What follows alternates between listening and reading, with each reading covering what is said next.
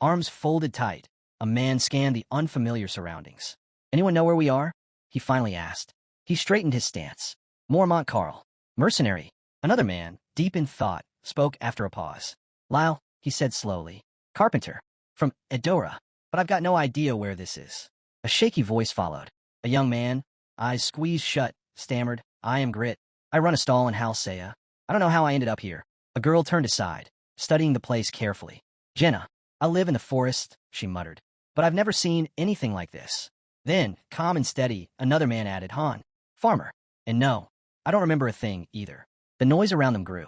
People murmured, overlapping one another. Some insisted it had to be a dream. Others admitted their minds were blank.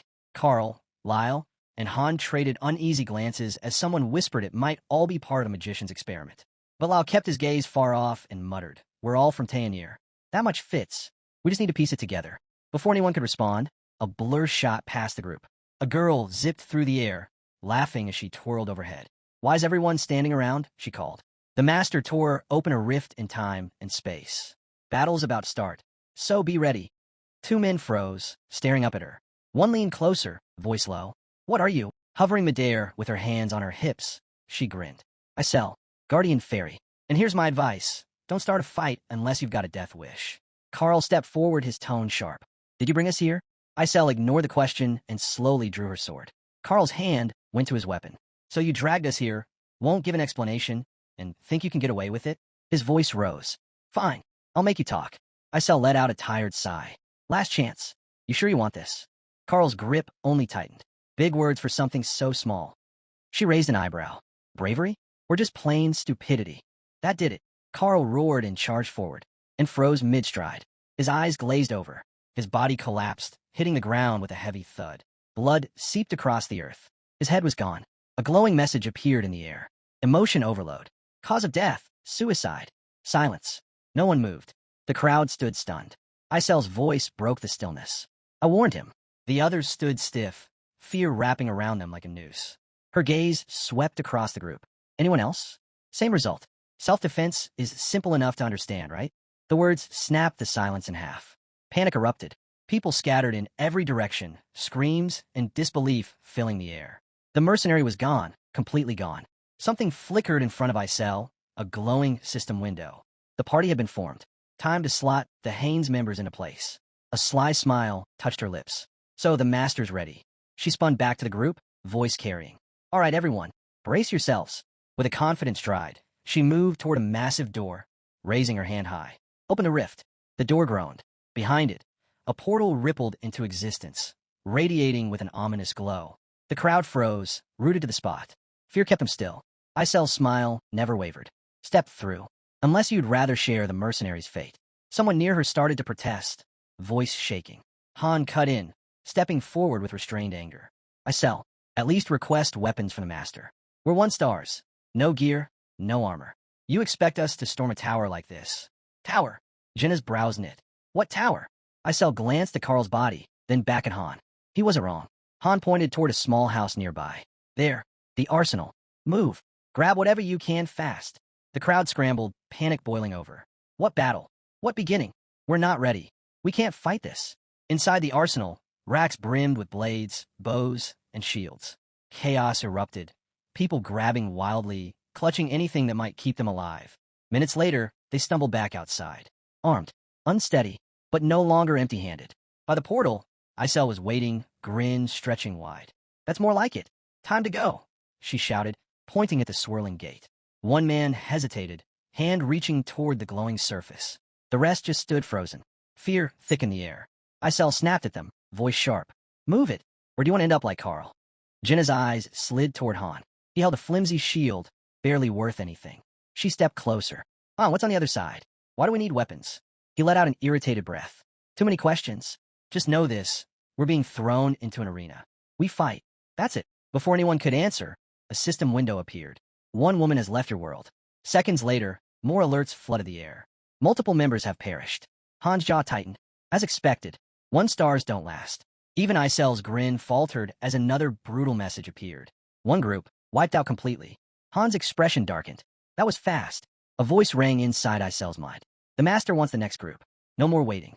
Han turned to the others. Our turn. Jenna's gaze locked on the swirling portal. Then why hasn't anyone come back? Then a man, shaking, stepped toward Isel.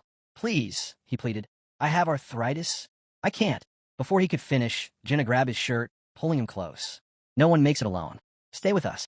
With that, the group surged forward, straight into the unknown. Isel's voice rang out behind them. You'll be fine. They landed hard. Feet slammed against solid ground as their eyes darted around, trying to take in the strange new world. Whispers spread as they struggled to process it. Towering above them, glowing words stretched across a massive door.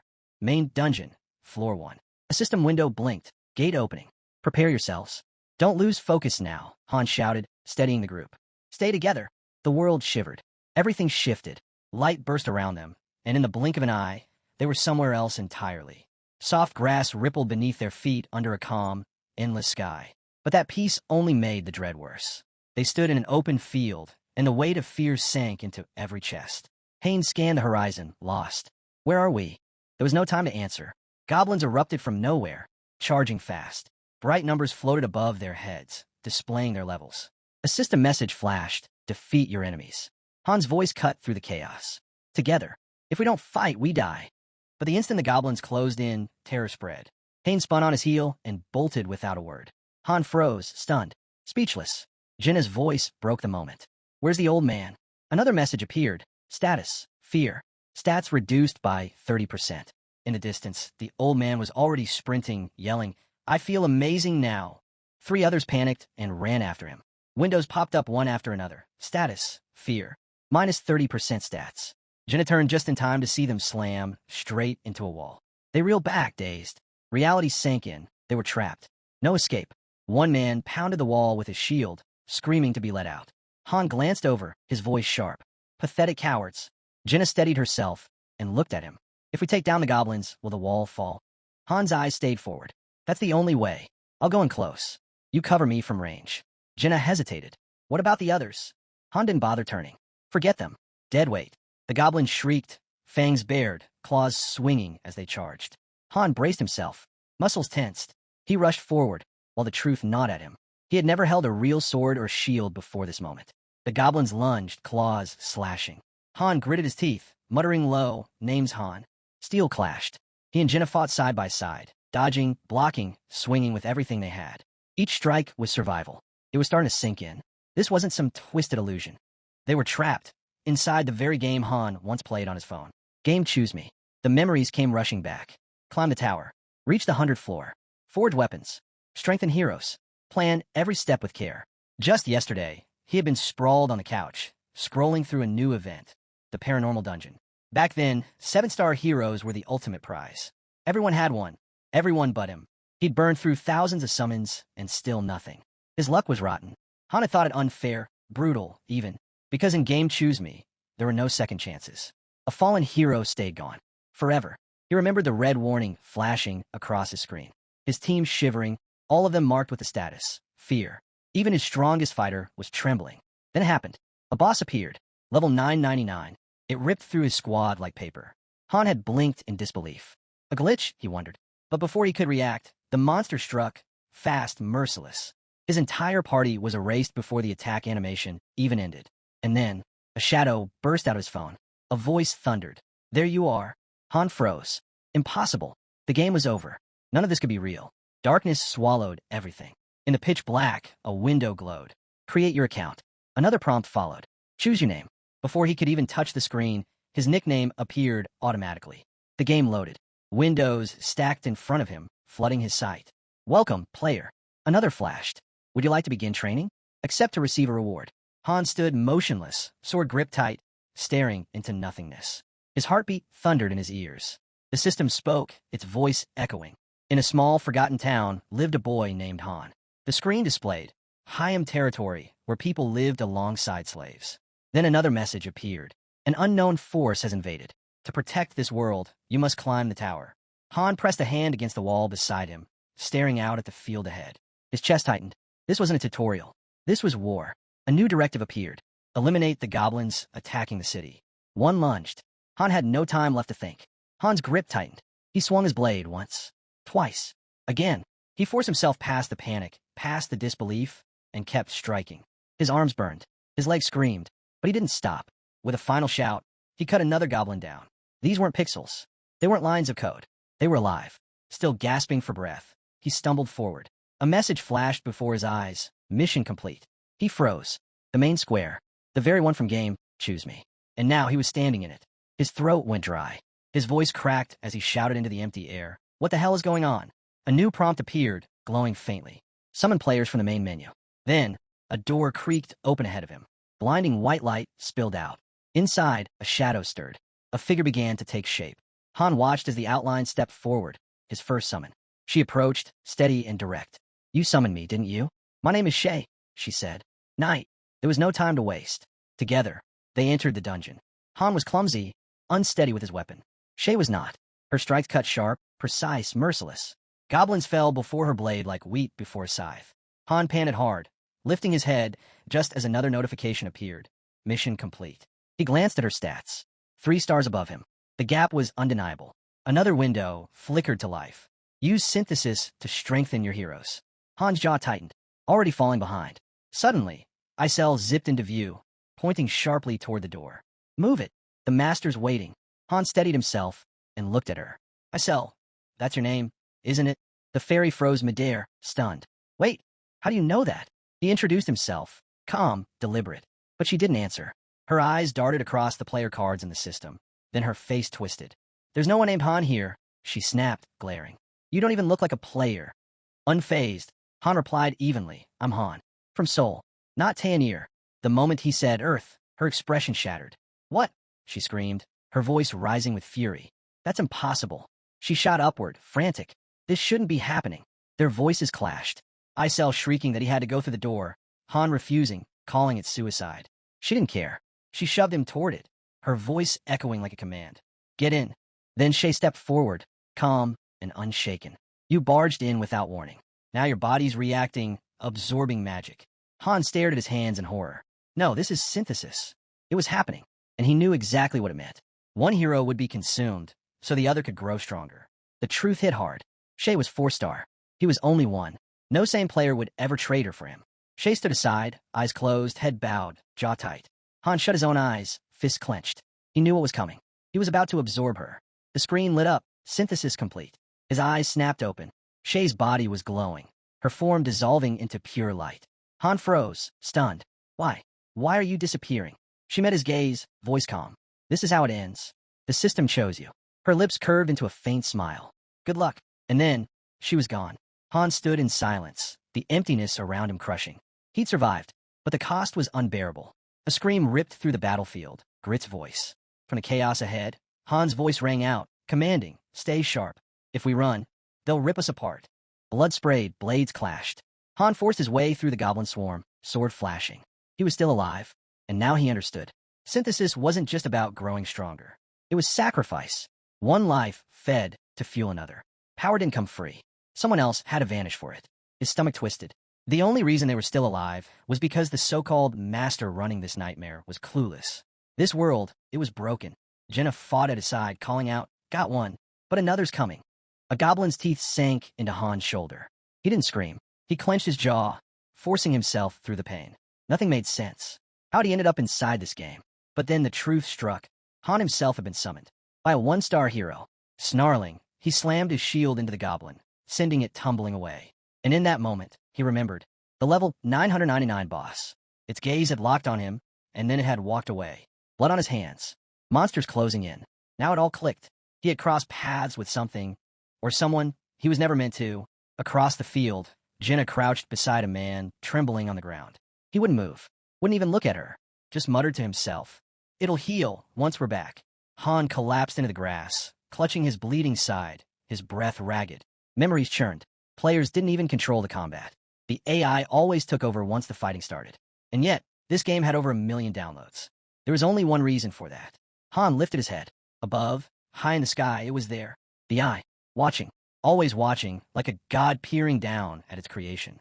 Han let out a bitter laugh, tilting his head back to scream at the heavens. You enjoying the show up there? Slowly, he pushed himself to his feet. The truth weighed heavy, but undeniable. He was a player now, same as the rest. And he knew the system. Crafting, leveling, strategy. This wasn't new to him. He turned away, mind set. Whoever's watching, keep your eyes open. I'm climbing to the top. A window blinked into view. Floor cleared. Another followed. Battle rewards unlocked. Then, at the top of his vision, the MVP card appeared. Han. Beneath it, a grim list. Dozens of names, grayed out. All perished. Only 2 names remained lit. Han. Jenna. The last one standing. Training resumed. Han accepted it. No whining. No complaints. Complaints didn't change a thing. They never did. Slowing down meant death. If he wanted to keep going, he had to fight. Han ran. This world wasn't real, but it felt real enough. And he was trapped here as a 1-star. His voice carried into the emptiness. In this place, you either die fighting or die in synthesis. That was the truth. 1-stars were fodder. Sacrifices. Disposable pieces meant to fuel the stronger. But not him. He wasn't going to be anyone's discard. Low stats. Slow progress. That wouldn't define him anymore. He gritted his teeth, eyes locked on the horizon. He didn't just want to survive. He wanted strength. Strength for revenge. Strength to find a way home. As he ran, thoughts churned. He didn't know what lay ahead. But he knew one thing. If he didn't adapt, the system would devour him. Training dummies stood scattered across the field. Han threw himself at them, ignoring the sting in his muscles. This grind, it wasn't new. His whole life, no one had helped him. He had always been alone. And here, nothing had changed. Dropping down, he started push-ups, driving himself harder. That's when Jenna appeared, stopping nearby, her gaze fixed on him. "What are you even doing?" she asked. Han shot back a sharp reply, but she didn't flinch. "I was just looking for you," she said simply. Without another word, she lifted her bow. Still facing forward, she spoke. "I've been thinking. We need a plan. My dad was a hunter. He taught me archery." She knocked an arrow, drew, and let it fly. It sank straight into the scarecrow's head. "No point crying about it," she said. "That won't change anything." Han wiped sweat from his face, eyes narrowing. "How good are you with that thing?" Watching her form, he could tell her stats had climbed by 4 points since yesterday. She was still low-ranked, but her accuracy was sharp. No wonder she hadn't faltered in that first fight with the goblins. Han studied her more closely. How quickly she steadied herself after losing her whole team. She wasn't just surviving. She had focus, direction, and that was enough for him. He held out his hand. Jenna smiled and clasped it. "My dad always said bonds mattered more than anything," she said softly. And this time, he was right. A system message blinked into view. Relationship bonus granted. Han froze, eyes flicking across the screen. Then he shouted, "I sell." With an annoyed huff, the fairy zipped into sight. "What now?" "I'm busy." She glared, snapping. "Don't expect answers from me. If you want them, climb the tower yourself." Han glanced at Jenna. "Am I the only one who can see these system pop-ups?" She turned away, shrugging. "No idea what you're talking about." But Han didn't take his eyes off Isel. "You're level 257. She said nothing, but the flicker in her expression told him enough. The messages weren't for everyone. They were for the master. And somehow, he could see them. That changed everything. His voice dropped low. Then what happens if the master just stops playing? The question hung heavy in the air. Pieces started to click. The synthesis with Shay, it hadn't been his choice. Just a careless tap. A mistake made by someone outside the screen. A 4-star hero, wasted. And this account? It was locked to one phone. No resets. No rerolls. Just one save file. And the master? Hadn't logged in for over a week. The weight pressed down on him. Han stepped closer to Isel. "Does time flow differently here than it does on Earth?" She glared. "I told you. I'm not answering anything else." Han smiled faintly. That was enough. Confirmation. Time didn't match between worlds. And Isel? She wasn't really in control. Fairies like her only acted under 2 rules, when the master gave a direct command, or in self-defense. That meant freedom. Freedom to question, to experiment, to learn how this world truly worked, at least until the master returned and shut it all down. Later, beside Jenna, Han laid out the truth. "There are 100 floors in this tower. That's the goal." Jenna frowned at him, waiting. "All missions come from a master," he continued, pointing at Isel. "She just delivers them. Like it or not, we follow." He didn't finish the thought. He didn't need to. If they reached the top, Jenna stepped closer. "So it's just us?" Han shook his head. "No, the master can summon more. We won't always be alone." Still, every choice had a matter. Standing in a vast stone square, Han felt it. No matter how strong they became, their fate still belonged to someone else. The days that followed were brutal, training from dawn to dusk, grinding until their bodies broke. But on one of those days, Han made a discovery. Inside the house, essentials reset daily. Food, water, supplies, always replenished. If he pictured something specific, it appeared, by the fire, tucked in a drawer, wherever it fit. But only survival basics. Weapons, gold, gear, Those stayed locked behind the system's rules. Even so, something mattered more. This world was teaching him things the game never did. Real mechanics. Hidden rules. The kind of details players never saw through a screen. Among the 1-stars, some began to stand out. Not because of stats, because of effort. Training didn't raise their levels, but it sharpened instincts, unlocked abilities, revealed potential buried deep. Patterns surfaced. Han started to see how the master judged them. First, fortitude. Fear killed faster than any monster. Shay had proven that. Second, skill. Higher-ranked heroes spawned with powers already unlocked. 1-stars had to claw their way forward. Third, conditioning. Limits had to be shattered over and over again. By day 3, Han was still pushing every rep, every swing, every ounce of sweat. And when a master finally logged in, Han lifted his gaze to the sky. They're back. Han called over to Jenna. Get ready. He pulled up his status screen. 2 skills. That was it. That was all he had to work with for now. A system window materialized in front of them. The master is initiating a summon. Han didn't need an explanation. The party was meant for 5, which meant 3 more were about to appear. Right on cue, glowing silhouettes took form in the training grounds. 3 new figures solidified. Jenna wasted no time. She sprinted toward the arsenal, shouting, "Gear up! A fight's coming!" At the rift, Isel buzzed impatiently, snapping at it to open. Han and Jenna grabbed what they could. Time was slipping, but as Han approached the portal, he noticed it. No new weapons. The recruits were left with scraps, the abandoned gear of fallen heroes. One of them, Toby, sneered at Jenna. "You just another 1-star like us." Han stepped through the portal without turning back. "You'll figure it out soon enough." He didn't slow down. "Jenna, leave it. Not our problem anymore." Isel shoved them forward with a snap. "If you want to stay alive, try following instructions for once." The door sealed shut behind them. Her smirk lingered. "Have fun." Inside, a message appeared. 2nd floor reached. Han turned to Jenna, gave her a steady nod, and ignored the panic building behind them. From every direction, beasts slinked through the tall grass, circling slow.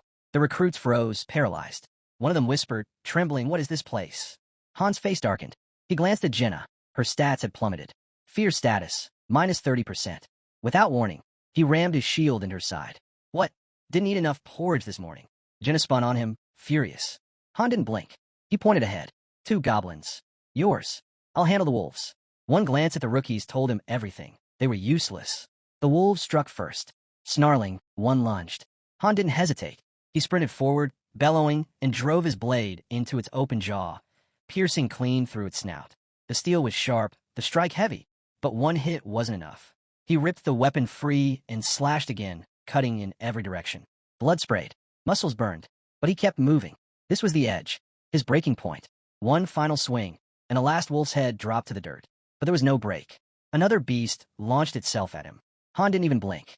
He met it midair, shield first, jamming it deep into the wolf's mouth with a bone-crunching crack. Teeth clenched. He stared it down, just as another came from the flank. He turned sharply, blade flashing. Steel met flesh. Blood arced wide. Breath ragged. Han scanned the chaos. "Jenna," he shouted, eyes narrowing. "Status on the goblins?" His gaze locked on the fallen goblins. Something was off. Every single one of them, armed. Han turned to the girl beside him, disbelief in his voice. "How many times did you shoot them?" Haynes just stared at the pile of bodies. All of them. Already down. The battlefield was silent now. Power still hanging thick in the air. Above their heads, a message appeared. Floor secured. Han and Jenna moved forward. The 3 newcomers trailed behind, saying nothing. Then the ground trembled. Jenna stiffened. What was that? Han didn't break stride. 2nd floor is cleared. We're heading to the 3rd. As the platform beneath them shifted, carrying them higher, he glanced at the new players. And in that moment, he understood. The master wasn't going to stop. Not now. Not ever. They'd keep climbing. Han looked ahead, wondering what the 3rd floor would bring. Harder? Easier? Would any of them survive? A slow breath escaped him. Then a new message appeared. The master has logged out.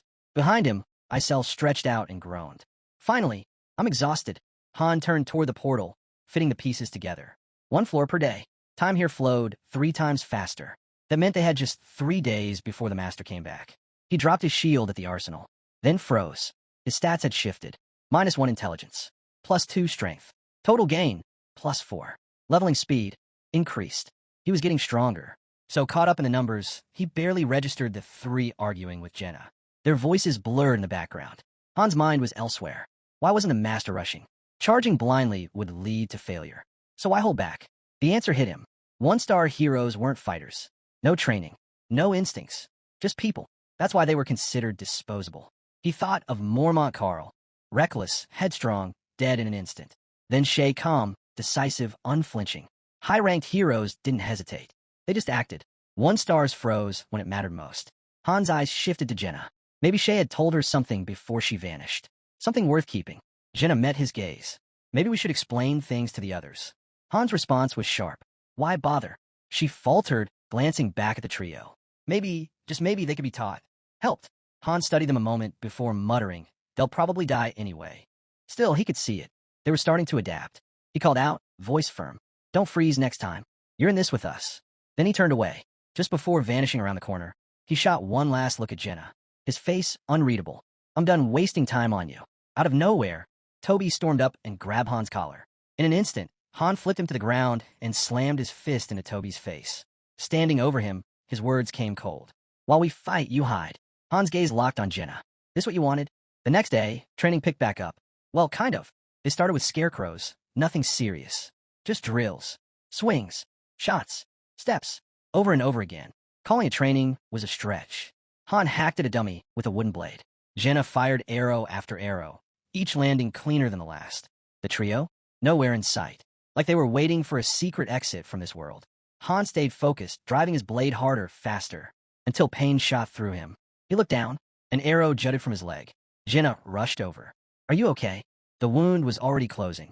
This place doesn't play by normal rules, Han muttered. I'll be fine.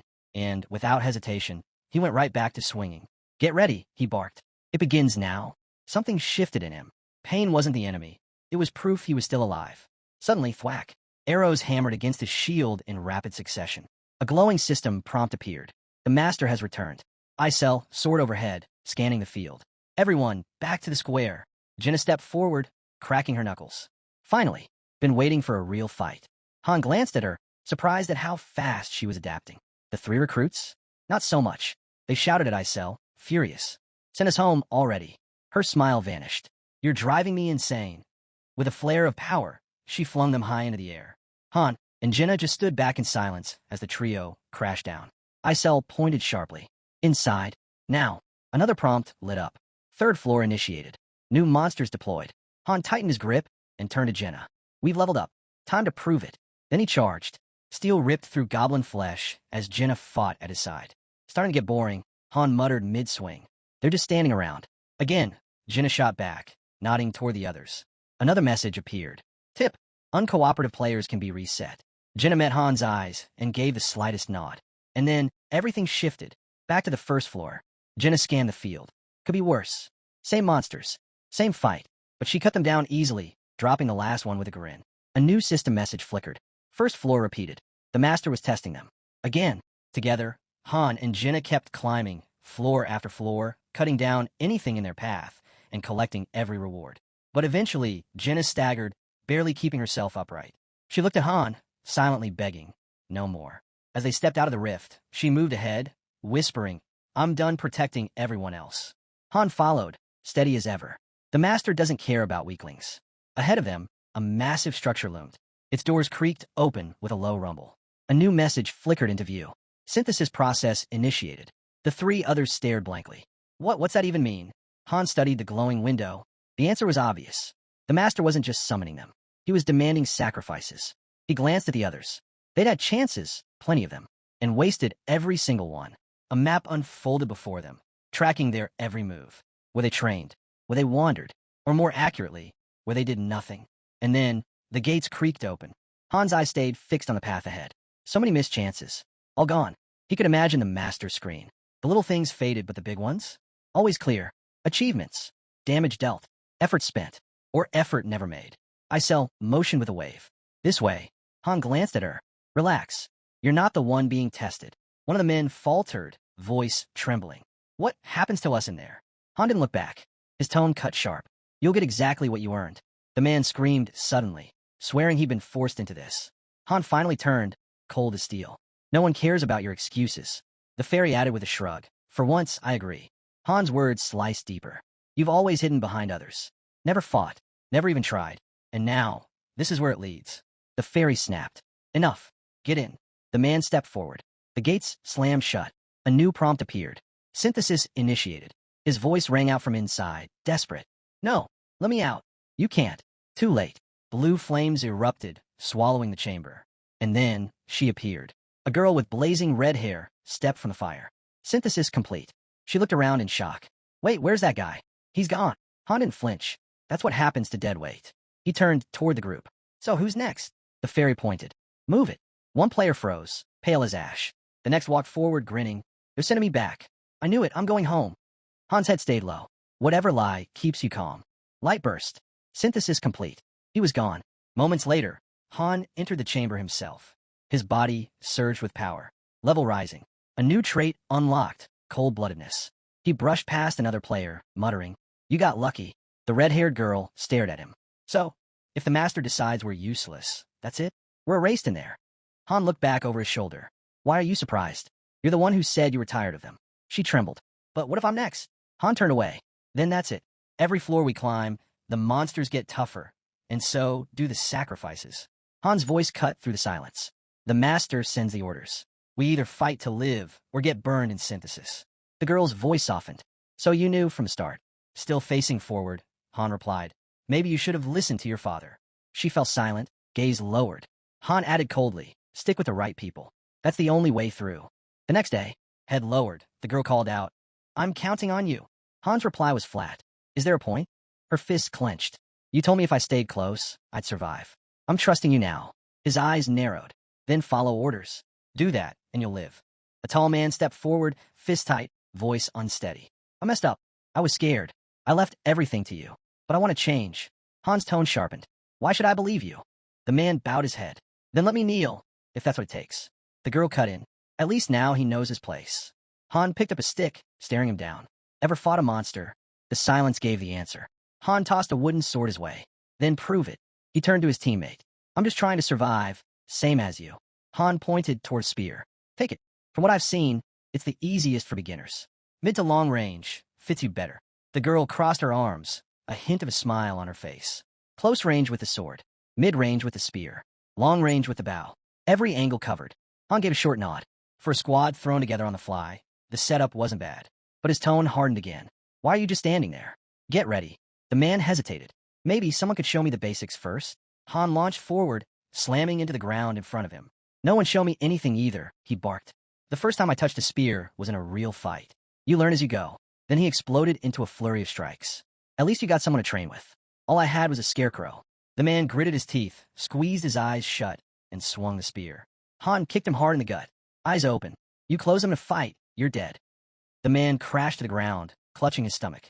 Han looked down coldly. And that was me holding back.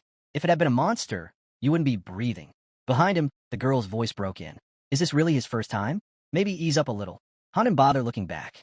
Don't care. I don't need dead weight. If he can't keep up, I'm not wasting my time. He stepped closer, voice dropping. You got family?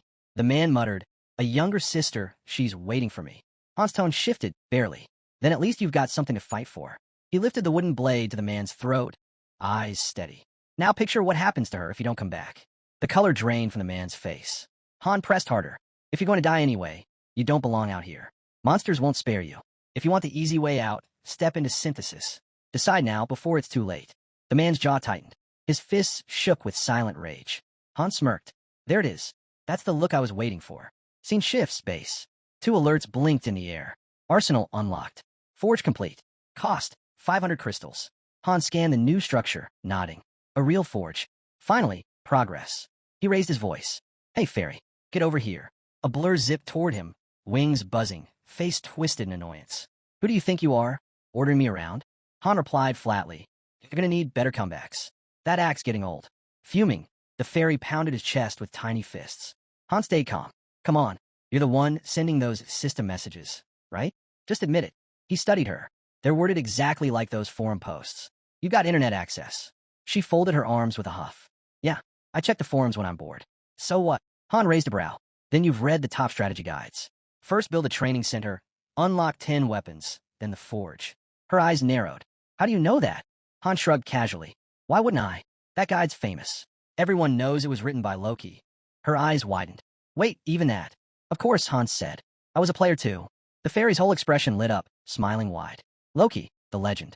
Once among the best, feared and admired. If only he pulled a 7-star hero, he would have reclaimed the top spot without question. Dreamy-eyed, she floated in circles, sighing. He could do anything. Nothing was impossible for him. Han suddenly broke her daze. Sorry. She blinked. Sorry? For what? His voice was flat, steady. Because I am Loki. Chapter 6. A system window appeared. Upgrades, 6. The fairy froze midair, then zipped backward like she'd been struck. What kind of dumb joke is that? Han didn't flinch. Account number, 46,631,900. Only the player and the server admins know it. Go on, check it. Or test me with another email. Her eyes went wide as she typed the number in. Seconds later, she gasped. This no way. Her voice shook as she stared at the glowing screen. Then, in a burst, she shot upwards, spinning in the air. Sign something. Anything. I need your autograph right now. I'll be queen of the fan club. Han blinked. There's a fan club? She shouted at the top of her lungs. The fan club. Loki, master of all masters. Expression flat. Han muttered, never heard of it. The fairy stiffened midair, her voice cracking. I really said all that to the actual Loki. Han sighed, scribbling his name across the first thing she shoved in his hand. Great. I'm a 1-star hero now. Huge win. But she wasn't done. Wait. You can't disappear again. What about the settlement? Han shrugged. Beats me. Scene shifts. A towering fortress stretched skyward. 30 floors tall, built to hold more than 20,000. Every building nearly maxed at level 22. A masterpiece of design, years of effort poured into it. And now, none of it mattered. Han was the dungeon master. The fairy hovered nearby, voice hushed. What's going to happen to all those people? Han didn't flinch. If you're that worried, disband the settlement. She faltered. I can't. Arms crossed, Han nodded slowly. Figured. Just a mid-level mod. Stuck babysitting. Then he tilted his head. The guy who owned this account. He was human, right? And the ones summoned here, they're not NPCs. The fairy shook her head. No. Every single one of them is real. They come from different worlds. She hesitated, then whispered. Even the creator doesn't know. To him, this is just a game. He throws them into danger like they're nothing. Han turned away, jaw tight. So if I make it to the top, can I go back? The fairy lowered her gaze. I don't know. Han's frown deepened. Then who brought me here? She looked aside. I can't tell you that. Floating higher, she added softly. My permissions are limited. I can advise the account holder, manage buildings, offer a few choices here and there. That's all. Han gazed out toward the horizon, arms folded. Do the other masters' cities look like this? More or less, she said. Some small differences, but the core's the same. Han's mind raced. He pictured countless floating islands, millions of them, each one a settlement of its own. He remembered the system that generated them, thinking it was just an algorithm, skills mixed, traits shuffled by code. But it wasn't. These weren't programs, weren't simulations. They were alive. The infinite content system, the endless multiverse of worlds, all real. Han stared at his phone, thumb pressing a button, and the truth hit hard. None of it was virtual. The game, the missions, the sacrifices, every careless choice he'd made had sent real people to their deaths. Han's jaw tightened. He called the fairy over. She drifted closer, worry flickering in her eyes. If you want to reach the top, Han said coldly, then listened carefully. Cut to the training field. The girl cut through the air, dagger flashing with each strike. Quick, sharp, fluid. Han watched closely. She was different. Fast, natural. Her progress was far beyond what he expected. First time holding a dagger, and already near mastery. The tall guy? Struggling, barely blocking, stumbling with each swing. Han's expression hardened. If that was his limit, he wouldn't survive. The girl gestured behind her, dagger loose in her grip. I even went easy on him, she said. But it hadn't made a difference. Han didn't sugarcoat it. Don't get cocky. We're moving out. She smirked. What? No more training for your #1 assistant. Before Han could answer, the fairy shot out of nowhere, yelling at the top of her lungs. #1. She's #1. I'm the top assistant here. She ranted, puffed up with pride, until Han casually plucked her out of the air mid-sentence. Not your shift, he said flatly. Pinned in his grip, she still thrashed. Still counts. I was here first. I'm the original assistant. Han gave her a sidelong glance, debating if he should crush her little delusion, then turned away without a word. Open the warehouse. Inside, a system message flashed. Iron, leather, and wooden boards found. Back outside, Han told the fairy to unlock the forge. She grumbled, but got to work. The girl rolled over a cart, curiosity in her voice. What are you doing? Han's eyes narrowed on the forge. I'm not planning to swing this junk forever. His thoughts drifted. He wasn't just a hero. He was a master, which meant he might have access to things no normal hero could touch. The fairy zipped beside him, eyes wide. So what'll it be? A Leviathan weapon? A brunk? Han didn't hesitate. Not here. Not yet. Then, a new system message appeared. No building upgrade found. Penalty, no master blacksmith available. Penalty, no blueprint detected. Success rate, extremely low. Proceed with crafting? The fairy leaned in, squinting nervously. Okay, seriously. What are you even trying to make? Han's answer was calm. An item. Another prompt blinked onto the screen. Select difficulty level. Higher difficulty equals higher potential reward. Han didn't hesitate. Extreme hell. The fairy nearly fell out of the air. Extreme hell. That triples the penalties. Han stayed steady. Just watch. The forge roared to life. Most masters ignore this system, he muttered under his breath. Too dangerous. But if you know how to handle it, it's worth the risk. Timer, 3 minutes. The fairy's voice wavered. I can't even tell what you're making. Han reached forward, hand closing around a glowing cube with precise, deliberate motion. Head lowering slightly, he said, I don't need to see it. From behind, the girl gasped. Wait, that's the thousand hands technique. Han's fingers blurred, lightning fast, snapping cubes together with flawless precision. System message, absolute success. UC rank, cunning long sword created. The fairy lit up, stunned. Another prompt followed. The cunning long sword, durable, lightweight, razor sharp. Mediocre materials. Expert craftsmanship. But Han didn't pause. His hands blurred again. More cubes. More movement. System message, balanced short bow created. Sharp long spear created. Strong iron shield created. Han lifted the shield, gave a quick glance. C rank. Figures. Materials were trash. The fairy crossed her arms, floating beside him. You're not doing that again. Han gave a small nod. Too flashy. If the other masters see this, we're in trouble. Scene shift. 4th floor forest. The girl stood firm, bow drawn. In one fluid motion, she loosed the arrow. Clean hit. The enemy crumpled without a sound. Their mission, eliminate all enemies. She eyed her weapon, a grin tugging at her lips. This bow's way stronger than the last. Nobody's taking it from me this time. Han scanned the tree lean. Activate the personal lock. That'll bind it to you. The forest rustled. Harpies burst from the underbrush, wings slicing the air. Han's eyes narrowed. 3 of us, and the master expects a full clear? Unreal. They fell into formation. The tall guy lunged in, spear in hand. His movements were sloppy, wild, desperate. He missed. Han darted forward, intercepting a strike just in time. System alert. Ally is affected by fear. All stats minus 30%. He's panicking, Han muttered. The guy swung again, off balance. That's when the girl stormed forward and punched him straight in the face. Snap out of it. Blood dripped from his nose. He froze, stunned. She didn't back down. You get it now?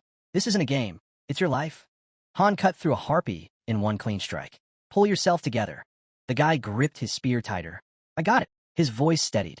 And this time, they moved in sync. Coordinated. Focused. Together, they wiped the harpies out. System message. Floor cleared. Rewards, 10,000 gold, iron, or leather. The guy stood hunched, breathing heavy. I was dead weight again. So what now? What happens to someone like me? A soft chime. System message. You have been added to the master's favorites. Han stared forward, voice calm. You'll live. For now. The master marked you as a favorite. The guy's eyes went wide. His mouth dropped open, then clenched shut as he raised his fist high. I did it. The girl leaned close with a sly grin, glancing at Han. So, number 1 passed, and now number 2 made the cut too? Han didn't look at her. I don't have subordinates. He turned, walking toward the warehouse. His gaze dipped for just a moment. But if I ever did have a first, it'd be her. My ex. Han's thoughts flicked back to old memories. Hero cards flashing through his mind. A perfect squad. 5 members. All 6-star units. All maxed to level 99. Each one with god-tier abilities strong enough to break the system. Maybe they were still out there. Somewhere. His mind shifted to the city. This game was kill or be killed. He knew that well. But the Vice Master could keep things running. Especially with those 2 backing him up. They were sharp. Too sharp. Sometimes Han even wondered, were they really AI? Then came the image of the tower. And like before, the truth hit hard. They weren't programs. They weren't code. They were real. A girl stood at the top, watching her companion. You're really leaving? Every minute counts. The other replied without hesitation.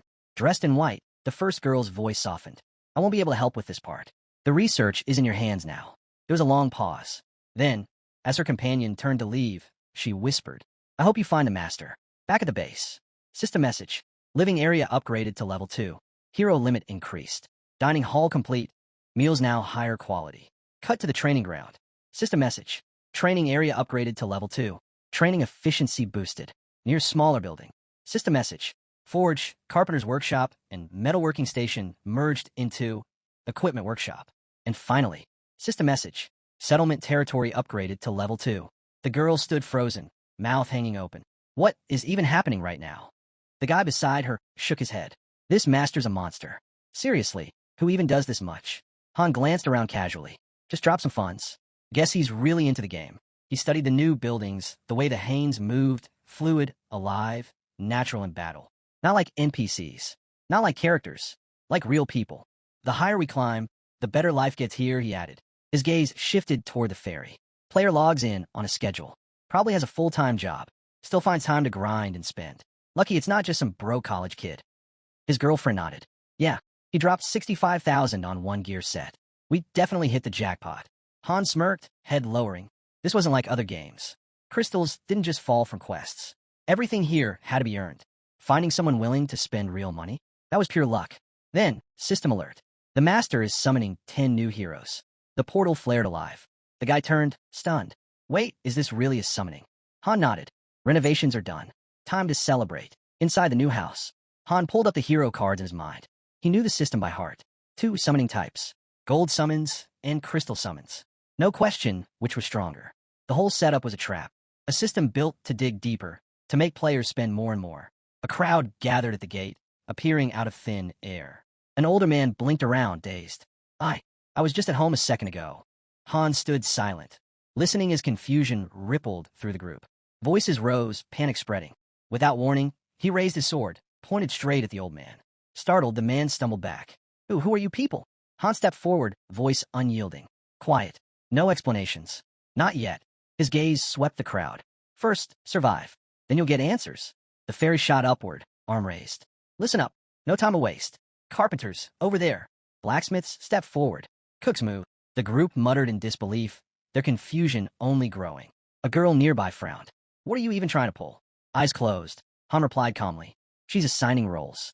There are jobs open. Take one. The fairy kept directing people toward the portal, her voice sharp. Watching her, Han muttered under his breath. If the ones who died earlier had been summoned now, maybe things would have gone differently. The settlement was changing, growing, becoming something real. Then a system prompt appeared. To create a group, drag chosen heroes into available slots. Han stepped forward, voice firm. Everyone listen. From here on out, we go all in. With only a few stars between us, we can't afford dead weight. If you can't pull your share, you're worth less than a raw potato. He pointed toward the group. The master decides who stays. 1 stars. Most will be thrown into the dungeon. And most won't come back. The portal lit up. The fairy shouted, Move now. System alert. A fighter has fallen. Return impossible. His spirit will be remembered. Han's eyes narrowed. That was quick. Beside him, the girl spoke. Shouldn't we at least explain things? Give them a chance. Han's reply was sharp. If they can't clear floor 1, it's already over. He stared into the glow. 2 are dead. Only 2 made it through. The crowd froze. Fear spread. One man stumbled back, voice trembling. I can't fight. I won't survive this. Suddenly, one of Han's teammates stepped forward. Then I'll go with them. But the fairy snapped. Don't interfere. That's not your mission. The girl at Han's side smirked. Was he always this intense? Han's tone was flat. Might as well count me in too. I'm barely better than a rookie. He turned to the volunteer. It's good you want to help, but don't get in their way. They need the experience. The girl threw her hands up. Forget this. I just want a real meal for once. All we've had are boiled potatoes. Han looked at her, realizing something. The fear she'd been carrying, it was gone. He lifted his eyes skyward. It's bright today. Almost feels like someone's watching.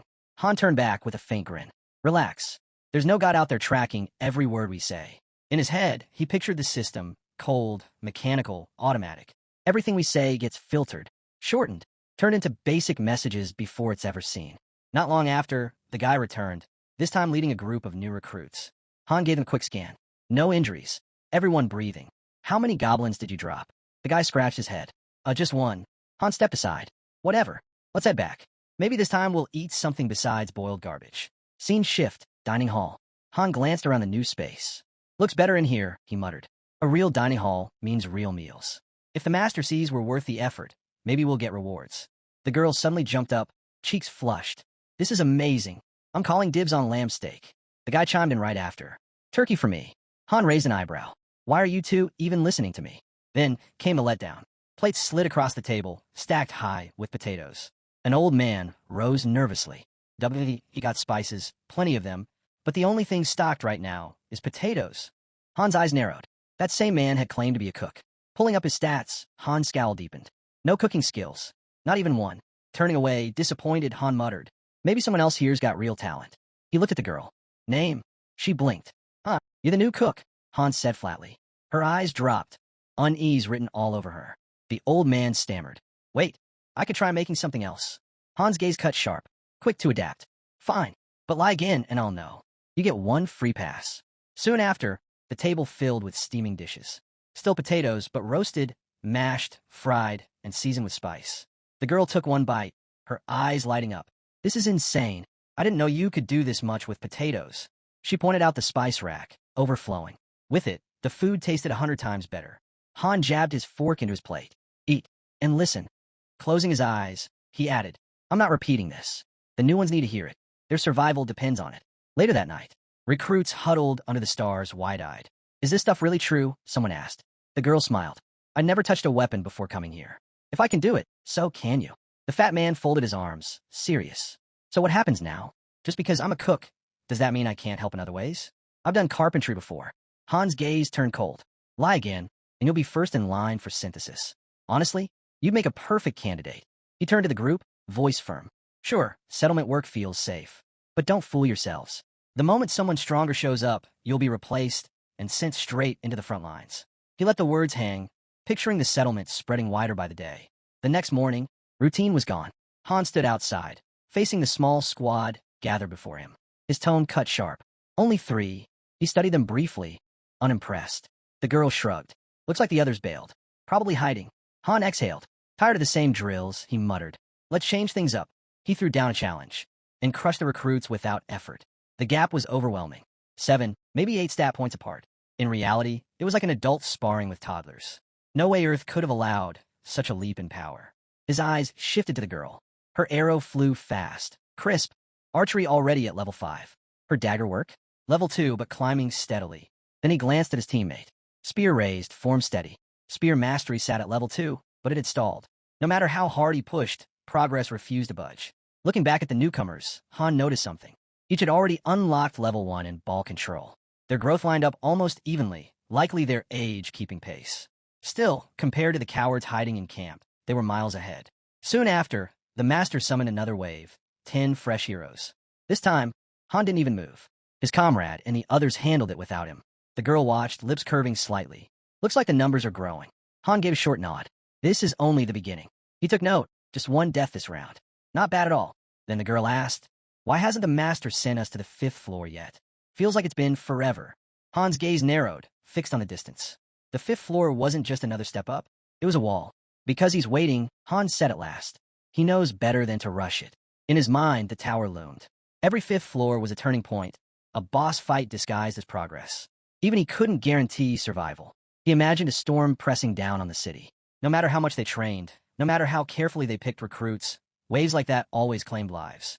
The spike in difficulty, not even his girlfriend understood how brutal it truly was.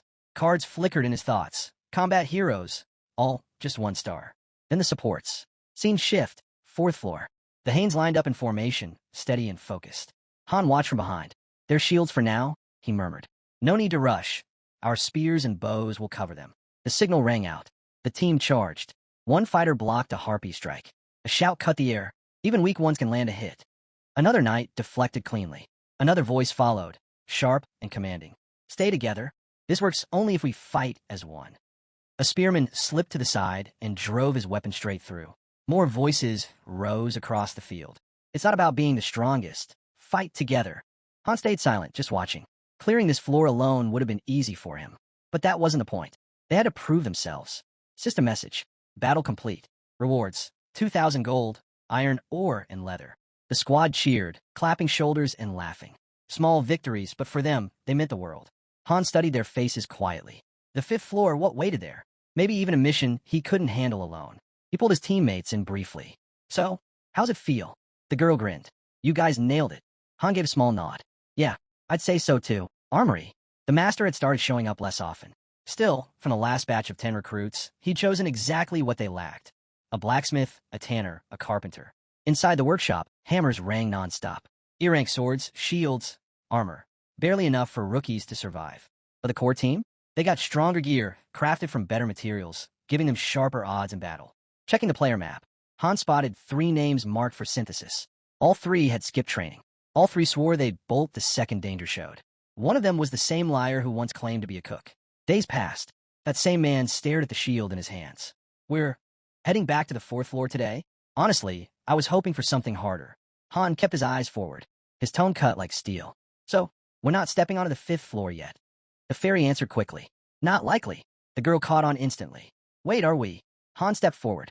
His voice carried no hesitation. This isn't going to be a routine sweep. Stay sharp. Don't panic, but don't relax either. Got it, one of them shouted, just as a blinding light swallowed the group. Scene shift. They landed inside a ruined structure. Cracked walls. Rubble scattered across the ground. The street ahead lay broken and empty. 5 heroes stood there, dropped into silence. Eren scanned the ruins. No monsters. Nothing moving. Form up, Han ordered. We head for the center. The quiet pressed in. No enemies. No civilians. Not even background noise. Han's gut told him this wasn't a standard clear. Han, Eren called, pointing. A skeleton leaned against the wall, its armor rusted and shattered. He knelt closer. This place, it's abandoned. The girl walked past slowly, gaze catching on dried blood across the ground. This isn't like the last floor at all. Han's eyes locked on the distant tower. There used to be flowers here, he muttered. Now, we're heading up. Suddenly, the girl froze, scanning the shadows around them. Han turned. What is it? She hesitated, then pointed forward. A city just ahead. Her voice wavered, cutting off mid-sentence. I want to think I imagined it. Eren stepped up beside her, shoulders tight. No, she saw something. She froze, then whispered, barely audible. Is this real? Her voice broke into a scream. There's a goblin horde outside the city. Thousands. They're headed straight for us. Han's focus snapped instantly. How many? Thousands, she repeated, eyes locked forward. System alert. Objective. Survive the goblin horde. Eren's voice cracked with panic. You've got to be kidding me. The girl shot him a glare. Does this look like a joke? Enough. Han cut in, his voice slicing through the chaos. Eren's fists clenched. What the hell went wrong? This isn't a clear, Han said coldly. It's survival. All we can do is hold out. Another fighter stumbled forward. Then what about hiding? No, Han barked. We can't hole up in buildings. Move now. The squad bolted, boots hammering the stone. Eren shouted over the noise. How long do we have to last? 10 minutes after contact, Han snapped back. His scowl deepened. Only a 9% chance for a survival mission on the 5th floor, and they'd rolled the worst possible outcome. Off the main streets, he commanded. Cut through the alleys. They tore through the narrow passages, breath heavy, hearts pounding. Han's mind raced. Low-tier cities had no safe zones. Heroes here were often wiped out before even getting their footing. From the rear, someone yelled, there has to be a better place to hold. They'll break through anywhere. Han growled. No time to scout, this is it. They skidded to a stop at a 3-way split. Tight enough to funnel the enemy. Circle up, Han ordered. We hold here. His blade gleamed as he raised it. Even if 10,000 come, they won't hit us all at once. One of the fighters gave a grim nod. Then we go all in. Han barked orders fast and sharp. Hold the choke points. Rotate the front line when you can. Don't waste rest. You, he turned to the girl, stay in the center. Save your arrows. Fire only when I call it. The squad square their shoulders. One breach, Han warned, and we're finished. Block everything before it reaches us. He narrowed his eyes. 10 minutes. Was it game time or real time? Didn't matter. The clock would start the second they made contact. And then he saw it. A lone goblin slipped from the shadows. It stopped and grinned. The countdown had begun. Han roared. We don't even have a barricade. He lunged, cutting it down clean. But more burst from behind it, screeching, snarling, flooding the alley. They're here. Han's command cracked like thunder. Forget walls. Stack their bodies instead. He carved through one, then another, but the swarm didn't stop. The girl's voice rang out from behind. She was ready, waiting for his mark. Han's rhythm was brutal and precise. Block, strike, move. Just mindless beasts, he muttered. We'll treat them like it. The horde slammed into them. Goblins shrieked, clawing in endless waves. When the spearmen spun, panic rising. We'll never last 10 minutes at this pace. Han's voice cut through the chaos, calm and cold. When have I ever lied? But the goblins didn't stop. They poured in endlessly, clawing, crawling, clawing over each other to squeeze through every gap. Han gritted his teeth. We're not dying here. Not like this. Dawn broke just as another goblin lunged, jaws snapping wide. Han didn't flinch. His blade was already tearing through its throat. Ed, switch out, he barked. Ed groaned, still holding the line. I've got fight left. Then fight from the back. Move. Han snapped. He didn't dare look away. His stamina was draining fast, but worse, his eyes caught a teammate barely holding up, swings clumsy, movements breaking down. One mistake, one sloppy hit. That's all it would take. Han's grip tightened. One strike, one kill. No wasted moves. These things are no better than floor one trash, he roared, cutting through another pack. Still, they kept coming, flooding the field. A voice rose over the din. Do they even know fear? Han didn't answer. Instead, he called another rotation. The next fighter jumped in without hesitation. On it, scanning the swarm, Han spotted a weakness. A gap. He turned to the girl. Shift left. Use their own arrows against them. She moved instantly, spinning into position. One clean shot, straight through Goblin's eye. I'm done waiting, she shouted. Aaron slashed mid-swing. Han said 10 minutes. Han growled back. We're only at 5. Another Goblin lunged, but never made it. The girl slammed her knee into its skull, dropping it cold. Stay down, freak. Then a scream cut the air, raw, blood-curdling. System alert. One teammate critical. Health dropping fast. Han's eyes burned. Get him out. Fill the gap. Don't let a single one through. The injured man tried to argue, but Han's glare silenced him. Save it. Heal outside the line. The soldier collapsed, trembling. System alert. Fear status inflicted. All stats minus 30%. Han snarled and shoved another goblin back. Pull yourself together. You want to die whining? The man gasped out an apology. Stop the bleeding. Han roared. The girl was already there, bandages in hand, working fast.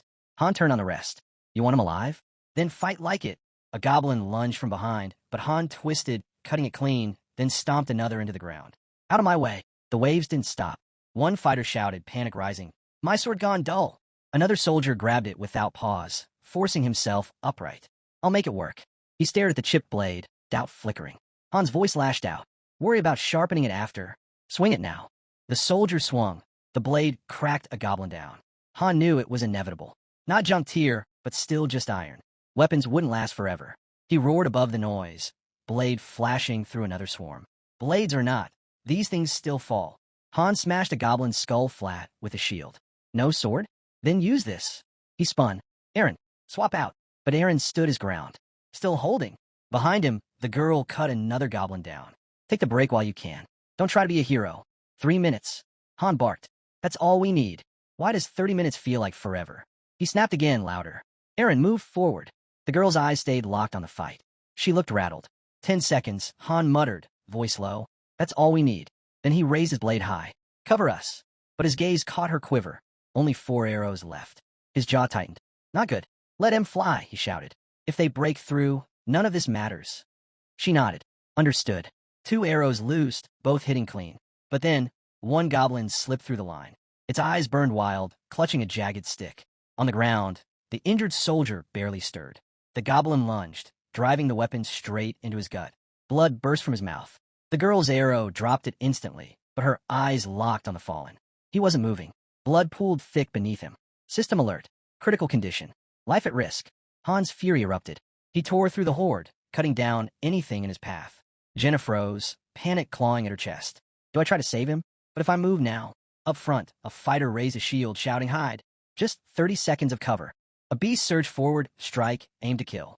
Han intercepted, shield up, timing flawless. The impact rattled his arms, but he roared back, charging, blade tearing a line through the swarm. He reached the soldier. Left flank, move now. Han ordered. A young fighter hesitated. But what about Hyde? He's down. We move. Han snapped. Then the screen lit up. System message. The fallen warrior has returned to the arms of the Lord. His spirit will be honored forever. The soldier bowed his head for only a moment, then turned back, carving through goblins without hesitation. Han locked eyes with Jenna. His voice was flat, merciless. We can't save them anymore. Forget them. If you drop, we all die. She clenched her jaw, nodding hard. Got it. Han smashed another goblin aside with his shield. Jenna was right there, blades flashing, cutting down anything that slipped through. How many are left? She shouted. System alert. Basic dagger skill. Level 3. New skill unlocked. Fast movement. Han raised his sword high in signal. Unload everything. If you're watching the clock, make it count. More updates hit one after another. Heroic Awakening activated. Sword and shield technique. LV5. Pain threshold. LV2. Cold-bloodedness. LV3. Even as he blocked another strike, Han's thoughts pressed in. What's the point of these skills if none of us live through this? Then it came. Another scream, sharp and desperate. Another soldier hit the ground, blood flooding fast. System alert. Bleeding. HP dropping over time. The boy was cornered, eyes wide with terror. He raised a trembling hand, screaming, Han, Please. I don't want to die. Tears streamed down his face, voice cracking in raw fear. Han heard him. His jaw clenched tight, but he didn't turn back. The goblins swarmed, shrieking, ready to tear the boy apart. Still, Han pressed forward. Jenna, Aaron, with me. Jenna froze, her gaze flicking to the soldier about to be ripped apart. Faces of the fallen flashed through her mind. Han's voice cut cold. We mourn later. Not now. They bolted, weaving through a crumbling alley in the ruined city. Then came the system message. Your companion has returned to the arms of God. His spirit will be remembered. Jenna stopped dead. Her voice dropped to a whisper. Are we next? Don't say that, Han snapped. He pointed sharply. That wall. Climb it. She stared, breath shaking. You want me to run ahead, alone? We're right behind you, Han said. Then, as goblins rushed in, he added, we just need to carve a path first. Sword raised, Han stepped forward. One per swing won't cut it anymore. He charged, sweeping his blade in a wide arc, cutting through goblins in a single motion. From above, Jenna's voice rang out. I'm up. Hurry. Han leapt, grabbing a ledge. Aaron, climb. Jenna reached down. Take my hand. Aaron jumped, catching her arm, then cried out in pain. A goblin's blade jammed deep into his leg. Han dropped instantly, cutting the attacker clean in half. Don't let go. He barked at Jenna, locking eyes. Then he turned. More goblins. Dozens. No time, Han muttered. I've got to cut it. His sword flashed down. Aaron's scream ripped through the air, raw and unbearable. System alert. Bleeding. HP declining steadily. Han hauled him up, shouting at Jenna. Lift him now. Another message blinked across their vision. Critical condition. Life at risk. Then all of them froze. Below, a wall of goblins was rising, stacking on each other, clawing upward like a living staircase. They're stacking. When the boys screamed, panic exploding. They're figuring it out. His eyes widened wild. You have to kill Aaron. Use the spear now. Jenna didn't even flinch. She drove the spear down, fending off the wave clawing up the wall. Han's voice was ice. We can't risk him turning. There's nowhere left to run. But her grip slipped, metal clattering against stone. The spear, it's gone, she cried. What do we do? Kick them. Han snapped, never breaking rhythm.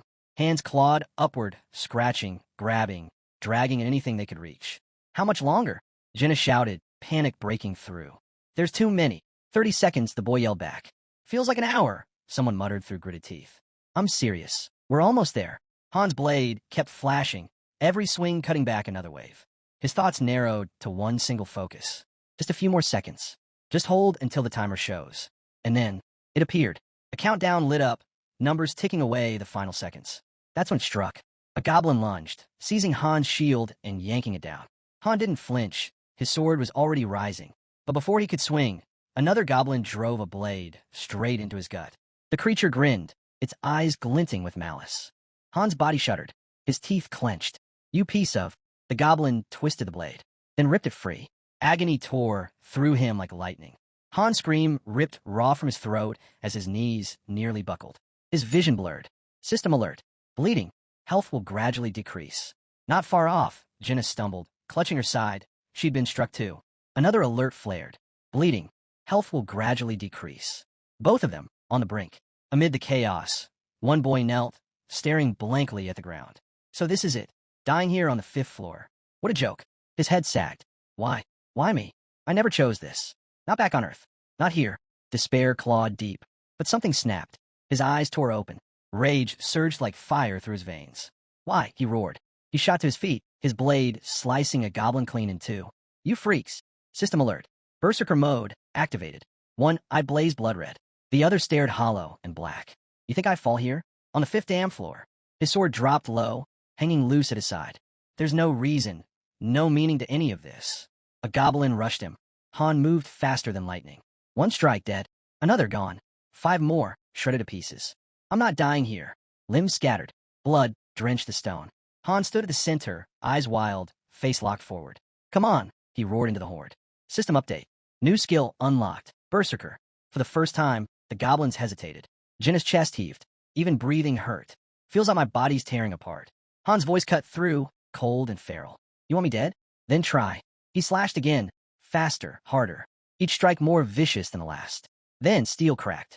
His blade shattered in his hands. The goblins howled with twisted laughter. Han didn't stop. Fine. I'll tear you apart with my fists.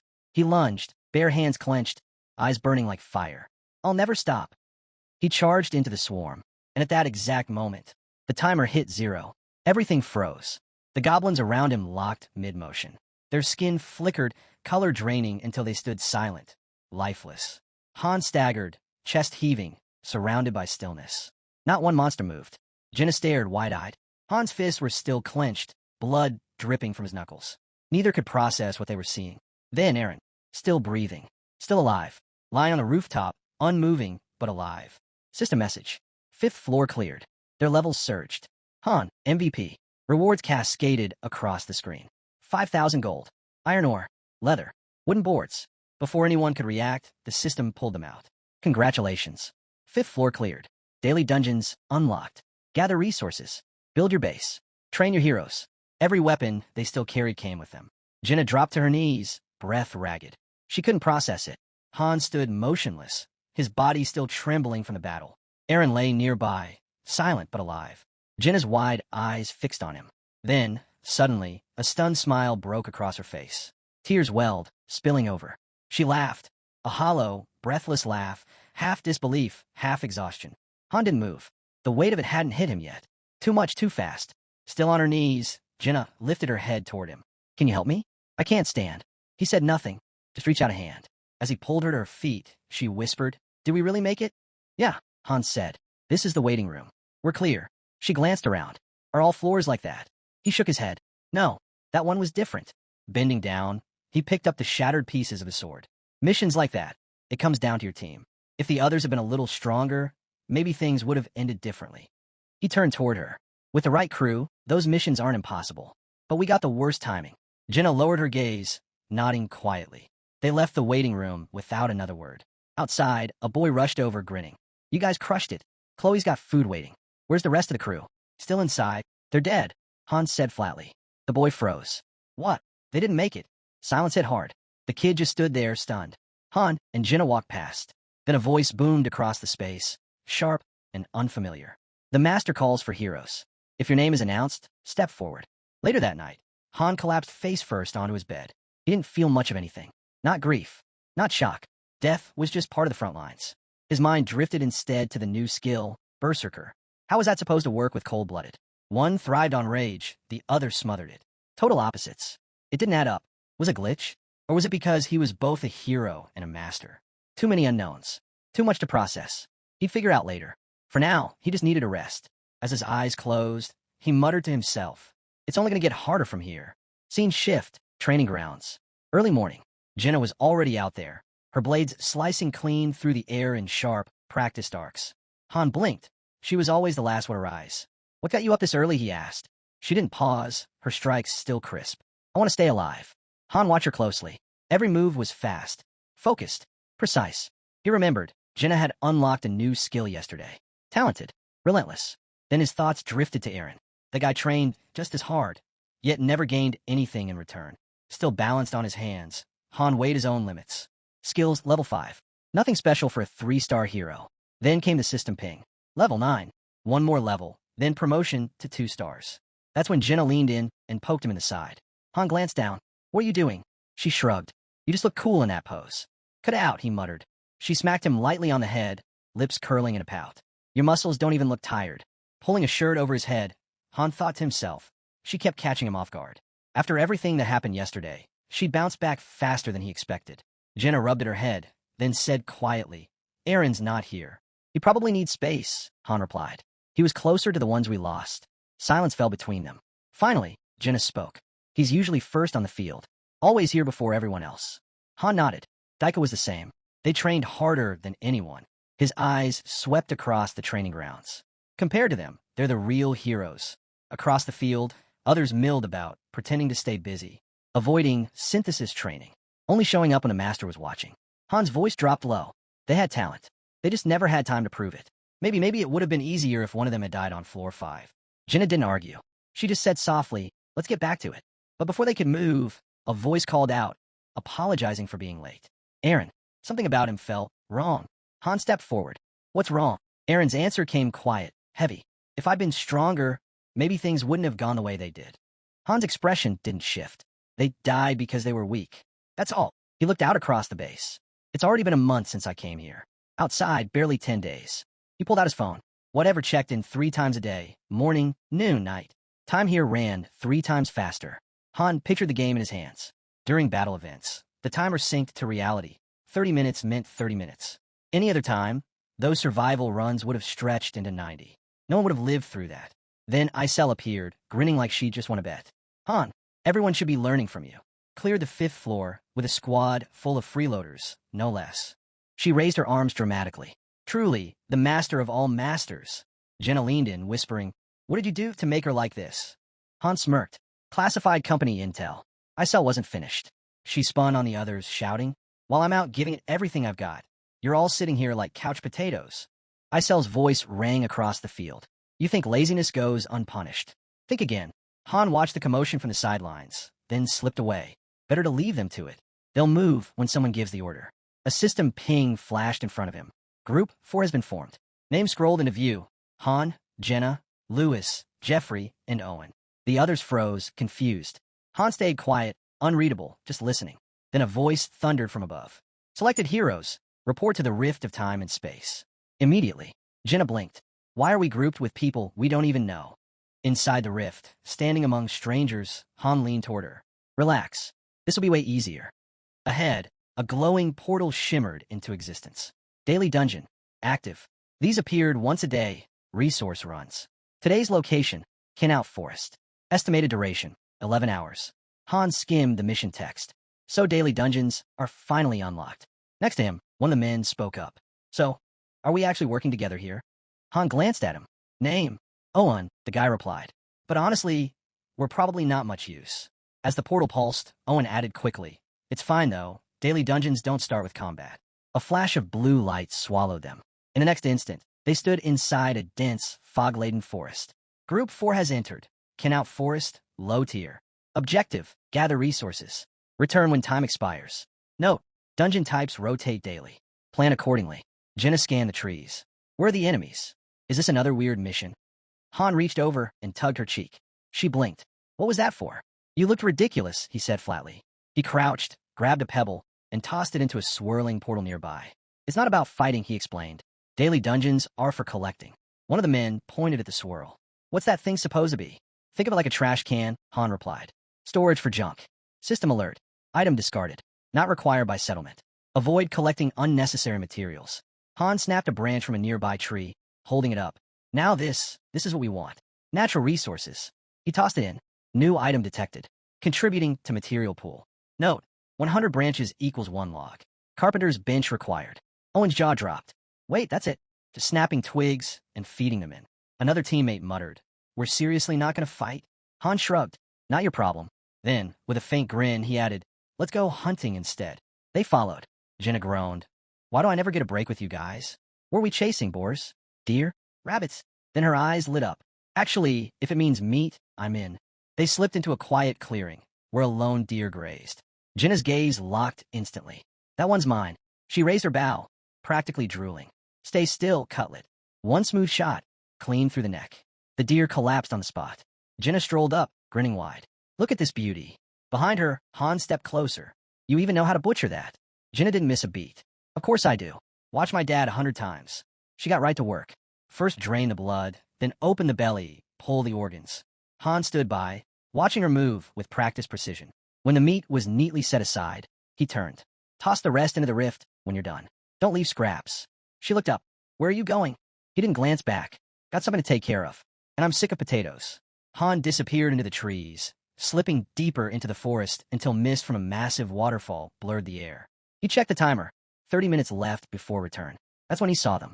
A cluster of deer, half hidden in the brush. He froze. There it is. One stood apart, the forest queen. Rare spawn, rare material, rare chance.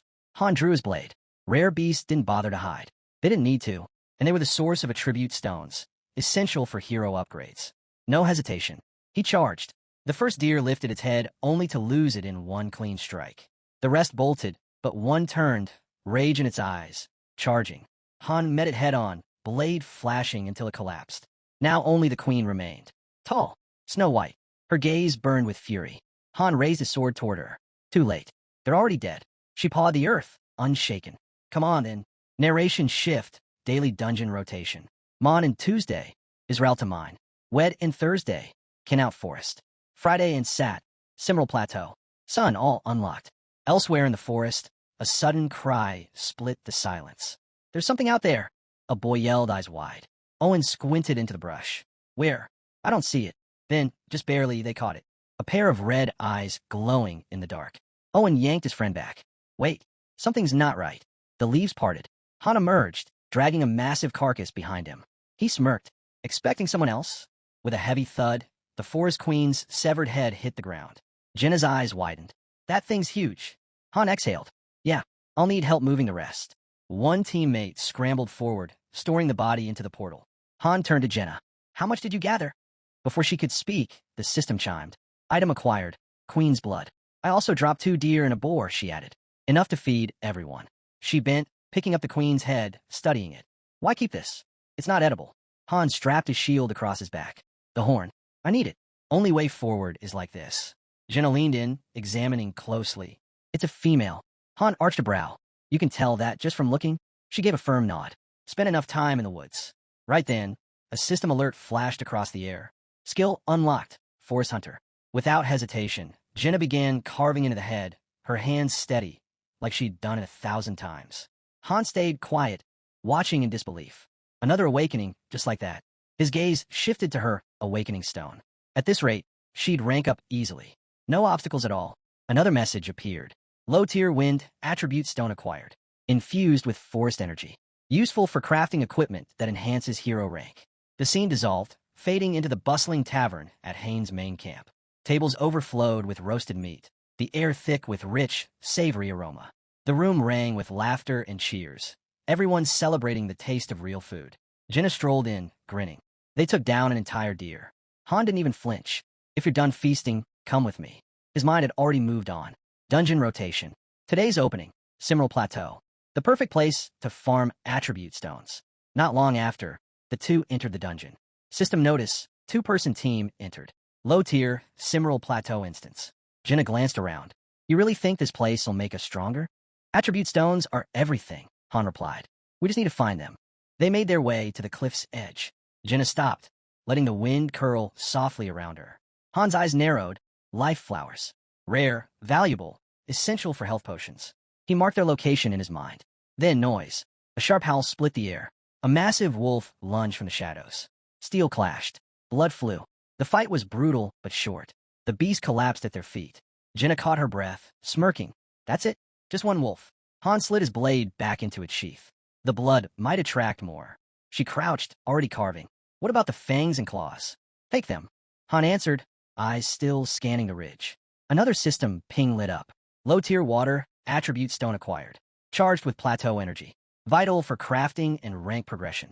Still working, Jenna looked up. It's kind of peaceful out here. Han raised an eyebrow. Wait till I'm done draining the blood before you say that. She let out a quiet laugh. If life was always like this, hunting, gathering, eating, it'd be enough. Perfect even. Her words lingered. If not for the master. Han froze. He hadn't heard anyone say it aloud before, but once he thought the same. Her voice softened. I hope he never returns. Han's eyes flicked toward her. Do the people in Nibelheim feel the same? Jenna held a glowing stone in her hand, its light dancing in the dim air. I don't see the point in endless fighting anymore. Synthesis is over. Jenna closed her eyes. If you could do something for me, something quieter maybe. Han didn't answer right away. Maybe. Depends on how things play out back at base. She turned toward him, sharp. Then why talk about peace if you've got no plans to leave the front lines? That cut deep. Han shut his eyes, a faint smile tugging at his lips. But he stayed silent. Days slipped by. Then light. The team materialized in the middle of a dense forest. System alert. Floor 6 reached. Mission type, reconnaissance. Objective, scout and assess the surrounding terrain. Another ping followed. Daika has joined Group 1. Daika flashed a confident grin. You got nothing to worry about. I got this. Aaron wasn't convinced. This doesn't feel like one of the daily dungeons. The squad leader cut in. It's not. Recon missions follow their own rules. Aaron swept his gaze across the tree lane. The forest was unervingly still. Feels like the 5th floor again, too quiet. Quiet, someone hissed. No talking, no movement. The group hit the dirt instantly. One teammate whispered nervously, do we really need to be lying here? Han glanced at Aaron, his voice calm but firm. This isn't like before. Trust the process. Follow orders, we'll get through it. Aaron gave a slight nod, lowering himself further. Minutes crawled past. Then they saw them. 3 goblins. Level 8. Standard enemies. Nothing special. But Han's eyes locked on one detail. The horn strapped to a goblin's belt. Everything shifted. He lifted his head. Jenna was perched in the branches above. You see anything? She answered without hesitation. Goblin village up ahead. Large. At least 100. Hans got twisted. A trap. One wrong move, and they'd be buried in numbers. He ran the battle through his mind. Fast and precise. Then gave the call. Jenna, take the one on the right. Aaron, move as soon as they're distracted. Take the second. Aaron steadied his grip, eyes locked in. Han turned to Daika. If it goes bad, cover them. You got it. Daika drew his blade. In an instant, Jenna loosed an arrow. Clean shot, straight through a goblin's forehead. Aaron burst from cover, spear driving through the second. The last goblin's hand shot for the horn. But Han was already there. Too late. One strike. Head severed. System notification. Floor cleared. MVP. Han. Reward. 5,000 gold. In a blink, the forest dissolved. They stood in the waiting room. Daika blinked in surprise. Wait, that's it? We're done. Han shook his head. No, not even close. He didn't wait. He broke into a sprint, heading back toward the tree line. Recon missions weren't just routine sweeps. They were previews. Hints. The future written in fragments. Patterns buried beneath the chaos. He pushed forward until the trees opened. And there it was. The goblin stronghold. Massive. Wolves chained to stakes. Goblins patrolling the perimeter. Not a camp. A fortress. Through the fence, Han caught something odd. One goblin suddenly snapped its head around, staring into nothing. But all that lingered was a faint shimmer of blue particles fading away. Then, flash. The whole squad was yanked back into the waiting room. Jenna's eyes found him right away. Why'd you run off like that? Han didn't look at her, just scouting ahead. But inside, his thoughts wouldn't stop. Main dungeons don't just appear. They follow a flow, one chain leading into the next. And those who read the flow, they know what's coming before anyone else. But that all hinged on one thing. Whether the master noticed. Han wasn't sure if anyone else had seen what he had. And not knowing, that unsettled him more than anything. The pace was shifting, faster than he expected. Right then, Chloe came running in breathless. No build-up, no pause, straight to the point. Strangers had arrived. Armed. Dangerous. And there was something unnatural about them. Han's expression hardened the instant he heard it. He already knew. In his mind, the image formed clearly, top-tier heroes. The system backed him up, notifications flooding in. The wolves of destruction have arrived. Special condition. 5 heroes with a linked bond. Strength amplified. Han's jaw tightened. This wasn't chance. And then Isel appeared. Han wasted no time. Did the master make another move? Her answer came with a smile. Yes. A beginner's bundle. 50 grand. Han calculated instantly. That meant 25,000 crystals. 50,000 gold. He glanced at Chloe, still frozen beside him. Yeah, these weren't just strong. They were elite. If it were him, he'd have brought them in too. The 5th floor demanded it. He turned to Chloe. Go back to the kitchen. Nothing will happen to you. I promise. These ones, they're built different. Aaron passed by then, his voice casual, almost careless. Relax. Kick back. New people won't change much in the end. Han said nothing, but he knew better. The scene shifted. Another building. A black-haired girl stood in silence. Jenna spotted her immediately and hurried over, all smiles. Hi there. The girl blinked, surprised, then quietly returned the greeting. Hello. What's your name? I'm Jenna, she said with a grin. Then tilted her head, expectant. The girl hesitated. Edith. Jenna's gaze drifted past her. The man behind Edith stood tall, serious, imposing. Yet in her mind, Jenna imagined kindness hidden beneath the steel. He stepped forward. Not a word. Just silence as his eyes scanned Edith's status window. The truth was clear instantly. She carried class. A 3-star hero. A thief type. Classic. Deadly. Her build wasn't about muscle or stamina. What stood out was speed. Dexterity maxed, sharper than anyone else. Daggers, not bows, were clearly her weapon of choice. Without breaking eye contact, Han asked again, her name, and if they could talk somewhere more private. They moved to a tavern. Jenna set water on the table before slipping into a seat beside them. Edith studied him for a moment, then asked plainly, Do you even know what this place is? Han's reply was steady. Some of it. Not all. What about you? Her gaze dropped, voice low. She admitted she didn't remember much, only that she'd been summoned to fight. Every attempt to think beyond that brought nothing but pain. That made Han lean in. What do you know about synthesis? The word alone made her tense. Slowly, she explained. Synthesis was strength. Power gained by absorbing others. Han's mind turned. That kind of knowledge wasn't common.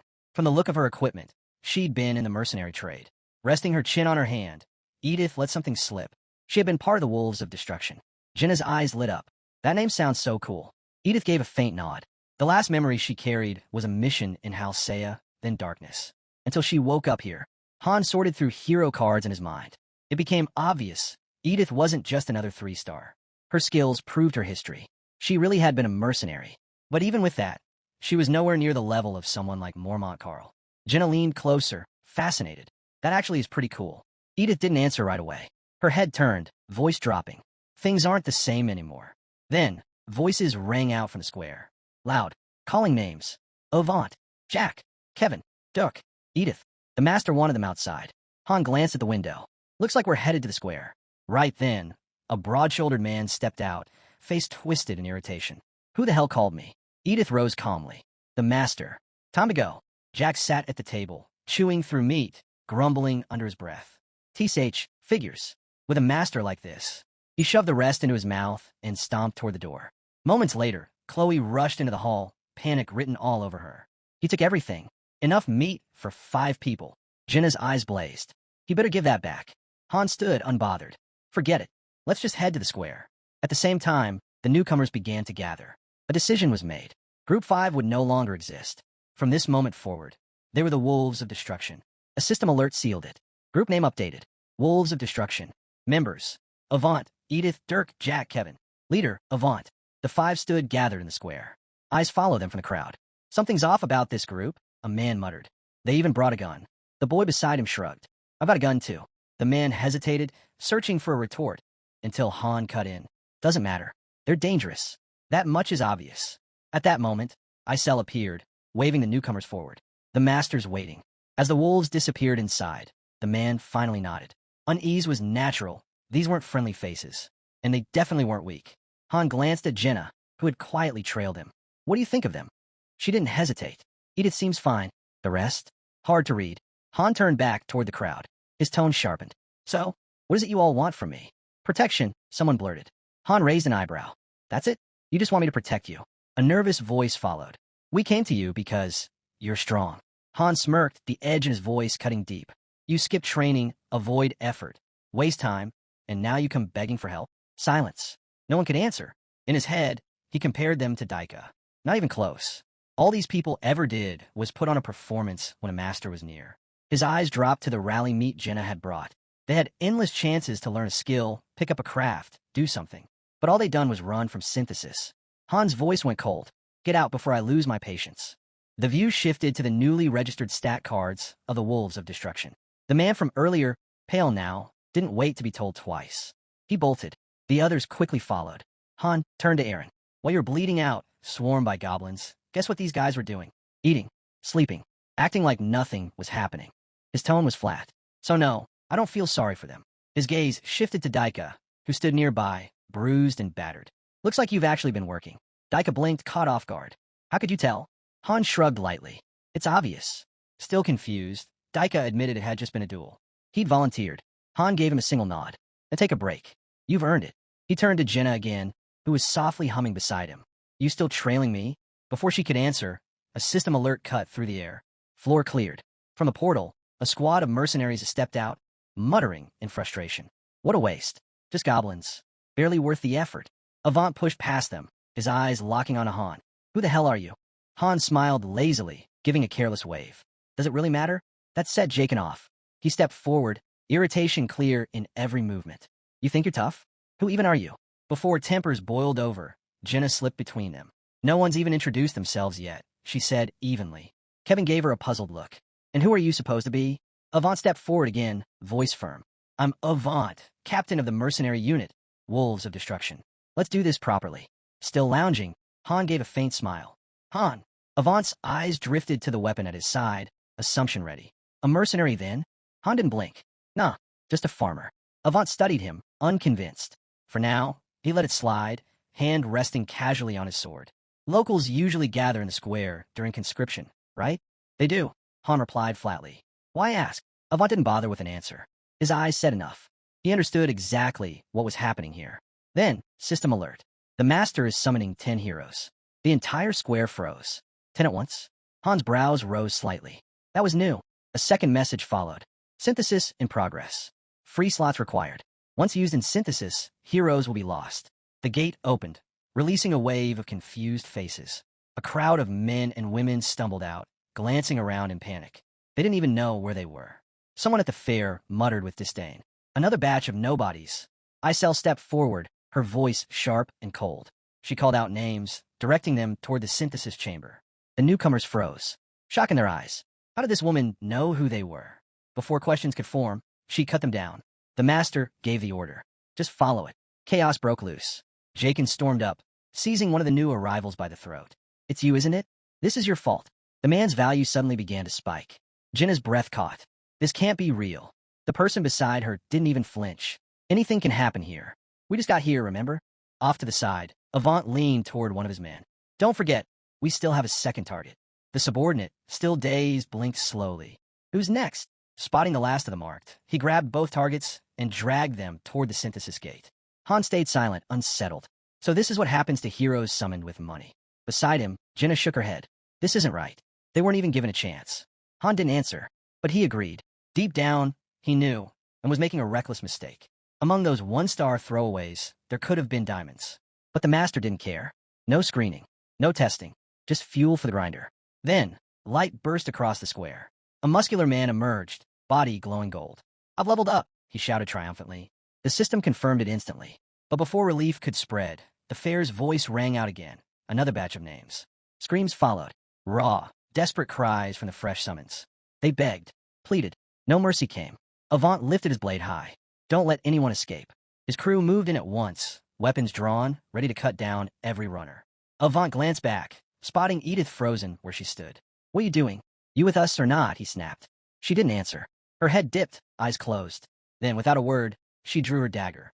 Han broke the silence, his voice steady. Isel, send a message to the master. Tell him this. Don't throw people into synthesis without checking first. Without hesitation, Isel summoned her keyboard, fingers flying. She added her own warning. You might be wasting valuable assets. Han exhaled slowly, eyes shutting. This world, it really is a second life. Jakin stormed forward, fury written across him. You'd better stay out of this, he spat. Han didn't even flinch. His smile lingered. I'm not interfering, just passing along some advice to the master. Then he turned his gaze on the still glowing warrior, smirking. Not so amusing anymore, is it? The man snapped. Roaring, he tore his axe free and lunged. You bastard. An arrow whistled through the air, burying itself just short of Jakin. Joanna stood, bow drawn, eyes sharp. The next one goes between your eyes. Jakin's jaw tightened. You little. Avant didn't hesitate. His sword came up, blade leveled at them. Did you just attack us? Edith rushed forward. Wait, don't do this. Let's just talk. Avant shoved past her. Stay out of it. His blade turned toward Han, voice low and sharp. Do you even know who you're talking to? Han met his stare calmly. Of course. And then, with a smirk. You're trash. A system alert cut across the air. Hostility detected toward 4 heroes of the Wolves of Destruction. Feud status triggered. Monitoring inter-hero relations. The wolves closed in, tension spiking. Before blades crossed, the fairy zipped between them, hand raised. Heroes can't fight each other, she warned. Unless you're eager to be punished by the master. Han's voice was cool. That's not a real rule. The fairy froze, nothing to say.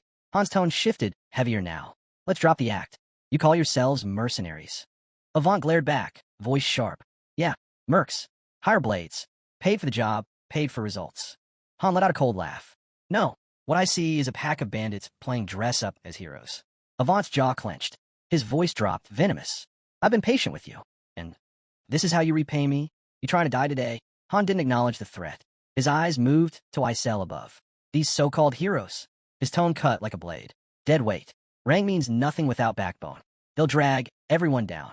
Start fights. Ruin everything. Isel stared down at him. Stunned, words caught in her throat. Han raised his hand, smile curling. Let's settle it with a duel. The system lit up immediately. Duel challenge issued. Han versus Avant. Rules were clear. Duels settled disputes between heroes. Conditions could be added at will. Avant's second in command gaped at him.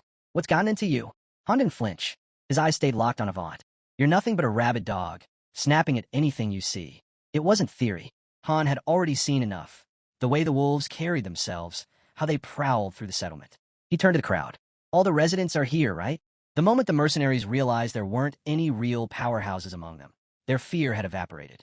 Han lowered his hand, eyes shutting briefly. The new recruits, they won't be able to stop people like this. Avant scowled. What the hell are you talking about? Even Jinna tilted her head, confused. Han opened his eyes. If I win, I absorb you. If you win, same deal. That's the condition. Avant's grin stretched wide, hungry, cruel. The system chimed again. Avant has accepted the duel. Condition confirmed. Synthesis. Begin duel? A weapon shimmered into being before Han's eyes. His lips curled into a smirk. This is going to be fun. The duel screen hovered, waiting. Han's fingers twitched toward it. Avant was already unsheathing his blade, wasting no time. Han chuckled. Nervous? Then his gaze flicked to Jenna. Get everyone out. Now. She blinked. Wait, you're fighting him alone? Han rolled his shoulders, stretching casually. Calm. Loose. Catching the worry in her eyes, he smirked. What? You're actually worried about me? Click. The button was pressed. The duel began. Both men locked eyes. No retreat. No interference. The fight wouldn't stop until one of them surrendered. Avant wasn't aiming to kill. He needed Han alive. Han spared a glance at Isel. Make sure no one interrupts. Before the words faded, Avant lunged, sword cutting through the air, rage behind every swing. Furious Han hadn't even drawn his weapon. Han read him instantly. Strength pushing 20. Swordsmanship at level 3. Definitely not an amateur. Then, his pupils burned red. Berserker. Activated. Avant froze. His confidence fractured. He'd miscalculated. Han blurred from view, vanishing, then appeared behind him like a phantom. His hand clamped down on Avant's arm, his grip locking on the back of his skull, and he drove him into the stone. Face first. The mercenary slid across jagged rock, skin ripping against the ground. Han finally drew his blade, gave it a slow, casual spin, effortless. The message was clear. He was in control. Without hesitation, he plunged the sword straight through Avant's body. Say it. Han's voice was cold. Surrender. Avant screamed, body twisting under the pain. His own cries drowned his attempt at words. Han leaned closer, pressing the blade in deeper. His voice cut sharper than steel. Louder. Everyone here needs to hear it. Kevin suddenly stepped forward, panic etched across his face. Stop. That's enough. He's finished. Han's eyes cut toward him, cold and unshaken. Don't fool yourself. Him and his crew, they wouldn't hesitate to wipe us out. This isn't a sparring match. Kevin froze. Until now, he believed they were all chasing the same goal. But Han's words, unyielding, final, left no room for doubt. Avant, a bloody wreck on the stone, lifted his head. His voice broke, trembling. Why do you hate me this much? He whispered. We agreed to this duel. Isn't our choice how it ends? Just as he tried to stammer out surrender, Han clamped a hand over his mouth, silencing him. The fight's still on, Han said, voice like ice. He hasn't spoken. He turned back to Kevin. He's mine now, and I'll decide what happens to him. With one hard pull, he yanked Avant closer, his grip unshakable. Dirk and Edith stood frozen, discomfort plain in their silence. One of Avant's men snapped, shouting across the square. You'll regret this, Han. You know who we are. You think this ends here? Han didn't blink. His hold never faltered. Instead, his gaze slid to Edith. Calm. Steady. You really call yourselves mercenaries? She looked away, unable to meet his eyes. We used to be, she murmured. Han's smirk cut deep. No, you're bandits. Thieves who rob even their own clients. Then his tone sharpened. So why are you still with them? Edith faltered, caught off guard. My father asked me to. That's all. Don't judge me so quickly. Still pinning Avant to the ground, Han didn't soften. One question then. Are you staying? Or are you walking away? Edith froze in place. From behind, one of her teammates erupted in fury. Don't even think about it. Betray us, and you'll pay for it. Avant's bloodied hand reached toward his fallen sword. The teammate kept shouting, voice cracking with rage. You'll regret it forever if you turn your back on us. Avant's fingers brushed the hilt. Han moved first. His blade drove straight through Avant's hand, pinning it to the stone. He never even looked away from Edith. There's room for one more, Han said. Calm. Certain. Final. Her teammate screamed again, spitting venom. You'll regret this. Don't do it. Edith trembled. Her whole body tensed. She closed her eyes. Then, quietly, firmly, she stepped forward. She didn't turn back. She walked straight toward Han. And just like that, Edith severed her ties with the wolves of destruction. Han felt a wave of satisfaction ripple through him. Her choice had shifted everything. A true turning point. The wolves stared, frozen, rage and betrayal written across their faces. But Edith didn't waver. Disappear, she said, brushing off their threats like nothing. Meanwhile, Han shoved Avant harder into the dirt. The man coughed, gasped, choking through soil, still struggling to force out his surrender. But Han wasn't convinced. His voice cut like steel. Do you mean it? Or are you just hoping I'll let you crawl away? Avant's eyes burned, fury twisting his face. You'll regret this, he spat, then screamed for his allies, desperate for help. That was the end. The instant his cry rang out, his teammates snapped. They charged, blinded by rage. But they never made it. Isel materialized before them, her presence like a wall slamming shut. Hovering midair, her eyes were sharp, unyielding. "The duel isn't over," she said coldly. "You have no right to interfere." They didn't listen. "Move!" one of them shouted, surging forward. Han's lips twitched, almost amused. He already knew they wouldn't get past her. Isel's gaze sharpened, a wild glint sparking within. "I warned you," she whispered. And then chaos. Screams ripped through the square. Bodies were hurled like toys, smashing against stone. Blood sprayed high, painting the air before raining down across the dirt.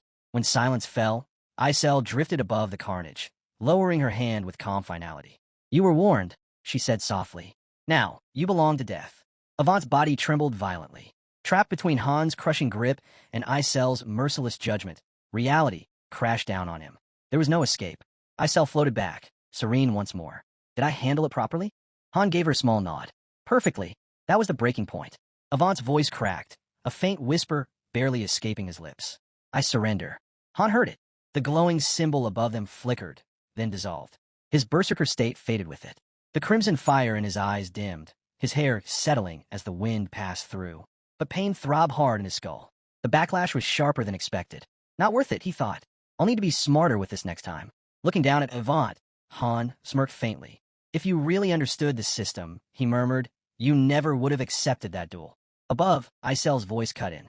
"The Master's been tapping nonstop," she warned. "He's furious with how this played out." Then a glowing card formed before Han. His skill level surged. He didn't react, but Isel did. Her expression twisted with concern. If he's this frustrated, he might drop the game altogether, especially after spending so much on a hero he barely used. Han stayed calm, voice steady. If he was going to quit, he'd already be gone. After all, he had just absorbed a 4-star heroine. Han pushed himself to his feet, something unreadable flickering in his eyes. So many summons, so many wasted. In the end, all of them, nothing but dead weight. His gaze swept over the broken corpses strewn across the square. Maybe one day, the Master will see how flawed his choices really are. But right now, the Master was livid. Han felt a shift inside him as he hit level 10. His stats had risen, solidly matching a 3-star hero. Strong, dangerous, but still not enough. Not for the summit, not for the tower. Unless the Master chose to synthesize him, Han knew he'd never reach the very top. He lifted his eyes skyward. Above, the Master's ever-watchful gaze lingered. "What are you thinking up there?" Han wondered. "What do you feel when you look at me?" He held the stare, unflinching. And in that moment, quietly, but with iron resolve, Han made a vow. "I won't let you vanish. Not now. Not ever." The sun burned overhead. In the distance, the city's towering wall loomed, sealing everything in. Han leaned against a nearby house, eyes closing for just a moment. He needed silence. But peace didn't last. The crowd gathered fast. Dozens of voices swelled around him, full of awe, full of gratitude. Daika's face lit up with pure respect, eyes shining bright. But Han didn't join their celebration. He reached out instead, fingers brushing Jenna's cheek. His voice low, steady, edged with quiet disapproval. "Why'd you tell them?" Jenna kept silent. The crowd never noticed the shift in his tone. They kept cheering, their voices piling on praise. To them, Han wasn't just strong, he was a savior. Han sighed, long and quiet. Then his gaze swept over the faces around him. "You're all missing the point." A man stumbled forward, voice breaking with emotion. "We give our lives for you. You saved us." Han's eyes went cold. "That had nothing to do with you," he said flatly, turning his back. Silence fell heavy. Someone dared to whisper. "What do you mean?" Han turned again. "The Master's furious. That's why he summoned his allies." Confused murmurs rippled through the group. One man tried to calm them. "Maybe it's just another goblin wave." "No," Jenna interrupted, unease in her voice. "Why summon 6? Wasn't 5 enough to clear it?" Han didn't even look at her. It was for synthesis. The words sliced through the air. Gasps. Silence. Faces drained of color. One man, shaking with rage, stepped forward. "We've always fought. We've done everything we could to survive." Han didn't move. Instead, he called Aaron and Daika forward. They approached, cautious. Han's gaze locked on them. "You really think these people gave their all?" he asked. "What were they doing while we were out there? Breaking ourselves, pushing past the limit." Then he turned to Jenna. "Did they help you hunt?" She faltered. "They carried the meat." Han didn't blink. "Even animals can do that," he said. "They're no better than livestock." That broke the crowd. A roar of anger erupted. One man lunged at him. Han struck first. One blow.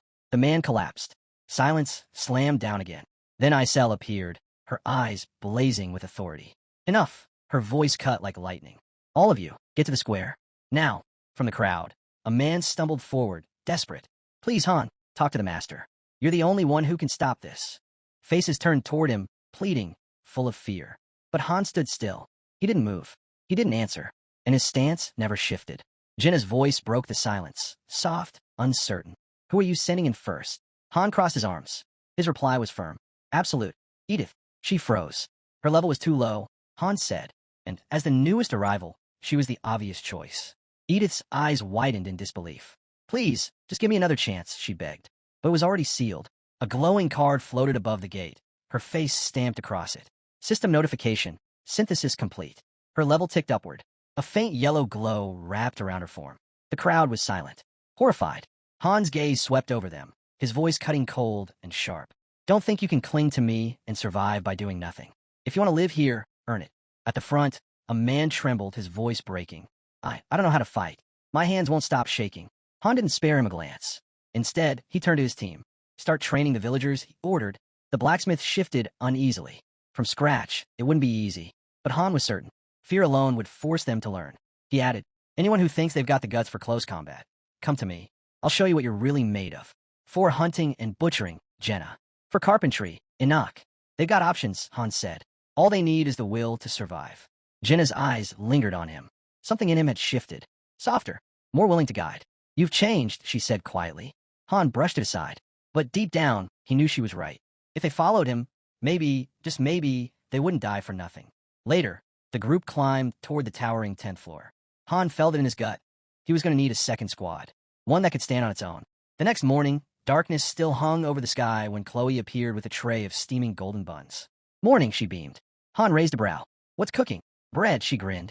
No flour, though. My partner was a baker. We used ground potatoes instead. Han tore into one, nodding with approval. Clever. Maybe we should grow wheat on the plateau. Could be the start of something real. The door creaked open. Edith stood waiting. Let's head to the training arena. Han noticed it immediately, the shift in her stance. Straight, confident. On the field, Jenna was already waiting, bow strapped across her back. Han walked up. Lose the bow. Spar with Edith. Daggers only. Jenna blinked. Daggers weren't her specialty, but she didn't hesitate. She drew the blades, spinning them smoothly in her hands before stepping onto the field. The match began. Edith moved fast, darting, weaving, eyes tracking every twitch of movement. She couldn't help but admire Jenna's precision. But Jenna wasn't holding back. You're not a kid, she called out. So stop fighting like one. Their pace accelerated. In seconds they were blurs, blades flashing, steel clashing across the arena.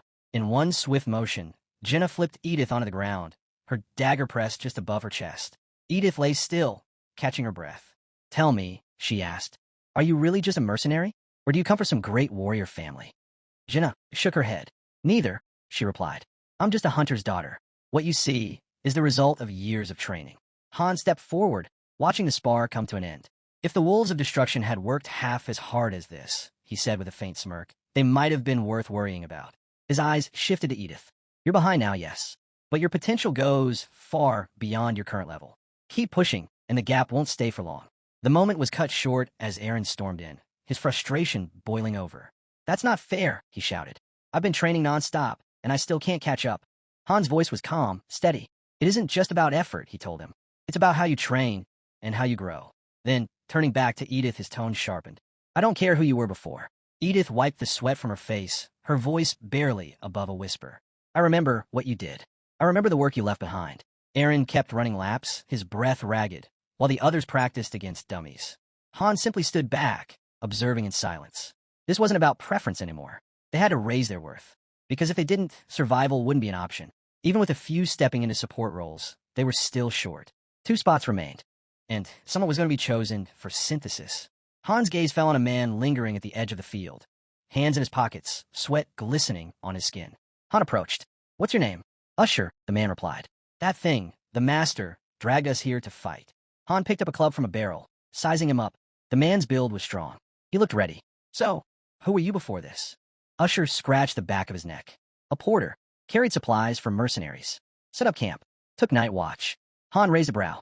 You moved better than someone who only hauled gear. Usher gave a small laugh. I always dreamed of getting promoted someday, becoming a merc myself. A faint grin crossed Han's face. Without warning, he raised a club. Then prove it. Show me what you've got. Not far away, two angelic statues stood carved into stone, the markers of the trial every recruit would face. That night, the master made himself clear, volunteers didn't matter. Eren threw himself into fight after fight and still went unnoticed. Two were chosen for synthesis. Neither survived, but Usher's card glowed with light. He endured. He rose again, stronger, now level 3. The rest were sent to the daily dungeon. One terrified recruit barely escaped, sprinting from a monster's jaws. Meanwhile, far underground, the mine of firestones remained sealed untouched, and under the heavy silence of the night, the settlement slept. At dawn, the streets filled with restless voices once more. Han stood at the front, arms crossed, scanning the gathered crowd. Anyone want to guess why you're here? The group shifted uneasily until Daika raised a hand. Are you picking a new team? Jenna frowned. Wait, I thought only the master could do that. Han gave a casual shrug. He listens to suggestions. This one's mine. He lifted a glass filled with folded slips of paper. We're drawing lots. Murmurs rippled through the group. 2 teams, Han said with a faint smirk. 6 of us. 3 each. Daika's face tightened with doubt. Relax, Han added. There's no downside. Each team gets a leader. He tapped his chest. One team has me. Then, turning slightly, the other has Edith. Edith froze. Me? Not Jenna. Han's gaze dropped, his voice flat. I don't like Jenna. Edith hesitated. Why split us at all? Han's reply came sharp and clear. We can't put everything on one team. If they fall, it's over. We need backup. For a moment, he closed his eyes, the memory of the 5th floor flashing in his mind. The chaos, the raw power difference. They'd barely made it out alive. One weak link had nearly dragged the entire squad down. He pictured maps, routes, and strategies. In a perfect world, a single elite team could storm through every level. But reality demanded more. Some missions ahead would require dozens, maybe hundreds. And one unprepared recruit could ruin it all. This second group wasn't just insurance. They were the final safeguard if Team 1 ever collapsed. Han thought of ending, recklessly throwing money into summoning heroes without plans or strategy, yet still managing results. There had to be a secret behind their success, something he hadn't figured out yet. He shook the thought away and raised the glass again, the slips now color-coded. Red team's with me. Blue goes with Edith. The division was clean. No room for protests. Setting the glass down, Han's voice cut through the air. Move out. A sudden gust swept across the training field, stirring dust and rattling wooden dummies. Jenna and Eren glanced down at the red slips clutched in their hands. Edith scanned the faces around her. She didn't need to guess. They didn't trust her. Daika confirmed it bluntly. Yeah, we don't trust you. Edith only shrugged. I'm new. Haven't done much yet. I get it. Han watched the tension build, then called out with a crooked grin. You'd better level up fast, Edith. Otherwise, you'll be choking on our dust. She smirked right back. After what we pulled off yesterday, don't expect us to go down easy. The moment didn't last. Both teams reached their next destination, and the skies split open. Rain came down hard as monsters closed in from every direction. A glowing system prompt appeared before their eyes. 7th floor, mission objective, eliminate all goblins. Rain poured down in sheets, but Han and his squad stood firm, goblins snarling all around them. Eren grinned, hefting his massive blade off his back.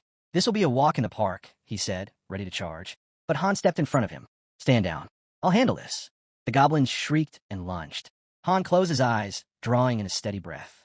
A glowing prompt appeared before him. Berserk mode activated. His body ignited in a deep crimson glow. Then he moved. Like a storm unleashed, Han tore through the horde, every strike cutting down another foe. In moments, the battlefield lay silent, littered with motionless goblins. Only one remained, frozen and trembling. Han slid his blade onto his back. Jenna stepped up beside him, wanting to finish it. He shook his head. No, something's wrong here. This floor has more to it. Leave it. It's no threat. Turning away, Han walked toward the river where a broken dam loomed, shattered under the storm. As he studied it, a system alert rang out. Floor cleared. Reward, 10,000 gold, iron, or leather. Back outside the dungeon, Jenna stretched. I'm heading to wash up. Eren cracked his knuckles. I'll hit the arena. Need more training. But before he could leave, Han stopped him. Wait, Eren. A new system prompt appeared. Master has selected double beginner's pack. Cost, 90,001. Reward, 5,000 crystals, 100,000 gold. Han turned to Jenna, his tone sharp. Grab the lot from my room. Then he looked Eren dead in the eye. Go get Edith. Another notification blinked. Items would arrive by mail. Han's gaze shifted toward a nearby building glowing faintly pink. New players are about to flood in, he muttered. A small smile tugged at his lips. This always happened. Han wasn't the type to spend freely, but once he started, he never stopped. He remembered his first time logging in, how real it all felt. The AI alone had stunned him. Just watching Haynes move had been entertainment in itself. It wasn't just the battles or the synthesis system that drew people in. The game felt alive. Real players making real choices, even support heroes acting like they had minds of their own. Han had pulled plenty of friends into the game by now, and he always told them the same thing. The best part wasn't winning. It was watching how people handled the chaos. Memories of past players flickered in his head. Every floor harder than the last. Every wave, something new to manage. That was the thrill of being a master, guiding, planning, deciding every move. Then, two figures stepped into view. System IDs appeared. Ivalka and Roderick. The man scowled, glaring at the girl beside him. Who's she? Before anyone could respond, Ivalka stumbled, collapsing right in front of Han. Jenna walked over, frowning. What's with her? Why is she on the ground? Han brushed it off with a wave. Probably her clothes. Too fancy. Not made for moving. Edith stepped up, eyes scanning Ivalka. She's definitely noble, she said flatly. Edith glanced at Han. I've seen enough mercs to know people. So tell me, what's a noble doing here? Sunlight poured over the settlement walls. Han stood in silence, turning it over in his head. He understood summoning, he understood synthesis. But stats, skill trees, the finer mechanics? Still a mystery. He wasn't some high-level gamer, just a city guardian who happened to take things seriously. Then Roderick spoke up, uneasy. It's strange, like something's pulling the strings. Like there's an enemy right in front of me, and I'm forced to act. I can't shake the feeling. Han gave a slow nod. I'll explain everything. After the draw. He turned to Edith. It was time. The draw began. Blue team ended up with the old man. Red team drew the noble girl. Han stayed quiet, observing. A hardened veteran versus a sheltered aristocrat. The difference couldn't be clearer. Just then, Jenna rushed in carrying a glass. She sat down firmly. All right, time to draw your lots. Han didn't hesitate. He sprinted forward, hand shooting toward the glass, straight for the left slip. Ivalka's eyes tracked his every move. Then, something flickered in his mind. Fire? Edith reached at the same moment, her hand colliding with his. They locked eyes above the glass, both refusing to pull back. The same question hung unspoken between them. Who's letting go first? Han's gaze shifted to Ivalka. You a mage. A small flame danced in her palm as she raised her hand. Consider this my introduction, she said calmly. Neither Han nor Edith moved, neither willing to give up the lot. Han's thoughts raced. Warriors, rogues, even archers could be summoned in droves. But mages? Mages were rare. Too rare. Only available through donation summons. And even then, the odds were terrible. Caught in the tension, Ivalka looked shaken. Why are you all acting like I've done something wrong? That's when Jenna snapped. You peek at the lot, she shouted. That's cheating. She yanked the glass away. This was supposed to be random. No more bending the rules. Ivalka blinked, overwhelmed. What are you even doing? Han's reply was casual. Figuring out who gets you. You hesitated longer than the old man.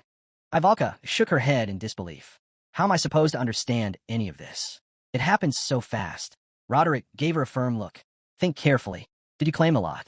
Her hand flew to her mouth. This is awful, she whispered. Jenna folded her arms. This time, no tricks. We do it properly. Han gave Edith a nod. Let's draw again. Fair and square. Both pulled their lots. Han held his up, grinning. Settled. He turned to Ivalka. You're with me. With a quick motion, he sent her the party invite. Suddenly, Isel's hand shot out, dragging the other man away. His eyes widened in panic. You said we wouldn't get hurt if we worked hard. Han's tone stayed calm, almost indifferent. I'm not great with support types. Then, glancing back at Ivalka, his voice sharpened. If you don't want to end up like him, stay close to Isel. A message blinked into view. Synthesis complete. Ivalka's card pulsed with light, her level climbing. Han closed his eyes. That's what happens when you fall behind. He watched Isel walk off with the others. No choice this time. Better to follow the plan than get forced into it. Standing beside Roderick, Han gave a small nod. You're next. Then, almost casually, they were just synthesis material anyway. Another alert chimed. Roderick, level up. At the gate, Isel raised her hand. Open the space-time rift. Han's gaze sharpened. This was the rookie trial. Every step unfolding exactly as expected. Team 2, head inside, Isel ordered. Edith shot Han a sly grin before turning away. Looks like I'm leading Roderick this time. Guess that makes me your stand-in.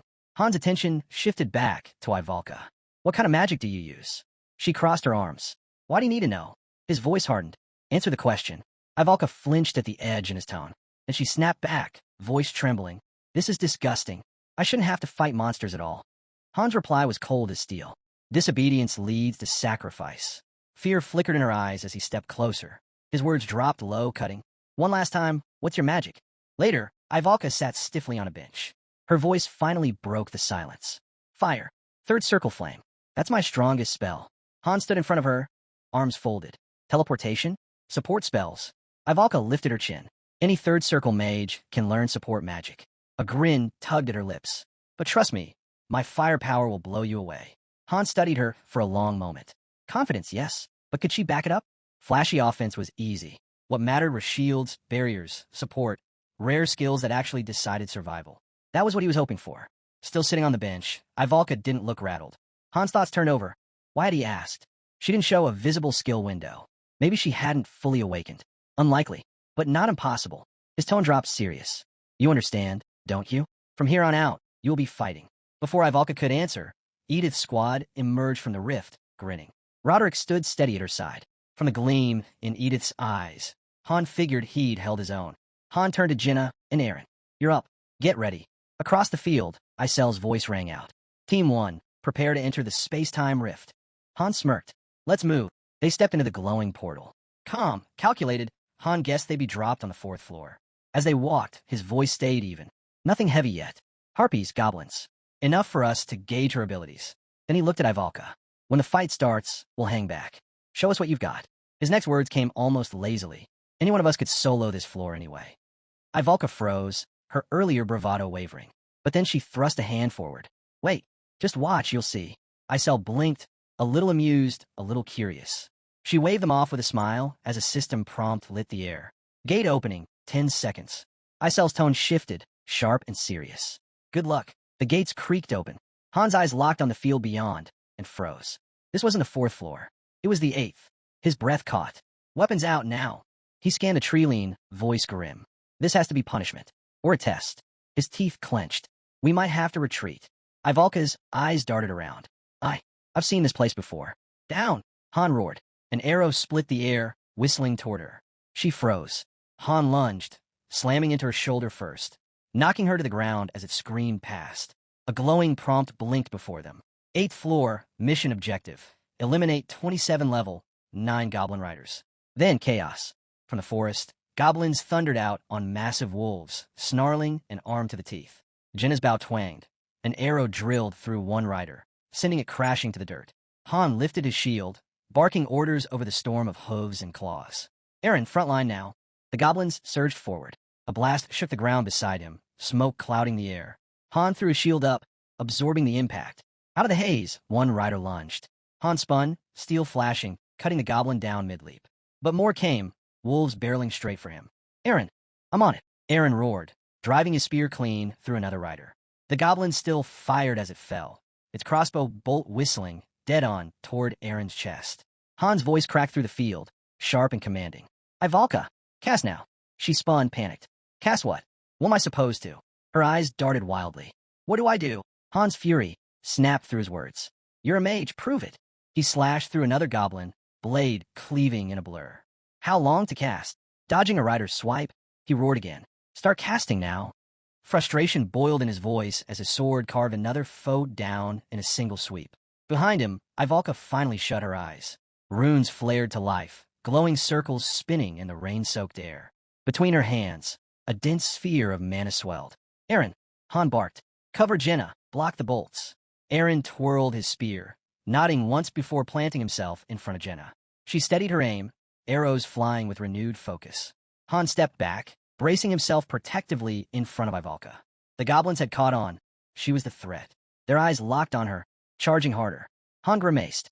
She doesn't need a magic shield, and soon. He risked a glance over his shoulder. Could she even channel through barriers? He wasn't sure. Didn't matter. She wasn't listening. Her eyes were shut, mana pouring into the spell, everything else shut out. Wide open. Jenna's shout cut through the clash. Han's jaw set. This was bad. Ivalka was rising, feet lifting off the ground, her entire body glowing as she focused. But she was frozen in place. At her level, she couldn't move and cast at the same time. The wolves drew closer. One lunged, jaws snapping. Han braced, shield colliding with the rider's strike. The impact rattled through his arm, knocking him off balance. The goblin slashed, narrowly missing as Han rolled hard, mud splattering across the ground. He sprang up in one fluid motion, sword arcing clean through the rider's chest. The wolf collapsed, lifeless. But the swarm kept coming. Another wolf lunged, low and fast. Han didn't hesitate. His blade cut clean, splitting it in a single stroke. Blood sprayed across the battlefield. He spun, and his stomach dropped. A goblin was already on Ivalka, weapon raised. Han didn't think. He just moved. He darted forward, yanked her back, and ran. Through the chaos, he shot her a hard look. You're reckless. Don't cast without defense. The squad sprinted toward the forest. Is the path still blocked? Jenna panted. We'll deal with it when we get there, Han growled, dragging Ivalka by the wrist. As soon as we hit the trees, you unload everything you've got. The goblins closed in. Ivalka nodded once, breath sharp, eyes narrowed. Jenna glanced back, pointing ahead. We might be able to cut through. Ivalka faltered. Han didn't slow. He shoved her forward with a hard kick. You think dying's an escape, he snapped. Then he stopped cold. Eyes locked on the swarm. His body shifted. Fangs bared. Muscles coiled. Go, he growled. I'll catch up. A notification pulsed. Berserk mode activated. Crimson light tore across his body. His second transformation that day. His muscle screamed, but he kept going. A crossbow bolt screamed toward him. Han caught it with a shield, then ducked under a charging rider. The collision nearly dropped him flat. On one knee, gasping, surrounded. Another goblin rushed. Han's grip tightened. With a roar, he exploded forward, smashing through their line like a wrecking ball. They think mobility's their edge, he shouted, voice wild. Then we take it away. His shield slammed into a rider, sending both goblin and wolf crashing back. He fought like a storm, strike after strike, no pause, no mercy. Han, behind you. Aaron's voice cracked, panicked. Too late. Pain ripped through him. A system alert flashed across his vision. Berserk mode deactivated. A goblin loomed above, spear ready. Han twisted hard, driving his sword up through its chest. Blood splattered as its wolf collapsed under it. He tore his blade free, turning for the next wave. Aaron froze, helpless. Snap out of it. Han barked. I've got this, just hold your ground. He ducked another blow, dodged a wild flurry, striking back in brutal arcs. How much longer, Ivalka? He roared. She's done. Jenna shouted. Han bolted, bursting from the mob. He leapt high, vaulting across the battlefield. Midair, he kicked off a goblin's helmet, weaving through the chaos like a blur. Disappear, he snarled. And then it came. A crimson light exploded around Ivalka. Wind tore outward, her hair flaring as the earth shook beneath her. Her eyes snapped open. Ignite. Flames roared from Ivalka's hands. A firestorm erupted across the field, ripping past Han, obliterating everything in its path, yet leaving him untouched. The blast split the earth, shockwaves rattling the ground. Smoke blanketed the battlefield. Han hit the dirt, eyes darting, stunned at the sheer force behind her magic. What is she? Another beam ignited from Ivalka's palms, raw energy tearing through the goblin line as if it were nothing. From cover, Jenna peeked around a tree, jaw slack. That's real magic. Han's focus sharpened. Goblins were regrouping in the haze. Need backup now, he barked. He launched forward again, muscles heavy with fatigue, but his strikes stayed precise. Brute force alone wouldn't cut it. He had to rely on technique. Steel rang. Han parried one goblin's slash, twisted, and drove his blade straight through its chest. An arrow whistled, piercing another. Jenna grinned. Did that help? Aaron appeared at her side, his spear impaling a rider clean through. The wolf tumbled with its master. Need a hand, old man? Aaron teased. Han chuckled between sharp breaths, finally growing a spine. Jenna dove in. Arrows sang from her bow. She rolled under a strike, drew a dagger, and rammed it into a goblin skull. Then a wolf, riderless, bolted straight at Ivalka. She didn't flinch. Her eyes stayed shut. Before it reached her, a gunshot cracked. The wolf crumpled, a bullet buried in its skull. From the dirt, Jenna muttered, All right, now, it's serious. She whirled on Ivalka. Snap out of it. Move. Too late. Flames curled tighter around Ivalka's fist. Strange runes burned across her face. Jenna's eyes widened. Panic. Retreat. Now. Han and Aaron yanked back, retreating fast. Ivalka's eyes opened slowly. They'll burn, she whispered. The ground sizzled, then detonated. A torrent of fire ripped through the field. Ash and heat flooded outward. Han raised a shield, bracing against the inferno. If she didn't stop soon, they'd be consumed too. The smoke thinned. The battlefield was scorched, twisted, barely recognizable. Han scanned the wasteland. Is it? He stopped cold. More riders surged through the haze. And then Ivalka raised her hands again. Go beyond, she whispered. Ascent. A cyclone of fire exploded outward, spiraling into a storm that swallowed everything. Trees bent, earth shattered, the air itself burned. Jenna clung to a tree, nearly torn off her feet. The battlefield became a blazing maelstrom. When the flames died, Only ruin remained. A massive crater, scorched black and smoking. At the center stood Ivalka, motionless, surrounded by charred earth. Han's eyes widened. A system prompt appeared. Floor cleared. Reward, 20,000 gold, iron, or wolfskin. MVP, Ivalka. No one spoke as they walked from the battlefield, silence heavy around them. Finally, Aaron broke it. She wiped out over 20 riders. In one blast. Ivalka grinned, unbothered. That's the strength of fire. She pressed a hand to her chest, voice steady. And if I ever draw on my true power, you won't believe what you'll see. I carry the soul of the Rivel Witch. Ivalka's nose bled, then she crumpled to the ground. Han dropped to a knee beside her, pulling up her stats. She's out. Mana's at 0. He studied her unconscious face and let out a long sigh. She won't be casting again for at least a minute. That meant only one thing. They'd have to protect her until she recovered. Her card blinked into focus in his mind. No support skills. Strength, agility, endurance, all barely 1 star. But Han had led mages before. He knew what made them dangerous. Still, this was different. She wasn't a fighter. She was a weapon. A living artillery cannon with no armor. Pure firepower, wrapped in fragile skin. Jenna slung Ivalka over her shoulder with a grin. Watching them, Han thought to himself, power like this didn't show up often. She was worth keeping an eye on. When they stepped out of the portal, the team carried a different energy, spirits high. Han glanced at the sky. At this rate, he muttered, I might not be the one standing in the spotlight for long. The next day, progress shifted to a new priority, building a magic center. As the player logged in, the city map unfolded. A prompt shimmered into view. Select building. Research and Magic Lab unlocked. New research skills available. Alchemy Lab unlocked. Materials can now be synthesized. Library unlocked. Mages can expand magical knowledge. The map zoomed out, the 3 structures fusing into one sprawling complex. The Magic Hall. But as the city expanded, complaints came with it. Sweat dripping, Ivalka sprinted with the group, face twisted in frustration.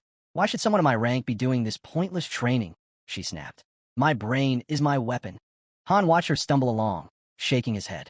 She could rain fire like no one else, but if she couldn't move while casting, she wouldn't last.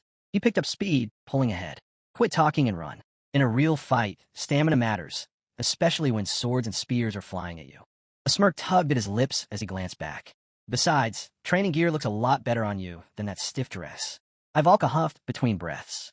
That stiff dress was custom-made by my family. It boosts my firepower. Han didn't slow. Yeah? Doesn't matter if you're too slow to live long enough to use it. He sprinted harder. And this barely even counts as training. 3 laps, no weights, jogging pace. Compared to my drills, it's nothing. With a grin, he surged ahead. You must really want potatoes for dinner, he called over his shoulder. Don't worry. I'll make sure someone hears about it. His eyes flicked to the side, spotting a guy still standing, just watching. Han laughed. You planning to stand there all day? Observation skills are great, but you'll need more than that. The scene shifted. Han stood before the newly finished Magic Hall. City map hovering in view, with Ivalka's data highlighted. A lucky break. Just before reaching the 10th dungeon floor, they had gained a mage. His eyes scanned the dungeon access routes. The newly unlocked Israelita mines widened their options. They could now clear 3 separate weekly dungeons in one run. Han pictured the loot vault. Dark, quiet, brimming with materials waiting to be forged into something greater. Time to begin potion production. A system notification flickered. Ending has logged out. Still jogging laps. Jenna raised her arms, shouting toward Ivalka. Come on, you've got this. Inside the magic hall, Han spoke half to himself as he worked. High-grade potions usually came from professional pharmacists or alchemists, sure, but with the mini-game system, anyone could craft them. Just like weapons. Just like gear. He glanced at his avatar. In the interface, it looked like he was holding a book, though he couldn't make out a single word on the pages. His gaze shifted to the cauldron. All right, he muttered. Let's get started. Flowers. Fangs. Tossed in. The interface blinked alive, the mini-game sparking to life. Han tapped through each prompt quickly. Success messages lined up, one after another. Test tubes lit, glowing with bright, swirling liquid. 6 healing potions. 2 for mana. Isel stood off to the side, while Han ran through the numbers in his head. Maybe people would ask questions later, but better to be over-prepared than dead. Night fell over the fortress city. Han stood at the brazier, fire crackling in the dark. His team circled around him. We've got a mage now, he said. His voice carried steady. He gestured at the flames. Guess why I brought this? With a sly smile, Han lowered his hand straight into the fire. Jaws dropped. What are you doing? Jenna gasped. Han didn't flinch. If Ivalka uses fire, then we'd better get used to fire. The flames licked at his skin. His grin turned sharp, almost feral, as he began to count. 1, 2, 3. Then he pulled his hand free. The skin was black and charred. He gripped his wrist, staring at his palm as the others froze. I'm fine. Before their eyes, the flesh began to heal, slow but steady. This, Hans said, voice low, is why it matters. He turned toward them, tone firm now. Her spells aren't just fireworks. If you're not ready, they'll cut through you the same way they cut through the enemy. If you want to survive, train for it. Jenna shifted uneasily. Do we really have to do this now? Aaron glanced down, nervous. How do we even know when to stop? Han raised his hand, scars still fading. You stop when the pain wins. He looked into the fire. We keep going until our bodies remember the flame. Aaron's lips twitched into a tight smile. 5th floor. I remember. His fingers trembled as he stepped toward the brazier. Han's hand shot out, grabbing his wrist. He leaned in close. Do it when no one's watching, Han whispered. No need to stand here proving yourself by screaming in front of the others. Aaron froze, then slowly stepped back. Jenna stood stiff, fists clenched. Her voice cracked. I can't. I'm not doing this. I fight from the back anyway. Han stepped toward her, smile softening. He took her trembling hand, guiding it toward the flames. If we do it together, it won't hurt as much. Just a little sting, like a mosquito bite. His tone gentled, but the weight stayed. You really gonna keep running every time Ivalka casts? In his mind, Han saw it clearly. Ivalka surrounded, monsters pressing in on all sides. No teleportation, no shields, only fire, only her. Without them, she wouldn't even last a minute. She couldn't dodge, not even against the slowest foe. Han's eyes locked on Jenna.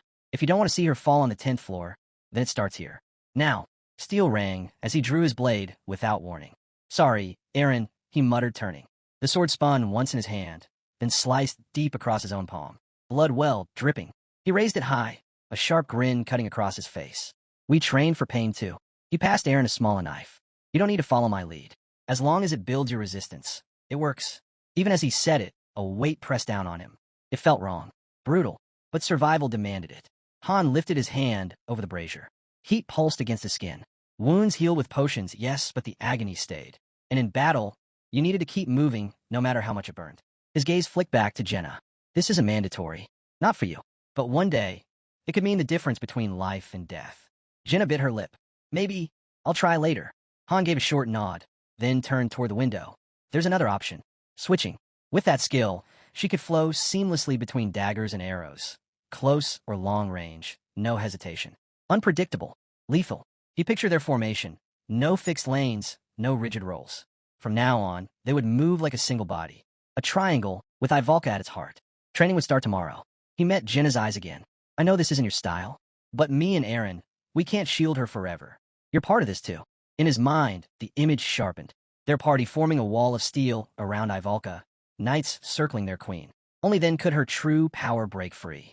2 mages would have been ideal, one for attack, one for support. But they only had her. No backup. Han exhaled slowly. They hadn't even cleared the 9th floor yet. And chances were, they wouldn't. The second team would likely claim that victory, gain the experience. Everyone knew it, even Enning. They were being molded into the fallback unit. Han set down a bucket of water and spread the cards across the table. Each bore a single word: subjugation, survival, guard, breakthrough, execution, defense, siege, pursuit, escape. It was clear now. The 10th floor wasn't for one team. It would demand 2. He struck a match, dropped it into the brazier. Flames roared to life. This wasn't just another dungeon. It was a joint operation. High stakes, high risk. Han thrust his hand back into the fire. His jaw clenched. No more mistakes. No more close calls. Smoke curled up, burning his throat. He coughed, eyes watering, but he didn't move. The scene cut to a small glowing house. A new message blinked in the air. Skill unlocked. Fire resistance. Inside the chamber, Han stood face to face with Ivalka. His words cut sharp and direct. As you are now, you're nothing but dead weight. She froze, eyes widening. If you're going to tone down your spells, he pressed on, then shortened the cast time. Save your mana. Otherwise, don't even bother. His gaze didn't waver. Well, can you handle that?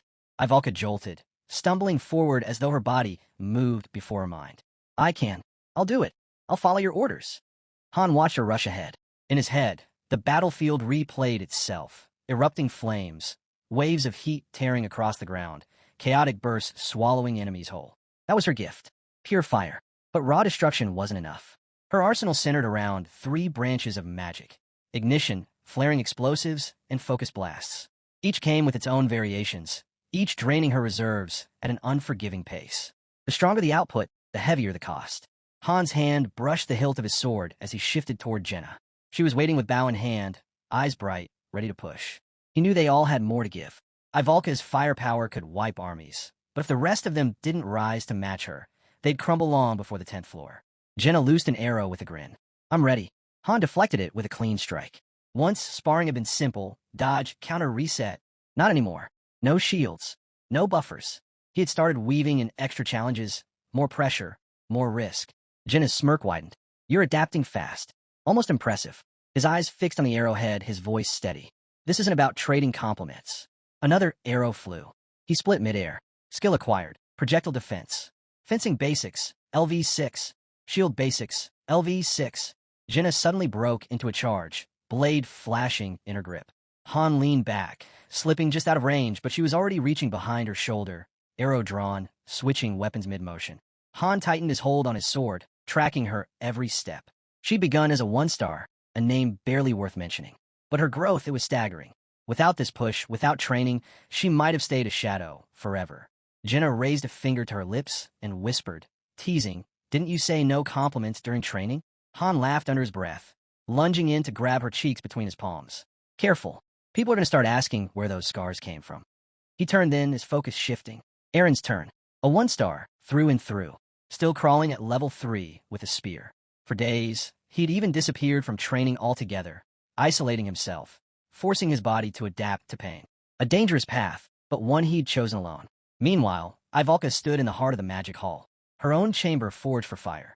Even restrained, her flames flooded the space, licking at walls reinforced to withstand her power. Unless the battle demanded more, she had to limit herself to first-class spells. Anything higher risked breaking the hall itself. Han's attention drifted toward the far wall, where a cluster of recruits sat, slumped in exhaustion. A scattered bunch of 1-stars. Weak, uncoordinated, drowning in their own struggle. Not one of them could hold a proper fight. And with the 5-person cap, every slot mattered. None of them were worth it. Han's jaw tightened. Was Enning seriously considering pulling these deadweights into his unit? The thought alone made his grip tighten around his blade. The following day, the scene shifted.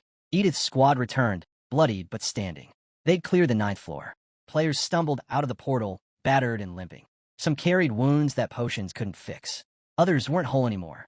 Han stood to the side, arms crossed, his eyes refusing to meet theirs. What was the mission? His voice was flat, cold. Edith stepped forward, her eyes closed. We were ordered to wipe out a goblin village. Roughly 50 of them. Anything unusual? Han pressed, her head lowered. The ground was slick, mud everywhere like it had been raining for days. That was all she offered before turning away, saying nothing more. Han stared straight ahead. Now was their turn. A sudden flash lit the portal, flames exploding outward. A system notice followed. The floor had been cleared. Ivalka's level rose instantly. Han emerged with his team, his mind already racing. The 4th floor had served its purpose. It wasn't a training ground anymore. He quickly took stock. Han himself had reached level 10. Jenna sat at 8. Aaron trailed at 6. Ivalka had just hit 4. His fist clenched. That was it. They'd hit the ceiling. Without access to higher floors, their growth stopped here. Later, another player approached to introduce his squad. Dagger production had begun in earnest, and equipment had been upgraded across the board. The flimsy D-rank leather was gone, replaced by solid D-rank iron plate. Han and Aaron now carried proper daggers. The guy even revealed Shern and Makin's cards.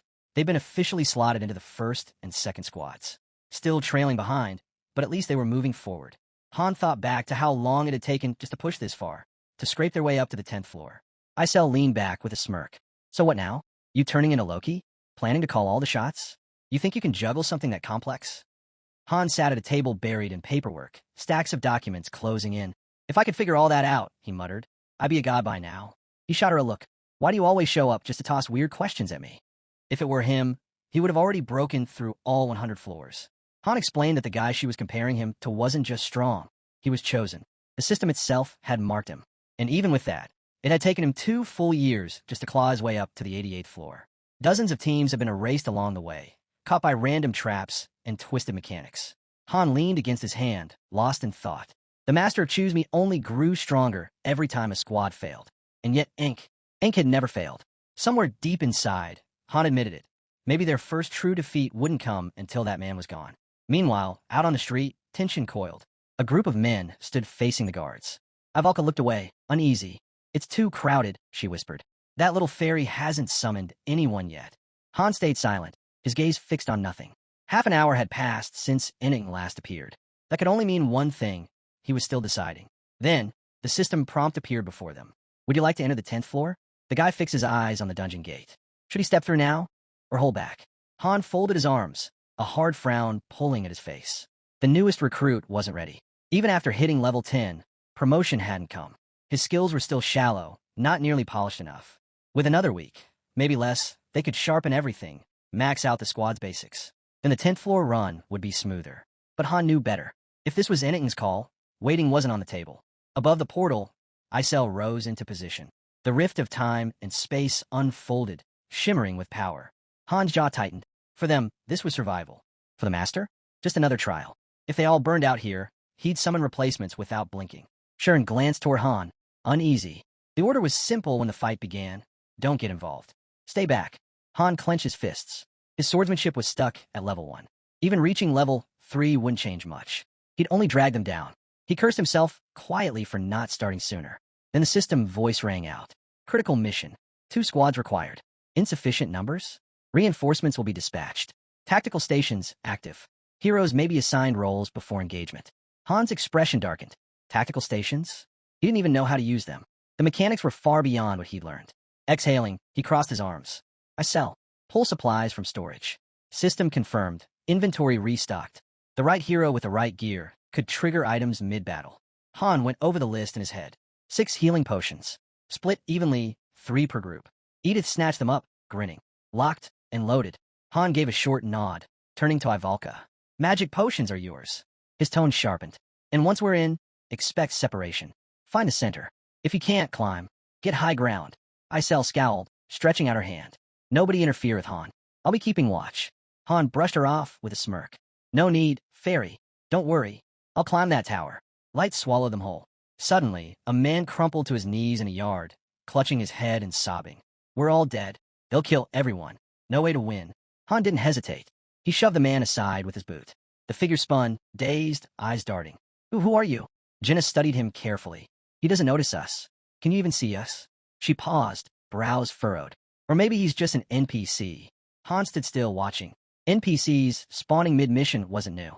Sometimes they bugged, repeating lines, breaking immersion. Just part of the system. He lifted his gaze, scanning their surroundings. The town's buildings, something about them felt off. Familiar, almost. Aaron shifted stiffly at his side. Yeah, I've seen this before. Not exact, but close. Feels Western somehow. Han shot him a sharp look, startled. That couldn't be right. Aaron suddenly pointed toward one of the buildings. No, this lines up. We've been here before. The guy scanned the streets, brow furrowed. Yeah, this is the same city we saw back on the 5th floor. Except back then, it was already in ruins. Han paused, recalling it clearly. Leaves scattering over broken rooftops, the silence of a place long dead. The difference was obvious. Back then, the city had already fallen. Here, it was still standing. The girl spoke up, uneasy. The timeline feels wrong. Han stepped in front of Jenna, steadying her. That's not the only strange thing going on.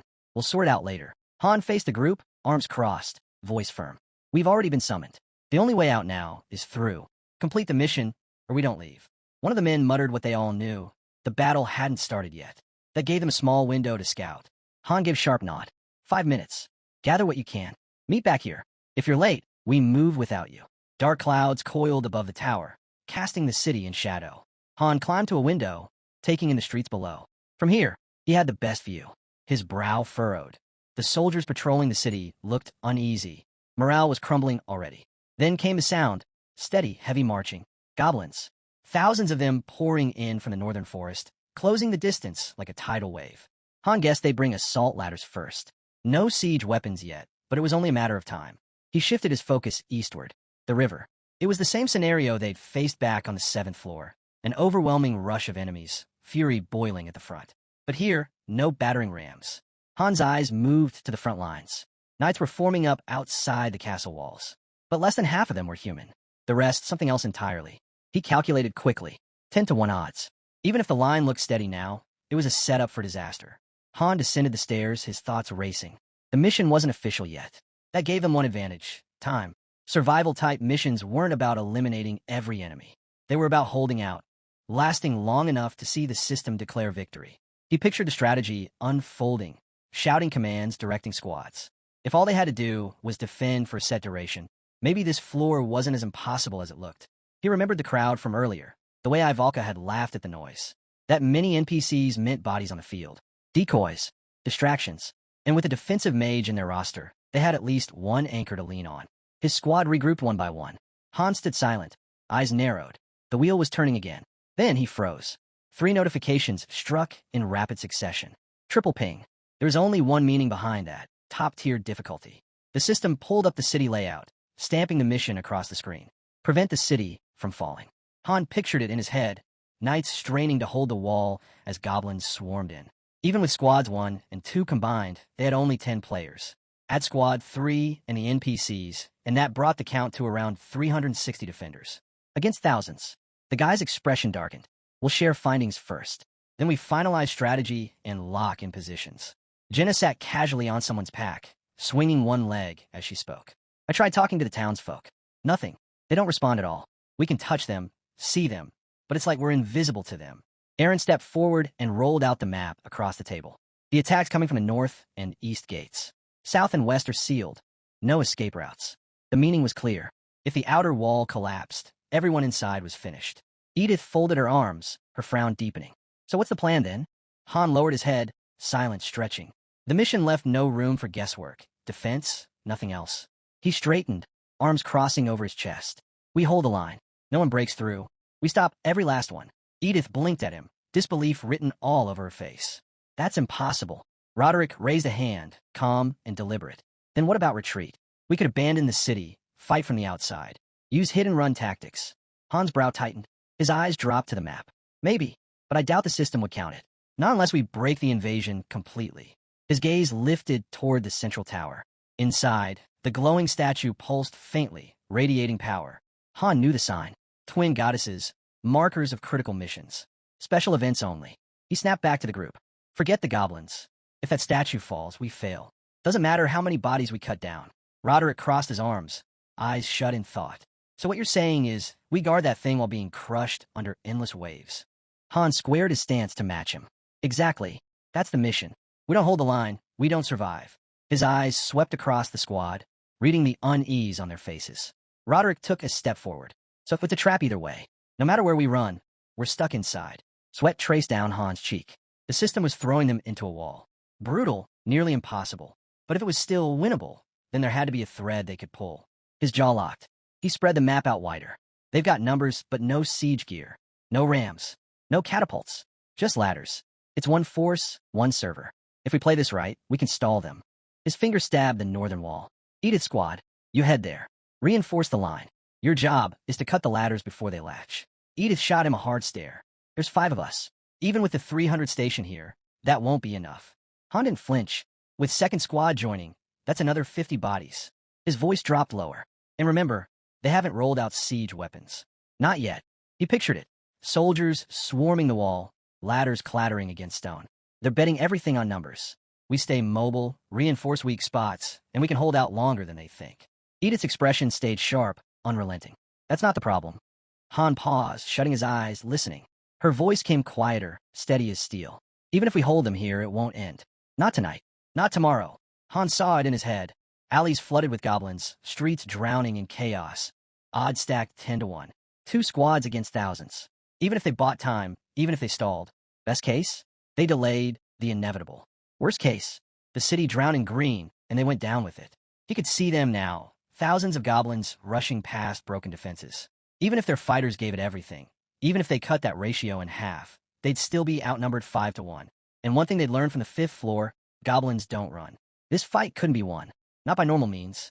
Just then, one of the guys walked up to Jenna, who looked startled. There's a river east of the city, he said. Same one we saw on the 7th floor. He remembered it clearly, standing in floodwaters, rain crashing down, the dam breaking, everything overflowing. Han's mind raced, piecing together every battle from floors 5 through 9. One thing kept coming up: the dam. The game had pushed them toward it for a reason. But why? How could a dam, far from the front line, change the course of this fight? His fist clenched. They were still missing something. Then Jenna froze, eyes wide. She clasped her hands tightly. I hear a horse, by the river. In her head, the memory hit like lightning. Rain. and across the river, an army forming ranks. Han spun to her, stunned. It all clicked. Edith stood still, staring into the distance. Shocked, Han grabbed Jinna's face, frustrated. Why are you just telling us now? Then he turned to Edith. Buy time, as much as you can. If the outer wall breaks, fall back to the inner defense line. Use everything, soldiers, civilians, whatever it takes. Shut the gates. Hold them off, no matter what it costs. Then he turned back, a small grin forming. We got the harder job, and when we come back, I want to hear you say we were too strong, not too late. Edith grinned back. We'll give it everything. Jinna blinked. Wait, this is a plan? Isn't this reckless? What are we even doing? Aaron turned sharply, tense. We're leaving the walls? There are thousands out there. Are you trying to get us killed? Han looked up, eyes sharp. If we stay, we're dead anyway. He imagined soldiers stranded by the river. Back on the 7th floor, the dam was already gone. If what Jinna heard was a reinforcement unit, then maybe the reason we lost the 5th floor was because they never made it across in time. He spread the map. Our job is on the east bank. Wipe out the goblins. And stop the dam from going. One of the girls glanced at him, uncertain. Han drew his sword. We move now. Time to strike. Charging ahead, he roared. This is just the inner wall. The real fight's beyond it. Near the gate, he turned. Jinna, scout the area from above. Aaron, be ready. Open the gate on my mark. He faced forward again. Ivalka, charge a 2nd level spell. Fire the second that gate opens. Out of the corner of his eye, he spotted Shern getting into position. Aaron reached for the rope. Knights rushed in, yelling for him to stop. From up top, Jinna shouted, They're everywhere. Goblins are packed outside. Open that gate, and they'll pour in. Han snapped, voice sharp. Doesn't matter, we're going through. He stepped between Aaron and the knights. Ivalka's burning us a path. Nobody interferes. The knights roared back in protest. We'll die before we let you through. Jinna darted out from behind a wall, her boots slamming into one knight's chest, sending him sprawling. Ivalka's palms shimmered, fire gathering fast. The gate creaked open. An arrow sliced through the crack. Han snatched it midair, inches before it could pierce Ivalka. Without pause, he spun and hurled it back. A goblin screamed as the shaft buried itself deep. From above, Jinna dropped down and crushed another soldier flat. Then rain. It spattered against stone. Cold. Heavy. Han tilted his head back, droplets sliding across his face. The sound echoed in his ears. Rain. He glanced toward Ivalka. Fire still coiled around her hands, unbothered by the storm. So, it's true, he muttered under his breath. Water can't snuff her flames. The gate groaned wider. Aaron screamed. A surge of monsters burst through, flooding forward. They charged straight at Ivalka. Her hand rose. Ignite. Flames erupted, a torrent exploding outward. The front ranks of goblins dissolved instantly, their bodies reduced to ash. The gate itself transformed into a blazing wall, fire consuming everything in its reach. Dozens gone in an instant. Jinna and Aaron sprinted forward, weapons ready, both throwing a quick glance back at Ivalka. She was already clutching a potion. Drink after every cast. Han barked, eyes locked on her. Don't stop. This is just the warm-up, you ready? Ivalka stepped past him, voice steady. Who do you think I am? Shern froze nearby, eyes wide, body trembling. Han shot him a look, still thinking of tagging along. The system alert flashed, Shern in panic. Stats cut by 30%. Han closed his eyes, exhaling. Go find Edith. She'll put you to work. Survive this, and maybe she'll finally hear that confession of yours. The knights slammed the gate shut behind them, bolts locking in place. Han's voice cut cold. Seal it tight. No turning back. He faced the swarm ahead, blade drawn. Forward's the only path, and I'll cut down every last one of them. He surged ahead, issuing orders. Positions. Everyone spread. To Ivalka, his tone sharpened. Stick to first-class fire. Low output, widespread. Scorch the field, don't stop. Rain hammer harder, sizzling as it hit the flames. They'll break through if the fire drops. Han growled. The horde surged again. Han tracked the rhythm. 20 seconds till her next cast. A goblin lunged. 18. His blade rose, cutting it down. Bolts whistled overhead. Crossbows firing. Han raised his shield, catching the volley before it struck Ivalka. A stone hurtled in. He spun, kicking it aside. Aaron's spear drove through a goblin's gut, ripping it free in a spray. Jinna's blade flashed, severing one head clean. She spun, loosing an arrow point blank into another skull. For seconds, another goblin crept up behind Aaron. Han didn't hesitate. He hurled his sword. The monster dropped instantly. Drawing a fresh blade, his eyes never left Ivalka. Protect her. Han's voice cut across the chaos. They're locking on, shift formation. Ivalka unleashed her next surge. Fire tore outward, a roaring blaze that lit up the battlefield. Screams ripped through the air as goblins went up in flames. Go! Push through! Han barked. They charged over scorched earth, heat searing through armor and skin. But they pushed on. With Ivalka at their center, it was possible. Still, the goblin tide never stopped. A wall of snarling bodies bore down on them, the stampede endless. Keep firing. Han roared above the storm. The rain's choking the flames. We need more spells. The fire barrier was already dimming. Han jabbed a finger left. Aaron, reinforce that side. I'll hold this wave myself. Steel clashed with flesh. The rhythm of combat was brutal, unrelenting. And through it all, Han kept the clock in his head. 20 seconds more. A goblin sprang from the flank.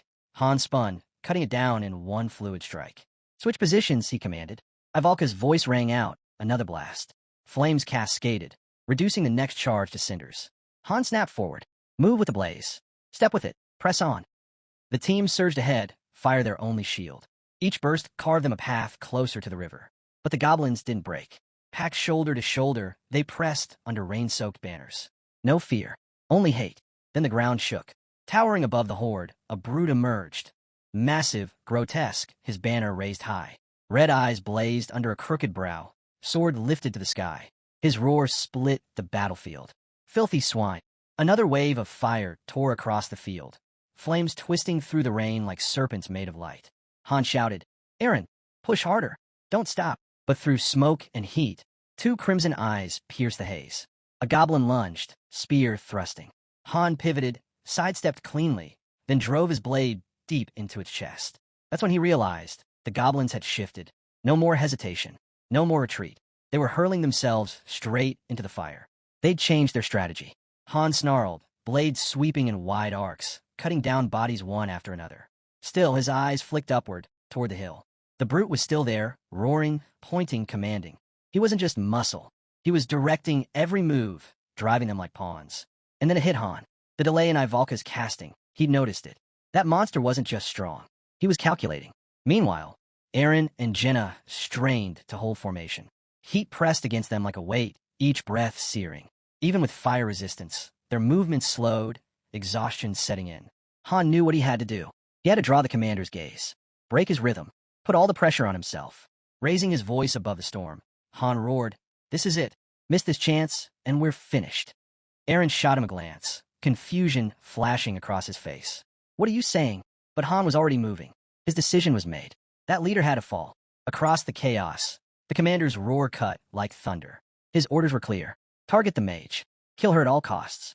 Inside the thinning wall of fire, goblins clawed and shoved, desperate to break through. One managed to slip past, briefly, before a crushing blow sent him flying. Blood sprayed, a fong ripped loose, and his body hit the ground like a rag doll. Arrows rained through the smoke. Han ignored them. His focus was locked on Ivalka. Now, he shouted, Give it everything. She obeyed. The blast ripped across the field, fire bursting in all directions, flooding the world in blinding light. A searing beam carved through the front lines, reducing goblins to ash. But the swarm didn't falter. Even as their bodies burned, they surged forward, driven by the roar of their chief. His twisted face bellowed through the flames, forcing them to charge again and again. Han's fist clenched. One strike wouldn't do it. But he wasn't done either. The fire thickened, darker, hotter, and then it exploded. The ground itself became a storm of fire. Goblins shrieked, stumbling and collapsing as the inferno devoured them whole. Panic rippled through the horde.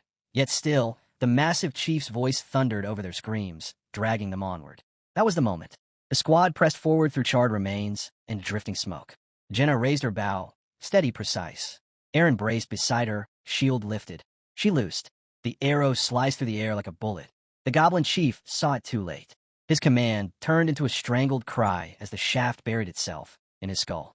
Blood burst, his body shuddered, then toppled. But there was no triumph. Behind them, Ivalka collapsed. Han lunged, catching her before she hit the ground. Her eyes fluttered open, dazed. She didn't understand what had happened. Neither did he. The blast, the overwhelming firepower, even that hadn't been enough. Because the goblins weren't truly after them. The fortress was the real target. They were just in the way. Han looked out over the battlefield. The commander was down, but unease gnawed at him. What next? Then he saw it. Shapes moving through the haze. One goblin stumbled out of the flames. Then another.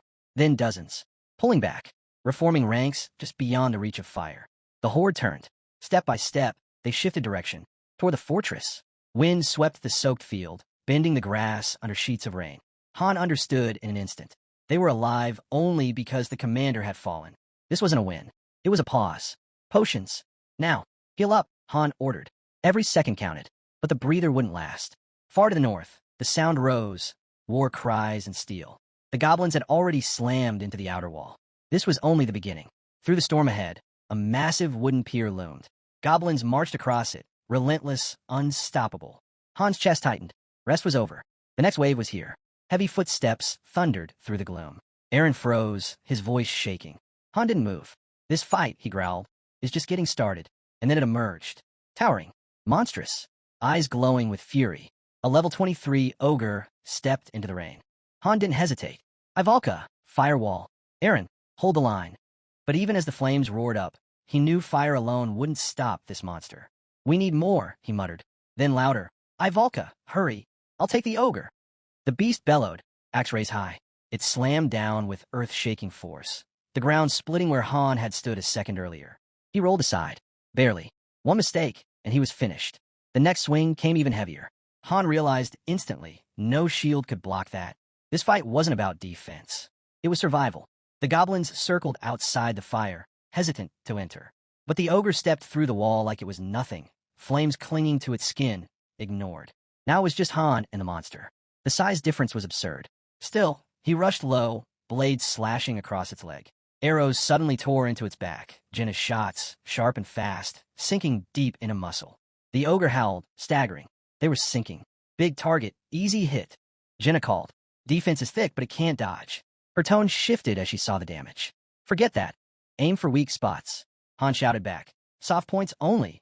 Nothing else matters. Then Jenna's cry split the chaos. Panic. Another ogre. Han's stomach dropped. He hadn't seen it. Their formation collapsed. Aaron was overwhelmed, drowning in goblins. The line was breaking. No time left. Han braced. Shield up. The blow landed like a hammer, rattling his bones, forcing him back. He staggered, then steadied, teeth clenched, body screaming. He surged forward, sword flashing, and the ogre shrieked. Han's strike had landed, right between its legs. The roar told him everything. Weak point confirmed. The beast pounded the ground in a blind frenzy, but Han was already moving.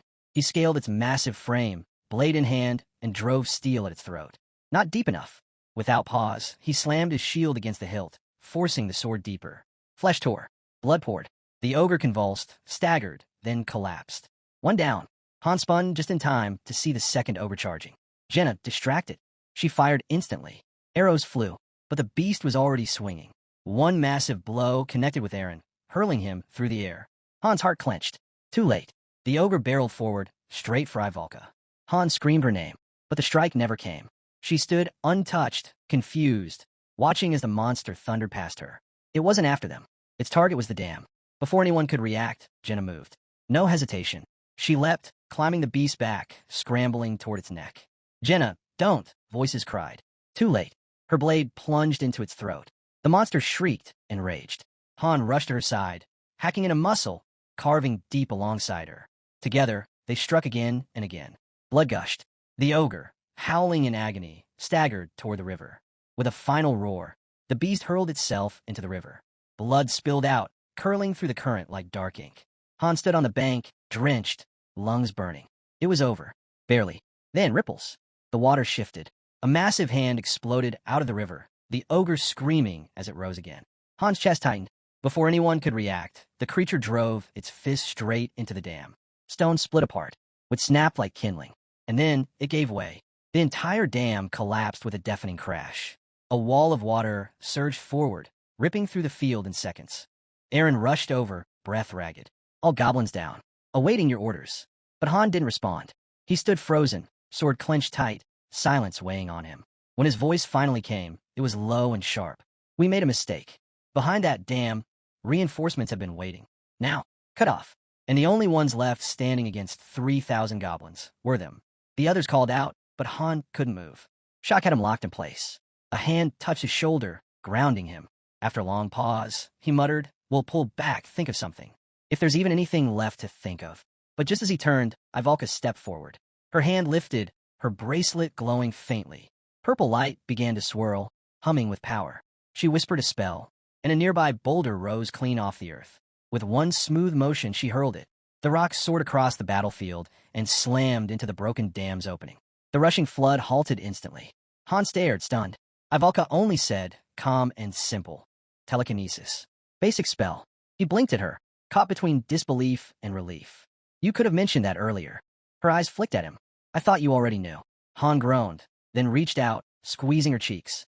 Next time, share the useful stuff sooner. She huffed, annoyed, but he just smiled faintly. We're still standing, because of you. The team barely had a moment to regroup before Jinna's scream ripped through the air. The goblins were back, and this time, they weren't alone. One rushed Han, spear driving straight for his chest. He twisted, barely dodging, and his blade lashed out in a clean strike that dropped the attacker. But even as his sword cut true, his mind spun. No sign of backup, not a trace. And then, the chilling realization struck him. There had never been reinforcements. None at all. His pulse spiked. Ivalka, he shouted. Drink everything. We need your magic, all of it. But she never got the chance. A goblin lunged out of the chaos, claws stretching for her throat. Han's heart stopped. He shouted her name. And then steel flashed. A rider broke through, blade cutting the goblin down in an instant. A man in a lion-shaped mask surged past on horseback, hooves tearing through the soaked earth. But even with his sudden arrival, the goblins didn't falter. They regrouped, snarling, ready to strike again. Han stared, barely breathing. The masked rider sat tall in the saddle, armor catching the light, his blade dripping red. Then his voice tore through the storm. One word, charge. The ground rumbled. Thunder followed. Shadows burst out of the rain, dozens, then hundreds. Riders armed and armored surged into the field like a living tide. Han's chest tightened. It was real. A cavalry unit. The masked warrior called again, sharp and commanding. Protect the mage. At once, Aaron and Jinna rushed to Ivalka's side while the cavalry swept past, storming the front lines. 500 riders, fewer than the goblins, but trained, disciplined, relentless. The impact was instant. Horsemen ripped into enemy ranks like a blade through cloth, scattering goblins with sheer force. The tide began to turn. Whispers spread across the battlefield. They were breaking through. Han turned his squad, voice steady. Looks like our job's done. Maybe we finally get a breather. He paused, eyeing them. Anyone know how to ride? Silence. Then, I'll learn now. He pulled up his interface. Masters couldn't fight directly, but they could still support. Skill book, horse riding. Cost, 500 crystals. Painful, but necessary. Normally, he couldn't unlock non-combat skills. But with the book, restrictions meant nothing. He confirmed. Knowledge rushed in. Han swung onto a horse, steady in the saddle. And just like that, he was riding. His team followed, galloping into the fray. For the first time in hours, something sparked inside him. Hope. The cavalry pressed forward, already breaking toward the siege lines. It was their chance. Time to strike back. Han rode hard, scanning the chaos. Goblins clustered thick around the northern gate, pushing siege ladders high. The defense still held for now. He mapped the city in his head. North was critical. The cavalry saw it too, shifting formation, charging to reinforce the gate. But then, Han's instincts flared. If he stuck with them, maybe they'd win. Maybe. But nothing in this game ever stayed simple. He snapped the reins and turned sharply. Change of plan, he shouted. A spearman beside him blinked. Aren't we reinforcing the north gate? That was the plan, Han said, pulling hard on the reins. His eyes cut to the horizon. It won't be enough. His voice rose. Fall back. Out of arrow range. Head for the northern forest. Move. The rain had stopped, the skies finally clearing. No time to hesitate. Han spurred his horse forward, leading his squad into the trees. But the moment they crossed into the woods, Han froze. Waiting in the shadows was a goblin force. Too clean, too precise. A trap, no doubt, lay by the riders. He gritted his teeth. If they struck fast with magic, maybe they could break through. But then the ground shook, and from behind the goblins, ogres stepped out. Massive shapes stepped out from the trees. Ogres. Each one towering, every step shaking the ground. The spearman beside Han froze. Han muttered under his breath, "This is gonna get ugly." If wolf riders showed up now, the cavalry wouldn't last. He leaned toward the girl at his side. How much mana left? Her answer was quick. Enough to cast, but not strong. That's fine, Han said. Forget strength. Just make it wide. If we're torching this forest, then burn it all. They charged toward the tree line. Cut to the castle, goblins flooding the northern gate. A defender rammed his blade into a goblin's chest. Relief hit, until the creature grabbed his tunic, dragging him in close. Before he could break free, a girl darted forward. Her sword struck clean, dropping the goblin instantly. The soldier gasped, shaken. She snapped at him, "Don't lose focus." Her gaze shifted, narrowing on the horizon. "What is that?" Elsewhere along the wall, the knight in the lion helm bellowed, "Push forward." No hesitation, the line surged. Again his voice roared, "Show them what the Iron Lion cavalry is made of." Steel clashed against claws.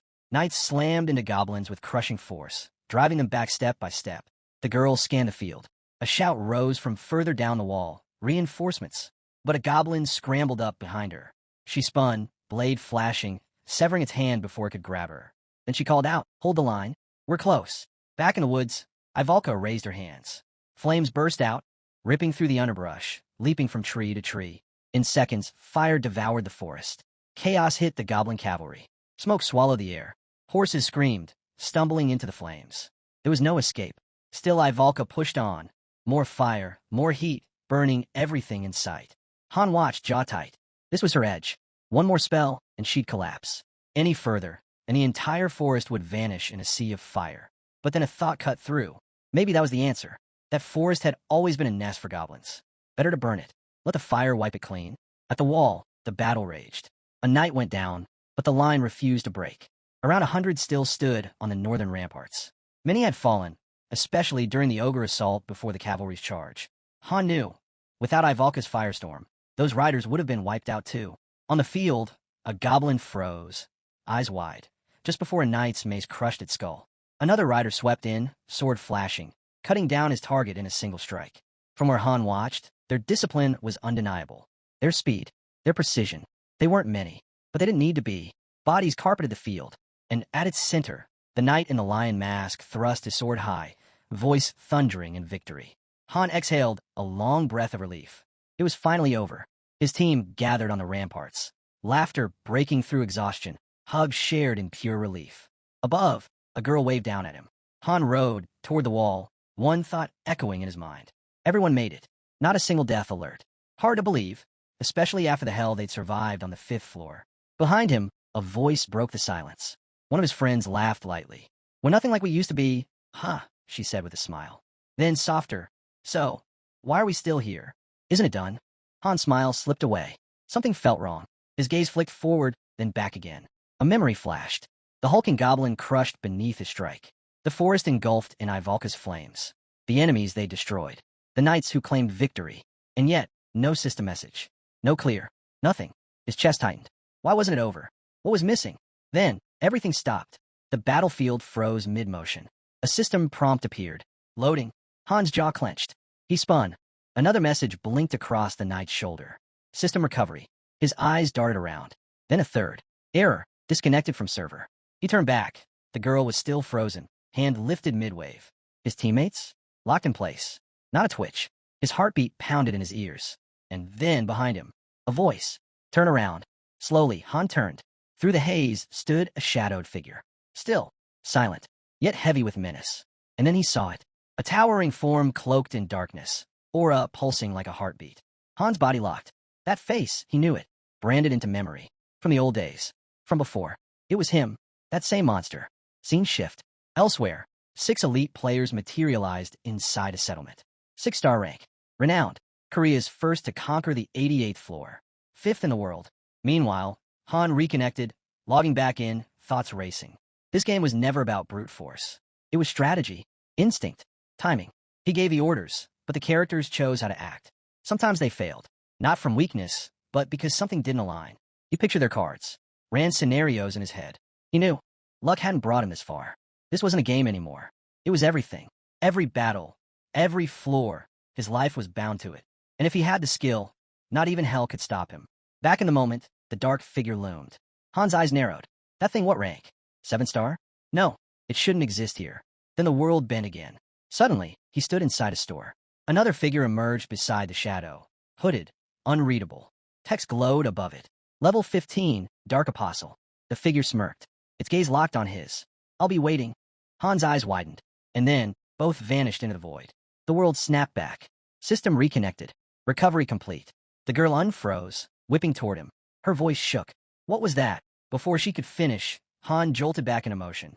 "Everyone, get to the castle. Now!" His voice cut sharp through the air. She blinked, stunned. Han kicked his horse into a hard gallop. "Move," he roared. Behind him, someone shouted, "What's going on?" Han didn't turn. His voice dropped, cold and final. "It's not over." Flashes tore, through Han's mind like lightning. Burning forests, mangled corpses, that twisted grin of the Dark Apostle. Whatever that thing was, it didn't belong here. Not on the 10th floor. Not yet. Then, movement. A corpse twitched. A knight spun, startled. The air itself seemed to pulse, heavy wrong. Across the battlefield, black ooze bubbled and writhed, sprouting grotesque growths. From the pile of fallen bodies, something began to rise. The knight stood frozen. Too late. The creature lunged, jaws tearing into him. His scream cut across the field. And then they all began to move.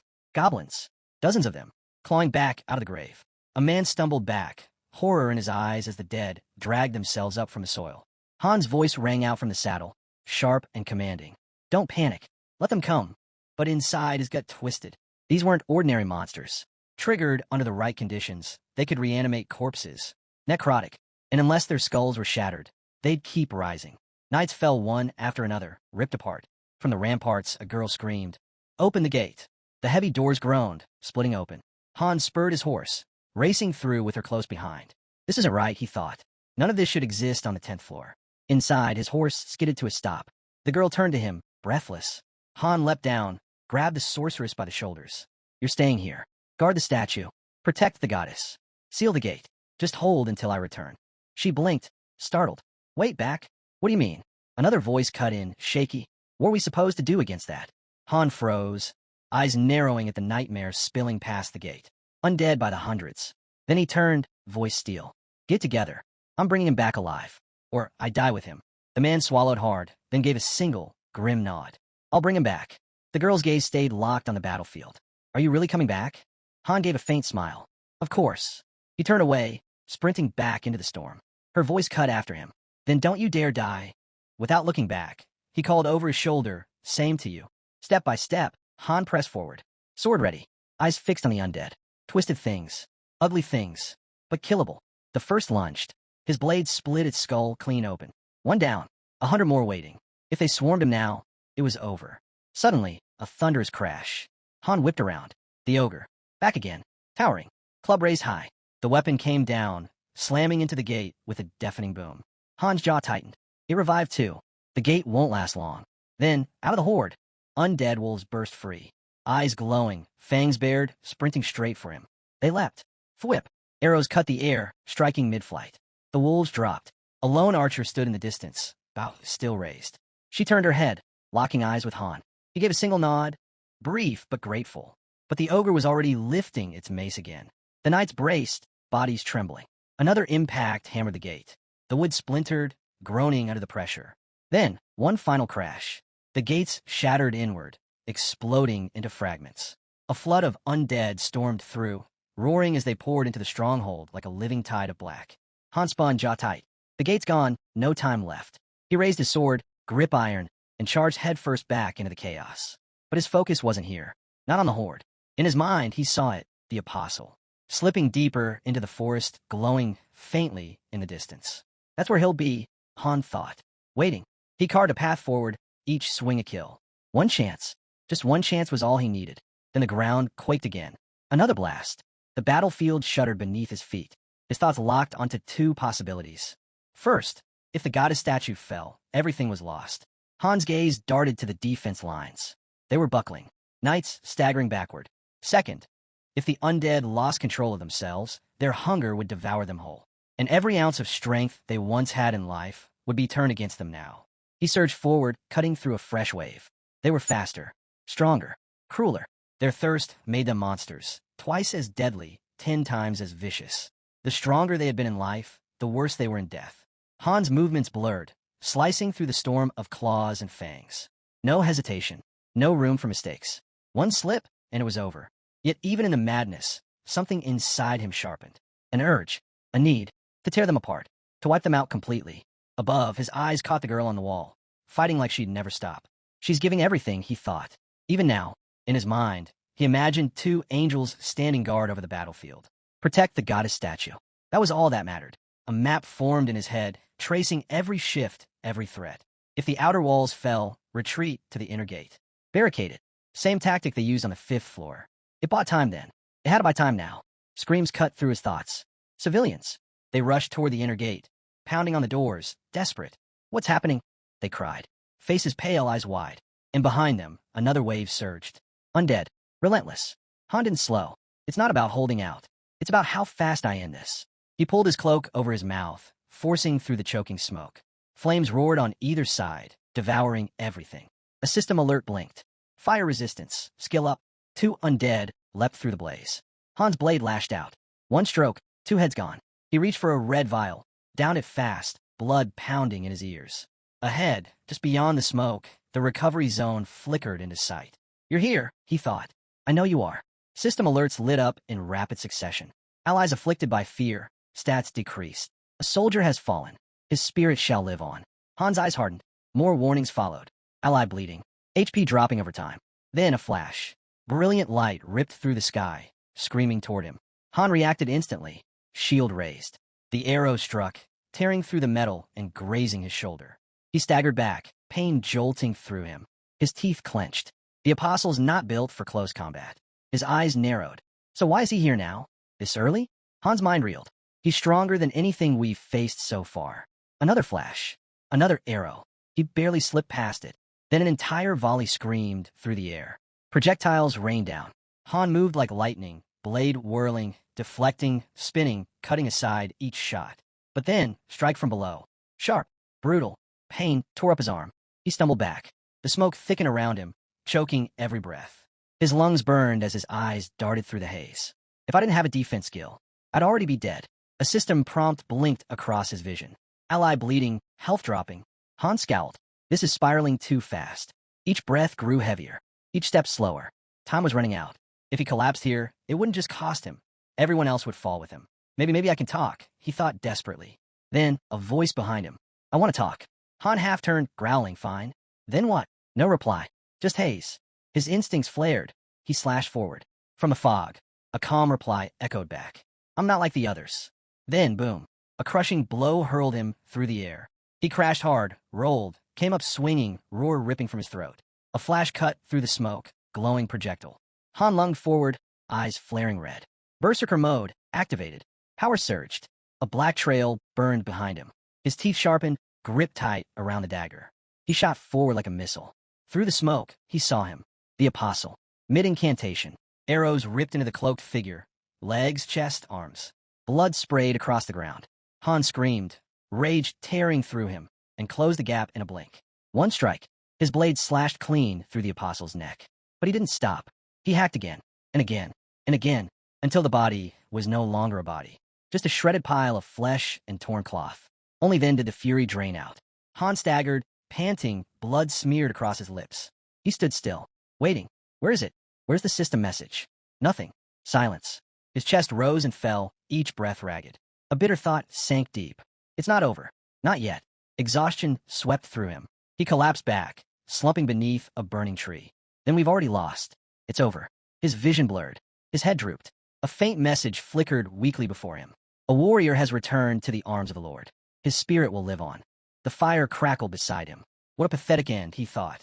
Dragged into a war I barely understood, only to die like some stray mutt. Images flooded his mind. Comrades still locked in battle. Torn apart. Blood-soaked ground. The gray-haired man standing unyielding before the statue. The girl, blade flashing, refusing to quit. And then, the statue. It glowed in his mind's eye. Suddenly, that same light burst beside him. His body shimmered, fading into it. System message. Floor cleared. The world froze. Then, reward. 70,000 gold. Item acquired. Common fire, elemental stone. A card appeared on screen. Among heroes, a master awaits ascension. Combine ascension stones to unlock a forgotten memory fragment. New dungeon unlocked. Epic adventure series. Gather evolution stones and rare materials to proceed. The world shifted. System message. 10th floor cleared. Han's eyes shot open. A ceiling. Stillness. Breath filling his chest. I made it. Outside, life moved again. Inside, someone sat at his side. Han turned, voice rough. What happened to your face? The man blinked, caught off guard. So you're awake. We were worried. Han scowled. Then explain why you look like you've been dragged through 5 floors of hell. The man dropped his gaze, voice low. I was just trying to figure out why we're even fighting. Han's eyes narrowed. You're seriously looking for a reason now? Still avoiding him, the man said quietly. When I stepped outside the wall, the city was already corpses. Han sat in silence. Even the NPCs? His jaw tightened. Maybe I'm still too wound up to process it all. The man rose, stretching. Anyway, I'm turning in. Han lifted his drink with a dry look. But I'll see that same face tomorrow. A faint smile. Let's hope tomorrow's better. He walked away. Left alone, Han stared at nothing. Maybe we're okay, at least for now. Evening draped itself over the camp. The table was overflowing, platters stacked high, food piled across every dish. The girl blinked in awe. This is a little much for breakfast, isn't it? Her friend laughed. Han said use the best stuff we've got. No holding back. Han leaned back. Eyes shut. So, not good enough for you. She paused, then smiled. If you're asking, I'd eat like this every day if I could. Han cracked an eye, glancing around the table. They're all right. That's enough. His gaze landed on the magician, slowly regaining her strength. Then on the quiet one, still shaken. He'll come around. Just needs time. Time press forward. System message. Welcome back to the game. New alerts appeared. Heroes await ascension. Ascension room required. Link to synthesis room. The chamber lit up. Ascension room now connected. Construction begins. Moments later. Ascension room complete. Hero ascension available. Crystals floated in the air, glowing with radiant light. Item synthesis initiated. A burst of brilliance erupted. From its center, a fairy emerged, hands cradling a glowing crystal. She darted upward to Han, grinning wide. You've passed the first star, she cheered. Keep going. You're headed for the 7th. The tower is yours for the taking. Han hesitated. 7 stars. Can I really reach that far? The fairy only laughed. If not you, then who? If it were easy, Sirius would have done it already. Han lowered his head, weight heavy on his shoulders. After everything I've poured into this, and I'm still not a 7-star. There's something I'm missing. Just then, the door to the synthesis room creaked open. System alert. Master initiating ascension. Han's breath caught. So this is it. The upgrade wasn't just a feature. It's an ascension chamber. He stepped inside. It stretched before him like a stairway. A path upward, maybe even beyond the Master's interface itself.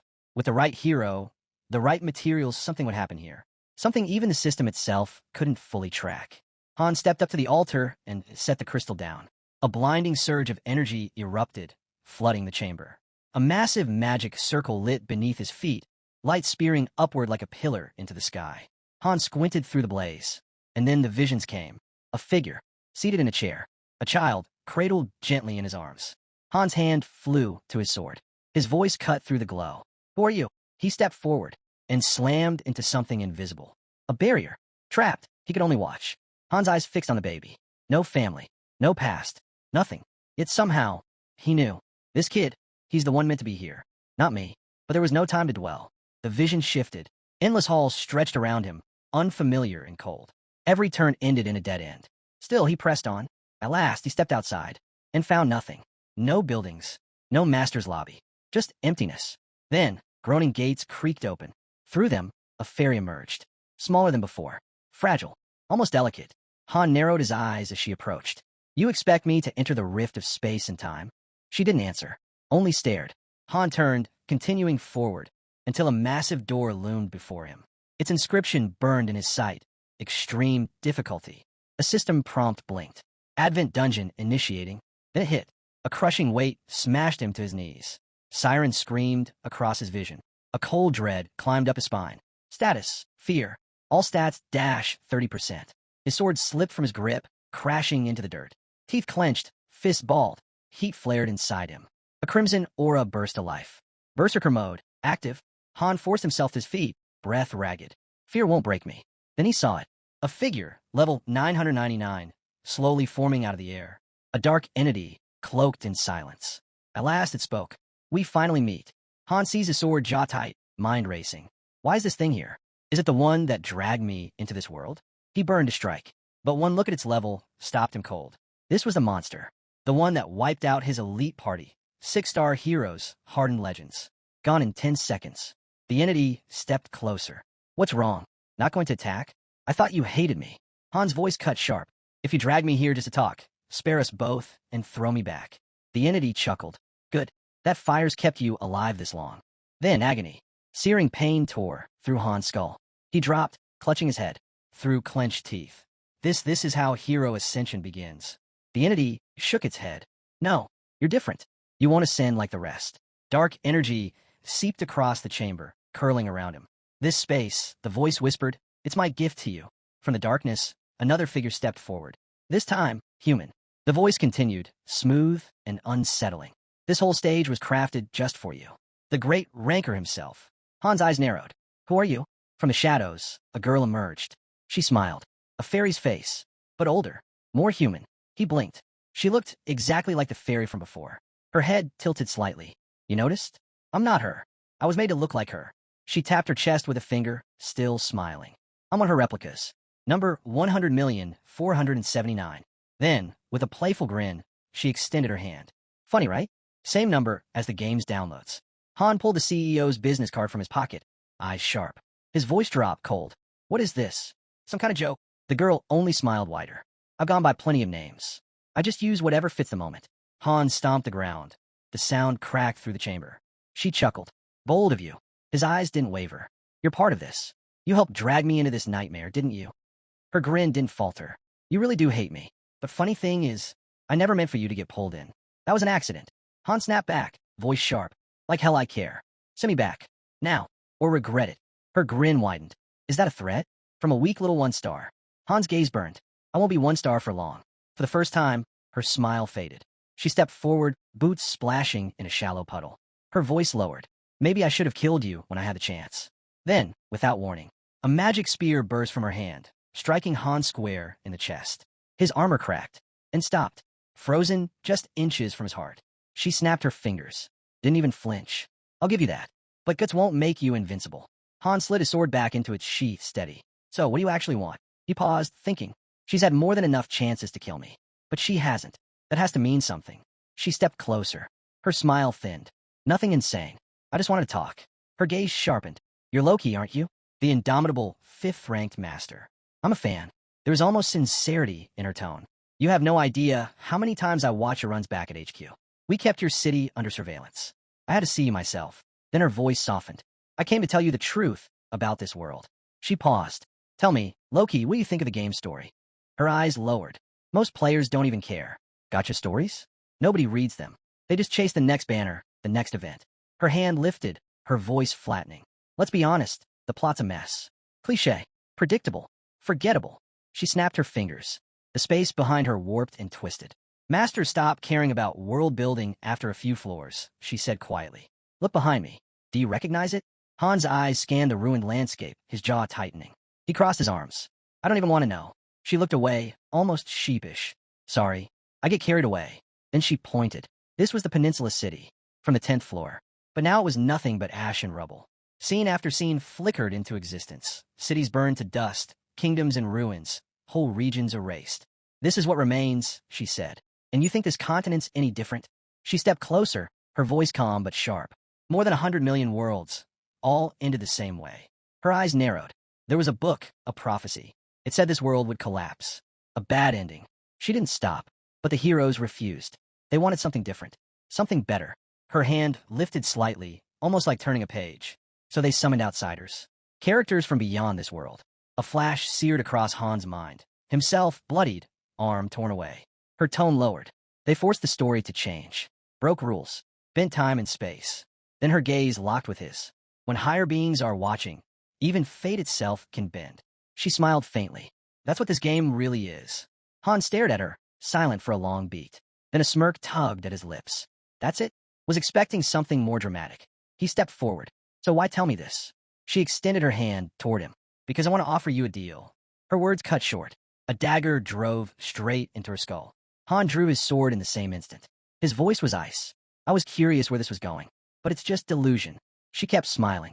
Only now darker. So tell me, was that a yes or a no? Han's glare sharpened. You dragged me into this nightmare. Made me crawl through hell. And now you want me to cooperate? He stepped forward, sword raised. No chance. I'd never side with someone like you. She didn't move. Go ahead. Strike me down. But I promise, your head hits the dirt before mine does. Laughing softly, she leaned in. You're so intense. Honestly, kind of rude. Han's grip tightened. His thoughts spun. She can talk all she wants, but I'm not beating her.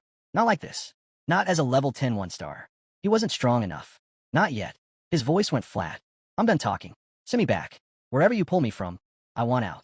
Her smile spread slow, menace dripping in every word. Now that's just cruel. Do you know how much work it took to bring you here? Her eyes flicked to the horizon. You matter more than anyone else. More than the real masters, More than the rankers, more than all of them. None of them compare to you. She looked back at him. Want to know why? Her grin curved sharp. Because like every master, you saw the message. Trust in your bond with your heroes. Han's eyes narrowed.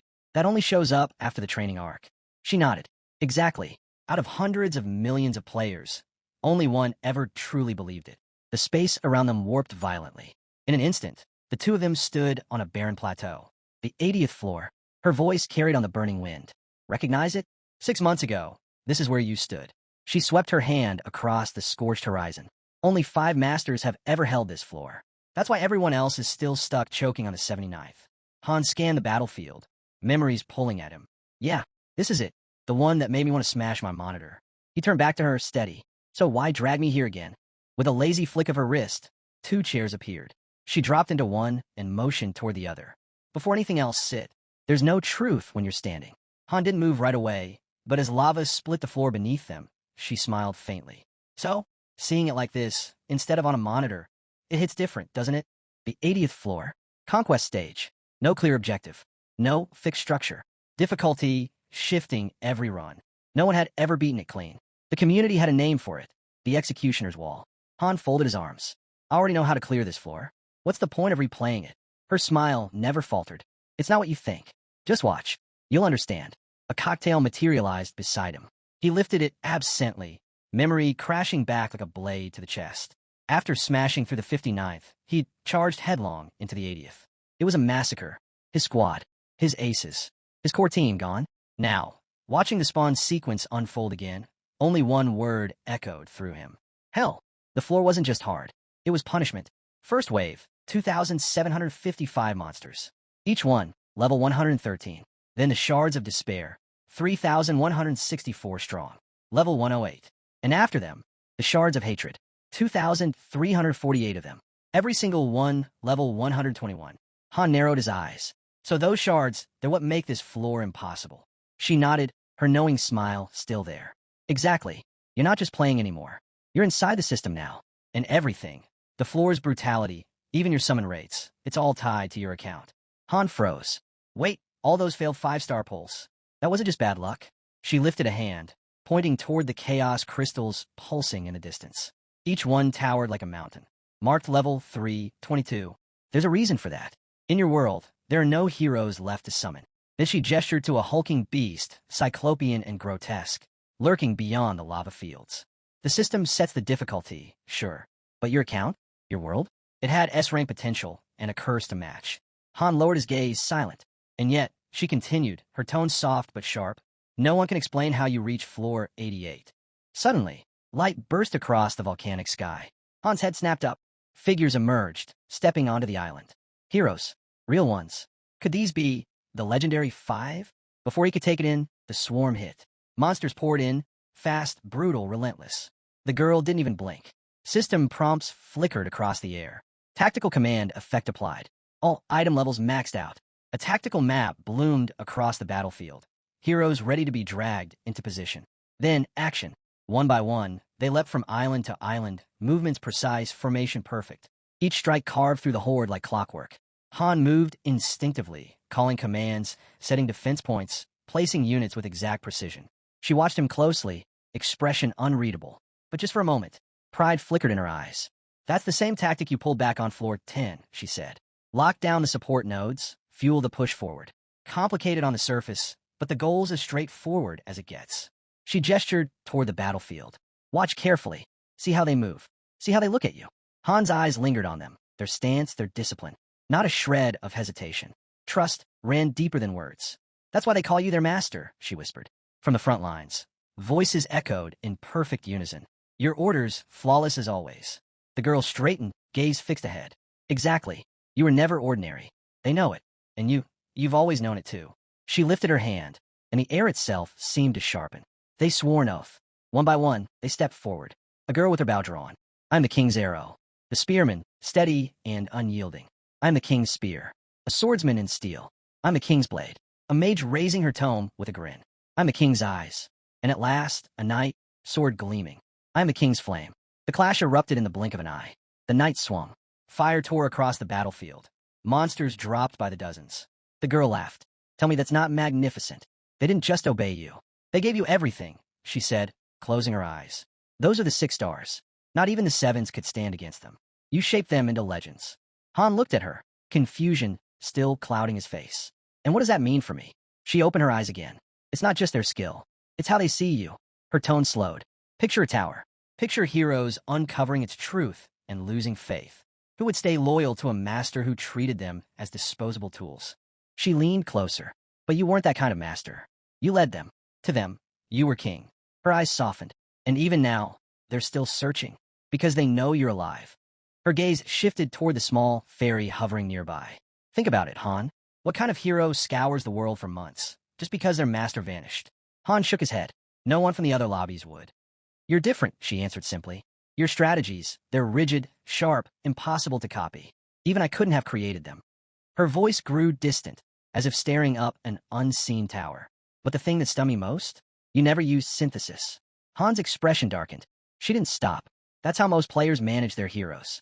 Anyone weak, anyone disobedient, they're erased. No second chances. Fear keeps the survivors in line. Han's thoughts drifted. A rookie's eyes came back to him. Raw talent, but unrefined.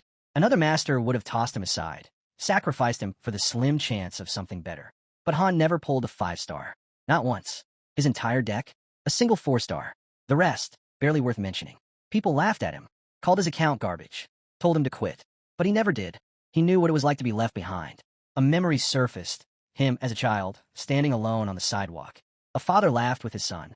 But when a man's eyes met Han's, the laughter died. The warmth vanished, and the man looked away. That memory lingered. No, Han muttered under his breath. I never treated them like that. Maybe I used synthesis once or twice, but never to discard someone just for being weak. Her smile softened. Most players did. Every single day. But you didn't. That alone speaks volumes. She studied him for a moment before continuing. It's not just your playstyle. It's how you see people. Most masters burn through heroes like they're disposable. When the shine fades, they toss them aside. But you, Han's mind drifted back to the ones who had followed him. His team, the ones who stayed. He never let go of anyone who had potential. A system built on fear, he thought. That kind of leadership collapses eventually. He remembered his own way, rewarding effort, enforcing discipline only when it mattered. Always with purpose. The girl tilted her head. Do you even realize what you've done? Her faint smile returned. They're alive, Han. Every last one of them. She turned fully toward him now. You must have felt it, even if you didn't want to admit it. There's no way you led them like that without sensing something. Her eyes widened, not in fear, but in realization. It's the only answer that fits. Han straightened slowly, caught off guard. From across the room, her voice carried. Do you know what I think? Then, almost reverently, every hero here, they're real. She repeated it, firmer this time. No one could have fought like that, unless, deep down, they knew. Han turned, stunned. She met his stare, shrugged lightly. Just a theory. Han pulled out a sleek device, scrolling through profile after profile. He remembered the difference in response. Giving the same order to 2 heroes, yet their timing, instincts, even their subtle choices were never the same. It had amazed him back then. The system was brilliant. But he had never once considered, what if they weren't just data? What if they were real?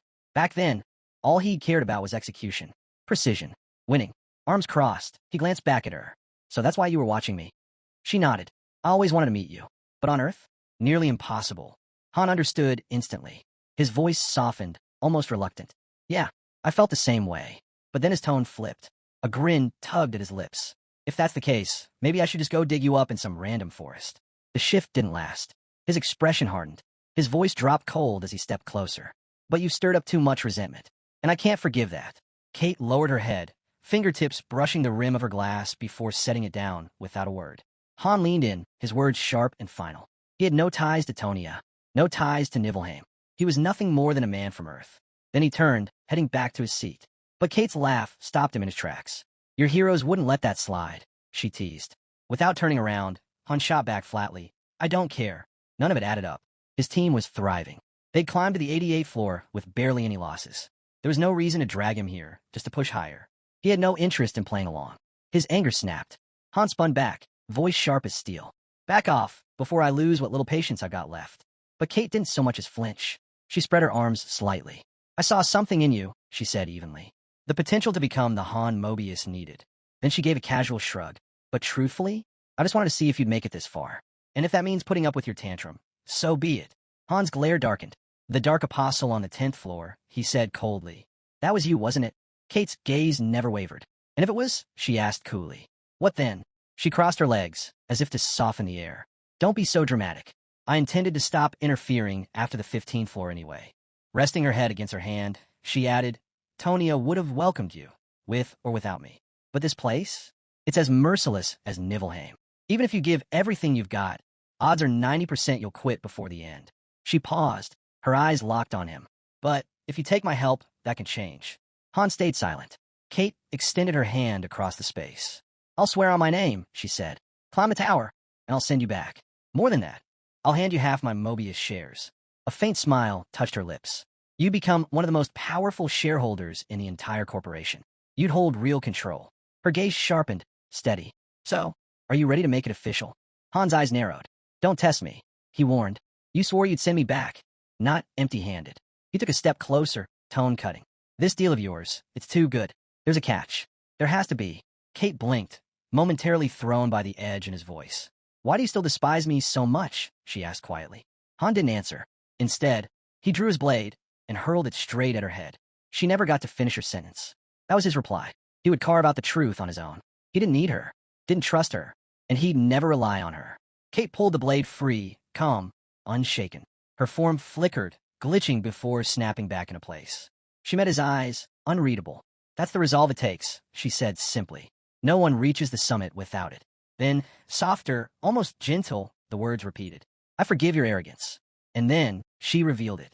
At her signal, a golden door shimmered into existence. Vast, towering, radiant. She called it the true prologue. The doors groaned open, flooding the space with blinding light. Kate turned back to him, the faintest smile tugging at her lips. I built this ending just for you, she whispered. But then her eyes narrowed, and the light behind her shifted, no longer gentle, but sharpened into a weapon. A warning. In an instant, the world around Han dissolved. He now stood in a land unlike any he had ever known. Humans and non-humans living side by side, laughter ringing through the air. Children, towny as children, ran through golden streets, chasing each other beneath the sun. A world at peace. Kate's voice cut through the illusion. This land once thrived, she said, until they came. She didn't need to say who. The laughter fell silent, swallowed by chaos. The peaceful streets crumbled, torn apart by an invasion that left only ash and ruin behind. Kate turned toward him, her voice quieter now. Do you see why this ending hurts? The truth unfolded. This wasn't a war waiting to begin. It had already been lost. To undo it meant bending fate itself. Yet, even in that despair, a spark of hope lingered. Kate lifted her hand, pointing at him. If you want to save this world, you must conquer the tower. She promised he wouldn't fight alone. Others would gather, bound by fate. Fellow heroes who would stand at his side. She reminded him. The future of this world rested on him. His choices, his strength. Entire lives now waited for his decision. But her warning cut deeper. The enemy wasn't just powerful. They were hidden, burrowed in places no one dared explore. Could Han face them? Could he endure the climb? Doubt surged inside him. None of this sounded real. He didn't believe her. But Kate didn't falter. Keep climbing, she told him firmly. You're not alone. At the summit, I'll be waiting. Han turned his back. Leave me out of this. And then, everything shifted again. A system prompt lit the air. Memories he thought long buried surged to the surface. The hero he once was awakened. His card shone, evolving. His rank leapt forward, now 2 stars. His gaze lifted to the glowing pedestal ahead. It was finished. The system's voice echoed, congratulating him on new skills unlocked. Nearby, Aaron gave a quiet smile. His traveler, his comrade, was back. What did you see? He asked. Han only shrugged. Another step forward. You'll face it soon enough. Then he asked, what's the status? Aaron's reply was plain. No change. Han nodded. He hadn't forgotten. Aaron still had a sister waiting. That was the mission. He would climb. He would finish this. And then, he would go home. Later, lying in the dark, Han stared at the ceiling. Everything looked the same. Yet inside, something had shifted. He made a silent vow. Whoever dragged him into this world, whoever pulled the strings, they would regret it. Morning came. A flickering system alert filled his vision, glitching, unstable. The message? An apology. A formal notice, blaming the chaos on a massive system error days ago. Han exhaled slowly, remembering the disconnections that plagued the lower-tier masters. So that's what it all was. Another layer of lies. To Han, it only confirmed the truth. There was no chance the Dark Apostle's appearance on the 10th floor was coincidence. It matched the glitch too perfectly. No question about it. Another message blinked into view. This one promised compensation, 50,000 gold. Not bad.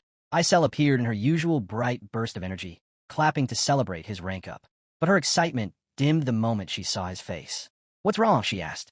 You don't look even a little happy. Han hesitated, then said quietly, I met your original. The words froze her in place. What do you mean by that? Han paused, then guessed aloud. It had to be Mobius CEO. That was the only explanation that made sense. Isel looked rattled. Whatever he'd stumbled onto wasn't something she'd prepared for. She had no idea what her original might have told him. But Han brushed it aside. It didn't matter. He wasn't here to dig into secrets. He was just venting. The only thing that mattered now was the tower. Climbing higher. For that, he still needed her. Isel straightened, regaining her usual spark. Then let me help, she said, handing him something shiny. A gold coupon. Han blinked, confused. He hadn't even known such a thing existed. Isel stared at him like he was out of his mind. Wait, seriously? You don't know what this is? It's a gift card, she explained. You can trade it for anything. Han's eyes narrowed. And who sent it? The master, she said. He was impressed. This is your reward, a token of how much he values you. Han had heard of these cards before, usually given out during events. But this one felt different. Maybe the master was shocked they'd gotten this far without intervention. Even so, Han handed it back. Give it to someone else. I don't need it. Isel's jaw dropped. You're refusing? Do you have any idea? This can get you literally anything. But Han shook his head. 10,000 gold barely buys anything useful in the shop. Exhaustion edged his voice. Anything else? If not, I'm going to bed. Isel hesitated. Then the system chimed. A purchase had just been made, with a gift card. Han frowned. He hadn't bought anything. Isel pulled out a small wooden horse and placed it gently on the floor in front of her. A system message appeared. A gift from a hero you admire. Han stared at it flatly. What is this? What am I supposed to do with it? It's from a master, she said. Han looked at the wooden figure for a long moment, then let it fall to the ground with a dull thud. Without a word, he turned and walked away. Gifts should mean something, he muttered. As he left, his thoughts drifted to the others. Why reward just him? What about the heroes who'd fought just as hard? His eyes flicked back once at the trinket on the floor. A gift without meaning, without purpose, was worthless. Later, lying on his bed, Han's mind kept circling. He knew, deep down, the kinds of gift that would bring real joy to real heroes. And he caught himself. Why was he even thinking like that? That wasn't him. Not long after, he stood before a massive portal.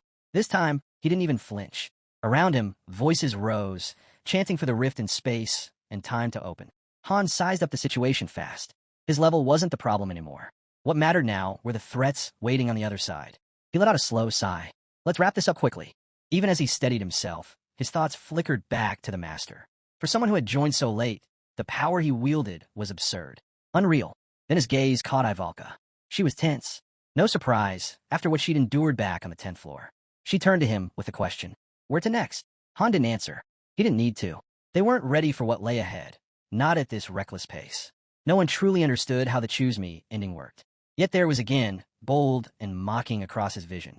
Climb the tower and save the world. The sight made his blood boil. Then another alert flashed. Main dungeon, 11th floor. Before he could react, the system spoke again. Gate opens in 10 seconds. Prepare for entry. Han cut his eyes toward the group. Get ready. We're going in. Ivalka froze, blindsided by how fast everything was moving. Han's thoughts soured.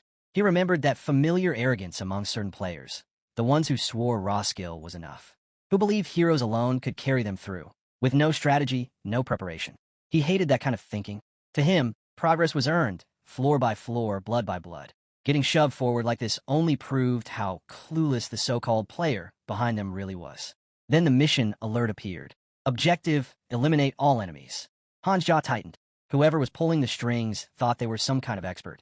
But to him, it was clear they had no idea what it really took to reach the 100th floor. Moonlight spread across a desolate field, revealing endless rows of gravestones.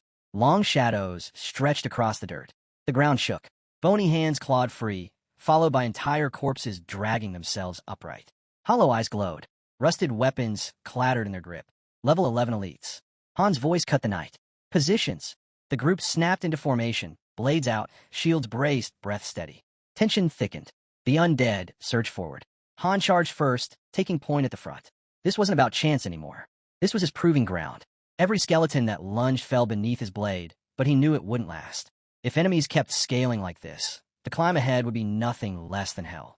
Each fallen corpse erupted in fire, dragging his memory back. Back to that first encounter with a 4-star threat. The master had merged that monster with him. He remembered the 5 heroes summoned during that trial. Only one survived. Even so, Han hadn't blamed the master. Not then.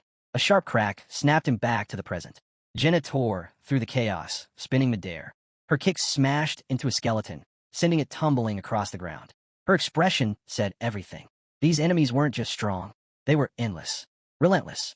Han pressed forward, blade cutting through ranks of the undead.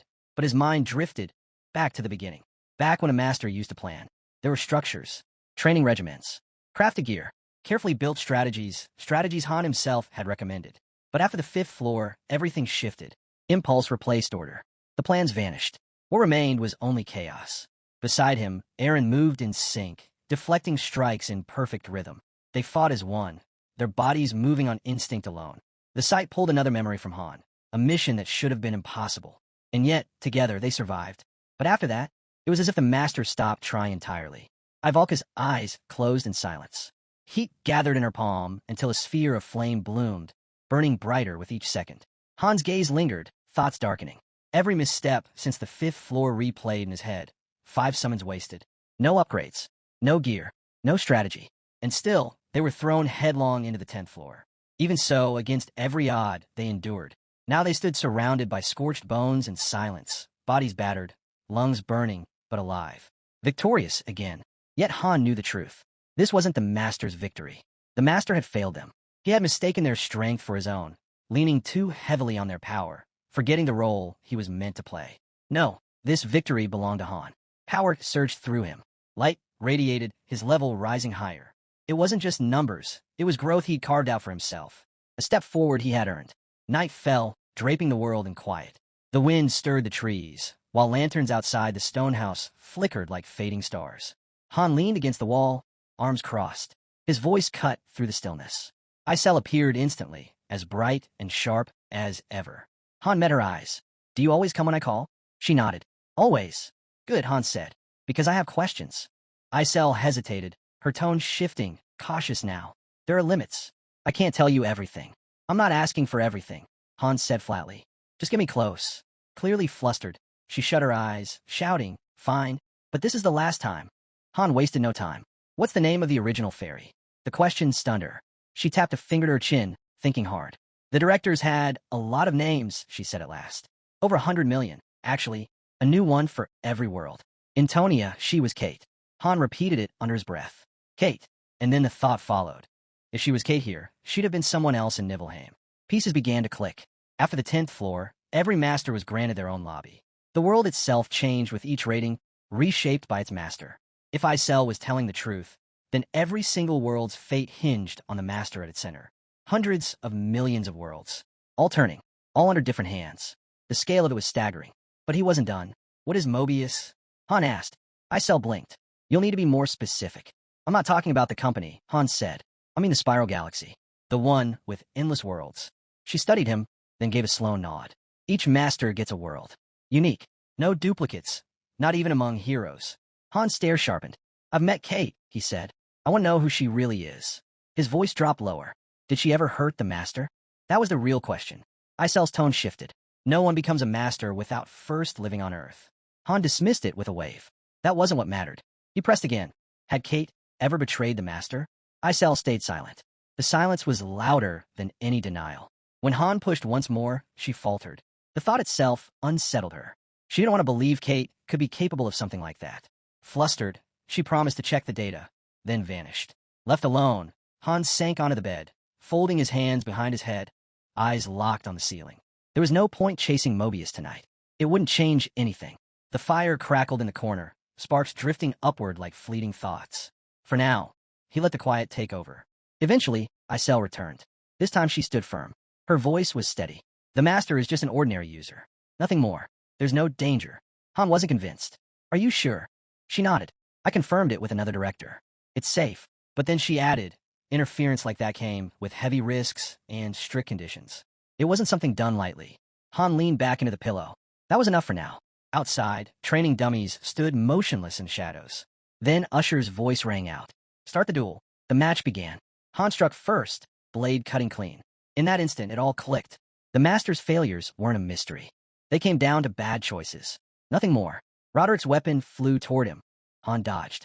The strike was powerful, reckless. His teammate wasn't holding back, but Han was ready. He raised his shield, bracing against the next blow, and then the realization hit. The master wasn't just inexperienced. He was infected, blinded by the belief that he couldn't lose. Usher unleashed another wave of attacks. Faster, harder. Han kept slipping away, eyes sharp. If that arrogance spread any further, it would consume him. Another swing, blocked. But Edith appeared in the shadows, daggers flashing. Steel cut across his cheek. 3 against 1. He couldn't win this head-on. But Han's mind wasn't on the fight alone. He recognized the signs. The infection was still in its early stages. If they acted fast, maybe it wasn't too late. Jenna and Aaron dove in, blades flashing, fists striking. Now, it was chaos. A full clash, heroes pushing each other to their limits. And in the center of it all, Han saw the truth crystal clear. The only way to snap the master out of this spiral. It was clear now. The only way to break the master's arrogance was to take away the crutch he leaned on most. That crutch was Han. Han gritted his teeth and threw himself back into the brawl. Later, sunlight spilled across the city streets, turning the cobblestones gold. The team walked in silence, their boots tapping against stone. Jenna glanced at Aaron. "So it's true?" she asked. "We're going straight to the 12th floor?" Aaron hesitated. "That's what it looks like, but yeah, it feels rushed." Han trailed behind, still processing it himself. They had just cleared the 11th floor, and by Earth's clock, not even a full day had passed. Then Isel appeared before them. She raised her hand, calling for a tear in space-time. The air shimmered. The next gate was already forming. 2 floors cleared in under 24 hours. Jenna stepped up to the glowing rift. She glanced back. "You coming?" Han didn't answer immediately. His eyes were on the ferry. Which floor did the master choose? Isel hesitated, then finally said it. "The 12th. Han's eyes narrowed. "Yeah, thought so." The others looked at him, puzzled, waiting for his move. He made it. Crossing his arms, Han said flatly, "I'm not going." Isel froze. The words hit like stone. Han didn't budge. "I mean it. This isn't something to mess around with." Jenna blinked, stunned. "Wait, you mean we can refuse? I thought we had to follow orders." Han scanned his team. "There's always a choice," he said calmly. "You just have to be ready for the consequences." Jenna frowned. Didn't others try to resist and still got pulled in any way? "They broke the rules," Han replied, his voice even. Isel's tone spiked, frustration slipping through. "You need to rethink this. It's too dangerous." Han cut her off. "Dangerous? You mean like throwing us into a dungeon without warning?" The fairy tried again, but Han silenced her with a glare. "I already know what you're going to say." A surge of bright blue light rippled from the gate. Han felt it, the invisible line. Crossing it wasn't optional. Refusing to enter was one thing, but rejecting synthesis? That was worse. The master could erase him, replace him with someone more obedient in an instant. But Han stood firm. "I'm not going," he said again, voice steady. Final. Ivalka's voice split the silence, raw with disbelief. "So that's it? You're just leaving us behind? That's your call?" Han answered coldly. "I won't stop you." The air froze. Aaron's grip on his spear tightened. "If he's out," he said, nodding toward Jenna, "then so am I." Jenna stretched lazily, her tone edged with ice. "You could have told us we had a choice, Han." She stepped back. "I'm done too." Her partner looked stunned. Ivalka, caught between them, hesitated. Her voice shook. I'm not going either." And then, a glowing message materialized in the air. "Group deployment denied. Some heroes' refuse orders. The master may choose to listen or punish." Han read the message and smirked. "Let him try." Isel looked rattled, her voice trembling. This wasn't in the script. Jenna glanced at him. "So what now?" Han looked away for a moment, then gave the slightest grin. "Now we wait." Above them, the sky split open. An enormous eye appeared, gazing down from the heavens. The player was watching. Han didn't flinch. "Let's see how he reacts." The others slowly tilted their heads back, staring into that overwhelming gaze. And then it hit Han. The master probably had no idea his creations could resist him. Maybe he'd never even bothered to read the rules. That ignorance had led them here. Sensing the shift, Isel quietly summoned the rest. One by one, the group gathered. Edith arrived, scanning their faces. "Why'd you call everyone?" A voice answered from the crowd. "We're not going." Edith blinked, stunned. "Wait, what?" The sky was calm, sunlight pouring down as if mocking the tension. Han sat on a bench, relaxed, answering her questions without a flicker of fear. Edith, though, was shaken. She realized how dangerous this was. If Han couldn't stand by this choice, he could be erased. But he wasn't pretending. He was steady, unmoved. They went back and forth, Edith warning him. The player wouldn't let this slide. Han cut her down with one line. "So what? We're supposed to follow every command without question. We're not here to serve." We're here to survive. The words landed. Edith froze, then looked at the others, trying to sway them. Han stayed quiet, watching, and in that silence, he understood. They weren't united by loyalty.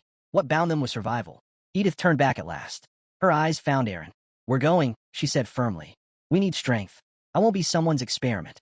With that, the others moved toward the portal, leaving Han and Jenna behind on the bench. Jenna sat down beside him, her voice low. So what happens to us now? Han didn't soften the truth. I don't know. It's all in the Master's hands.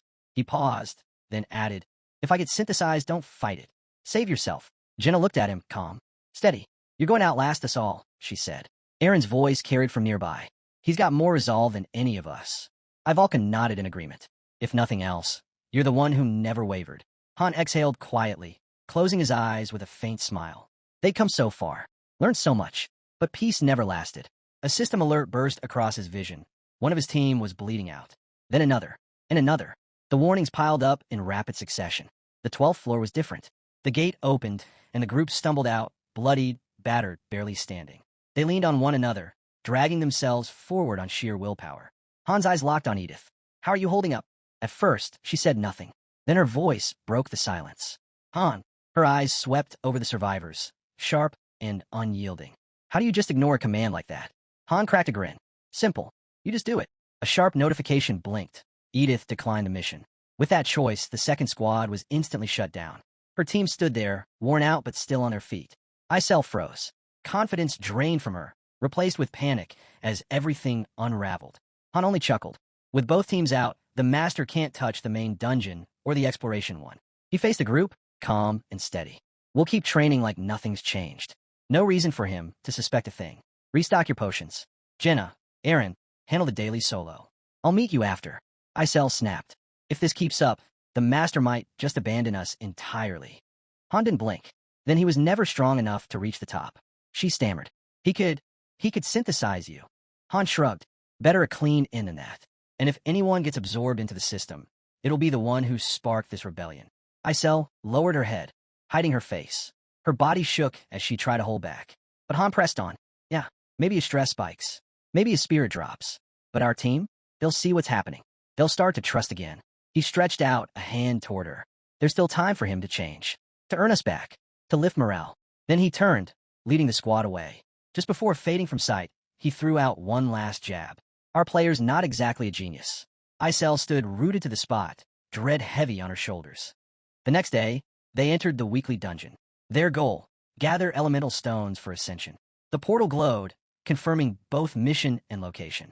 Han split them into two groups. One squad returned with a fire elemental stone. Jenna and Aaron pushed through the forest path. Han and Ivalka descended into the ravine, cliffs alive with glowing crystal veins. After regrouping, they dove right back into training. Han's sword and shield mastery climbed to level 6. But he knew the next leap wouldn't come easy. He needed sharper drills, stronger opponents, someone who could actually challenge him. He cut through his teammates' attacks with ease, then pointed at Ivalka. Your turn. Unlock telekinesis. Ivalka groaned.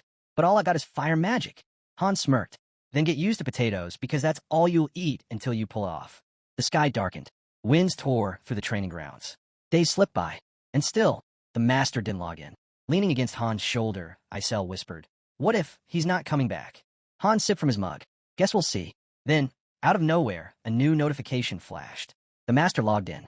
Isel lit up, hope surging. He didn't forget us. Edith appeared beside her. Maybe he finally came to his senses. Han lifted his cup again, unimpressed. If it were that easy, he wouldn't have crashed this hard to begin with. Han set his mug down with a soft clink. It's clear what he's doing. Compensation currents to reshuffle the raid lineup. A notification popped instantly. Advanced summon activated. New cards drawn. Stein, Mazel, Tazur. All rare. Edith glanced at Han. If they're like us, we'll have to draw lots to see who stays. Han rose, already walking away. No need. They're not joining this squad. She blinked. Why not? You'll see. At the stairway, the newcomers were already fighting. Mazel wrinkled her nose, griping about Tazur's smell. Stein tried to calm things down. Tazur snapped back, calling her pretentious. Mazel fired right back, neither giving an inch. Han strolled closer, watching them unravel.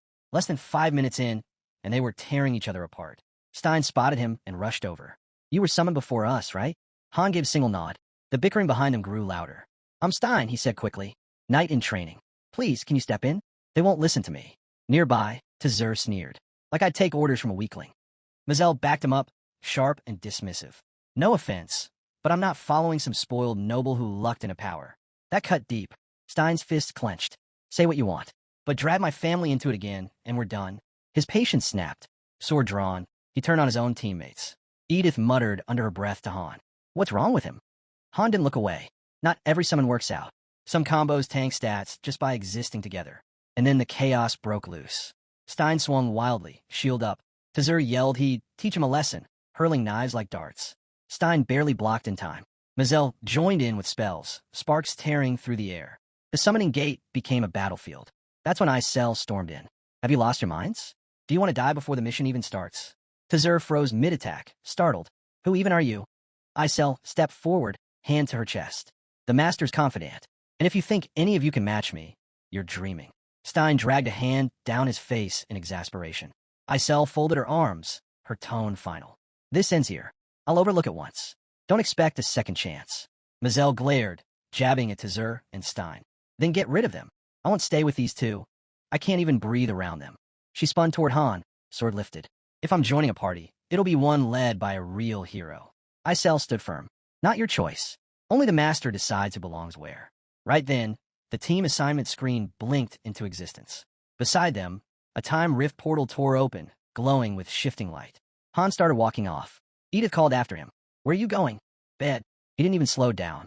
Those three? They're not coming back. He dropped onto the bed, hands folded behind his head. His eyes closed, only for alerts to start flooding in. Tazur has entered madness. Combat initiated. More messages rolled in. Health bars plummeting. Warnings piling up. Han groaned, rolled to his side, and tried to drown it all out. Then another alert blinked into view. All three characters defeated. Mission failed. Master has been defeated. High above, Isel hovered quietly. A prompt flickered across her vision. Exit game? Are you sure? The system's flat goodbye message followed, and Isel screamed, throwing her arms wide in frustration. She dropped down, hovering inches above Han. What are we supposed to do if he never comes back? Han cracked one eye open. It's possible. Isel yanked his hair hard. Possible. What about me? What about everyone else? Her voice shook. If he's gone 6 months, the account gets deleted. You know that. Her tone broke into pleading. He can't just abandon us. Han's voice lowered. 6 months there. But for us? That's a year and a half. Isel's wings trembled. Her voice softened to a whisper. We can't build anything without a master. I'll lose my power. I'll disappear like I was never here at all. Her words cracked. I haven't even been alive that long. Han sighed, eyes still shut. Drama queen. Quit it. We don't even know if he's leaving. Isel wiped her face. Han opened one eye at her. Relax, he said. If he were that weak, he'd already be gone. She hesitated. You really think so? Han met her eyes. She nodded faintly. Then, I'll trust you. Han arched a brow. So why the meltdown? You actually think it's that bad? That you'll really vanish if we don't climb the tower? She hovered there, wings flickering in the air. Yes, I'll fade away. Han stopped, gaze fixed on the ceiling. A bead of sweat slid down his temple. Half a year. He turned toward the window, eyes drifting to the towering outer wall of Nibelheim. Time was slipping away. The next morning, a prompt appeared on screen. Purchase now. Mobius is cheering for the master's success. A new alert followed. Triple gold pack selected. Includes 5,000 diamonds plus 3 gift cards. Cost 90,000. Another window blinked up. Proceed with 90,000 deduction. Before Han could react, golden light erupted in front of him. A tall blonde man materialized as the system announced. Advanced summoning activated. Master is eager to see who answers. Thunder shook the room. Light burst again. The first hero landed, Noken. A wide grin stretched across his face as he glanced around. Where are we? Wait, are those girls? Rare hero acquired. Then another figure stepped through, a bearded man, calm and steady. His eyes swept the area. Looks interesting. But first we eat. Rare hero acquired. A third man appeared, gray-haired, posture sharp. His eyes swept the area. Who's in charge? Take us to the shelter. Rare hero acquired. Han turned to the blonde. Fresh recruits. Think they deserve a welcome. The blonde answered flatly. No. From behind, Noken stepped in, voice loud. Who are you people? Looking to get yourselves killed. Han shot him a glare. You talk too much. Shut up and listen. At the training field, a red-haired girl turned toward Edith, just as Han called her off. Stand by. From the sidelines, Jenna muttered, this is even worse than when my squad got summoned. Noken raised his sword, pointing it straight at Han. Who do you think you're talking to? Han didn't move. His bangs shadowed his eyes. Someone nearby whispered, It's not about the recruits, it's about him. Han didn't reply. He just drove his fist into Nokin's face. Once. Twice. Again. Across the field, frustration boiled over. A dark-haired girl punched the screen in anger, sick of bad pulls. 3 failed summons in a row. No strategy. No synergy. Just filler heroes. Edith stepped in, firing back at the player while Han held him steady. Some players knew how to blend 1 stars and 5 stars into a real team. That took planning. Understanding. This was just noise. Sometimes the smarter move was to burn through 5 spins and pray something stuck. Another update flashed across the system. Nokin, Winard, Jelen, Robeal, Jian added to Group 3. Han rested a hand on his belt. Welcome aboard. Sorry, no warm-up. You'll figure out as we go. First real fight hits in seconds. The hall blazed with light as the rift of time and space stirred, opening wide. The battered newcomers stepped forward one by one, swallowed by the glow. Someone muttered that at least they hadn't killed each other, though one of them looked barely alive after the ordeal. Icel descended, wings glimmering, handing out the reward. The master sends his regards. A voice whispered from the back. They're catching on. Fast. Nearby, training dummies creaked in the wind. They slipped past. Jenna trailed close behind Han. Her voice was hushed. Do you think we're really in danger? Han looked over his shoulder. Do you? She hesitated, then admitted the recruits were the problem. They keep stirring things up. We could lose everything. From the corner, Nokin averted his gaze, sweat breaking out when Han's eyes locked on him. The blonde hero turned, scanning the squad. Jenna moved closer to Han, but he motioned her back. Nokin stepped forward, facing the group. Someone pointed out the obvious. They were running out of time. Still no mage, but overall, the formation looked solid, balanced enough to hold. Group 3 was finally shaping up. No deaths yet. On the surface, the master strategy seemed to be working. The blonde crossed his arms. Anyone know why those other squads never take missions? He didn't wait. Because their master abandoned them. The rest sat around the table, listening in silence as he went on. Once we level a bit more, we'll outpace them all. Every last one. Well, maybe not the mage. We could actually use her. Jelen raised an eyebrow. Aren't we already full? The bearded man grunted. We got 2 freeloaders. Drop 1, problem solved. Nokin's jaw fell open. He couldn't believe what he was hearing. Han, steady as ever, just said, that's an interesting take. The blonde moved behind him. So, what are you even doing here?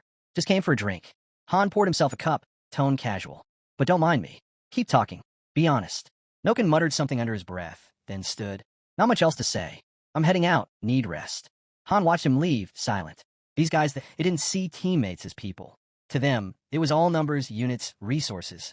And still, the master seemed satisfied with them. Han's mind drifted upward to the tower. Floor after floor. They had clawed their way through the 14th, not without stumbles. 13 and 14 had been tolerable. But the 12th? Brutal. Maybe they'd gotten lucky. He raised his arms slightly, caught in thought. Not one member of Group 3 had hit level 10, yet the master kept forcing them higher. Once they broke floor 15, synthesis would unlock. Jenna caught up, out of breath. Are we really just going to keep circling like this? She shut her eyes for a moment.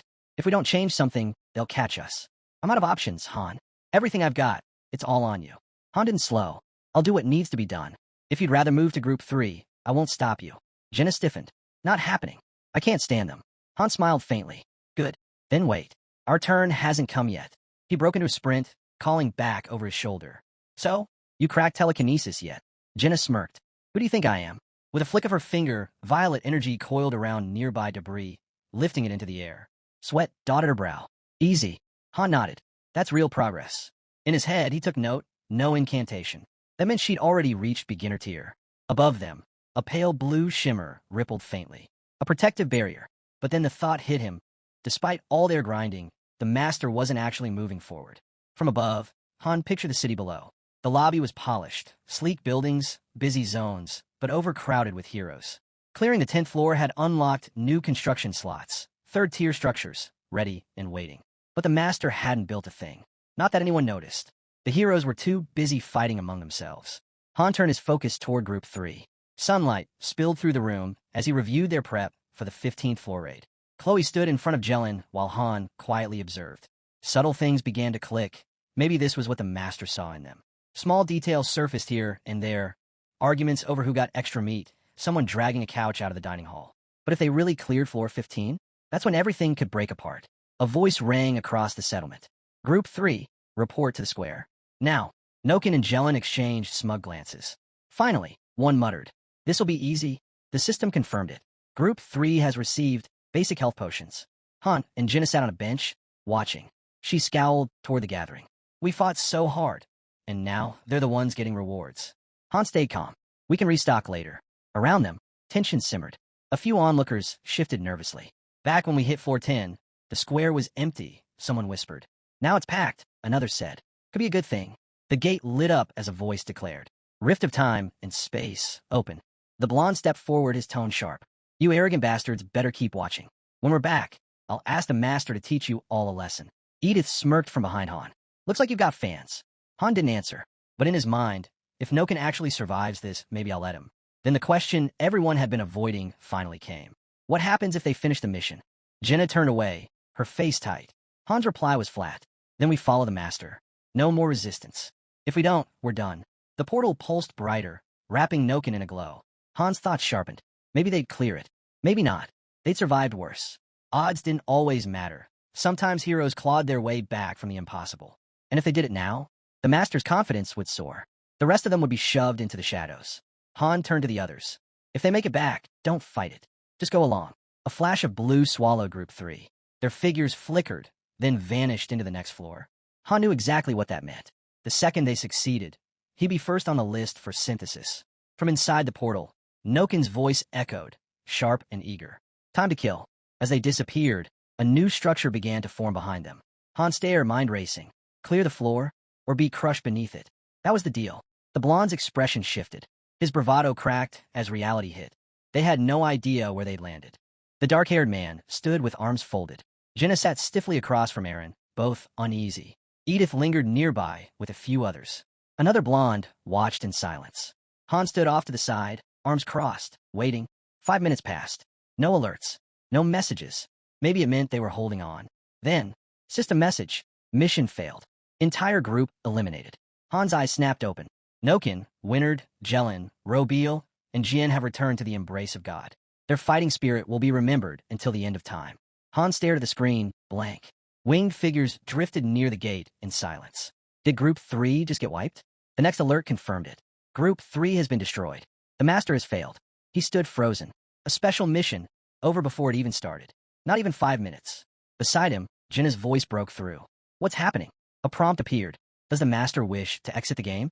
Then Icel's panicked whisper. He threw the phone. The system gave its cold farewell. Goodbye, user. Icel grabbed Han's sleeve, eyes wide. This is bad. What do we do? Han's calm reply cut through the noise. Everyone's watching. Let go. He rose to his feet. Jenna followed. Let's go. Nothing left to see. Jenna hesitated. But what about Group 3? They're gone, Han said flatly. Aaron glanced over. Jenna whispered. They had just entered. Han thought it through. An entire squad wiped before the fight even began. Not a single point earned. They were weak, he said at last. That's all it proves. Night fell over the settlement, heavy as a curtain. Somewhere near the wooden dummies, a scream cut the air. Han heard his name. Icel rushed toward him, anxious. What do we do now? Tell me what to do. He didn't turn. I'm training. You should rest. Weapons lay scattered across the field. Life goes on, Han said. Wake. Eat. Train. Eat again. Train more. Dinner. Repeat. Icel stared, stunned. It's been 10 days, she shouted. And the 1 stars? They're already slacking off. She imagined them sprawled around the dining hall, doing nothing. No master. No synthesis. Just a few still forcing themselves through the weekly dungeons. Han touched his chin, thinking. 10 days here, 3 days outside. Then a system alert broke the silence. Download complete. Time to take action. Welcome back, user. Icel gasped, tears welling. She turned toward the glow. Master. Han looked up. He's back. A flash lit the sky. Screenshot captured. Save the gallery. Another prompt. Would you like to exit the game? And finally, goodbye, user. Icel's fists clenched. That's it? He came back just for this. The fairy trembled in the air. Is he really planning to quit? Han watched the glow fade. He took a screenshot. That wasn't random. Icel blinked. You're saying he logged in just for memories? Han turned away. Looks like it. Silence stretched before he spoke again. What's your hobby, Icel? She frowned. Your hobby, he repeated. What do you like doing? She crossed her arms. Digging up stuff online. Han's eyes lit up. So you really can access the internet? Icel nodded. Han stepped closer, his voice serious. Then I need your help. Inside the building, the lights flickered faintly. Icel floated nervously. What kind of help? You want to connect to the network from here? She asked. Han stretched out on the bed, one arm tucked behind his head. Don't tell me you can't. Of course I can, the fairy snapped. She hovered closer, eyeing him. But crossing dimensions like this isn't easy. There are consequences. Han raised a brow. So, what's the holdup? 1 hour, max, Isel said, closing one eye as if weighing it out. Just a watch. But if you post or comment, the timer burns fast. Han leaned back, unfazed. Sound like a pain? It always is, she muttered. I haven't even checked Ragnar Loki's blog in forever. Han sat up. Still do it. Her eyes widened. You're going solo? If it's even possible, Han replied. A bead of sweat traced down her cheek. She smacked both sides of her face and let out a shout. Fine. But only this once, because it's you. With a sharp flick of her hand, a laptop-shaped shimmer appeared, glowing with magic. Energy hummed in the air. Han glanced at her. I can't hold it long, she warned. Do you really have a pose like that? He asked dryly.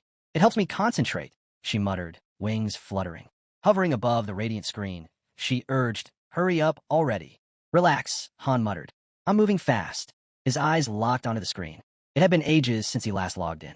Data spilled across the plain white background. Forums, guides, notices. Han scrolled quickly until the help board loaded. Then he froze. A crooked smile tugged at his lips. The screenshot was there, his master's username attached. He was right. Han studied the profile image. Was that supposed to be his self-portrait? Or AI art? Could this really be him on the other side? The comment section was packed, filled with users tearing into the master. Time ticked down. Isel's arm shook. Han. He didn't hesitate. His fingers struck the keys. If I can upload all my logs from a cloud, maybe it would change something. The cursor blinked. Then the replies exploded, comments pouring under his post. Isel's body jolted. She let out a strained yell, head snapping back. Han blinked. Right? Should have gone anonymous. She collapsed onto the bed beside him. Han glanced over. You did great. It's done. Still panting, she asked, did it really go through? Han nodded. Now it's on the master. Her eyes narrowed, drained. You actually sent something? Yeah, he said evenly. All my logs. Her eyes went wide. Wait, like a heavenly book. Han blinked. Huh. Isel puffed steam from her nose. There's a rumor. Says the public guides are fake. Locke hid the real raid path inside the book. And you, she jabbed a finger at him. You just handed that to the master. Han sighed, resting his arms on his knees. Cut me some slack. You're not completely wrong, he admitted. What I sent was 2 years' worth of runs. Strategy, analysis, mistakes, fixes, everything. Might as well have been a thesis. Isel's eyes lit up. So the book's real after all. Flames roared in the cauldron. Han calmly added, it's not everything. Just everything I wrote down. From a nearby slot, thick pages spilled out, worn with use.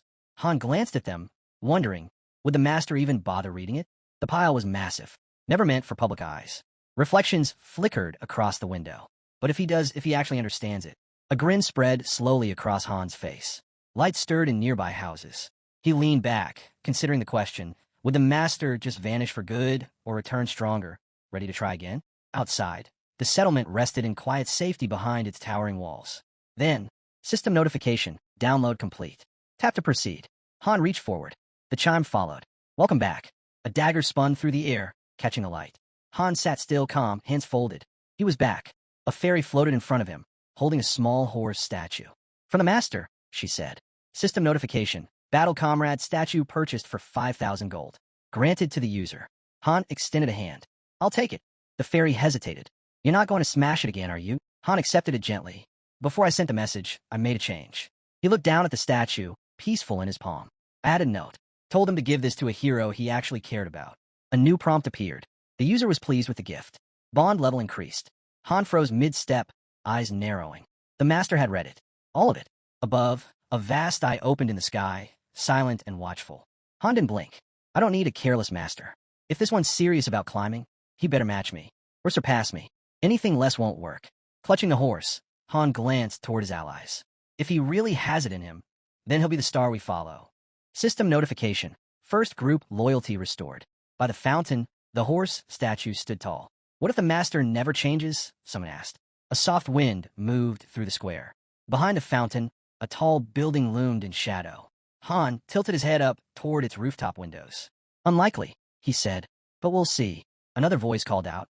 You mean logging in again? Han answered without pause. Depends how fast the interference points start stacking.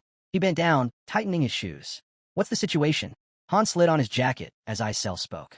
It's how the main office links everything. Cause, effect, the core of the game. The more active the master, the more interference points stack. And if he starts leveling fast, they pile up even quicker. She lit up, practically bouncing. Oh, and don't forget the diamonds. Han raised a brow. Diamonds? She nodded fast. They're like solidified glasses, physical shards of creation power. With his back still turned, Han asked, same kind tied to real-world money? Exactly, she said. Cash hits harder than anything. Virtual funds are okay, but real money? That's power. And the system sweetens it. A 1% bonus for every deposit. Han took a slow step forward and snorted. 1%? That's a scam. He kept walking, calling out to his teammates. Shake off the rust. Enough sitting around. Without breaking stride, he dropped the verdict. They were back in the fight. System alerts lit the air. First group reactivated. A new notification praised the master for flipping their mindset. Jenna and Aaron followed close behind. Jenna gave a shrug.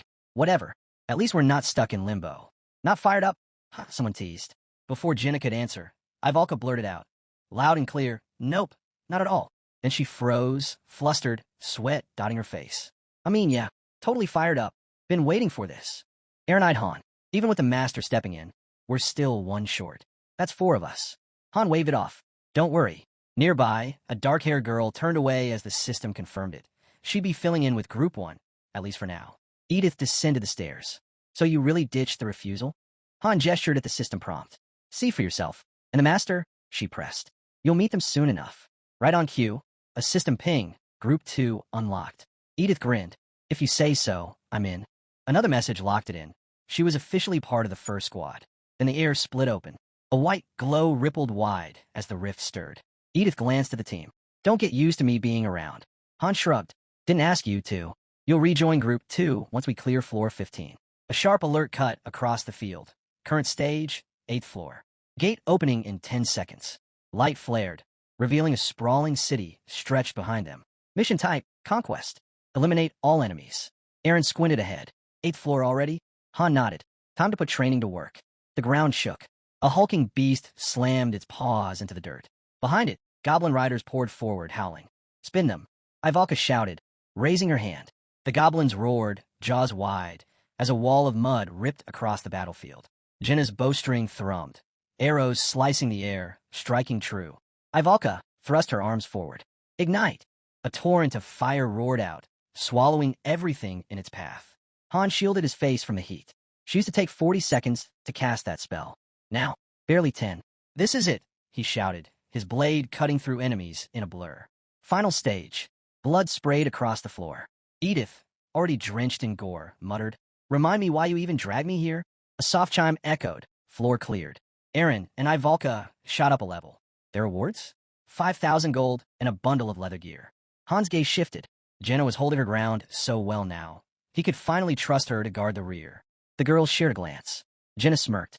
Getting bored yet? Edith shook her head. Not really. Watching this mess is actually entertaining. Han figured she hadn't meshed with the group yet, but she was sharp. She'd settle in soon enough. Ivalka drew a long breath, shutting her eyes.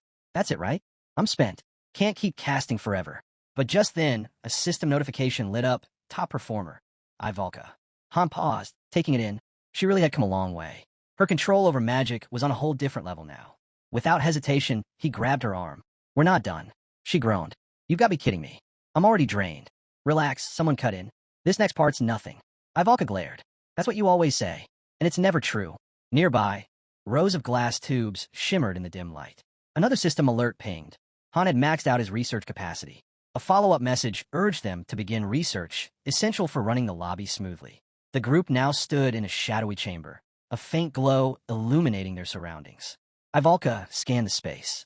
A magic lab? Hands on her hips, she turned to Han. Care to explain why we're here? I said no physical work, didn't I? He replied. She frowned, confused. From now on, he continued, your role is research. A system prompt appeared. Research options unlocked. Hero feedback, building upgrades, dungeon analysis, all available. Assigning heroes would generate research points, the lifeblood for upgrading lobby systems. The system even flagged Ivalka as a recommended candidate. Before she could respond, a tiny fairy flickered into existence right beside her. Ivalka shrieked. Could you not pop up like that? The fairy gave a shrug. Not my choice. Just deal with it. They moved toward a small desk. A chair and container sat waiting. Isel pointed. Simple. Solve the problem, drop it in. That's your assignment. Ivalka scowled. Why me? I already studied all this back at the academy. Isel snapped back. Because the master said so. So unless you want to get tossed out, Do the work. Han opened a book, ignoring the bickering. Ivalka sank into the chair, cheek resting on her hand, looking utterly unmotivated.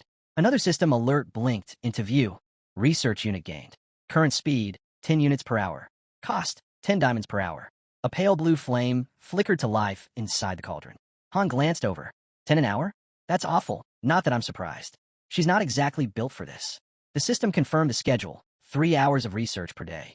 Another warning followed. Push researchers too far, and they'd burn out. Isel repeated it word for word. 3 hours a day. No more. Ivalka gawked at her. 3 hours? My brain's already fried. The system promptly logged her outburst. I mean it, she shouted. This isn't easy. I'm losing my mind over one stupid problem. This is slavery. Han finally realized she wasn't just being dramatic. Her workload really was stacked. He shut the book with a snap. They couldn't afford to break her down this early. Isel, he called, put in a request with the craftsman. A moment later, a notification popped up. Han had ordered a fur coat for 3,000 gold. A dazzling white coat shimmered into view. Ivalka snatched it up instantly. Han smirked. What did I say? You wanted it anyway. Consider it advance payment. Keep this up, and the perks won't stop. Ivalka shot him a glare. You think you can bribe me with snacks and a coat? They both tugged at the fluffy garment until Han leaned back. Fine. Hand it over then, if you don't want it. She clutched it tighter. Who said I didn't? Fine, I'll do it. I'll take care of everything. Behind them, water roared over a stone bridge, its echo filling the chamber.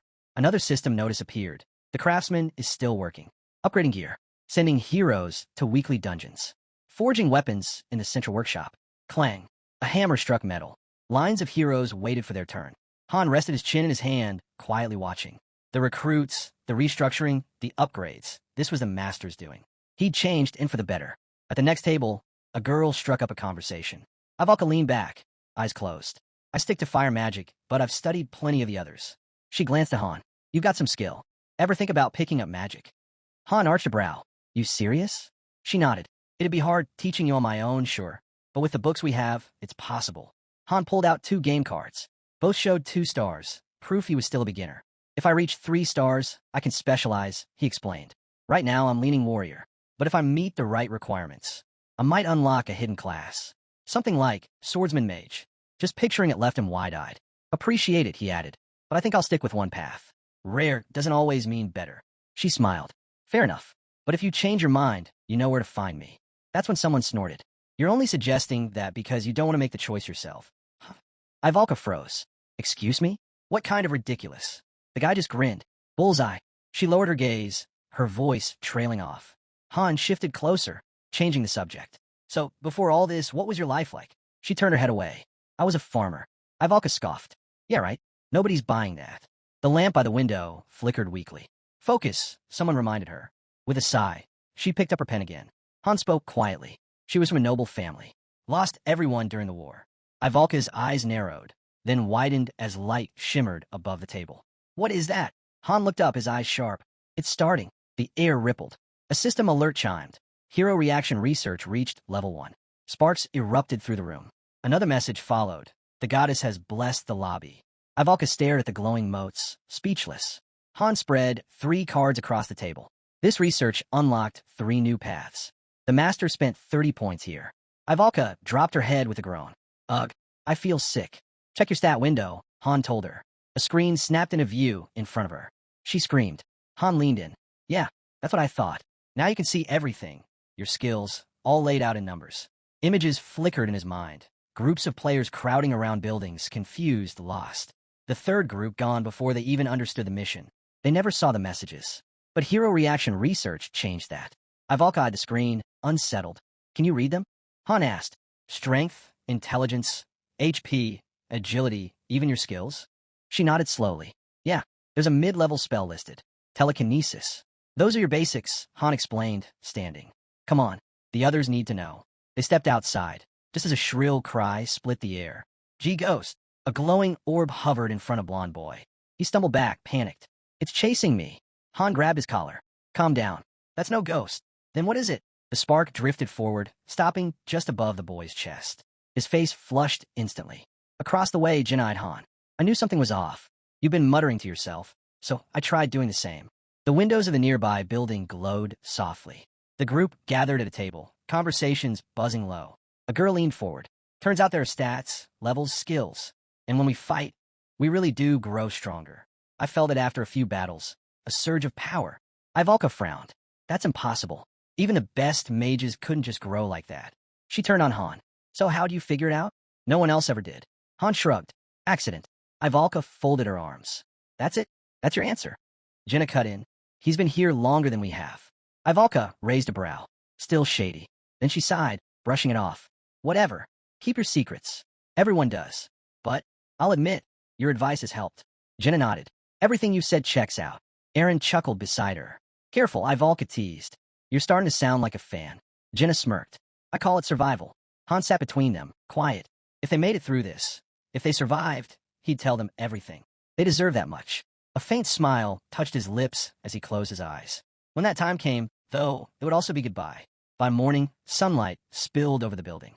Word spread fast. Everyone was buzzing about the new stat windows. System screens shimmered into view across the lobby. Most displayed only fragments of data, limited by the low research level. Some players couldn't access theirs at all. Out on the training field, shadowed figures moved through their drills. Jenna fired arrow after arrow, steady and precise. Across from her, Han stood poised, blade in hand, deflecting each shot with smooth, practiced swings. Lowering her bow, she held up her empty quiver. Wait, deflecting all that, that's an actual skill. Han tossed her another quiver. It is. She sighed. Not fair. I can't even block one. Han tilted his head. Think about it. If I've got a skill that reflects attacks, maybe there's one that counters it. Jenna blinked. What did you just? Before she could finish, Han blurred forward. In an instant, he was behind her. Jenna spun, barely dodging the strike. Are you trying to kill me? Han grinned. If I wanted to, I wouldn't miss. Relax. We're still in the lobby. He lifted his sword again. You want to get stronger? Then the training has to be harder. Jenna twisted back, narrowly evading another slash. Her bow raised, posture tightening into defense. Someone scoffed from the sidelines. Not exciting enough before. Now they're using real weapons. No rules. Han strapped a shield on his arm, sword still in hand. His voice rang clear across the field. From here on out, we train at the edge. Near beatdowns. No holding back. The sharp clang of steel rang out from the practice dummies. The onlookers exchanged glances, impressed. Wasn't he just a farmer? One whispered. Yeah, right. Another muttered. That's definitely a rumor. The clash on the field grew fierce. Jenna crouched low, fingers grazing the dirt. What even is this training? She muttered. Ahead, Han's eyes locked on her. Giving up already? Aaron's waiting. The blonde, quiet until now, gave a small nod. I can wait. Jenna steadied herself. Fine. One more try. Her eyes swept the field, calculating. Coming. Han shouted. He lunged, blade raised, dagger flashing toward her face. In one motion, he deflected it cleanly. Jenna drew her bow in a snap. A red glow flared in her eye as she loosed an arrow. The system chimed, skill acquired, exposure weakness. Han barely managed to block the shot. Jenna dropped to one knee, breathless but grinning wide. That was amazing. Someone from the sidelines called out. How'd you even do that? Still smiling, Jenna answered, I just really wanted it. He said there was a skill that could break through his guard. So I focused, and it clicked. Han blinked at her. She learned a skill just like that? Just by willing it? Strange, but undeniably impressive. You up for another round? He asked. Jenna lifted her bow, steady. This time I won't hold back. The arrow flew. Han dodged. But she wasn't just shooting now. She was calculating. The first arrow forced him to move. The second, maybe the third, would be aimed where he least expected. Feints layered in between. That red glow returned to her eye. She was locking onto the rhythm, breaking his timing, twisting his instincts. That was how an archer turned dodges into hits. Han's pupils narrowed as the system flashed. Basic archery skill leveled up to 6. A barrage of arrows tore through the air. She leveled mid-fight. Han gasped, deflecting desperately. Her movements were sharper, faster, beyond anything from before. He caught her smile in the chaos and felt the pressure tighten around him. Am I actually about to lose? The onlookers froze, whispering. Are they even human? They're monsters, both of them. Sweat slid down Han's temple. Aaron turned away from the fight. Incredible, he muttered. Han's the real deal. His hand shook at his side, jaw clenched, veins standing out as frustration burned through him. On the field, the wooden dummies sat untouched. The real clash was in the air. Another arrow. Han swung wide, tried to force the distance closed. He lifted his blade high. At this pace, he'd need the shield, his final fallback. But this wasn't about winning anymore. It was about breaking past limits, unlocking something greater. As another arrow streaked in, the realization hit. Tracking the target wasn't enough.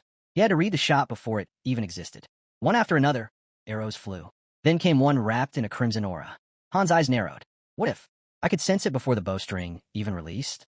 A faint glow rippled across his body, circuit-like lines sparking to life. The next arrow soared. System notification, new skill acquired. Insight. Arrow defense upgraded to level 3. Basic swordsmanship advanced to level 7. In a blur, Han deflected every arrow in his path. Dust exploded under his feet as he closed the distance. In the blink of an eye, he was standing before her. Jenna held her ground, jaw tight, eyes locked on him. Lowering his blade, Han asked evenly, "So, does that make one number 19? She glared. "You're a monster." Han glanced at his system window, scanning the new skills now etched there. Jenna turned to Aaron. "What about you? How many skills do you have?" 3, he answered. Spear mastery, pain threshold, and fire resistance. Jenna leaned closer, scanning her system screen. Han raised a brow. "What about you?" She listed them off without pause. Bow mastery, dagger mastery, weapon change, rapid fire, weakness identification, Hawkeye, and dexterity. Aaron, standing just behind Han, gave a nod. "That's plenty." But Han cut in. "Don't get carried away. A long list doesn't mean much if your level can't back it up." 2 dark-haired heroes approached, and Han gestured toward them. "Sometimes skills clash. Pick the wrong combination, and they'll backfire. Take mine, berserk and cold-blooded. Bad mix." He paused. "But my case is different." Jenna swiped the sweat from her forehead. Han studied her in silence. 9 skills. No doubt about it. She was top tier. Aaron's gaze lingered on her, thoughtful, as dry leaves drifted across the quiet settlement. A sudden alert appeared. Item combination in progress. 3 elemental stones, fire, water, and wind, hovered in a glowing circle. Target, normal exaltation stone. Success rate, 87%. A prompt blinked. Proceed with fusion? The stones shone brighter as fairy magic surged through them. Then, system notification, combination failed. Items destroyed. Later, Han and Jenna sat on a bench in silence. Han's eyes were fixed on nothing, bitterness etched in his face. 87%, and it still failed. Jenna broke the quiet. "So, can I ascend now?" The fairy hovered nearby. "Time's moving fast. You've already reached 2 stars. System notification, combination complete. Item acquired, common ascension stone." The palace gates creaked open. System message. The master has begun the ascension. Jenna turned to Han, voice low. "Am I going to die?"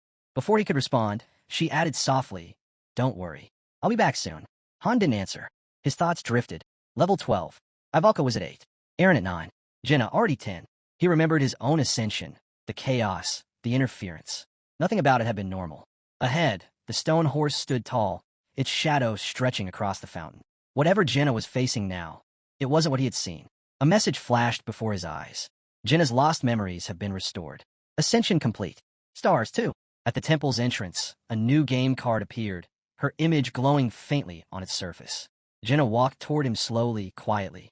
Eyes down, she murmured, "I had a strange dream. The forest near my home, it was burning." She sank down beside him. Han shrugged faintly.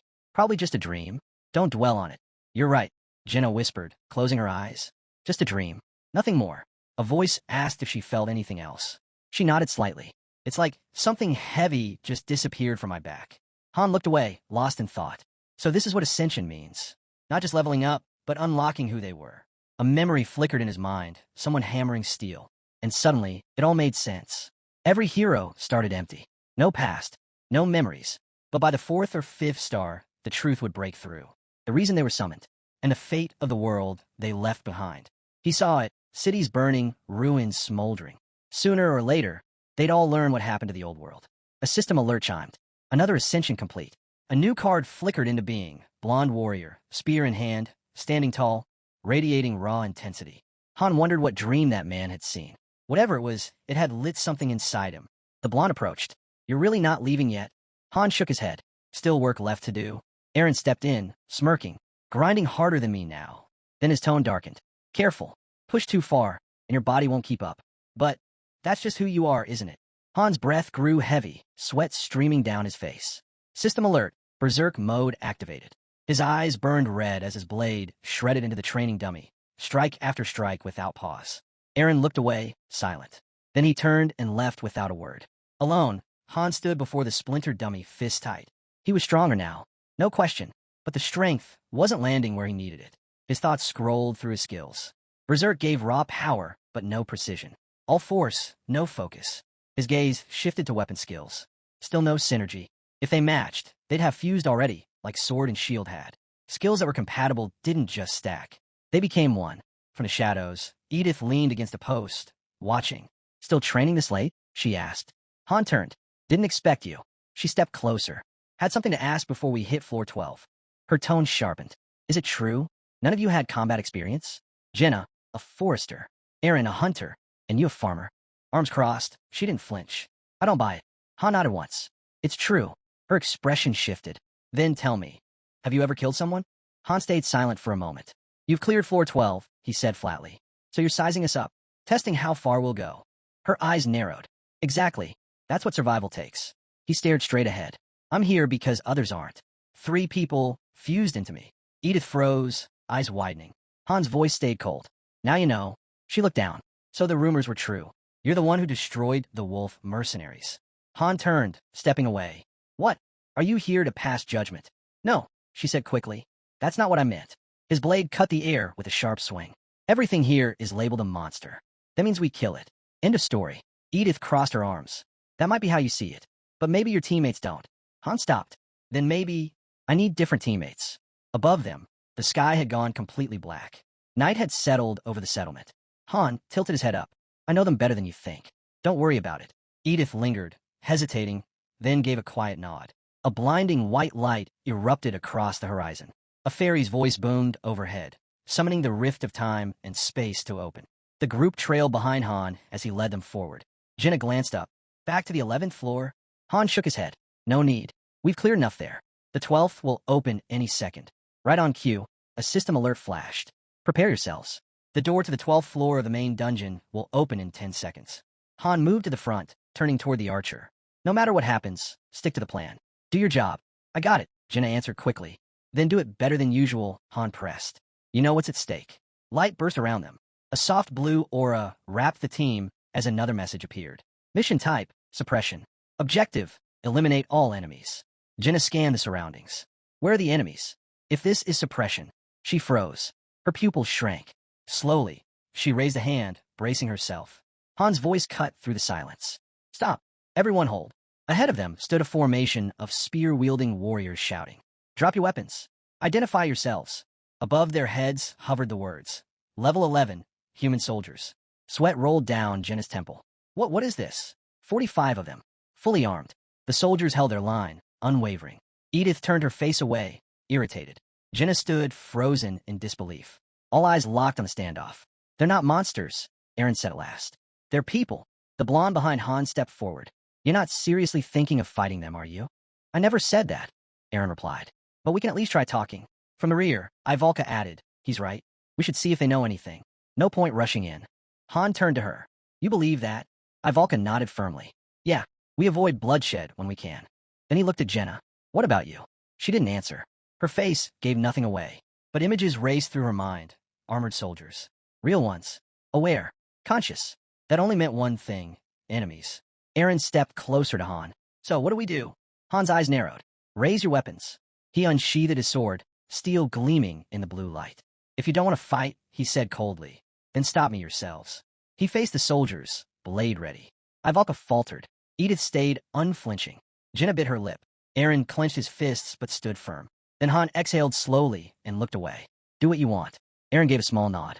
Thanks. He stepped forward. I'll try talking. His voice rang out. I'm Aaron. We don't want to fight. Can we talk this through? One soldier broke rank and stepped forward.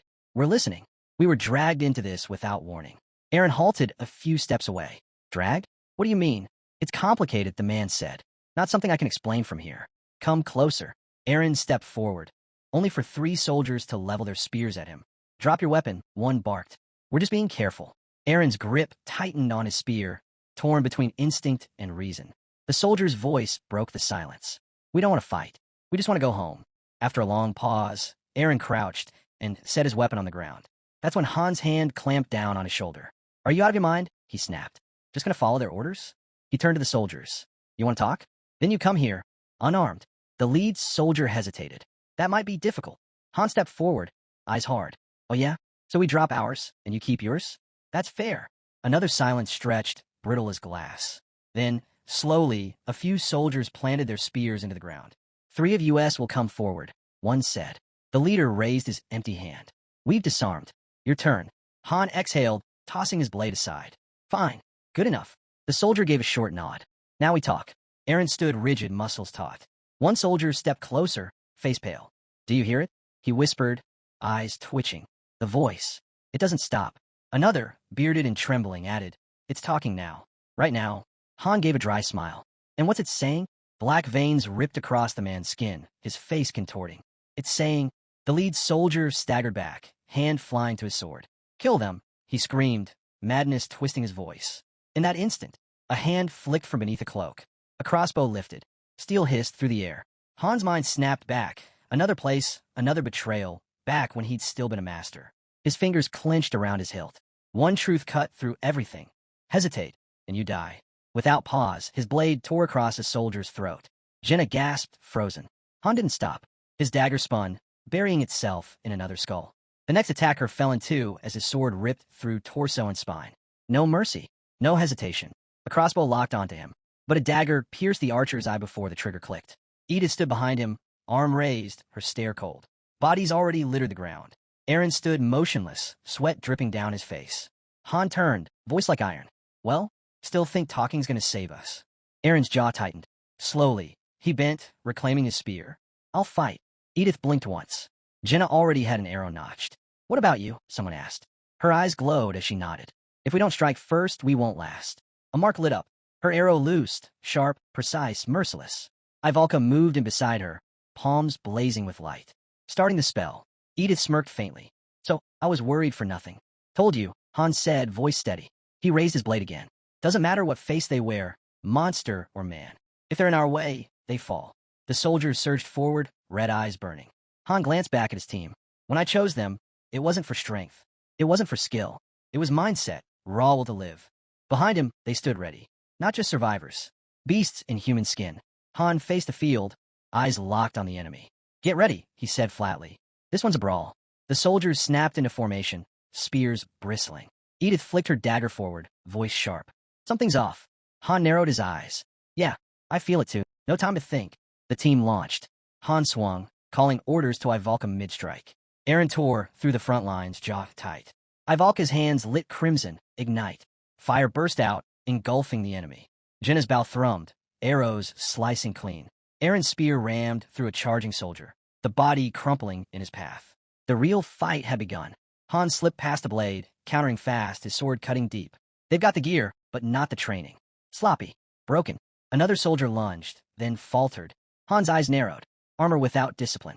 Dangerous, but hollow. The man dropped to his knees, weapon clattering to the ground. Please, he rasped. My wife, my daughter. I need to go back. Han loomed over him, unreadable. Go back, he asked quietly. Ow! The soldier's eyes burned red. His skin was pale. He convulsed, then coughed violently. Thick black liquid spilled from his mouth. Moments later, his body collapsed. Ivalka stared, voice low. These people, something's wrong with them. Edith gave a curt nod. Brainwashed. I've seen it before. But not this many. Han shot her a look. You think they're the same as last time? Edith didn't hesitate. Yeah, I know I've already killed them.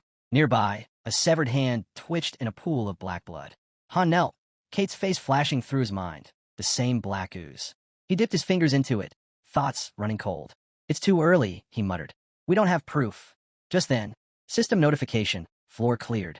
Jenna and Edith leveled up. Rewards, 3,500 gold. Leather acquired. Top player, Han. Han rose, turning to the others. You'd better start getting used to this, he said calmly. Just like I have. The group fell silent.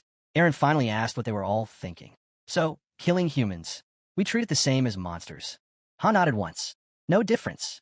Not here. His gaze drifted to the horizon. The 14th floor. The 15th. Both crawling with human-shaped enemies. Different armor. Different faces. New strategies. But always the same. Hostility. Han pictured the first wave charging at them. And in that bitter thought, a strange kind of relief. Easier to fight when you stop trying to explain it. They crossed the quiet grassland, boots rustling softly in the breeze. Han couldn't shake the thought. Facing enemies that looked human always weighed heavier. Even their master had sensed the strain, giving them a full day just to recover. When Han opened their updated game cards, the numbers told the truth. Their levels were finally high enough. The 15th floor was within reach. But not everyone had it easy. Ivalka and Edith, strong as they were climbing slower. Starting at a higher rank came with its own burden. That's when a small bag appeared outside their house. Han picked it up and glanced inside. The equipment workshop's been at it non-stop, he muttered. Fresh leather pouches. Perfect. More room to carry supplies. He pulled out a test tube filled with glowing red liquid. A system alert lit up. Basic health potion equipped. Isel, standing nearby, immediately warned him, "Don't drop that. It's expensive." Too late. The potion slipped from Han's grip, hit the ground, and shattered. Another system alert. Item destroyed. Followed by a cold reminder. Items could break if handled carelessly. Han turned away. "Didn't you just say that was expensive?"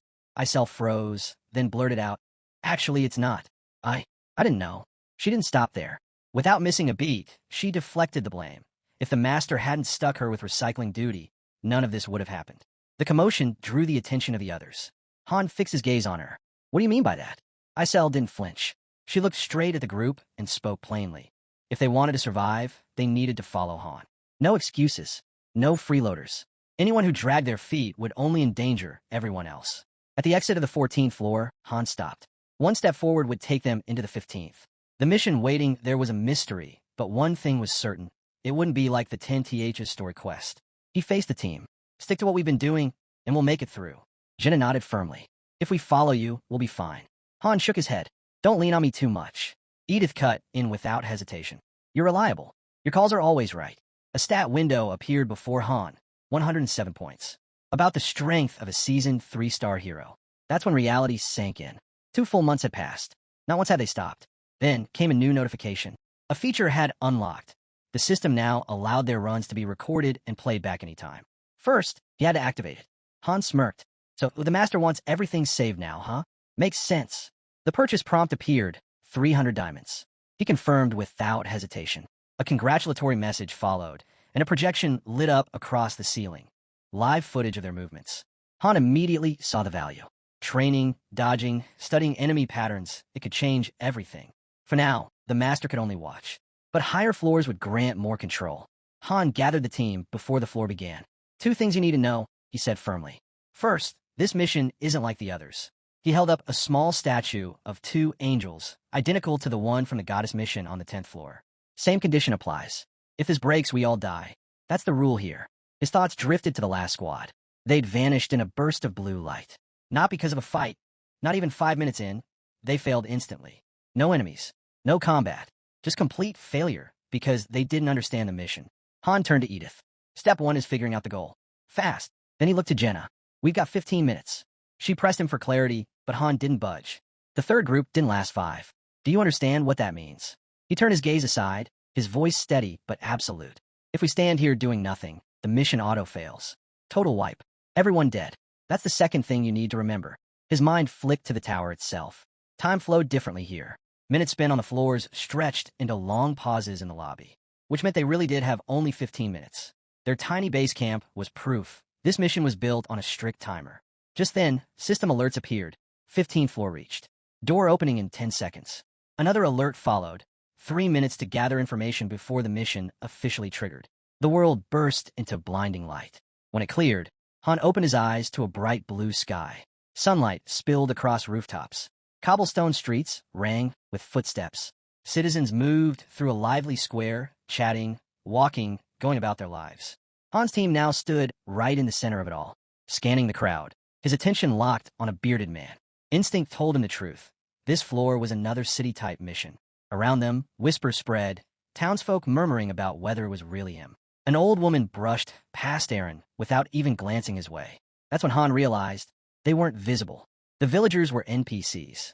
The town bustled with warmth and noise, nothing like the tension that had weighed heavy on the 10th floor. Then the system message appeared. Mission type, defensive. Objective, protect someone. Han rubbed the sweat from his forehead. One thought pounded in his mind. Surrounded by this many people, how were they supposed to track down one person? His thoughts flashed to Noken's team. They must have panicked the moment they saw this mess. Without knowing the mission's true goal, they would have assumed the townsfolk were enemies. If they'd skipped the 10th floor, they never would have known the rules. Chances were high they'd attacked the villagers outright, or completely ignored what really mattered. Han tilted his head back, watching clouds drift across the sky. In the end, it came down to 2 possibilities. Either the last group had slaughtered innocent townsfolk, or they'd failed to protect their target in time. Different mistakes, same outcome. Instant failure. He turned back to the team.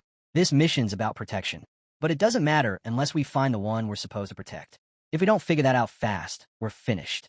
Jenna frowned, her eyes darting to the bustling streets. But how are we supposed to search? There aren't any monsters here, just people. Han crossed his arms. Does anyone know this place? Aaron stepped forward, sunlight glinting off his armor as he scanned the square. I've been here before. Traded goods around this region. This is a Dilth, a major crossroads. Always packed with travelers. Han's eyes narrowed. So we're still in Tonia? Aaron nodded. Han pointed across the plaza. Any landmarks? The sun's rays gleamed against a distant temple, its silver-white walls casting sharp shadows. Aaron spotted it immediately. There. That's one of the 3 largest temples outside the holy city. Jenna's eyes widened. I've heard of that place. It's supposed to be enormous. Han moved closer to Aaron, watching the flow of the crowd. Everyone's heading that way. Something's happening. Aaron agreed. Definitely an event. Han turned to Edith. We're moving to the temple. Stay sharp. Without a word, Edith vanished, her body gliding between walls, leaping until she reached a wooden platform high above the city. From there, she had a clear view. The square below swelled with townsfolk pressing toward the temple gates, where armed guards stood in formation, spears raised. One of the guards stiffened, his eyes locked on something unseen. Han reached the gate just as the man barked. You're not Aloe. Steel flashed. Han struck before the sentence even finished.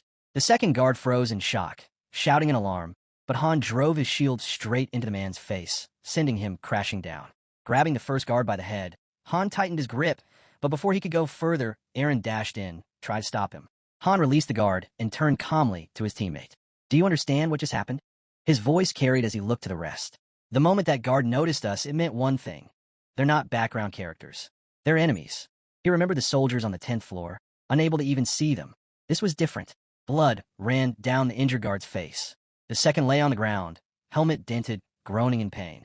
Ivalka dropped to her knees beside him, unease written in her voice. What if they weren't enemies after all? Han's tone stayed even. Maybe, but I didn't kill them. Ivalka's gaze lingered on the guards. They already look half dead. From above, one teammate pointed out the breathtaking skyline, while another whispered in awe, asking if this was the legendary snow White Hall of Silver. Aaron confirmed it. Yeah, that's the place. Near the temple fence, an old man shuffled forward, staff in hand. He raised it high, squinted toward the swelling crowd, then slammed it into the ground. A magic circle rippled outward, glowing across the stone. His voice boomed, carried by spell work. Remain calm.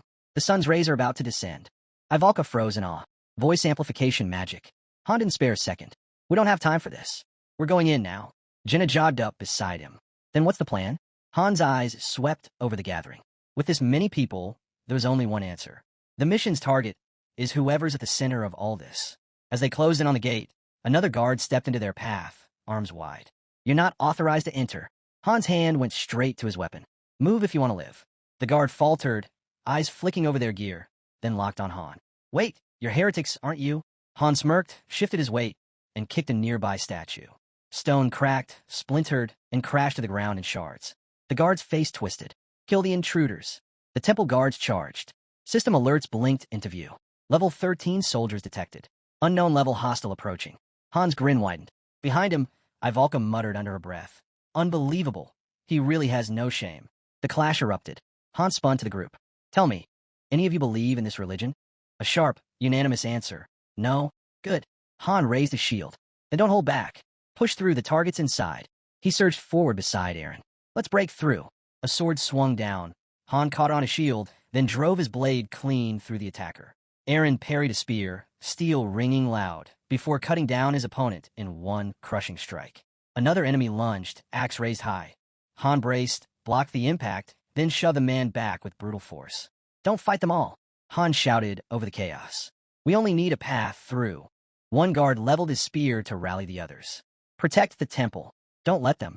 An arrow whistled through the air. Jenna's shot cut him down mid-command. Han barked, keep moving. Only fight if you have to. The team pressed forward, deflecting blows, countering when cornered, carving their way through the tide. Han felt it now, deep and undeniable. The one they were meant to protect was inside. If they didn't reach them in time, everyone here was dead. Without hesitation, he slammed his boot against the massive temple doors. They burst open. Han strode in, shield raised, every sense on edge. He glanced at the timer. Minutes left, maybe less. The stained glass windows loomed overhead, painted in shifting colors of light. A system message lit up before his eyes. Mission type, defensive. Objective, protect the target. Time remaining, unknown. Han's pulse hammered in his ears. His voice tore through the temple. Where are they? Ivalka stepped forward, her hand glowing with power. I've got something. A surge of purple energy burst from her fingertips.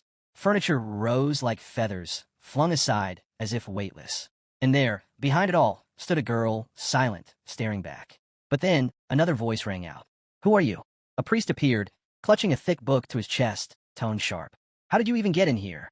Han's eyes flicked instantly to the mission window. No change. Not him, he muttered under his breath. Wrong person. The temple's main doors were still wide open. Too open, which meant there had to be more side halls, hidden corridors, and with them, more guards. Shouts erupted as soldiers stormed in. You there? Do you even know where you are? Han didn't hesitate. Split up, he ordered. Take the right. I'll go left. The team scattered. We'll regroup soon. A knight raised his weapon, yelling to capture him. Han cut him down before he finished the threat. He threw himself into a side corridor, the door hanging ajar, boots pounding against the steps as he sprinted deeper. His thoughts churned. Who was the target? The old man? No. Impossible. Then the clue echoed in his head. The rays of the sun. That was it. That had to be it. A shadow blocked the path. I am Kyle, Holy Knight of the Sun. And I. Han blew straight past without even looking. Hey, I wasn't finished with my intro. Kyle's protest faded behind him. No time. Han tore down the corridor, kicking open another door. Inside, a man sat chewing meat caught mid-bite. Without breaking stride, Han slammed a nearby guard against the frame, startling the man inside into choking on his food. Still moving. Always moving. He brushed past the girl in the hall, not stopping, knowing some couldn't see what he could. Then, a glowing system window blinked to life before his eyes. Time remaining. Less than 3 minutes. His jaw tightened. Almost out of time. Another door. Another kick. This time, sunlight. He stepped into a garden bursting with color, bathed under the blinding rays of the sun. Flowers shimmered in the light, and the air hung still. Too still. His breath caught. Shadows moved behind the glass doors ahead. Then, the figures appeared, armor glinting in the sun. A knight turned his back while others drew their blades. One stepped forward slowly, pressing cold steel against Han's forehead. The heretic must die. The sun poured in through the glass, stretching long rays across the floor. And there she was, standing in the center, framed by the light. A girl, her silhouette bathed in gold. A voice broke the silence. Someone called her name. An old man stepped out from behind her, his presence heavy. The townspeople have gathered in the square. Friases turned, brows furrowed slightly. Did something happen in the garden? The bearded man's face hardened. His voice dropped low. Intruders broke in, but they'll be handled. There's nothing to fear. Back in the garden, steel clashed hard against Han's shield.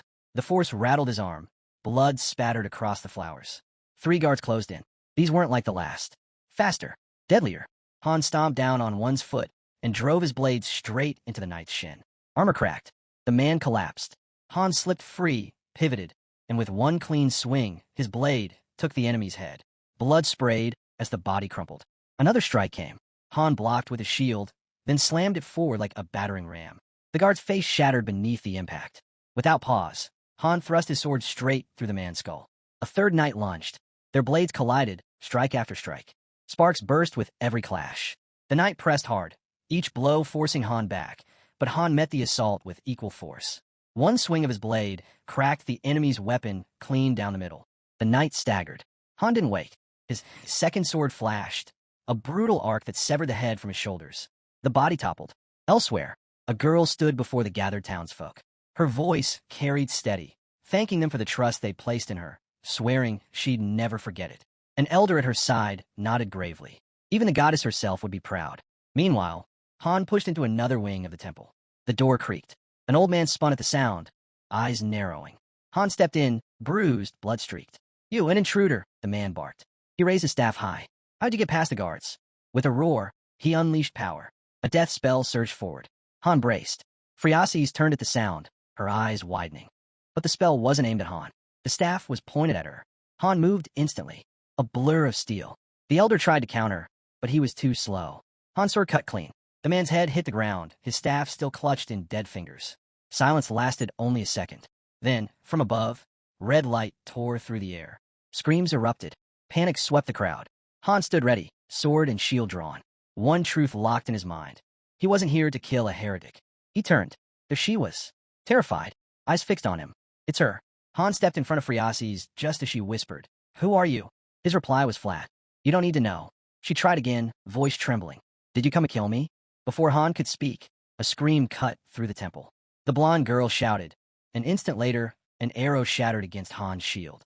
Friasis recoiled. "What's happening?" Han barked the command without hesitation. "Stay low." Above them, shadows emerged. Assassins crouched on high beams, blades drawn. More enemies closed in fast from every direction.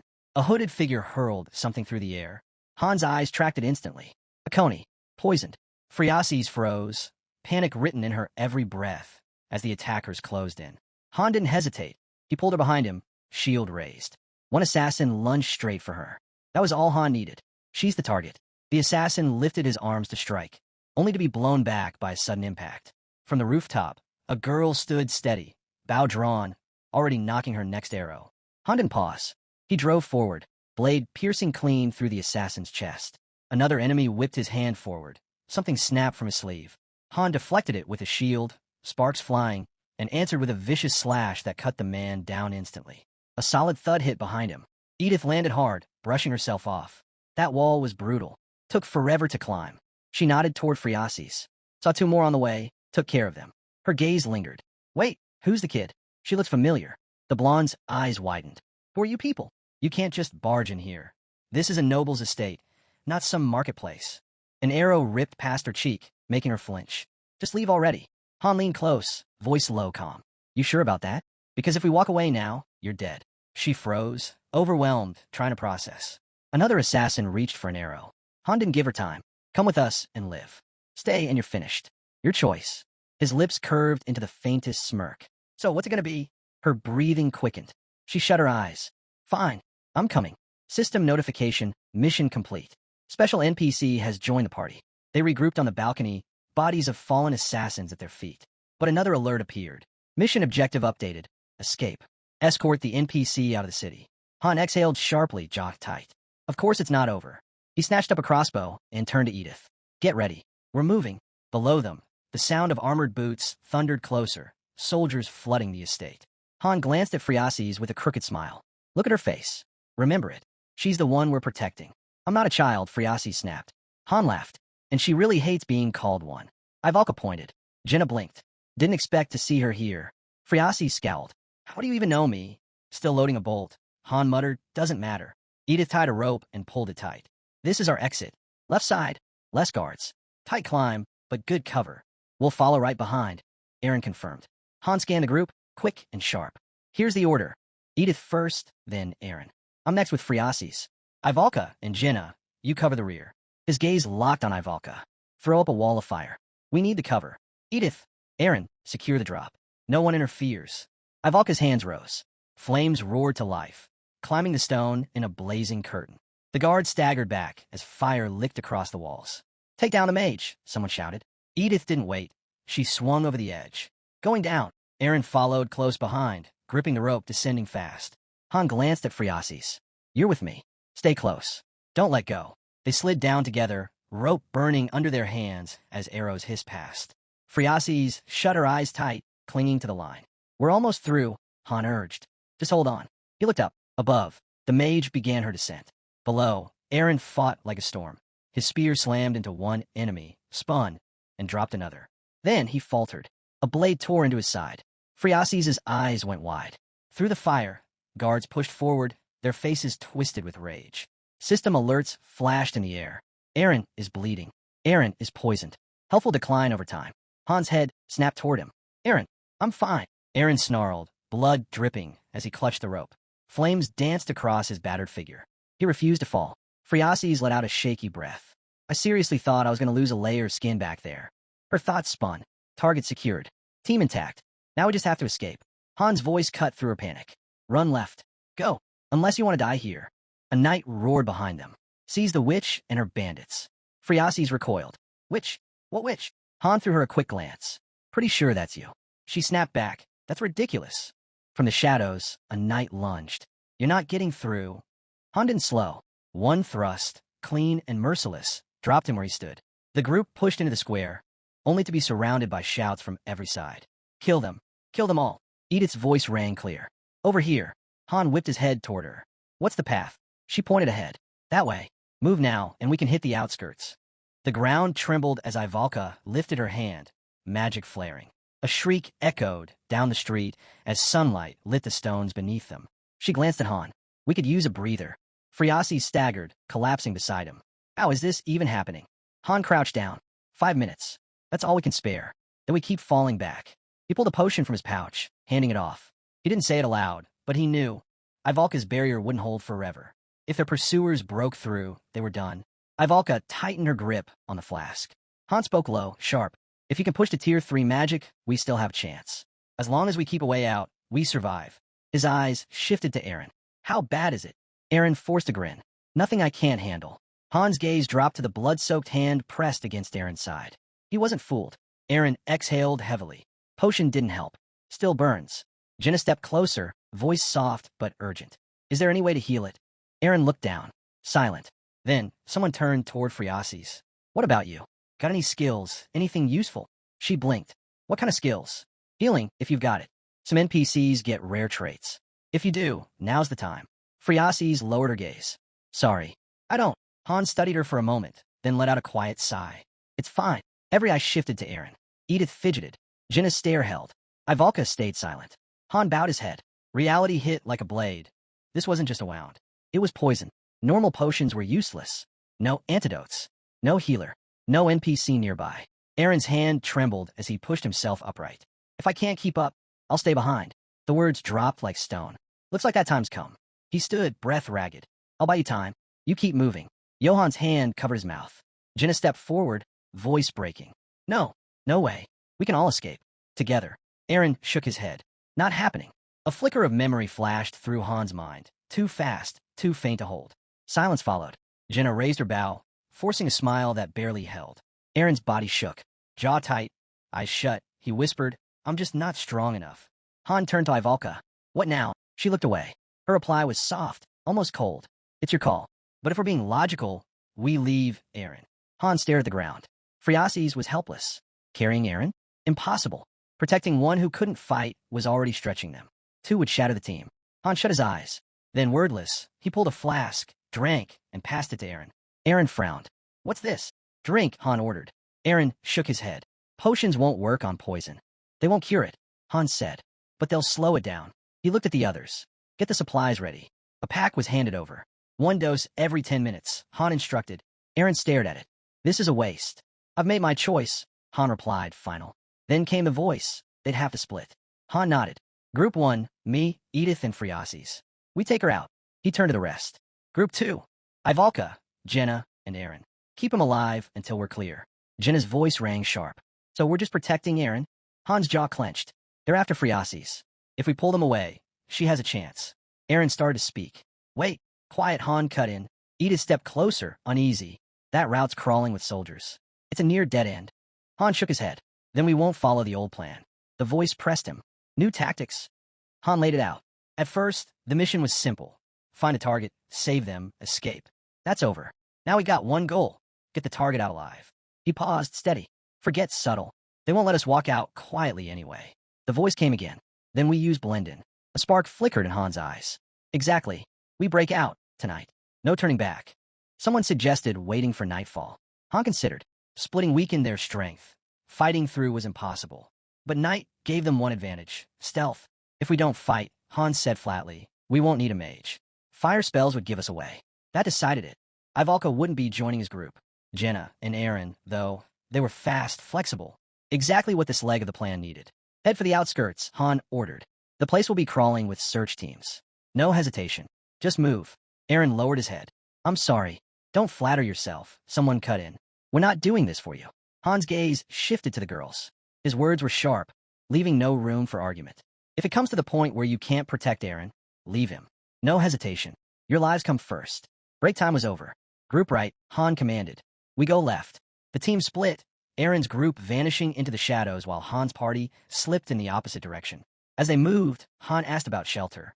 Edith answered quick. There are a few spots. Mostly park alleys, some abandoned buildings. You checked? Yeah, earlier. The streets felt different here. Not worse, just strange. Unlike the 5th floor, this place carried an unfamiliar weight. A man sat slumped on the pavement as they passed. Edith kept her eyes ahead, but Phreases glanced back. The man's arm stretched toward her. Are you lost, little one? His voice was low, rasping. She flinched, a tiny hiccup slipping out. Ran away from home. Huh? I'll take you back, the man muttered. Edith didn't hesitate. One sharp kick dropped him flat on his back. The air left him in a grunt. These slums stink, she muttered, eyes scanning the twisting alleys. But they're perfect. Too many turns, too many buildings.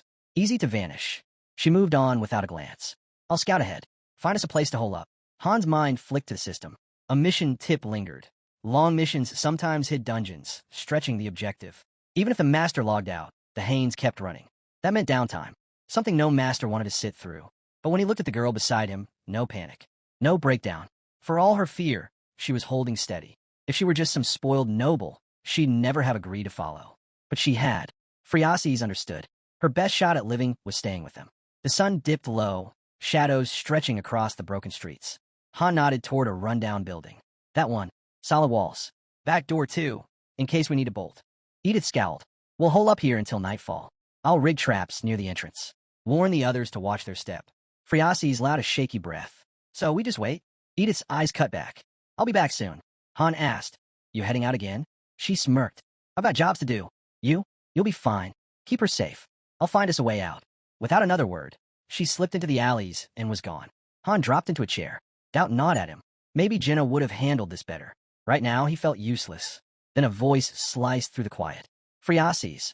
Han's head turned. She looked him straight in the eye. That's my name. Phreases. Second in line for the Imperial throne. Han blinked.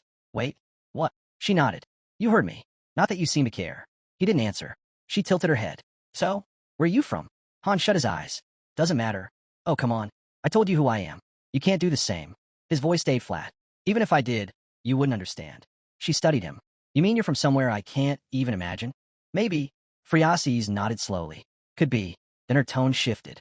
I think you're the squad that saved Nelsa. Han's gaze narrowed. Nelsa, the city on the 10th floor, she said quickly. I heard whispers. NPCs talking about it. She adjusted the crown on her head. It feels familiar, like something I saw in a dream. Han's eyes sharpened. Dreams. She nodded. I keep seeing soldiers fighting to protect a city. Their faces are blurred, but I'm sure one of them was you. She removed her ceremonial headdress, setting it aside. The survivors from Nelsa said someone saved them. But no one ever got a good look. Just stories. Ghost stories. Her voice dropped. I've been having dreams like that for almost a year now. Horrible ones. As if the whole world is about to burn. She looked away before meeting his eyes again, sharp, unwavering. The Empire. The 4 founding families.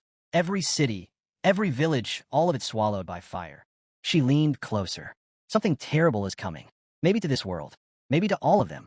Then quietly she asked, do you know what's happening on Earth? The sicknesses, the parasites, the monsters. They're getting stronger, aren't they? Han froze. Phreases pressed on. I believe the invasion of Nelsa was only the beginning. A fragment of something much bigger. Monsters don't just wander into human lands. Not without a reason. Han's eyes narrowed. Why tell me this? She stared back, unshaken. Because I need power. Power. Han echoed. The power to save the world. Her words cut like steel. Han raised a brow. So you want my help? Yes, she said without hesitation. I do. He leaned back, doubtful. Aren't you royalty? Don't you have an army? Resources? Shouldn't knights be lining up to serve you? Phreases looked down. Her voice was quiet, bitter. I'm a figurehead. A princess in name only. No one listens. No one follows. Han folded his arms behind his head. Then hire mercenaries. You got the goal. I'll pay you whatever you want, she said instantly. I may be a puppet, but I still control funds. Han closed his eyes. Not interested. Plenty of people would take your money. She gripped her crown tighter. But no one believes me. They laugh when I talk about my dreams. Her voice softened. You didn't. A faint smile crossed her lips. That's why I want to hire you. Han frowned, eyes drifting off in thought. This was a pain. If what he'd heard was true, this place wasn't just another battleground. This floor was Kate's memory, twisted into a mission. The point wasn't to play by the rules. The point was to break them, bend reality, rewrite everything. But in the end, even if he helped, it wouldn't change a thing. Because this girl, she was only an NPC. And once the mission was done, the world would reset. Phreases glanced at him. So is that a no? I've got my reasons, Han replied. What reasons? She pressed. He gave the faintest smile. You'll probably laugh. Her eyes flickered with curiosity. We're from another world. Han said. She blinked, and Han tilted his head toward the sky. Not much to do until sunset. Might as well talk. His voice was casual, but heavy with weight. Our world's broken. We get missions. If we fail, we die. This one, he paused, then continued. It's about protecting someone. At first, we didn't know who. But now we do. His eyes locked on her. It's you. Phreases froze. You came here from another world, for me? Han nodded. Once the mission's over, we're pulled back. That's why I can't stay, no matter what you offer. She let out a half smile, tinged with disbelief. Another world, huh? Sounds like a dramatic excuse just to turn someone down. Han shrugged. Believe what you want. Doesn't change the truth. To his surprise, she smiled again. I believe you, she said. He stared at her. You didn't laugh at my story, she continued. So I won't laugh at yours. Her voice lowered. I won't try to change your mind anymore. You've got your mission. I've got mine. Han tilted his head. And yours is? She frowned lightly. Isn't it obvious? I won't let those dreams take shape. He studied her. So you're the one who gathered everyone in the square? You mean the Hall of White Silver? She asked. He nodded. Yes. I'll be giving a speech there. Why? To gain influence, she said without hesitation. Right now, I'm nothing compared to my brother. Han considered her words. This girl, who would have been dead if not for them, was already thinking about power. If these so-called choose-me missions had meaning, maybe it was this. Maybe Phreases wasn't just another NPC. Maybe she was worth betting on. He looked to the horizon, then stepped into the hall. Han, he said, finally introducing himself. Han, she repeated, letting the name linger. Again, softer. Han. Thanks, she said. I'd be dead without you. We're not out of danger yet, he reminded. I know. Any idea who's after you? She shook her head. None. Han handed her a bundle. She blinked, caught off guard. You stand out too much, he said flatly. Might as well wear a target on your back. Target? She echoed, staring at the clothes in her hands. You want me to wear this? What about what I'm wearing now? Throw it away, Han said, pointing at a bin outside. Or don't tell me you're getting attached. She hesitated. No, I just thought I was. Her voice dropped lower. Can I be alone for a minute? Han paused, then silently turned and walked away. Tears slipped down her face. Crown or not, she was still royalty, barely 15. No wonder she was crumbling under how quickly everything was falling apart. A while later, she stepped out in her new clothes, fidgeting with the fabric. Feels strange. Han picked up her old outfit. Yeah, probably because the fleas loved it. She shrieked in outrage. He tossed the bundle into the bin. Relax. Kidding. That joke was terrible, she shouted after him. Han sank into a chair. We move out in 2, maybe 3 hours. Get some rest. She turned away, refusing to answer. If something happened to Aaron, the system would alert him. For now, they still had time. He could only hope Aaron was holding on. Above them, the moon hung frozen. Phreases closed her eyes and drifted off. Han sat there, watching her slow breathing. He let out a sigh. Maybe he'd shared too much. The door creaked. Edith entered quietly. She's out. What about the exit? Han asked. I found one, Edith replied. But there's a problem. A level 21 knight is guarding the square, along with about 24 regulars. Level 11 humans. Han's thoughts spun. 24? Way too many. Another gate? Edith suggested. He shook his head. Pointless. They'll all be covered. His eyes slid back to Phreases. He could break through alone, but protecting her at the same time? Impossible. And if she didn't make it through, the mission meant nothing. His gaze drifted to the square. That night, stronger than anything he'd faced before. And time was slipping away. Any word on Aaron's team? Han asked. Nothing, Edith said. What about the city layout? She nodded. Good. Then go back to the shelter. There's a dress and crown there. Find Jenna. Put them on her. His voice hardened. She'll be the decoy. With no other exits, Edith's intel left them boxed in. If they'd had time, maybe they could have scouted more, but Aaron couldn't wait. The idea clicked. Jenna dressed as the princess. Send her out, stir chaos, draw some guards away. Jenna rolled her eyes. Fine, I'll do it. Han calculated quickly. The shield was too reflective, too risky. He set aside. Less than an hour. Stay hidden until my signal. Out of nowhere, Phreases spoke. You could get hurt. Han's reply was calm, almost cold. Even if it kills me. She faltered, then whispered. This might be the last time we see each other. Han gave a faint smile. Probably. Their eyes locked in silence. Then a blur streaked past the window. Outside, darkness had already swallowed the light. Aaron staggered, wiping blood from his lips. Ivalka's voice cracked with panic. How much longer can he last? At this pace, not long. Jenna's voice cut sharp through the night. Move it, Han. He didn't need a second warning. Time was gone. Edith's gaze flicked toward the discarded disguise in the trash. Her foot shifted across the ground. Han caught it instantly. Their chance was now. If they moved before sunrise, they had a shot.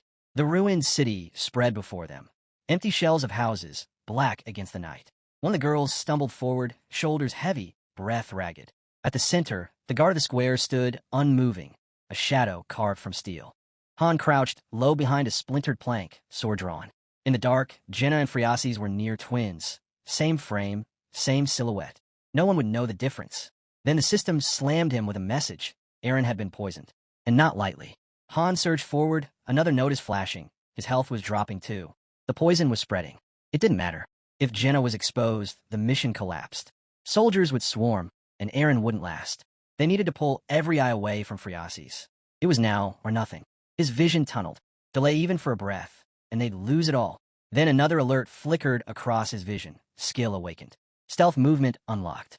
A guard shifted nearby, torchlight cutting across the stone. His face was streaked clean of blood.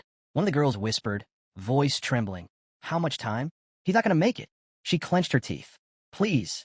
Someone stepped to her side, holding out a dress. "Put on." Han leaned back against the wall. Stealth like this belonged to thieves, not him. Maybe the odds had finally tilted. He fixed his eyes on the square. 22 enemies. If Jenna made her move, who'd break ranks? Who'd chase? Blue light flared across his vision. Worst case, he'd face them all, but not yet. First, the signal. The air shifted. Beyond the wall, a storm coiled into existence, a typhoon rising with violent force. Shouts erupted overhead. What's happening? A knight pointed toward the chaos. There, white dress, gold crown, exactly as reported. The captain raised his sword high. Advance. Protect her. The knights thundered into motion. Han counted under his breath. 2, 3, 5, 15, 18. For left. But one knight hadn't moved. He stayed at his post. Dangerous. Still, better odds than before. Han launched forward. A guard barely lifted his head before Han's blade cut him down. Another knight swung, but Han was faster. One step ahead, one strike quicker. Blood spilled. Armor clattered. Standing tall over the fallen, Han leveled his blade. "Back off now, and I'll spare you," he said evenly. The last guard didn't budge. His grip only tightened. Han's eyes narrowed. This won't work? Not with my current power. His sword couldn't cleave that armor. He'd have to find the gaps. Small, fast, precise. No hesitation. Han burst forward, eyes sharp with resolve. A countdown ignited in his vision. 20 seconds. Han's eyes locked on the knight's hand. His blade cut down, blocked. He struck again. Harder. Steel against steel, sparks lighting the dark. The knight met every blow, giving no ground. Han leapt back, teeth clenched, gaze sharp. "You bastard." And then it hit him. The knight wasn't even fighting back. Twice now, he'd left himself wide open. No counters. No retaliation. Han rested his blade across his shoulder, muttering, "He's not trying to win. He's stalling." His grip tightened. "Fine. Let him." A system notice flared. "Jenna is bleeding. Health will decrease over time." The knight smirked. Another alert. Eren is critical. Vital signs unstable. Han dragged his sword forward, fury burning through him. Then let him die. Heat surged through his veins. Rage boiled over, dragging him toward berserk mode. With a roar, he launched skyward and came crashing down, his strike like a hammer splitting stone. Strength plus 40. If his blade couldn't cut that armor, he'd crush it instead.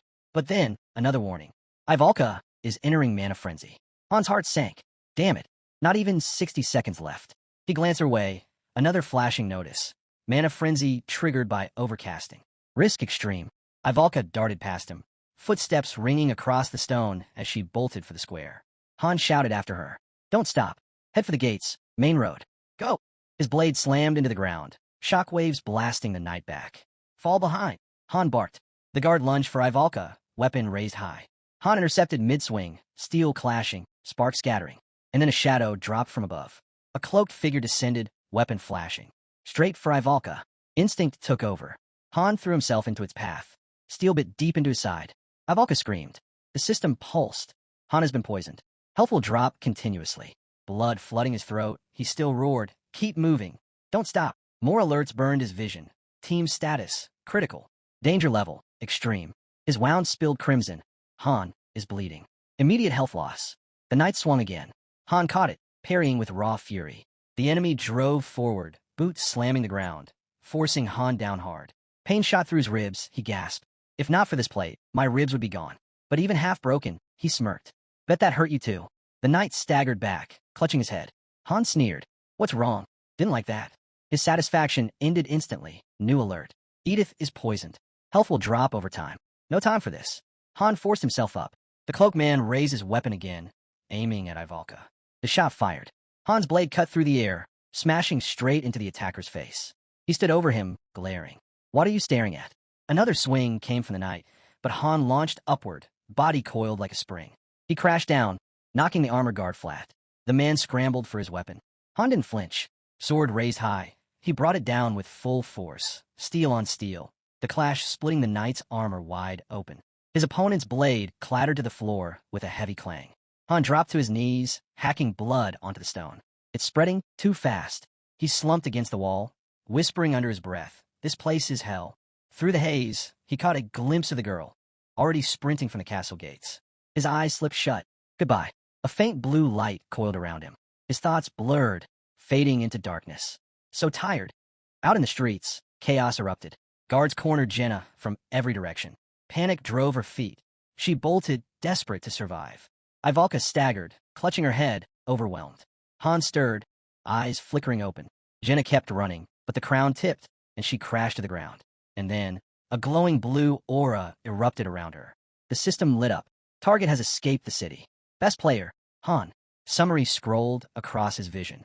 Floor cleared. Jenna, Aaron, Ivalka, Edith. Reward, 100,000 gold plus iron ore. Light washed over the team. Jenna exhaled hard. I thought I was done for. You're the one who made me wear that ridiculous getup. Han, still slouched against the wall, managed a faint grin. Didn't like it? That's not the point, she snapped back. At least you knew they were after blood. Han shrugged. No one died, right? Another prompt appeared. Recording complete. Video saved. Save the gallery. Shareable with other players. Han nodded slowly. We made it. Floors cleared. A final message blinked. Exit game? Yes was selected. Edith smirked. I gave it everything. Without me, you be toast. Han met her gaze. You're not wrong. She waved it off. Just did what needed doing. I'm heading back to my squad anyway. Master's probably already picked my replacement. Han watched her leave. The bait, the layouts, the intel. None of this would have worked without her. MVP, without question. Jenna flopped back with a groan. Every time we play, you nearly get us killed. I swear, I need 10 hours of sleep just to repair my skin. Then she smirked. Relax. You weren't dead weight. You just attract the worst luck. Aaron turned slowly. Han stood right behind him. I'm sorry, Aaron said, voice low. This all happened because of me. Han didn't hesitate. I get it. Just don't screw up again. Next time, I'm not saving you. Aaron's tone hardened. There's no guarantee there won't be a next time. Han narrowed his eyes. What do you mean? Aaron didn't move. His jaw clenched. You're dragging me up this cursed tower. But no matter what I do, the gap between us keeps growing. Every day, a projection flickered into view. A girl's portrait appeared in the light. Aaron whispered her name. Ivalka. Off to the side, Jenna fired off a storm of arrows. Aaron repeated it again. Ivalka. Red particles swirled around Han. You're something else, Aaron muttered. Han frowned. What? Aaron shook his head. Forget it. Just rambling. Han studied him for a moment longer. This mission had been chaos, and Aaron was a big reason why. If he hadn't gone down, they wouldn't have had to take half the risks they did. Still, Han had made that choice. He'd jumped in to save him. Maybe that had been the real mistake. Acting without thinking. On paper, Aaron was level 14, same as the others. In reality, his stats were trash. While Han and Jenna gained 5 or 6 points each level, Aaron barely scraped by. His skills? Average at best. Nothing game-changing. And worse, he wasn't even using them properly. Han's gaze lingered on him. We're still holding it together, but the gap's only getting wider. Sooner or later, Aaron wouldn't just lag behind. He'd drag the whole team down. Low stats, poor execution, it didn't matter. The result would be the same. Dead weight. Han stepped through the portal. One thought stuck in his head. There isn't much time left. He wasn't keeping Aaron around out of pity. They'd just grown up together, that was all. But Han wasn't stupid. He wasn't going to carry someone who couldn't keep up. Leaves rustled in the breeze as he stared ahead. If Aaron couldn't stand on his own, he'd be left behind. That was the rule. That was always the rule. The camp came into view. A girl waved him down with a grin. Wait, you're not seriously feeding me just potatoes, right? I skipped training for this. Han stopped in front of her and gave a curt nod. Yeah, that's the deal. She gasped in mock betrayal. So, I've been lied to my whole life. For now, he said, train however you want. No strict routine. His eyes swept over the squad. It's only 3 days. Call a mini break. The master wasn't planning on throwing them into combat anytime soon.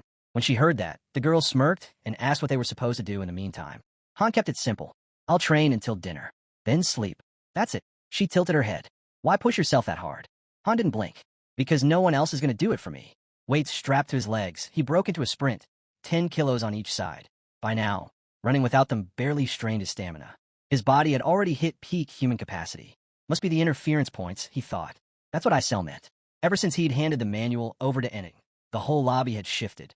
New recruits, low rankers, they all kicked in high gear. Training harder, grinding harder. Everyone knew cuts could come at any time, but it didn't last. The drive burned out quick. No pressure, no spark.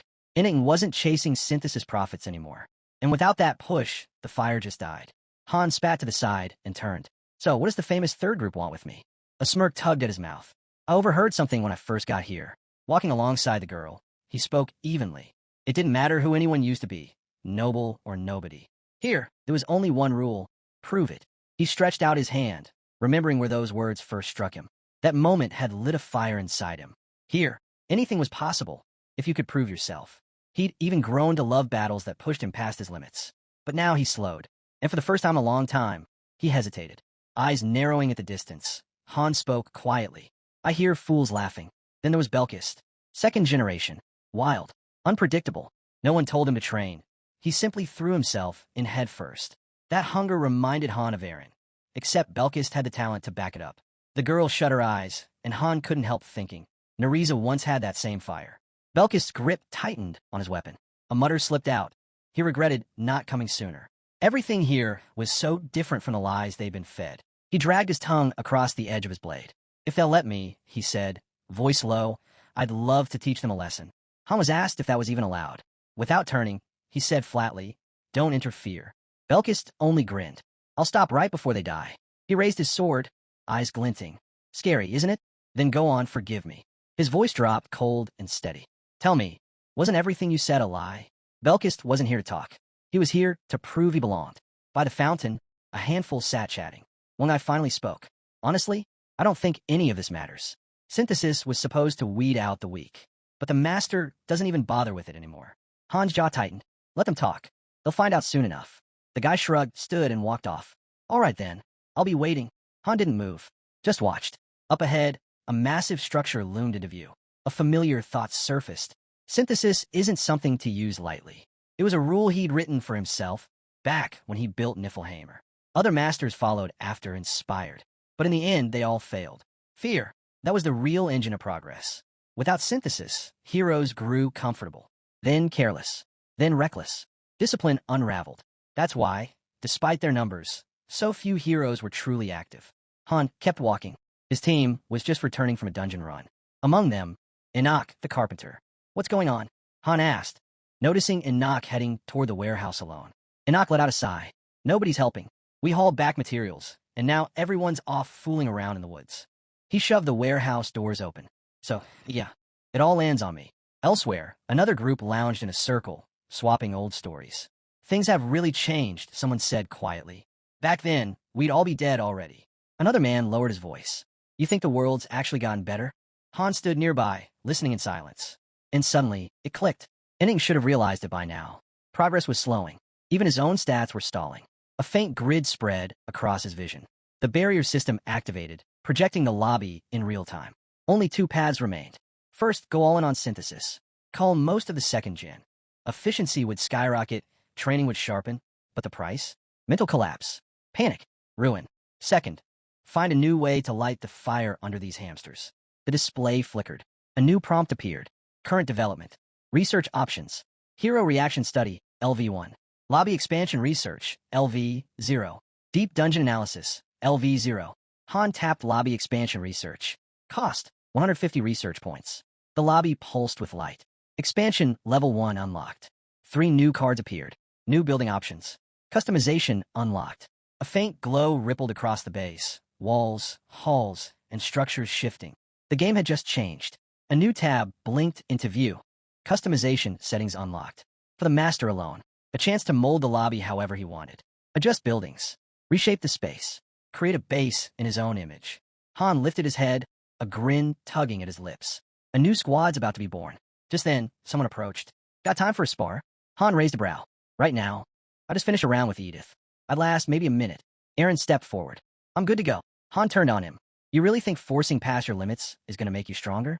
Before Eren could answer, a message flashed. General assembly at the square. Han stopped. Training can wait. The master's calling everyone? The girl asked, surprised. That's never happened before. Edith folded her arms. But it's about the synthesis. Above the square, Isel floated higher, scanning the crowd. Is everyone here? Aside from the one still stuck in the dungeon. Someone muttered. If they're skipping this, they're in for it. Isel nodded. All accounted for. Perfect, Fairy said. Warehouse time. As the warehouse came into sight, a man glanced at Isel. What's going on? She raised a finger skyward. If you get swept up, you'll disappear. Swept up by what? Renovation, she replied. It starts now. Every gaze shot upward. A new alert blazed across the sky. Construction has begun. Select the type of building to place. Golden light spilled through the lobby. Dwelling number 3 selected. Expansion initiated. Training center number 3. Expansion in progress. Isel lowered her hand. We've done this before. But now we got more people. Time to scale up. Another system message followed. Dwellings upgraded to level 3. Hero capacity increased. Edith arched an eyebrow. Renovation, huh? Isel shrugged. The master likes to drop upgrades out of nowhere. Someone nearby grinned. Wouldn't mind a bathhouse. One with hot water. And right then, bathhouse selected. Construction continues. The guy blinked wide-eyed. Wait, seriously? What do you think we'll get this time? Another system ping followed. Recreation area and cafeteria expansion in progress. Han watched the upgrades roll in. Who knows? A sudden flash lit the entire lobby, blinding white. A new message rang out. Great news.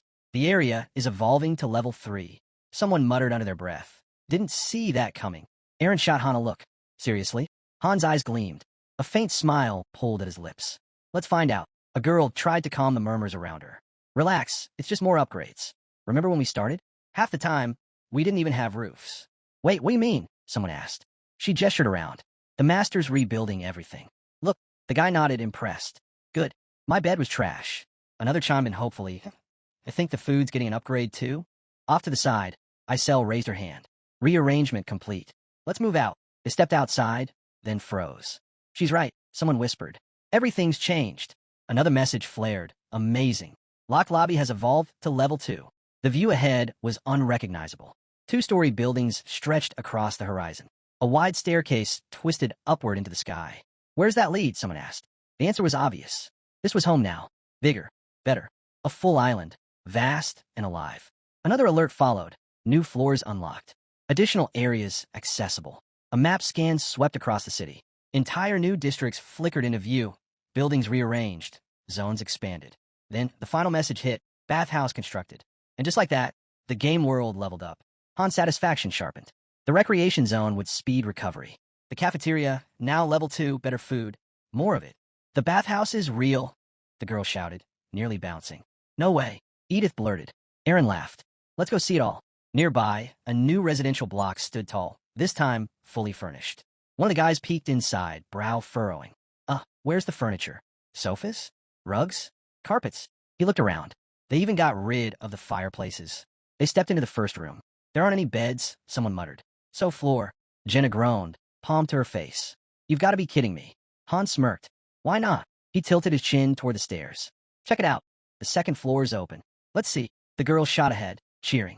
Upstairs, the new room stretched wide, and it was leagues better. The kind of space people would fight for. All right, but how are we picking rooms? Someone asked. A full bed sat neatly at the center.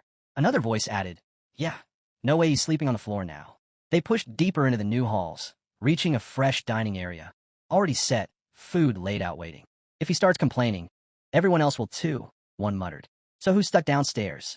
Another suggested, we could just move beds around. Whoever needs it most gets one.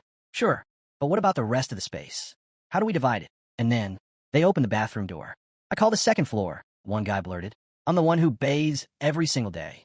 Another snapped back. What, like the rest of us don't? Voices flared, arguments breaking out fast. A girl stepped in. What does the master say about all this? Above, Isel zipped past and barked. You're really wasting time arguing over this nonsense? Before anyone could fire back, a woman cut in, calm but firm. Room assignments matter. She pointed upward. The General Assembly's upstairs. The master will decide. Everyone gathered in the new meeting hall. The system kicked in instantly, tables, chairs, even books shifting into place. A fairy flipped open a massive ledger and began reading. Review begins. Just 35 pages. Master's orders are.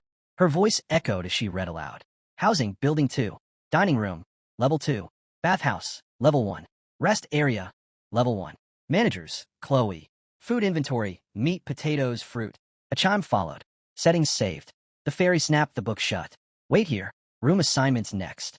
Han turned to his team. Second floor. Take whichever rooms you want. One man grinned. Of course. Han's crew gets the top. Group 2 received the same. Plenty of space waiting above. The girl's face lit up. Second floor too? Nice. But then Isel raised her hand. Everyone else, first floor. Confused murmurs rippled through the room. Wait, what's that mean? That's not fair. We don't agree. Belkis groaned. What meeting do we even miss? We were out hunting.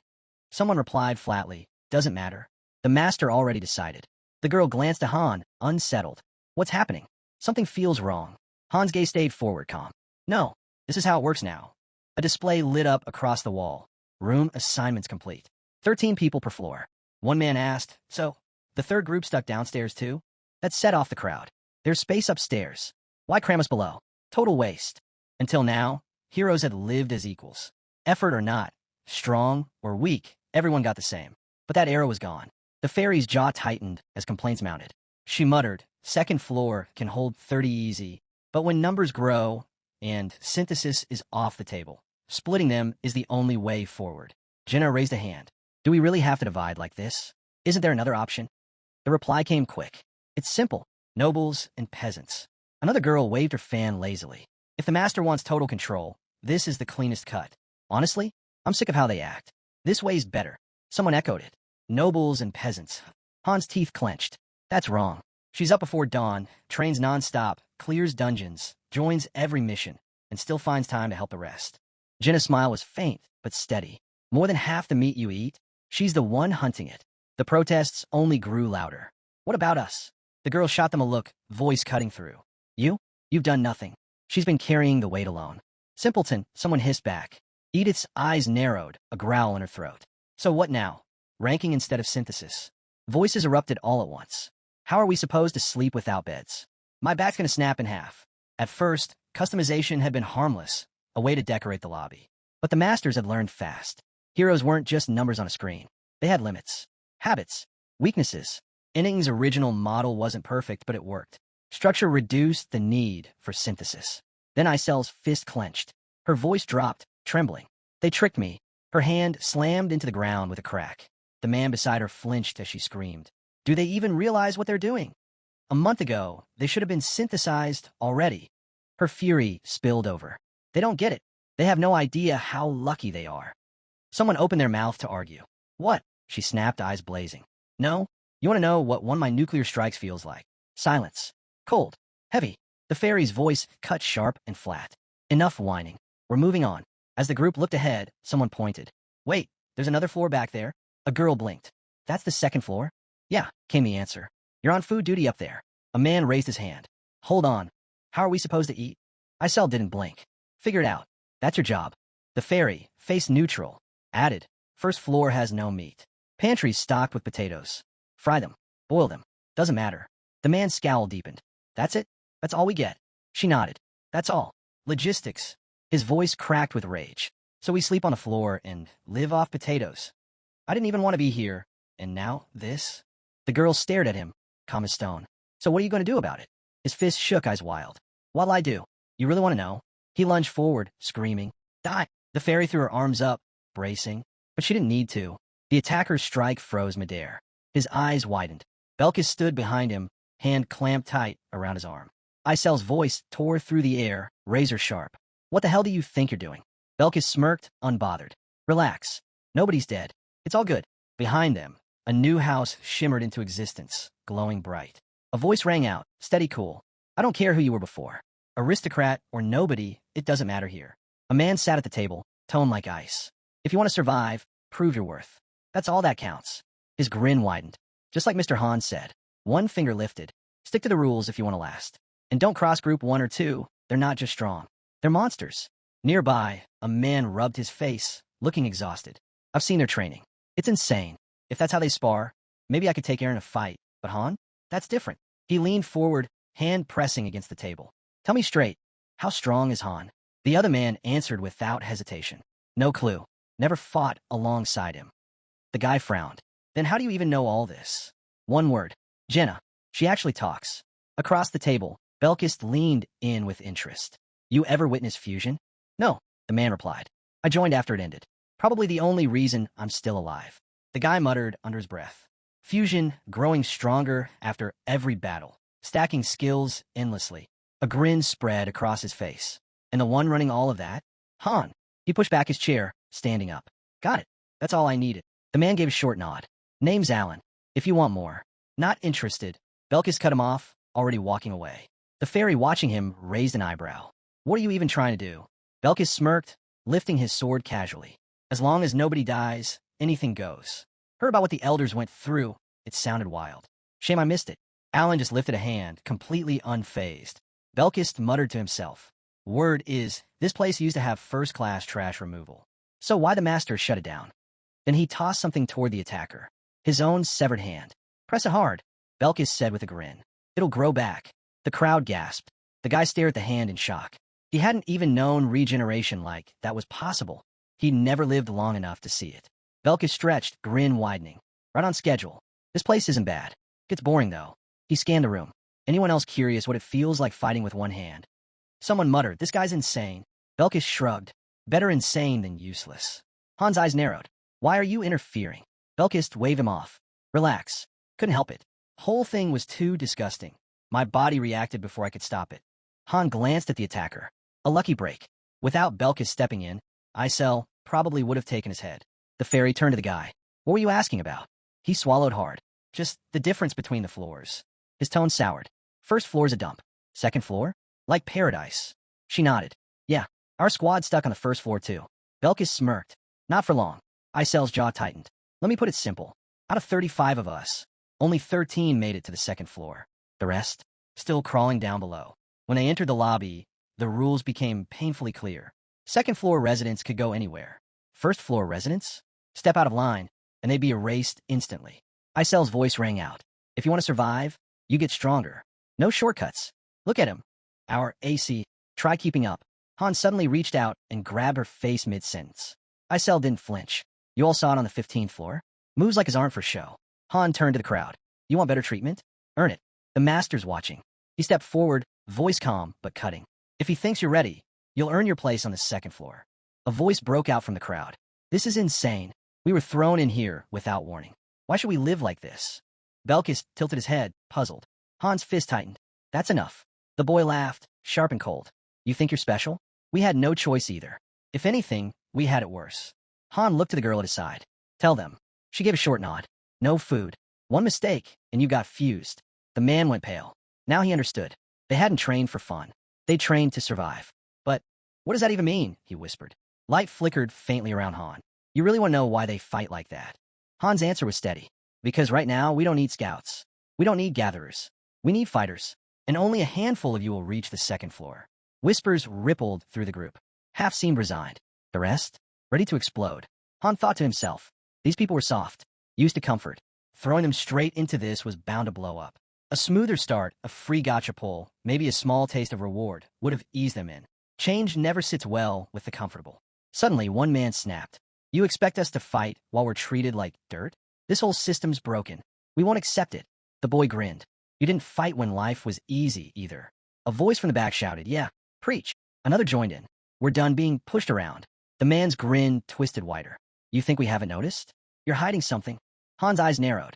What are you talking about? The man glared straight at him. Tell us, how do we make the master change his mind? The fairy froze. He knew. Han had buried it deep, but somehow they'd figured it out. The monster couldn't touch them, and now the secret was out. The man turned to the others. Why fight? Why risk dying, just to crawl back to the same miserable life? A voice answered coldly. He's right. Hands shot up. Voices rose. We're not fighting. A system message blinked into view. Han has refused to participate. Group 4, inoperative. Group 5, inoperative. Han closed his eyes.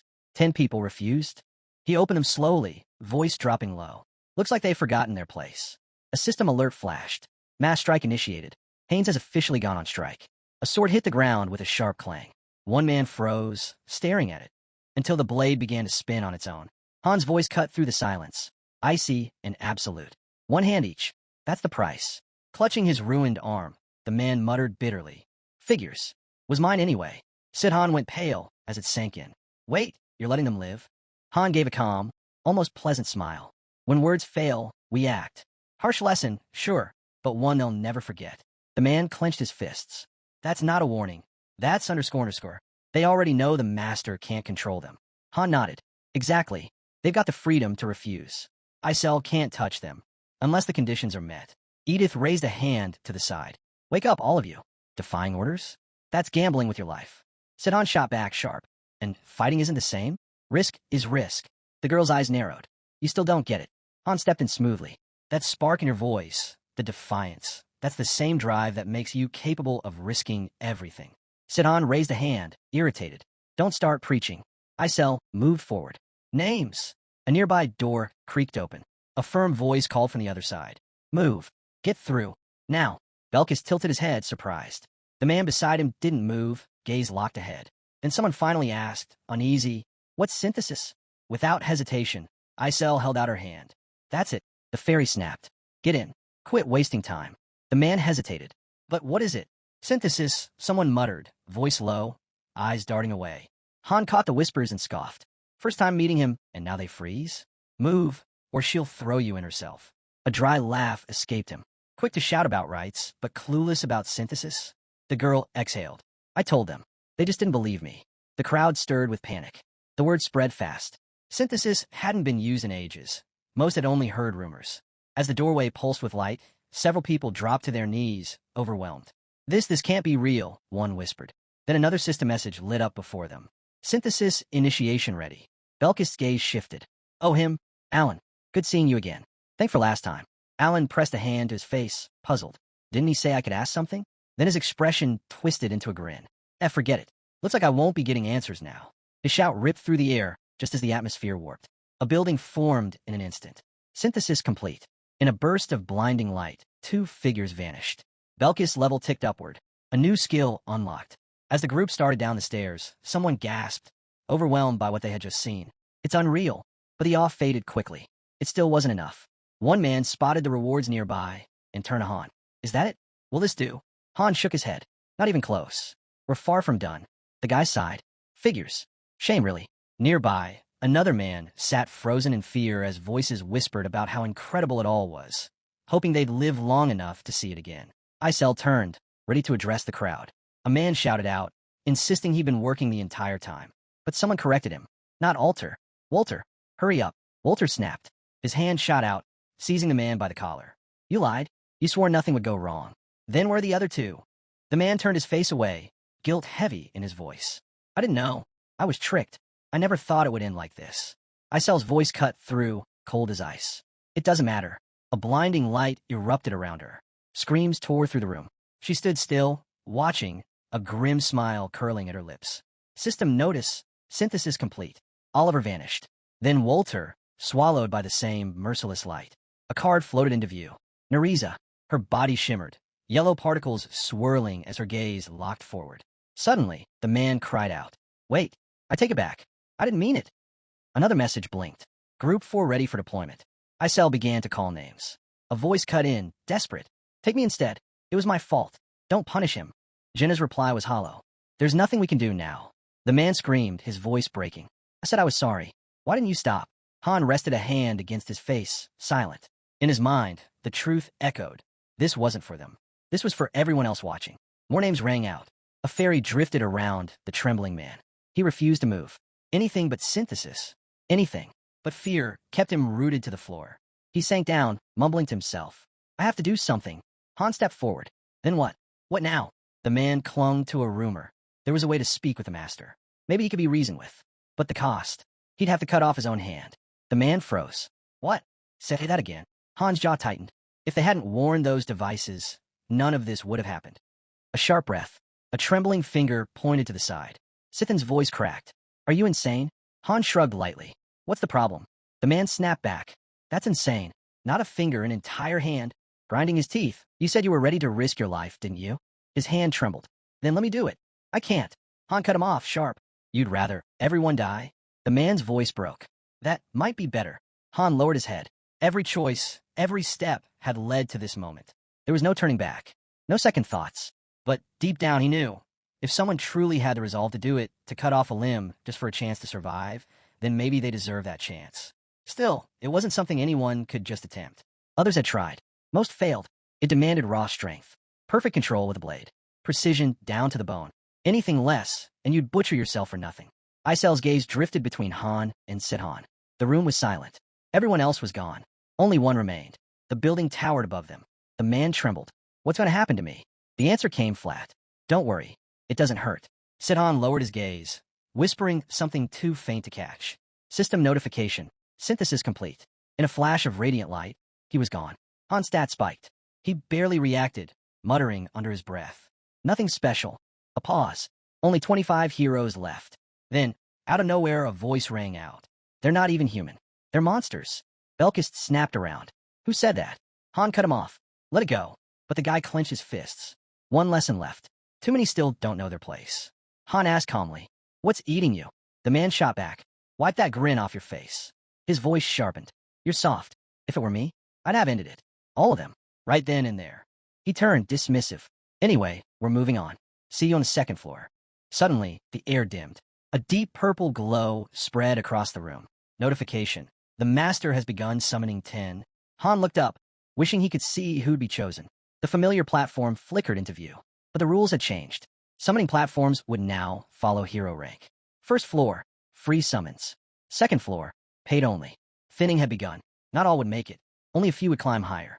Han's voice was calm, almost detached. Don't get comfortable. Just reaching this point doesn't mean you're safe. You can still be cut. The girl beside him spoke dryly. Yeah, and I want to find out what that feels like. Their eyes shifted toward the other heroes. Someone muttered the obvious. If there's a second floor now, the third won't be far behind. The system was growing. The ranks would keep splitting apart. Day 2 arrived. The lobby came back into view. This time, the common room was open. The girl smirked. Look who finally rolled out of bed. She glanced at Han. Strangest part? Breakfast today, kinda addictive. Han chuckled. Makes sense. Fewer mouths to feed. Jen eyed the food and laughed. Hard to believe Amarin and Chloe used to cook for 30 warriors every single day. Han grinned. Guess it paid off. Their cooking's actually good now. Meanwhile, the first floor is turned into one big potato farm. He turned toward the window. From this height, the layout spread clear, every building visible. And looming above them all, the second floor, always in sight. No accident. The design was deliberate. Constant pressure to keep climbing. The guy next to him groaned. Morning already? Han walked over. You sleep at all? 3 hours, came the reply. This is insane. The Real upgrade waited ahead. A new hall. Built solely for training and duels. The duel halls were something else. Completely sealable. Perfect for pushing limits, even testing Berserker mode. The space cut off regeneration entirely, making every clash feel real. Too much. Drag the wounded outside, they'd recover instantly. Han looked forward. With stronger facilities came harder choices. Squad setups had to change. Who would rise to fill the empty spots in Squad 1 and Squad 2? The guy swung his sword with a sharp snap. Belkist. The girl followed up with her own strike. That's when it clicked. Belkist and Arizo were still stuck in their barbarian phase. Rough. Unpredictable. But Belkist? His madness wasn't without reason. Just yesterday, he'd unlocked a new passive skill. A 1% drop rate. Rare didn't even begin to describe it. It flipped negative effects, rage, confusion, straight into raw energy. Add status deviation on top, and the damage output skyrocketed. Nariza couldn't match that brute force, but she had her edge, sharp instincts, stealth, strategy. Not reckless, but precise. Her value was different. Han stood back, hand resting against his face. The truth sat heavy in his mind. There was no saving the rest of them. Suddenly, Belkis turned, a savage grin splitting across his face. Han scoffed. Arrogant bastard. The group nearby froze, eyes dropping to the ground. Belkis strode forward, unbothered. So, Han, what are you going to teach me? His tone mocked, daring. This place is crawling with pigs and dogs scared of their own shadows. Han didn't move. You got something against pigs and dogs. A sharp glow burst around Belkist. They're animals. Every last one of them. He lifted his sword. Training without pain? Useless. Han's faint smile was all the answer he gave.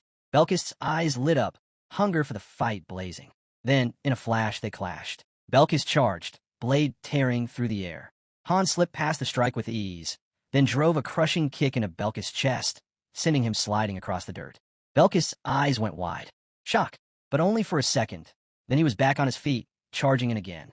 Han met him head-on, deflecting blow after blow. No need to unleash Berserk just yet. But one day, ahead, the buildings came into view. A call rang out. Group 1, gather up. From above, Isel watched the chaos. These climbs hit harder the older we get. The girl beside her glanced over. Aren't we headed for a dungeon? Han's voice answered from behind. Doubt it. We're still short one. The girl frowned. Then what's the point of this? Arms crossed, she muttered. Not even sure we qualify for the weekly dungeon. That's when Ivalka's eyes went wide. Wait, the master gave us a research mission. The girl looked confused again. Research. Han's thoughts raced. Missions came in threes. Main dungeon, weekly dungeon, or research. But something felt wrong. The research dungeon only unlocked after floor 10. So why were they being sent now? Isel spoke up. I already opened the rift of time and space. We can return to the first floor anytime. She pointed at a glowing gate in the distance. The girl spotted another gate nearby. What about that one? Can we use it? Han stared at it. No. One of the men tightened his grip on his weapon. Is this research really worth it? Han kept walking.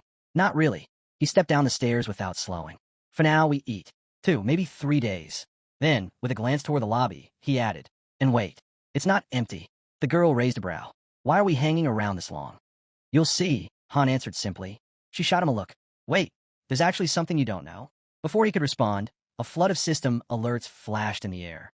Recommendations to support heroes during research. A new goal appeared. Reward each hero with 3,000 gold. Han lifted 2 heavy bags. A gift from the master. 3 shares each. Jenna threw her arms up with a grin. Gold. Hold on to these, and we'll be loaded. Han cut in steady. Don't get too comfortable. Battles are still ahead. They stood before the research dungeon when another message lit the sky. Research initiated in Heim's zone. Time until return, 48 hours. A footnote followed. Longer stays possible if they dared to dig deeper. Rare materials could also be found with luck. As the dungeon shimmered to life, the girl muttered. Here we go. The scenery unfolded before them. Winding rivers, rolling hills, and a distant castle rising above it all. Someone whispered, Nelsa. Jenna's eyes snapped open. Wait, isn't this the same place as the 10th floor? Yeah, someone confirmed. But last time was wrecked. Fires everywhere, bodies everywhere. Ivalka pressed a hand to her face. Now it's spotless. Figures. Not even worth being surprised anymore. One of them turned to Han. So what now? Hunt. Han shook his head. No rush. We look around first. Research zones weren't like main or weekly dungeons. No set objectives. Sometimes nothing. Sometimes rare treasures. Scanning the area, Han wondered aloud. Think the NPCs can see us this time? A guard stepped forward, hand out. Entry permit. Han slipped him a coin. You charging me? The guard shrugged. Didn't say that. Han smirked. All right, I'll check the northern gate. The guard waved him on. Just don't cause trouble. Jenna clenched her teeth. These people are idiots. Han answered evenly. Gold's worth more to them than blood. Back before clearing the 10th floor, Nelsa had already been crumbling. Enemies had breached the castle walls. But here, no scars, no smoke, no battle. The silence was worse. A system ping followed. Group 1 is now exploring Heimer. Time remaining. 47 hours, 48 minutes, 22 seconds. So what? We just wander, the girl asked. Aaron cut in. What kind of info are we even supposed to gather? Han shrugged. Whatever feels right. Jenna blinked at him. The whole group turned to stare. Han nodded. Yeah, walk.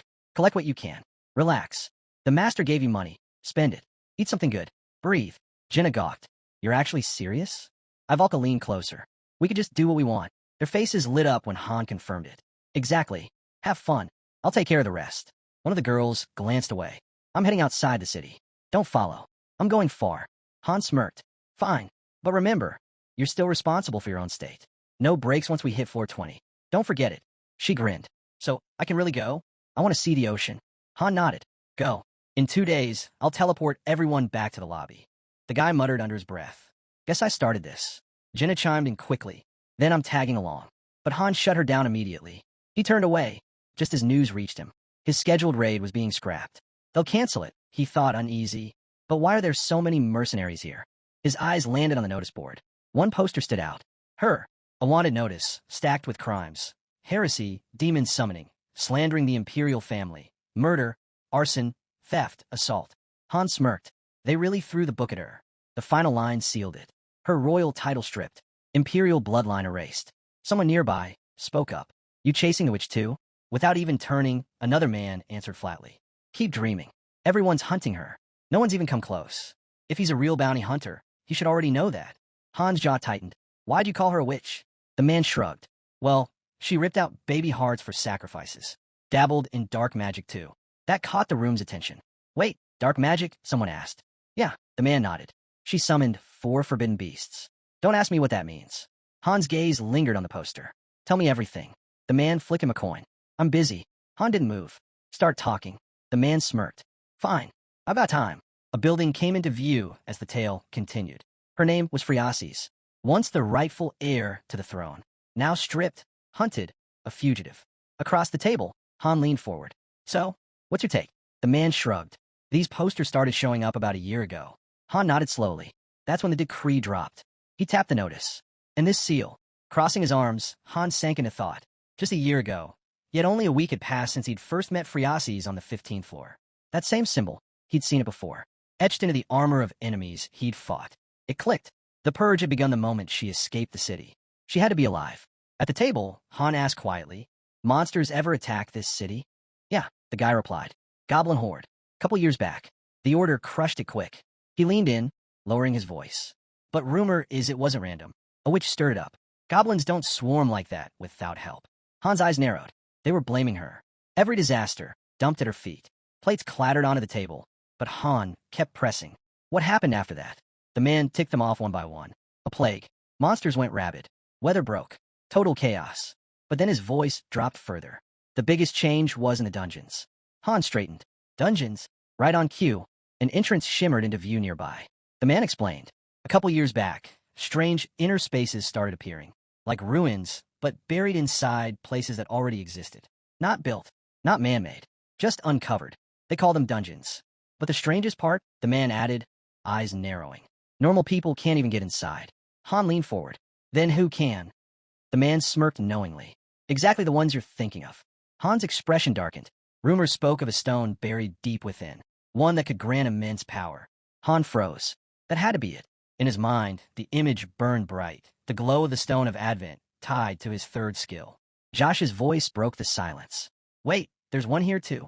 Han muttered under his breath. It lines up. His gaze swept the room. Mercenaries everywhere. He smirked. All this talk is worthless unless you can prove it.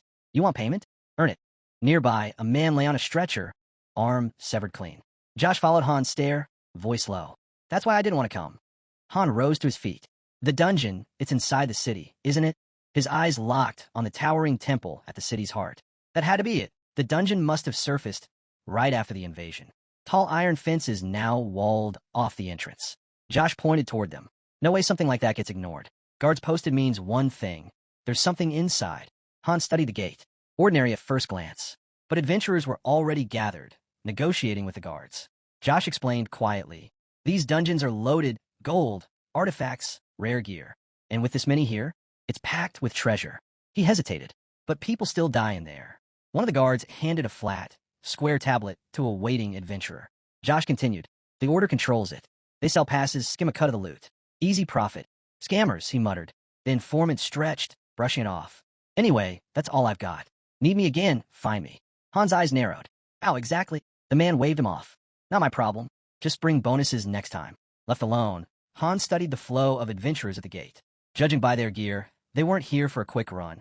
They were preparing for long stays. He crossed his arms, watching. The mercenaries were sharp, alert, eyes scanning everything. Yet no one stepped forward recklessly. Only certain people were allowed through. Han lingered a full 30 minutes, taking it in. Out of the entire crowd, maybe 10% were admitted.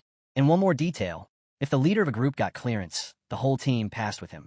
Han's eyes stayed locked on the gate. Whatever it took, he was getting inside. Above, clouds drifted. The restless crowd murmured. Then, footsteps. Josh came running back, gasping for air. You're still here? He blurted. Han glanced over. Didn't think I'd see you again. Josh held up a small pouch, breath still heavy. I ran to get that coin you tossed me appraised. Turns out, it's worth way more than I thought. Something ancient. Possibly rare. Han didn't even glance back. You weren't thinking of robbing me, were you? Josh flinched, hands shooting up. What? No way. I wasn't asking for anything. Still trailing behind, he tried to pivot. All right, fine. Free version of those extra services I mentioned. Han's reply was flat. Not interested. Josh grinned slyly. Still hung up on that witch, huh? Fine. I'll tell you who spread the lies about her. I already know. Josh blinked. What? I spent days digging that up. Han wasn't listening. His eyes had shifted upward, scanning the rooftops. Trying to stay relevant, Josh offered quickly. How about a tour? I used to be a city guide. Best food spots, hidden corners, I know them all. Han cut him off with a sharp look. I said no. Why are you still following me? Josh hesitated, then blurted out. You remind me of a younger one. Han stopped cold. He turned slowly. The younger one? Josh clenched his fists. You're from the east, right? His words drifted, eyes distant. Back east, he'd known a boy, small, quiet, black hair, sharp stare. Looked just like Han. That's why I came up to you in the first place, Josh admitted. You reminded me of him. Honestly, you're the first person I've seen from the east in years. He tapped his lip, ready to say the name. Don't. Han's voice cut like a blade. He turned his back. Josh froze. The name died in his throat. Keep it to yourself, Han said quietly, his expression shadowed. Josh tried to ease the tension. Your name's kind of plain, you know. Han ignored him. Take me to the armorer. The armory was packed wall to wall. Blades lined the walls like trophies. Armor filled every rack. In a corner, shields leaned against a barrel spilling over with swords. Jenna spotted them first. Her smile flickered at Han, then slid toward the unfamiliar face trailing behind him. Without missing a beat, she raised a new bow. Check this out. Han arched an eyebrow. She reminded him he'd been nagging her for a longbow. So she finally grabbed one. Might even be enchanted. Best part? Only 2 coins. The system beeped. Item. Stylish longbow D rank. It looked sleek, but stats? Pitiful. Barely a stamina boost. Han didn't sugarcoat it. Trash. He pointed behind her at a pile of stones. That's where your coins should have gone.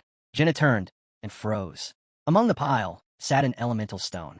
Han nodded. That'll make our master very happy. These are key for ascension. Still holding the bow, Jenna asked. So what do I do with this? Ditch it, Han said. We've got bigger priorities. His eyes locked on a stone etched with a spiral. Regenerative. Worth every coin. It even stored past battle data, like a magical recording. No XP from replays, but missions could be retried. Perfect for practice. Jenna tilted her head toward Josh. So who's this guy again? Han waved her off. Don't bother. We don't even know each other. Josh scoffed. Wow, thanks for that. As Han and Jenna started walking off, Josh hurried to catch up. I'm a guide, he blurted, trying to sound official. Let me introduce myself properly. Han smirked. Perfect. Without even looking back, he flipped Josh another coin. Josh fumbled, barely catching it, then immediately launched into a rapid-fire pitch, rattling off wild investment schemes. Another ancient coin sat heavy and warm in his palm. Han gave a short nod. Not bad. Handle your business. Josh's face lit up. Thanks for believing in me. Han glanced at him. You starting something? Josh grinned wide. Top secret for now, but I'll pay you back. Promise. Han waved it off. You don't owe me. Josh shook his head firmly. I hate being in debt. If you ever need something, just say it. Han paused. His voice dropped low. If you get the chance, help the witch. Josh froze mid-step. What? But Han and Jenna were already gone, their boots fading down the cobbled street. Jenna caught up beside him, confused. What was that about? Han answered evenly. The girl. The one we rescued. Han's voice dropped to a whisper. She's the witch. Jenna's eyes flicked to him. You mean, the princess? Elsewhere, the baker had dozed off at his counter. Han checked the time. We got plenty left, he said. If you want to wander, go ahead.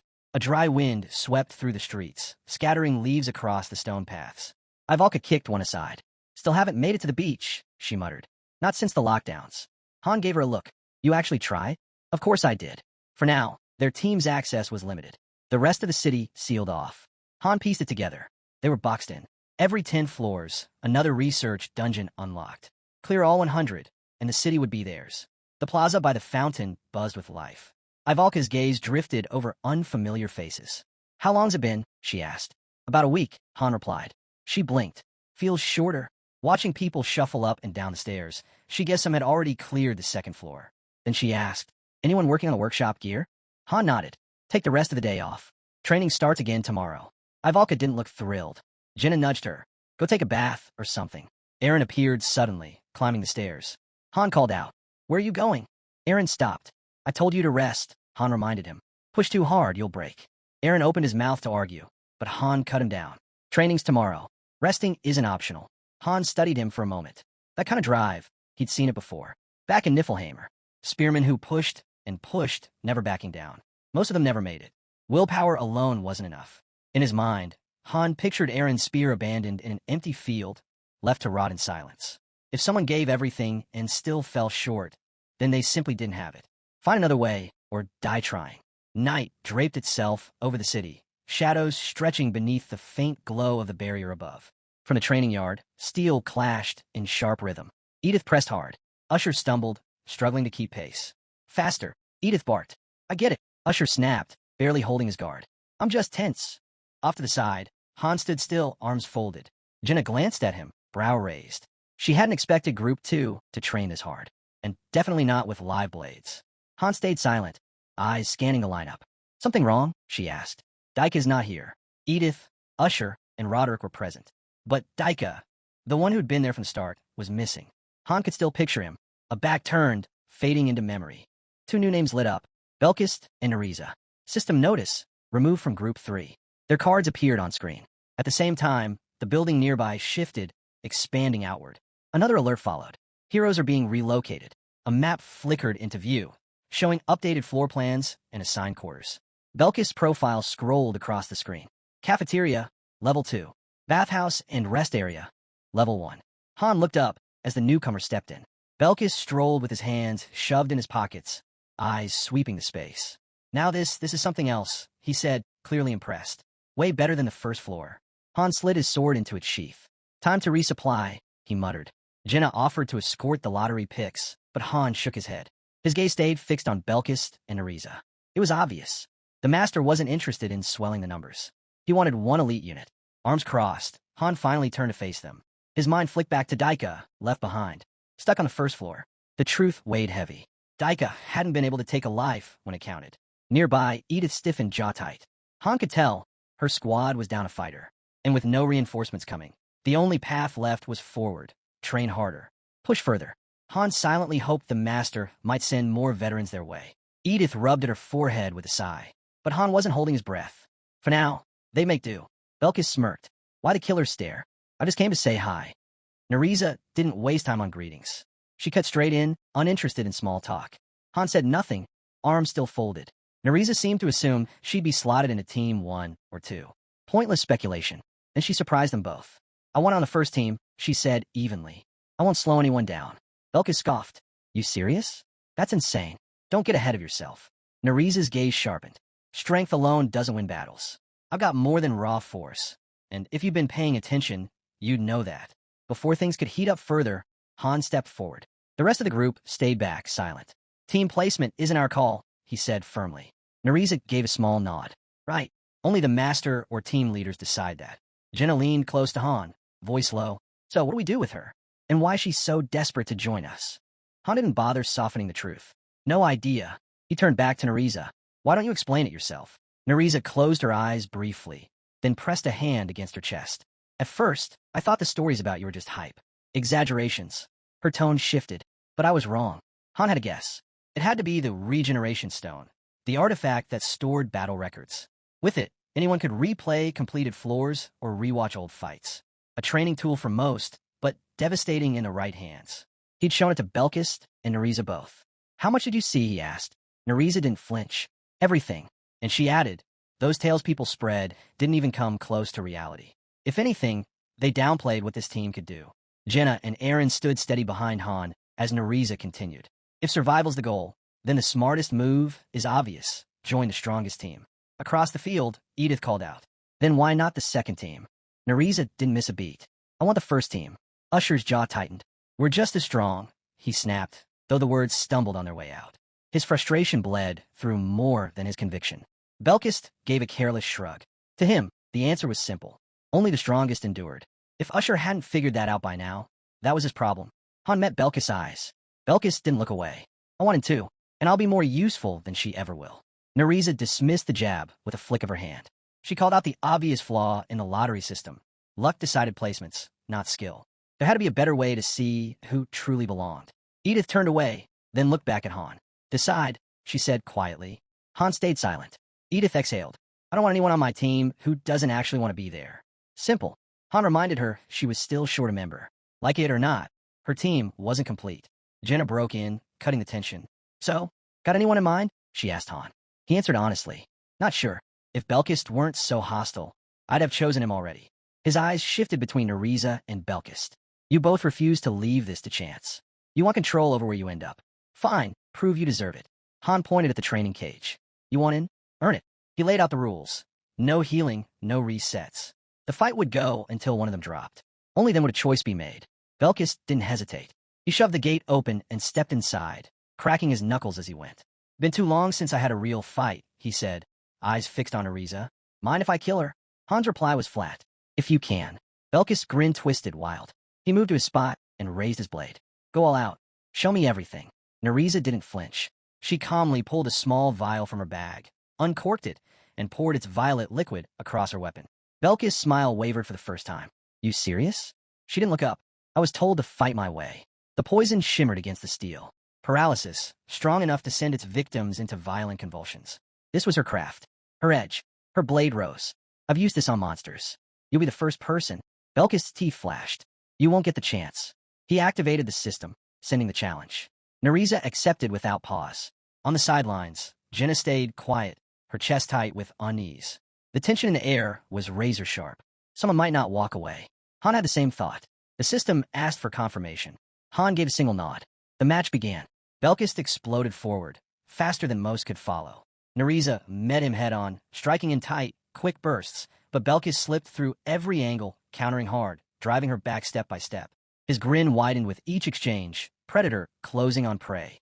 Han and Jenna kept their eyes locked on the fight. Even Usher froze where he stood, stunned. His eyes widened. This wasn't the Belkis he remembered. Was he holding back before? Edith muttered. Han gave a quiet command to Jenna and Aaron. Watch carefully. You'll learn something from this. Belkis pushed harder, clearly enjoying himself. Both of them wielded level 4 weapon skills, same as Usher, but the difference in mastery was undeniable. Belkis' blade smashed into the wall, missing Nereza by inches.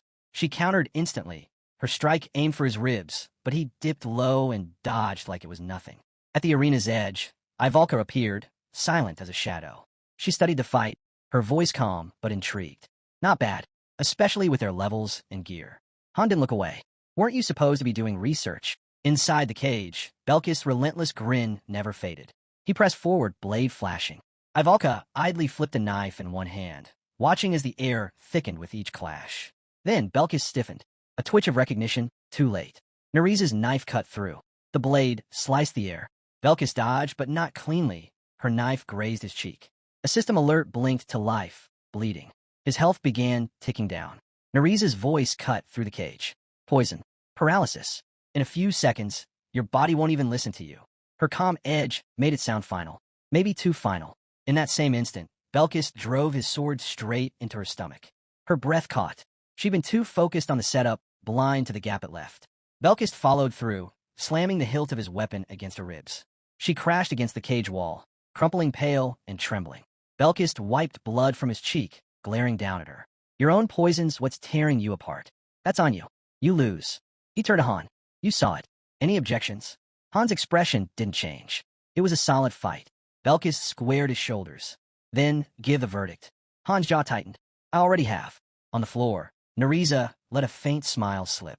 She's in the first group, Han said. Belkis' face twisted. What? Aaron blinked, stunned. Jenna smirked. She's sharp. Usher's confusion was obvious.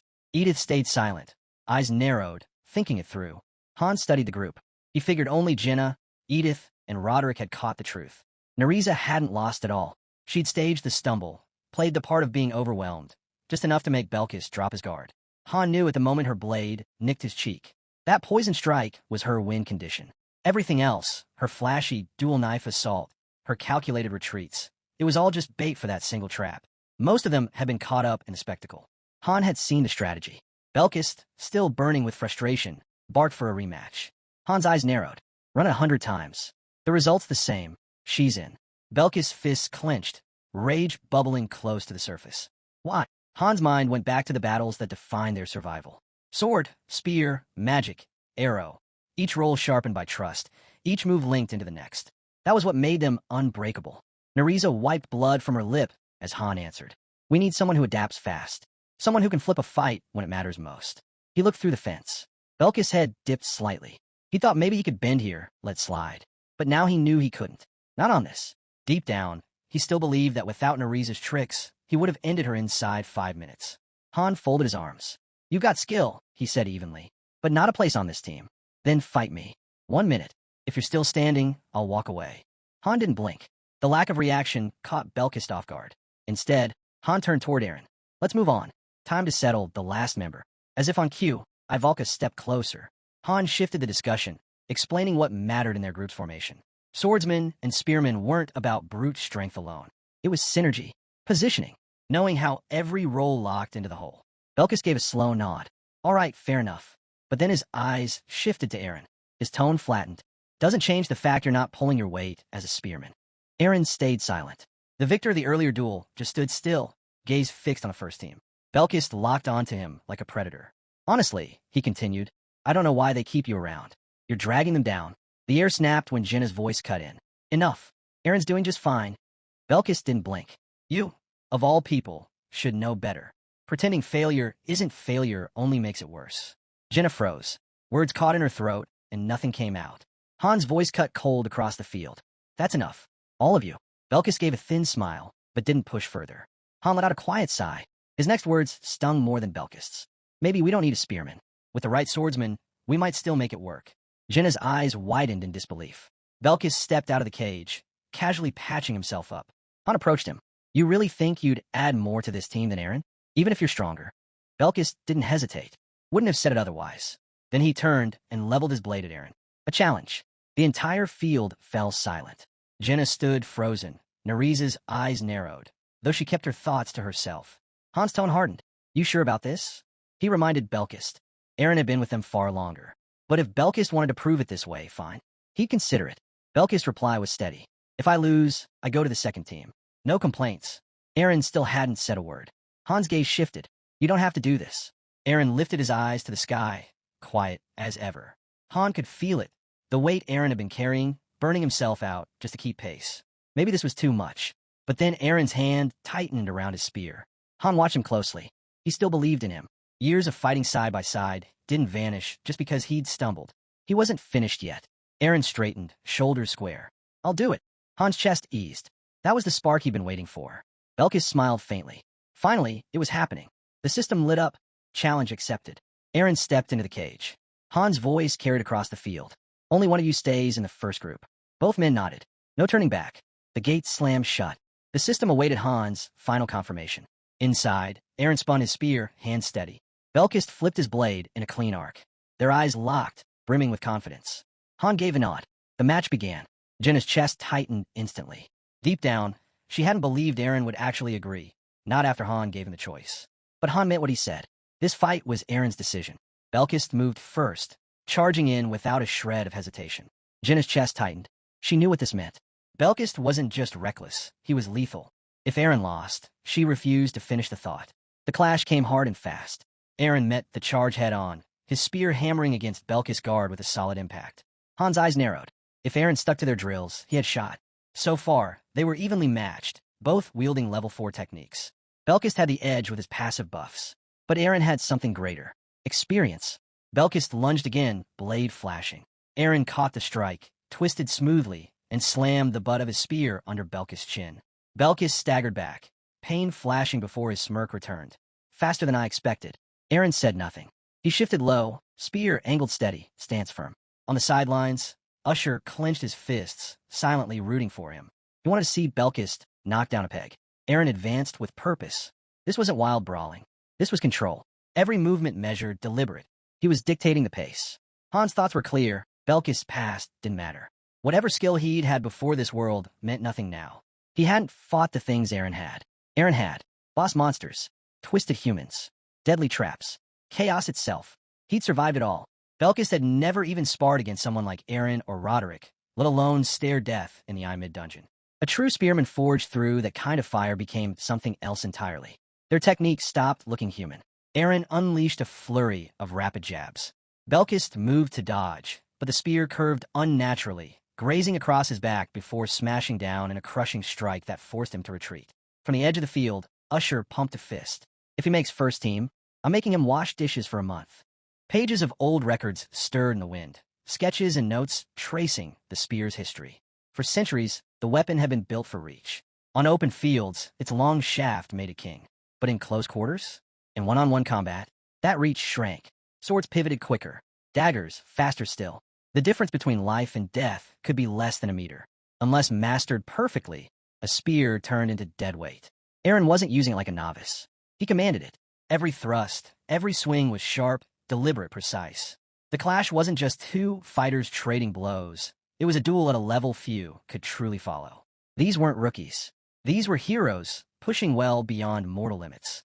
Eren drove his spear into Belkist's guard again, following with a brutal downswing that sent him stumbling. The weapon cut through the air like execution itself. Belkist flipped backward in desperation, twisting into an aerial spin to narrowly avoid the strike. Han never looked away. Belkist might have entered this world with raw talent, but raw talent wasn't enough here. Not anymore. Han knew this fighter. He'd sparred with him countless times. And right now, he could tell, Eren was only just beginning. He was a man trained to face threats beyond human, even monsters. Eren's spear cut through the air with deadly precision, each motion honed by battles too many to count. Han studied closely. Swordsmen and spearmen fought on entirely different rhythms, with instincts worlds apart. And right now, Eren was executing his role nearly flawlessly. But Jinna's silence said otherwise. Her brows tightened. Eren looked sharp, but something wasn't right. Ivalka leaned in. What's got you muttering? Jinna didn't look away. If it keeps going like this, Eren wins easily. And then it happened. Belkis slid along the spear shaft in a flash, collapsing the distance in an instant, grin stretched wide. Look again, Jenna whispered. The fight's tempo shifted. Eren's clean, controlled strikes, the very rhythm that made him look untouchable, suddenly weren't landing the same way. Ivalka narrowed her eyes, then nodded slowly. You're right. Across the field, Edith folded her arms. She felt it too. Belkist was adapting. With a heavy step, Belkist hit the ground and scoffed. This is getting boring. Eren steadied his grip, jaw tight, eyes locked forward. Han saw it as well. Eren's technique was flawless, but too flawless. Too rigid. No unpredictability. A rhythm like that became predictable, and Belkist thrived on predictable. He'd already dismantled Narise's style in minutes. His instincts were sharper than steel. If this pace continued, Han knew it, Belkist could evolve into something resembling the spiritual eye. The swordsman pressed forward, crowding Eren's space. Is this really all you've got? He growled. Sweat rolled down Eren's chin. I'm not playing games. They broke apart, steel clashing one last time before Belkist slid back toward the edge of the cage. His eyes narrowed. Then why aren't you going all in? What are you saving it for? Eren said nothing, jaw set, face shadowed with strain. Belkist's voice cut sharper. They say the first team trains like killers. This doesn't look like that to me. Eren's grip tightened, but he still held back. And when Belkist pressed harder, asking why he kept dodging the vital points, why he refused to strike to kill, something inside Eren cracked. Han's voice tore through the arena. Eren. The spearman froze, startled. Han's eyes burned. When did you start worrying about killing your opponent? He stepped forward, every word like a blade. You're strong now. Too strong to be holding back. Stop hesitating. Fight for real. Han wasn't just urging him. He was daring him. Belkist's crooked grin returned, like he'd been waiting for that exact command. Eren's gaze dropped for a moment. Then he gave a single nod. His spear spun in his hands, scraping against the floor. If you die, he said coldly, don't blame me. Belkist sank into his stance, blade poised forward. Finally, let's finish this. The air turned heavy as both fighters locked into position. Then they moved. Eren surged ahead. Belkist charged to meet him. The spear's tip sliced the air, brushing Belkist's nose by a hair. Eren didn't relent. He unleashed a whirlwind of strikes, each faster, each heavier, the pace building like a storm. Belkist gritted his teeth, steel sparking as he parried blow after blow. And then it came, one opening. Eren lunged. Belkist slipped aside at the last instant, spinning into a counterattack, his blade flashing in a relentless barrage. He weaved between jabs, a grin stretched across his face, enjoying the storm. Eren pivoted, dragging his spear back into a sweeping arc, then slammed it down with everything he had. Belkist dropped low, narrowly escaping. The spear struck the arena's edge. It shattered. The sound thundered across the city, reverberating like a quake. Jinna's eyes went wide. Usher froze where he stood. The ground itself trembled beneath the ring. Ivalka turned away. Roderick closed his eyes. And then, the final blow. Silence followed. Blood spread across the floor. Belkist, a deep gash carved into his side, exhaled sharply. All this blood's making me sick, he muttered. Across from him, Eren fell to his knees. Belkist raised his blade and claimed it. Victory. Usher's jaw dropped, fury rising. Eren had him. He was certain of it. You cheated, he snapped. There's no way that was clean. Belkist blinked, unfazed. What are you even talking about? Usher stepped forward, shouting louder. Don't act dumb. You rigged it somehow. Before it could boil over, Roderick pulled him back. The system's verdict came down, Belkist, victory. Ivalka frowned. The result felt wrong. To her, Eren had the match won. Jinna shook her head, tense. He fought hard, but it came down to one strike. Han finally spoke, voice low, unshaken. You're right. His eyes stayed locked on Belkist's back as the swordsman walked away. There was something about him, something beyond technique.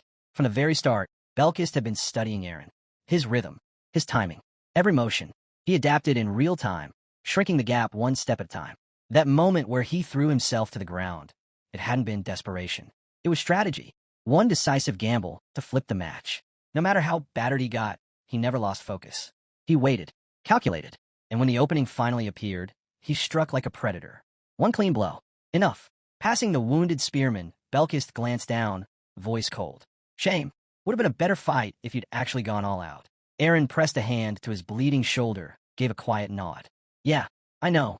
Off to the side, Nariza folded her arms. Her look said everything. She wasn't impressed. Not yet. Han's gaze hardened, but he didn't waver. No one challenged the outcome. Belkist stepped out of the cage. Han turned to the group. He's in the first team. Eren stayed on the floor, motionless. The system chimed. Team update proposed. Han looked at the prompt. New first group. Han, Jenna, Ivalka, Nariza, Belkist. The system's prompt appeared. Confirm Eren's removal? Han answered without pause. Yes. Eren lowered his head, the weight pressing down like stone. Han didn't soften it. You didn't lose because you lacked strength. You lost because you held back. And you know it. Usher's fists clenched. He was doing it for us. He was protecting the team. Han's reply cut like steel. This isn't about sparing feelings. We're not here to be friends. Usher had no answer. His jaw tightened, but nothing came out. Han stepped forward, his gaze sweeping over each of them. This is survival. If you don't understand that, you'll die. Jenna started to speak, but Han shut it down with a hand. Enough. Rest. We're done today. The group slowly drifted out, leaving Eren behind, alone in the ring. The system confirmed it. Nariza and Belkist, officially first group members. Belkist's lips curled into a grin, satisfaction clear. Nariza glanced around, calm as ever. Well, she said, I'm looking forward to seeing what this team can really do. Han faced a new lineup, eyes sharp. One thing still nagged at him. Did you really think being in Group 1 makes things easier? He didn't wait for their response. It's the opposite. You'll get the missions no one else touches. The worst of it. Belkist's grin only grew wider. That's exactly why I wanted in. I came here to get stronger. As the others drifted off, Han turned toward the lone figure still standing in the cage. Eren hadn't moved. Sitting there won't change anything, Han said, blunt as ever. Eren's reply came low, steady. I don't want to leave. Han was halfway up the stairs when he glanced back. It's not complicated, Eren said, his voice carrying. I got weaker.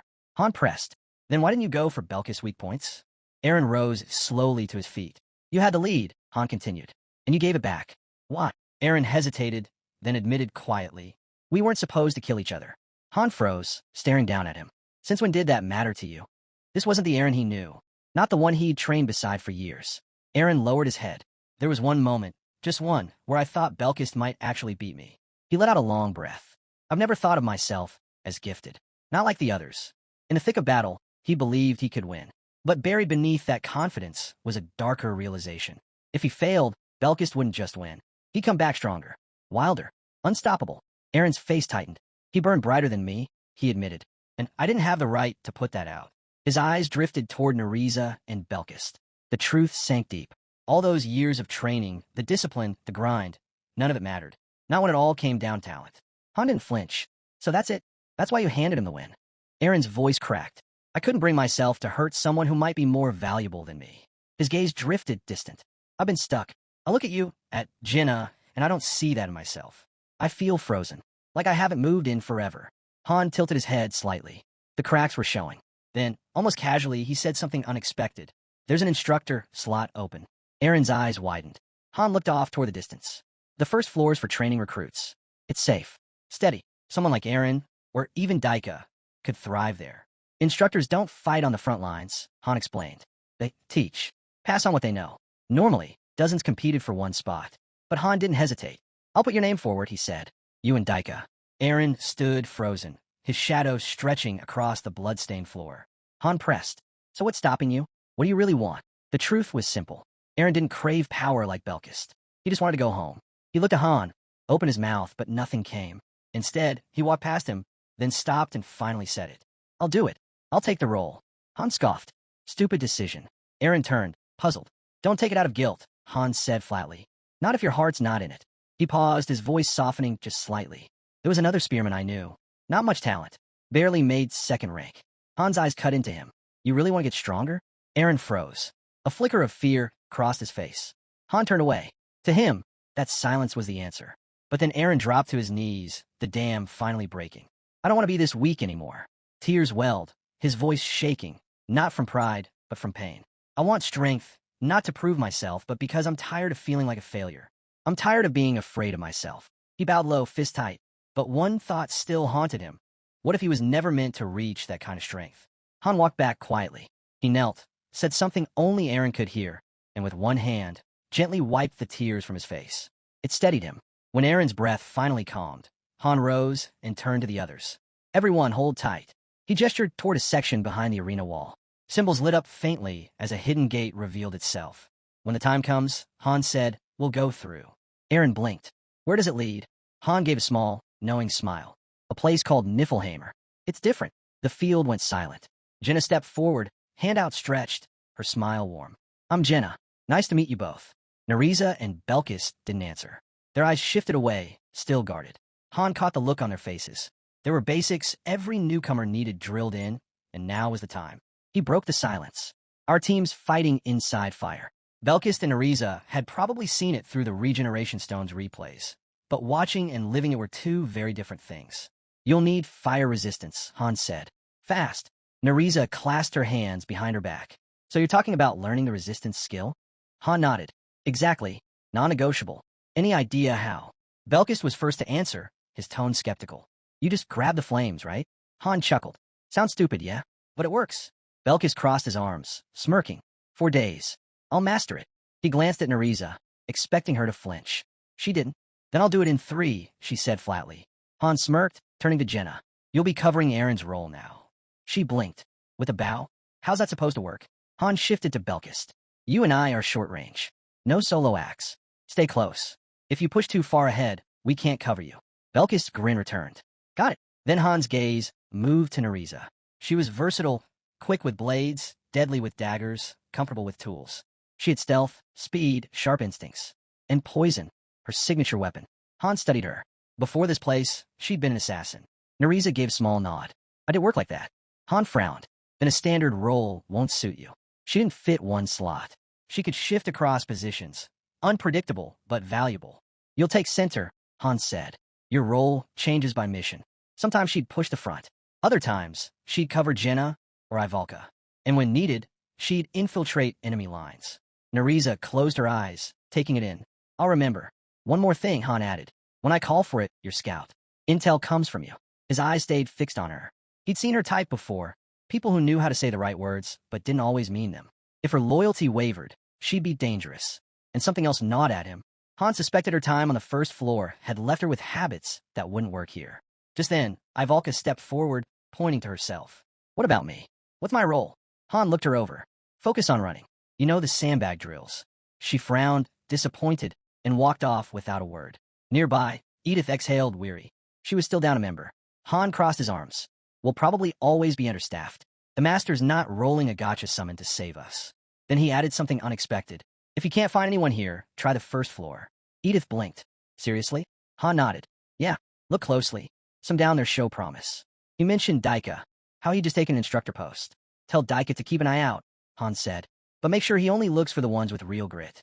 The ones who don't flinch. That was Edith's best chance. At least until the master pushed out more summons. Not far off, a girl with striking blue hair was training, blades slicing the air as she carved into a practice dummy. Han's gaze lingered for a moment. The free gate system was working smoothly now. Over 20 recruits already placed on the first floor. With numbers like that, someone was bound to stand out. Edith tapped her chin, thinking. After a moment, she nodded. I'll go. Good, Han replied. But if you spot someone worth pulling up, keep it quiet. Don't draw eyes. Edith tilted her head. You mean bullying? Almost on cue, 3 smug-looking guys swaggered toward the training girl. Smirks plastered across their faces. Han didn't even look surprised. Here, it's common. Do too well, and you paint a target on your back. Especially if you don't have connections. The arena sealed with a heavy echo. Han folded his arms. Time to test your limits. Get a read on each other. His gaze shifted to Nereza and Belkis. No rules. Real weapons. Show me what you've got. Belkis' grin stretched wide. I like the sound of that. Han raised a brow. You planning to take me on alone? Belkis' eyes gleamed. If Nereza joins in, I'll hold back. But if it's just me, he stepped forward. Then yeah, I want that. Han narrowed his eyes. You're serious? A straight one-on-one? Velkus didn't blink. Dead serious. Let me try. Han gave a sharp nod and drew his sword. System alert. Berserk mode activated. The arena trembled as energy rippled outward.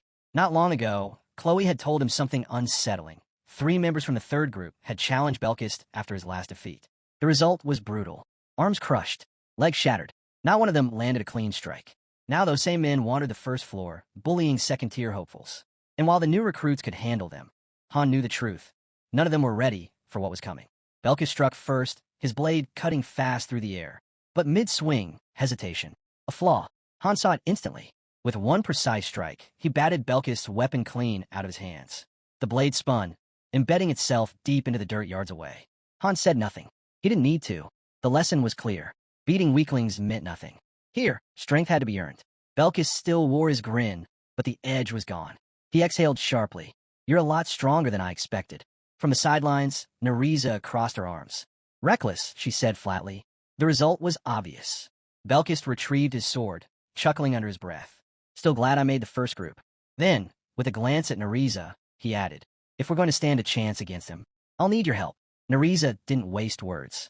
She unsheathed her blade, coating the edge with poison. Han arched a brow. You're really going with that? She locked eyes with him. Isn't this what you expected from me? Without another word, they both sank into stance. Round 2 was about to begin. Watching from the side, Belkist knew this time was different. Both were dead serious now. Maybe even Han wouldn't walk away without taking a hit. But Han's expression didn't change. He stepped forward, and the system roared to life. Berserk mode reactivated. The training hall fell silent. The air itself seemed heavy. Belkist and Nariza steadied themselves, still worn from the last clash. Belkist believed that if they worked together, they might finally push Han back. Han crushed that thought instantly. Numbers don't make strength, he said flatly. You two have no coordination. Then his gaze shifted toward Jenna, and his next words made her blink. Truth is, either of you would lose to her. Belkist stiffened. Nariza's grip tightened. Han didn't let up. At best, you could handle someone like Eren. Maybe Usher. He called Jenna forward. She hesitated, then stepped up. I'm a little nervous, she admitted. You shouldn't be, Han replied. You're stronger than you think. Now standing between the two, Jenna appeared calm, focused. Han looked back at Belkist and Nariza. Forget one-on-one duels. From now on, you fight as a team. Their new task, defeat Jenna. Belkist scowled. That's how little you think of us. Han's answer was sharp. You'll see soon enough. Belkist muttered irritably and glanced at Nariza. Just so you know, I don't work well with partners. She shrugged. Neither do I. From atop steps, Han's voice cut through. Then stop talking and prove it. Beat her, and I'll give you all the sparring you want. Belkist gave a hard nod. Fine. Don't regret it. He shot Nariza a smirk. Just try not to hold me back. Cracking his neck, he faced Jenna. I'll handle this. But Jenna didn't wait.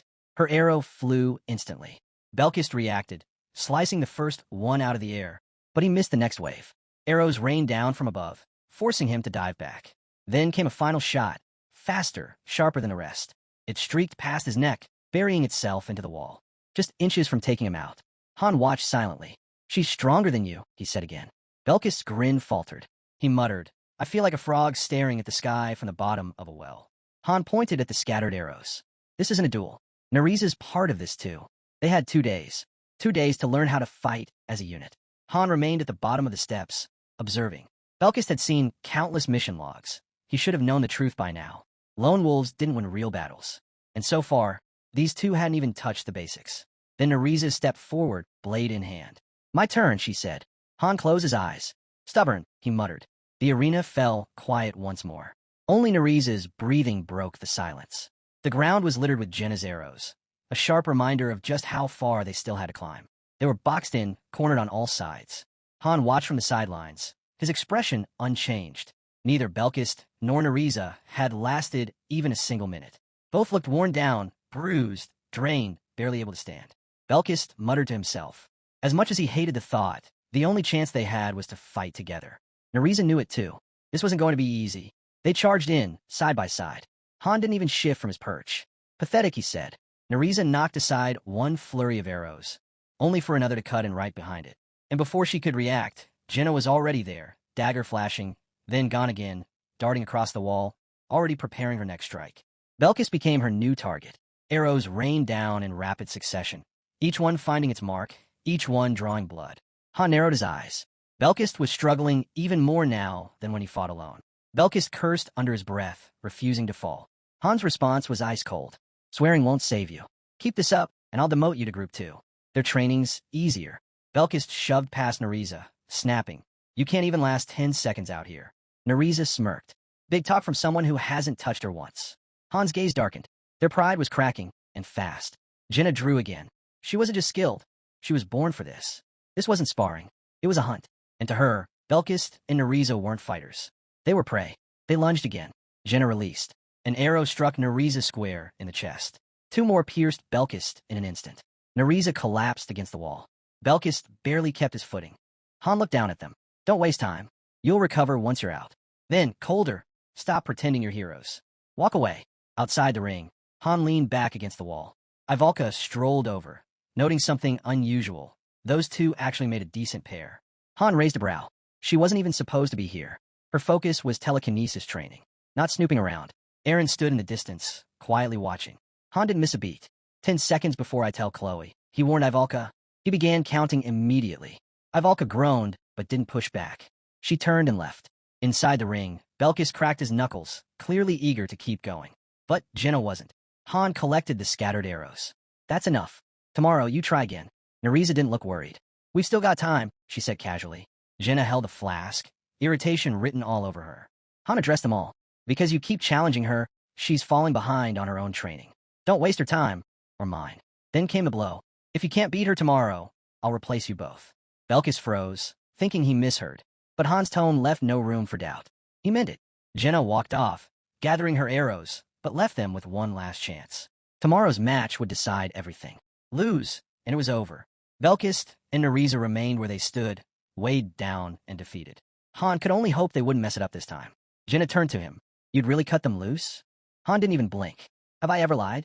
She opened her mouth, about to throw a certain incident back at him. Thwack! A stray quiver smacked her in the head before she could finish. Han didn't bother to look. He kept walking, chin raised. Talent means nothing if you can't work with others. Jenna rubbed her head, muttering under her breath. Who could possibly replace Belkis and Nariza? Maybe Han was betting on Aaron coming back? But Han shut that thought down immediately. Not even close. On the sidelines, Belkis' grip tightened around his sword. His stance was strong, precise. Han could see that. The problem wasn't skill. It was trust. Either they didn't trust each other enough, or they trusted themselves too much. Belkis looked ready to snap. Han just hoped they'd figure it out before tomorrow. Morning arrived. Han, Ivalka, and Jenna gathered in the square. Jenna scanned the area. Where are they? Don't tell me they ran. Han didn't flinch. They're on the first floor. Ivalka perked up. Wait, so training's canceled. Jenna tilted her head. Why'd they go down there? Han shrugged. Asked for time. So while they're off doing whatever it is, the rest of us? Double workload. Ivalka groaned. She should have expected that. Then, the sound of footsteps echoed from the corridor. Jenna turned and froze. The so-called quitters were walking straight toward them. Han narrowed his eyes. You two ready? They stepped through the archway. Nariza gave a short nod. We did everything we could. Belkis stood beside her, calm and collected. Let's get this over with. The arena was exactly as it had been yesterday. Han laid down the rules again. Real weapons. No limits. One chance. Nariza looked straight at Jenna. We understand. Belkis glanced at her. He wasn't a fan of the plan, but he was in. From across the arena, Jenna raised her bow. They're just standing there? She fired. Belkis stepped in, batting the arrow aside like it was nothing. Nariza followed up, hurling her dagger. Jenna ducked, rolled, and loosed another volley. Belkis' eyes lit up. He grinned. I get it now. Jenna faltered. Something was different. He wasn't charging blindly anymore. He was reading her shots, cutting them down like paper. The system chimed. Skill awakened, anti-projectile defense. No hesitation. Together, they rushed in. Jenna fired again. Too far. Too slow. Not enough to stop them. Belkis cleared the arrows across the ground. Nariza knocked down the ones raining from above. Step by step, they closed the distance. Then they split, left and right. Jenna's eyes widened. She was flanked. She vaulted into the air, blades sweeping beneath her. But mid-leap, another dagger spun toward her. She barely twisted away, ricocheting off the ceiling, and landed, face to face with Belkis. Still, waiting. Belkis lunged without a word. Jenna twisted away just in time, flipping back and countering with a spinning strike meant to knock him off balance. But then she felt it. Cold steel pressed against her throat. She froze. Behind her, Nariza. The assassin's voice was steady. It's over. Jenna groaned. The outcome was clear. Belkist let out a laugh. Too easy. Han gave a single nod of approval. He turned to the other recruits, shaking his head. All that struggling, when the answer was right in front of them from the start. Jenna should have noticed sooner. But she hadn't. She'd been consumed by Belkist's presence, her focus locked entirely on him. Han silently watched Neriza slip back into the shadows. Not surprising. When someone like Belkist drew that much attention, it was easy to forget the danger right behind you. Now the three stood side by side. Han gave them a short nod. You passed. He told them to hold on to that moment. This was real teamwork. Anyone who had studied their past boss fights should have known already. A team's combined strength could always surpass raw solo power. Belkist grinned. So, does that mean we're ready to take you on next? Han smirked. You sure about that? The arena's open whenever you feel brave enough. But deep down, he already knew how it would end. One strike in berserk mode, and Belkist would be finished. One mistake, and they'd both fall. It wouldn't be the first time they barely scraped through after challenging him. The gate to the next floor remained sealed. Han figured the system, and YTNG was waiting, holding off until the squad's synergy tightened before unleashing the next challenge. As the squad made their way toward the second floor gate, Han slung his sword across his back. He casually mentioned that Jenna would be joining the duels in the next round. Leaning against the wall, Belkist raised an eyebrow. What are you talking about now? Han explained. From here on, Belkist and Neriza would be fighting as a team. The announcement caught them both off guard. But Han clarified it wasn't permanent. They'd rotate, switch partners, and test every combination. The point was simple. Every member needed to learn how to fight alongside anyone. Resting on one knee, Belkist admitted something. He'd always thought this squad worked solo. Back on floors 5, 10, 15, it had always looked like Han was carrying the weight alone. He hadn't realized just how strong the rest of the crew actually was. He turned to Han. Then what's the point of all this team training? Han shot back. What? Are your eyes just for decoration? He thought back over every floor they'd cleared. Not a single one could have been conquered alone. Then he laid it out plainly. You can't build a strong team from weak players. But even the strongest individuals will lose if they can't work as one. Han lowered his gaze for a moment. Sure, one powerful player could carry the team. But did they really have anyone like that? He didn't think so. And he certainly didn't see himself that way. Belkist stood tall. Han told them both to quit complaining. If they mastered coordination, he'd give them all the one-on-one training they wanted. Belkist admitted he was getting impatient. As the recruits headed upstairs, Han stayed behind, watching. They were improving fast. At last, they were ready for proper 2-on-2 matches. The arena was rarely silent. Mornings were drills. Afternoons? Weapon work. Most of their time was spent locked in sparring. This time, Jenna paired with Belkist against Han and Neriza. Teams shifted with every round.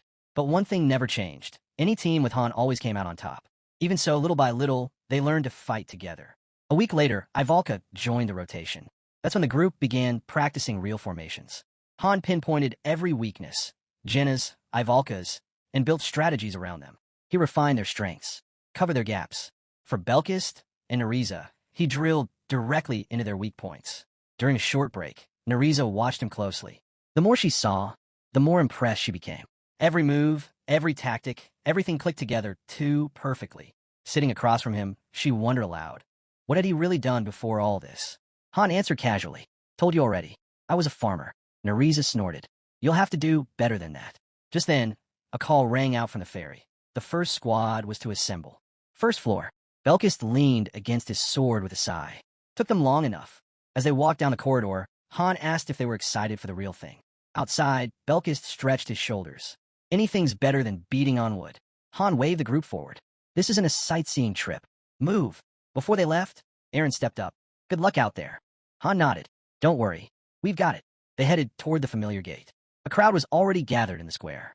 Han glanced back when Neriza caught up. Who are all these people? She explained they were third-gen recruits, summoned after the floor split. The newcomers eyed Han's team with suspicion. An assassin stepped forward, assuming Han didn't understand. He mentioned the rumors, strange ones spreading fast. Han tensed. He'd expected this sooner or later.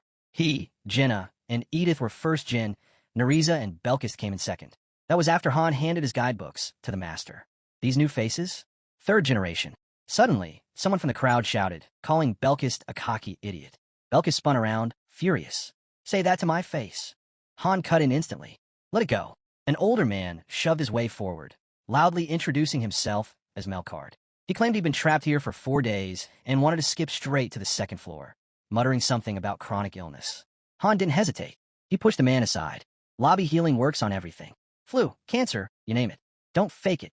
Above them, Isel hovered, her voice sharp as it cut through the noise. Enough. You're holding up the Masters team. Han turned to Nariza. When did people start acting like this? Right after the floors split, she answered. As the gate ahead began to dissolve, Ivalka frowned. Why'd it mess with people like this? Han kept his eyes forward. Separation changes people. Ivalka muttered. Still, it's strange. Han shook it off. None of it mattered now. They had a mission. The system chimed. Main dungeon, 16th floor. Opening in 10 seconds. Han faced the group, voice firm. Once we're in, you follow my lead. No exceptions. His gaze swept across them. Anyone have a problem with that? Belkist and Nariza answered immediately. Nope, we're in. A flash of light swallowed them whole, pulling the squad onto the 16th floor. The system prompt appeared, reconnaissance mission. Uncharted territory. Belkist frowned. Never done recon before. Jenna thought back to the 6th floor. Similar assignment, just scouting. She smiled faintly at Han.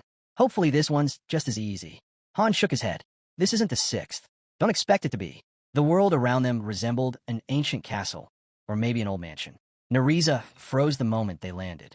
Han noticed. You recognize this place? She hesitated. Not sure yet. If something clicks, I'll tell you. Han approached a massive door and knocked. A small metal grid slid open. Not an exit. Not even within the mission boundary. He stepped back and turned to Nariza. You're up. Stay out of sight. Signal us if you see anything off. She nodded once and melted into the shadows. Han drew his blade. Formation. Let's move. The hallway stretched long ahead, dim lanterns flickering against stone walls. Rows of statues lined the path, frozen in place, their gaze cold and empty. Belkist held the rear.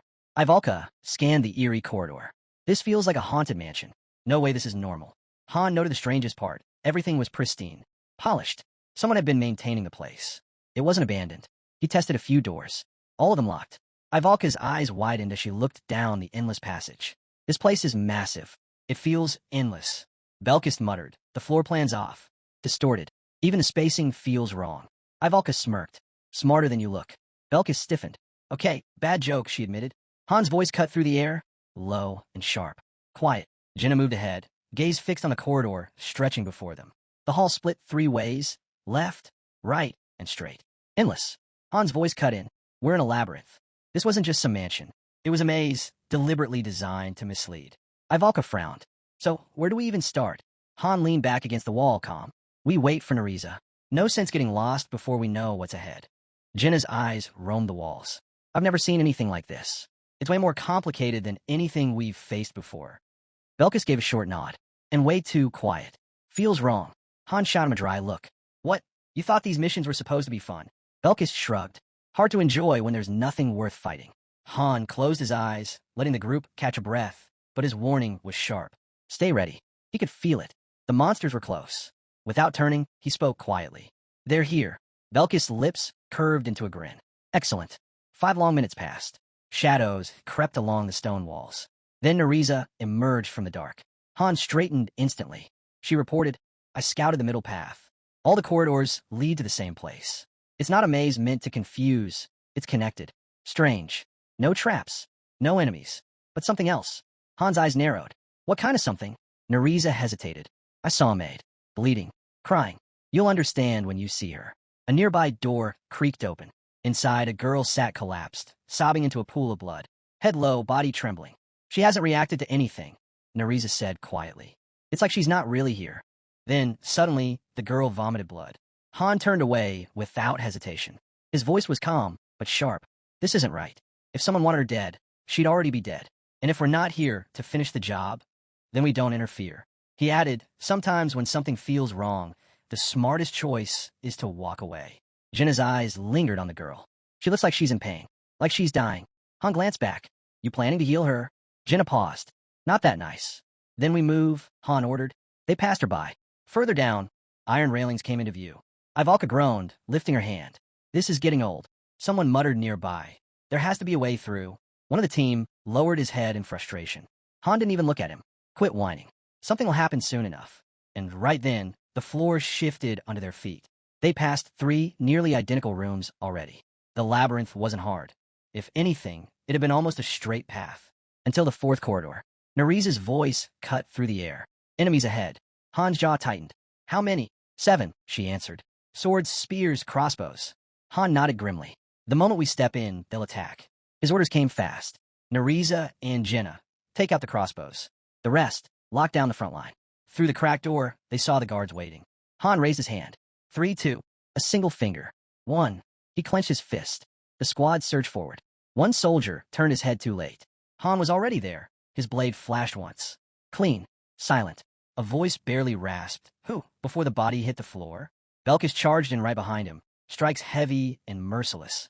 When the clash was over, corpses littered the room. All eyes turned toward the staircase ahead. But something was wrong. Han's gaze sharpened. The floor above, it didn't feel right. Then, slam. The doors behind them locked shut. Han raised his shield, hurling it against the barrier. A harsh clang. No movement. He stretched out a hand, clenched his fist. Nothing.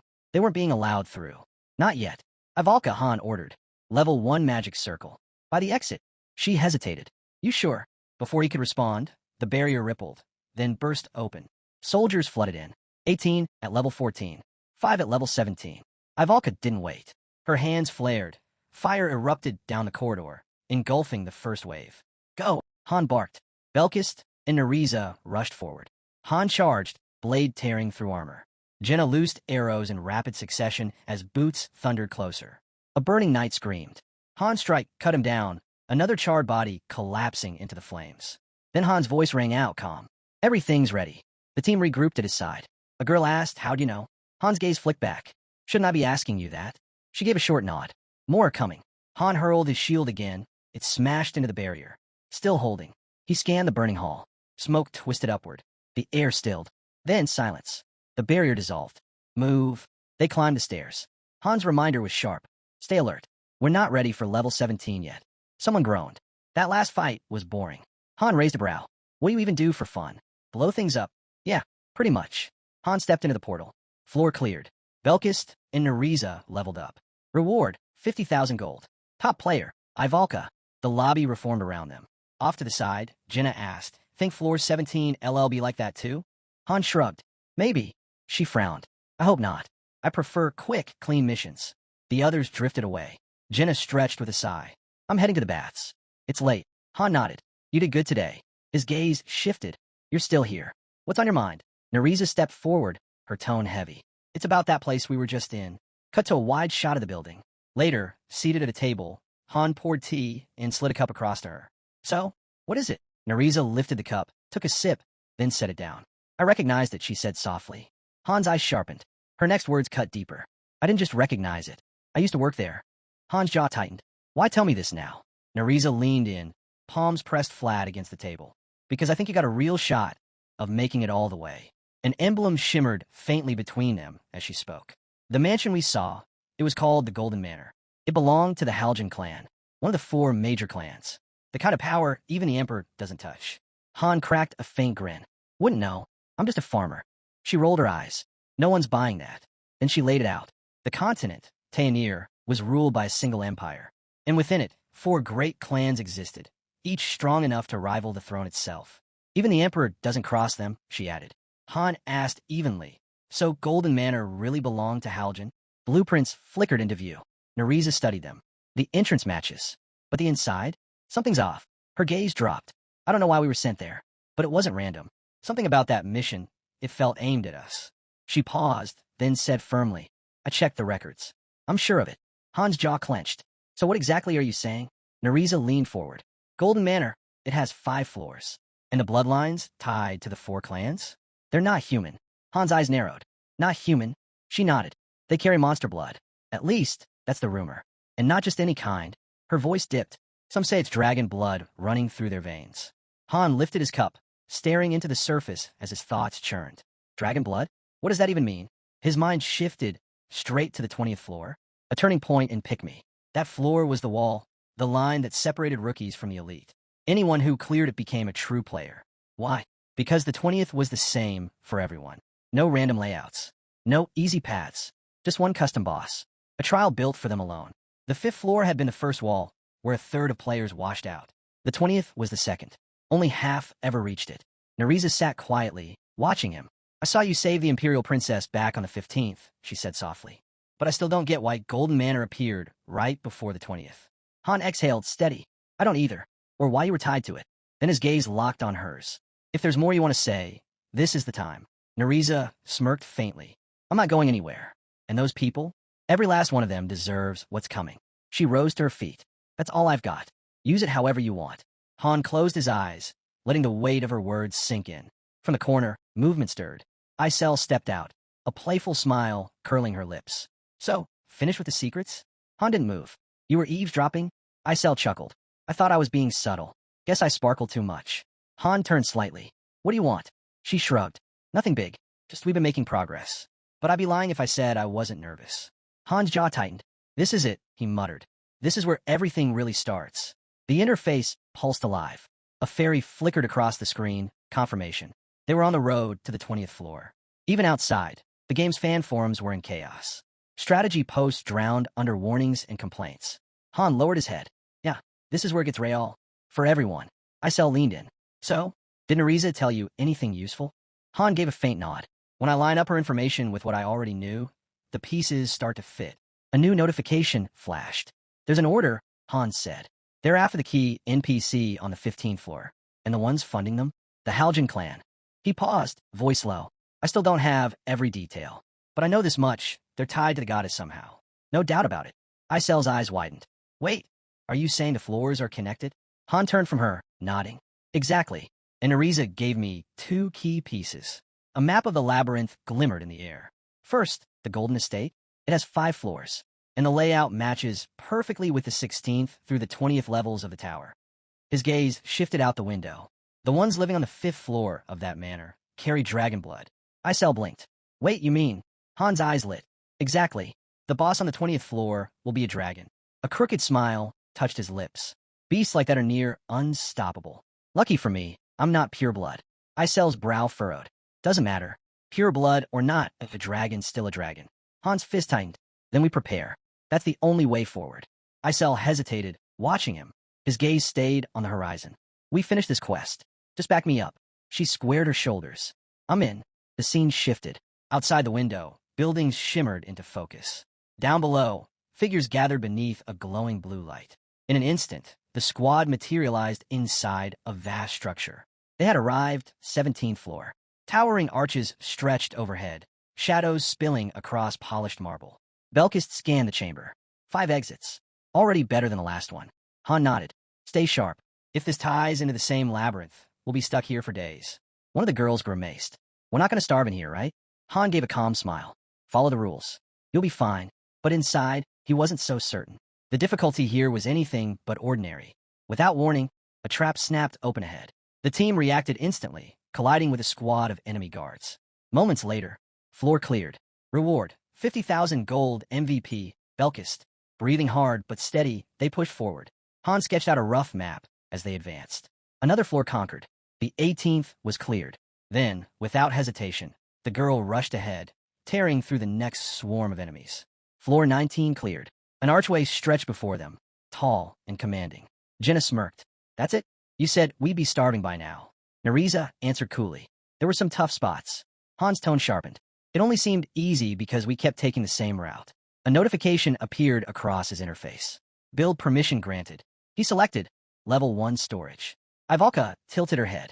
What's that for, Master? It's been getting noisy around here. Han didn't look back. A place to keep everything safe. She blinked. Isn't that just a warehouse? Light swirled as the structure began to rise. No, Han said firmly. It's a tomb. Ivalka froze. A tomb. The vault stood complete. Inside, the walls bore the names and faces of fallen heroes.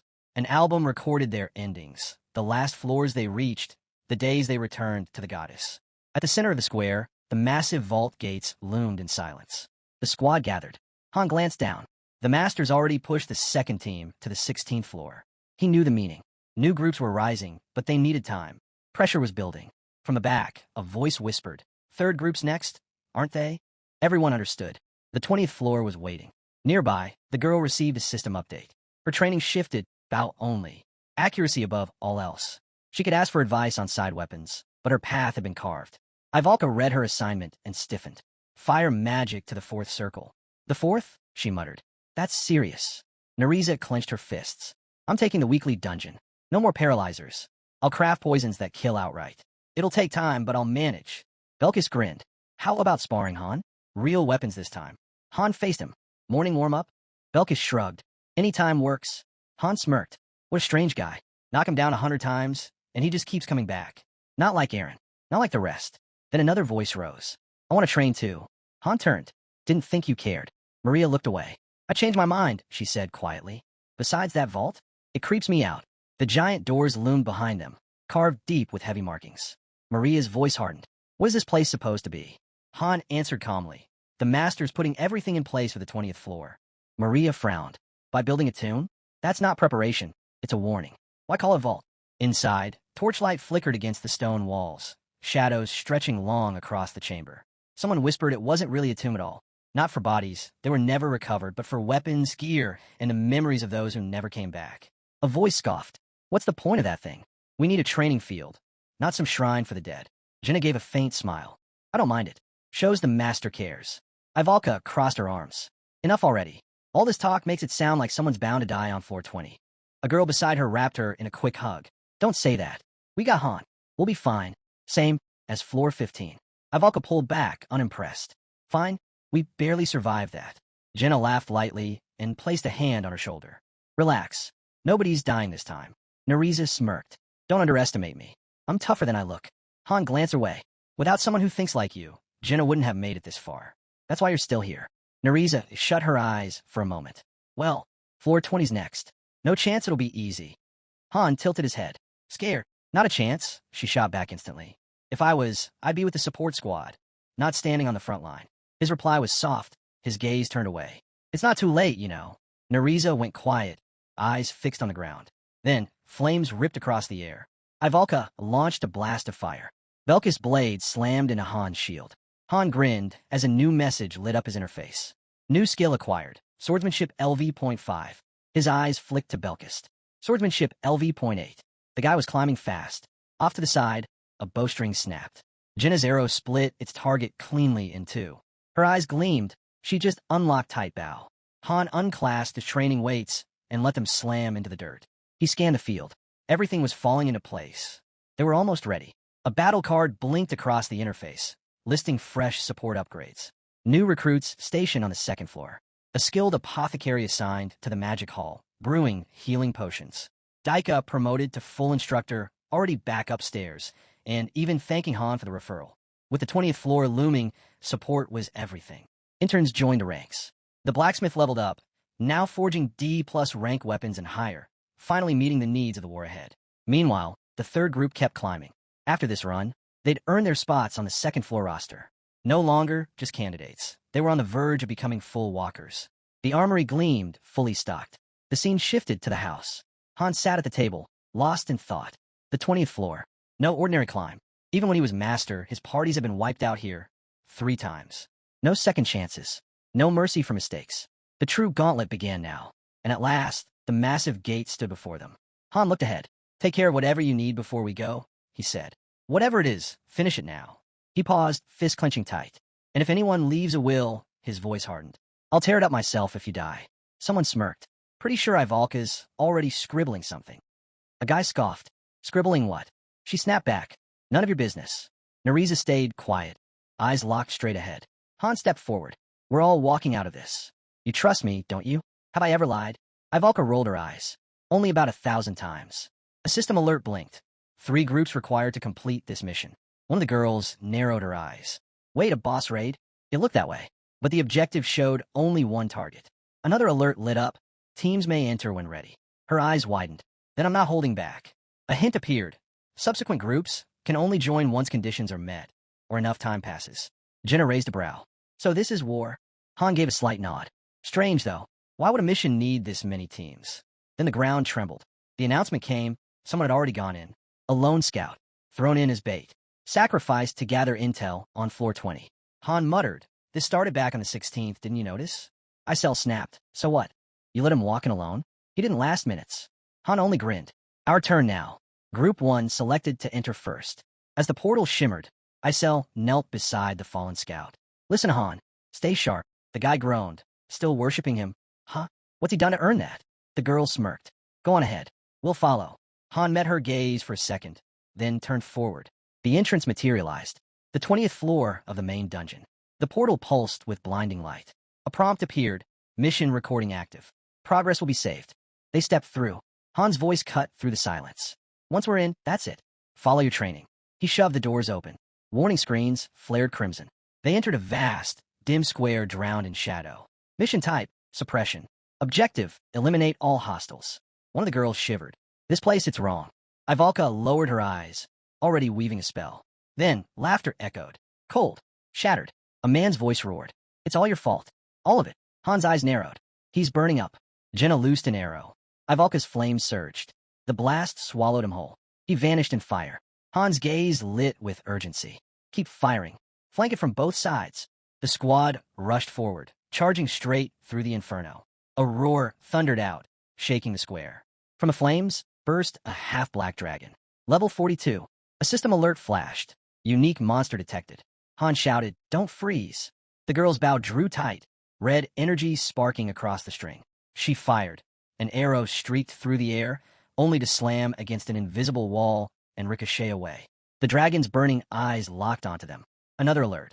Monster is resistant to physical attacks. Ivalka stepped up, hands blazing. Burn! A wall of fire roared across the battlefield. The dragon didn't even flinch.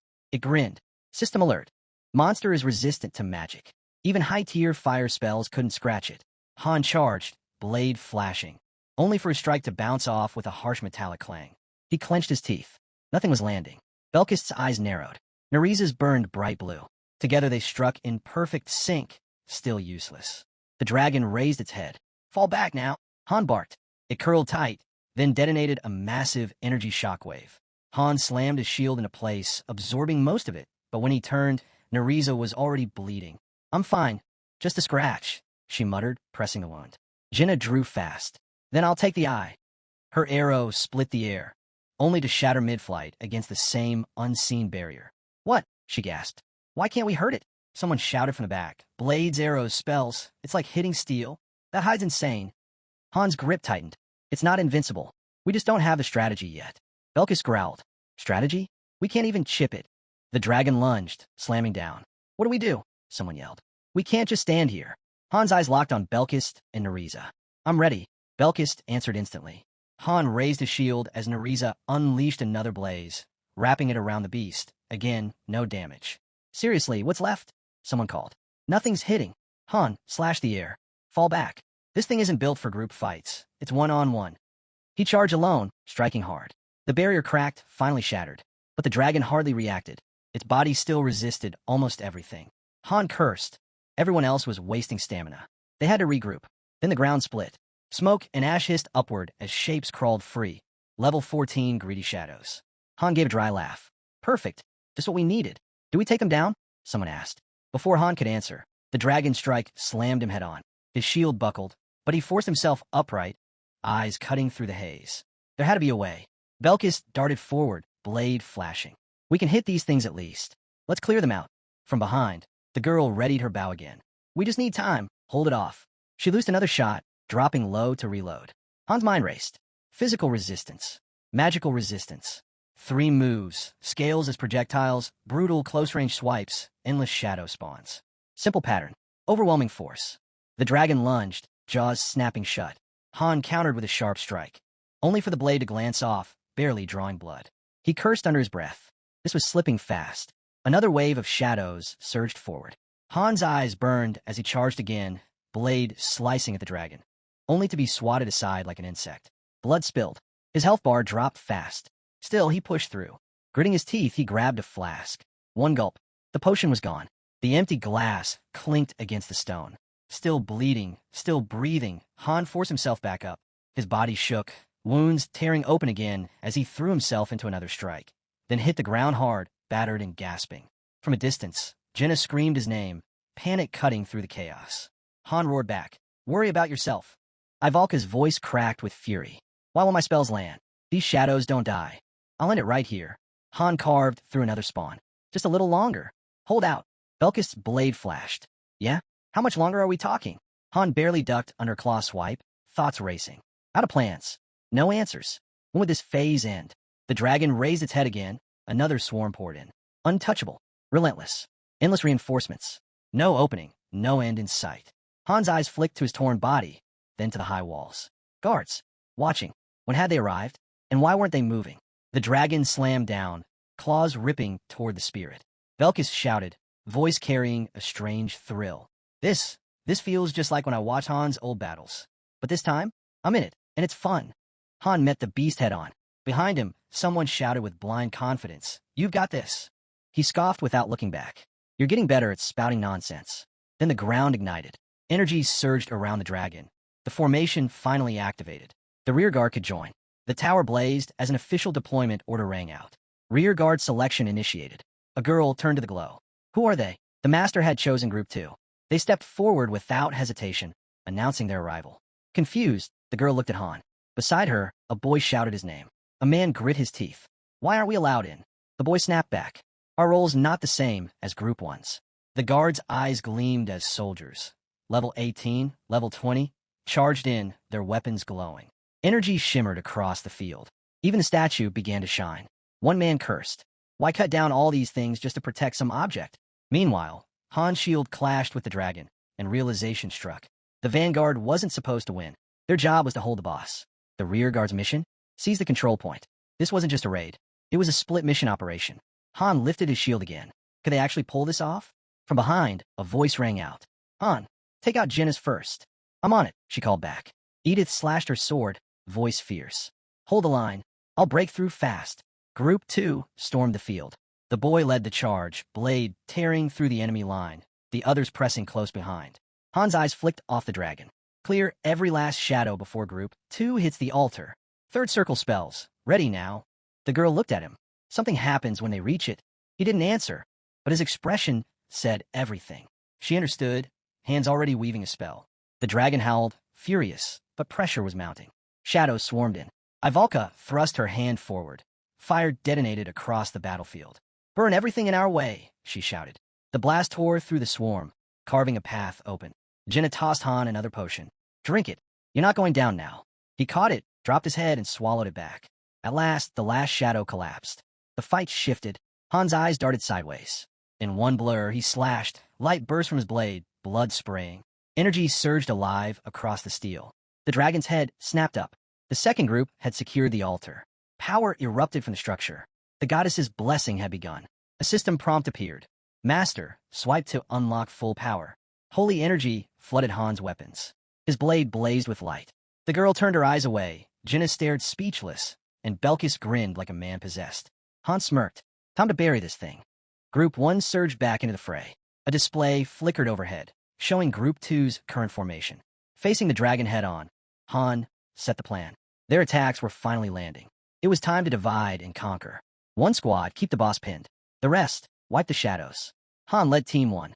Belkis and Nariza cut across the second flank. Jenna and Ivalka, Team 3, covered them from the rear. The dragon coiled. "Brace, it's launching a scale storm." Han shouted. In one twist, a storm of scales tore free. Then stillness. No hesitation. Han and Belkis rushed in, blade striking true. Every hit connected, forcing a roar from the beast.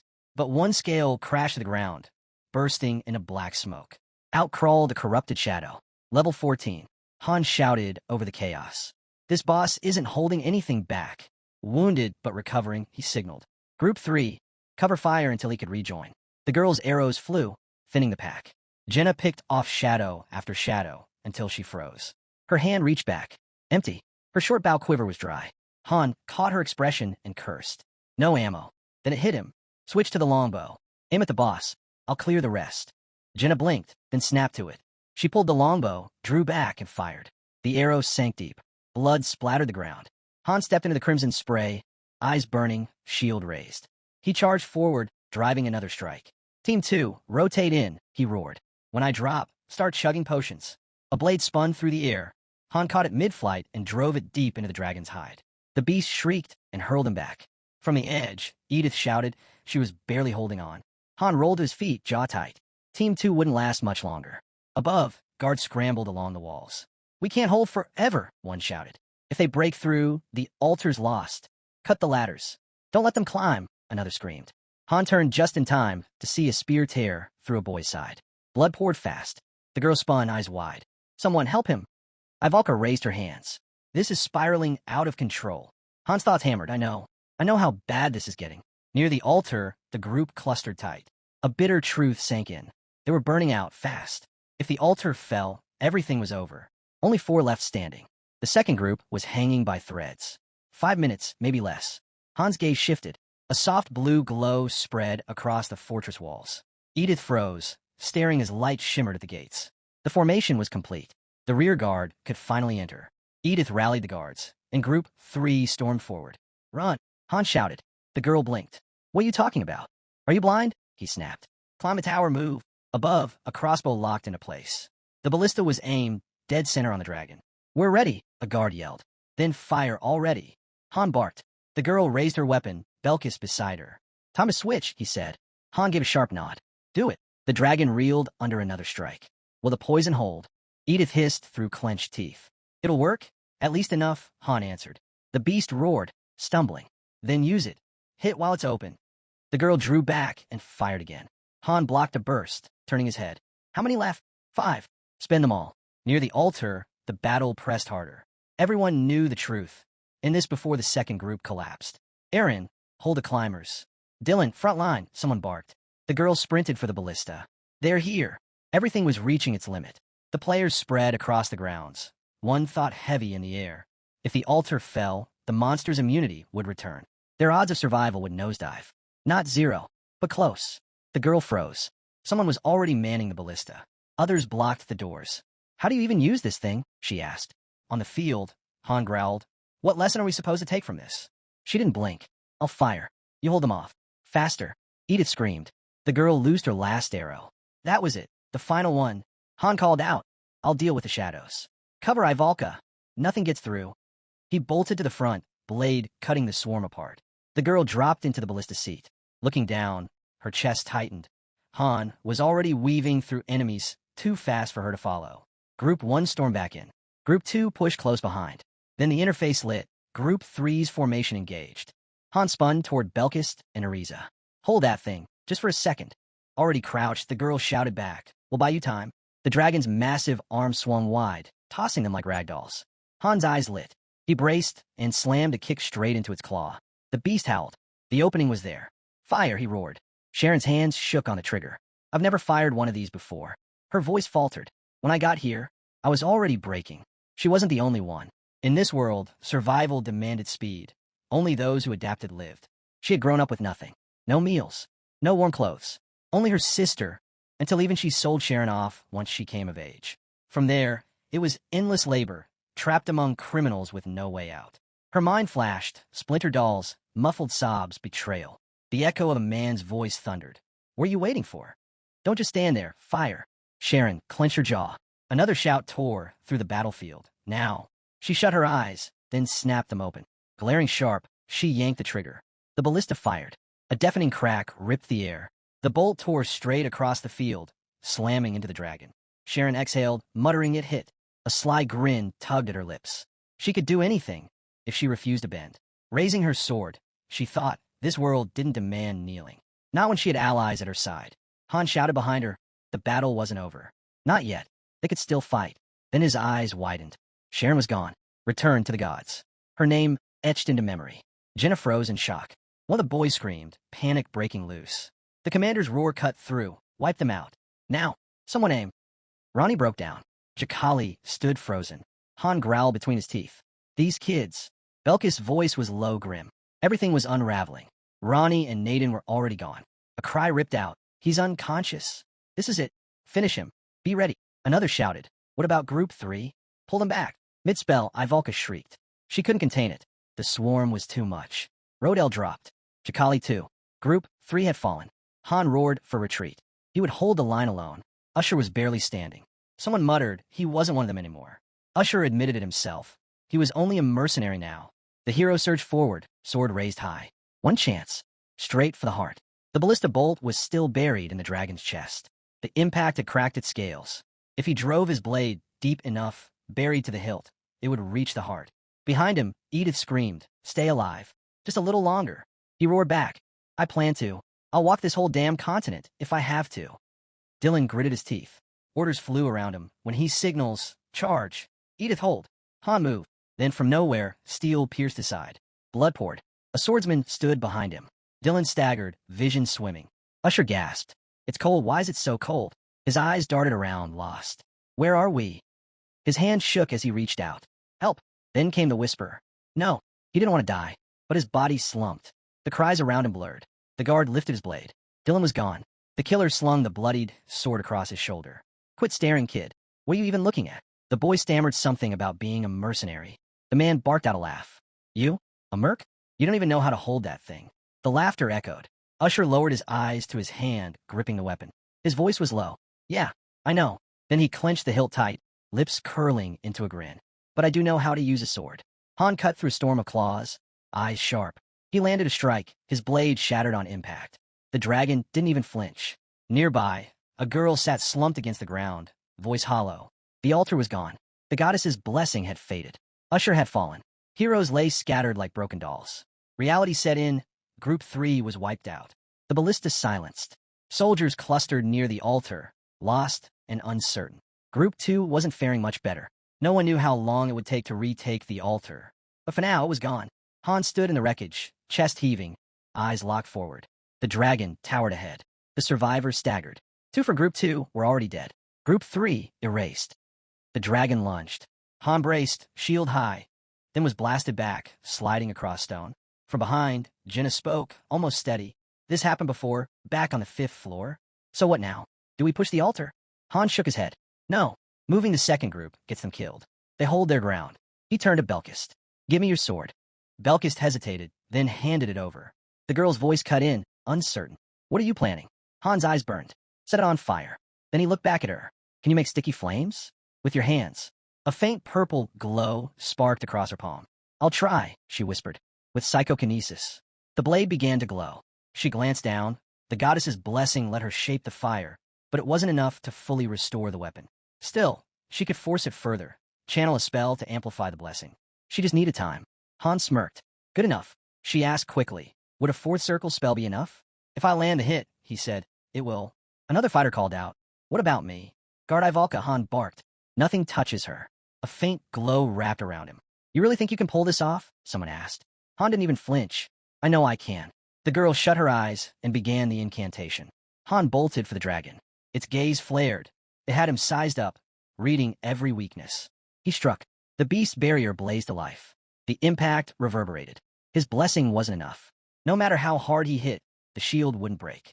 Not like this. Near the altar, the girl stood frozen as Han swore he'd reclaim it. He fired the ballista again. The dragon swung down. Han braced, absorbing the crushing weight. Even bleeding out, he refused to buckle. Teeth clenched, he hammered strike after strike. No time for plans. No time for doubts. Just keep pushing until that monster dies. Watching him, Belkist muttered under his breath. Still a badass, even now. Nereza snapped. Really? Now you get sentimental. Han roared and charged again, then froze. His eyes locked onto something. The dragon was bleeding. His focus sharpened. Weak spot detection. The wound lit in his vision. Without hesitation, he darted beneath the beast.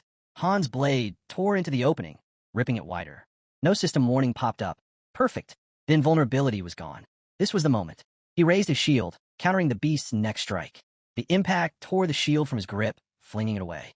The dragon's eyes blazed bright. Then Ivalka's spell detonated behind him. An explosion of magic that yanked the dragon's attention.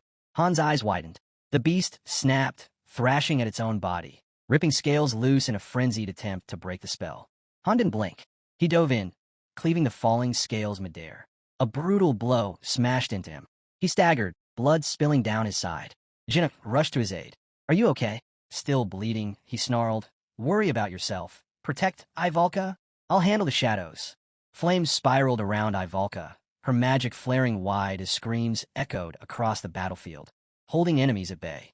The dragon shrieked, berserker mode triggered. Han's eyes burned. His rage answered in kind. He hurled himself skyward, locking eyes with the monster.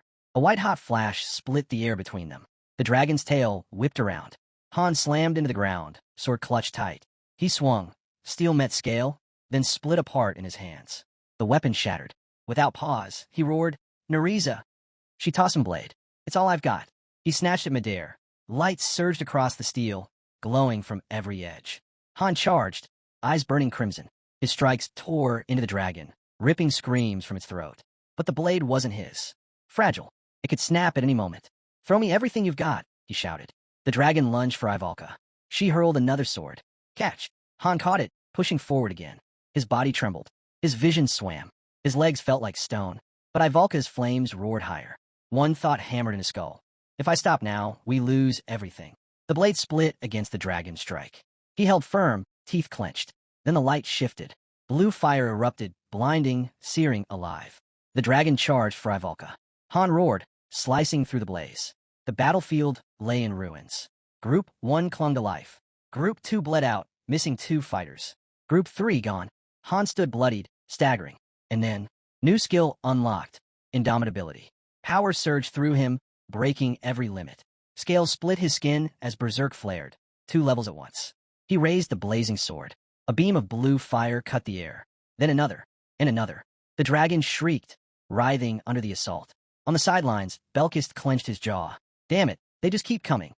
Han didn't falter. He swung down with everything he had. The blade sank deep into scale and sinew. The dragon roared, refusing to fall. Han growled, body breaking, spirit unyielding.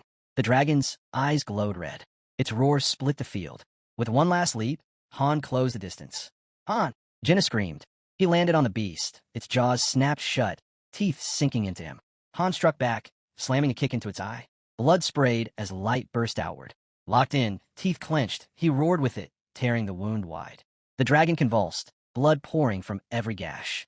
Its body gave way, collapsing in a thunderous crash. System prompt. New title acquired, Dragon Slayer. Han grinned faintly, drained but victorious. The berserk state faded. His body buckled. He began to fall, until someone caught him. Smiling softly, the girl whispered, "You did good." Around them, shadows still stirred. A voice rang out. Orders to regroup, survivors scrambling. Not everyone had made it. Then, the dragon twitched. Its claw lashed out. Jenna bolted, eyes wide. Nereza gasped, horror spilling from her lips. No, its throat was cut. How is it still moving? Belkis shouted. The blessing's gone. We tried everything. Han, barely on his feet, let out a faint smirk. Don't sound so dramatic. The girl looked down, and that's when it came. Ivalka's chant reached its end. Her spell launched. A wave of fire ripped across the battlefield, engulfing the dragon. But didn't stop there. The blaze spread, fierce and uncontrollable. The girl's breath caught. This was Ivalka's 4th circle fire spell, unleashed in full. Han's gaze followed the storm. Never thought I'd see it up close. Ivalka raised her hands high. Her voice rang out, one word, unification. A burning orb shot forward. The dragon's head vanished in a blink, obliterated into nothing. Light tore across the skies. The nearest fighter turned away. Nereza stood frozen. Everyone along the wall stared, stunned. Jenna didn't move. She could only stand there, awestruck. Then came the blast. The ground shook as if the heavens themselves had struck. The floor was cleared. System messages lit the air. Everyone leveled up. Loot shimmered into view. Dragon heart, bones, scales, claws. 150,000 gold. Top player, Han. Portals opened, glowing. Messages rolled in. Floor, 20 cleared. Master title, amateur unlocked. Weekly dungeons, open. Second exploration dungeon, Hausia, now accessible. New structures, available. Hero Ascension, ready. Dimensional Rift, activation unlocked. The girl grinned. Nobody died. Belkist gave a shrug. Well, none of us, anyway. Han sank down beside her. You can let go now. She laughed softly. Right. Off to the side, a voice cut in. You're human? Han tilted his head. What kind of question is that? Belkis scoffed. Seriously, though, who takes out a dragon alone? Han's eyes drifted over the survivors. First group, 5 left standing. The girl frowned. They failed their roles. Forgive them. Han's voice hardened. Second group, only 3 survived. And what are you saying? We're here because of them. He turned to her. Protect your team. Don't let something like this break them. She gave a firm nod. Understood. Nereza stepped forward. 15 heroes went in. Only 8 returned. Han added, the third group's gone. Not a total loss, but we lost crucial support. He rested his hands on his hips, a grin tugging at his lips. Still, we pulled it off. Let everyone rest tomorrow. They've earned it. Then, another voice rose. I challenge you. A duel. Han waved him off. Save it. Rest first. Suddenly, a soft blue glow appeared. Isel stepped forward, a statue cradled in her arms. Her voice was steady, almost reverent. Floor 20 is cleared. What you've done, it's extraordinary. She held out the statue. A gift from the master, for the Dragon Slayer. Han stared at it, puzzled. And what exactly am I supposed to do with this? The scene shifted. At a doorway, a girl stood still. Edith drew in a breath, eyes closing before she stepped inside. I'm back, she whispered. Made it through. Again. Edith dropped to her knees. Only you, it's just you again. From deep within the house, a scream tore through the silence. Back at base, the reports came in one after another. 2 more gone from the second group. The third group, completely wiped out. Han turned his head. Didn't I say today was for rest? Why are you still here? The girl stood with her hands on her hips. Thought I'd take a peek at the storage room. She gave a lazy shrug, then closed her eyes. Besides, too tired to train. Then go, Han said flatly. Just then, the storage room's door shimmered into view. Jenna spotted it. What's that? Where are you going? Han didn't slow down. I'm busy. The last mission had claimed too many. Usher from Group 2, a natural 2-star, sharp, adaptable, dedicated. Edith had liked him. He could have gone far. Dylan had only just joined, but he and Usher might have been a powerful duo. As for Sharon and the others, skilled, yes, but not seasoned enough for real boss fights. Their deaths showed the gap clearer than anything else. The lobby was heavy with silence. Heads bowed. The girl's gaze stayed fixed on the floor. Then the system's message appeared. Hero ready for ascension. Han. A new structure was chosen. Conversion room within the synthesis chamber. Once built, a new feature unlocked. Hero conversion. Ascension reached level 2. Efficiency climbed. The master activated the conversion.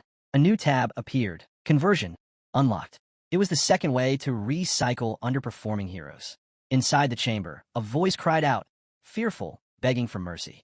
Light burst from the entrance. Transformation complete. Item acquired. Basic spirit stone. Han sat on a bench, silent. Heroes, reduced to materials. Conversion wasn't pleasant, but when the power gap was too wide, normal synthesis failed. That's when conversion filled the role. Now, all 3 core functions were in place. He stared at the stone. Not even worth synthesizing. The process was brutal to watch. Still, the next phase began. Synthesis initiated. Success rate, 91%. Fully automated. Machines whirred and clashed until the result appeared. Item acquired. Medium exaltation stone. Icel's eyes lit up. Nice. That's a 3-star stone. Han studied the glowing crystal. So, that's the second one. Yep, she said cheerfully. 2 down, for more to go. Right, his eyes narrowed. And how many intervention points do you have left? Icel froze. Han's tone sharpened. What did you do? Don't tell me you burned through all of them. The fairy fidgeted, looking guilty. It wasn't my fault. It was YouTube. I only clicked on a few videos. Han stared. She threw her hands up. Okay, fine. I used them all. But I had to. There were too many heroes. I was buried in work. I thought I was going to collapse from exhaustion. How much time do you have left? Han asked. His tone sharpened. Don't tell me you wasted it all. Icel looked away. About 30 minutes. She reminded him. 1 message, 1 post, and the rest of that time would vanish. Han tightened his grip on his weapon. That's enough. Just get everything ready. Without another word, he turned and stepped into the storage room. The space was silent. At the center, a glowing pedestal pulsed faintly. Han approached and placed the stone on top. It flared to life in an instant, light searing his vision. He raised an arm to shield his eyes. Same as last time, he muttered. Then a sound. Movement behind him. Han spun. A boy sat on the floor, sobbing. Not again. Han strode to the barrier, pressing his hand against it. Sealed. No way through. Not from this side. He let out a low sigh. Can't move forward, can't go back either. The boy's cries grew louder, echoing through the chamber, calling out for his parents. Han clenched his jaw, fist slamming against the barrier. He stood there with arms crossed, eyes fixed forward, testing my patience. And then, something stirred. A memory long buried flickered awake. Ascension complete. Han rose to 3-star hero. He stepped forward, and the system shifted. A path opened. His level cap lifted. His ceiling expanded. Class selection unlocked. Back outside, Icel was curled up on a bench, already half asleep like none of this mattered. Han raised an eyebrow. Seriously? I was gone 10 minutes, and you're napping already? He glanced around at the noise building nearby and muttered, Let's talk in my room. Sure. Icel answered, eyes still closed. Summons were underway again. 1, 2, 5 new heroes poured in, the master filling the holes left by the fallen. Han stood watching silently. You sure you don't need to be somewhere? He asked the fairy. She yawned. Later. Next drafts tomorrow. A soft glow lit up a nearby building. Icel shifted, then turned to him. There's something I need to tell you. She hesitated, then admitted she hadn't just been wasting time on random videos. She'd been searching, digging for anything useful. Han began loosening his gear. And, you want to know, don't you? She teased. Because this one's big. She stretched her hand out dramatically. The master subscribed to your channel. Han froze. What? Her grin widened. You're on his radar. His Majesty himself noticed you. He blinked. Run that by me again? Her eyes lit up. The master joined your fan club. Not just any fan club, the National Association. The highest tier. The top of the top. She beamed. Surprised? Don't be. That last raid of yours? It was insane. Even I'm jealous. I want a moment like that too. Han looked sideways at her. A moment like what? Then his expression shifted. His eyes widened sharply. This is about Niflheimer, Isel said with a laugh. They're running ads now. Recruiting new students. The details flashed across the screen. Minimum entry. 3-star rank, level 20, second-tier heroes ready for class advancement. Han's eyes narrowed. Students, see for yourself, Isel replied, pulling up a glowing panel. The recruitment notice spread across the display, Niflheimer's elite training center boasting their strength. With mock drama, she spread her arms. Ridiculous, right? They're acting like they own the place. Her eyes locked on him. That's all? No shock.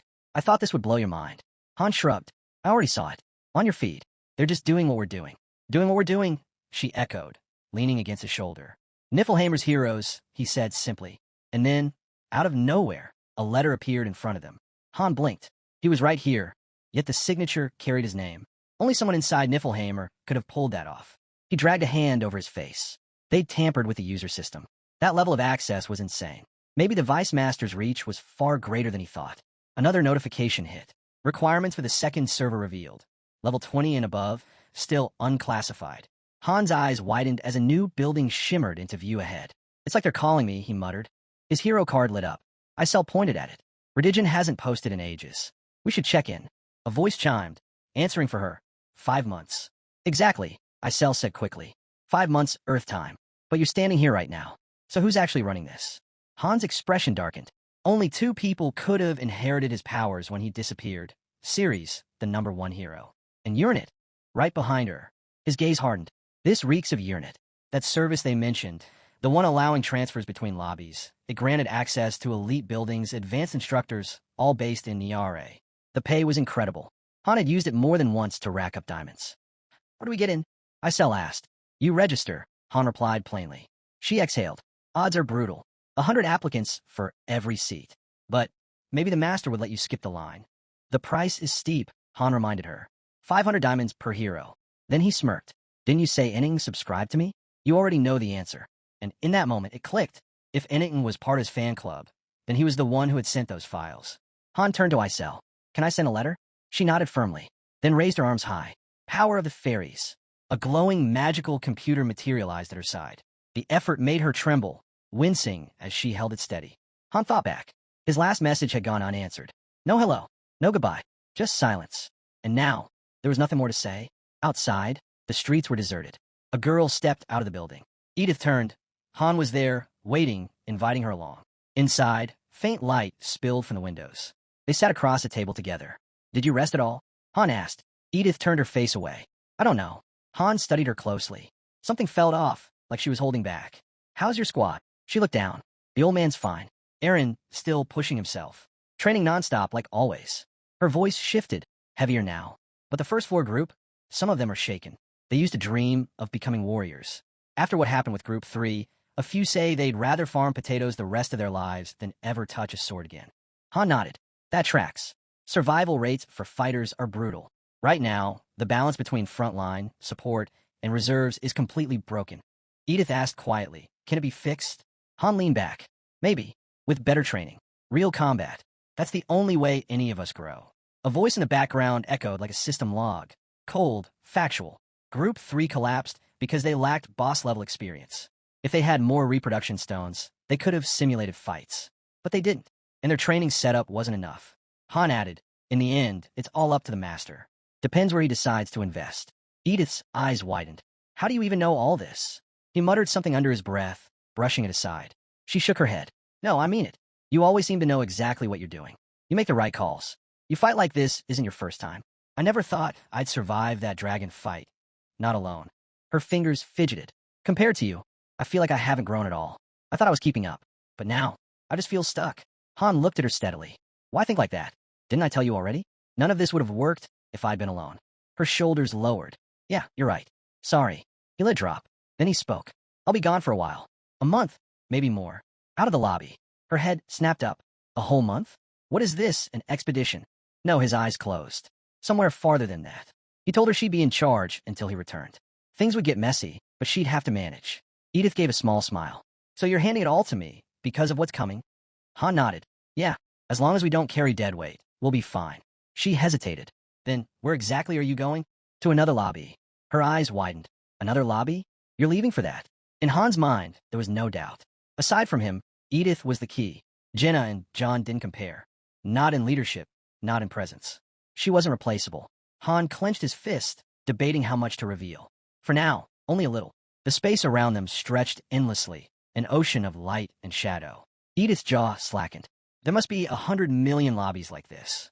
Han let out a quiet laugh. That's just a guess. There are far more. Edith pressed him again, wanting something solid. You've probably only seen 10, he finally said. Maybe less. Don't think too hard about it. Her eyes lingered on him, still uneasy. What kind of place is it? But then she exhaled and shook her head. Doesn't matter. If you're going, I'll back you. Han gave a slight nod. I know. That's why I'm counting on you. Suddenly, footsteps echoed nearby. Han's stat screen lit up. Berserker, level up. Indomitability, level up.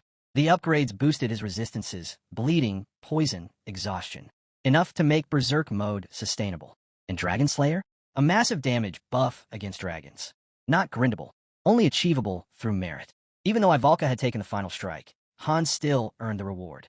His luck was terrible, yet somehow, it always landed in his favor. He looked out the window. It won't be long now. I'll meet the others soon. A board appeared before him, glowing. He activated the rift panel. Go on, he muttered. Choose me. The system answered instantly. Spacetime rift initializing. Sunlight spilled across the square as the notifications rolled in. Access to the dimensional community will unlock. Coordinates will lock in. This action is irreversible. The board pulsed with its final prompt. Are you absolutely sure? Yes/no. Han didn't hesitate. He hit yes. Energy surged. Icel shrieked, flinging her arms wide as the rift tore open with a thunderous roar. Spacetime rift activated. New menu option, departure. Icel stared toward the horizon, arms crossed. I had a bad feeling about this from the start. But Han shook his head, a small grin tugging at his lips. No, this changes everything. With the rift open, he was finally moving toward what he wanted. Then he remembered. Niflheimer had accepted Ennington's registration. Icel zipped up to him. Wait, what did you even write to the master? Han shrugged. Nothing major. But it mattered. 3 steps. That was all it took. Open a rift. Complete registration. Leave a private comment. In that post, he slipped in a tiny detail, one only Niflheimer would recognize. Didn't matter if the odds were 1 in 100 or 1 in 1,000. They'd know. Step 2? A simple tip. You already gave him a guide, Icel reminded him. Han's eyes stayed closed. Not enough. Not for what's coming. He explained. The lobby was built to raise low-tier heroes. A good start, but not something you could rely on forever. Sometimes those low-rank heroes are actually talented, Icel argued. Han nodded. True, but real growth comes when the system fits what that hero needs. Tossing them into cookie-cutter training won't work. And we still need veterans to hold the line. She tilted her head. Then what's the third part? So I'm not dependent on them, Han answered simply. A system update rolled across Han's screen. Spatial coordinates locked. Tonia City Lobby. A voice followed. Leadership must adapt. Enoch must begin making his own decisions. Han now had access to the dimensional community's beginner protections. Until level 40, death was off the table. It came with a cost, but it also opened the gates to something greater. Lobbies, events, hero transfers, cross-server battles, worlds colliding. He closed his eyes for a moment. When they opened again, the weight of it hit him. Outside heroes could now step foot into their lobby. A warning blazed across the portal. Invasion detected. Review evacuation protocols. Han's gaze sharpened. Technically, he still belonged to Niflheimer. But this lobby? This one was his. And from here on, it would only grow stronger. The final update appeared. To access external content fully, a flying ship is required. Sunlight gleamed off the high fence. Shadows stretched long from the massive gate. Below, chaos. Belkist fought with wild intensity, blades swinging in savage arcs. Eren matched him blow for blow. His spear whistled through the air, relentless, each thrust sharper than the last. He lunged. A strike aimed straight for Belkist's eye. Belkist twisted away just in time. The spear cut air. A heartbeat later, Belkist's blade hovered at Eren's throat. He smirked. What's wrong? This your idea of a break? Han's voice cut in. Eren, got a minute? Eren froze, silent, wrapped in black. From the sidelines, a girl groaned. Finally, done. Ivalka clutched her head, exhausted. Han glanced around. Do we even have chess here? He asked, half serious. Jenna spun on her heel, waving. Yeah, we do. And believe it or not, I actually know how to play. A faint smile touched Han's lips. He and Ivalka hadn't even spoken yet. I've never really played chess seriously. Ivalka blurted suddenly. Jenna raised an eyebrow. Wait, seriously? Didn't you grow up in the woods? This your first time even seeing it? Before it could spiral further, Han stepped in. I need a word with Jenna and Aaron. Since no one else is here, I'm literally standing right here. Ivalka shot back. A voice teased her. You could step out a bit. Won't take long. Ivalka rolled her eyes. Fine. She stalked away. Han sat down and gestured for Jenna and Aaron to join. The moment they did, he spoke plainly. We're leaving. Time to prep. Both of them froze. Sunlight spilled across the room. The door shut with a soft click. Jenna blinked. Wait, we? As in, all three of us? Another lobby? Han nodded. We train there. A month tops. Then we return. Worth it. Aaron lowered his head, voice low. There are better picks than me. Han's frown deepened. Didn't you say you wanted to get stronger? Silence stretched. Aaron's eyes stayed fixed on the floor. Finally, he muttered. I'll pass. Han gave a slow nod. Makes it easier. Then turned toward Jenna. Mind giving us a minute? Aaron spoke up, voice tight. This place you're talking about, is it the same one as before? Han's eyes met his. Yeah, Niflheimer. For you, it'll feel like a month. For me, it could be forever. Jenna froze in the doorway, frowning as she glanced back. Han added quietly, I might not come back. Aaron's eyes snapped upward. You see now? Han asked, what I'm offering you. He pressed on. They still need instructors. Daika can't handle it all alone. You don't have to fight on the front lines. There are other paths. Leaning back, Han's voice softened. Take time.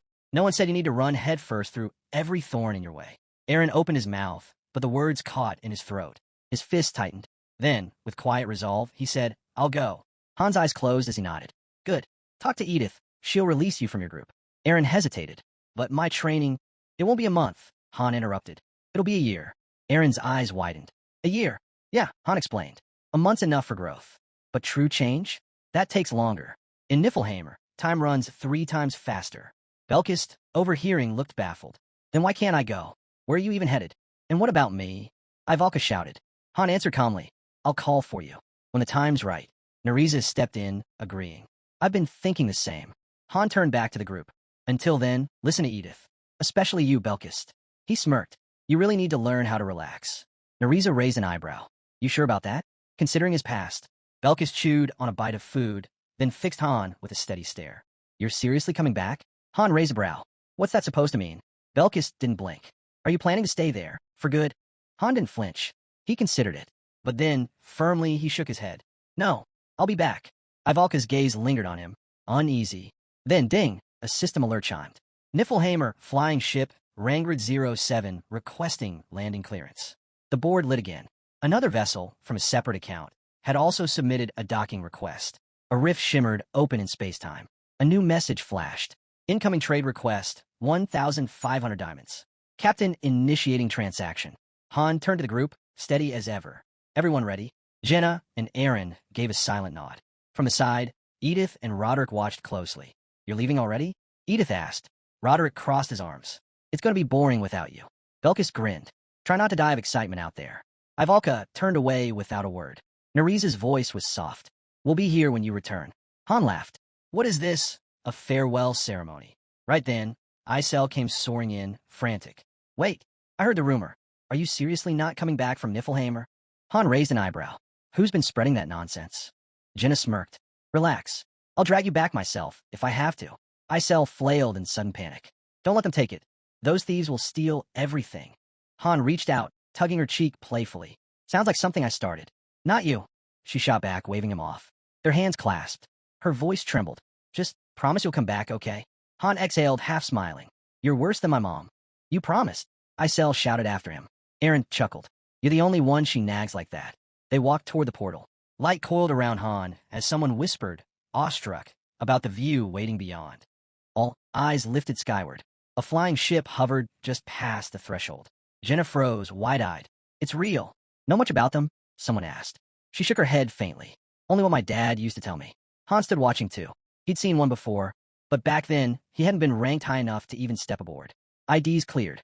The ship stirred awake. The voyage to Niflheimer was officially underway. Han guessed it was a newer model. As they climbed aboard, a guide greeted them warmly. She'd stay with them the whole ride.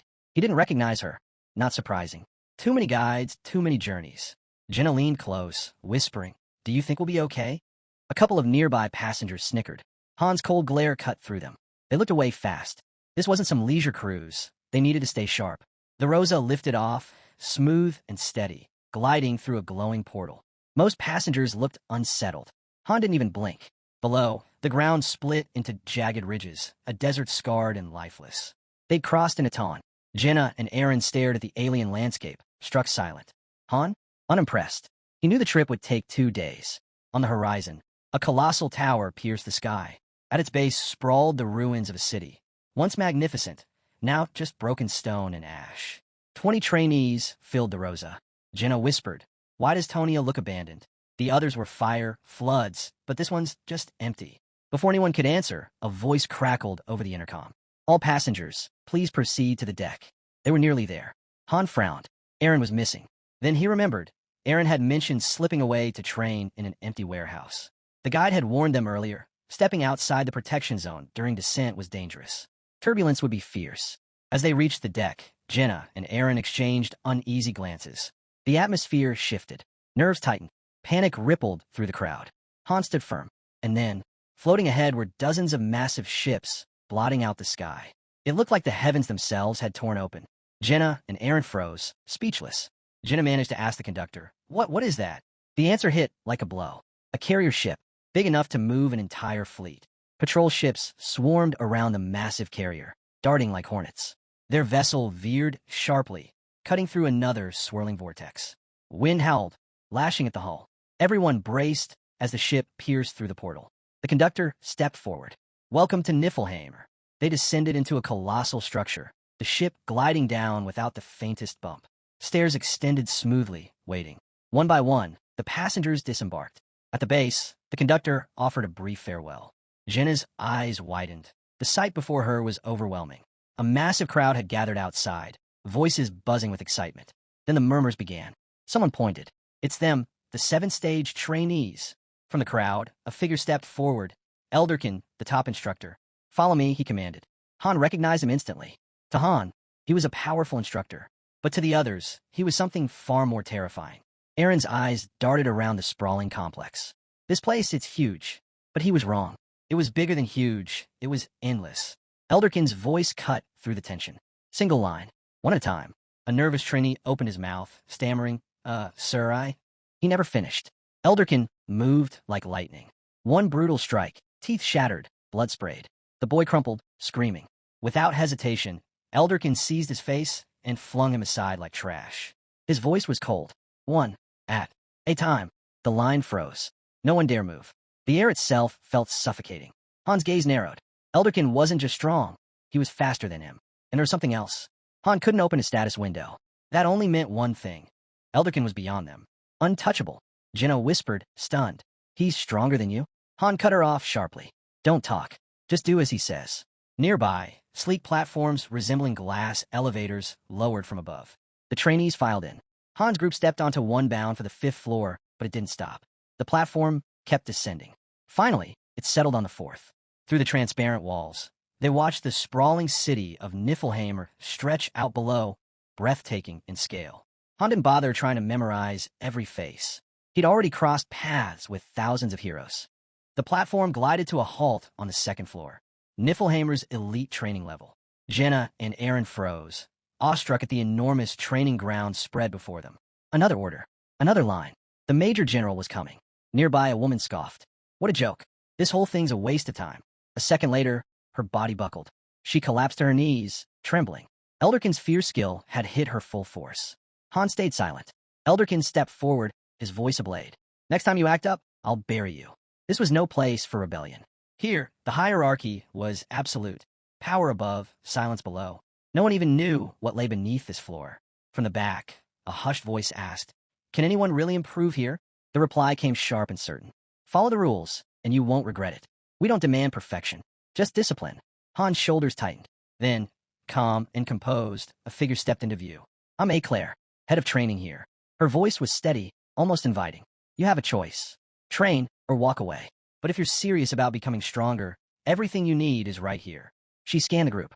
We all begin at the bottom. I once stood exactly where you are. Then her gaze fixed on one man. How many ships does your world command? He hesitated. 2. Her reply cut like steel. We have 427. The man bristled, thinking Eclair was mocking him. She didn't flinch. That makes us 3,000 times stronger. And your masters? They're watching. They demand results. Her eyes swept across the trainees. So, tell me, are you ready to die for them? Jenna leaned toward Han, whispering, confused. Neither of them understood what she meant. But Eclair pressed on. Do any of you truly believe your masters stand on the same level as someone like Loki? Han froze. That was it. The truth hitting him all at once. The scale. The purpose. The sheer size of the force here. Eclair didn't soften the blow. Out of every 100, 90 are worthless. Tools to be tossed aside. But here, you'll claim only what you can earn. Her voice rose. This is your chance to join Niflheim. Then she laid it bare. They were brought here for 2 things, diamonds and fighters. Their past didn't matter. Their masters didn't care. Han remembered. Eclair had once been his enemy. He'd fought her, taken her lobby, and only recruited her out of desperation. Jenna looked lost, so Han explained quietly. Top 3 performers get in Niflheim. That changes their lobby. Every single person here was chosen by their master. This wasn't just training. It was survival, an arena for elevation. Perform well, and eventually an invitation would come. The price was steep. Around 1,500 could land you a 3-star hero. That's why Isel had been so tense. Eclair studied them. Think carefully. Niflheim isn't a camp. It's your future. Elderkin stepped forward to sort them. Warriors red, bandits blue. Han explained to Jenna that once training ended, they'd be assigned class. But for now, Jenna was placed among the bandits, separated from Han and Aaron. In the distance, a vast palace rose against the sky, carved like stone and flame. Line up, Elderkin commanded. Skill evaluations begin now. Their performance would decide placement across 4 levels, a system Han himself had once helped design. Aaron went first. His spear work faltered, earning him a low rank. Then came Han. Elderkin studied the results, eyes narrowing. Above average, he muttered. His assistant checked the same data, then froze in shock. Elderkin gave a firm nod. We'll discuss this privately. Step aside. He added, you'll choose your class alignment. Though, I think you already know what you'll pick. Han's thoughts spun. What kind of private talk was this really? Elderkin ended the mystery. Not with me. The Major General wants to see you. Then, almost as an afterthought, he added quietly, I was born a 1-star too. My first battle. I froze. Couldn't move. Han stayed silent, a tight knot forming in his chest. The heroes he trained were already out there, on missions, moving forward without him. A woman stepped up. Port received. Then Eclair appeared again, her eyes locking onto him. You're Han, aren't you? His hand moved instinctively to his sword. Something felt wrong. In an instant, Eclair struck. Steel clashed. Han blocked, swung back, only to be deflected with blistering speed. No small talk, she said, pressing a blade to his throat. This wasn't training. It was an interrogation. She smirked. You've kept yourself sharp, but against me? You wouldn't last. Han didn't deny it. He knew she was right. She demanded answers he didn't have. Then her tone twisted, her eyes wild. How did you know Master Loki vanished? She hissed. Answer, or die. The blade dug closer. Who are you really? Han exhaled, muttering. Someone should probably stop her. Right on cue. A fierce wind ripped through the hall. Heavy steps followed, the air itself tightening with pressure. Someone strong was coming. A figure emerged from the storm, white robes flowing. Urnit, Niflheim's second in command. 6 stars. Her presence said everything. Han narrowed his gaze as she gave him a formal nod. Behind her, the city rose, fortified walls gleaming, cold and unshakable. Another figure approached, Gilbert. His smile was disarming as he extended a hand. Gilbert, instructor here. Good to meet you, Daika. He looked barely older than a trainee, but his presence carried authority. The place is brutal, he admitted. If you can't adapt, it'll eat you alive. Daika blinked. You're the instructor? Gilbert chuckled. Mountain kid. Out there, even toddlers teach. But his tone hardened fast. I've been here longer than you. This place has its own rules. Follow them, and you'll grow. Maybe even surpass me. His grip tightened suddenly, crushing. Gilbert's scream tore through the air. The man didn't budge. If not, you die. A voice cut in. A young woman approached. What brings you here? The man asked. I need to appoint a new instructor, she replied. He tilted his head. Plenty of ambitious ones showing up lately. He listed 2 candidates, fighters who thrived under pressure. Teams here shifted constantly, alliances forming and breaking in a heartbeat. He recalled a quieter group, moving as one, deadly in their silence. Together, they could dominate. The thought unsettled him. He remembered Ryman. And then, everything ruptured. A violent burst of purple light erupted behind him. A summoning. Heads whipped toward the second floor. A crazed man muttered, "Finally, someone strong." Out of the glow stepped beast-like limbs, lion in form, savage in power. A girl grinned, sharp as a predator's fangs. Above them, a vast structure floated among the clouds. Beneath it hung a shadowed level, detached and alien. A world apart, the scene shifted back to Niflheim. Urnit moved with measured steps, bowing low before her master. Han stood nearby, his neck bruised, blood drying across his skin. "You don't have to rush," he said flatly. She bowed deeper. "I've been waiting for you." Someone turned sharply to Eclair. "You injured the master?" Eclair recoiled, horrified.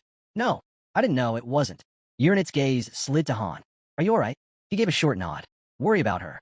She's the one losing control." Eclair froze, her body trembling with rage.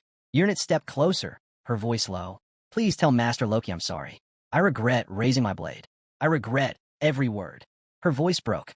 Tears streaked down her face. "How do you plan to atone?" he asked. Terror overtook her. Hands shaking, she lifted her sword toward her own throat. But Han saw it clearly. She didn't even know who the true enemy was. Urnit rested a hand on her shoulder. "I'll handle this.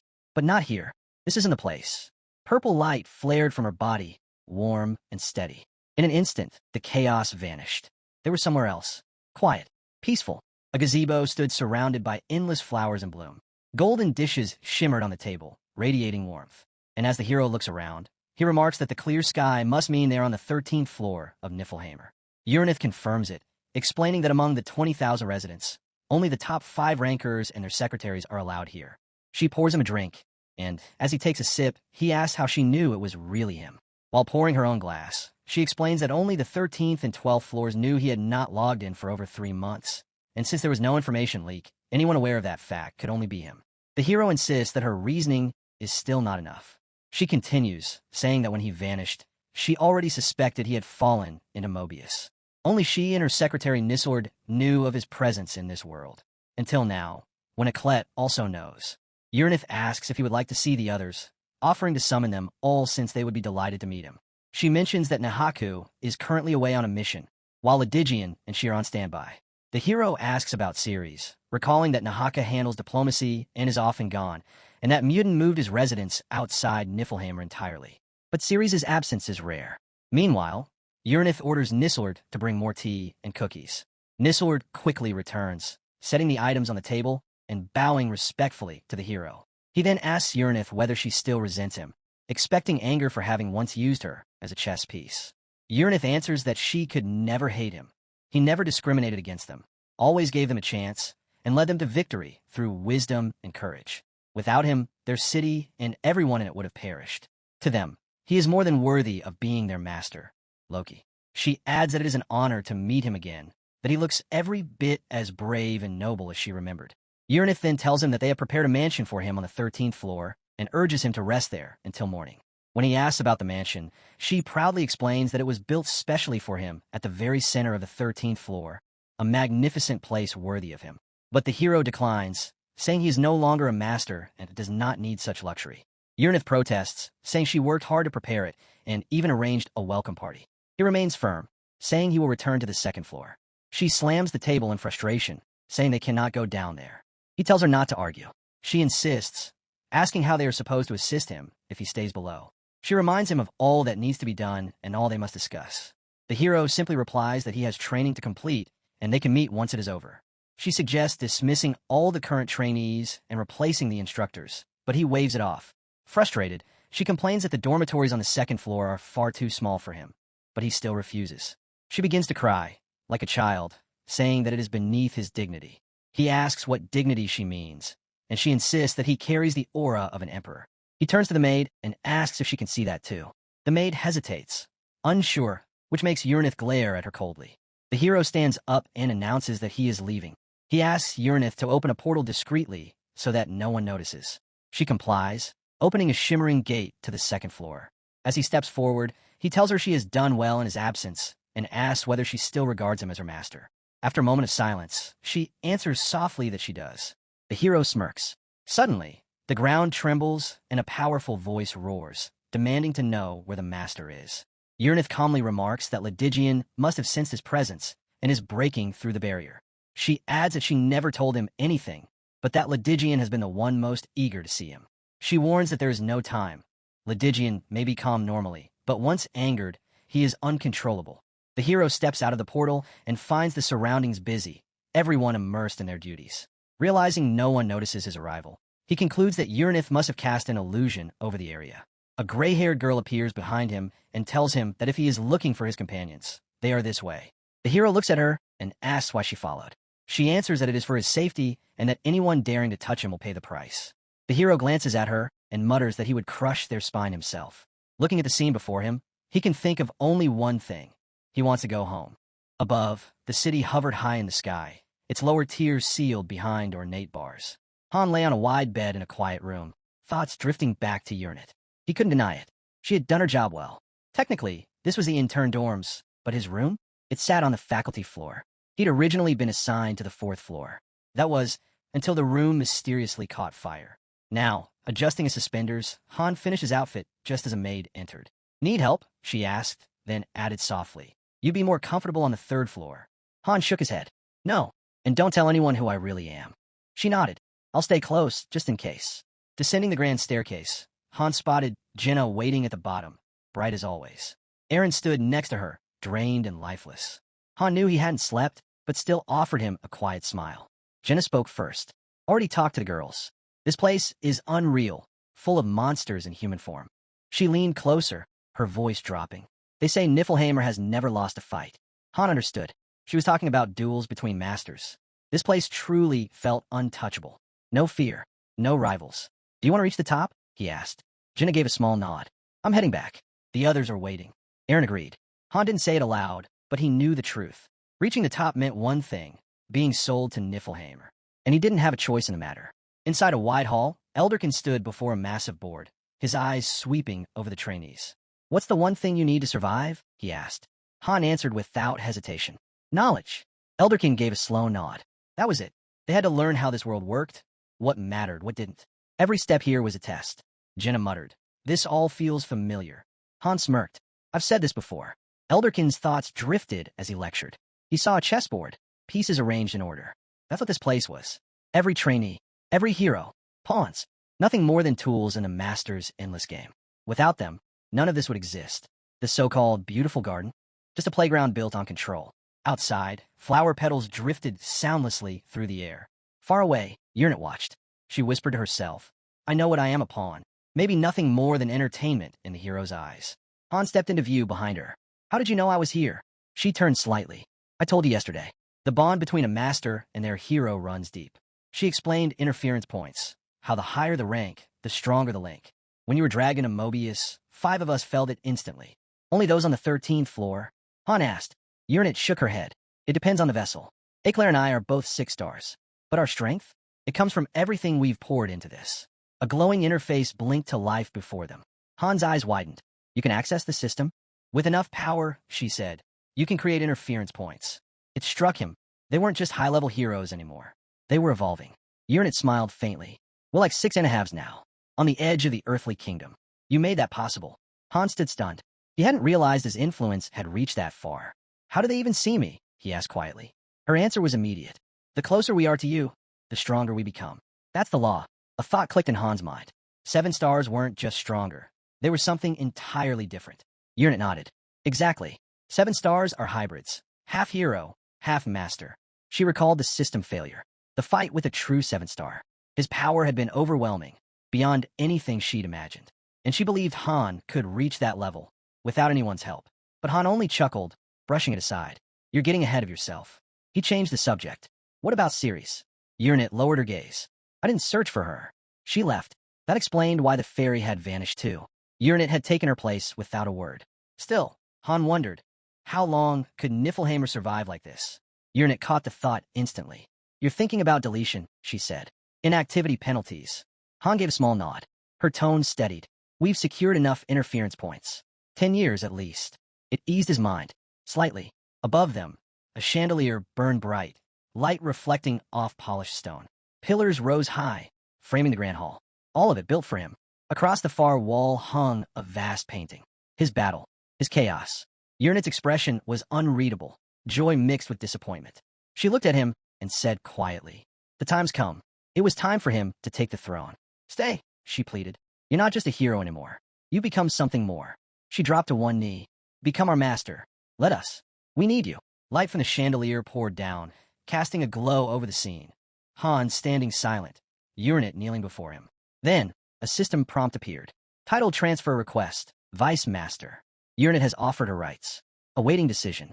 Another figure bowed low beside her, waiting. Han frowned. "I'm not a master anymore." Uranus smiled softly. "You'll have our full support. Tonia will be protected. Everything taken care of." She stepped closer, confidence shining. "So, will you accept?" Han didn't hesitate. He pressed no. Uranus froze, blinking in disbelief. As he turned away, she reached out. "If something's wrong, we can fix it. It's not you," Han said firmly, his voice low. He turned back, meeting her eyes. "I'm just not strong enough right now." Uranus stepped forward. "Then let us fix that. We'll rebuild you." Han shook his head. "I'm going back to Tonia." He stopped at the doorway. "It's not because I hate you. Or this place." He looked back over his shoulder. "Is that really so hard to understand?" Uranus slowly rose, her tone softer now. "I understand, but we won't give up on you." She hesitated, then asked quietly, "What if you can't go back to Earth?" Han stilled, eyes fixed on the curtain ahead. "If that day comes," he murmured, "I'll do whatever you ask." A faint glow shimmered behind him, carrying the weight of farewell. Then, a sharp voice broke the silence. "What trick are you pulling now?" Uranus didn't move. She stepped aside, revealing another Han, an exact replica. "I decided training would be wasted on the real master," she explained. "So I fused several spells. This double will take his place. Even his team won't notice." A brunette frowned. "You're really using a double? Time's running out. We can't waste a second." She glanced at Han. "Right." He hesitated, then gave a short nod. "Fine. Just make the time count." Elsewhere, in front of a weathered building, a blonde figure stood bloodied, spear clenched tight. His team was surrounded by knights. One of them froze, sweat running down his face. He hadn't seen the ambush coming. Han spun toward Eren. "What are you doing? Move. Take them down." Eren shouted back, strained. "I'm trying. We can't hold out much longer." Then the system chimed.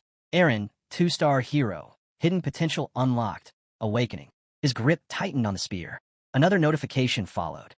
All stats greatly increased. Eren surged forward without hesitation, his spear sweeping in a wide arc. Enemies were hurled into the air, crashing down like broken dolls. Jenna stared, stunned. When did he get this strong? Belkist, arms crossed, muttered darkly. "Didn't expect that. Maybe I underestimated the kid." Even a grizzled knight gasped aloud. "Eren!" someone shouted, pulling him back from the haze. His eyes widened, chest heaving, the rush fading from his body. Han gave him a small, knowing smirk. "Not bad." Tears welled in Eren's eyes as he cried out, "Teacher." Later, he stirred awake. Eren blinked slowly, finding himself stretched across a couch in what looked like a hospital room. Was it all just a dream? Across the room, a man droned on at a podium. The audience, serious faces in suspenders, sat stiff, locked on every word. Beside him, Jenna had slumped over, sound asleep, drooling on her notes. Han sat with arms crossed, clearly irritated, glancing sideways. Eren stared at him in silence. Something in his chest clicked. Quietly, he turned back to his desk. Neon lights flickered in the hall outside. The brunette called for order, telling everyone to stay in line. Han studied their uniforms. They're definitely from a main building. But he stopped when a maid appeared at his side, bowing low. "Master." She gestured to a massive door, ornate, etched with the image of a goat. "This elevator is restricted to high-ranking personnel only. It connects all 13 floors and leads directly to Lady Uranus's garden." The elevator began its descent. Rooftops and glowing squares embedded in the walls passed them by. At the bottom, a grand structure awaited. Domed roofs, rising over a courtyard blanketed with blooming yellow roses. Inside, a blonde mulled over the idea of sending 1 million diamonds to the city. Han, calm as ever, sipped his tea. "Don't interfere with the others. Let them handle their own affairs." Uranus turned aside, brushing her eyes with the back of her hand. "I'm not sad," she murmured. "I'm moved. Watching you push yourself. Growing without leaning on us." Han glanced at her. "So that's what you want? For me to stop relying on you altogether?" Her face lit up in a smile. He leaned back slightly. "Good, because I was about to ask you for a favor." Her eyes narrowed. "Really now?" He leaned closer, then gently pushed her face aside. "I'm uneasy. Just give me some space." The scene shifted.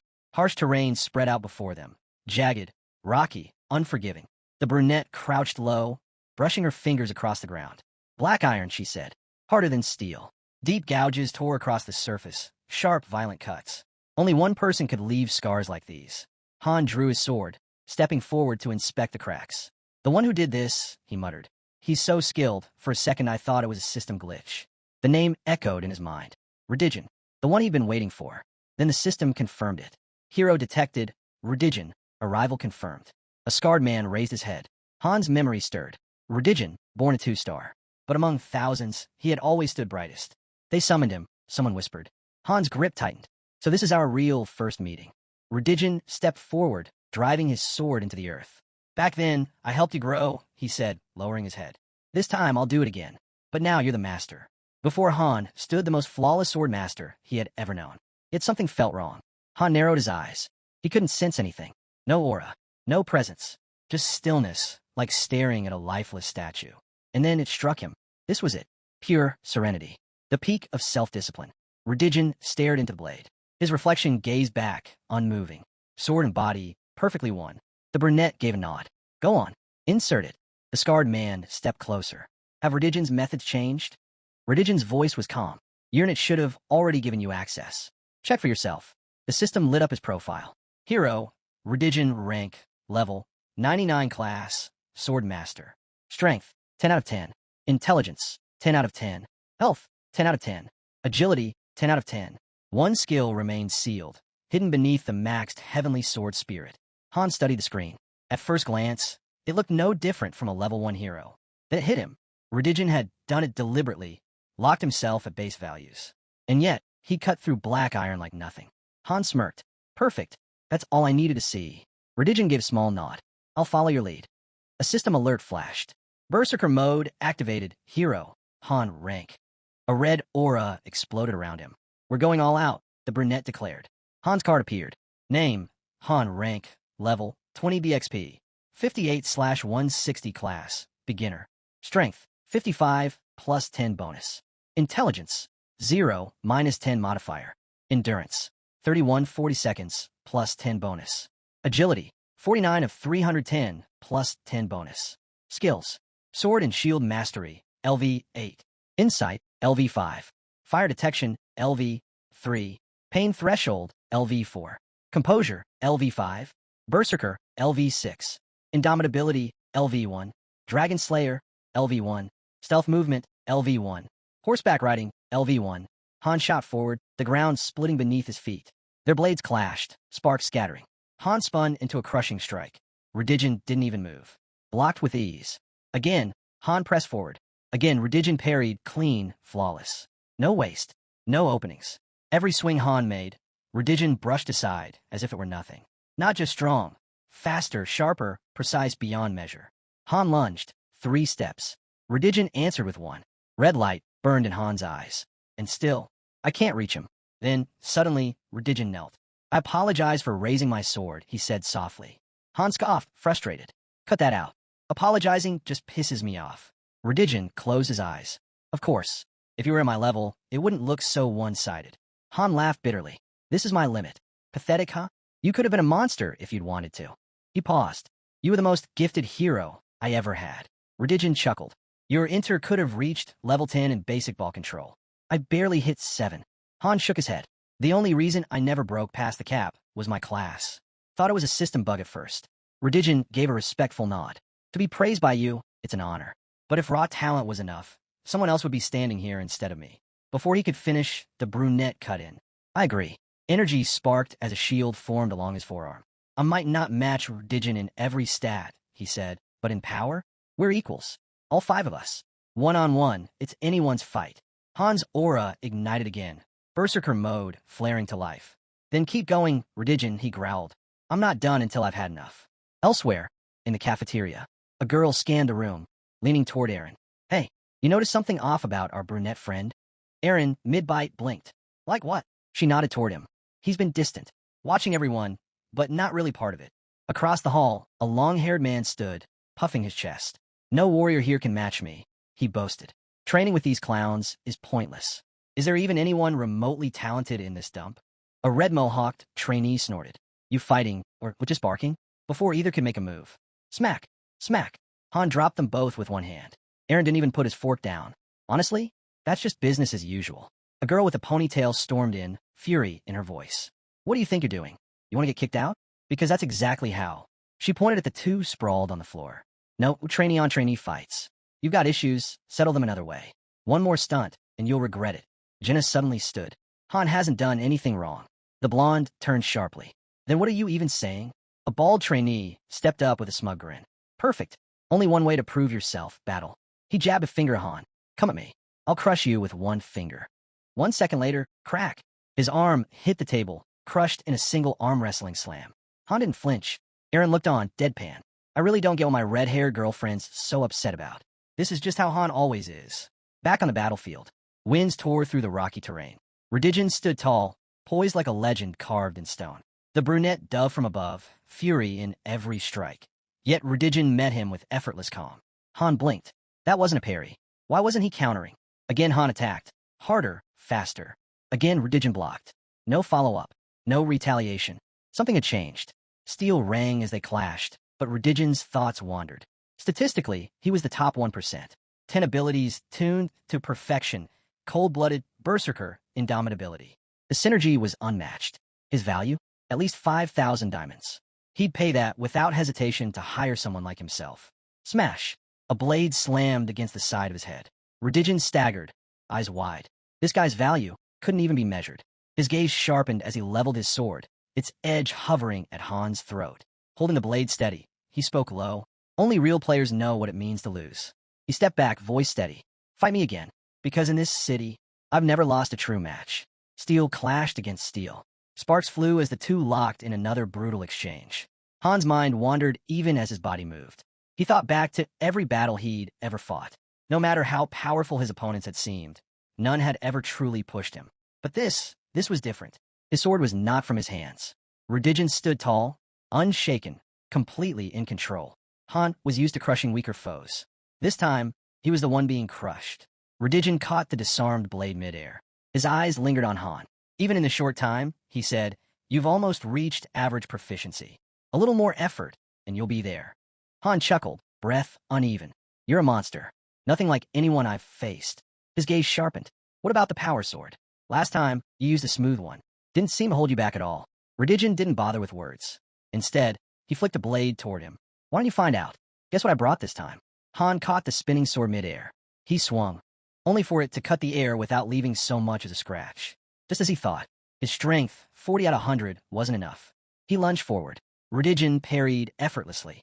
"Strength alone doesn't mean your strikes will land," he said, calm as ever.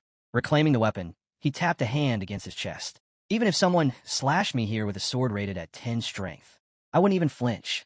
Han grinned wider and charged again. Every swing was turned aside. Every angle answered with perfect precision. Redigion barely needed to move. Between strikes, Han called out, "So what's the strength stat on that sword?" 8 units, Redigion replied. Then after a pause, "But in my hands, it cuts like 3 times that." Han landed lightly after a backstep, eyes locked on him. "You really are as strong as I imagined, Redigion." Elsewhere, an old corner building. A man in gloves lifted his fist to knock on the door, then froze. Inside, a cloaked figure stared at the still-closed entrance in silence. Nearby, a girl leaned back, thoughts drifting. Days had passed. She hadn't seen him since. Not that she could just message a trainee. Intensive schedules made that impossible. She smirked faintly. After how sharp her words had been last time, how could she even face him? Off-screen, someone shouted, "Master!" Back on the training grounds. Redigion's voice carried through the clash of blades. If he trained here for half a year, or even just one, he'd be many times stronger than he is now. Han pressed harder, each attack faster, heavier. He knew Redigion was right. Blocking with ease, Redigion analyzed between strikes. "Your fighting style, it's not like mine. You got clean swordsmanship, but it's reinforced with layered skills. You fight like a swordsman. I'm a generalist," Redigion said flatly. "I adapt to whatever comes at me." Han roared forward, unleashing a storm of slashes. In his mind, only a handful of 3-star heroes across the entire game world could even hope to stand toe-to-toe with this man. Redigion twirled his blade as if it weighed nothing. "Keep this pace, and you'll become the strongest." Han's breath came heavy. Easier said than done. But deep down, he knew this man might be the only one capable of taking him down. Redigion's silence stretched. Han studied him closely. A dueling expert. In close-range combat, especially against people, he was almost untouchable. Han broke the silence. "The only thing saving me right now is that I can trigger Berserker mode without losing control." He called him Master, believing that had to be the only reason such a feat was possible. But as Han watched, his thoughts shifted. Redigen wasn't just a hero anymore. He was something beyond that, half hero, half master. And beneath it all, a storm was brewing. Then the realization struck. Redigen was pulling off the impossible. Cold-bloodedness, running with Berserker mode. Two skills that should never coexist. Han narrowed his eyes. No doubt about it. He's bugged. A character who's broken past the system's limits. Redigen finally spoke. Right now, I'd say I'm closer to 7-star rank. They're all above level 100. His gaze locked on Han's. You probably fall into that category too. When skills that should clash start syncing together, it's the sign. Han squinted. That kind of thing breaks the system. It's basically cheating. Redigen shrugged. If skill slots really are unlimited, then everything changes. His tone sharpened. I've also learned something about the 7 stars. Han raised a brow. What is it? Their efficiency rate, Redigen said. It's absurdly high. Han froze, caught off guard. Redigen explained. In a normal synthesis, more than 90% of a hero's data gets lost. Even if you sacrificed a hero with 100 strength, the result might only carry 10 points. Han's eyes narrowed. But 7 stars, they're different. Redigen nodded. Take you, for example. It looks like you're getting advanced sword training. Stuff like this never happened back on Earth. From the sidelines, a girl spoke up, eyeing Han carefully.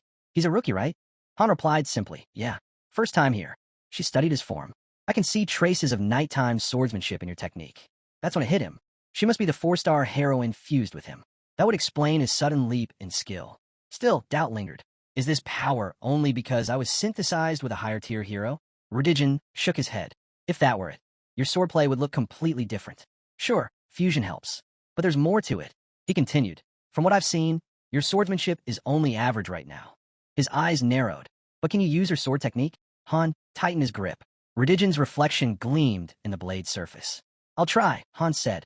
The brunette closes her eyes. In Han's mind, her voice drifts in. This is destiny. You were chosen. She offers him a soft smile and wishes him luck. Then, like a strike of lightning, a white flash cuts across the sky. Han's eyes snap open. His body surges with energy. He bursts forward, blade tearing through the air. Redigen doesn't flinch. The system chimes in. It's an awakening. Han's swordsmanship, once a simple 3-star skill, has leveled up. In midair, he spins, driving his next strike straight toward Redigen's chest. The swing is faster, sharper, heavier. This time, Redigen raises his blade and blocks with ease. He nods. Much better than before. Sliding his sword back into its sheath, he studies Han. This isn't just copying someone's skill. Your synthesis, it runs far deeper. His gaze sharpens. Efficiency isn't always a gift, he warns. There's danger in it. Push too far, and your data could fuse with hers, maybe even corrupt. Han's grip tightens. If he takes synthesis to the limit, his very core could twist, maybe even be overwritten. Redigen rests his hand on his sword hilt, almost speaking to himself. Perhaps that's why I never mastered defense techniques, even after gaining every scrap of knowledge about sword and shield combat. Han nods in silence, firm in his resolve. He has only one goal, to unite blade and body until they move as one. Just then, a maid arrives, balancing a tray stacked with food. She quickly sets a table, arranges the dishes, then bows gracefully. Lunch is ready. The fighters glance at each other. Han nods. Yeah, let's eat first. Redigen agrees with a quiet nod. The scene shifts. Now on the 18th floor, a dark, narrow corridor lit by faint light. A system prompt hovers above. Mission type, research. Objective, survey the area. The blonde teammate calls to the girl beside him. Cover my flank. Without hesitation, the squad locks into position. A red-haired warrior lunges ahead, spear cutting through a knight in a single strike. Bennick, the team leader shouts. Take out the ones behind cover. Anin, the blonde, scans the field. These knights are skilled. Stay sharp. I know. She shoots back, never losing focus. Suddenly, a sharp command cuts through the chaos. Everyone down. The squad freezes. In an instant, a shadow blazes past, cutting down multiple knights in one sweep. The blonde exhales as the system announces, area secured. 2 teammates, both 3 stars, level up. Each hero earns 50,000 gold. The MVP, Ryman. He nods to the squad. Good work holding steady, even against human-type foes. One girl replies, I got used to it on the 12th floor. When it's life or death, you learn fast. Rosa glances at Lilani. You did well out there. Flustered, Lilani stammers. It's only because you guided me. And elsewhere, high above on a rooftop, a dark-haired girl stands quietly, her gaze fixed on the distance. Nearby, voices ripple through the group. Group 3 was sent straight to the second floor right after arriving. Another voice cuts in.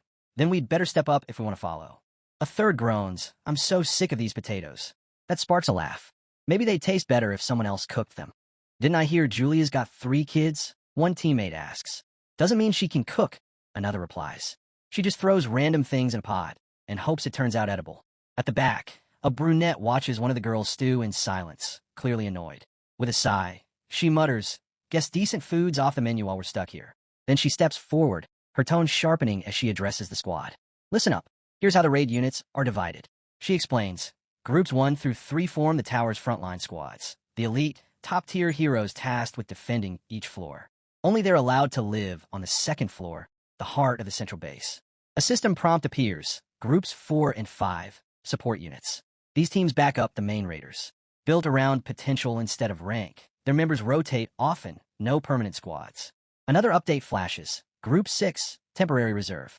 This group handles recon and dungeon analysis. Usually, one member is sent ahead to scout and verify missions. It's where the inconsistent, the underperforming, and the unproven end up, the ones who haven't earned their place among the stronger teams. Then the system delivers its final, brutal message. Unfit heroes, those marked for synthesis or conversion, don't gather here.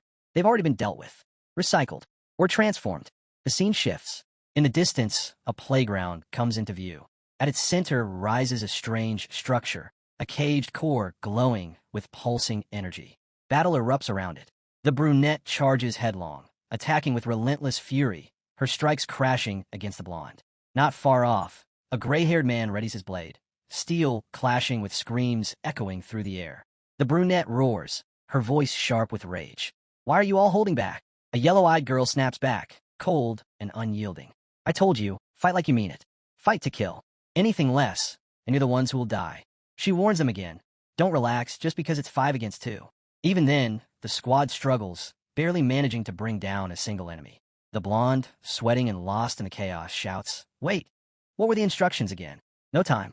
A sword whistles through the air, straight for him. At the last moment, one of the girls deflects the strike. A redhead isn't as lucky. She takes a blade straight to the neck. Another girl drops right after, struck down the same way. Ryman charges forward, sword arcing down, but the yellow-eyed girl blocks with ease, countering low and slamming a strike into his jaw. He swings again, this time from above. But she's already read the attack, moving before his blade can land. She studies him closely as he fights. The strikes are sharp, the movement's precise, but she can see it. He's still holding back. He can't bring himself to go for the kill, not against his own squad. He's close, but not there yet. Still, she isn't disappointed. In her mind, 5 names are already marked for the second group. Later that day, the team gathers inside a warm, 3-story house. A table packed with food fills the center of the room. The brunette leans forward, her voice casual. So, how's the food? The response is instant. Cheers, laughter. The meat is delicious, and for the first time in a while, spirits run high. She smirks. Good, because you're joining the second group. The celebration halts. Silence drops over the table. Everyone stares, unsure if they heard her right. She rises, ready for objections. The man across from her speaks first. He shakes his head slowly. Sure, moving to the second floor sounds amazing, but that's a massive leap. For someone like me, it feels like a once-in-a-lifetime shot. The archer rolls her eyes. Don't be so dramatic. But the redhead cuts in. No, he's right. The second floor isn't just a step up. It's a battlefield. I heard someone died right after getting promoted. Her tone hardens. Honestly, I was terrified the moment I set foot there. Being placed in the second group already feels like too much. The dark-haired girl exhales. Then just stay on the first floor. But the yellow-eyed one speaks, calm but grim. Doesn't matter where I end up. Death will find me either way. She slices into her food. I've already watched teammates die. If it's not on the front lines, then it'll be on some solo recon, or worse, used as an experiment. The table falls quiet. She leans back, almost amused.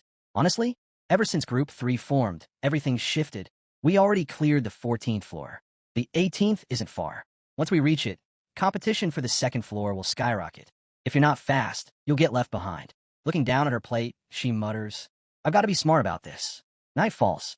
The mood turns heavy. Rosa leans back, arms crossed, irritation clear in her posture. From across the table, Lilani watches her, worry written in her eyes. A hand settles on the blonde's shoulder. It's Ryman. He gives a quiet nod. Congrats on making it to the second floor. Across the room, uneasy glances flicker between teammates. Far away, beneath drifting leaves, A warrior with no eyes sits in stillness. Then the system voice cuts in. The master has begun transformation. A pillar of light erupts from the building, stabbing into the night sky. A young man, left behind, reaches out helplessly. His voice cracks. Why wasn't I chosen? I gave everything. You told me I'd make it if I pushed harder. Desperate, he stumbles closer to the light, pleading. What do I do now? Please let me out.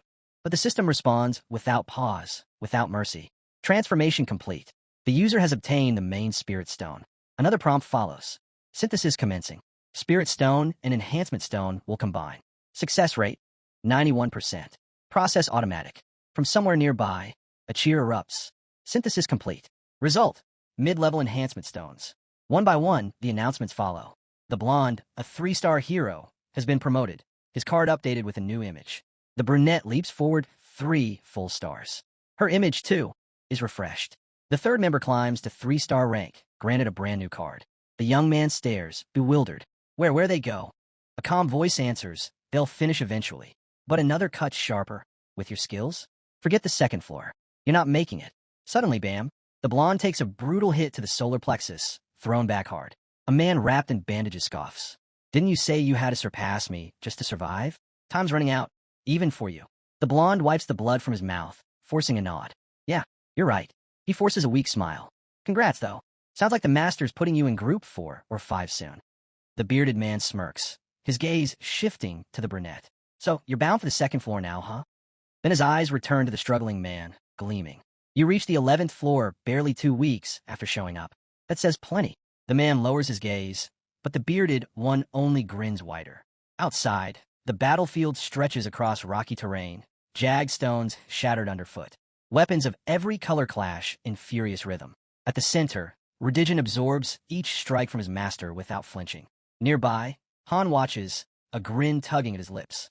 In his thoughts, he knows, once he reaches level 10, his secrets won't stay his own.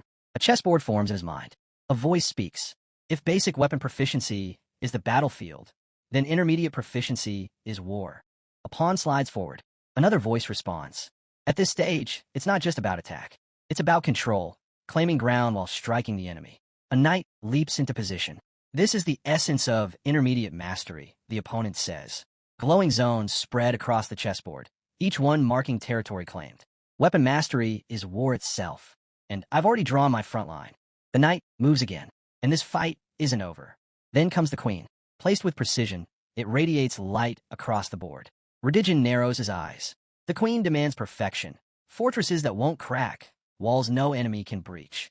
The system interrupts. System message. Sword and Shield Mastery. Level 10 awakened. Basic Sword and Shield Mastery has reached maximum level. Skill evolution unlocked. New paths available once conditions are met. Han Strike slams through, clean and powerful. But Redigen just grins, brushing it aside as if it were nothing. The ground trembles as green energy bursts around Han, shaking the rocky field. Yet Redigen stands unshaken. His voice is steady, low, commanding. Once I master the art of the ball, I won't even need to swing. Just standing here will be enough to split mountains. As shards of stone scatter outward, he adds, but that kind of power, you don't actually need it to win. Above, the sky roars. Thunder cracks as Han clenches his fist beneath a storm of endless strikes. This isn't what I wanted, he mutters. I never planned on stepping into expert class. His eyes flick toward Urinit, waiting at his side. Sweat slips from his palm as he asks, how far did your training go while I was gone? Pulling his clothes on, he doesn't hesitate with his next order. Open a portal. I want it ready by tomorrow night. Dimension 0584? Urinit asks, confirming. Han nods. His thoughts drift toward a certain blonde man. I've got something I need to send. The scene shifts into a sprawling estate. A heavy knock echoes against the massive doors. Inside, a maid waits. At Han's nod, she opens it. The master's already awake, she informs the visitor. Deeper inside, the boy notices Niled, cleaning with near desperation. You're going all out, he remarks. Without looking up, she replies, it's the least I can do for master. Satisfied, he turns. Urinit, drop the illusion. We don't need it anymore. The system chimes in. Heading to training now? Yeah, Han answers, already fading from sight. I've got people to check on. Long day ahead. Moments later, he reappears beside his group. Jenna is the first to notice. There's something different about you today, she says, smiling faintly. Oh yeah. Han steps closer. Like what? She tilts her head, thoughtful. Not sure. Your energy just feels different. Not bad, just changed. Aaron raises a brow, curious. Han notes silently. Jenna's perception has sharpened. Nearby, the archer stretches with a groan. Ugh, these lectures are turning me into stone. We'll switch gears soon, Han reassures her. Next part should be more interesting. That perks Jenna up. Still weird, though. Every lesson so far matches what you've already told us. It's like you're a prophecy in motion. Han pauses, caught off guard. She really is that sharp. Even an average observer could see it. He didn't fit the mold of a standard hero. Not with what he'd done. He turns to the spearman. When you're finished here, meet me in the backyard. Got it. The spearman answers without hesitation. The story shifts again, this time to the Academy's training hall. Armed heroes stand ready across the floor. No more lectures. No more theory. From here on, it's combat. The instructor's voice rings out. From here forward, it's solo. No teams. No support. Just you against your opponent. The fighters take their places. If you paid attention, the instructor continues, you'll be able to hold your own. The signal drops. Sparring begins. From the stands, Han watches in silence. His eyes fix on Jenna. Her growth is unbelievable, he thinks. From a single star to this. Arrows fly like lightning, loosed in a blur. Her form is flawless. Each movement smooth, precise. Her agility cuts sharper than before, and every skill she uses lands perfectly. As the teams clash below, Han's gaze never wavered. Something about Jenna stood out. Her teammates were ranked the same as she was, yet none of them could keep pace. If she used one of them as bait, she could take down the entire enemy squad by herself, Han thought. His eyes drifted toward Aaron, locked in a heated duel of his own. Then, without warning, the scene shifted. A long corridor in the academy stretched ahead. Han walked with steady steps, Aaron trailing behind, confusion on his face. Where are we going? Aaron finally asked. You'll see, Han answered without slowing. Just follow me. Aaron froze mid-step, his eyes going wide. A portal shimmered open right in front of him. Han glanced back with a faint grin. Go on in. Still processing, Aaron hesitated, but then stepped through. On the other side, a vast, misty garden spread out before him. Aaron's voice carried awe. Where are we? Nild, who had silently joined them, answered evenly. The 13th floor of Niflheimer. Misty Gardens. Aaron stiffened. Wait, isn't this where the top elites train? Niall gave a firm nod. Yes. Just then, a cloaked girl stepped forward. Placing a hand to her chest, she greeted them with a soft smile. I'm Urnit. It's an honor. I serve as the master's right hand. Niall's eyes narrowed sharply. Right hand? But that's serious. Urnit's gaze turned cold, her smile fading. Aaron leaned toward Han, whispering, What's going on here? But Urnit had already caught it. Did you just call him your friend? Han ignored the tension and spoke instead. Is the portal to Mutant ready? It's open, Urnit replied with a nod. Aaron glanced between them. He noticed it, the way Urnit seemed to brighten whenever Han spoke. But whatever connected them, he couldn't piece it together. Han turned his focus back to Aaron, his tone shifting. You said you want to get stronger, right? Aaron's shoulders tensed. Well, Han continued, this is me helping you. Aaron hesitated, torn. If you're not ready, that's fine, Han said calmly. You could stay here. Become an instructor. Train others when you're prepared. Before Aaron could answer, Urnit cut in, her voice sharp and cold. That might be the smarter choice. I've seen plenty like you, no natural talent. They break themselves working twice as hard just to survive. Aaron stayed silent, eyes lowered. And eventually, she added, they hit a wall. And when they do, that's the end. Han glanced at her, then back at Aaron. Don't take it personally. That's just reality for most people. But Urnit wasn't finished. There was one fool, she said, had even less talent than you. And yet, he reached our level. Aaron's head jerked up, eyes wide. Urnit gave a slow nod. Mutant, couldn't learn a thing. No matter who trained him, nothing stuck. Total failure. Aaron stared. Then how did he? Urnit raised her hand.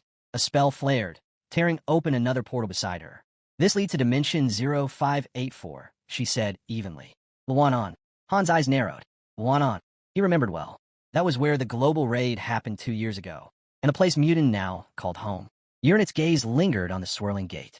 That place is draining his life away, little by little. Niall stepped forward, eyes closed as if bracing herself. Many followed Mutant there, hoping to learn from him. None of them returned. Han didn't hesitate. They all died. Aaron froze. The words crashed into him like a hammer. His eyes locked on the glowing portal, grip tightening around his weapon. Han turned toward him. Survival rates under 3%. If you want to live, don't step through. Aaron said nothing, but his fists clenched until his knuckles turned white. But what if I make it? He thought. What if I come back stronger? He drew in a deep breath and stepped closer, gaze fixed on the light ahead. I'm going, he declared. I don't plan to die. I just want to give everything I've got. Uranit moved toward him. Time flows differently there, she warned. Don't forget it. Aaron shut his eyes, letting it sink in. When they opened again, they were clear, steady. The hesitation was gone.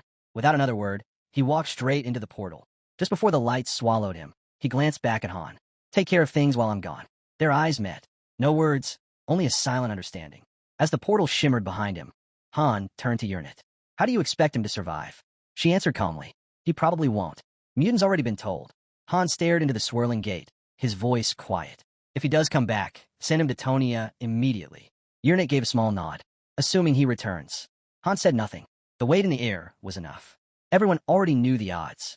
As Aaron vanished into dimension 0584, on, Han realized this wasn't just Aaron's path anymore. It was his as well. The scene cuts to the highlands. Up in the mountains, blades clashed. Redigen blocked a fierce strike, boots grinding across the rocky ground. Across from him, Han stood firm, breath heavy. Was that enough? He asked. Uranit's sword gave a short nod. You've hit your goal.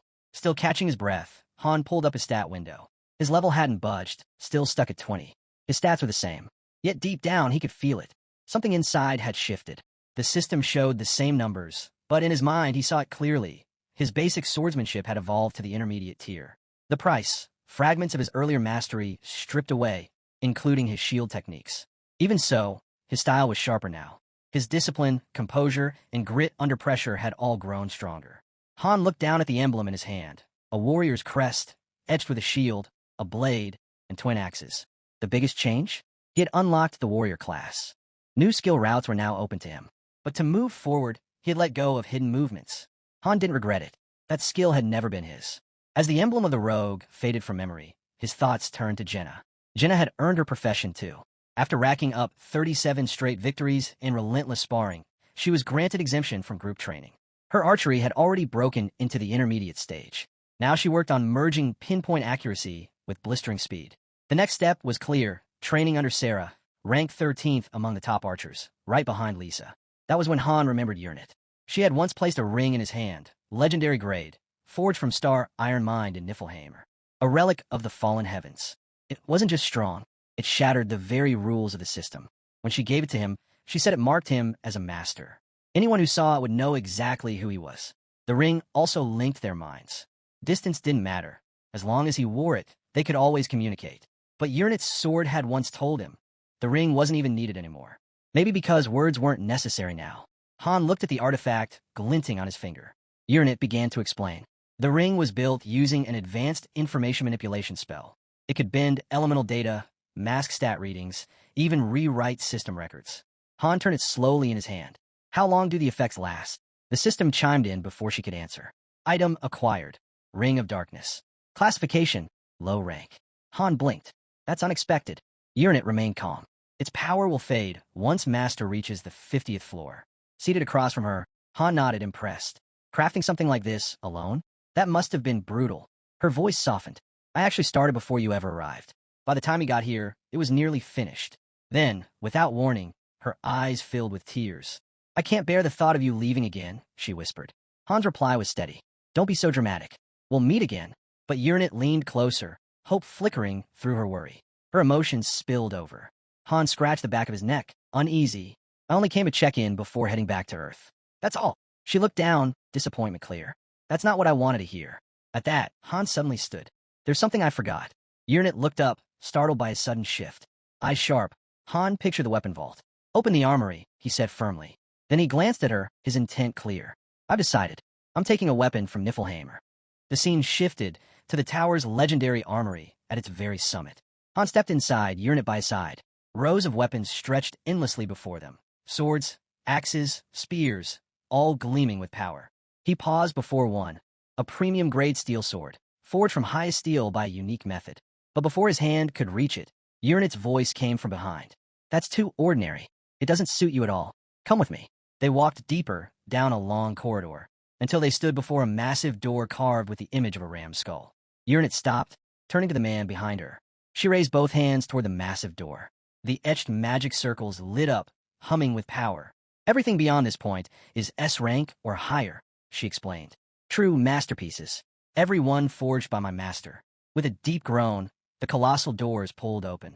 They stepped inside. Each footfall echoed across the chamber. Han's expression hardened as his eyes adjusted to the glow. Is it true there are 132 weapons in here? He asked. Urnit closed her eyes, nodding once. All accounted for. Before them stretched a vast vault. Walls lined with weapons, each a creation of the legendary blacksmith himself. As they moved deeper, Urnit's gaze lingered on one blade resting on its stand. Miss Stiltine, you're not actually planning to take that, are you? She explained its power, how no defense, no matter how strong, could withstand its piercing edge. A weapon built for tower ascension. A system prompt appeared, listing Miss Stiltine's stats in glowing script. Han lifted the dark sword, studying its edge. A memory stirred. The black dragon on the 20th floor, its body resistant to both magic and steel. Miss Stiltine had been the key to victory. Yet after a long silence, he set it back. It's strong but too specialized. I need something with reach. Urnit gestured to another rack. Then consider this. Before them lay the Baselar blade, S+ rank, crafted from the horn and scales of the Shadow Demon King. Its trait is rare, she explained. True physical penetration. No defense, armor, scales, or enchantment can block it. Han reached for it, fingers brushing the dark edge. His eyes narrowed. This might be the one. But after a moment, he shook his head. It's useless against magic. That makes it a liability. I need balance. Urnit stepped closer, pointing to another stand. Then perhaps. Gungnir. Han's eyebrow rose. You're certain about that? She nodded with quiet conviction. You don't need spear mastery to wield it well. Han studied the weapon, thoughtful. It's compatible with Bryanac's early model. If it works, one throw could wipe out dozens. Pride warmed Urnit's voice. You deserve every weapon here. After all, you're the one who created them. Han smirked faintly. Not alone. His gaze swept the armory, steady and sure. If it weren't for all of you, I'd have stopped at A rank.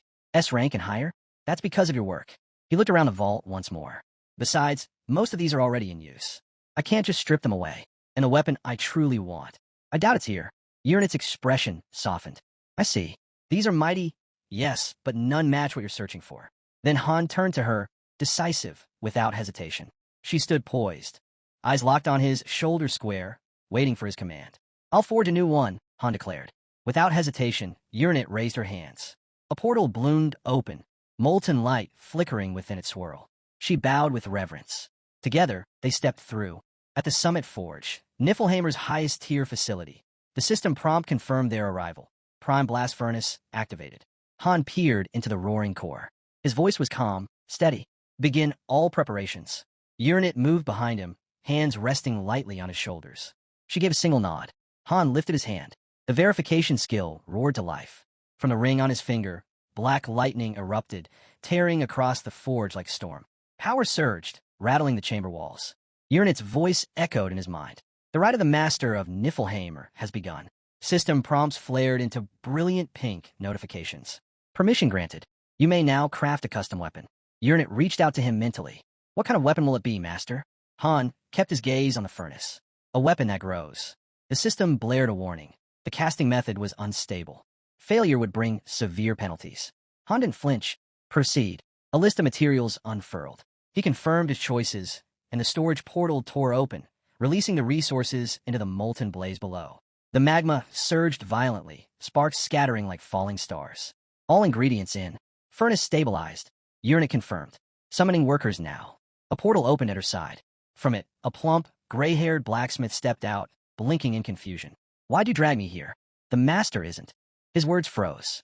There stood a boy, calmly watching the system prompts unfold. Recognition struck him like thunder. His breath caught. His voice failed. Urnit broke the silence. We're initiating the first class. All blacksmiths ranked first or higher. Report immediately.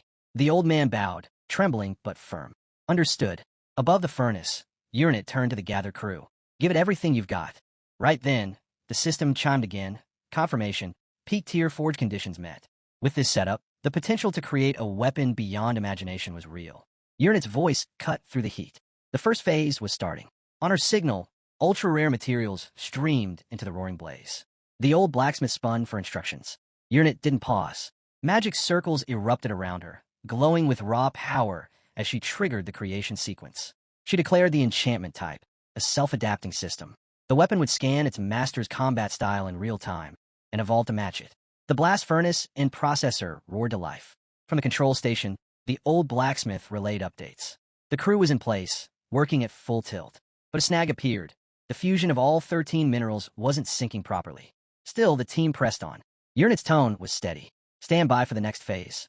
Uranet turned sharply toward her master. Her voice cut through the furnace's roar. Are you truly ready for this? The forge is far more complex than we imagined. Han glanced at her. How bad?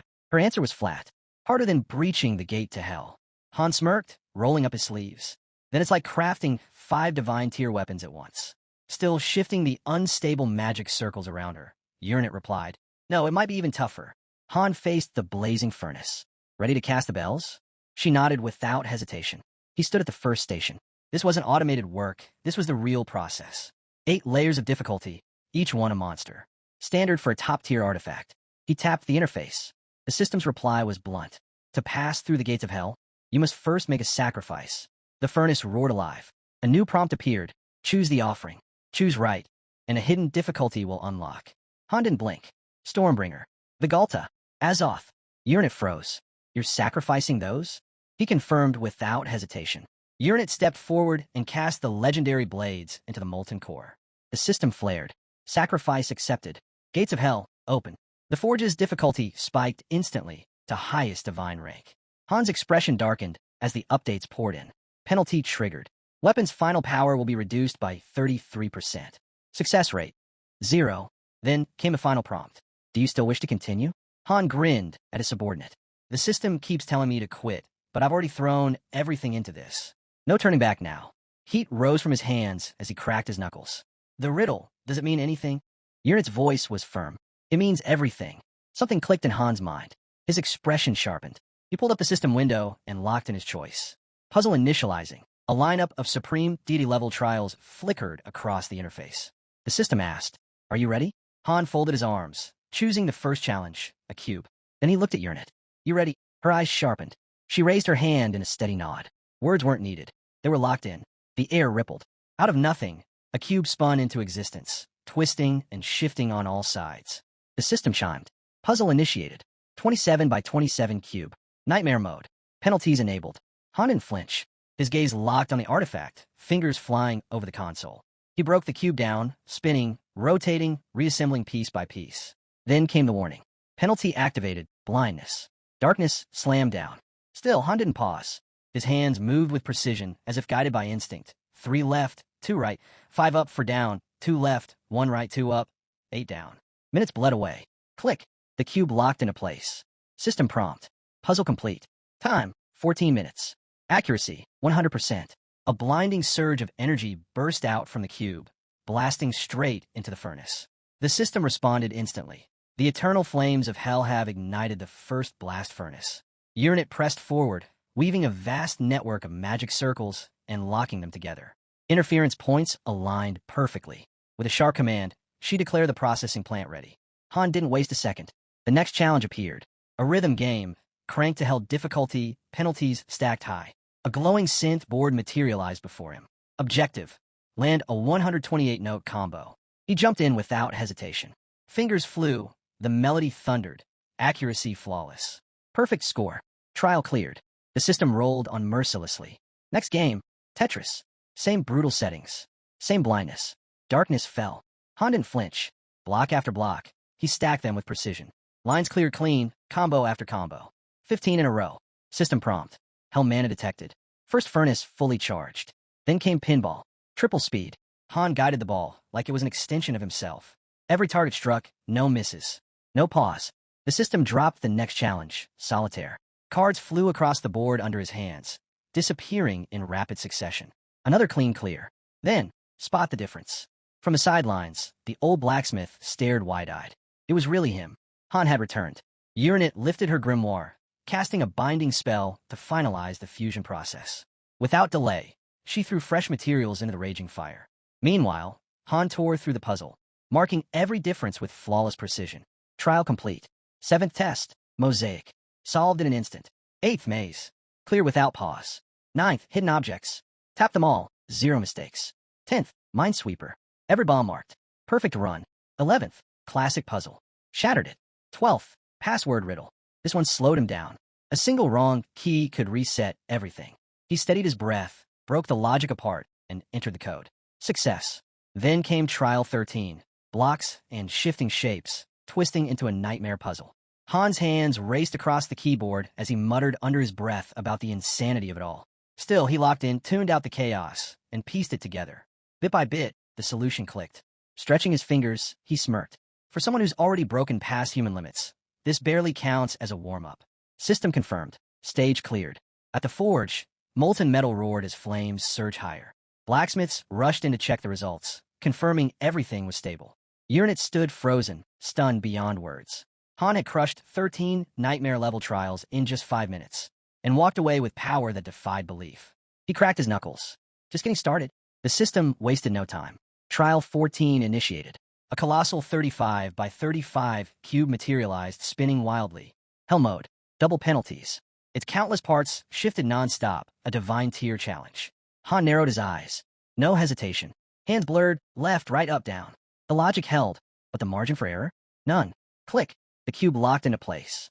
System prompt. Challenge cleared. The spirit of hell surged into the molten core, flooding the first blast furnace. Within the flames, a blade began to take shape, its glowing silhouette carving itself out of the fire. Uranus's voice cut through the roar. The molding was complete. The next step had begun. Trial 15, Labyrinth. Timer, 30 minutes. The minutes bled away. System prompt. Trial complete. The first furnace in history now burned with eternal hellfire. Enchantment arrays spun alive around the blade, weaving regeneration, mastery, and raw lethality into its form. Before Han could draw breath, 2 alerts crashed across the interface. Trials 16 and 17 begin. A twin trial. A 100 by 100 find the difference, paired with a massive mosaic. Both at once. Han blinked. 2 at once. Grinding his teeth, he threw himself into the challenge. One screen, hunting microscopic differences. The other, snapping mosaic tiles into place at impossible speed. This shouldn't even be possible, he muttered. And yet he pulled it off. The sky cracked open, red lightning splitting the heavens. New enchantments poured into the blade. Self-growth, judgment through nature, and crushing offensive power. Han's breath grew ragged. His strength was nearly gone. But the system had no mercy. Trial 21, Rhythm Game, 7 keys. This is bad, his vision blurred. Focus slipped. Then, from the molten pool, the sword's handle began to rise. System prompt. Weapon forged. Rank. Immortal. Curse. Wrath of Hell. Uranus lifted her grimoire high. Reveal yourself, she commanded. The pages turned on their own. A vast, unseen presence swept through the forge. With closed eyes, she whispered, "This is the final spell." Behind her, Han staggered, barely keeping upright. The system delivered its decree. Final phase initiated.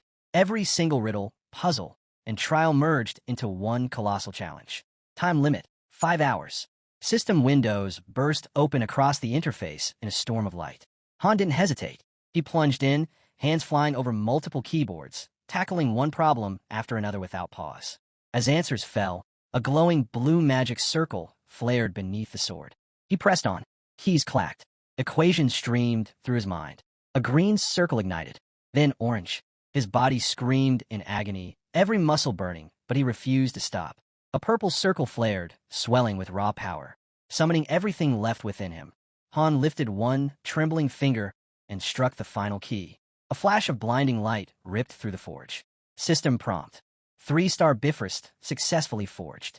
Han collapsed to the ground, drained beyond measure.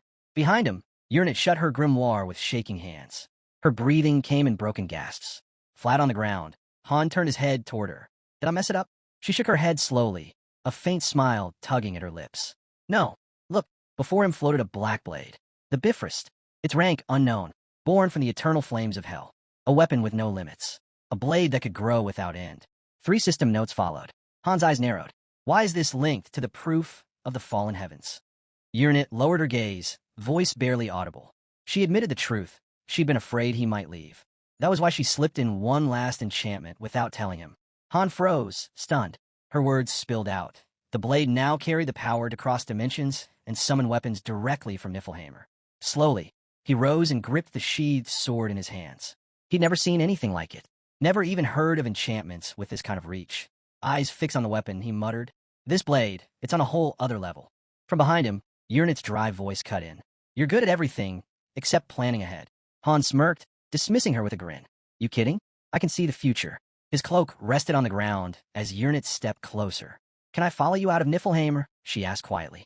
If something happened to you, I'd be left alone.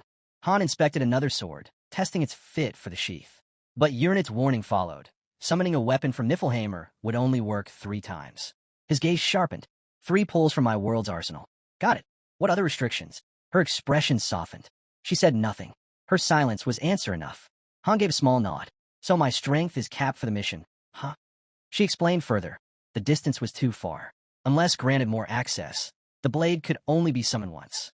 High above, bystanders near the forge stared down at the boy who had forged the impossible. Han turned back to Uranit. Doesn't matter. Once this weapon's drawn, no bug report or system error will stop me. Still, I won't use it unless I have to. His eyes flicked toward his old gear, lying on the ground. It's done, he said flatly. A subordinate stepped forward. Should I dispose of them? At his nod, she cast both sword and shield into the furnace. Han watched silently as they vanished into the fire. Start to miss my old master, he muttered. Then he slung the new blade across his back and turned with a smirk. The screen shifted. System display. Bifrost blade. Longsword. Forged from eternal hellfire. Infinite potential. Legendary item acquired. Calcium. Proof of the fallen heavens. Crafted from Niflheimer's star iron. Nullifies all laws. Demands immense magical power to wield. Scene 91. Training arena. A black-haired girl launched a fierce kick, slamming into the stairwell. A weapon instantly flared to life in response. A nearby bandit rolled aside, just in time, only to be met by a spearman stepping forward, spear braced and ready. High above, Han and Jenna watched in silence. Below them, students clashed with blades and fists. Jenna asked if Han noticed the same thing she did, though she admitted she couldn't keep up with their speed. In the arena, the spearman barked a lesson mid-duel. Long-range fighters must always control the distance. Never let an enemy close the gap.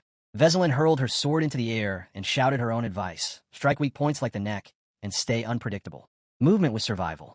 Then a swordswoman leapt in, calling out a final reminder. Instructors would intervene when needed. Until then, the students had no choice but to wait their turn. The focus shifted. An archer stepped into the arena, facing her mentor head-on. Jenna wasted no time. She charged in, blade flashing. But the black-haired instructor slipped past each strike with effortless grace, a faint smile tugging at her lips. She noticed it immediately. Most students pulled back once they sensed her power. But not Jenna. Jenna pressed forward without hesitation. As the instructor countered, her mind drifted, remembering the man who'd once entered the same lobby as her. Across the field, another clash unfolded. Han struck once, just once, and his mentor was sent flying. The students gasped in disbelief. He had actually landed a direct hit on an instructor. The swordswoman froze in shock. A level 20 did that? Her disbelief twisted into fury. Teeth clenched, she readied herself, when suddenly, the system flared. Veselin has entered berserk mode. Crimson energy erupted around her, raw and unstable. But before the rage consumed her, a hand pressed gently against her shoulder. A calm voice cut through the storm, telling her to stop. She stilled. The fury drained away. Her eyes softened as she whispered an apology. The man behind her stepped forward, unreadable as ever. His thoughts lingered. This was already the 7th group of recruits they'd trained across the lobbies. Thousands had cycled through, and yet, none, had ever shown this kind of ability. His gaze landed on Han, standing tall. Even without Veselin at full power, no trainee had ever struck an instructor before. Elsewhere, Uranit watched quietly, sipping her tea. A faint chuckle escaped her lips. Looks like things might be getting out of hand, she murmured. The scene shifted. High above, a colossal floating island buzzed with machinery. At its heart stood a pristine estate, polished and grand. Inside, Nilde stood before his master. Her expression was calm, almost dismissive. You ready? She asked. He slid his sword into its sheath and gave a small smile. It's my last day. Might as well leave the place spotless. Then he remembered. The system had broadcasted a message, congratulating him for taking first place. He turned to his subordinate, brows furrowed. Why me? What did I even do? She answered plainly. You were the best, the most talented out of everyone. As she spoke, Uranit's eyes flicked to the blade, strapped across his back. Nilde caught her look and gave a nod. Yeah, he said. It's my reward for finishing first from Niflheimer. Han's voice cut in almost immediately. Then who placed second? Uranit didn't hesitate. Her mind went to Jenna. Jenna was top among the bandits, second overall, she explained. She's exceptionally skilled. Her master added with a low chuckle. Truth be told, I had to drag her back myself. And honestly, I doubt she was even going all out. Uranit gave a small nod. She had already sent word to the Major General. Han accepted the letter, his expression turning thoughtful. His mind drifted to Edith. What did she say about me? he asked quietly. Urinet's reply was simple. She's been hanging around, trying to gather the courage to apologize. Han scribbled a short note, quick and direct. Give this to her. It should calm her down. Then, glancing at the maid beside him, he added, You've done well, too. She bowed deeply. It's an honor to serve you, my lord. The scene shifted. In a quiet garden gazebo, Urinet sat at a tea table, her expression weighed down. Are you really going back to Tonia? She asked softly. You could have stayed here. Her gaze dropped. I thought my feelings were real. Across from her, Han's reply was steady. Thank you. If not for you, I wouldn't have come this far. He looked out at the garden. Everyone here is incredible. If I were them, I'd be furious. I've pulled strings, forced them into brutal battles, bent their nature to my own goals. Yet, no one has ever pushed back. A pause. Well, except Ceres. A quiet smile touched his lips. I wish I had something to give back. But there's nothing I can offer. Urinet's smile was gentle. Don't say that. If you want to make us happy, just send a message now and then. Han lowered his teacup. I wouldn't even know how. She reminded him of the ring she'd given him. It carried a messaging function. It won't last forever, she admitted. But once a week would be enough for me. Her hair swayed as she lifted her gaze. I'd be happy just knowing how you're doing. If you're safe, if you're hurt, or in trouble, we'd come running. Han rose, voice steady. I'll send word every week. As he turned to leave, Urinet called after him. Oh, and Ledigian wants to see you. He said he had some advice. Han's last stop before departure took him into the mountains. There, before the silent blade that once belonged to Urinet, he stood still. The sword offered him a few final techniques before he left. Clad in full gear, Han spoke one last time. I've said everything that needed saying. Now, all that's left is to answer when the call comes. The scene shifted again. A massive, magical airship hovered on the runway, ready for departure. In front of the students, a red-haired girl stood firm. Hard to believe it's already been a month, she said. Hope you learned something useful. Her eyes swept the group. Whatever you do, don't lean on the rails. It's still dangerous out there. The ship lifted into the skies. Jenna leaned against the railing, gazing out. So we're finally leaving, she murmured. I just want a proper bath. Han stood beside her, watching. A thought crossed his mind. Did she hate Niflheimer that much? She sensed it and gave him a faint smile.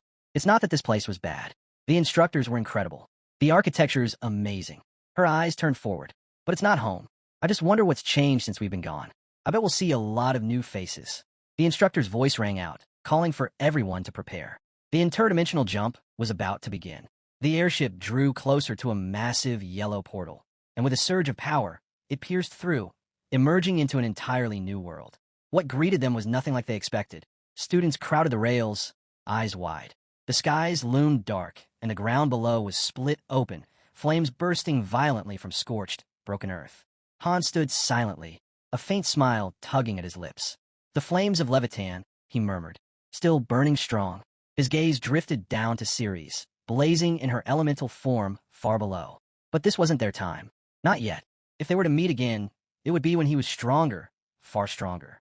The airship pressed on, gliding across the hostile realm. 2 days later, under heavy, rolling clouds, the vessel soared over a barren desert. The instructor addressed the group. We're nearing the destination. If this is your stop, no need to come up top.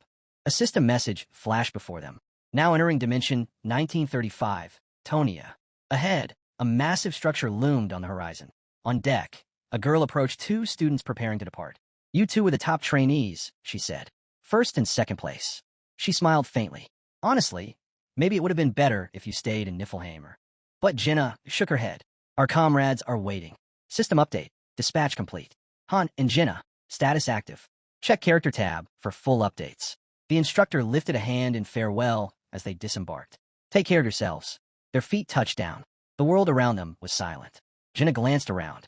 Is anyone even here to meet us? Han kept walking. I didn't tell anyone we were coming back. Doubt they'd know. Then a voice cut through the stillness. Isel shot forward like a streak of light, tears brimming in her eyes. She threw herself at him, clutching his face tightly. I thought you weren't coming back. You just vanished. Han looked at her, expression flat. You're the one who told me to go. Flustered, she quickly wiped her tears with a handkerchief.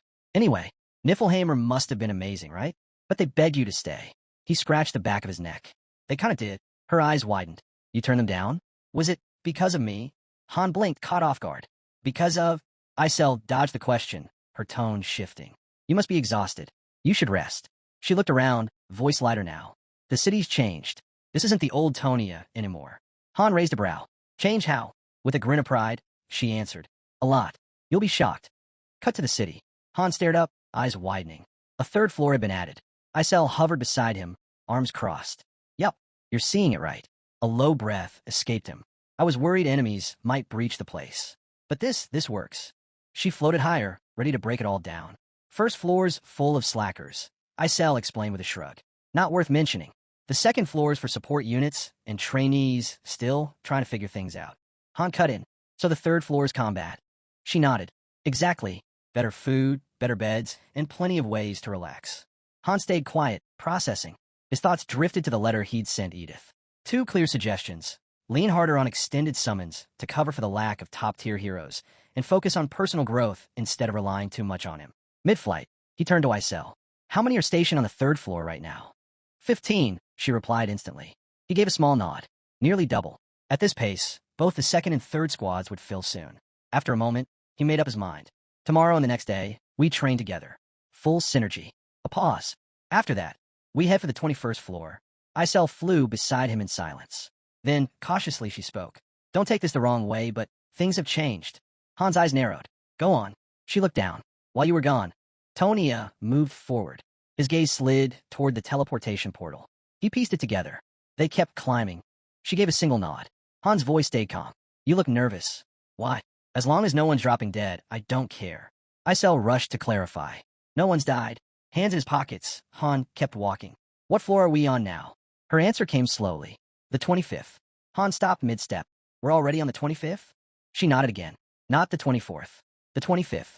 He glanced out over the third floor, taking it in. They had actually cleared the floor boss. He had underestimated them. Everything really had changed. His eyes shifted toward the summoning gate. When did the master use the extended summon? A month ago, Isel answered. Right after you left for Niflheimer. Show me the logs. She summoned a towering wall of system notifications. Han scanned them quickly, eyes narrowing as the details sank in. 25,000 diamonds. 5 consecutive extended summons. An entire stockpile drained. Even bought the bonus pack. Then his eyes froze. Buried deep in the alerts, one message stood out. 4-star hero acquired. Han scowled. Initon's second 4-star. Lucky bastard. A 1% drop rate. 2 4-stars. Ridiculous. If they'd been summoned earlier, he could have handled them easily. But now, they'd probably grown far stronger. Were they the ones who cleared the 25th? Isel nodded. They gathered enough recording stones. If you want, the master can show you the raid video tomorrow. Han smirked. Yeah, I'll watch. Can't wait to see what they're made of. The scene shifted. The training grounds. A mannequin stood tall, clad in heavy, metallic armor. Then, impact. A brutal strike crashed into it, clean and precise. The blow came from Belkist. His blade flashed in relentless rhythm, each strike sharper than the last. He drew back for another swing when footsteps echoed nearby. He stopped, glancing over. Belkist glanced over as Han approached, voice low. What are you doing out here this late? His tone shifted darker. So, you're finally back. After a whole month. Han gave a casual nod. Yeah, just got in. What's going on? Belkist turned away. Nothing. Just training. But Han caught it. The blood on Belkist's grip. His eyes narrowed. Doesn't look like training. More like you're working something out on that dummy. Belkist didn't argue. He tightened his stance. I'll wrap it up soon. Unless you feel like sparring. Han's voice came from behind him, calm and dismissive. I'm heading to bed. But Belkist pressed. A heavy sigh, followed by a firmer tone. Just one match. Han didn't respond. He only watched. Belkist lifted his sword again, eyes locked forward. Then, in a sudden burst, he unleashed a storm of strikes. Blades hammered the mannequin, each blow faster, sharper, until the armor cracked apart and collapsed in fragments. Turning back toward Han, sword steady, he said simply, I'm ready. The shards clattered behind him. Belkist glanced down, muttering, that didn't count anyway. Then his gaze rose. So, did you really leave everything behind? Han's reply was plain. A lot happened this past month. Without another word, they stepped into the training hall. Belkist took position, eyes on Han's weapon. That sword looks unique. Han smirked. Jealous. Belkist shot back without hesitation. Would you give it to me if I said yes? Han didn't even blink. No. Belkist lunged. Steel slashed forward, fast and precise. Han blocked with ease, sparks flying as their blades clashed. One strike led to another, the rhythm building into a relentless exchange. Han grinned mid-spar. He's improved. Could be sword mastery level 9 already. He's fighting like a man with something to prove. Belkist pressed harder, blade driving forward with raw aggression. Between strikes, his voice rang out. I'm fighting angry. Han's expression hardened. He struck back. One swing. His blade crashed through Belkis' guard like a hammer, the impact blasting him across the hall. Belkis slammed into the wall with a heavy thud, a cough escaping as he slid down, wincing. Han rested his sword on his shoulder, calling out casually, "If you're going to ask for a spar, at least wipe off the sweat first. You won't last long, already drained." Belkis chuckled weakly from the floor. "You've gotten stronger. What kind of training was that?" Han walked closer, shrugging. "Trade's secret," he added dryly. "At one point, it didn't even feel like fighting a person. More like getting hit by a battering ram." Then, another voice echoed through the hall. Funny how unpredictable the world's gotten. Footsteps emerged from the shadows behind Han. "Never thought I'd lose that badly to a boy." Han turned slightly, eyes cold. "You just call me a boy?" From the side, Belkis smirked. "Easy mistake. Even I made it once." Belkis turned toward the exit, pausing just long enough to toss a warning over his shoulder. "Be careful, Han." Han said nothing. He simply watched as Belkis disappeared into the night. The scene shifted to the dorm building. Inside, Ivalka had dozed off at the table, clearly knocked out after a heavy meal. Han passed by, pausing for a moment. Why was she asleep there instead of in her own bed? He didn't linger. The thought stayed with him as he moved down the corridor.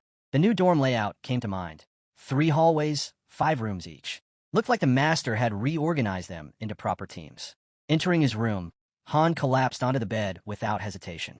Arms folded behind his head, his mind drifted to the 3rd group. What were they really capable of? The next day, Taunia's meeting room came alive. A warm chandelier glowed overhead as Han walked in, taking in the familiar space. It had been a long time since the entire squad gathered like this. Then a sharp voice broke the quiet. "I wanted to see you." Ivalka snapped, clearly annoyed. "You vanished without a word." Han gave a small nod. "You're right. Sorry for not waking you." She crossed her arms, eyes locked on him. "Then why aren't we celebrating? You're back, we've got a 3rd floor now, and the food's finally good." Han's reply was flat. "There's no celebration. Training starts today." Ivalka pouted, displeased. "That's just mean." "No time for fun," Han said coldly, quietly observing. Finally, he spoke, mentioning the exact time the master logged in. But Han's eyes narrowed before he could finish. Something moved under the table. A clawed foot. Without hesitation, Han kicked hard. The table flipped over, dishes and papers scattering across the floor. He didn't even blink.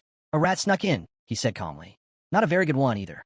Everyone turned as a beastkin girl crawled out from beneath the wreckage. She brushed herself off, annoyed, before planting her hands firmly on her hips. "Well, guess I've got no choice now," she huffed. She introduced herself with pride. "Rikari, Great Gale Tribe. We're not like the rest of you." Her glare swept across the room. "You're all just a bunch of dirty little cowards."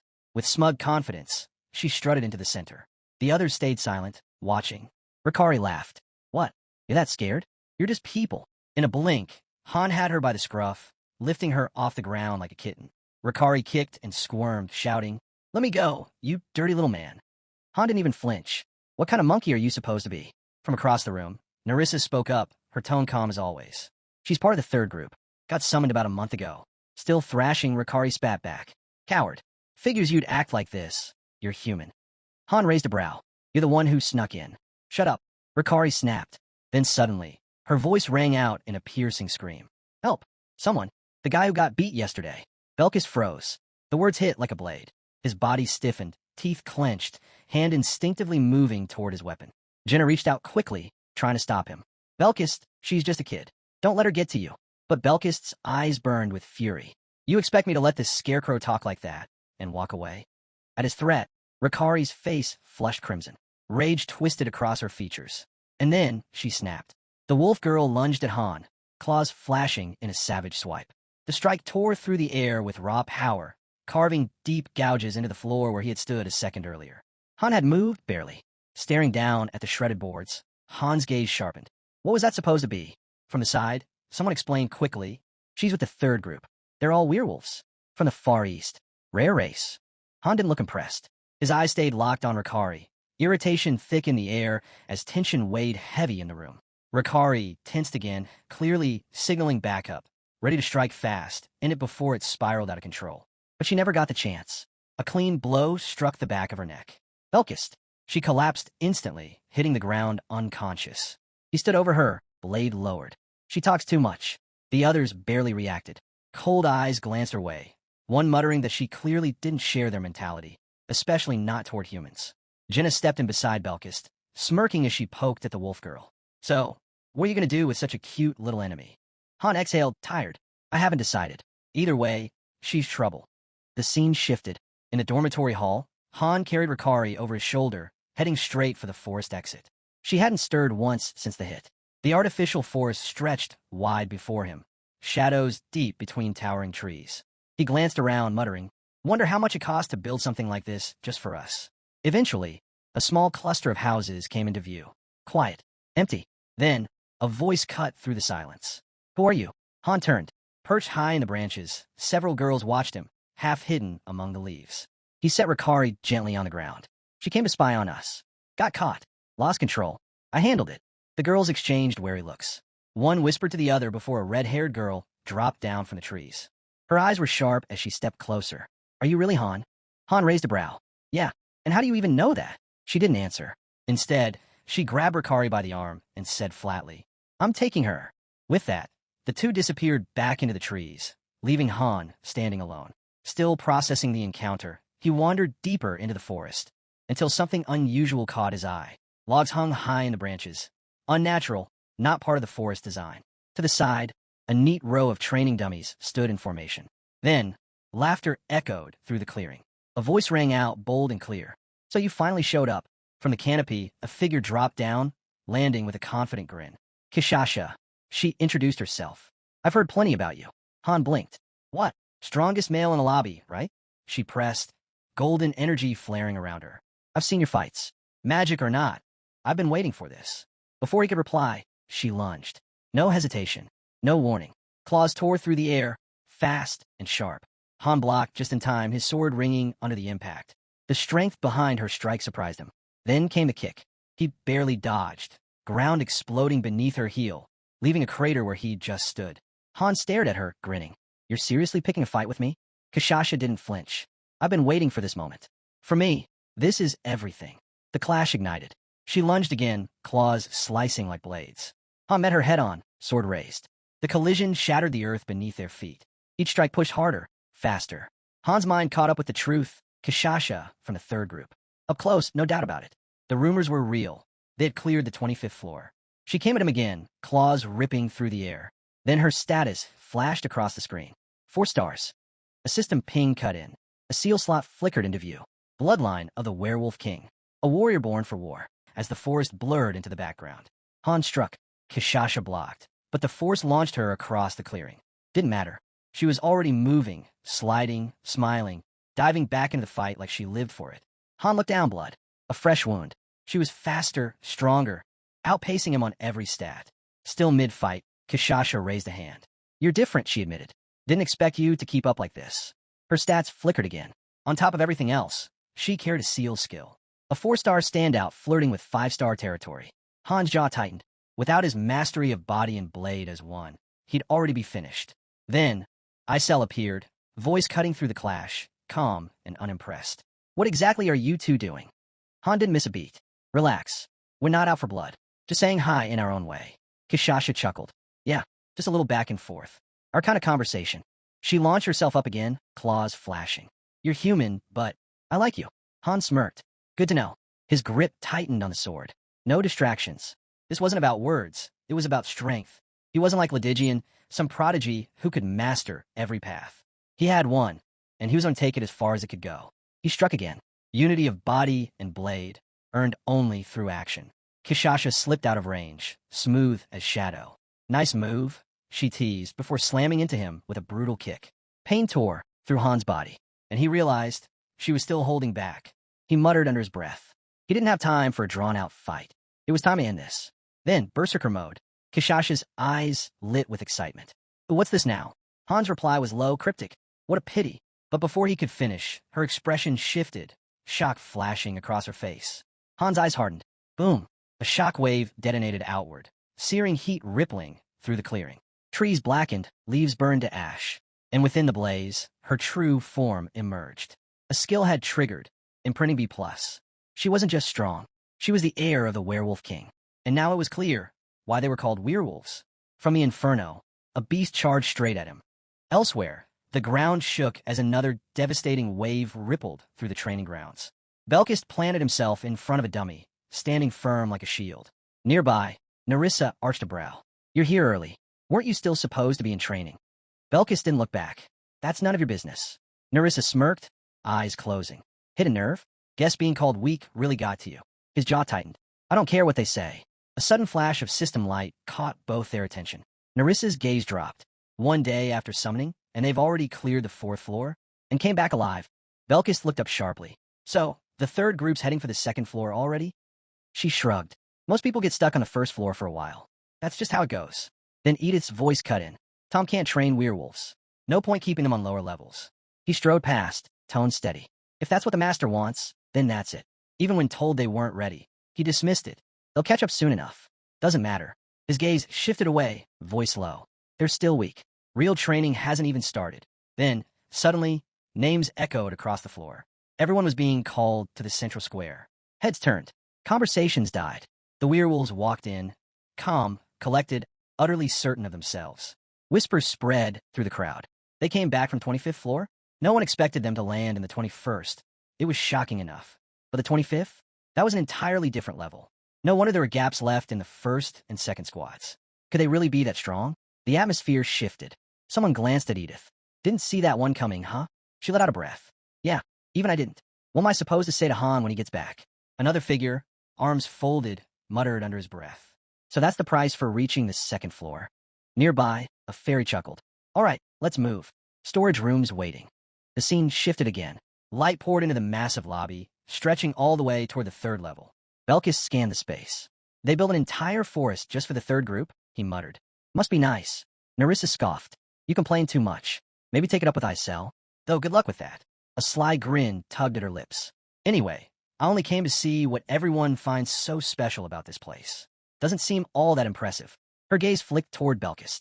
By the way, what's the deal with that girl? She leaned closer, her tone sharp. You're supposed to be the strongest here, right? Belkis smirked, calm and unshaken. Yeah, he replied. Not far away. Rikari was unconscious, Dory carrying her effortlessly over one shoulder. Belkis still wore that smirk, until something caught his attention. His expression hardened, jaw tightening, as he stepped forward. Kishasha turned on him. What's that supposed to mean? You're not the strongest human. She walked closer, hair flickering with fire. I heard about someone else. Black hair. He's the real one to watch. Her voice sharpened. What you showed today wasn't bad, but it still wasn't enough. Now standing face to face with him, she didn't hold back. You don't belong here. A blast of energy roared forward, striking the training dummy behind Belkis. He shielded his face with one hand, but his mind wandered elsewhere, back to when he believed he could fight monsters. But now, seeing it up close, the truth cut deep. He couldn't beat something like that.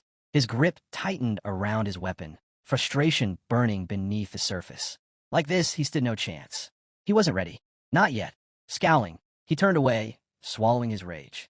Above, the protagonist landed lightly, catching fragments of conversation carried by the air. Tension was thick, and a smirk played across his lips.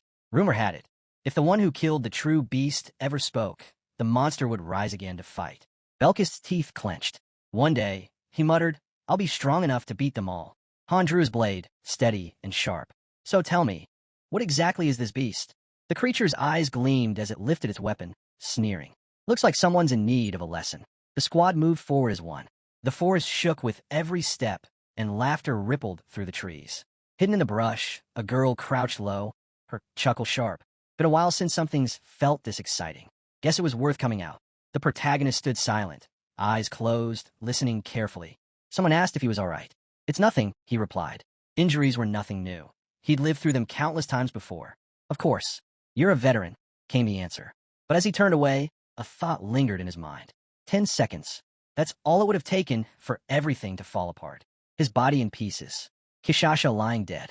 No. If anything, he would have been the first to drop. Today, luck had been his greatest ally.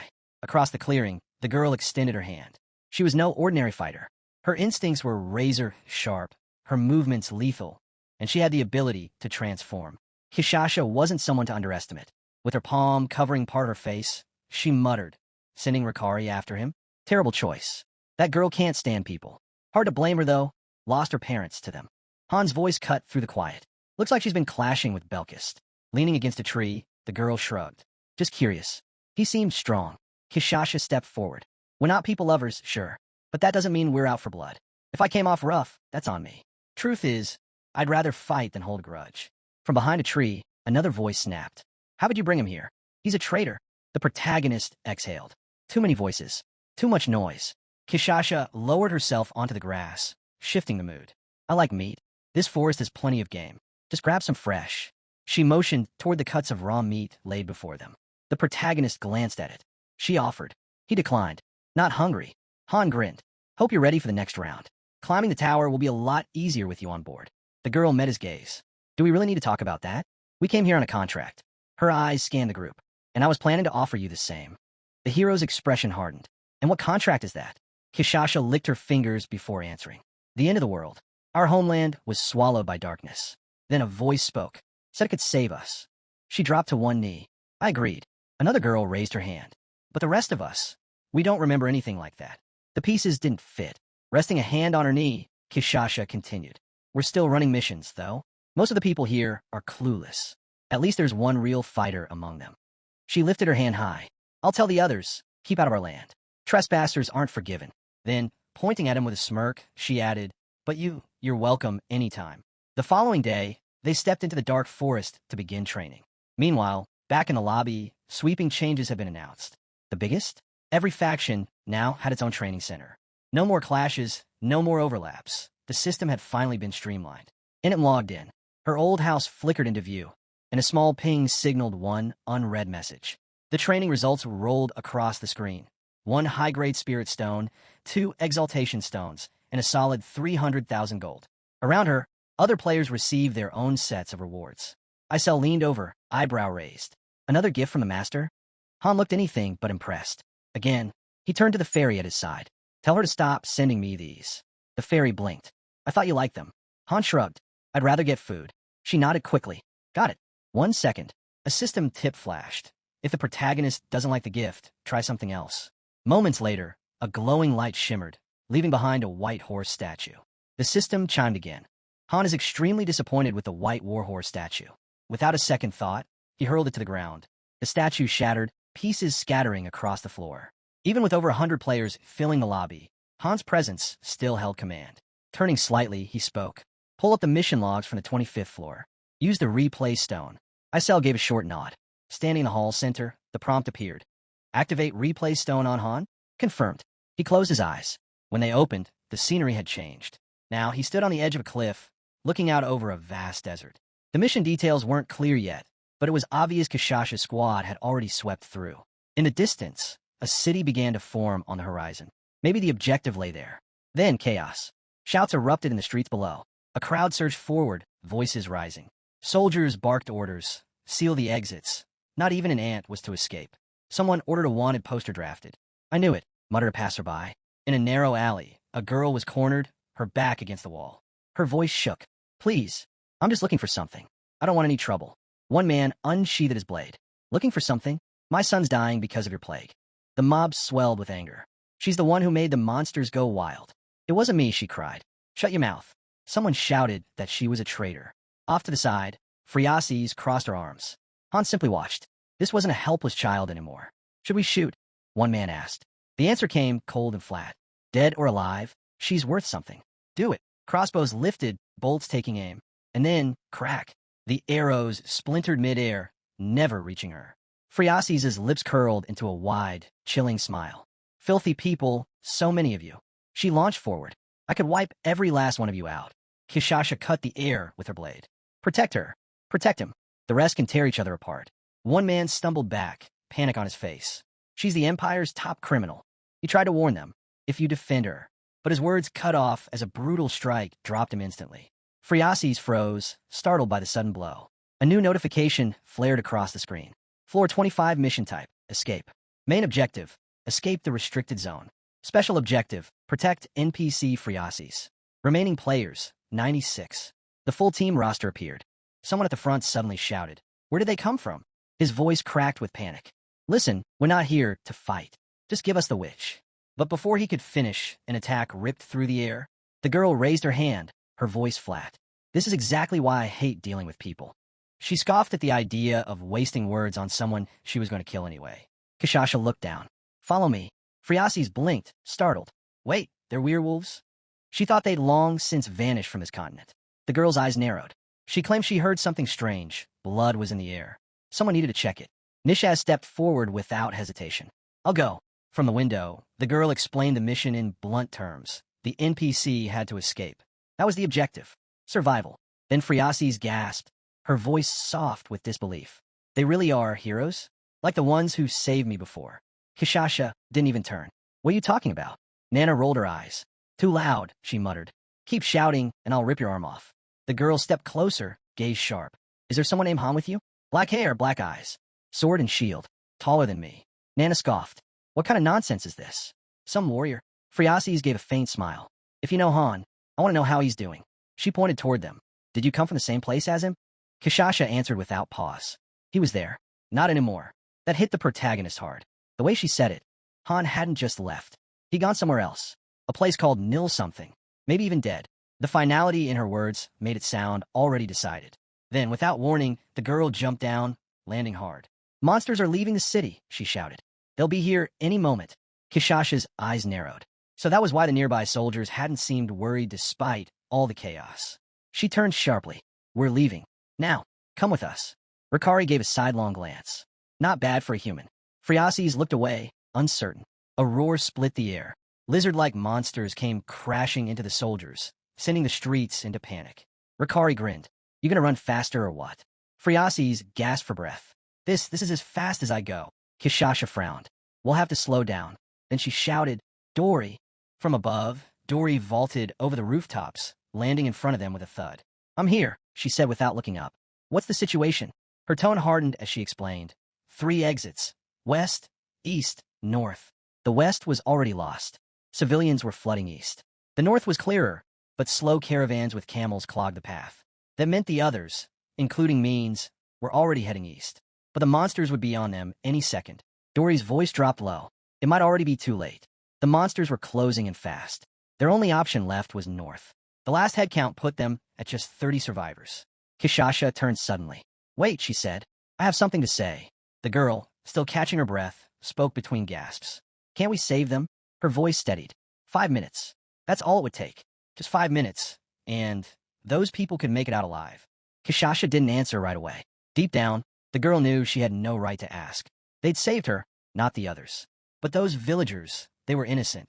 Rikari grabbed her by the arm. Why do you care if they die? Didn't they destroy everything? The girl's jaw tightened. Yeah, they did. But they didn't have another choice.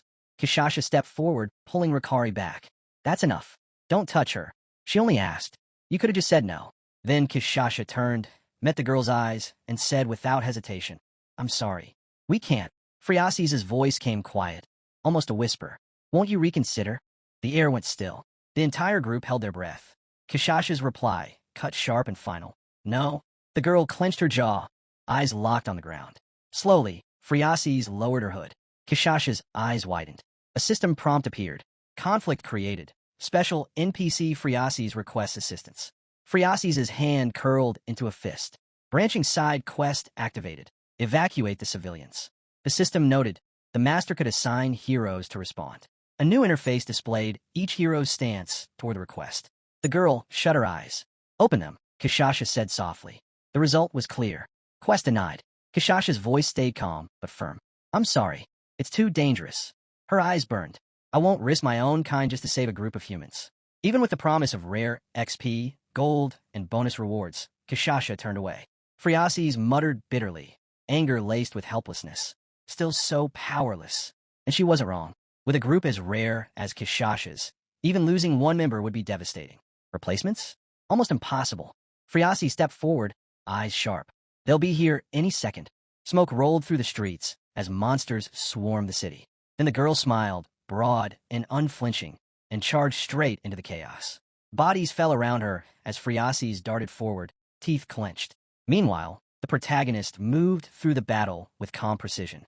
To him, the mission felt almost easy, more like an escort job than anything serious. Barely 100 lizard men in total. No boss. Honestly, the 25th floor wasn't any harder than the rest. He glanced aside. However the run had played out, one thing was certain. Kishasha was the MVP. Inside the lobby, another system prompt flashed. Replay complete. Full 25th floor experience received. Han stared at the screen. The mission had now split, unlocking a branching path, one that allowed re-entry and a boss fight. That option had never existed before. He narrowed his eyes, deep in thought. The rewards were tempting: XP, gold, stronger ties with NPCs, and a special bonus prize. Even if someone else claimed it, the entire team would benefit. The bonus reward, that was what caught his eye. It could be the key to reaching the next floor. The 30th. That was the real goal. A small smirk tugged at his lips. This is the mission. He turned slightly, voice low, almost himself. And I'm the one who will complete it. Night draped the city like a heavy cloak. Han stood with arms folded, gaze lifted toward the tower above. Tomorrow, he said, we head for the 25th. Nearby, Belkist hefted a dumbbell and scoffed. You serious about training all night? A few hours won't magically fix me. Ivalka glanced back at Han. I don't mind training, but you've changed. You're not even using your shield anymore. Are we switching formations? Isn't it too soon for that? Han stood steady. No changes. Roles stay the same. We'll train with the second group, get back on track. But no pushing past the limit before the mission. Belkis shut his eyes, tone calm but blunt. I saw the second group pull in some kids to fill their ranks. Doubt they'll last through training. Han didn't answer, but his gaze stayed fixed on the newcomers, doubt gnawing at him as well. The training square was crowded. Edith gestured toward a small cluster. Those three, Anand, Lilini, and Bennick. Anand brightened and waved. I've heard tons about you, Han. I even saw you take down that dragon. Insane. Lilini stepped forward, voice softer. I'm Lilini. Nice to meet you. Bennick followed with a more serious tone. I've heard about your strength. It's an honor. Anand chuckled. Don't mind Bennick, he sounds cold. But he's fine once you know him. Edith turned to the group. They've only been here 2 weeks. But they're motivated, improving fast. I think they'll be valuable soon. Han said nothing, simply watching the trio in silence. Then he leaned closer to Edith, voice low. Don't get attached. Makes it harder later.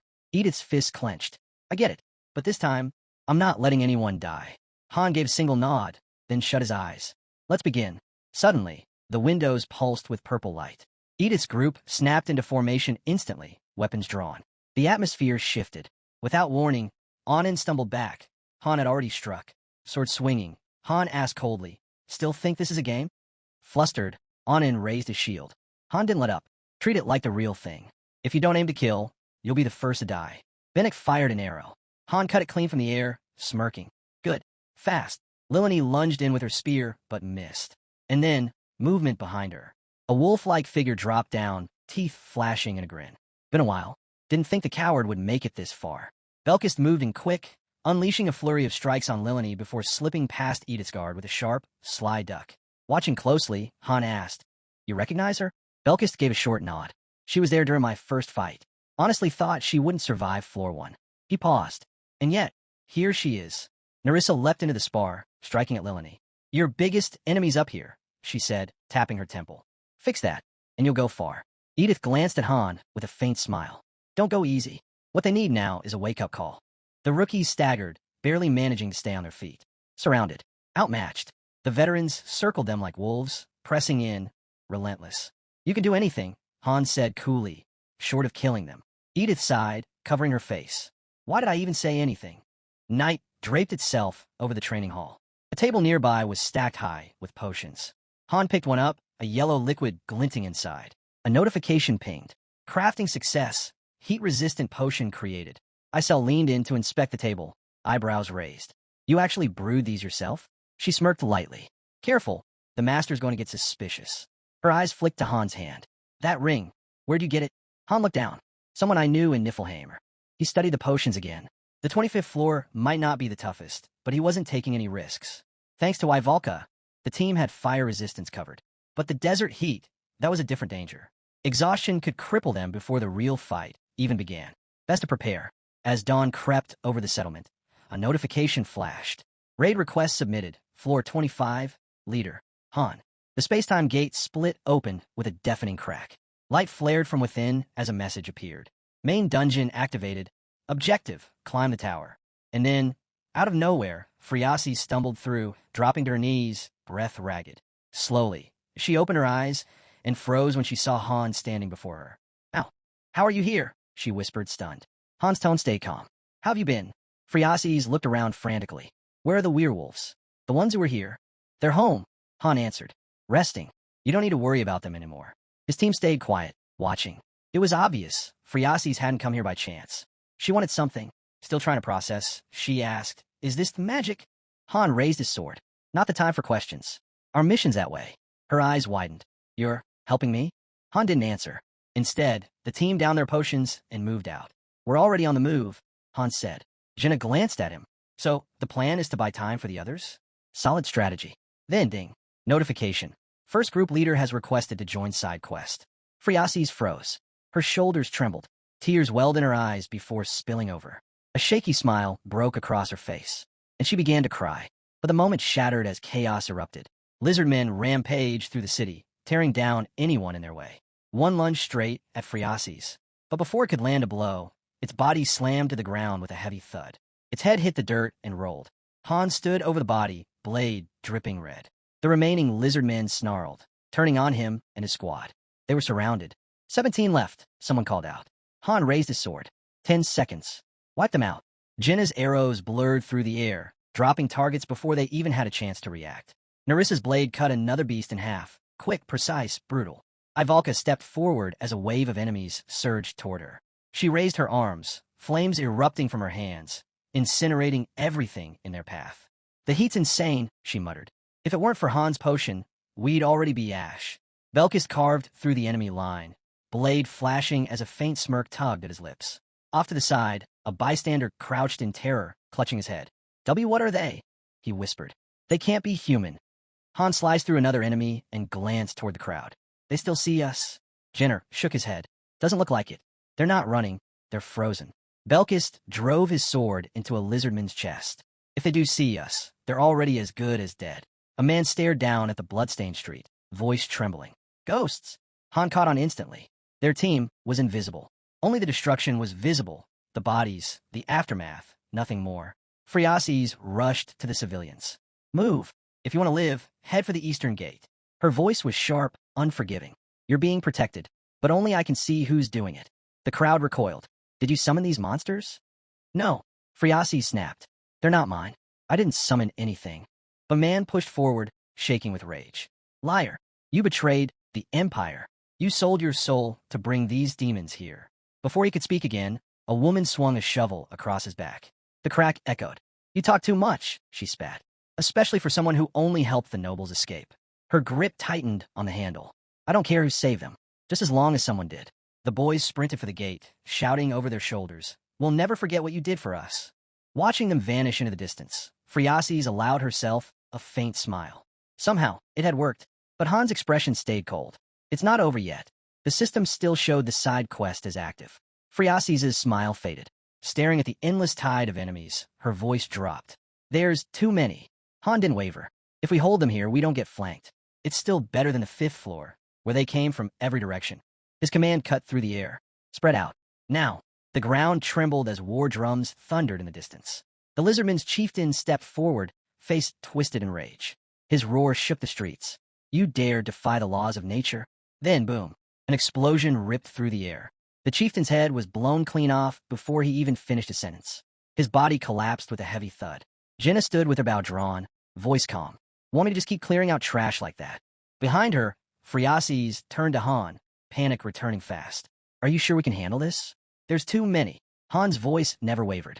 "There's 100. Each of us takes 20. Then he surged forward. "Stay back and watch," he told Friasis. Ivalka followed, arms outstretched. Flames burst from her hands, rolling forward in waves that burned through the first line of lizard men, their bodies turning to ash. Jenna stepped in next, arrows flying so fast they blurred into streaks of light. Each one hit with explosive force, tearing enemies apart. Her quiver shimmered, arrows replenishing endlessly. System notification: mana increase quiver capacity, 100 arrows. A glowing crosshair lit her eye.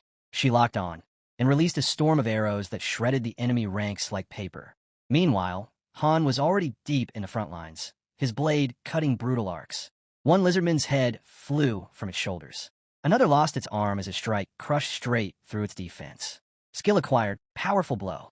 Belkis charged in next, his blade sweeping wide, cutting through multiple foes in a single strike. Basic swordsmanship, max level achieved. "This is crazy," Narissa muttered, barely able to process what she was seeing. Friasis stood frozen, wide-eyed. "You've all gotten insanely strong." Her gaze lingered on Han as he calmly sheathed his blade. You're on a whole different level than last time, she said softly. Then, a faint smile touched her lips. And yet, you haven't changed at all in 3 years. Han looked at her. You have. Phreases gave a small, grateful nod. Thanks. And what about the two with the spear and daggers? They're alive, Han replied simply. Edith and Aaron. Just not here right now. Before she could answer, another group of lizard men stormed into view, shouting that they'd found humans.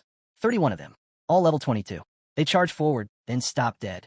Their eyes darted across the field to the mangled remains of their fallen comrades. Silence. And then, they turned and ran. Belkis blinked. Why are they running? Han's gaze swept the blood-soaked battlefield.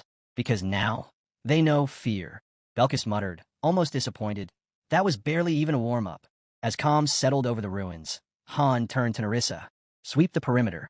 Assume it's clear for now, but don't relax. Ivalka fanned her face. Ugh, this heat's unbearable. Even with the potion, it's useless. Jenna tugged lightly at her arm. Come on, let's get out of here. She glanced back at Belkis. You too. Move. Han stayed behind, his eyes fixed on the sand. None of this needed to happen. Footsteps approached. Phreases eased down beside him, her voice low. How have you been? She hesitated, then added. I thought you were dead, but here we are again. A small smile crossed her lips, her cheeks faintly flushed. The sky shifted, burning orange, fading into deep dusk. Phreases stared upward. So really, how are you? Han closed his eyes for a moment. I'm fine, he answered quietly. Hugging her knees, she whispered, I thought I was done for. Han crossed his arms. The werewolves only joined recently. We don't know much about them. They're still new. Han gave a faint smile. But somehow, you managed to stay hidden. Just lucky, I guess, she said. Her eyes lifted toward the distant tower.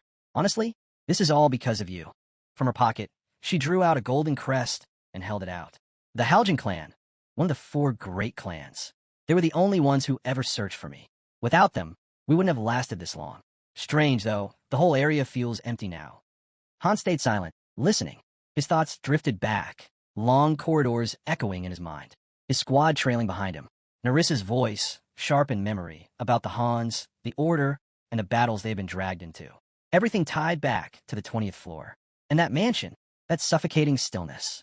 The desert glowed gold in the fading sun. Finally, Han broke the silence. So why are you here? Phreases rose slowly.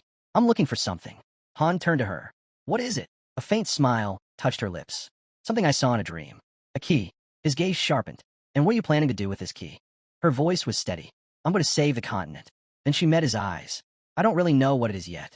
It's more of a feeling. But when the time comes, I'll know. Han stepped beside her, still speaking in riddles. Even back when we first met, you wouldn't stop talking about your dreams. The end of the world. He studied her face. A realization flickered through him. She'd appeared in 2 major missions already. Even ones she wasn't directly part of, they somehow circled back to her. In his mind, he retraced the village map. 3 exits in total. Most evacuees had gone east. But Phreases? She had gone north. Han smirked faintly. If that was the road she chose, their paths would cross again. Without a doubt. Suddenly, a portal shimmered open before them. Quest complete. Phreases blinked, startled. What's that? Don't think too hard about it, Han said, eyes scanning the fading battlefield as corpses dissolved into dust. It's time to move. He turned on his heel. Phreases fell in a step beside him. Weird things always happen when you're around, she muttered. Han didn't reply, but his thoughts lingered on her. The truth was undeniable. She had already died once. Faces surfaced in his memory. A mercenary team, bought with gold, who had tried the 15th floor. None survived. Then the werewolves, the newest squad. The ones who cleared the 25th floor. And now, Phreases, running with them. This was her 3rd time through. Han calculated quietly. The number of single squads sent forward to test the tower's danger levels, far higher than most people ever realized. The evening sun stretched long shadows across the towers as they drew closer to the exit. Phreases slowed, turning back one last time. Will we meet again? Han stood with his arms crossed. We will. On another floor. She smiled faintly. Then I'll survive. For all of us. As she walked away, the final notification appeared. Quest complete. All team members leveled up. Reward, 100,000 gold. MVP, Jenna. The desert dissolved.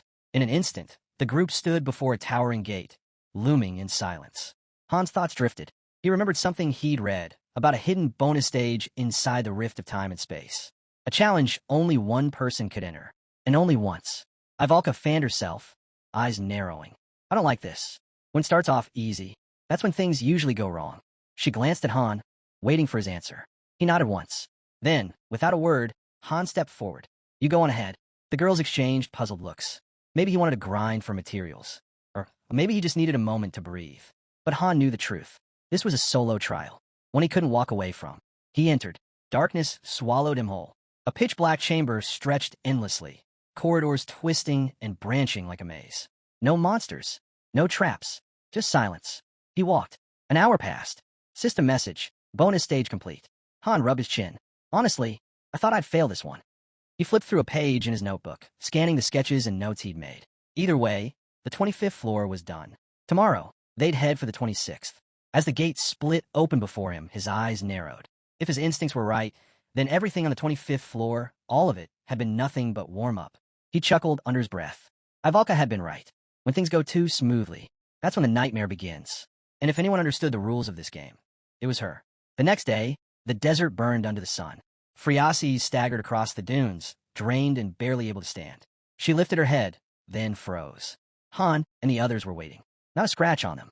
Han raised an eyebrow. Still alive? Gasping, Friasi's nodded. Barely. I thought I was ready, but it was harder than I expected. Han handed her a small bag. Potions. Food. Water. Use them. Her weak smile trembled. The only reason I'm pushing this hard is so I can keep getting your help. Belkis glanced over. So what kind of mission is this? Simple, Han said flatly. Stay close to Friasi's. Keep her alive. Friasi's pointed toward the horizon. I've seen this place before in my dreams. I just have to follow the signs. Han scanned the endless desert. Signs? He didn't see a thing. Before he could ask, the ground trembled. Something shifted in the distance.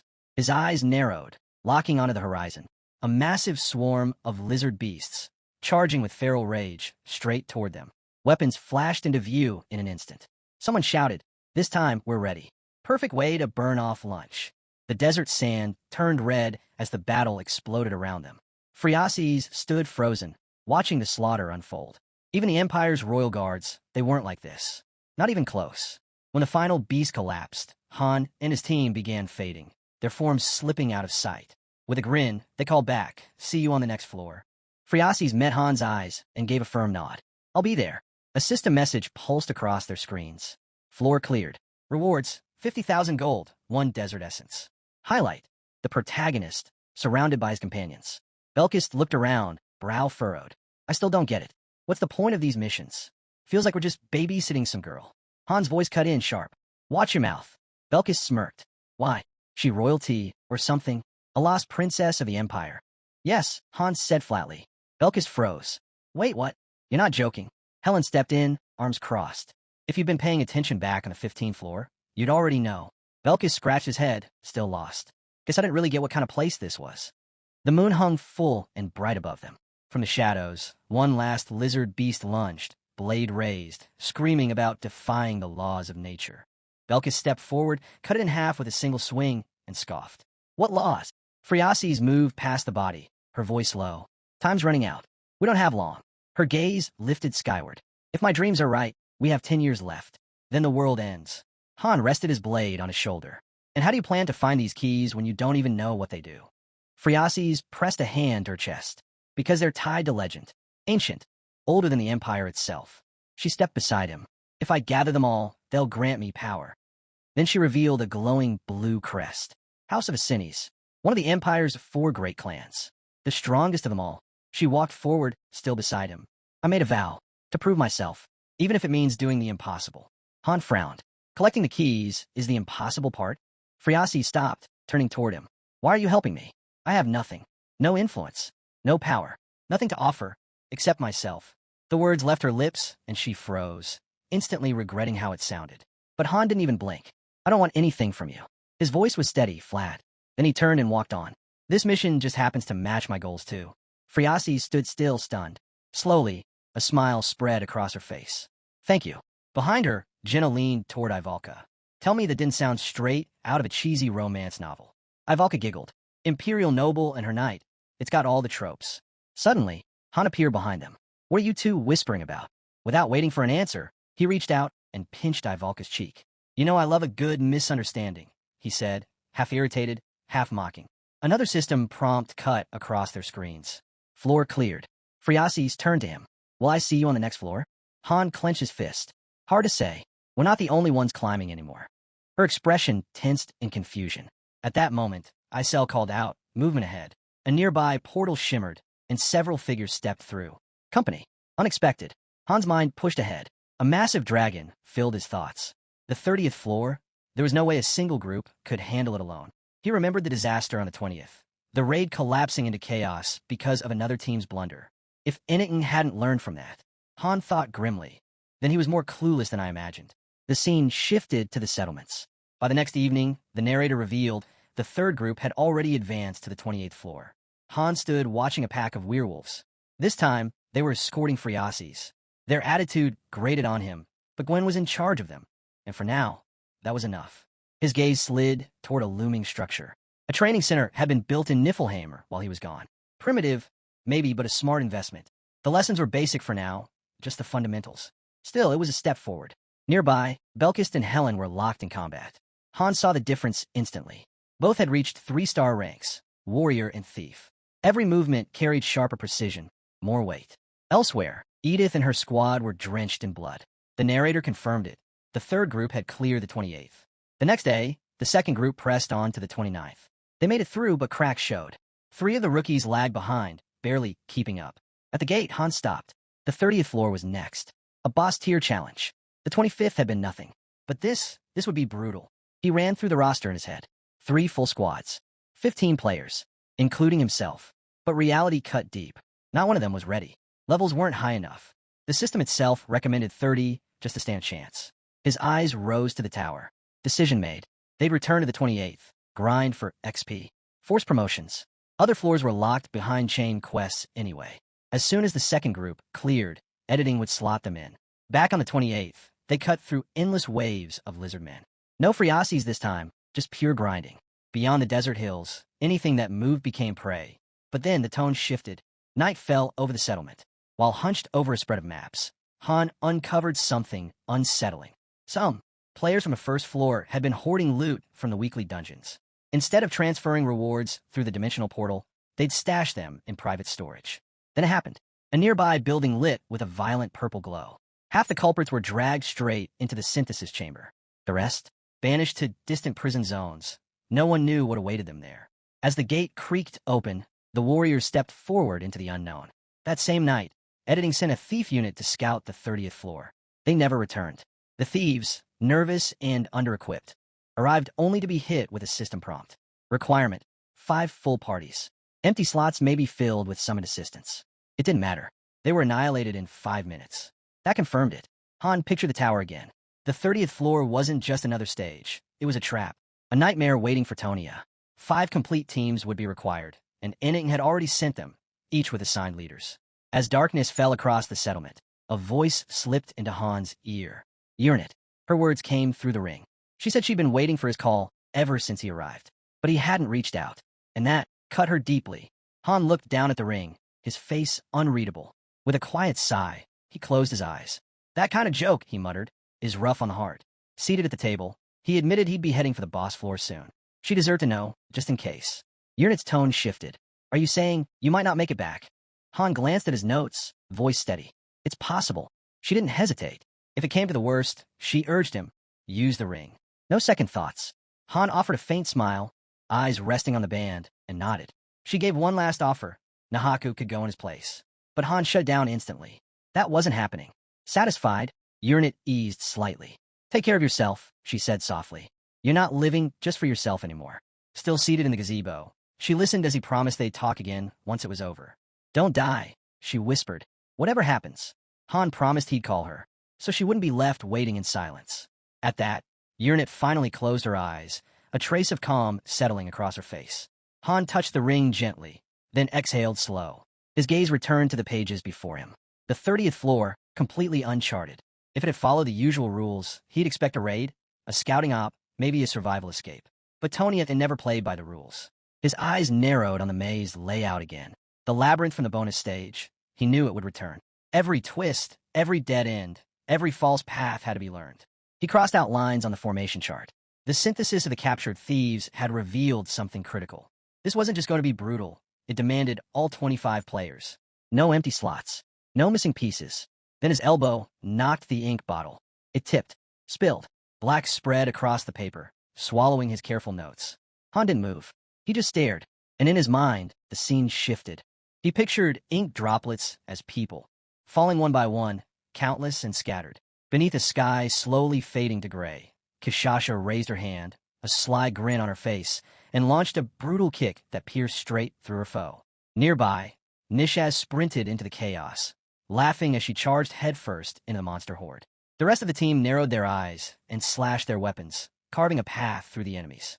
In Han's mind, the battlefield was already a graveyard. To speed things up, he made the third squad grind the 28th floor over and over. One fighter had broken past his limits in a rage-fueled assault. Now only the remaining groups needed leveling. That's why the 4th and 5th teams were being pushed harder, summoned more often. A sword dripping red flashed through Han's thoughts. They'd been dispatched into the desert zone. Their mission simple: sharpen their combat skills. He remembered that eerie girl casually signing the paperwork. His thoughts then drifted to the world beyond the battlefield, where intense groundwork was being laid. Ivalka had been sent to the magic hall, locked into 18-hour shifts, cracking complex problems nonstop. Eventually, she nailed it. High-speed research. In all of Tonia, no one else could pull it off. One man introduced Night City, noting that the hero's reaction rating in the lobby was stuck at level 3. For their data to mean anything, they needed level 5. 5 research units were on the case. Han remembered Ivalka, completely drained, yet still smiling. After 3 brutal days, she was finally done. Right then, a system message popped up with a glowing card. The hero's reaction research had reached level 5. A blessing from the goddess hit the lobby, and with it, a new communication function went live. Teams could finally talk across distances. Leaning on the wall with his arms folded, the protagonist made a mental note. Long-range comms were now a reality. Smirking at a startled girl, he spoke through the radio, explaining the limits. With reaction levels still low, it only worked within a kilometer, and only team leaders had access. Edith shut her eyes, fingers pressed to her temple, concentrating. This would be vital on the 30th floor. The others had to be told. Jenna strolled over, hand on her hip, teasing that it had been a while. He'd been buried in work. Han glanced over at the fighters in the distance. They'd been training since dawn. Something felt different in the air, like a shift was coming. Turning to Belkist, eyes sharp and intense, Han told him he was impressed. Belkist was going all in, more than even Aaron, putting everything on the line instead of just going through the motions. You could see it in every clash. Jenna watched the sparring match, noting how hard they were going. But from what Han said, it sounded like they still held back during routine training. Nariza gritted her teeth and swung hard.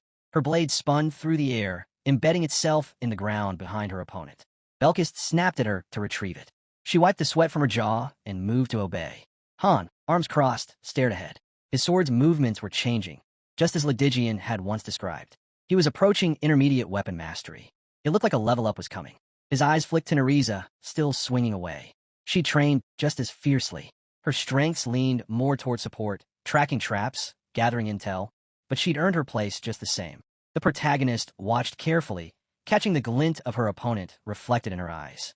It was obvious there was still a serious gap between her and Belkist when it came to real combat.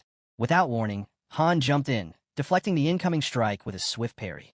He moved smoothly, swinging his sword and telling her to fall back. He'd handle the rest. Belkist stepped in, grinning. "Took you long enough. I've been waiting all day."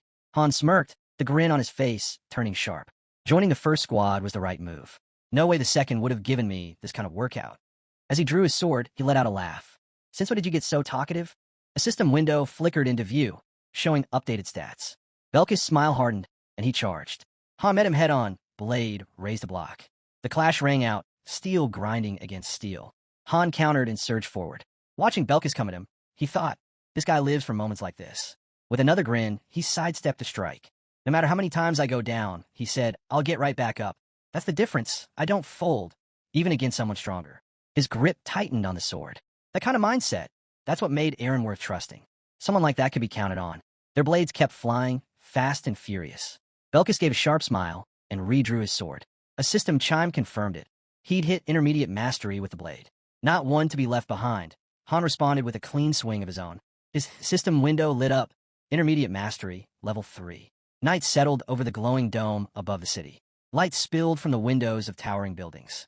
Inside one of those offices, the protagonist stood before the gathered teams, arms crossed. "This is the first time all 5 squads are here," he said. Edith placed a hand on her hip. "Didn't think Group 3 would actually show up." Perched casually on the windowsill, Kishasha smirked. We're still part of this mission. Maybe I'm not the biggest bruiser in the room, but I take my roles seriously, not like some others. Ryman stepped forward, hand outstretched. I'm Ryman. Heard a lot about you. Leaning against the couch, Gilbert gave a small nod. Gilbert, good to finally meet you. Standing next to Han, Edith pointed right at him. Let's be clear. I'm the one who brought everyone together. He didn't. I need to lock in a command structure for the 30th floor and whatever comes after. Han added, there are 25 of us now. We need a leader. Kishasha let out a laugh, tossing one leg up in the air. If we're picking a military lead, why not go with the strongest? Keep it simple. Edith raised her hand and pointed straight at Han. He's got the most on-mission experience. He reads situations fast. Anyone who's fought beside him knows. He's the real deal. Still crouched on the table, Kishasha kept smiling. I won't argue. Dragon Slayer leading the charge? Fine by me. But we won't be fighting side by side. We just don't sync. Edith clenched her fist, tension rising. If that's the case, then maybe picking a leader doesn't even matter. Han's brow furrowed slightly. He stayed calm. Our styles don't match. Forcing that won't help.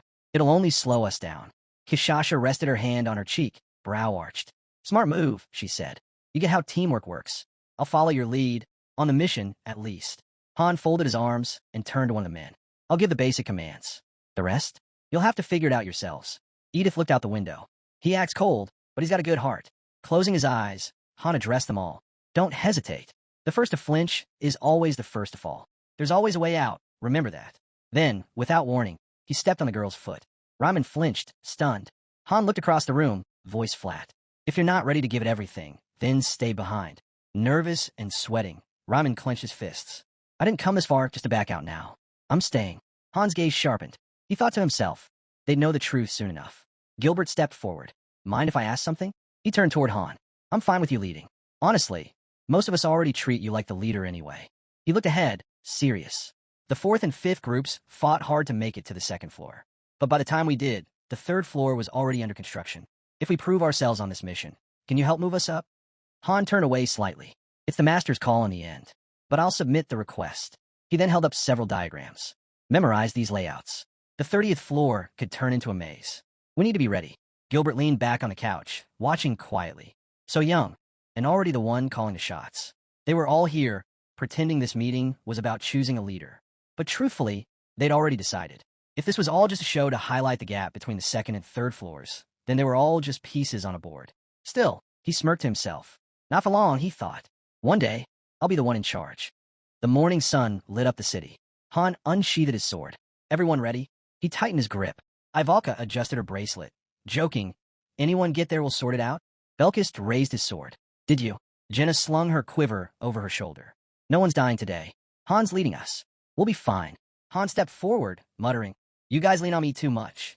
But even so, the squad advanced through the streets, steady, focused, unshaken.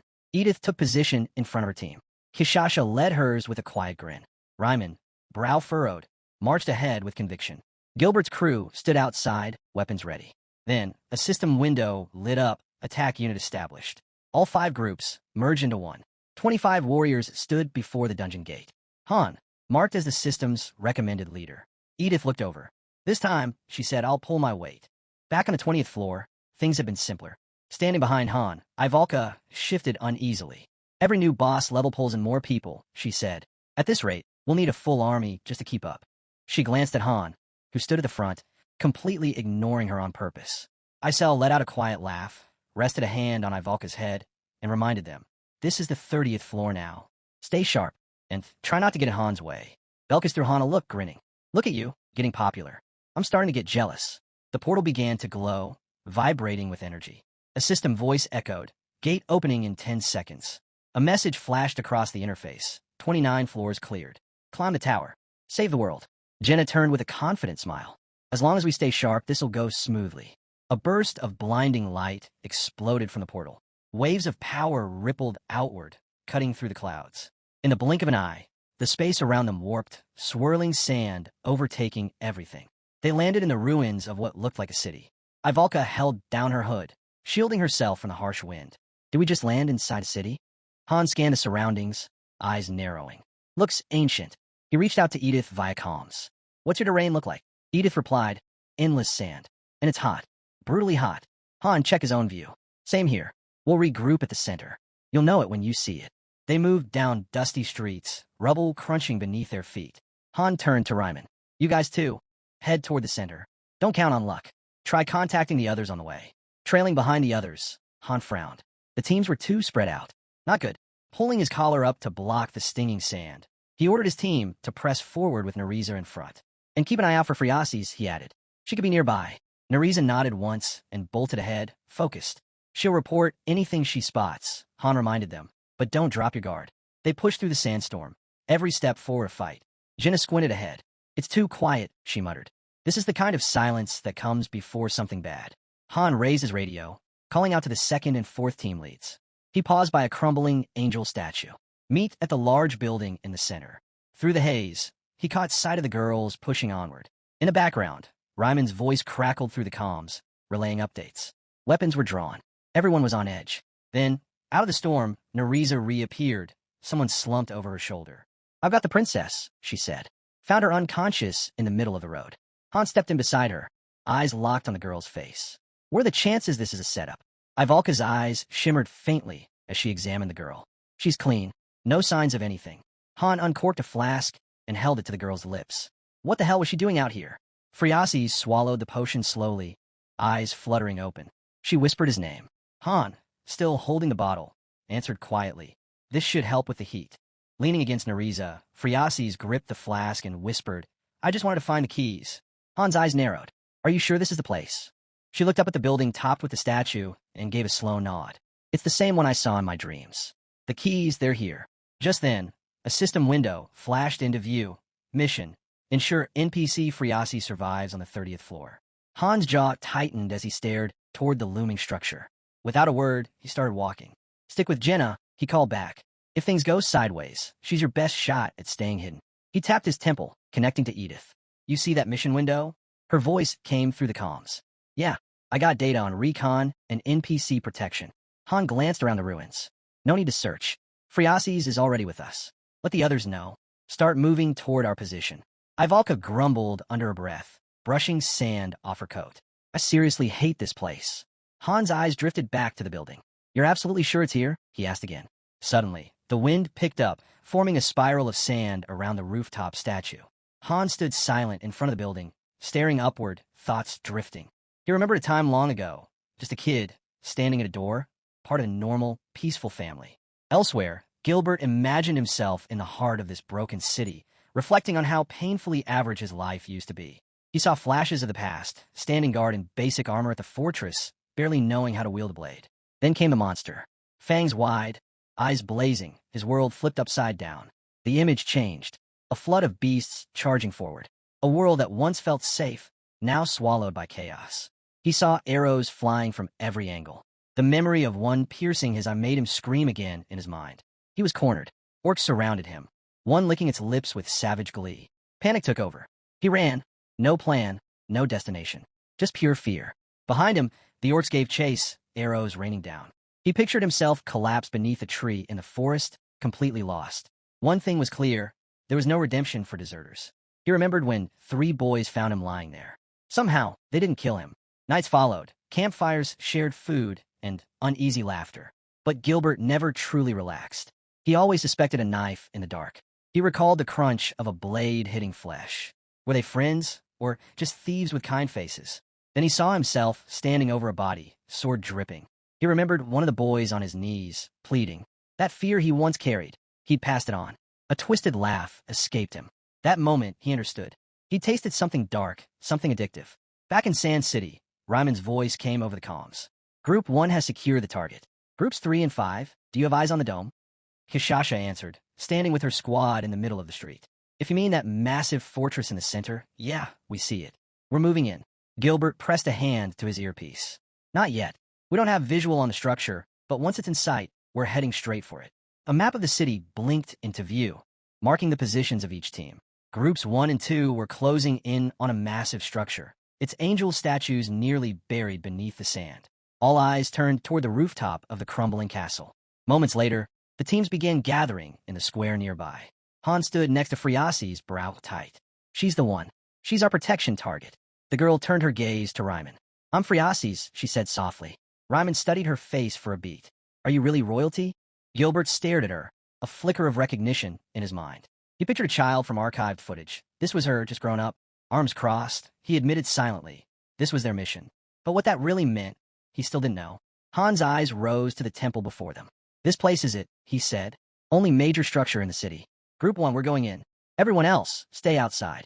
Edith turned toward him, uneasy. We don't know what's inside. You that sure about this? Ryman didn't wait.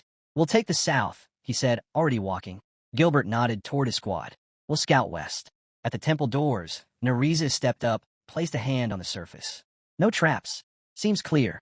With a groan, the doors opened. Inside, Friasis's eyes lit up. A glowing dagger hovered over a pedestal, radiating power. This is it, she breathed. Nereza loosened her collar slightly, eyes narrowing. Still no enemies. Doesn't feel right. Han stared at the dagger. It shimmered with energy, like it was calling him forward. But something about it felt too easy. Then Friasis reached out. The second her fingers touched the blade, a message lit the air. Objective complete. Key of emptiness acquired. Ivalka put her hands on her hips, confused. That's it? Nothing's happening. The floor beneath them rumbled. Ivalka's shoulders dropped. I knew it. A red alert flashed in front of them. Han froze, lifting his fingers to his earpiece. Edith's voice came through, sharp and urgent. Get out of there. Now. The skies over the temple deepened to a surreal shade of blue. Han glanced up from behind Friasis. Did the sandstorm just stop? But the tremors grew stronger. At the temple exit, Nereza called out, southwest. Closest route out. I'll lead. Han hit his comms. Evacuate now. Everyone get moving. They took off, the city rumbling beneath their feet. Ryman, running hard, shouted, What happened? Han turned just long enough to catch sight of Kishasha and her team in the air, flying over collapsing rooftops. Ivalka's mouth dropped open in shock. Belkist gave a crooked grin. Guess something did happen. They sprinted, sand crashing behind them like a tidal wave. Edith turned mid-stride, yelling, Faster! Move it! Ryman risked a glance behind. What the hell is this? Gilbert's eyes darted around, panic creeping in. Han reached for Jenna and Friasis. Hold on to her. Don't let go, no matter what. He picked up speed, shouting, You've got 5 minutes to the exit. Run. He called out again, louder this time. Anyone still standing? Help the wounded. We don't leave anyone. Suddenly, Giadi clutched at Gilbert's arm, desperation all over his face. Don't leave me. Gilbert yanked his arm free with a cold stare. Out of my way. Giadi hit the ground hard, breath knocked out of him. Behind him, the storm roared closer, sand ripping through the air like a beast. His scream tore through the chaos, raw, terrified, full of tears. As the last of the squad fled, a message flickered into view. Return to the embrace of God. His fighting spirit will be remembered forever. The storm surged forward, swallowing the city whole. Towers vanished under waves of sand. Gilbert stared straight ahead, rage smoldering behind his eyes. Just pawns, he muttered. But I'm not going down with them. I'll finish what I started. The sandstorm barreled through the ruins. Han vaulted over a low wall, voice sharp over comms. 1 minute to the exit. His eyes scanned ahead. No enemies, no movement. Still, he didn't relax. Don't slow down, he shouted. Keep running. Even after we're clear, buildings crumbled and disappeared beneath the roaring dunes. The teams regrouped behind the fortress, breathless and dust-covered. Friasis lowered her head. Is this my fault? She asked, voice barely audible. Han stared at the bottle in his hand. Pointing fingers won't help now. Ivalka raised her hand to the sky, eyes closed. We made it out, somehow. Han narrowed his gaze. Wait, do you hear that? Jenna looked in the same direction, her expression darkening. The ground rumbled beneath them. An earthquake, she said quietly. Han tapped his earpiece. All units, regroup. Now. Ryman's voice came through. Is it over? Mission complete. Walking across the trembling ground, Han replied, Don't count on it. This is just the beginning. He turned to Friasis. Grab your weapon. Stay sharp. Overhead, the sky began to crackle with energy. System alerts flared. Sandstorms whipped across the city. Buildings were lifted, twisting upward into the sky. The fortress shook beneath them as the entire city rose, perched atop a monstrous dune. From the heart of the dust, a creature bared its teeth. Han looked up. Is this what you saw in your dreams? Friasis trembled. No, I've never seen anything like that. System update. Mission changed. The beast raised one enormous paw, eyes blazing. Inside the fortress, it towered like a nightmare. New objective, eliminate all enemies. Protect Friasis. The group stood frozen. The ancient statue loomed behind a creature. Friasis stared, fear etched across her face. Joe stood motionless, sweat dripping down his brow. Edith couldn't speak. Kishasha crossed her arms, a smirk playing at her lips. Ryman clenched his jaw, silent and tense. Gilbert's face paled. He looked up, mouth open. What is that thing? The creature stepped forward, tearing everything in its path to pieces. Someone in the back chuckled darkly. Gilbert blinked, then laughed, wild and shaky. Now this is the real fight. Too much for you? A voice asked, half amused. Gilbert's laugh turned into something feral. You dragged me out of hell just to toss me into it again? His mind drifted back, flames and smoke, chaos. The forest burning, the blood. He remembered the horror, looting, murder, fire. He imagined himself atop a mountain of gold, trophies of his sins stacked around him. And yet, it still wasn't enough. He wanted more. The fire spread, trees falling one by one. He screamed as knights began to retreat. A voice shouted from horseback. We've been betrayed. Ride harder. The horse stumbled. Both rider and beast tumbled off the cliff. He saw a wounded captain on the ground, breath shallow. He's not going to make it, someone said. We leave him, or we're all dead. A young man stared at his severed hand, shock freezing his scream before it exploded from his chest. Gilbert remembered himself, bloodied, screaming, blade raised. Don't treat me like trash, he roared. Try it again. See what happens. Gilbert's thoughts wandered again, back to the palace, to his final memory before everything changed. Standing in that grand square, he'd looked down at his own hands, remembering the spine he shattered long before ever arriving here. But now, none of that seemed to matter. He peeled away a bandage, exposing the hollow where one eye used to be. Oddly enough, this place erased illness. Old wounds stuck around, but sickness? Gone. He bent toward a mirror, thoughts turning. The ones living up on the higher floors, they knew more. If he could just get to the second floor, maybe he could too. A slow grin crept across Gilbert's lips. Born with 2 stars, clearly a cut above the common trash around him. This was his shot to climb higher. He remembered sitting across from Han. That was his name, right? The so-called leader. A 1-star nobody. A farmer. Lounging on the couch, Gilbert had thought coldly. Nothing's stopping me from passing him. Then the ground shook. The monster slammed a foot down, shaking the earth. Gilbert's hands flew up instinctively, trembling. A system message popped. Fear status active. All stats minus 30%. He stared, frozen. I never had a chance. Eyes flicked to the walking statue. It was happening again, just like the day the Knights were wiped out. No hope. No winning. They had to run. All around him, the others stood stiff, paralyzed. Then the system broadcasted, groups 4 and 5 affected by fear. All stats minus 30%. Ryman turned, drenched in sweat. What is this nightmare? Shouldn't we retreat? Gilbert spun, panic rising. An ant can't kill a giant. Not even with a weapon. Belkis crossed his arms, unfazed. Who gave this mutt permission to speak? He scoffed. Calling you a dog's too generous. You're more like a bug. With a slow grin, Belkis looked him over. Seriously, what happened to your face? Then, without hesitation, he stepped up behind Han, drawing his sword. Let's wrap this up. Gilbert turned to the group, voice cracking. What do we do? How are we supposed to escape this? Han kept his eyes on the monster. Looks like you forgot how this works. We don't leave until it's dead. He lifted his blade and faced the team. Get ready. Gilbert felt his breath catch. He's completely insane, he thought. That thing was a nightmare made real. The terror he thought he'd buried clawed its way back up. Han raised his sword again. Prepare for battle. Gilbert shouted, pointing at the beast. You've lost your mind. This is suicide. Another alert flashed. Panic attack triggered. All stats minus 50%. Breathing hard, Gilbert stared Han. You really think we can take that thing down? Then, thud. A severed arm flew past, landing in the dirt. Gilbert's eyes tracked it in stunned silence. Belkis stepped forward, sword steady in hand. Why'd you stop me? He asked Han. You were about to do it anyway. System notification. Gilbert is bleeding out.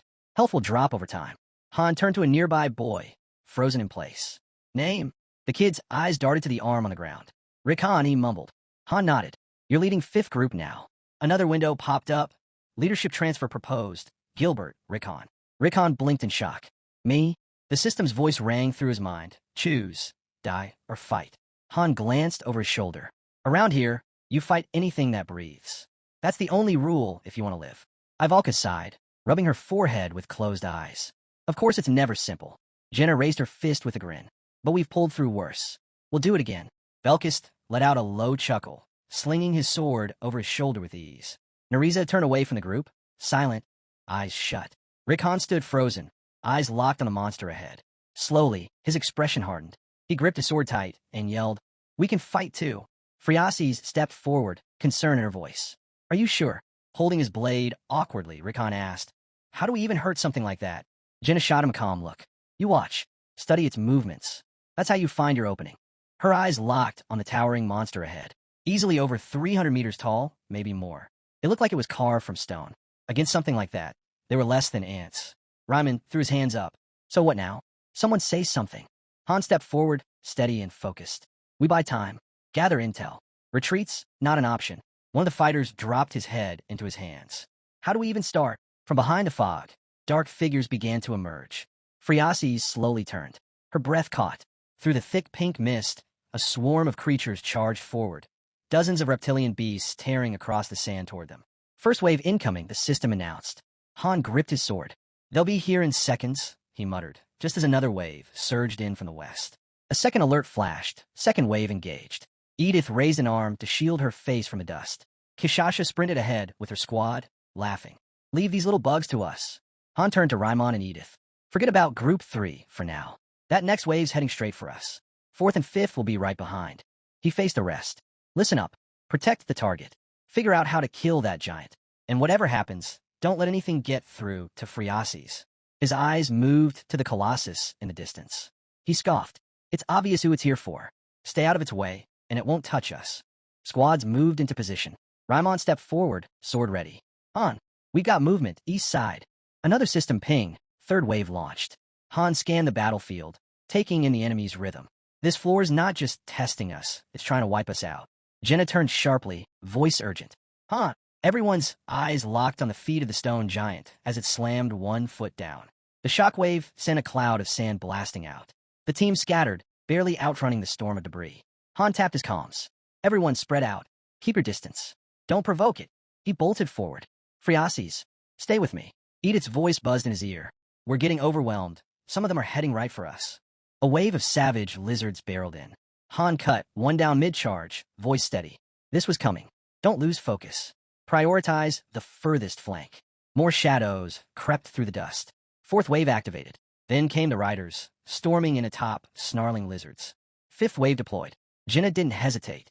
Arrows flew from her sidewinder bow in rapid succession, every shot landing clean between skull and scale. Ivalka narrowed her eyes, lifting her hand. Flame spun into a blazing vortex, hurling monsters into the sky in a searing spiral of fire.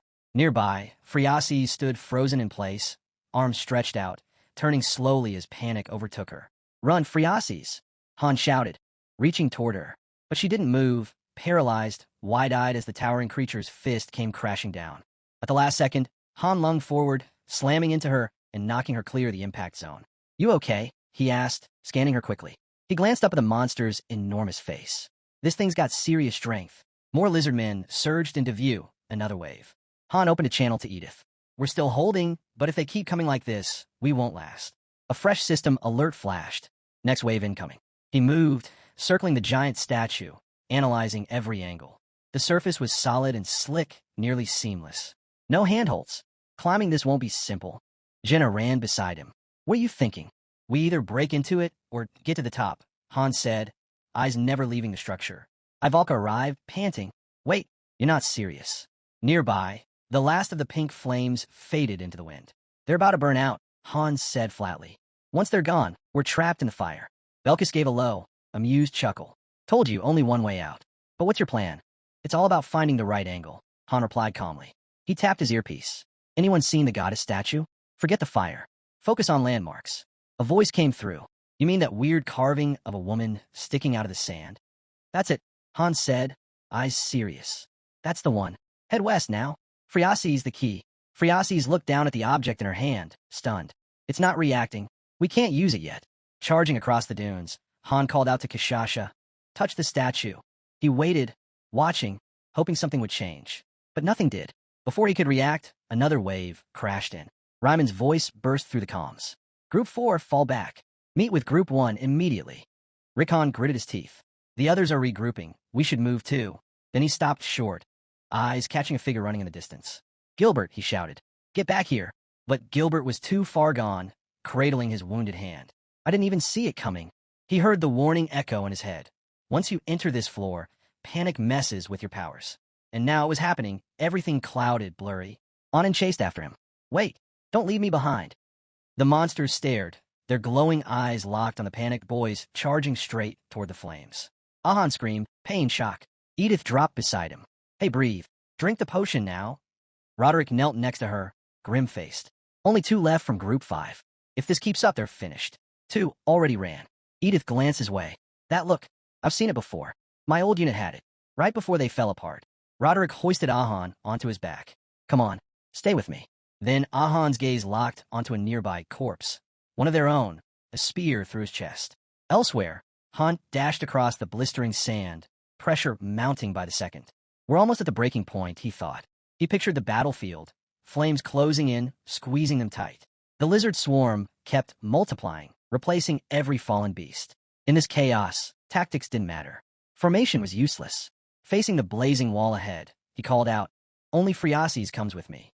The rest of you, fall back and regroup. A smirk tugged at his lips. Giant monsters? Yeah, I live for this. His eyes flicked up to the goddess's statue, once towering above the palace where the key was kept.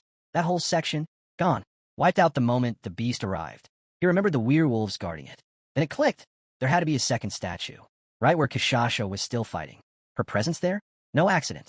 Just then, alarms flared. Another wave incoming. A shadow streaked overhead, Dory flying in fast. She slammed down like a meteor, scattering lizard men on impact. Red energy blazed from the enemy's limbs. The werewolves surged forward in a blur, shredding the lizard commander without breaking stride. Kishasha's comm crackled. Han's voice came through. Stone brutes down. Pull back Group 3. She spun just in time to spot him. Han, charging straight at her. The monster lashed out. Kishasha grabbed Phreases and sprinted. All right, party's over. We're leaving, she yelled, bolting away at full speed. Watching her vanish, the protagonist muttered. She really needs some proper training.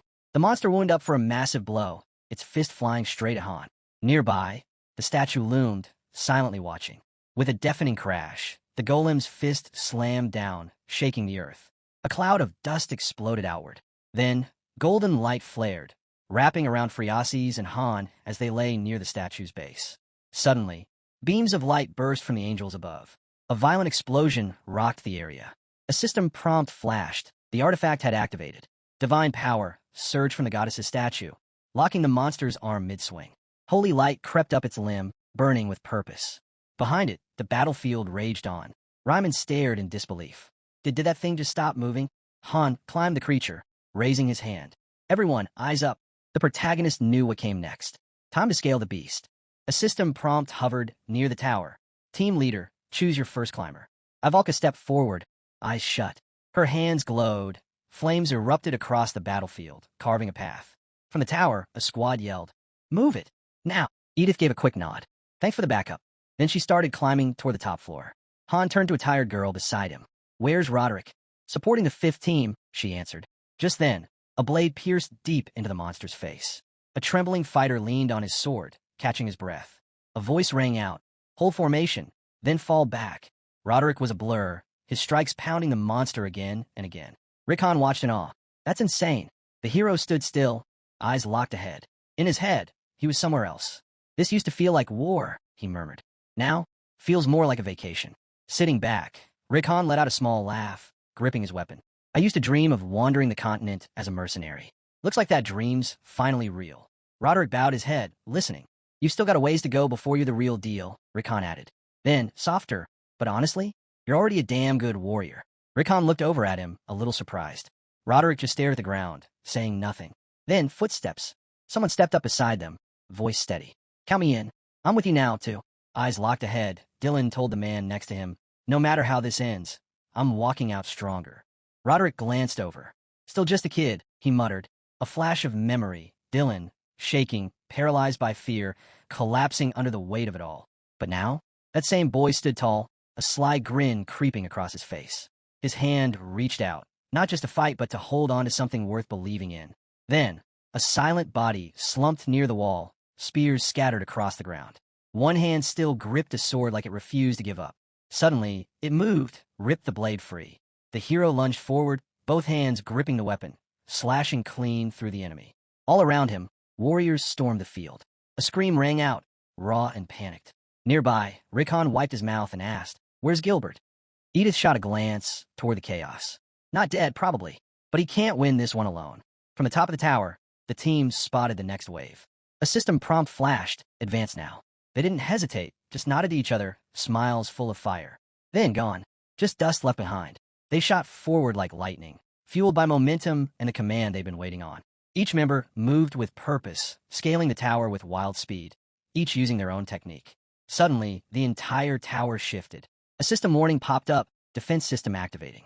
Gears churned, walls rotated. Far above, a hatch groaned open. Something shimmered inside, then burst forth. Monsters, dozens of them, sleek and mechanical, poured out from the top. They descended fast, targeting every climber on sight. From the peak, a blinding spear caught the sunlight, and dove, sharp and lethal, straight at the intruders. Two figures twisted midair, narrowly dodging. One landed clean on the edge. Above them, the weapon changed, refining itself, growing more vicious with every second. The hero braced, then swung with all his might. His massive sword shattered the spear into fragments. But the flood didn't stop. More enemies spilled out, laser-focused on him. He gripped the remains of his weapon and rushed forward, slashing clean through robotic skulls. Blood and sparks flew in all directions. The group didn't falter. They surged ahead. The heroine and the fighter next to her moved like one unit. Spears flashing, stabbing with pinpoint accuracy. Two more men broke away, charging in with clenched jaws and fire in their eyes. Magic exploded from behind them. A blast of pure force tore into the oncoming robots. One girl let out a cry, voice rising above the chaos. Group 2's breaking through. Now's our shot. She raised her weapon and swung with everything she had. Raw energy erupted from their formation, sweeping across the battlefield like wildfire, wiping out wave after wave. A voice rang out behind them. Group 4's backing you up. Everyone move. He tore ahead, eyes locked on the next target. They had their rhythm back. Formation was tight. It was time to finish this raid. Then the ground shook. A towering, shaman-like creature appeared at the center. It lifted its arms, and chaos exploded. The remaining monsters flew into a frenzy. A streak of magic surged from the shaman and slammed into one of the heroes. His body jerked, then stiffened. His veins lit up with energy. His eyes turned wild. A system alert blared. Berserk mode initiated. He roared, then tore through the enemy with brutal grace, bloodied blades slicing through everything in his path. More creatures swarmed in. He stared down the open hatch, unfazed. Surrounded by fallen enemies, he shouted to the others, "Strike from the inside." Kishasha grinned wide, eyes wild. "I'm going first." Someone quickly handed her a map of the underground monster tunnels, just in case. The hero glanced at Friasis and gave a firm nod. "You're going in too." As more monsters poured out of the hatch, he turned to her again. "Trust me, it's worse out here." Below them, enemies kept scaling the tower. Up top, the team gathered fast. Han raised his voice, declaring that Team 1 would stay behind. They were holding this floor no matter what. The protagonist tightened his grip on his weapon. "Team 1, this is our fight," he shouted. Then he turned to Kishasha. "Hit them hard the moment you drop in." Heat radiated from her body. Her aura blazed. A system alert blinked. Her exclusive transformation skill had reached max output. Planting her feet, she stood firm as a massive tiger cloaked in fire rose behind her, looming tall over the tower.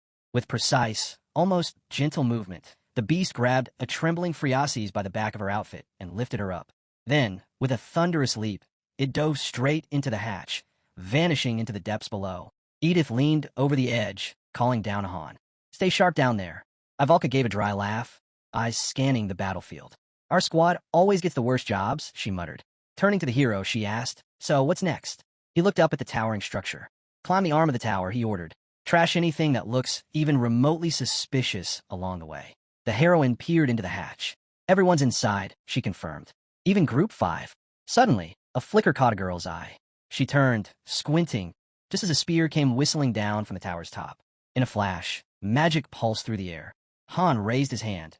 Energy coiled around the spear like a ribbon, slowing it mid-air before it shattered harmlessly. The girl stepped forward, lifting her arm. A wave of flame erupted from her palm, sweeping across the field like a tidal wave of fire. Still, the monsters came, unrelenting, jaws open, tearing into the inferno without hesitation. Jenna raised her bow and fired, arrow after arrow, each one landing with brutal precision. All around her, the others pressed forward, hacking through enemy ranks without mercy. High above, the tower master clenched his teeth, fury twisting his face as he watched their advance. Han glanced up at him, a calm, confident smile playing on his lips. Further along the tower's side, Gilbert clung tightly to the metal, sword in hand. His head hung low, chest heaving as he struggled to catch his breath, but he didn't let go. He looked up. No exits. No escape, just fire. And beasts. Everywhere. Eyes on the distant figure of the master, Gilbert lowered his gaze again. He had no idea how he'd even made it this far.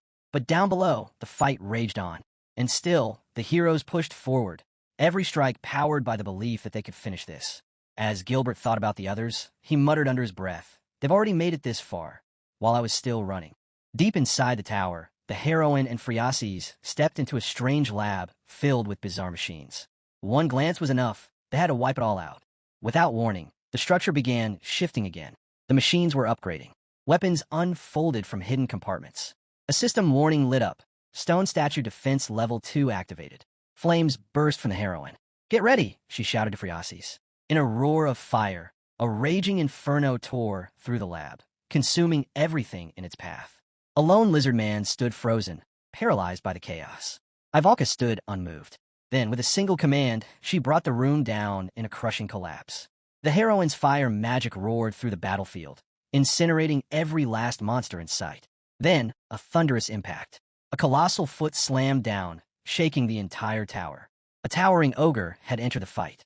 Spears flew through the air, several striking the beast's eye. Han watched as the chaos unfolded. A new system message flashed. Second device neutralized. Moments later, the ogre's head rolled from the tower's edge. Its body soon followed, crashing to the ground below. Han blinked, trying to process it. Then came another update. The third device was located, though not without resistance. Up top, someone shouted, confused, "It's running?" Their eyes locked on a glowing crystal, sealed inside a glass chamber. Over comms, Kishasha's voice came through. "It's near us. We got it covered." That was the cue. The others were clear to move ahead. Grinning, the hero and his partner dashed forward. Han's voice booming from above, "Take it down." Monsters swarmed, shrieking, trying to block their advance. The two heroes tore through them, spells crackling around them as they fought their way to the chamber. Without hesitation, the hero surged ahead, sword ready. With one powerful strike, he drove the blade into the glass. The crystal shattered, shards exploding outward. The tower master's face darkened. Another alert blinked in. Defense level 3 engaged. Sparks flared from the master's eyes. Then, blinding light burst upward, cutting across the sky like a blade. The heroes looked up, shielding their faces. They knew the pattern now. Level 1, ballistas and lizardmen. Level 2, ogres. And now, level 3. Whatever it was, it wouldn't be easy. Han narrowed his eyes, already bracing for what was coming. A violent surge of energy erupted from the tower's summit, fired by the master himself. Another system alert blared. Ancient stone statue, laser system engaged. Lasers tore through the sky, scorching beams raining down, ripping entire sections of the battlefield apart. Half the tower was reduced to rubble in seconds. The massive statue slowly turned, scanning the wreckage with chilling calm. On a fractured platform, a group of fighters stood stunned, trapped. Jenna stared at the destruction, shaken. "I wasn't ready for this." "We're close to the head." Han shouted. "Don't lose focus." Below, an ogre howled. Kishasha's team was locked in brutal combat. "Stop wrecking the devices." Han roared over the noise. "Focus on the monsters." A man glanced over, silent, but his eyes burned with resolve. Two heroes ducked under the deadly lasers, screams ripping from their throats. Then Edith's voice cut through. "There's some weird magic in the lasers. It's vaporizing the monsters instantly." Realizing the fight inside was escalating too, one man gripped his spear, jaw tight, and broke into a sprint. Han charged ahead, pushing straight for the laser device. Energy blazed around him, carving a burning path as he ran. Without slowing down, he hurled his spear straight into the device. It exploded on impact, showering sparks.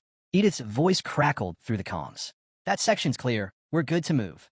Elsewhere on the tower, Kishasha shouted back. They had taken out the fourth target. In the fading glow of one last laser beam, two figures appeared.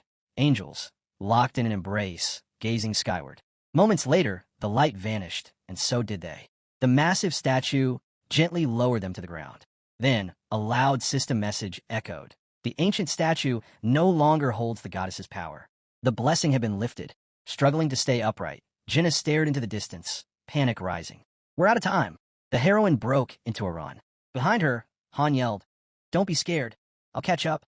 Staring down the monsters ahead, another heroine nodded and bolted forward. No time to wait. Jenna and Ivalka turned, eyes on Han, still locked in battle. "Hurry up and climb," they yelled. Slashing through enemies, the protagonist called back, "I'm coming." Around them, the tower kept burning. flames climbing skyward in massive waves. Two boys, scrambling up the structure, looked at each other nervously. "This path's insane," one shouted. Reaching down, Jenna extended her hand. "Han, grab on." Han darted forward, leaping between crumbling ledges. Jenna's eyes locked onto him, her hands still outstretched. Teeth clenched, Han pushed harder, nearly there. Inches from her, his grip slipped. His face twisted in shock as he lost momentum. Jenna froze, panic flooding her. "Han," she screamed. "Falling." Han stayed eerily calm. "This place is ridiculous," he muttered. Not even a ledge to grab. Mid-fall, he began gathering magic into a glowing sphere. He knew how to end here, one shot. Power surged through him. He spun toward the wall and jammed his sword into it, trying to stop the descent. Sparks flew as the blade tore through the stone. Half the tower split apart under the force. Dangling from his sword, Han panted heavily, strength fading. Then, ping, a system message flashed. Screenshot saved a gallery. Above, Jenna leaned over the edge. "Han, are you okay?" His voice echoed from below. "Still alive? Just hanging out." Jenna blinked, heart racing. "Stay put. We're coming down for you." Han gripped his spear tighter. "No need. The crystal's gotta be close. I'll find it." Still suspended, he turned toward a passage lit by flickering fire. There was no other choice. If he wanted to live, he had to move. Sword still in hand, Han glanced to the side, unaware that someone was already there. Gilbert stood just behind him, sword clutched tightly, barely upright. He stared at Han, breathing heavy, completely drained. Han looked up, confused, just as Gilbert leaned in, grabbing a fistful of Han's hair to keep from falling. Smiling, Gilbert murmured, "I'm not done yet. I'll make it. I'm getting back up there." Eyes focused, he readied himself, already forming a plan. He looked toward the statue, then grinned. Han blinked, struggling to make sense of what was happening. Then his gaze steadied. Eyes shut, breath calm. His form began to shift. He was already moving on. Han's berserker state faded, his form stabilizing. Gilbert, still gripping Han's hair, looked up in panic. He had no idea what was happening. Then, Han's transformed hair slipped loose. Gilbert's hands missed their hold, and he fell. His body drifted, shrinking in the distance, flames rising to meet him. In seconds, he was gone. A system prompt blinked into view. Gilbert has returned to the Lord's embrace. Han didn't flinch. He stared forward, then burst into motion, springing off his own sword midair. He landed smoothly inside the sector filled with hidden entrances. Far below, his sword tumbled through the air. Without missing a beat, Han reached out. Magic pulsed. The blade spun around, boomeranged back into his waiting hand. He stepped inside one of the structures and glanced to the side. "Status report," he called. Boots landed beside him. Without looking back, Han moved deeper into the tunnel. Then, monsters. Dozens of them. Weapons ready. One lizard-like brute stepped forward, roaring that he was the strongest. Han didn't even blink. One clean motion, and the creature's head hit the floor. A spear flew at him next. Han ducked and smirked. He knew this place. It was a bonus scenario he'd cleared before. Everyone else needed maps. He didn't. He could move through traps, bypass enemies, and head straight to the goal. Spears rained past as he called into the comms. "Where are you?" A girl's voice answered. "We're inside a strange round room. It's filled with machines." Han nodded to himself. "I'll handle anything in your way, including the machines." Elsewhere, near a glass tube, glowing with energy, the heroine cursed. She still couldn't find the fifth device.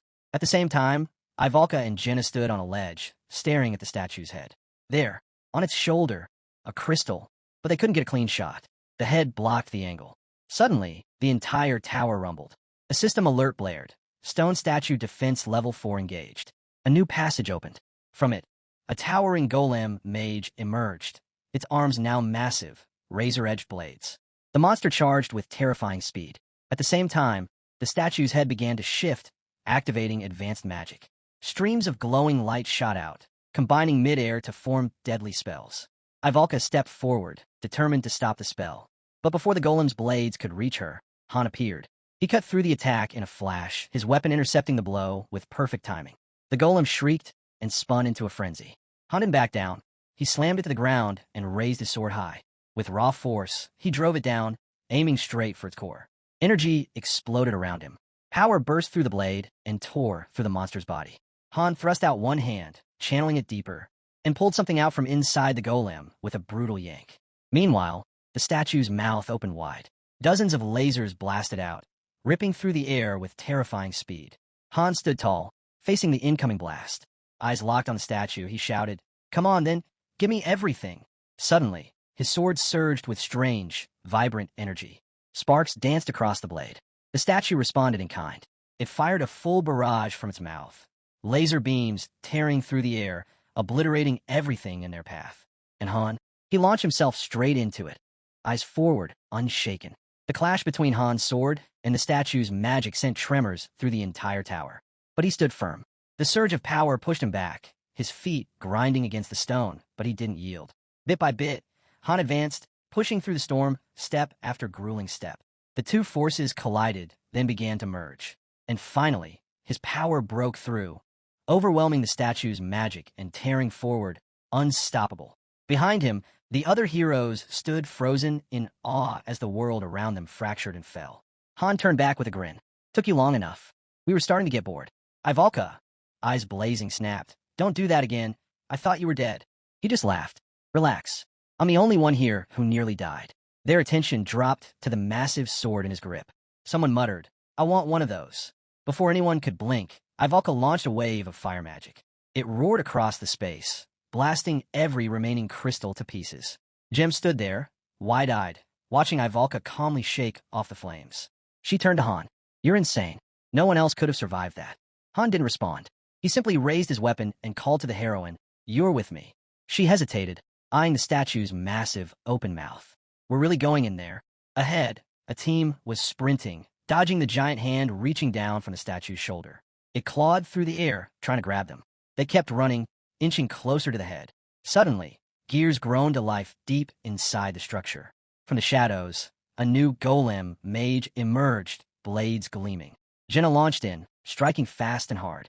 Her hits landed across the monster's shoulder, sides, and core. She smiled. Clean hits. Finally, Han shouted, Keep moving. Without hesitation, Jenna dove into the statue's mouth, yelling, I'm on it.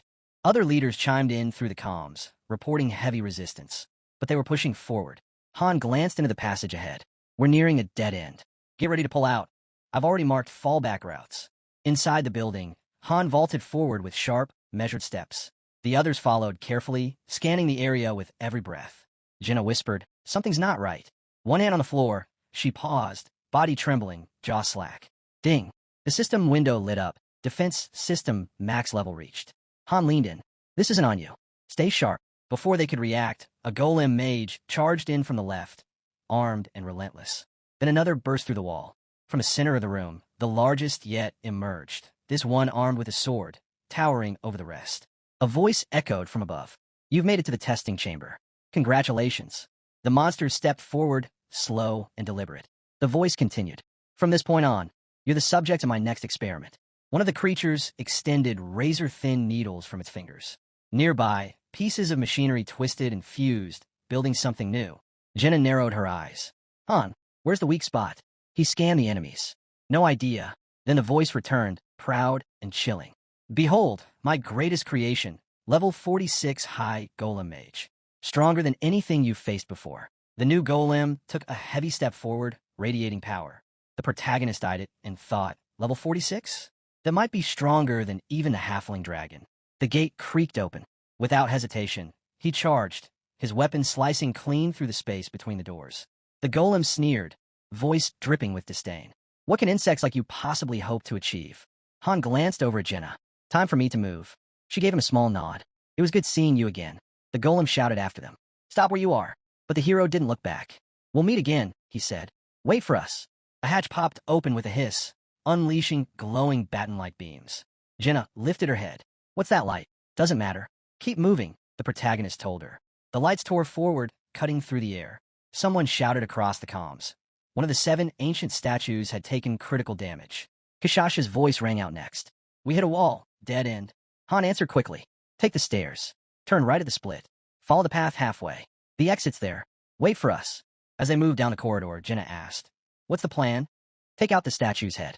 Then we leave. She exhaled, almost smiling. You always take the hardest jobs. Suddenly, she froze. Something's behind us. The protagonist's eyes narrowed. It's already through the door. The golem's roar filled the corridor. You dare challenge my final creation? Without warning, a storm of attacks launched from the shadows. Arrows whistled toward Belkist. He grit his teeth, smirked, and muttered, We'll settle this here. Ivalka shot him a glare. What are you even saying? We should be fighting together. A new alert popped up. Bennick was down, bleeding out. Edith messaged in. Enemy count just spiked. How many? Han asked. Over 1,000. I'm pushing for the exit. The protagonist sighed, hand pressed to his forehead. Got it. I won't let Friasis die, even if I'm the last one holding the line. Edith responded without hesitation. Then I'll give it everything I've got. Nerissa turned back. 3 of us can still move forward. If 2 hold them off, I'll boost them with everything I've got. Han gritted his teeth. You really don't believe in us? She didn't answer. Just looked away. The protagonist called out. If you get the chance, run. No needless sacrifices. Then he broke into a sprint. Don't die on me. Easy for you to say. Ivalka shouted back. Jenna ran beside him. You sure you're all right? Han didn't look at her. We trust each other. That's what we trained for. The golem battle exploded into chaos. The room shook with every clash. Fear was thick in the air, but no one stopped fighting. A crushing strike landed. Someone screamed, begging a girl to hold on. She groaned, gripping her head. Stop yelling. It hurts. Ryman grinned through the pain. We're almost done. Just a little more. It felt impossible, but the end was close. Rose looked at him, eyes wide, voice shaking. Do you really think we'll make it back? The golem's eyes flared, burning with fury. That same question hung heavy in the air. Would this nightmare ever end? Belkis bled out where he stood. Rose collapsed beside him. The hero winced. It hurt more than anything. A monstrous figure stepped into view, massive, overwhelming. The thought hit hard. This wasn't just difficult, it was punishing. It almost felt like the devs never intended anyone to finish it. Grinding his teeth, the protagonist remembered. It had been the same with his own account. Beside him, the girl glanced over, concern in her eyes. He shook his head. Don't worry, we're clearing this floor. No matter what. Suddenly, a steel door materialized, then exploded inward. Someone had knocked it right off its hinges. Inside, a shadowed figure sat calmly on a chair, muttering under his breath, People really are fools. The protagonist stepped inside, frowning. The figure turned slowly, eyes locking onto him. So, you've finally arrived, he said with a crooked smile. Then, mockingly, do you even know what she really wants? That girl you're trying so hard to protect. She's trying to rewrite the rules of existence. Han didn't waste a second. His blade flew forward. You're wrong. At the same moment, the girl fired, her arrow cutting through the air and landing solid. The creature staggered. Han stepped in, voice sharp. What are you even talking about? The enemy dropped to the floor. Han turned to the girl. We need to wipe out every one of those devices. Don't leave anything behind. She nodded. Got it. But before they could move, the golem's eyes reignited. Belkis and Nerissa dove out of the way as the creature snapped back to life. Belkis cursed under his breath. It was fast, too fast, and nothing was getting through its defense. If I can't beat this, he thought, how the hell am I supposed to fight a dragon? Meanwhile, the protagonist entered a new chamber, eyes locked on the center. A massive crystal pulsed before him. He drew his sword. This has to be the last one. With a mighty swing, he slammed the blade into it. Nothing. Then, cracks splintered across the surface. Light burst outward in jagged shards. A notification flashed. The ancient statue has lost all support. Mission updated. Escape. Bonus. Ensure NPC Friasi survives. Han looked at Jenna. It's done. We're getting out of here. She hesitated. What about the others? We'll catch them on the way. You're with me. Smoke poured from the crumbling statue as Han called out the update. Final crystal destroyed. Doors are unlocked. Fire should start fading. Find the exit. Edith's voice came through fast. We've got a way out. We're moving now. What's your status? Han responded, still alive. We'll make our own way out. Then the ground shook beneath them. Han spun around. Is Team 1 all right? A voice shouted back. Mission parameters just changed. Everyone has to evacuate. In the chaos, a monster seized Rose's limp body. We don't have time. We can't carry her, someone cried. Then one stepped up, grinning. Time to go. I'll open a path. Just watch me. Edith turned to Lilani. Help Anand. Then to Bennick. Can you run? Without hesitation, he bolted. I've got this. Someone yelled after him. Don't slow down, or we're leaving you. Bennick didn't even glance back. Fine by me. Eyes forward. Focus locked. The protagonist watched it all unfold. This is it, he thought. The final stretch. Everyone's getting out. No matter what. Group 1 was injured. Group 2? Bleeding out. Group 3 hadn't made it through without wounds. Group 4 had already lost 2. In Group 5, 3 were dead. As the view widened to show the full scope of the room, Belkis looked away, jaw tight. He turned on the protagonist, eyes sharp. You were late. We needed you earlier. His words hit hard. No one disagreed. A towering golem came into focus. What's wrong with it? Someone asked. It shut down, came the reply. The golem stood still, almost like it was questioning why it existed at all. Off to the side, Han glanced around and said what no one wanted to hear. This whole place is coming down. Talk later, move now. Despite the blood running down his leg, he pushed forward, waving for the others to follow. Belkis stared ahead, muttering, "It's nothing. Just a scratch." Nariza grabbed him from behind. "You idiot," she snapped. "You'll die like this. I'll carry you if I have to." Pipes burst overhead. Steam and fire erupted around them. The protagonist kept his focus. Every step forward counted. Without the map burned into his memory, they'd have all been dead already. Then, a narrow exit came into view. They'd reached the top of the statue. Jenna peered over the edge. "That's a long way down. Telekinesis?" Ivalka shook her head. "Not in tight spaces like this. Too risky." "Then get the ropes," the protagonist said. Ropes were dropped. "We'll go one at a time," someone confirmed. Another muttered. "Done this before, but never from this high up." Han reached the edge. "Rope's too short. Last stretch, we drop." No time to argue. Nariza stepped up. "I'll go first." She bolted down the corridor, spotted the gap, and shouted back, "Found the exit." "Jump," came the reply. One by one, the team launched themselves down. A girl reached up, guiding others as they descended. Sliding along the statue's wall, the protagonist stared ahead. He tried to speak, but the sight of what was left of Group 3 left him silent. Edith raised her voice. "Grab the ropes. Everyone move." The statue began to collapse. Stones rained down as people scrambled for the descent. Jenna hit the ground hard, chest rising and falling. Nariza stood nearby, scanning the damage. "We did it," she whispered. Below, scattered squads were regrouping, relief on their faces. Edith stepped up, nodding. "Well done, all of you." "How bad?" the protagonist asked. Edith took a breath. "Could have been worse. We lost a few, but most made it out. Your group, no casualties." The protagonist turned away, silent. The girl beside him gave a small, knowing smile. One of the men closed his eyes, exhaled deep, then looked up with a grin. Raman called out, "Seriously, what did you used to do before this? I could learn a thing or two." The protagonist laughed softly. "You already knew I was great. Still surprised, huh?" From the ground, Jenna spoke up. "After we split, he pulled off something even crazier." He waved it off with a grin. "Please, I'm still too young for that kind of praise." The girl stepped forward, voice quiet and unsure. She admitted it didn't sit right, not knowing how many people might have died because of her. Looking down, she added, "If collecting those keys means putting everyone through this, I don't know if it's worth it." Then she turned to him. "So what does that mean exactly?" Friasis asked. He answered calmly, "If I told you to stop, would you listen?" Behind him, she hesitated, then gave a soft, "All right." Han stepped in. "Don't carry it all on your own," he said. "If you feel guilty, share the weight. That's how we keep moving." She smiled faintly. Message received. Just then, glowing blue particles filled the air. The whole team turned, startled. A sword shimmered to life in the protagonist's hands. He smiled just a little. A flash of brilliant blue light swept through the room. The floor beneath them cleared. A system alert echoed. Everyone had leveled up. Rewards lit up the screen. One message stood out. "Top player, Han." Moments later, all squads reappeared in the main lobby. The protagonist closed his eyes. It's finally over. But then he looked ahead, mind sharpening. The real mission wasn't done. The keys.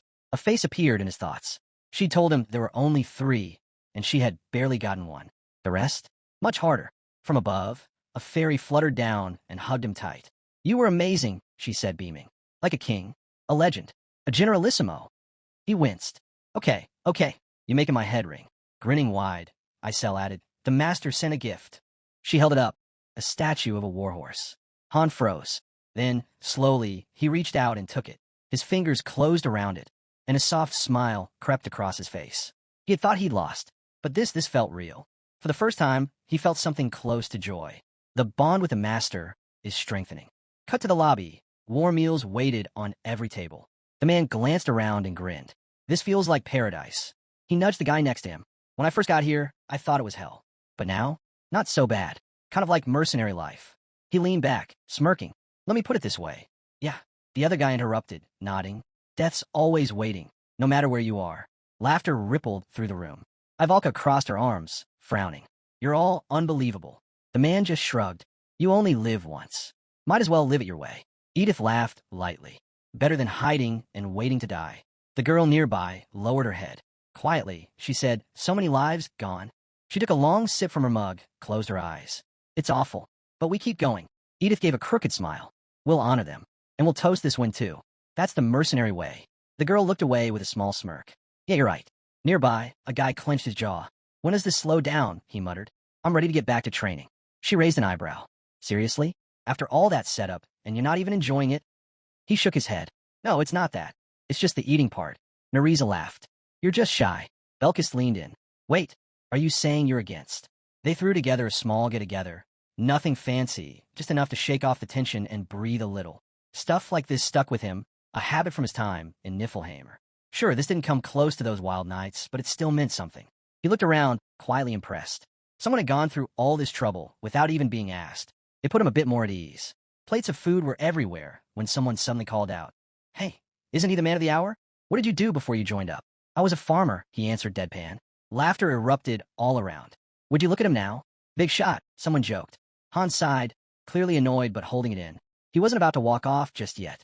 A girl nearby mentioned she'd only been around for a month. And then, out of nowhere, Isel burst in, yelling about something important. She spun toward him, full of urgency. He blinked and asked what all the fuss was. Keep it down, he said flatly. Once is enough. But she grabbed his shirt and insisted she had news. He frowned. Another fight? She rolled her eyes. No, genius. If anything, we're gonna drop dead from the booze before any monsters get here. Then, softer, if it weren't for you, we'd be toast by now. He gave her a light smack, looking away. The others snickered as she grumbled that her wings were sensitive and he needed to be gentler. He muttered, just be quiet. The view shifted, revealing a structure ahead. He stood by the ferry, staring at it. What is that? With a sly grin, Isel said, You'll see. A glowing screen lit up. It looked like a website. She puffed out her chest. Courtesy of fairy tech. He groaned and covered his face. Looked straight out at anything. Then the screen played a video, the 30th floor raid. The view count was insane. She beamed as it played. Skimming through the comments, he muttered how it reminded him of the feedback he used to get back in Niflheimer. The ones he skipped didn't count, in his opinion. Isel leaned in. How's it feel? Respected master and famous hero. He gave a crooked smile. Honestly, kinda awesome. A notification popped up. Monthly limited pack, 4,500 diamonds, 300,000 gold, plus 150 diamonds and 10,000 gold daily. All for just 50,000 won. Han raised an eyebrow. That's a lot, right? The protagonist added. I've never spent that much before. Isel nodded. Well, that video hit over 50K views. He said he used the donations to buy it all. She grinned. Smart move. Then a new alert. 3 unread messages. Han narrowed his eyes. Had his username leaked?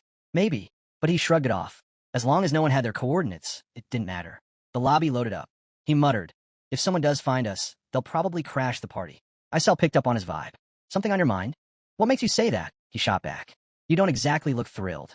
The window closed. He let out a breath. Guess I'm just not in the mood. Weird, considering how much buzz the video was getting. But at the end of the day, he was still just a guy. He knew the truth. He was still punching above his weight. Real top rankers wouldn't be fooled. They'd see right through him. Hands in his pockets, the hero said, let me know when the next video drops. I won't forget, she replied with a wink. Just then, a man walked up with a grin. Man, I've been gone forever. What did I miss? Han shrugged. Not much. Just talking. Ryman clinked his mug down, then raised it. Come on, share a drink with me. The protagonist paused. He wasn't really into alcohol. But this felt like a moment. Besides, things were about to get busy again, starting tomorrow. One drink wouldn't hurt. Suddenly, the lobby screen lit up again. A bright message flashed. Congratulations on clearing the 30th floor. New weekday dungeons unlocked. Israel Tamine, Kindred Forest, Simul Plateau. A third research dungeon, Kaya, was now available. Several new buildings had been added too. Tonia Lobby had leveled up. Every 10 floors, the Master's Zone changed, separating low and high-level players. The higher the zone, the more content unlocked. The 30th floor had opened a brand new area, ancient ruins. If they could send a team there using a flying ship, they'd come back with rare materials and high-value gems. Stuff normal dungeons couldn't offer. But building a flying ship? Not even close to easy. It took rare resources, advanced research, tons of money, time, and at least a 4-star magic engineer. Even Innit couldn't pull it off yet. Still, the company had already started exploring rentals. Problem was, renting one cost a fortune. And if it got damaged, even more fees stacked on. Definitely not worth it right now. Holding his sword, the protagonist thought about how incredible it'd be to own one someday. A guy nearby noticed him staring. What's on your mind?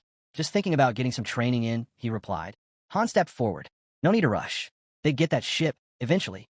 Then he called out to the guy. But something stopped him cold. A message alert blinked. An unread chat from earlier. He hadn't even bothered to check it before heading out. Didn't seem important at the time. Belkis groaned in the background. If we don't start soon, we'll lose the whole day. A light flickered inside the building. Isel rubbed her eyes. What now? The protagonist turned to her. I need temporary master permissions. She squinted. Why? Want to check the incoming messages, he said. Stretching lazily, she waved her hand. Fine. I'll grant it. You owe me. Fairy magic doesn't come cheap. He scrolled through the unread chat logs. As he read, he guessed the player was probably online, someone from the same sector. Pull up the map, he said. Let's see where this guy is. Isel nodded, and the map expanded in front of them. Most of it was gray. Gray zones mean inactive masters, she explained. They haven't logged in for ages. Ideally, each sector needs 100 active users. Right now, we've got barely any. The player had written something simple, something honest. He was alone in his sector, and he didn't want to give up. The message continued. The player said he had extra materials from farming and wanted to help out. The protagonist noted how fast he was getting to the point, didn't waste a second. Then came the ask, send your coordinates so I can deliver the supplies. The hero narrowed his eyes. Hold on. Isel chimed in right after. Yeah, don't be reckless. He nodded. That's exactly why he hadn't answered yet. Han gave a dry smirk. He's probably a hunter. You know, the dumb kind. Pretends to help newbies, then robs them blind. That type was all too common. They usually went after low-level players who didn't know any better. Isel's jaw tightened. With that many gray sectors, chances were this guy had been pulling the same scam for a while. He's not even worth a reply, she muttered. The protagonist ran a hand over his face, thinking it through. Another message popped up. You there? Are you going to answer? He exhaled slowly. Yeah, I will. Isel's head snapped up. Wait, what? Why would you reply? If I don't respond, that doesn't mean we're safe, he said. Besides, PvP raids don't happen that often on the 30th floor. Then she blinked. Hold on. He's only on floor 30 and already has a flying ship? The protagonist shrugged. Could be dumb luck, or he dumped a fortune into the game. Maybe he's got a top-tier buddy carrying him. More messages rolled in. The guy was getting persistent. With an annoyed sigh, the protagonist typed back a short reply. Be careful. The player shot back a casual no worries. Then added something else. Said he wanted a flying ship too. He had blueprints, but couldn't figure them out. Needed help decoding them. Isel frowned. Okay, what's he really after? Han's expression turned flat. Once this is over, I'm deleting the entire chat thread. Isel's eyes widened. Shouldn't you wait until the master's online to do that? He's not here, the protagonist replied. This is better. She stared at him, unsure. Still, he grinned. Relax. I'm fine. This reminds me of the old days. I never lost a street fight. Then he got serious. A lot of masters had already quit by now. Most fell into one of two camps, those who gave up and just hung around, and those who turned into PvP hunters. And those hunters? They never skipped a fight. For threats like that, there was only one answer. Lowering his voice, the protagonist said, Get ready. They're on their way. Someone nearby looked up, confused. Huh, it's the middle of the night. Narizo appeared, eyes sharp. Is this an invasion? Glad you're catching on, he said. You know what to do. She nodded. I'll alert all the squad leaders. Jenna overheard and added. I'll notify the non-combatants. They'll stay in their rooms. Ivalka walked over, frowning. What's happening? I warned you. The protagonist reminded her. Other lobby players can invade. She pressed a hand to her head. Right now? Seriously? I thought we'd have a break. He gave her a sly smile. If we lose here, you've got to be kidding me, she cut in. Han turned toward the window, eyes locked on something distant. I want a flying ship, he muttered. And I'll get one. A damn good one. The scene shifted back to the lobby. People were gathered around a table, voices bouncing off the walls. From the sound of it, the banquet upstairs had just wrapped up. Near the wall, someone muttered.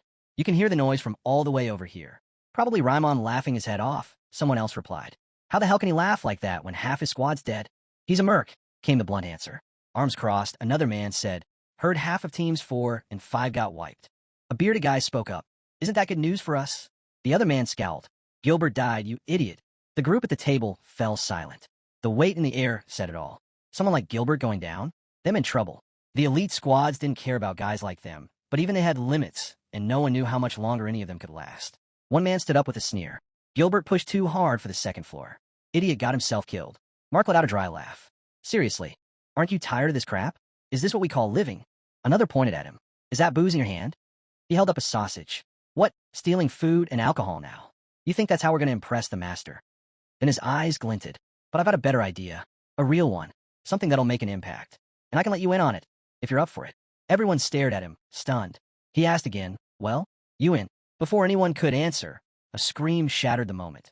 Panic in someone's voice, shouting for evacuation. A man rushed in, yelling, We're under attack. Take cover. The first man glanced around, still expecting an answer, but Mark cut him off. What kind of invasion? Get inside now, the messenger barked. Stay away from the perimeter. Emergency order from the third floor. Another guy's eyes went wide. You mean, from another lobby?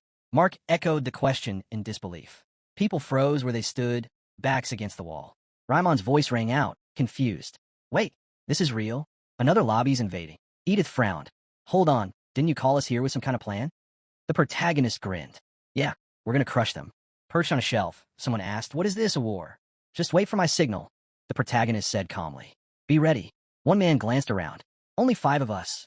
That's it. Belkis just smirked. I was getting bored anyway. Perfect timing. Don't jump the gun, Han warned. Another voice pushed back. Then when? You want to wait until they're inside? The protagonist grinned again. Don't kill them. Not yet. We've got plans in motion. Killing? That's plan B. He added, the system protects heroes up to floor 40. They won't die in PvP, but if they go down, they'll get hit with penalties. How bad? Someone asked. Bad enough, he said. They lose stats, skills, gone for good. Even top players turn useless if they take a hit like that. Suddenly, a portal ripped open, blue light flaring. A flying ship surged through, setting off system alerts. Unauthorized entry detected. The ship dropped lower. No alarms, no resistance. None of the heroes had picked up on the breach. It landed quietly. The ramp extended. From the corner, the protagonist watched people begin to file out. One of them scoffed. No welcome party? Lame. Another cracked their knuckles. Warehouse should be on the first floor. Let's clean the place out, gold gear, whatever we find. Grinning, a girl sneered. As for the witnesses, we know what to do. The guy next to her asked, what? Drag them back half dead. She crossed her arms. Exactly. We'll break them until they switch sides. More figures stepped through the portal, arms full of supplies. The girl let out a lazy yawn, eyes forward, until something slammed into her and sent her flying. A man stepped out of the shadows. Quietly, the protagonist slipped in behind him. Hey, the intruder snapped. What are you staring at? He spun around and froze. A hand clamped tight around his wrist. A second later, he hit the floor, gasping for air. Han didn't hesitate. A sharp kick to the face dropped him flat. Eyes gleaming, he asked, only 7 of you? The man coughed, struggling to breathe. I don't know. Han tightened his grip. Try again, unless you want to lose that hand. Blood in his mouth, the guy finally spilled. 7. 4 scattered in different areas. 1 leads. 2 more stayed on the ship, including the guy who came down. None of them are engineers. Han narrowed his eyes. Departure time, 10 minutes, maybe 5 if they rush. The man collapsed, wheezing as Han scribbled something onto a note. It's me, Han. A message from Edith came through. Status? Han replied coolly. Handled. Give it 10 minutes. We'll be back in bed. Then he added a second message, teeth clenched. Don't wait. Why? What's going on? Came the reply. He stared at the controls, completely locked out. The whole system was running on auto, which meant no manual override. He couldn't stop it. Tied-up intruders sat slumped against barrels nearby as a new system warning rang out. Enemy raid in progress. Warehouse breach detected. They were only taking the best items. The most valuable. Han's jaw tightened. From his side, one of the intruders beamed. Today's haul? Top tier. Another laughed. Plenty of cash, drinks, girls, and no one even tried to stop us. Pathetic, someone muttered nearby, watching their little victory celebration. Behind a wall, the hero overheard another voice grumbling. Where the hell is this place? And where's the guard?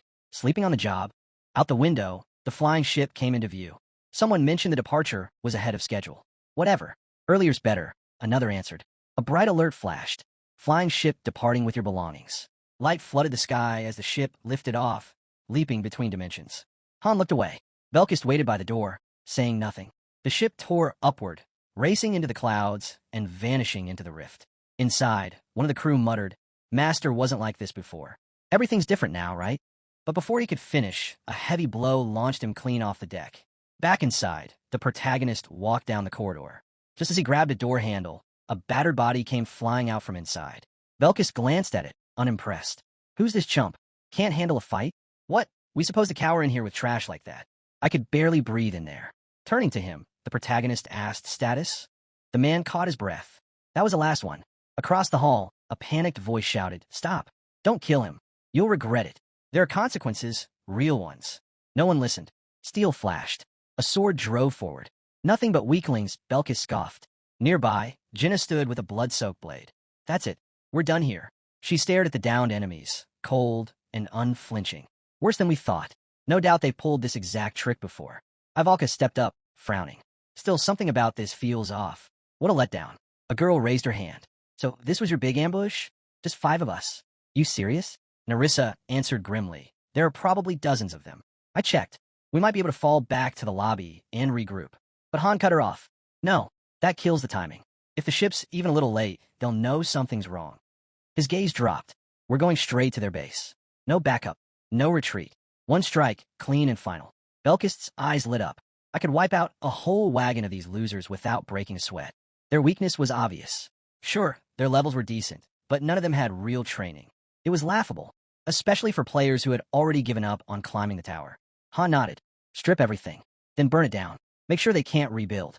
A faint glow pulsed around the group, and a thought echoed silently. If they didn't log out now, they were going to get wiped. The hero glanced to the side. A system alert popped up. Log-keeping privileges revoked. His expression darkened. That meant he couldn't access external messages anymore. One more handicap. Another message rolled in. Flying ship inbound. Their lobby shimmered into view. Heroes from another dimension have invaded. As the ship landed, one man watched from below. Back already? Did you at least bring anything useful this time? He chuckled. It's been forever since we got a good haul. The master's gonna. He never finished. Han's sword struck first. The system's death protection kicked in, but it didn't stop their souls from being shattered. No healing. PvP disabled the lobby's recovery functions. Bodies dropped. A pulsing red alert lit the room. Imminent danger. Jenna turned to Han. We've been spotted. He didn't even blink. Good. This is just the start. Right then, another dimensional lobby phased into view nearby. Han and Jenna broke into a sprint. What's going on? Someone shouted. There. That's him, the intruder, another yelled. The crowd turned toward Han, shouting, Who the hell do you think you are? We'll shred you. But they'd missed something. The barrels. Liquid poured across the floor, slick and spreading fast. Confused, some of them stepped back. Han flicked a match. Don't you love fireworks? It landed. Everything exploded into fire. System alert. Fire detected on second floor. Eyes wide, the girl cast a flame spell. An inferno surged outward. 3 enemies went down instantly. Charging through the flames, Han thought, We'll end them before they even know what hit them. Kill them all, he ordered. Jenna fired an arrow. Han kicked through a door. Screams rose as he hurled a barrel into the crowd. The girl followed with another fire spell. Now the second-floor dorms were ablaze. Trailing behind, she shouted, I actually feel like the villain right now. Han answered coolly, Either you're the villain or the victim. Ivalka, catching up, muttered, If they'd hit us with full force, we'd have lost people too. Han nodded. Exactly why I didn't give them a chance. A real ambush hits when they're asleep or when no one's on watch. Flames swallowed the lobby buildings. And in the middle of the chaos, one thought cut through the smoke. Use the fire. Take control. Their next destination was already clear. They were heading for the first floor.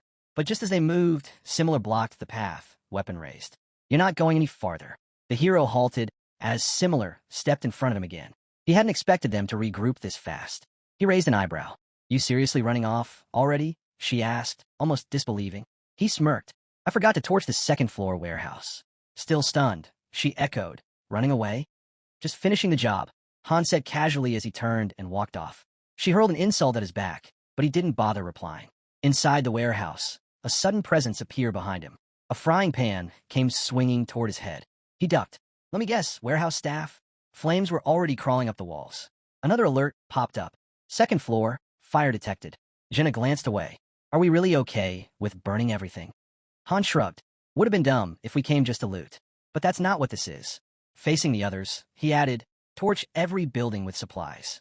No exceptions. Narissa gave a firm nod. Ivalka hesitated. Feels like we're the villains here. The fire kept climbing. The dorm's level dropped.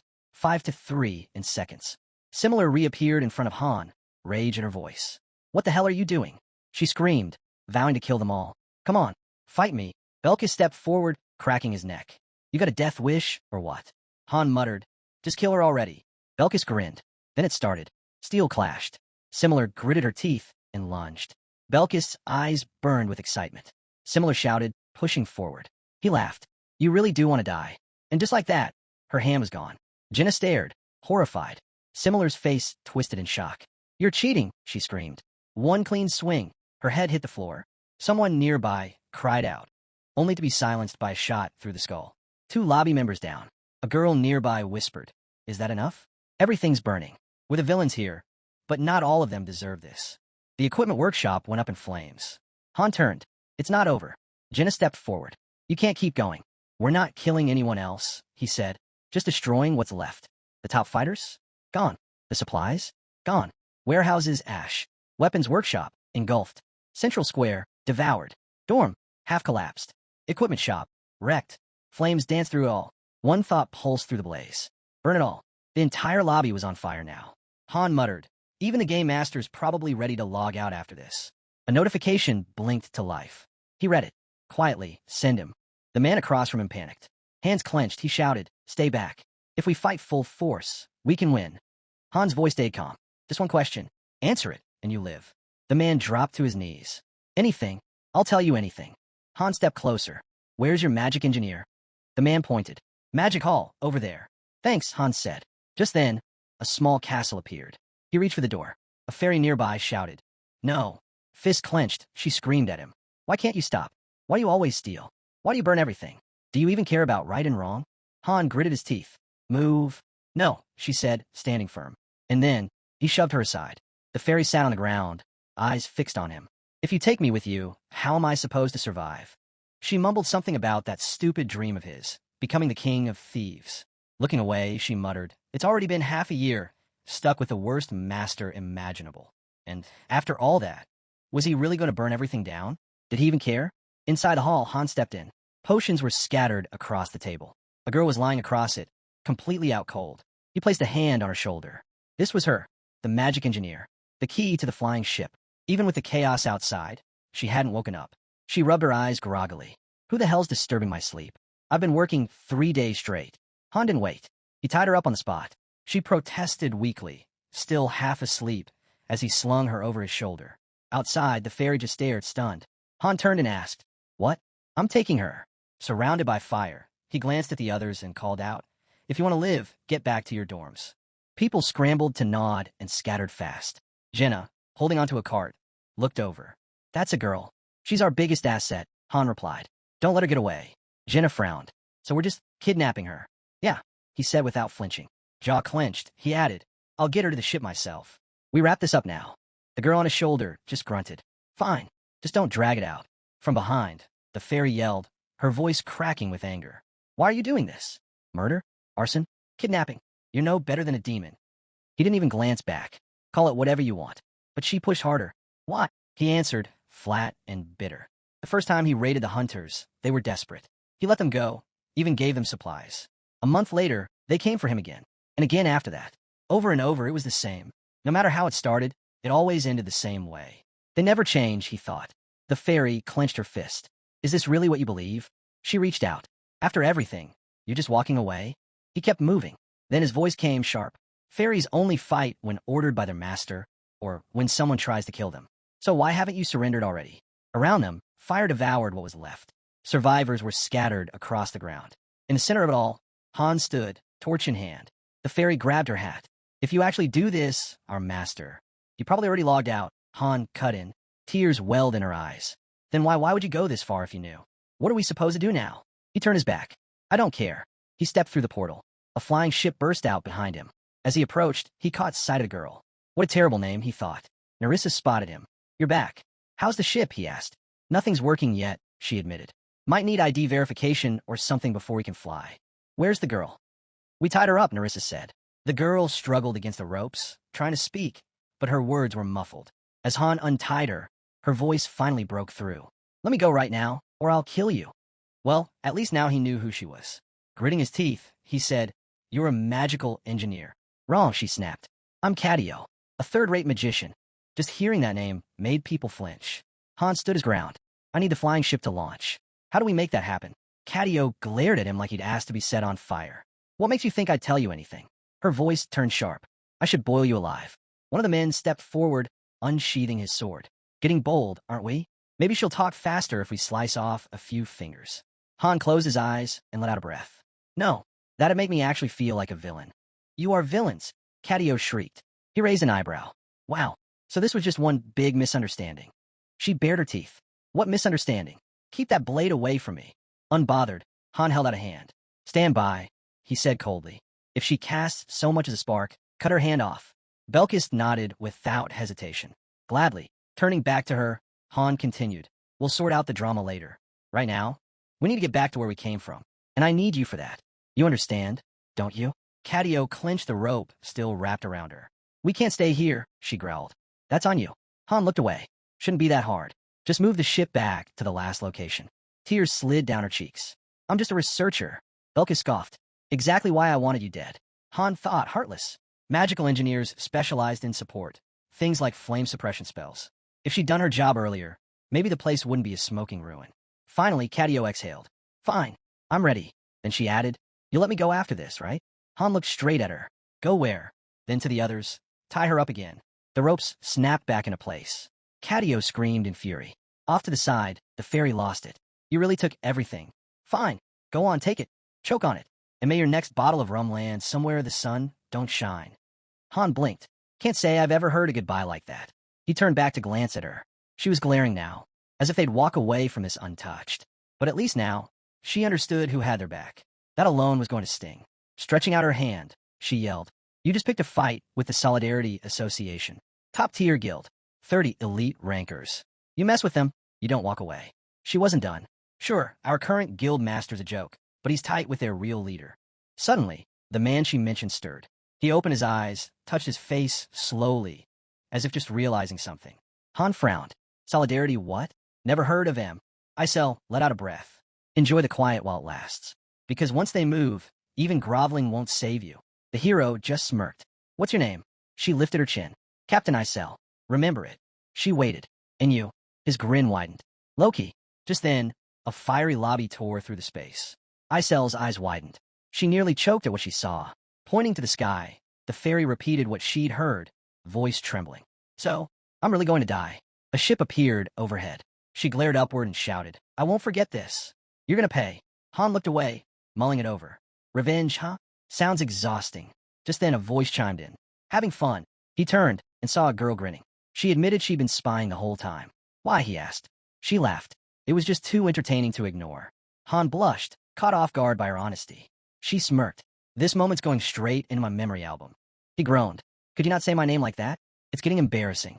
As their ship drifted through the clouds, Han casually asked, know anything about the Solidarity Association? Urnit shook her head. First I've heard of them, but I'll look into it. Closing her eyes, she added, give me the word, and I'll find their base. Burn it to the ground. Our fleet's been idle too long. It's craving battle. Han leaned on the railing. Hold off. No need to engage unless they move first. Urnit grinned. If they do, I'll be ready. Han smiled. Do whatever you want with them. Her eyes sparkled. Can't wait. As their lobby came into view, Ivalka asked, what time is it? Morning, probably, Jinna guessed. Han glanced around. We really walked far. The girls tensed. Wait, we're not training today, are we? He waved it off. Nah, you've got the day off. Belka spoke up. What about the shift? I'll handle it, Han said. As the building came into view, a bound figure lay on a bed inside. Han stared. How the hell is he still asleep? He stepped in and raised his voice. How long are you planning to nap? Suddenly, the guy shot upright, panicking. Where am I? Han pulled up a chair and sat down. My room. What? Take me back right now, the guy shouted. Why'd you bring me here? Han crossed his legs. Because I'm in charge of the flying ship now. Catio's eyes widened. Han kept going. I'll also be handling research, spell crafting, and support spells. And you'll be joining our ops.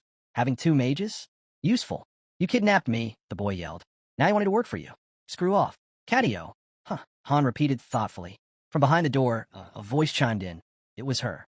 He probably hasn't eaten yet. Come in, Han called. She stepped in with a tray and nodded toward the bed. So, this is the boy from yesterday? Han nodded. Catio's one of us now. Treat him nicely.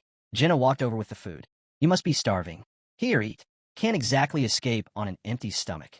Still tied up, Catio snapped. I can't eat like this. Jenna tilted her head. You sure? She asked. Han shrugged. He's not going anywhere like that. But Jenna shook her head. That's not what I meant. I made this for him. Catio hesitated, grabbed a sandwich, and scowled. You think food will win me over? He glared at all of them. I'm not helping a bunch of villains who burn down homes and enslave people. Han leaned back, casual as ever. Tell me, what do you really know about villains? He asked. Do you even understand what your so-called master's done? Catio froze, a slight tremble running through him. Han didn't let up. You're just as guilty, you know. An accomplice. I was following orders. Catio shot back. If I go back, I'll have no choice but to follow them again. His hands shook, and the food he was holding slipped, clattering onto the floor. Staring at it, Catio mumbled, he wasn't always like this. My master used to be different. Now he's just lost. His voice dropped even lower. But I still believe in him. Han stared ahead, unmoved. And you really think someone that far gone can change? Cadio looked away, frustrated. Han leaned in. Look around. Wouldn't it make more sense to use your talents freely here, instead of being worked into the dirt over there? The girl glanced over at Cadio, pity in her eyes. At least our leader actually listens to us. Han gave a knowing nod. That guy you're loyal to? He's not the same. Look at yourself. You're so drained, you couldn't even lift a hand when it counted. If you weren't this burned out, maybe you would have already tried to take us out. He let a smirk creep in. Guess I need to push a little more. Join us, and I'll give you 3 promises. Ivalka blinked. 3. First, Hans said, holding up a finger, no overtime. Ever. Ivalka tried to interrupt, but he waved her off. I mean it. Off the clock means off the clock. You do whatever you want with your time. Second, he added, crossing his arms, we don't go around trashing people's lobbies. Cadio gave a bitter laugh. You literally just did. Because your master hit first, Han replied calmly. Check the logs. It's all there. Cadio didn't respond. Han kept going. We're a raid unit. That's all we do. No distractions, no nonsense. Cadio slumped onto the bed, muttering, none of this matters. This place isn't home. Han raised a brow. So what? You got family waiting for you back there. No, Cadio admitted. But still. Then even better, Hans said. No baggage holding you down. He paused, then added, and third, no one here cares where you came from. Zero judgment. Cadio stared. Are you the captain or something? Han held up 3 fingers again. Not the captain, but I've got sway. And those are my terms. No overtime. Mission only. Total equality. Cadio narrowed his eyes. You're absolutely sure about the no overtime thing? Han grinned. He knew exactly what kind of value Cadio brought to the table. A skilled magic engineer wasn't just a ship tech. They could drop support spells, craft elite potions, enhance gear, and research like no one else. In some circles, they were stars. Ivalka folded her arms. Wow, you're really laying it on thick. Why treat him better than me? I'm a mid too. Han shrugged. Because you've already signed on. He hasn't. So since I'm already pulling weight, I don't get the special treatment? She said with a glare. Han looked away. What's really bothering you? I said I'm fine, she muttered. He kept walking. Either way, he's not going back. Ivalka stopped him. And if he says no, I'll make sure he says yes. She turned away. And if I just don't like him? Han's jaw tightened. You'd rather throw him back into that mess? I didn't mean it like that, she said quickly. With a sigh, she crossed her arms. Fine, let's see if he's worth it. Han let out a breath, thinking, all this drama, just because she didn't want to fly solo. With a lazy wave, he said, I'm grabbing a nap. If anything big comes up, wake me. Maybe I'll give him a tour later. Ivalka shot him a look. And what exactly am I supposed to do in the meantime? Han turned back. Ask Jenna. I'm right here. Jenna answered flatly from nearby. Hands in his pockets, Han added, plenty still needs doing. Once we wrap up the tour, we're heading back to our lobby. Ivalka groaned. Again? Seriously? Just then, their airship reappeared in the sky. Someone muttered, well, that seals it. All around them, cleanup crews moved in, clearing the aftermath of the battlefield. Someone else noted the presence of mechanics. If the ship was still in the air, they must have had a few working systems left. A supply cart rolled in, pushed by a girl. Han glanced over and said, we're bringing them too, prisoners included. As the ship and cart came into view, a notification blinked in, skill traits now accessible. Han's current abilities were clearly listed, ready for review. Then came another alert. An airship had arrived. Apparently, it could travel across dimensions. Another message appeared. A new hero had joined the team, Cadio, class mage. That was followed by a report, 14 items secured. Isel commented that their master was probably in shock. The hero gave a small nod. A lot had happened in just one day. Staring out the window, the protagonist muttered, takes over a week to craft a flying ship. Costs rare materials and diamonds. And I handed over both a ship and a mage. Of course he's panicking. Isel added, if I total up everything we hauled in yesterday, it's around 7.8 million gold. She glanced at him, and everything was tracked. No way he doesn't know who pulled it off. Just then, another message flashed. Hero Han submitted a request. Approval from Mage Cadio. Cadio stepped through the doorway. The protagonist asked what he wanted. Cadio looked around but shrugged. Don't worry, I'm not getting attached. He scanned the room. Nicer than Harura, sure, but I'm not falling for it. The protagonist froze, then looked down. Cadio shifted, unnerved by the silence. Guess there's no helping it, he muttered. I'll have to synthesize it myself. Off to the side, Han took a breath. The offer on the table was good. Cadio already had 4 stars. But Han couldn't afford to waste resources on someone who wasn't committed. Cadio clenched his jaw, forcing a smile. The protagonist broke the tension. Relax. I'm kidding. I promised you 3 things, didn't I? If you want something else, just say it. Cadio closed his eyes. The March issue of Lumagen. Han blinked. That edition only printed in Harura, practically impossible to get. A new notification popped up. Han requests Lumagen, March issue. He pulled out a copy like it was nothing. Anything else? Catio smirked. A scarf. Stoat fur. Got it, Han said. Next, Catio's jaw dropped. How do you have all this? Han figured he wasn't used to people just giving him stuff. All right, Han said, last one. Grinning, he headed for the door. Someone called after him. Where are you going now? Without turning back, Han replied, to get what I want. Back at the lobby, another message lit up. Han had launched an expedition. Destination, Harura.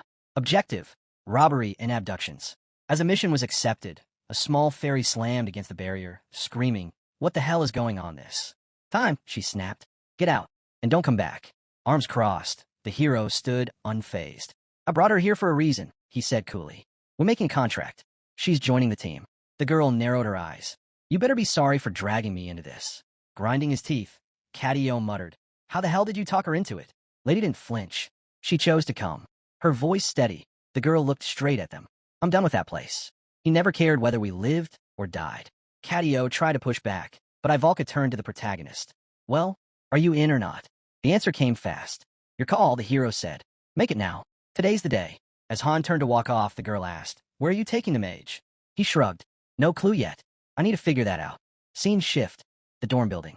Sitting at the table, the girl began her report. I finished the intel gathering on the Solidarity Association, she said. Raising her eyes, she continued. They popped up about 6 months ago. Most likely, they're a migrated guild from a major mobile game. Han stayed silent as she went on. They used to go by Blood Alliance. Back then, they were strong enough to control an entire server, Server L. His jaw tightened. And their rules? Pretty insane, she added. They only recruit men over 30. And every single member has to drop at least 10 million won a month on the game. Han blinked. Wait, what? She nodded. 10 million. Monthly. Just to stay in. The hero looked down, deep in thought. This wasn't just a powerful guild. They were practically flooding the game with cash. Even their name came from an old in-game greeting. Their mission? Total control over Z server. They expanded fast, raiding nearby accounts, converting them into vassals, and bleeding them dry. Han's fist curled. Did the Free Masters try to stop them? She nodded. Yeah, didn't work. The guild's war chest was just too deep. Players kept joining by the day. Han asked, what about their army? She pulled up the numbers. 73 natural 5-star heroes. 318 flying ships. And odds are, that's not the full count. Her eyes locked onto his. Want to strike first? Give the word, I'll move now. He shook his head. Not yet. Unless they hit first, we wait. Han exhaled. Deep down, he already knew. It's probably them. She smirked. Same pattern. First it was the Dragon Knights. Then Ouroboros. Now, it's the Solidarity Association. Different name, same playbook. Han leaned against the window frame. What about those other guys? The ones who used to brag they'd conquer the whole server. She nodded. You mean the ones who said Niflheimer was the symbol of server 2? They vanished. Han stared into the distance. And these new guys? They know what it takes. They won't hesitate. Across the table, Catio looked up. You're serious? You're not going to toss me in a dungeon somewhere and lock the door? Han didn't miss a beat. Of course not. He picked up a pen. A flick of violet fire danced in the air. A soft chime followed. Notification. Catio has been recruited. He is now under your control. The view shifted to the outside of the building. The fairy reached out toward Han. He told her. She asked him to keep his voice down. Her hearing was already fading. The master had sent her with a gift, she said. What did he want? Isel raised her hands. If he really needed something, I figured he'd ask for it himself. But the protagonist shook his head. I've studied this game inside out. I know what I need. He glanced away, eyes drifting to the row of warhorse statues. They weren't enough. Not yet. A notification popped up, requested 10 warhorse statues. Cost 50,000 gold. With a loud crash, the statues came tumbling down. Han picked one up, a grin playing on his face. We'll gather 1,000 more. New player cards flashed into view. Then the scene shifted back to the dormitory. A guy snapped. What you all staring at? Just sitting around having fun? Belkis shot him a sharp look. With that attitude, maybe you need a quick lesson in respect. Han cut in. Ease up. He might just need some time to get used to things. The guy flinched. Belkis scoffed. Maybe. He's got potential, but not with that kind of attitude. Ivalka frowned. Why'd we even take him in? Other groups were available. Another girl spoke up. None of them had a mage. That's why we're stuck with him. They'd already gone through the roster. Group 2 said no. They were full. Group 3 lacked proper structure. Groups 4 and 5 still had way too many open slots. Sending him to one of those meant risking a high-tier hero. The room fell silent. No one made eye contact. Han stood in front of the girl, thinking, if this was a fresh group, having two mages would be a huge plus, tons of versatility and power. But this team had history. In the end, he said what needed to be said. We'll see how he does in action. Better that than arguing in circles. From the side, Ivalka reminded them they already had 5 members. Narissa chimed in, I'm not going. Haven't done weekday dungeons in a while. I need potion ingredients. She looked away. Ivalka lowered her eyes. The new guy raised his hand, voice low. I have something to say. Han turned. You don't want to fight? He shook his head. No, it's just been a long time since I went on a mission. Cadio blinked, catching something. His master's account had cleared past the 30th floor, but this guy had only reached 28. Maybe he hadn't stepped into battle since the master stopped climbing. Isel gave a sly grin. What about the mission journal? The guy looked to Han. Wait, we could take missions without a master. No one told you? Han asked. The guy shook his head. I thought it wasn't allowed. Han gave a faint smile. I just figured I'd handle it myself. Yeah, I get that, the guy said. Good way to pass the time. Just don't overdo it, Han warned. The master won't be happy if you push too far. Now, they stood at the entrance to the central dungeon, 28th floor. Jenna turned to the group. Formation? I'll cover for Narissa, the guy offered. I can handle it. The girl nodded. All right, I'll give it a shot. Not my usual position, but I'll manage. A countdown flashed in the air, 10 seconds until gate opens. Han braced himself. Let's see what happens. The guy beside him nodded. In the next instant, they landed on the 28th floor. The mission type? Subordination. Simple goal, wipe out every enemy. No one spoke. They moved quietly, eyes focused forward. Han thought about jumping in early, but held back. He wanted to see what the new guy would do first. Light began to glow around his hands. Pressing one over the other, he slowly pulled them apart before locking them together. Particles swirled around Cadio. The girl raised an eyebrow. Is he casting a seal? In a flash, a dimensional portal tore open. Weapons and gear shimmered inside, ready to be summoned instantly. Jenna turned toward him. I've seen that before in standard dungeons. What's it called again? Dimensional portal, he answered. She nodded. Right. Knew it. With that portal, they had a steady stream of supplies, arrows, potions, anything they needed. As long as a magic engineer was in the party, they'd never run dry. Total game changer. The girl stared, wide-eyed at the display of spatial magic. Han stepped in. Close it up, he said. We're good for now. Suddenly, a pack of lizard men charged. One roared, swinging a massive blade as it closed in. Han gave the signal, same formation as always. The squad moved in perfect sync, tearing through the monsters. The guy stared at the chaos, muttering, didn't think it'd be like this. Then his elemental attribute activated. A glowing stone hovered upward, drawing others toward it. Before he could blink, another monster lunged. He reacted fast, striking it down. Cadio cast the elemental spread across the team. Instantly, stamina surged through every member. With a snap, the guy blinked out, teleporting behind the enemy. He raised his hand, telekinesis. At the same time, Cadio threw up a barrier. Enemy spells flickered and broke. Magical interference. One of the creatures flailed, confused, just before Belkist calmly cleaved its head off. Behind them, a fiery vortex exploded into life. The guy glanced at Ivalka. You didn't need to drink that, he said. She blinked. Mana transfer?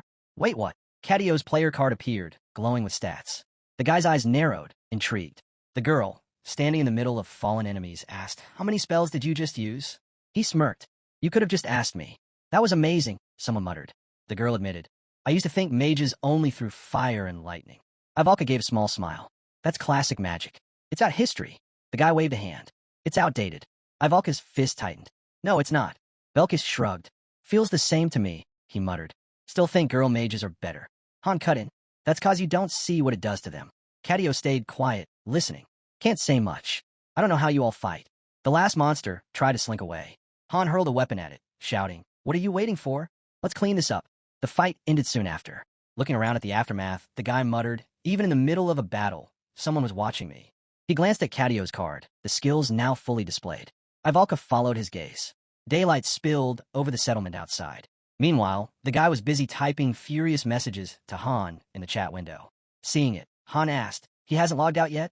Honestly, Han thought, now would be a smart time to quit. In his mind, he pictured it, an island burning. All his main units wiped out. The magic engineer gone. The ship? Destroyed. Every building leveled. Their levels dropped to nothing. He really should have been focused on rebuilding. After everything, that's what made sense. But instead, he acted like nothing had happened. Han noticed it too. Taking a slow sip from his coffee, he muttered, way too confident for someone who just got wrecked. Across the room, Uranus sat at a table. The protagonist glanced away. You're following all this, right? She gave a small nod. Just say the word, I'll deploy the fleet. Han set his cup down. Not yet. We're doing this without the fleet. He looked at her calmly. Don't worry. We got it handled. A few days passed. Inside a massive hall bathed in blue light, the ship stood parked, still under repair. The girl was working on it, tools in hand, not looking up as Han approached. How long, he asked. We're short on hands, she replied. Give me a week, minimum. Nearby, Katio turned toward the protagonist. Why are you even here? Planning to run back to Harura? Han walked over. Can you do it? Before Katio could answer, a voice rang out from the ship screen. This is Captain Isel, it declared. Future king of the bandits. Katio stepped closer, assuming the comms had connected. But the screen erupted with Isel's fury. Traitor, she screamed. We fed you, gave you clothes, and this is how you repay us. Then she stuck out her tongue. Hope your necks are squeaky clean. Judgment Day's on the way. Her voice swelled with manic pride. Storms? Hurricanes? Please. I'm the king of bandits, reborn again and again. Han stared at the screen. Do you actually need something? The protagonist reached for the controls. I'm turning this off. Wait, she shrieked. I haven't even said why I'm here. Her voice dropped to a slow, smug burn. I'm here to declare war. The screen shifted. Warships. Dozens. Maybe hundreds. The Golden Fleet is mobilizing, she announced. Han blinked. You call just a flex? No, she smirked. I'm offering you a choice. He narrowed his eyes. What kind of choice?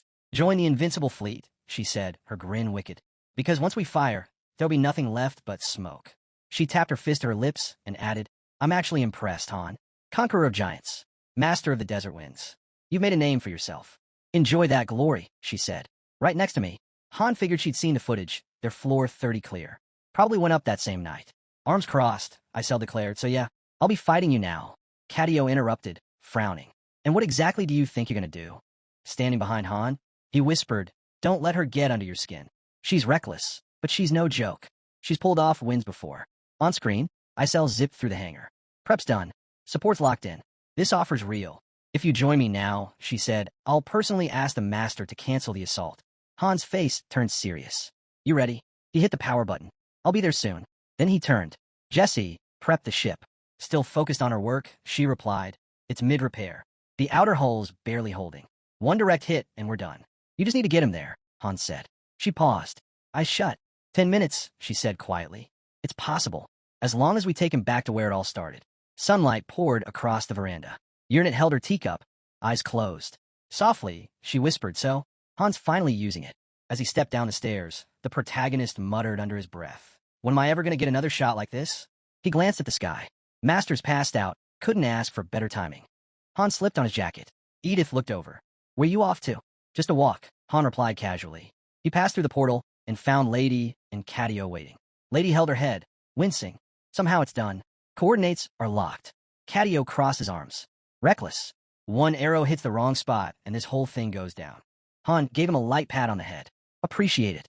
Let's keep this between us, yeah? The ship lifted. On the screen, a system confirmation came through.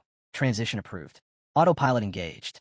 With a sudden lurch, the vessel shot out into the open sky. Han pressed the red button. Isel's face popped up on screen, eyes wide in shock. Is your master online right now? Han asked. He waited. No, she answered. He's offline. Han opened his eyes, voice ice cold. Good. Then clearly and calmly, he said, tell everyone, this is the end. The skies filled with Sinanu ships, engines blazing. Isel's voice cracked with rage. Han, you arrogant idiot. I'm not some pixie. You won't get a second chance. Her eyes swept over his worn-out ship, and she let out a laugh. What is that? You seriously came to fight in that wreck? Then her gaze sharpened. She hovered next to a massive cannon, already charging with deadly mana. Why'd you come alone? She sneered. Wait, don't answer. You're finished. And don't bother begging. I'm not letting you leave alive. Han calmly peeled off his glove. Urnit, what's the status on the proof of other heavens and Bifrost link? Stable, she answered. No disruptions. Then with a quiet smile, she added, you can summon anything your mana allows. Follow-ups won't be affected. Suddenly, red energy burst from Han's ring. A golden glow lit up in his palm as the weapon began to form. A sword took shape, slow, deliberate. Gripping it tightly, Han stepped forward. Isel's cannon fired.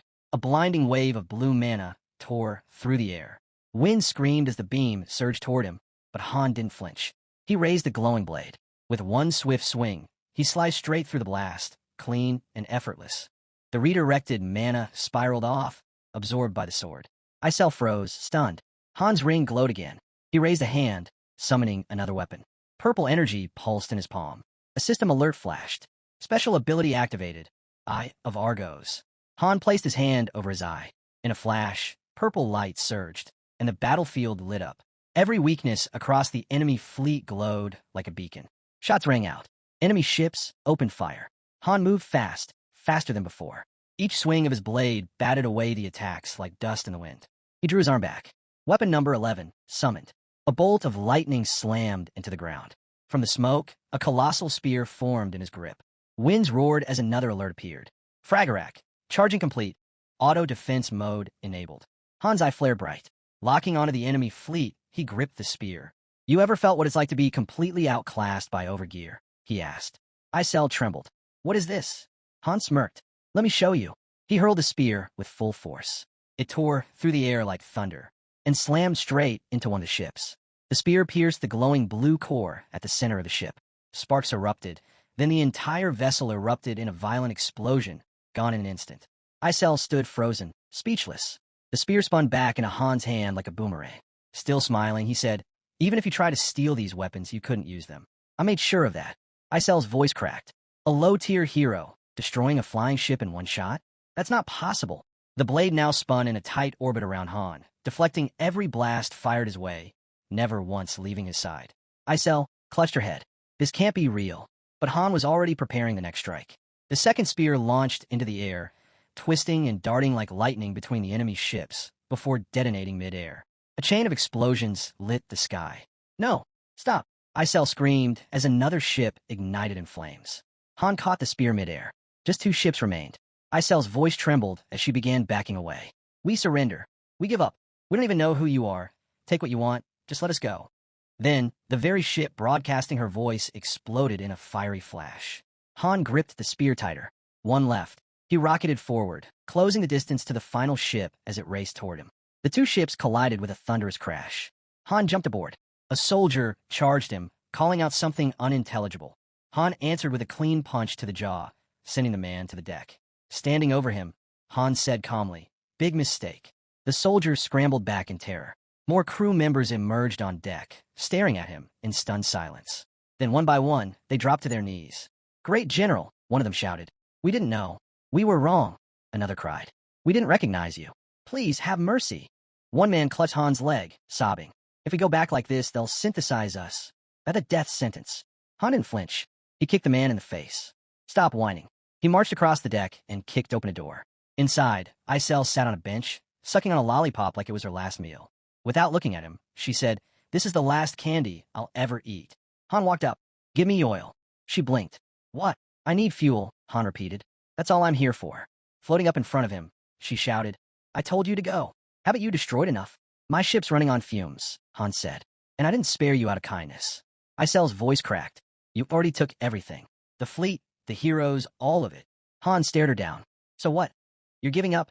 Icel ripped the lollipop out of her mouth and threw it at him. "You think we had anything to begin with? We barely survived and started rebuilding, and then you show up with that weird weapon and erase it all." The lollipop bounced off his chest. "They weren't even ours," she shouted. "All those ships were borrowed. Even if we worked the rest of our lives, we couldn't pay back the debt." Her hands trembled. "You think I wanted this life?" she muttered. Then she yanked off her hat and threw it to the ground. "Let the so-called bandit queen die here. See if anyone cares." Her eyes lowered. Quietly, she said, "I never wanted to be a thief. I want to be a hero, someone like Loki, someone worth remembering." She pointed toward a hallway. "Second room down, left corridor. The oil's there." Then, pulling a wad of crumpled papers from inside her shirt, she added bitterly, "If that filthy tower, if the master ever changed their mind," Icel muttered, "there might still be a way back." She knew the odds. Still, she was willing to bet everything on that sliver of hope. She tossed the papers toward him. Han caught them in midair and unfolded them carefully. His eyes scanned the pages, one of his own strategic manuals. Old work. His handwriting. Icel set her hat back on and straightened her posture. "I want to end up like my sisters," she declared. Crying. Defeated. Pathetic. She threw her arms out. "I'll go down with flair." Then, with a smirk, she added, "You've got your fuel. So go ahead, blow up the lobby again, if that's what you're after." Han watched as she pulled out another lollipop, casually unwrapping it. A thought crept in. Every account had a fairy. When account closed, the fairy vanished too. That's why they clung so fiercely to their lobbies. It was all they had. He remembered her breaking down, sobbing over a master who hadn't logged in for days. And now, standing in front of her, Han couldn't help but wonder what would happen to her master if she disappeared next. Could the lobby survive without her? Fairies were the voice of the master. They executed commands, kept things running. Without them, the system broke down. There was no fairy left in Niflheim. But Uranus had filled the role. Han sent her a message. Is Isel still around? A storm of wind and lightning swirled behind Uranus as her reply came through. She sends updates from Ceres now and then. But no, she's not really present. Her next message came with numbers, cold and bleak. Without a fairy, lobby function drops by 87%. Orders lag. Missions misfire. Even basic tasks fall apart. Han read it and gave a quiet nod. Got it. He slung his staff across his shoulder and turned to Isel. Go to Niflheim, he said. There's a vacancy. Isel froze. Eyes wide. What? No, I can't. If I leave the lobby, the managers will come for me. Right then, a portal snapped open beside Han. Out poured a cascade of gleaming jewels. Isel stared, speechless. Uranus's voice cut in. 13 managers already gone. They won't be coming after you. Above them, a massive shadow blanketed the sky. A colossal ship drifted into view. I had a feeling something was wrong, Uranus admitted. Guess I wasn't imagining things. Han stepped out onto the deck. How many on board? He asked. 2, came the reply. Isel looked up and gasped. Below, the ground team stared up in fear, shaking as they realized what had arrived. She turned to Han, her voice barely a whisper. You're Loki. Han didn't answer. He just grabbed her and tossed her onto the ship. Then, standing tall, he gave his next order. Evacuate everyone in the lobby who still has value. Leave the raiders behind. He turned to Uranus. Can you step in for this battle? Uranus looked at Isel and gave a soft smile. Maybe with her. She's still technically part of Harura. I'll try. Han looked up, steady and sure. If you can do it, then do it. If not, I'll handle it. He took one slow breath, then raised his voice for all to hear. I am the greatest hero of them all. As the light around his weapon faded, he muttered under his breath. Only 2 summons left. A brilliant pulse of violet light surged across the settlement, flashing through every window. Cadio came sprinting toward him, livid. What did you do? He didn't stop. You think I didn't see? He shouted. You lit the fuse. Harura's under siege. The whole fleet had mobilized. And Han? He took off in a busted ship and came back like it was nothing. Still moving, Han glanced over his shoulder and barked. Less talking, more running. If I let a mage with stamina that low hang around, I'd never live it down. Nearby, Jenna pulled back her bow, eyes locked on the target. Feels like we've been stuck in this game for a full week, and still no deployment, she muttered. Her arrow flew. Dead center, perfect hit. Next to the target dummy, Belkist asked, You know why Han's holding back? Han wiped sweat from his face, lifting his shirt slightly. A flicker of fire mana danced behind him. Ivalka stood quietly, observing. He's probably trying to sort out the team structure, she said. Belkist raised an eyebrow. So someone from the first group's about to get dropped? His smirk widened. Why the long face, Ivalka? She turned and walked off. Jenna narrowed her eyes. Don't go too far. You know she's a core part of this team. The master wouldn't just cut her. Then she turned to Han. You agree, right? Han nodded slowly. Belkist isn't wrong. Jenna exhaled. But he's not exactly right either. She looked straight at Han. What about me? If someone else offered more, would you replace me too? Belkist chuckled.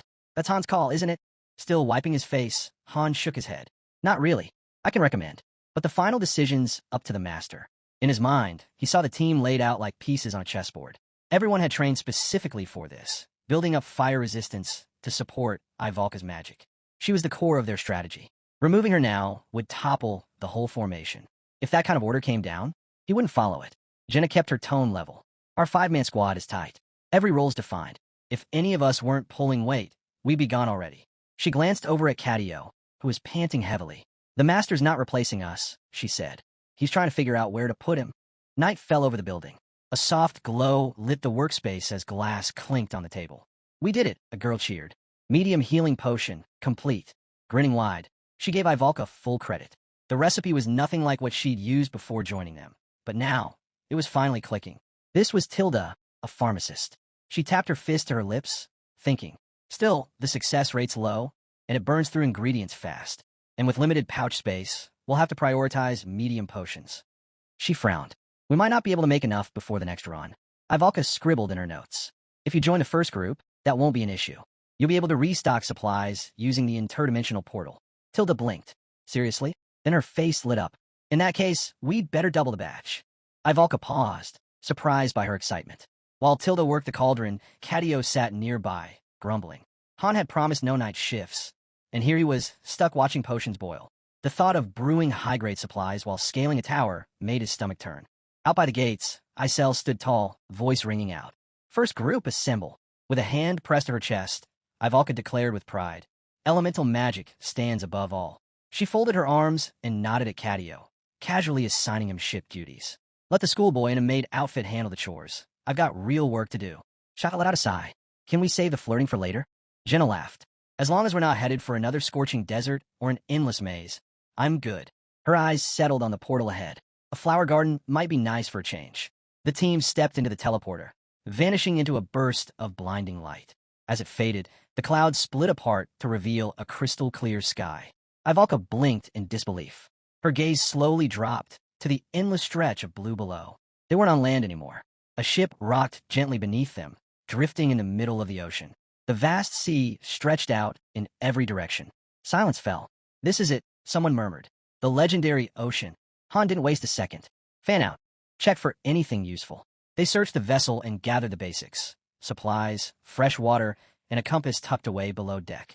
Ivalka raised her hands in frustration. Seriously? They dropped us in the middle of nowhere for an exploration mission. Han studied the compass. This is the destination. There's an exit out there. We follow this course. Then he turned to the group. Who here can swim? Silence. Han's expression darkened. Folding his arms, he said flatly, everyone but Ivalka take rowing shifts. Ivalka stepped up. I can row too. No, Han replied firmly. There are only 2 oars, and there's a reason we pair up this way. Warriors and mercs split the workload. You, stay in the center. And unless you want us all sleeping with the fish, keep the fire magic to yourself. She stared at him, speechless. Han didn't budge. Think about it. We're on water, in a wooden boat. You set it on fire, and we're done. Ivalka looked down, her voice barely a whisper. Got it. The wind tugged at the sails, and the surface rippled, bubbles. Creatures burst out of the sea, heading straight for them. Han yanked off his glove. If the boat capsized, it was over. He drew his blade, sliced open his palm, and dove into the waves. Jenna, cover me, he shouted before disappearing beneath the surface. Underwater, he pushed forward through the swarm.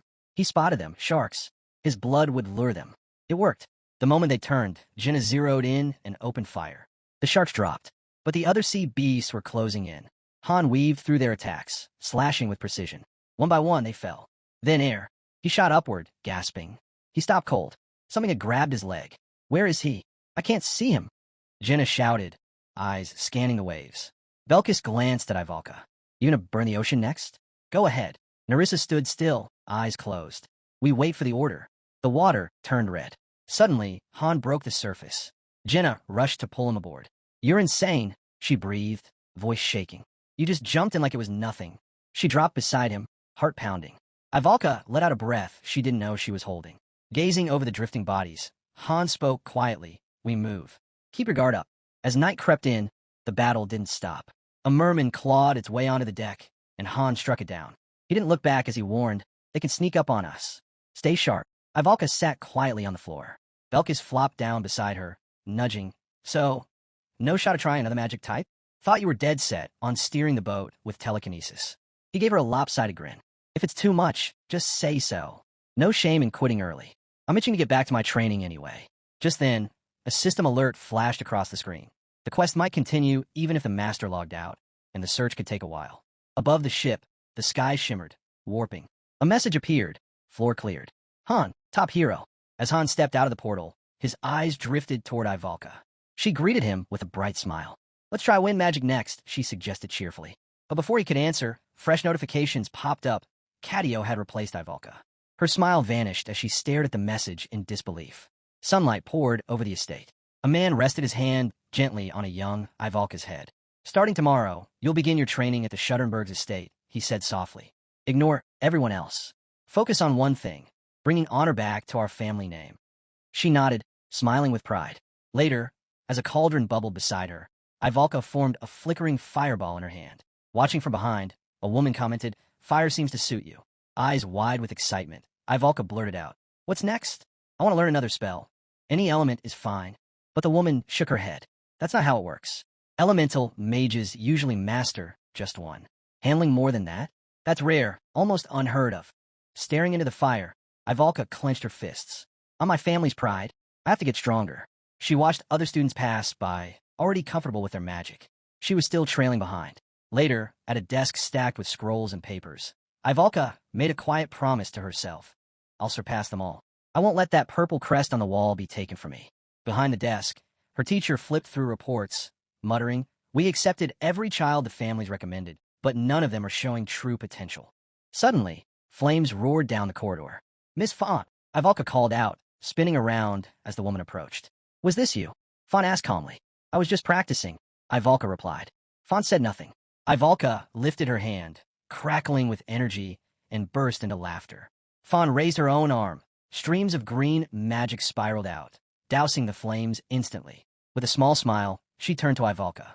Looks like we've got a real talent on our hands. I can't wait to see what you become. Ivalka lit up, thrilled by the praise. Isel suddenly spun into the room, twirling like a whirlwind. Surprise, she shouted, dancing around Ivalka. You've officially been removed from the first group. Ivalka blinked. Wait, what? What does that even mean? Relax, Isel said with a grin. You're on break until somewhere between the 35th and 40th floor. Give or take. Ivalka's jaw dropped. That's forever. I'll get rusty. Isel shrugged. Orders from the master. That's that. Still smiling, Ivalka pressed. No reason at all. Huh? Han met her gaze, serious now. I don't like shaking up the team without a reason. But deep down, you already know why this happened. Noticing her frustration, Han asked, didn't you always say you wanted time off? What's with the attitude now? Standing in front of her, he added, don't stress about it. If things get rough, I'll personally call you back. Ivalka stomped toward the portal, fuming. Fine, I'll just start training in a different element then. As she vanished, Han folded his arms, muttering, maybe the master can bribe her back with her favorite dish or something. Later, Ivalka stepped into her room, still grumbling under her breath. Meanwhile, the ship floated silently beneath a wide-open sky. Cadio wiped the sweat off his face with a rag. Han walked up without a word and started dragging him away. Wait, what's going on? Do you need me for something? Cadio asked, confused. Han didn't answer. They arrived at the gate of space and time, where the rest of the group was gathered. Han faced them and said, Cadio's joining the first group. Temporarily. Everyone looked surprised. I didn't say anything earlier, Han added, because he was asleep all day. Cadio flailed. I wasn't sleeping.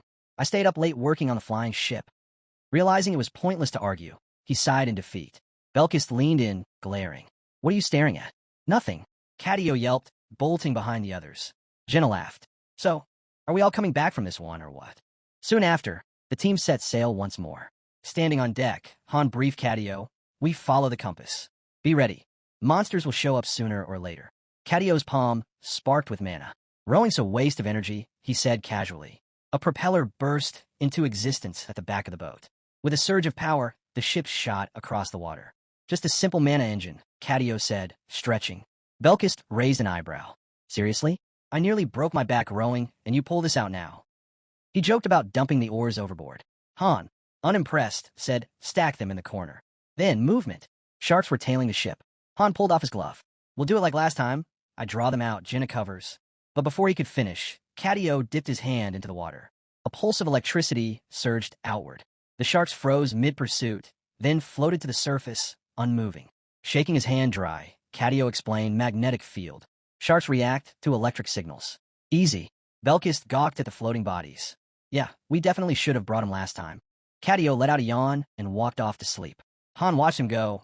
Thinking back, Cadio was labeled a magical engineer. But maybe there was more to him than that. They continued sailing. Cadio, now walking calmly across the water, turned back toward the boat. Surface tension, he said simply. Arms folded, Han stared from the deck.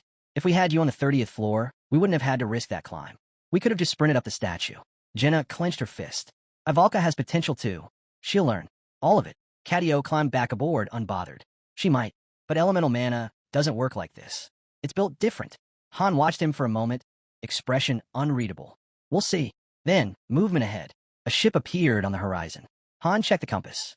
It pointed straight at it. They were headed that way. The other ship cut swiftly through the waves. On deck, Friasi stood with the wind tugging at her hair. As she brushed it aside, she froze. Someone had called her name. Looking up, she spotted the crew approaching.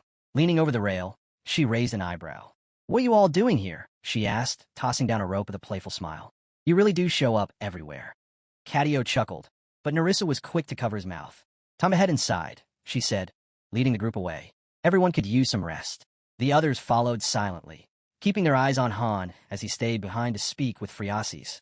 No one said it out loud, but the thought lingered. Having a princess suddenly swarmed by unexpected guests couldn't be easy. Han stepped forward, visibly irritated. "Can we talk inside?" he asked, his tone flat. "I'm tired. I need sleep." Friasis clenched her fists, forcing a polite smile. "I've got questions first. Like, how did you even end up on that boat? How did you find us? What exactly are you after now?" Han turned away with a scowl. "This is our mission. That's all. Don't expect me to have the answers you're looking for." He looked back at her, unmoved. "You were the one offering money and begging for help when we first met. Now suddenly you're second-guessing things?" Friasis lowered her hand to her chest. "I didn't know what we were getting into back then. So many of your people have died." Han's expression hardened. "And I already told you, don't think about that." "That's easy for you to say," she murmured, her voice heavy with regret. Arms crossed, Han stood silently as she explained where they were, off the southeastern coast, deep in the endless sea. He gave her a skeptical look. "So you're chasing the key now? For real this time?" Avoiding his gaze, Friasis fidgeted with her fingers. "Yes, I am." Han raised a brow. "First the desert, now the ocean. You've been on quite the tour." She explained she'd gathered some money and planned to hire mercenaries from a nearby island.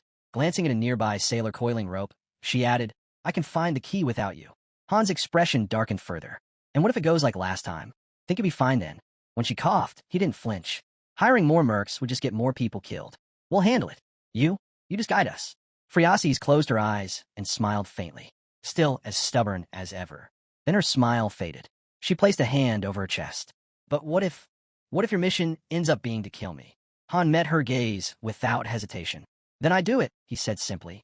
"Because if I don't, I die." Fear flickered in her eyes. Slowly, she reached down and clutched the pouch at her waist, then nodded. Without a word, she pulled out the pouch and held it toward him. "This is everything I've got. I'm hiring you." Han turned away, visibly annoyed. "Keep it." But a system message appeared. 10,000 gold received from special NPC, Friasis. He took out one coin and studied it, unimpressed. Barely enough to buy 2 warhorse statues. Still, Friasis stepped forward and offered her hand. "I'm counting on you again. And just call me Friasis this time." Friasis' expression shifted, serious now. "There's something you need to know about the key," she said. Her voice dropped as she explained. Gathering all the keys would unlock a gateway, one that led to a higher dimension. Han turned to her, caught off guard. He searched her face, then asked, "Why? What does reaching a higher dimension even do for this continent?" He rubbed his face, sighing. "A dream's just a dream. That doesn't explain much." Then came the truth. Friasis had been haunted by strange dreams, visions, for nearly a year. In them, the entire continent was destroyed. Everything wiped out. She believed they weren't just nightmares, they were glimpses of the future. And she was desperate to change it before it came true. Han remembered the moment she'd first told him. She just sat there, quiet, staring off into nothing. That girl had seen the end of the world, night after night. In those dreams, she appeared with a dagger and the keys. They were always tied to preventing the disaster. The same keys that supposedly unlocked the higher dimension. Somehow, every quest in this world circled back to that same purpose. Standing beside her on the deck, Han broke the silence. "I've been thinking about that dream. Can you tell me more?" But before she could answer, a system window opened. Floor cleared. "Best hero, Katio." Han looked down at his hand and let out a quiet laugh. "Guess it's time to head back. I'll finish this merc mission next round." He glanced at Friasis, saw the disappointment in her eyes, and gave a soft goodbye as the portal lit up behind him. Back at the base, Belkis stood with arms crossed. "We'll need a new formation," he announced. "Starting tomorrow, our newest member joins training." Katio threw up his hands. "Hey, that's not in the contract. No one said anything about overtime." Han didn't flinch. "You'll live.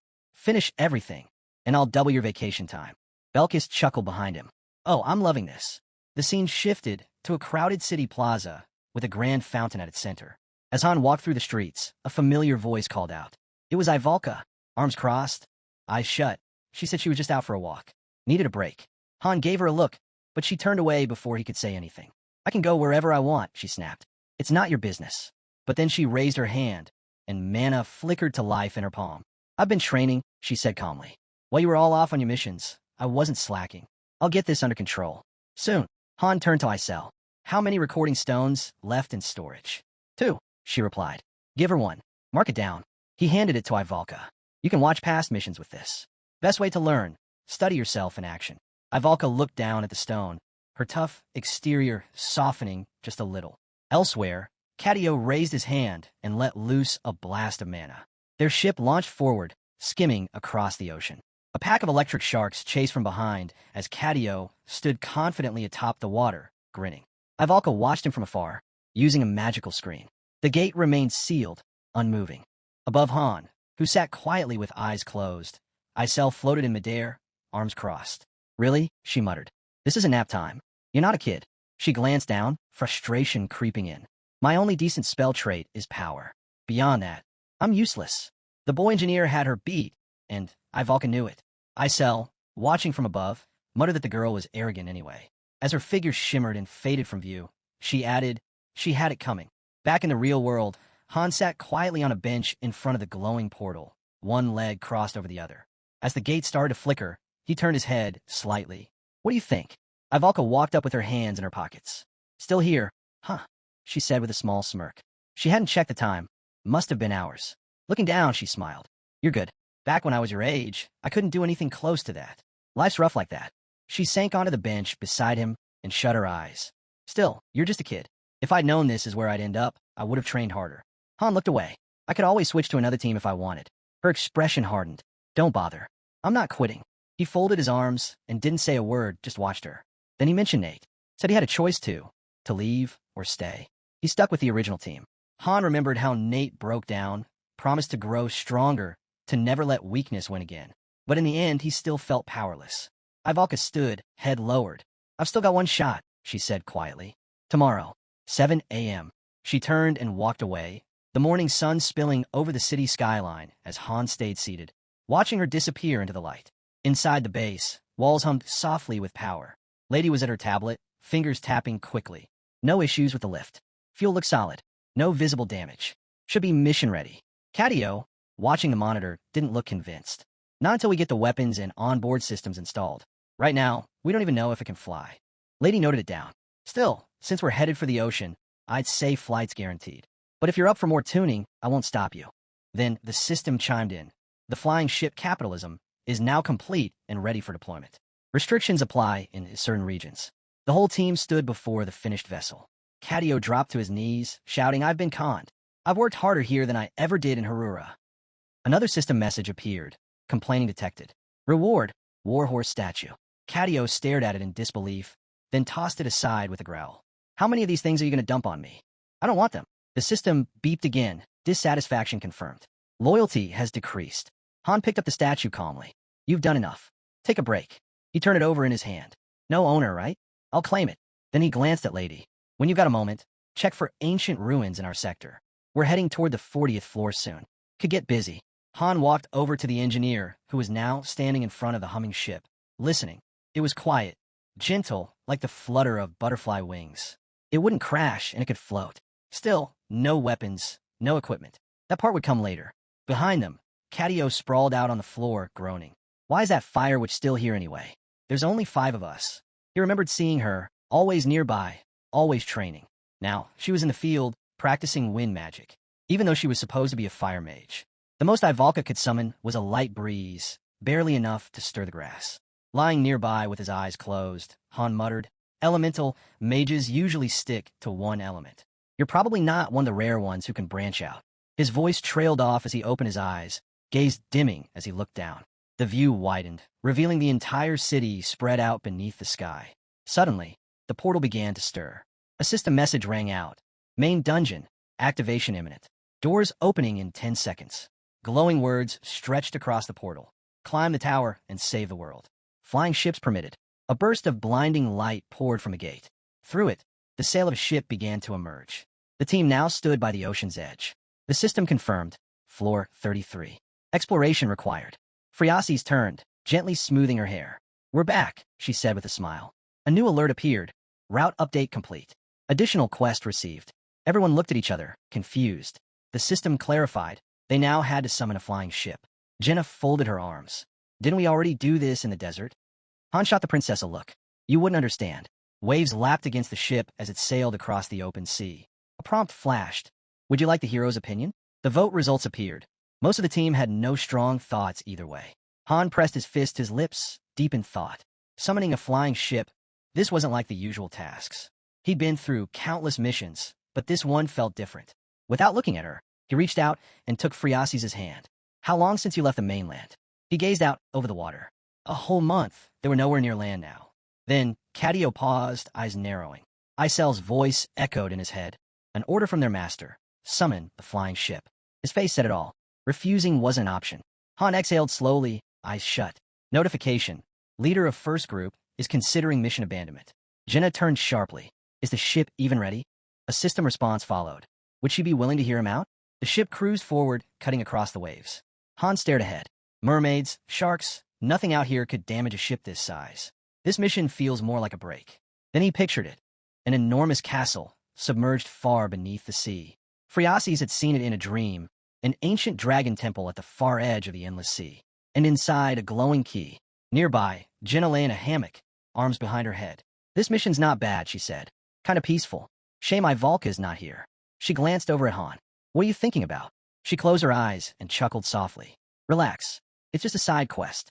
What could go wrong? So far, there've been no real threats. Nothing dangerous. Nothing serious. Then, a new system message appeared. Special zone entered. Access forbidden. The sky darkened. Han's gaze lifted. Something was off. We should turn around, he muttered. I've got a bad feeling. Friasi stepped forward. Her voice was calm. Unnaturally so. We set foot on sacred ground with dirty feet. And now you think you can just leave? Her tone shifted, deeper now. Something else was speaking through her. You're not heroes, the voice said coldly. Not even close. Friasis's gaze turned sharp. We won't be the prey, she said coldly. We'll become the hunters. Nature's law must be answered for. Han stepped forward, scowling. Who are you really? Her lips curled into a calm, eerie smile. Too calm. Too wrong. Then her voice shifted, dripping with venom. The hunt begins. And just like that, she collapsed. Han caught her before she hit the ground, alarms blaring all around them. Friasis clutched her head, dazed and confused. What's happening? He helped her up, but Jenna's voice rang out, sharp and urgent. Han! A shadow loomed. A towering wave surged toward them, and from beneath it, spiked tentacles erupted. A massive kraken clamped onto the side of the ship. Han's eyes narrowed. Sword drawn, he barked, cut anything grabbing the hull. Now, the monster let out a shriek and suddenly released them, violently. Han stared, stunned. The beast writhed, then vanished beneath the surface like it had been yanked away. Something was still down there. Shapes moved in the water. Dark, massive, wrong. Han ran to the edge, calling out to Friasis, get to the helm. Take control. We need out of here. A bone-chilling laugh echoed over the waves. Friasis sprinted for the controls. Got it. Another wave slammed upward, and with it, the Kraken's shredded body broke the surface. Jenna's breath caught. What? Han lifted his eyes. Narissa stood frozen. This can't be real. From the blackened sea, it emerged. A colossal water dragon. Its jaws crushed the Kraken's remains. System alert. Danger level, critical. Han stepped back. A boss? Now, we're only on floor 33. It wasn't just any boss. It looked like a warped version of the one they faced on floor 20. System update. Mission type changed. Escape. Objective. Leave the danger zone and protect Friasis. Han's heart pounded. Forget fighting. We're not winning this. We run. The dragon began to dive. The team scrambled, panic spreading. Winds howled against them. The ship rocked violently. Crates slammed into the deck. One of the crew slipped, screaming as he grabbed for anything to hold on. Then the dragon hit them. The ship flipped with a thunderous crash. System, water dragon roar, divine protection activated. Even as chaos erupted, one thought rang clear in Han's mind. There has to be a way out. He stabbed his sword into the deck to anchor himself. Friasis, does this ship have anything left? Anything special? She crouched, frantically scanning the helm. This was an airship once retrofitted for sea travel. Maybe. Her fingers flew across the console. Then a jolt. The ship rocketed forward. System, Nautilus mode, activated. High-speed navigation engaged. They surged through the waves like a torpedo. Cadio stared. That won't hold forever. Above them, the dragon let out a deafening roar. System alert. Rapid climate shift detected. Shaw looked up at the sky. The clouds had darkened. Rain began to fall. The dragon wasn't just chasing them. It was altering the weather. Turning to the engineer, Shaw spoke calmly but firmly. We need to stall it. Prep the airship. Then, how long do you need? A system prompt flashed. Team leader has proposed launching the airship. But Han didn't respond. He looked away, jaw tight. 10 minutes? In a moment like this, it might as well be forever. The portal's progress blinked on the screen. 3% complete. Catio clenched his fists, mana sparking through his fingers. The dragon's eyes locked onto the ship, its voice booming with twisted glee. You think you can run? Fine, lose your minds trying. Warning, storm wave activated. The sea exploded. Creatures surged from the depths, the dragon's roar echoing across the ocean. Let the hunt begin. Dragons landed hard on the deck, snarling, weapons drawn. Sea beasts burst up through the waves. Velkus grinned as he drew his blade. Finally, something fun. At the helm, Phreases held steady. Lucky I'm the one steering. Below the surface, the massive dragon lurked like a shadow. When the sailors shouted, they'd spotted a hole in the hull. Han's teeth clenched. This was a trap from the start. The moment that special field activated, he should have pulled back. Next time, I won't hesitate. He swung his blade, calling out, guard the portal. Don't let anything through. His eyes flicked to the barely formed gate. We're not making it at this rate. Then chaos. The dragon shot out of the water, snatching a man mid-scream and flinging him into the sea. The deck was a battlefield, blood, wreckage, and fallen crew. System alert. Nautilus navigation terminated. Han stepped behind a trembling Phreases. If you're staying, get used to this. Up ahead, the others stared at the carnage in stunned silence. Catio slammed his fist into his palm. Come on, open already. Portal established. Vehicles, gear, and resources now deployable. A glowing gate opened before the ship. The system prompted, summon capitalism airship? Catio's eyes snapped upward. There it was, hovering above like salvation. He nodded. I'm going first. Gotta prep the systems. Han didn't wait. He sprinted across the deck, sweeping Phreases into his arms. The ship's done. Get to the airship now. The dragon erupted from the sea behind them, slamming into what remained of the vessel. I'll tear you all apart, it roared. As the ship shattered and sank, one of the boys dove into the water, hand raised. The airship descended over the wreckage, turbines glowing bright. The dragon glared at the sky, livid. You think another ship will save you? Han turned back with a smirk and flipped it off. That's not just a ship. He pointed upward. That's an airship. System, capitalism airship. High-speed navigation engaged. Subquest completed. New quest unlocked. Hidden beast hunt. With a roar of engines, the airship surged forward, leaving the broken sea behind. Han held Phreases close, breathing hard. An airship, this is a whole different class. Jenna stood near the railing, tense. What is that long thing behind us? Nerissa ran over, eyes narrowed. I've heard the stories. Ancient sea breeds. They called it the sea god. Han said nothing, watching the horizon. Dragonborn, one of the first, dating back to the Empire's founding. He placed a hand on the ship's hull, mind racing. We walked right into their trap. At least now, we knew the boss's patterns on the 35th floor. With the right prep, we could beat it. As the mission ended, a notice blinked across the screen. Level complete. 150,000 gold acquired. Nerissa pulled her hood down and said calmly, we'll need time. Can't rush this. Then, a new system update appeared. Hidden stage unlocked. The sacred water dragon hungers. Han's face tightened as a warning flashed. Another window popped up. Return denied. You're trapped inside the water deity zone. Capitalism airship designated as temporary base. Mission will auto-start. 34th floor. Hunt. Or be hunted. Han stared wide-eyed. I've never seen anything like this. He pressed a hand to his forehead. Eyes shut, voice low. There's a way out. If I can connect the game mechanics with everything we've run into so far, I'll figure it out. The airship hovered silently above the sea, engines humming. Gazing out over the waves, Han turned to us. After we cleared the subquest, we were locked into a hidden mission. And this one plays by a different set of rules. Jenna leaned over. What exactly is this hidden trap we've walked into? But Han didn't answer directly. Take the princess to the cabin. Catio needs backup. At the console, the engineer was locked in, eyes scanning the map. These are our parameters. Black dots? Hidden item locations. That red ring? That's the dragon's detection zone. Han stepped in beside him. I ran simulations for missions like this back in the waiting room. Knowing the boss's behavior patterns, it gives us an edge. System update. Capitalism airship has been set as temporary base. Amenities, none. Expansion required. Han flipped through the interface. A prompt appeared. Select facilities to construct. Just then, the portal flared. Isel stepped through, winking. With a tap to her cheek and a grin, she said, called it. Folding her arms, she added, since this floating pile of parts is your base now, I'll hang around and help out. Raising her hand toward the engineer, she called out, open a portal to B7 on the 2nd floor. We got supplies coming in. You weren't planning to leave your crew sleeping on crates, were you? A hint popped up. Constructing airship facilities requires unique resources. Inventory from waiting room, not transferable. For level 1 living quarters, the requirements were listed. 50 gems, a bed, table, basic share buff item. Prompt. Proceed with construction? Han confirmed. In a flash, furniture appeared through the gate, beds, storage tables. Notification. Living quarters established in Capitalism Zone B7. Rest efficiency increased.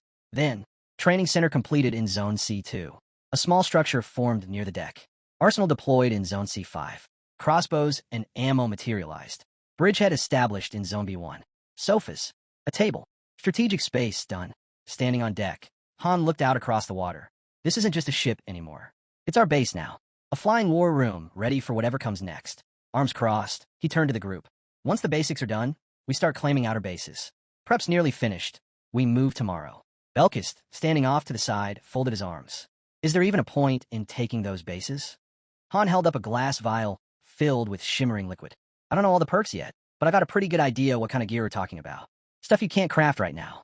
Like this. He pulled out a card, Sparkling Forest. This one lets you breathe underwater. But we'll have to wait a few more days before the dungeon with the needed drops opens. Belkist narrowed his eyes. Tears of the Merman? You're telling me that'll actually let us breathe down there? Han looked over the uneasy crew. While we're in transit, we train. Underwater combat's next.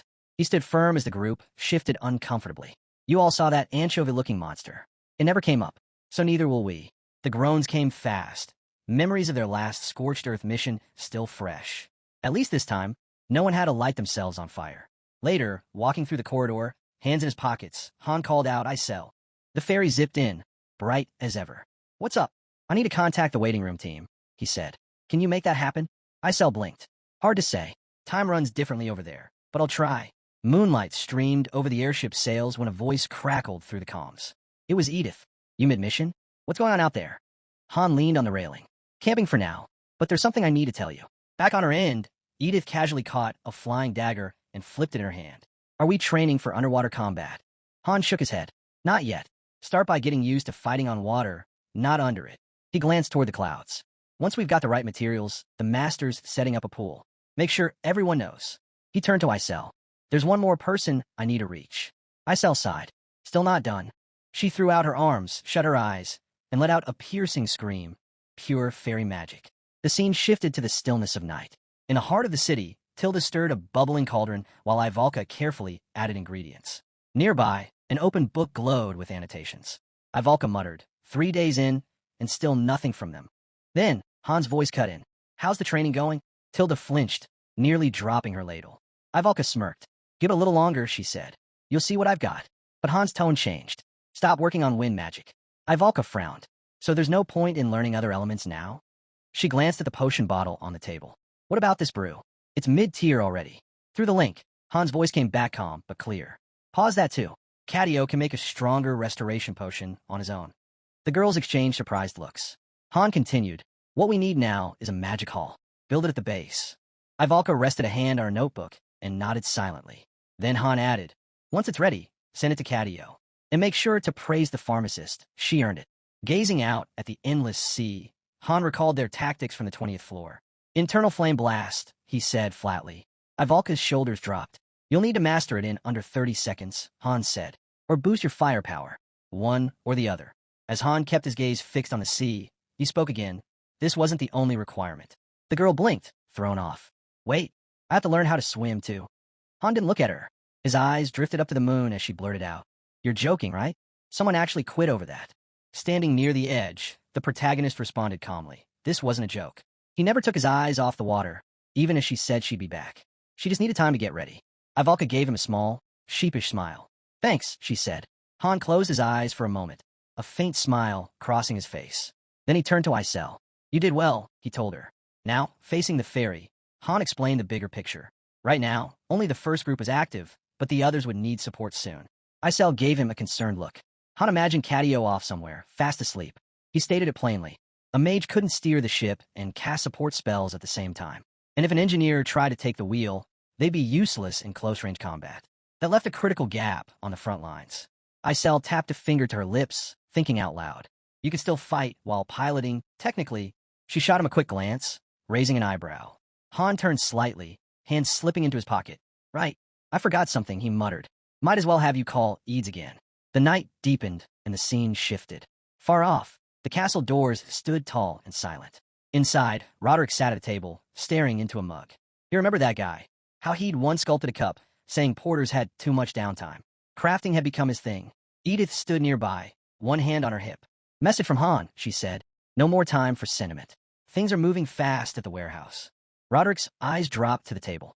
He clenched his fist and nodded. I get it, he said. I'm going. Outside, a training dummy stood untouched. Daika glanced at the group, confused. Instructor training? He echoed. Edith stepped forward, arm outstretched. We're training people in every role now, she explained. We gotta raise the bar. She met Daika's eyes. Only a few are training on the first floor, but we've already passed 100. You can't handle that alone anymore. Daika froze. He suddenly understood. He'd be part of the missions now. His voice broke as he shouted, I can't kill anyone. Edith didn't flinch. I know. To get to the second floor, they have to get through you first. A drop of sweat slid down Daika's cheek. She continued, I know about your fight with Gilbert. You lost. Her tone sharpened. You're weak, Daika. If you want to lead, you have to get stronger. That means going on missions. Either way, someone's going to die. She turned, looking back at him. Roderick and I will handle the front line. You just cover us for now. When we hit the higher floors, when the lizards show up, you'll have to fight too. Her eyes narrowed. There's no time. We move before the pool's ready. It won't take long. Once it's done, you help train the rest. Daika blinked, stunned. He wasn't in this alone. Roderick turned to him, voice firm. I'm not dying out there. Daika stared at him, then suddenly bolted after the group, yelling, I'm in. High above the ocean, the airship floated steady and silent, its turbines humming as sunlight danced across the waves below. Through the wide window, the pool glimmered in full view. Inside, Jenna lined up a shot beneath the surface. Bow drawn, she squinted, then let the arrow fly. It sliced into the water, cutting a slow path toward Han, who calmly raised his sword, eyes locked on the incoming projectile. A moment later, everyone surfaced, blinking through the sting of salt water. Jenna rubbed her temple, clearly annoyed. These arrows are useless down here, she muttered. I can't get the right angle, and nothing flies straight. I can't fight like this. She swam over, frustrated. Why not just use that mage instead? He's practically ready to quit anyway. Belkis let go of his training board with a sigh. Yeah, I already knew I was hopeless in the water. He popped up next to Han, wiping water from his face. Why aren't we just using magic to move underwater? He asked. Then he dunked his head back under, grumbling, honestly, burning my hand sounds less painful than this. Han scanned the pool. Jenna's arrows moved too slow. His sword swings felt like he was dragging through mud. It was clear they needed a new approach. Their eyes drifted to the weapons laid out nearby. Han stepped beside Jenna, brows furrowed. First, we tweak the gear. Once the master's synced up, we send it through the portal and let the factory handle the rest. Shorten the tip, cut down the fletching, less drag, better flow. He picked up a sword hilt, tested the weight, then gave it a clean swing. The modified blade sliced the air with ease. This, he said, holding it up, is what we need. Streamlined. Fast. Jenna blinked, a little impressed. Okay, that's actually a solid weapon. Just then, a system notification lit up. Download complete. You can now enter the game. Another report followed. Group 1 was still deep into a long-term mission on floor 34. Han stared ahead, quiet. He'd finally made it. Then another prompt appeared. Group leader has proposed equipment upgrades. Icel tossed the weapon into the portal. Production on underwater combat gear had officially started. Until it was ready, they'd keep training with what they had. Above, the airship cruised effortlessly across the sky. A new message flashed across the screen. Jenna has unlocked underwater combat. She narrowed her focus and loosed another arrow. At that same moment, Han got another alert. Level 2 achieved, Divine Sword Union. He surged forward, blade flashing. Each of Jenna's arrows was knocked aside mid-swim. Precision, timing, no wasted motion. Then the final prompt hit. Underwater combat mastered. Han glanced at another arrow as it zipped past. Picked up the basics on day 2, he said. Moving smoother now. Still just the first level. Can't go full speed yet. Meanwhile, Edith stood by the edge of the pool, watching the new wave of recruits gather. The training center on the 3rd floor had opened, and the pool was finally finished. Group 2 had joined in. Ivalka among them, following Edith, who already knew her way around the water. Han stepped up, introducing the eager group of Raymen. Clad in swim trunks and ready to dive in, they looked more than ready. This mission's the real deal, he said. Everyone's learning to swim. With no pool on the 2nd floor, even groups 4 and 5 had come up to train on the 3rd. No one was getting left behind. Han glanced at the display. The pool was cramped, sure, but it was the best they could manage. This wasn't a basic structure you could throw together. It needed resources, experts, and most of all time, even with enhancement gems. The biggest hurdle was always transport. As dawn broke over the ocean, Cadio stood at the front of the deck, arm raised. "We've reached the first base," he announced. Right on cue, a notification popped up. "Capitalism has arrived at the first base. First item, now available." Cadio pointed toward an island ahead. Deep inside a cave, a group of boys stood around a lone box, eyeing it warily. "Could be a trap," one muttered. "Or worse, a water dragon." Han glanced at the engineer beside him. That overgrown worm should have noticed us by now. The target was clear, the item. Without another word, he jumped from the airship. "Keep the ship ready to lift off," he called back, sprinting across the water toward the cave. He stopped in front of the box, weighing his options. Go for it and risk everything, or play it safe. Decision made, he kicked it open. System message. Item acquired. Lowest level water dragon tears. Han grabbed the vials and stashed them quickly. But then the sound. A sharp click like a trap springing. His head snapped up as a massive form stirred in the distance. System alert. Divine protection applied. He braced himself. This was expected. A window appeared. Tears of the waterman. Grant's underwater breathing. No time to think. He ran. A rope flew toward him. "Jump," someone shouted. He scaled the side of the ship, just as the high-speed system activated. The airship blasted forward, slicing across the waves. The dragon's gaze tracked him, then turned away. Han noticed the acceleration. "Faster than last time," he muttered. From behind, Jenna shouted. "What's with the emergency alert?" The monster was already here. "Where's the girl?" Han asked, scanning the deck. "She's still inside. I told her not to leave," Jenna answered. The dragon inhaled deep. "I'll tear you all apart." It growled, eyes burning, locked on Cadio. "It's coming from the left." Han shouted. "I see it." Cadio snapped back. The beast let loose a colossal hydraulic shockwave. System message. Group currently in solo combat. Han's thoughts raced. So, that bastard inning finally showed up, huh? Another hit rocked the ship. "The gap's not closing," someone yelled. A second wave. "Warning. Group in danger. Summoning weapon advised." "We need a mage." "Master asked for a weapon," Isel said. Again, Cadio groaned. "I'm a little busy staying alive here." Han stepped forward. "I've got this. Leave it to me." He looked down. "Once high-speed mode's active, only I can control this thing." Prompt. Activate manual control. A guide loaded. The dragon breathed in again. A glowing icon flashed across the console. Suddenly, it unfurled its wings and slammed down hard. The acceleration spiked. "Perfect drift," someone shouted. The dragon's eyes gleamed. "You little pests," it hissed, unleashing a triple hydraulic blast. "Boost gauge, maxed." Han's grip tightened. The ship launched. Perfect. The vessel soared through the air, smooth and fast. Eyes briefly closed, Han thought. Phase 1 complete.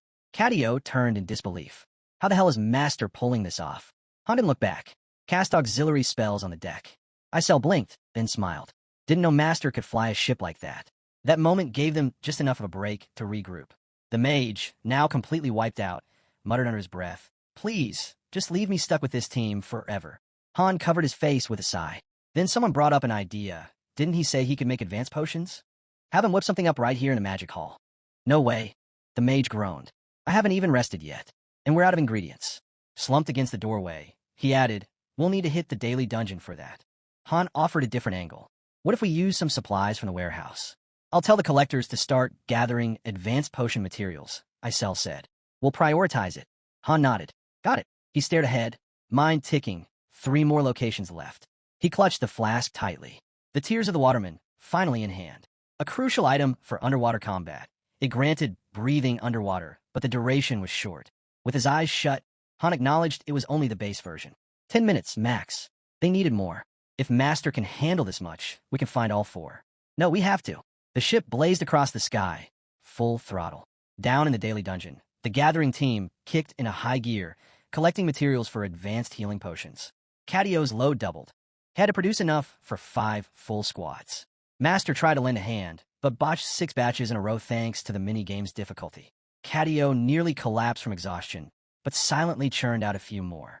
Nearby, Kishasha crouched low and hissed, "You'd have to be out of your mind to fight like this." Edith turned to her. "Are beastmen really that helpless in water?"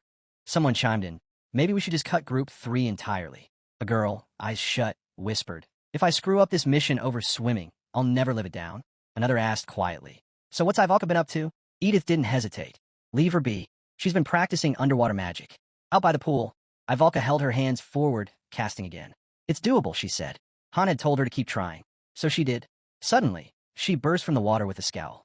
"Another fail," Edith muttered, watching. She looked away. "How's the roster for groups 4 and 5?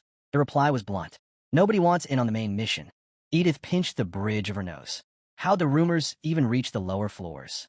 The answer was obvious. The survival rate was too low. Word had spread. They're packed in like sardines down on the first floor, someone said. You'd think they'd be itching to move up, but nope. A wide view of the tower came into focus. Daika's promotion had been finalized. 3 stars now, his level and skill caps raised. He was eligible for a class change. Clenching his fists, one man muttered, "Everything's fine, huh? Wasn't this guy already handed around 5 times?" Another cut in. Heard Masters trying to lock down the first floor. This promotion's part of it. Mark leaned in. Let's just keep watching. The first man stayed quiet. Then someone else commented, at this rate, Masters never sending us to synthesize. What's that guy even doing solo down here? They pamper him, then ship him straight to the top floor's isolation chamber, another scoffed. One of them smirked. Guess it's time I rally my team. Maybe even scout for some instructor candidates while I'm at it. Back on the battlefield, the monster opened its jaws wide. Jenna fired a rapid volley. Her arrows pinged uselessly against an invisible barrier. Divine protection's active, someone called out. The creature had entered a state of conditional invincibility. Jenna held out her hand in disbelief. How is that even a thing? Nothing's landing, came a frustrated reply. Han, standing just behind her, kept his eyes on the monster. It's a conditional state. We need more data. Then he added, next time you spot him, fire an arrow into the water. Jenna blinked. Into the water? The monster was already shifting below the surface. You saw it, Han confirmed. It's untouchable for now. Time to switch tactics. I'll dive in, tether myself first. The second I give a signal, pull me out. I can handle the rope, Belkist offered. Jenna gave a quick smirk. As long as it's strong enough, this'll work. She nodded to herself. With her longbow out of commission for upgrades, she grabbed the shortbow instead. Han gritted his teeth. We're making progress, but not fast enough. Stay off the main deck when he's close. Use the training ground. Sounds grim, Belkist muttered. From beneath the waves, the monster glanced up at the ship. They're improving, it thought. But to lower the danger, they'd have to push harder. And if they moved too quickly, they'd burn through the map before mastering the essentials. Underwater combat wasn't optional anymore. It needed to become second nature. The ship tilted slightly, then the acceleration gauge began to climb. Suddenly, boost mode kicked in. The monster's eyes widened as the ship surged ahead. What? Han smirked. This is going well. Then an icon blinked, an eye. The monster locked eyes with the ship. What if that anchovy shows up again when no one's around? The dragon roared, activating divine protection once more. This time, it growled, "You're not escaping." Han switched to manual control, his grip steady as he steered with sharp precision. Another roar. "Stop!" the dragon bellowed, just as the super boost triggered. The protagonist threw open a chest. Inside, a small figurine of a sea sailboat. He glanced sideways. The dragon's eyes were wide with recognition. Also inside the chest, a B+ ranked oxygen supply system. Jenna fired an arrow, clean and fast. It zipped past the dragon's face. She gave a small grin. Still works underwater. What? Han asked. Divine protection doesn't reach beyond the waterline, she replied. He looked back in the chest. A spatial summoning stone shimmered in the corner. This is it, he realized. This is how we get all 4 key items. A notification flashed. Hunt initiated. Then, just as the dragon reappeared, Ennington logged in, taking command on the spot. This wasn't like before, when he only joined late. Apparently, he'd enabled push alerts on his phone. Thanks to that, they were at least halfway ready for the boss. Elsewhere, seated at a table, a girl tapped the screen. We'll need divine protection for most of this. Wright nodded. We'll have to track down a goddess statue right when it starts, just like with the giant. Han glanced at her. She was starting to truly understand the system. She's got the mind for leadership. She asked, are we really going after the boss? We're close, he said, but not quite there. Master hasn't triggered it yet. Han clenched his teeth. Once it starts, Catio takes the helm. Even so, Jenna added, we're still going to have to fight it head on. And honestly, she said, eyes narrowing, it's going to be rough with just 4 of us. Han looked at the others. Maybe this mission will. This mission might require splitting the teams. One group holding the line at the goddess statue, while the others push toward the objective. Han pointed out the obvious flaw. With how few water tiers we've got, only our squad can go on the offensive. One of them would have to carry the spatial summoning stone. Han nodded. When Master logs in tomorrow, we'll put it to use. Up ahead, the girl overheard the real catch. Summoning wasn't an option yet. Only swapping was possible. The plan? Temporarily rotate Ivalka out for someone else. At least until they hit the 35th floor. Narissa glanced aside as someone commented, Ivalka's underwater magic is solid. She's still a valuable asset. She waved her hand. I'll head to the waiting room. Watching her leave, Han asked, you sure you're okay with this? She didn't look back. Yeah, there's something I need to take care of. Belkis glanced up as the lobby came into view. Did you find anyone strong enough? Someone asked. A man behind Raymond raised his hand, shaking his head. I've been trying. Some decent skills in the training center, but no standouts. The other guy nodded. Same in the living quarters. Too much in used space. It's just sitting there. Raymond looked away. I heard instructor recruitment's capped at 3 now. People down here, they're acting like synthesis won't happen anymore. The man turned. What about Team 5? Shouldn't they be out recruiting? Carter answered. They said they were searching for a woman to complete the lineup. But they're probably just off flirting somewhere.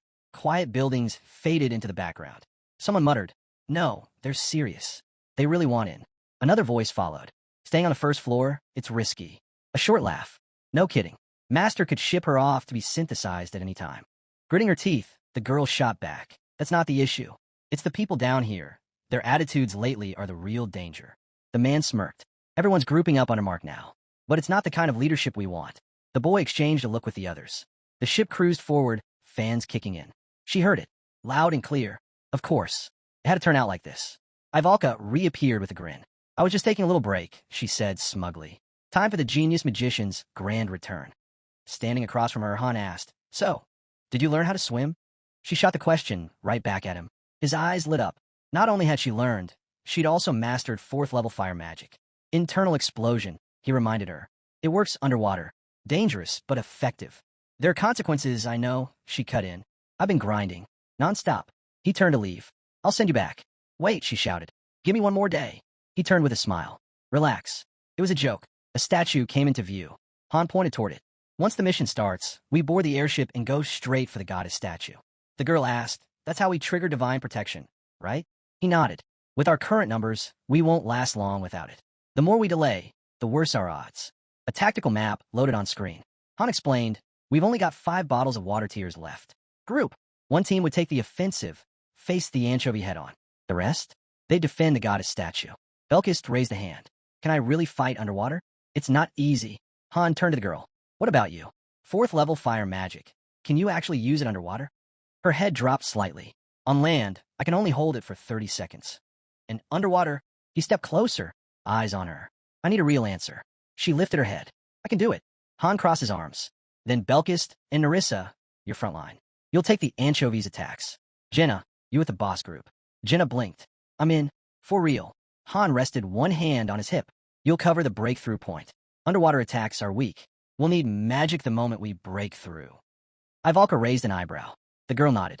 Got it. Training time was locked at 20 hours a day now. They weren't in the waiting room anymore. This was a mission. Ivalka had learned the basics of swimming. Yes, but her eyes dropped again.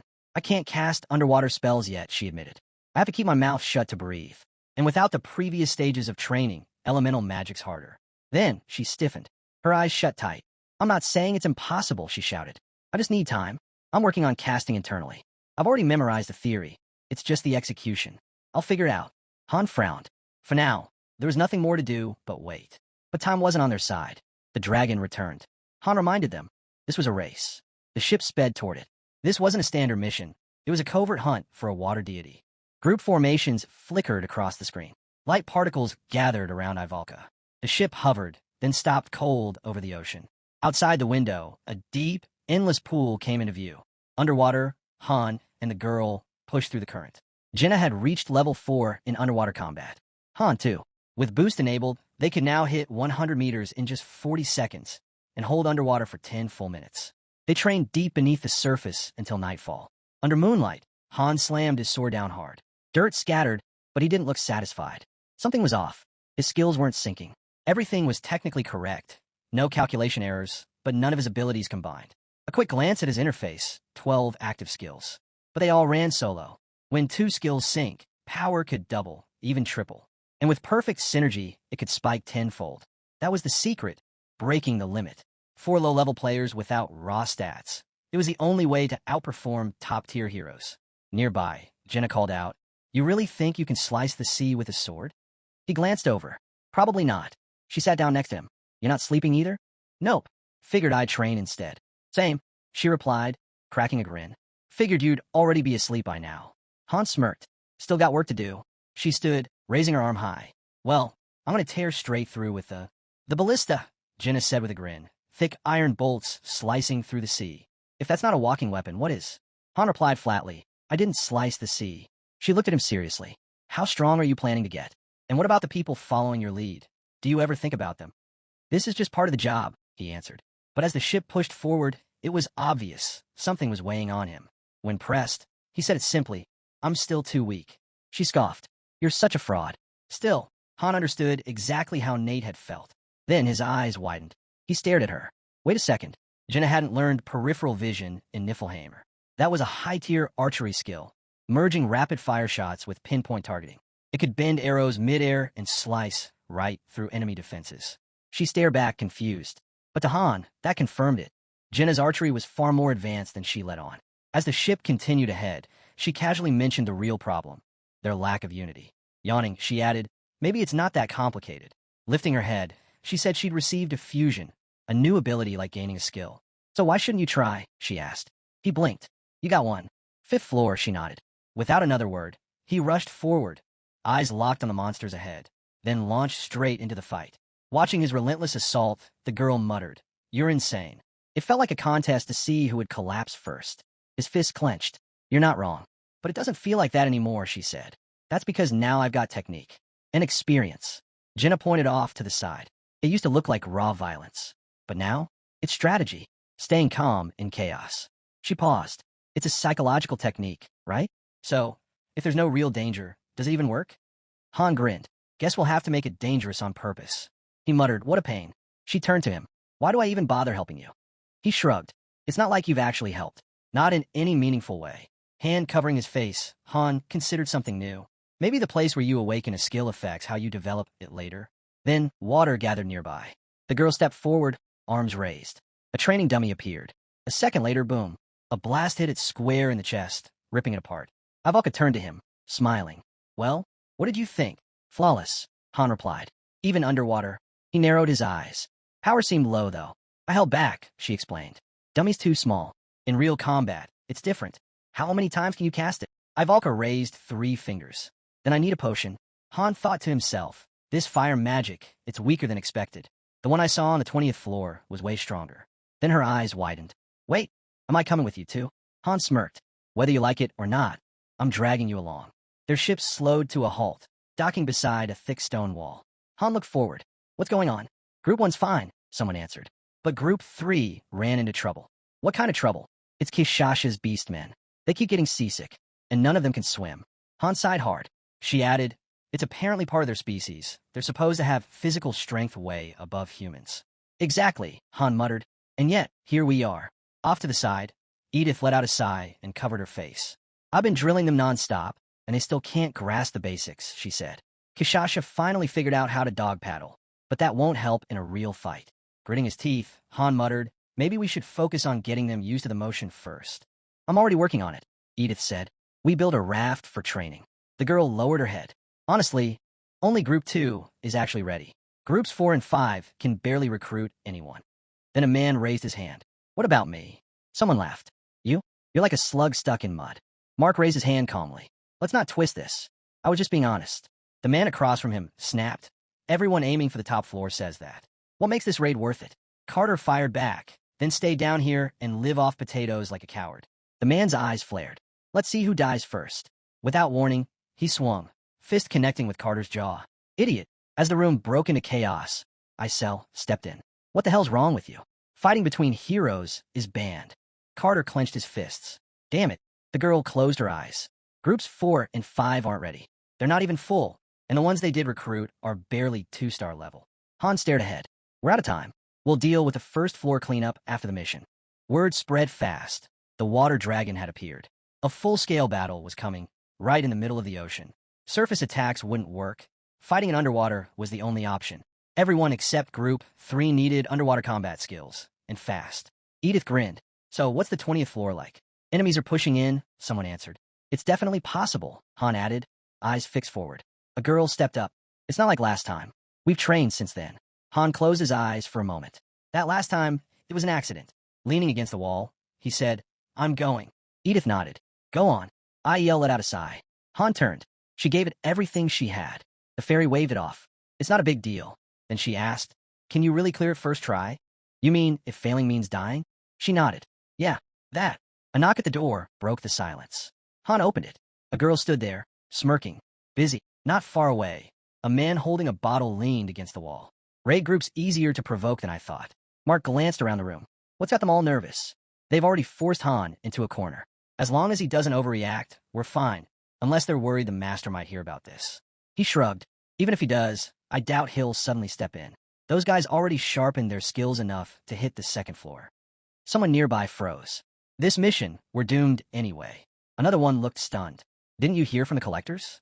Someone's been camped on the 34th floor for days. Now even the other groups have started swimming and training. He exhaled. Looks like we're all about to get pulled into the same mission. Mark let out a sharp grin. Only half the raid team made it back from the 30th floor. How many do you think survived this one? Someone muttered bitterly. First floor's already a dump. Just then, another guy's eyes widened. The door's locked. Mark turned. Who is it? Why would someone from the 3rd floor come down here? The girl stepped inside and calmly began unbuttoning her shirt. I've got a few questions. The man smirked. Guess I'm the one undressing now. But his smirk vanished instantly. His eyes snapped wide in shock. Get out, Mark barked, his voice cracking through the room. Everyone out. Now. The tension hit hard. The room went dead silent, then exploded into motion. The girl, now fully buttoned again, stared straight at him. So you do get it. His jaw tightened. What are you even talking about? Her tone cut sharp. I've met a lot of scum before, but you're different. There's something about you. Something I can't pin down. From the side, Narissa stepped forward. I'm the one asking questions here. Her eyes narrowed. Who are you, really? Outside. Night had already fallen. Inside, Han sat across from the girl, eyes forward. He finally spoke. This mission isn't about killing the dragon. That's just the obstacle. The real objective is a key. The girl gave him a look. Heard that line before. Han shrugged. I can just tell you what the key looks like, and where to find it. You can go get it yourselves. Friasis dropped her gaze and nodded slowly. I get it. Just this once, I'll trust you again. Nearby, the guy's head drooped.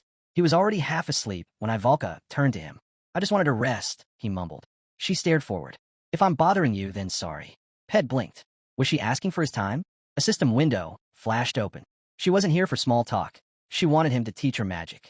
Eyes still closed, he answered, I use Beastman spells. Not elemental magic. It's totally different. Why ask me? Ivalka replied firmly. I don't want lessons. I want to know your secrets. Clenching her fist, she added, I know you're a genius. So help me. Cadio looked up from his magazine. The guy nodded slightly. Yeah, Cadio's the real genius. Anyone can see it. Cadio just muttered, I hate wasting time. If you don't get it right the first time, you'll just do it again and again. That's what a real genius says, the guy added, exhaling hard and pressing a hand to his forehead. Ivalka's eyes widened. Wait, we only have 10 minutes? Meanwhile, in the waiting room, a massive synthesis operation was underway. More than 200 people had gathered, 130 of them from the 1st floor alone. But only about 40 were actually training. To keep things efficient, the higher-ups started purging the disruptive ones, turning them into soul stones. Those were then used to strengthen groups 4 and 5, placed under temporary instructors. Around 50 heroes vanished in that process. In a twist no one expected, the blacksmith's assistant from the 2nd floor was among them, synthesized into a mid-grade soul stone. It shattered the quiet assumption that the 2nd floor was off-limits. And it sent a message loud and clear. Inning's patience had run out. Supplies were thinning out. Not enough gear to boost everyone in groups 4 and 5 to 3-star rank. Still, somehow Mark's squad had sidestepped being used as synthesis fodder. Then it happened. The game server went live. A fresh update dropped. As soon as it loaded, the scene shifted. A ship was slicing across the sea. The crew gathered on deck. The protagonist scanned the team. Everyone set? He asked. Jenna leaned in. You sure we've done everything we can? Ivalka answered without blinking. No regrets. Then quieter, probably. Belkis smirked. If you're not so sure, feel free to sit this one out. Shut it, the girl snapped. The protagonist gave the signal. Once I cue it, drink the dragon's tears. Potions hovered over their heads. A system window opened. Team layouts loaded in. A prompt followed. Raid squad formation required. The next mission was already underway. The new zone was loading. Field selection in progress. Teeth gritted. The protagonist muttered, It's starting. Jenna nodded. We'll make it. We're coming back. Ivalka was already locked in. Definitely. Then the water dragon's roar shattered the air. How long do you plan to run? It thundered. Its gaze lit up like fire. Let's begin the real hunt. Warnings flooded the screen. A message blinked. Floor 35. Mission type, capture. Target, unknown. Special target NPC, Friasis. Objective, survive. Positions, the protagonist shouted. Belkis dashed forward. He and a hero grabbed their weapons. Round one of the monster war had just begun. The ship started to rise. Han shouted, "Brace yourselves." A towering wave surged. The monster raised its blade, and the cannon fired. "Keep your distance," the protagonist shouted. Cadio rolled his eyes. "Yeah, I was gonna," he snapped. "Can't believe the master's even controlling this mess." The acceleration bar shot up. The ship surged ahead. The girl leapt, grabbed the rope, and fired. "We're skipping the sea beasts," a voice called. "Going for dragons first." "We already agreed," the guy replied. Suddenly, something dark loomed beside the ship. Velkus glanced down. His eyes widened. The protagonist saw it too. No warning, the dragon struck. The team's roster blinked on screen. Cadio's expression twisted. The speed gauge maxed. A blast fired. Weapon in hand, the protagonist scanned the area. "Where is she?" he muttered. Then something caught his eye. He squinted closer. The mission had begun. There had to be a statue nearby. The monster glared at the rising ship. "This is my domain," it hissed. The acceleration gauge was nearly full. Cadio growled. "What is it about this airship?" The controls jerked. The speed gauge dipped. Screams echoed. Jenna turned away. Han clenched his jaw. Belkist was frozen in disbelief. The beast reappeared, hovering beside the ship. Shots rang out. The protagonist shouted, "The master! He's trying to take the ship." A system alert. Airship capitalism launching. An icon lit up on the sail. The water dragon inhaled deeply. "You can't win," it declared, and then it struck. The ship veered hard, dodging clean. Faster now. The dragon locked eyes on them. The dragon was gaining, but the ship blasted ahead, ripping through the sky even faster. The water dragon growled, frustration boiling over. Then the super boost kicked in, and the airship rocketed forward like a bullet. Inside, Phreases clutched her head, disoriented, and dropped to the floor. "Leave the controls to the master," the guy muttered. "I'm never touching them again." The girl pointed ahead. "Something's there, look." A blinding light flashed. Floating just above the waves was the statue of the goddess. The protagonist clenched his jaw. Was this some kind of twisted joke? They'd barely survived that last surge, and now the statue had been hidden right in the middle of it? His eyes locked onto it. He wasn't leaving it behind. "Don't tell me you're going alone," someone called. The ship ripped across the sea, faster with each second. "We're being followed," a voice shouted. "I didn't even notice. They're right on us." "Cover him," another replied. Velkist let out a short laugh. "Plenty already went down, but they just keep coming." The protagonist gritted his teeth. "I never wanted to kill a dragon," he muttered. "Even a runt like this." Then he looked at Cadio. "You take care of the fish." Cadio bolted toward the deck. "Get up top and give him cover," someone barked. "I got it," he said with a sharp nod. Scanning the waves, Cadio's voice dropped low. "I'll wipe out every last one of you. I'll be the top dragon slayer here." The protagonist turned to the girl. "Good luck." Then, a swirl of glowing particles rose around the guy. He said calmly, "I've mastered surface tension. I can dive straight in." The hero gave a quick nod. "Back soon." He launched forward. Han was already closing in on the statue. The protagonist slipped cleanly into the water. A monster lunged at him, roaring. His blade flashed, one clean slice, and it was over. But more were lurking, circling under the surface. On deck, Jenna raised her bow. She locked on her mark. The arrow bent its path mid-flight, then pierced straight through a sea beast. Shots echoed all around. Arrows rained like missiles. Han's eyes widened. Even in his peripheral vision, he could see it. Jenna's arrows weren't normal.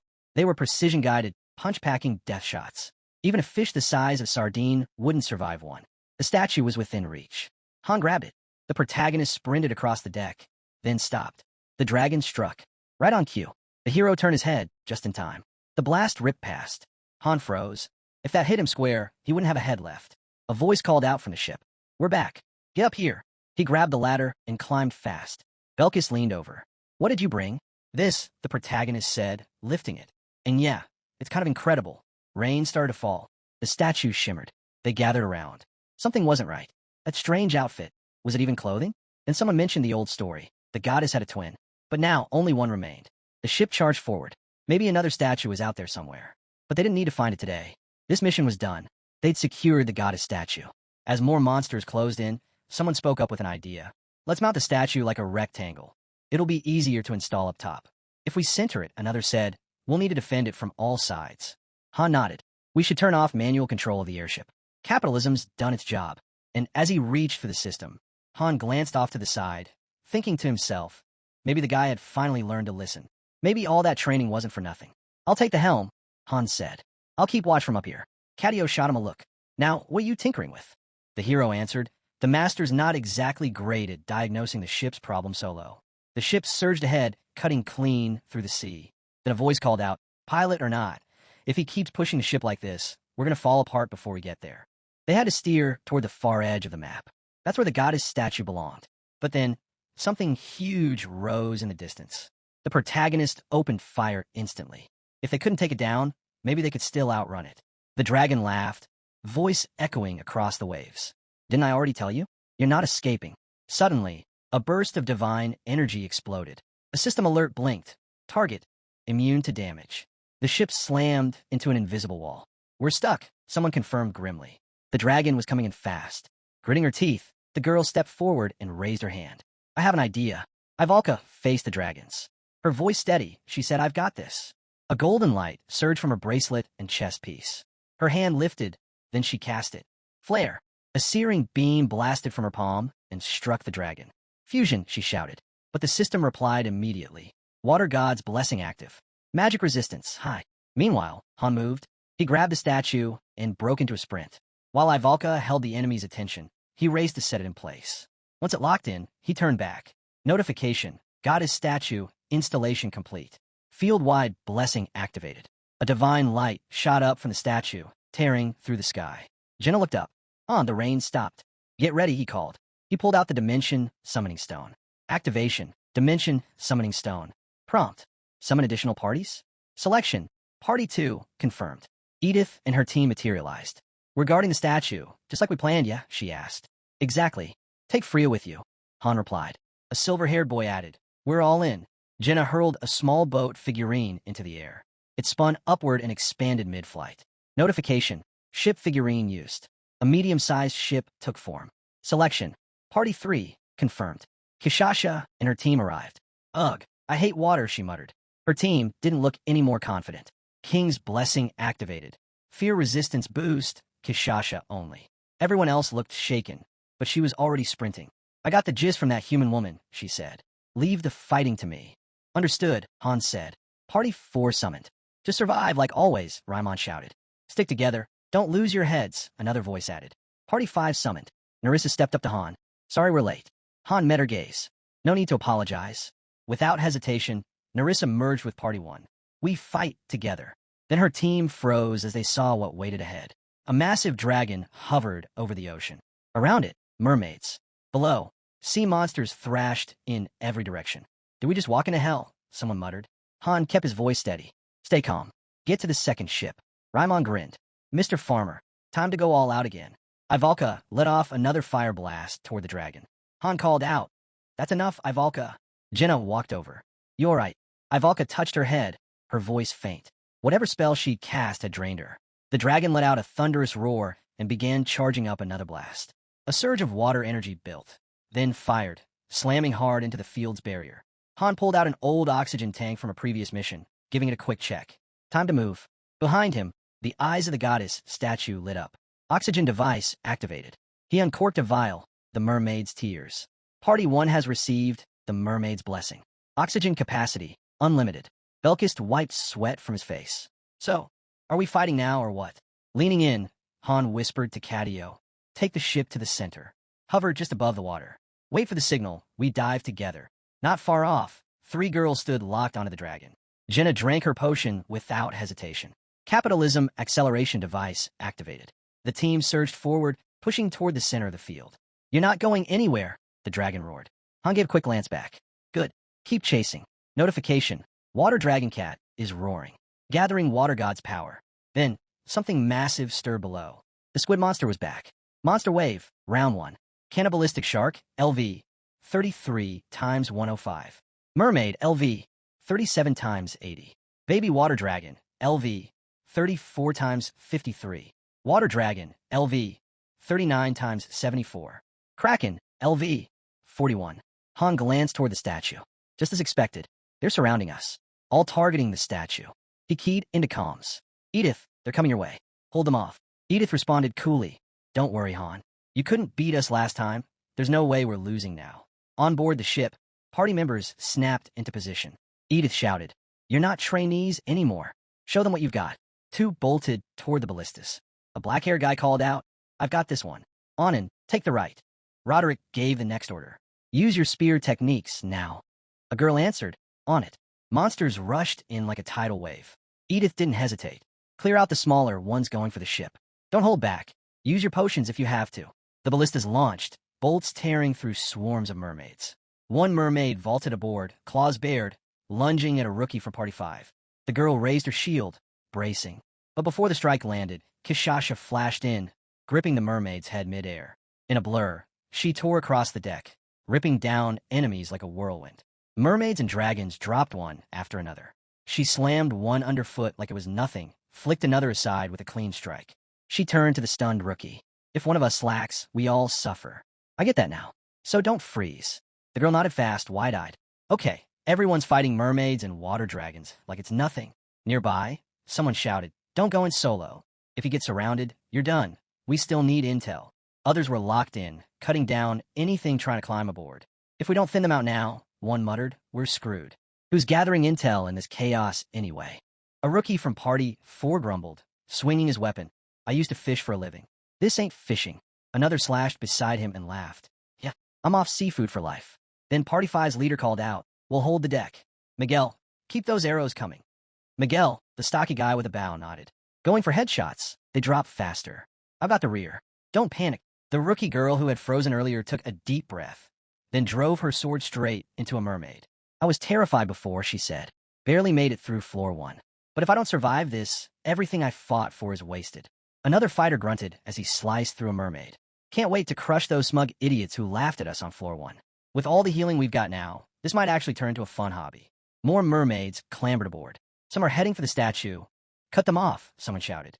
The ballista swung toward them, firing shot after shot. Each one dropped a mermaid before it could get close. Then the ship jolted hard. The entire deck shook as enormous tentacles rose from the sea. The Kraken had them. The ship's gonna snap, someone screamed. How do we even fight this thing? We're toys to it. Party 3 charged in. One fighter launched a brutal kick right into the Kraken's face. Others followed, claws slashing, tearing into its flesh. Then, Kishasha soared through the air. Mid-jump, she transformed and ripped through the Kraken's mass with a clean, vicious strike. The beast dropped. A massive splash drenched Party 3. Ugh, water, one groaned. Another spat out seawater. It's salty. Watching the aftermath, Edith let out a faint smile. Way smoother than last time. Roderick nodded beside her. Yeah, this time, we're bringing everyone home. Suddenly, a mermaid launched up from the sea, screeching, who human? Spears in hand, a pack of them followed, storming the deck. Edith and Roderick moved fast, blades slicing down attackers in clean arcs. A rookie from Party 3 staggered back. I think I'm gonna puke. A Party 2 member glanced over. Party 3's seasick again. Pull back. Edith barked. Let them recover before they drop. Meanwhile, on the dragon, someone stood atop its head, driving a sword deep into its skull. Another hacked at its neck just below. There's no end to these things, one yelled. Watch the jaw, another warned. Too late. A scream rang out. My leg. Blood spilled. Potion, now. A teammate shouted, rushing to help. Back on the ship, the hull tilted as it veered sharply toward the center of the fight. The dragon's eyes locked on them. Han turned to the crew. Get ready, we move now. Cadio popped up from below deck. Hold on, take this. He tossed a vial. Han caught it clean. Mermaid tears. Only had enough to brew one bottle. Han nodded. Better to have it than not. Kato stepped forward, handing over 2 stones. Notification. Cadio has granted attributes to Party 1. Item consumed. Stamina Reinforcement Stone, basic. Strength Reinforcement Stone, basic. Party 1 stats, +5 stamina, +5 strength. The ship skimmed across the sea, dragon hot on their trail. As they hit the center, every member of Party 1 dove into the water. The dragon loomed overhead. Han raised his hand. It starts now. The dragon charged straight for him. The others split off in all directions. Ivalka's already casting. Han thought, we end this here. Up close, the creature was massive. Its glowing eyes locked onto him. It's even bigger than I thought. He veered suddenly, and Belkist appeared beside him, blade flashing. Steel met scale. Blue blood poured out. Han's eyes widened. Damage worked underwater. He signaled. 2 fingers up. Everyone attack. Narissa darted in, dagger flashing. Belkist followed with a clean strike. Jenna loosed an arrow. It twisted mid-flight and struck hard. The dragon howled. Then, from deep inside the beast, Ivalka's spell detonated. Magic burst out from within, and the dragon exploded. Han locked eyes on the beast. No way that was enough to finish it. We got to keep hitting it. Until Ivalka's ready again, he thought. He raised 2 fingers high. Belkist didn't hesitate. He shot forward instantly. We've trained in darker, deeper places than this, Han reminded himself as Belkis tore through the current. The dragon turned, its gaze fixed right on Han. It opened its mouth. A sphere of water formed in its chest, then fired.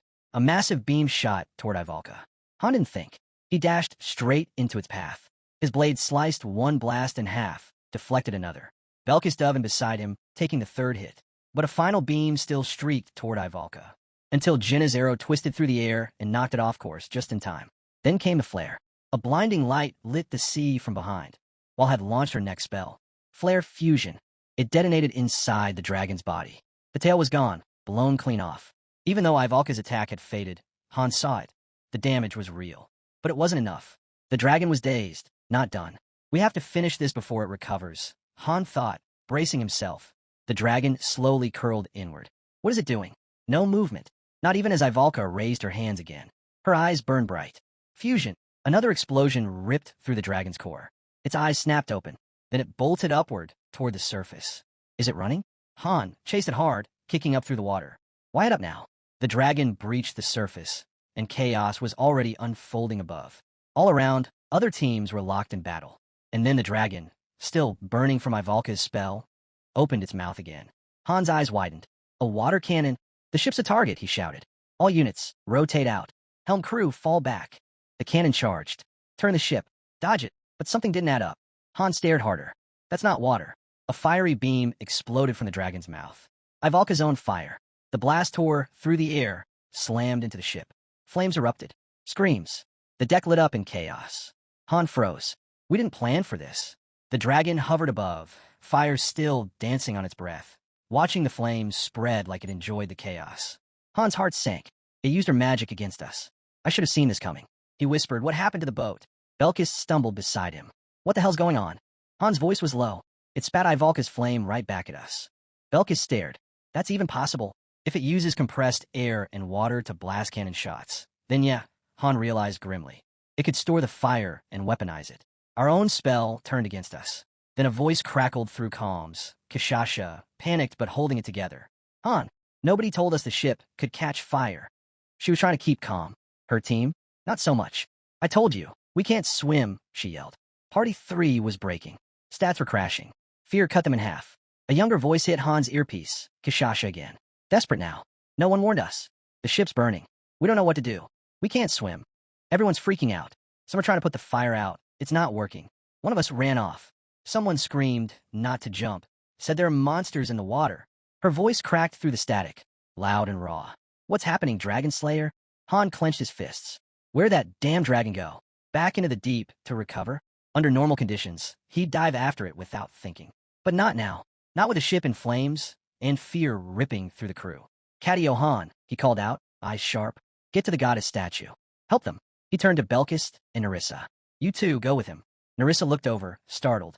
Just the 3 of you for the boss. Han nodded. If we lose the statue, we lose underwater breathing. And if that happens, we're done.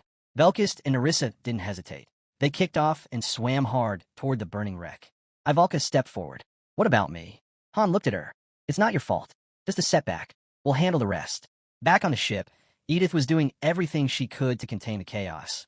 But things were falling apart fast. What the hell is this? She shouted, overwhelmed. This is on me. I'm sorry. Han's voice was calm. What do you mean? She answered fast, voice tense. The airship's coming. Abandon the ship. Get everyone, Friasis too, to the airship. If we can't hold the statue, drop it. Just survive. Han blinked. Wait, what? I don't. The line cut. Beside him, Ivalka looked pale. This is my fault. No. Jinna said gently. Nobody saw this coming. Not your fault. Han didn't hesitate. She's right. Giving everything you've got isn't a mistake. If anyone's to blame, it's me. I'm the one who brought you in. That decision's on me. Ivalka shook her head. But I asked to be here. Han cut in, steady and sure. I never put someone on a team unless I know they belong there. Tears built in Ivalka's eyes. Han looked at her and said, softer now, there's still a way through this. Have I ever lied to you? She took a breath. His calm steadied her. Then Jinna grinned, leaning in. You two are starting to look real cozy, babe. Ivalka jumped, face flushing. Wow, what are you talking about? She turned fast. Anyway, what do we do now? Cadio was already steering toward the wreckage. Jinna looked ahead. The monster's underwater. It's hurt. That's why it didn't attack again. It couldn't. The 3 swam along the surface, heading back into the field. Han let out a breath. Edith, Catio's closing in. Abandon the statue. Get everyone on the airship. Edith was quiet for a beat. What about you? We finished the job, Han replied. I'm not letting pride get people killed. She didn't respond. You made a promise, said no one dies this time, right? Han said, so don't let your team go down like that. Fine, she said at last. Han into the call. This ends with us. Their bodies shimmered faintly, buffs activating. Ow, Jenna asked, narrowing her eyes. Han pointed forward. Check your mission log. A display slid into view. Floor 35. Mission type, plunder. Objective, ensure NPC Friasi survives. Plunder or capture, not extermination. Han's eyes narrowed. We don't have to kill it. Just take the key. The dragon's not the goal. It's just guarding the vault. Then we skip the fight, he said. Grab the key. Get to Friasi's. Jenna gave a sharp nod. No other option. Then we move. All three dove deep into the water. Elsewhere, Shurgan had fallen. A mermaid's blade across his neck marked the end of his fight. Lilani dropped to her knees. Panic closed in fast. Her stats dropped like a stone, cut in half. The ship, now fully engulfed in flames, began to sink beneath the waves. One by one, members of Party 3 were thrown into the sea. Kishasha shut her eyes. Not now, she thought. But this time, the king's power stayed silent. Even she wasn't immune. Fear crept in. Then she saw her, a younger teammate, barely afloat. Kishasha launched forward, reached her, and pulled her to the surface. Is everyone okay? She shouted, eyes scanning the chaos. All around, Party 3 struggled to stay above water. But then, the monsters came. A girl's eyes blinked open underwater. All she could see was blood. 3 monsters surged toward the group. Nishaz was the first to fall. She's gone now, welcomed by the goddess. Her bravery in battle wouldn't be forgotten. The girl tried to reach the others, but before she could, a spear pierced her from behind. A second wave of beasts struck hard. Nandio was next to fall. Another soul returned to the goddess. Her courage, unforgettable. The last fighter looked back at her fallen teammates. She fought desperately, but a creature's claw sliced her throat. Lackery screamed, I'm going to die. Her voice cracked as she called Kishasha's name again and again. Just breathe. Stay with me. Kishasha shouted back, trying to calm her. Then Lackery spotted 2 nearby figures. Please, I'm the only one who can swim. Errol didn't wait. I've got you, she said in Dovin. Suddenly, a monster charged at her, mounted on a shark. Errol raised her shield and blocked the hit, then countered, slashing hard. But the shark clamped down on her leg and dragged her under. She stared up, stunned, then disappeared below. The man beside her never moved. Errol was gone. Another warrior lost. Her spirit would stay with them. Then a voice boomed out. Fall back to the ship. Everyone get on board. From the deck, Catio shouted. I'm opening a path. Run? I can't hold it forever. Kishasha clung to her wounded teammate.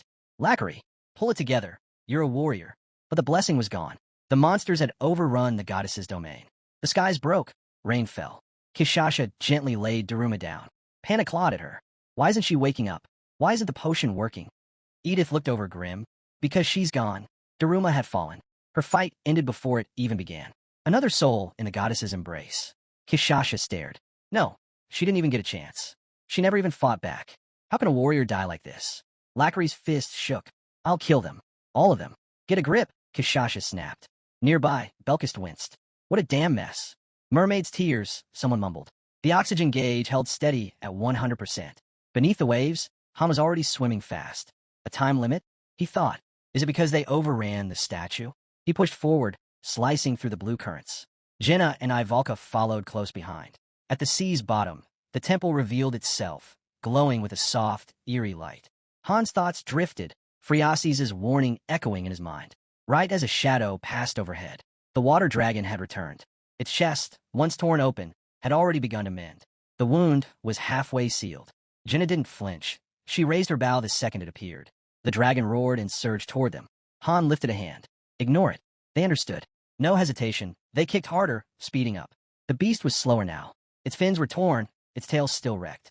Han kept his focus forward, forcing every muscle to move faster. Water dragon, level 64. Mermaids, level 38 times 32. The sea floor shimmered with that same eerie, glowing blue, clear as day, even from afar.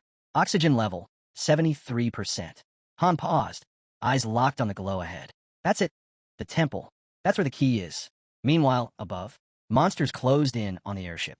A system prompt appeared for the master. Would you like to switch to manual control? He slammed yes. A glowing eye flared on the ship's sail. He was in full control now. Super boost, engaged. The ship rocketed forward. Mega boost, engaged. Even faster. Hell boost online. The ship tore across the sky like a comet. Edith grinned. Perfect. We'll lose them at this pace. Cadio shielded his face as the wind roared. He can't keep this up. He's blind to the ship's condition. The engine's gonna give. The boosters flared blood red. Suddenly, a mermaid on a shark launched a spear. Direct hit. The propulsion unit erupted in flames. Engines hit, someone shouted. Are we dead in the water? Edith snapped into command. Get ready. They're coming in hot. Cadio launched himself off the deck, crashing into the sea. I've got the sharks, he yelled. The moment he touched the water, lightning exploded from his fingertips, stunning every shark nearby.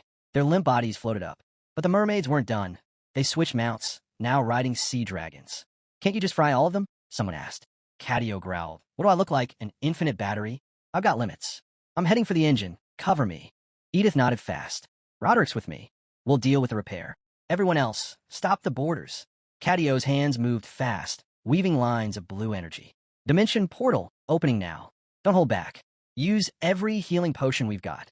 Edith spun around. Protect Cadio. If he goes down, we're done. Guard the portal with your lives. The portal flared to life. A battlefield gateway for supplies and gear. Party 3. Edith shouted. Secure the deck. Don't let anything through. Everyone else, hold the flanks. Then a new alert flashed. Cadio has granted Party 1 a bonus attribute. Items used. Mana Stone of Physical Reinforcement. Mana Stone of Strength Reinforcement. +5 stamina / +5 strength for all party members. Back on deck. Lilani was trembling, frozen. I can't do this, she muttered. A blonde-haired man spun toward her. Pull it together. We're all gonna die, she cried, panic rising.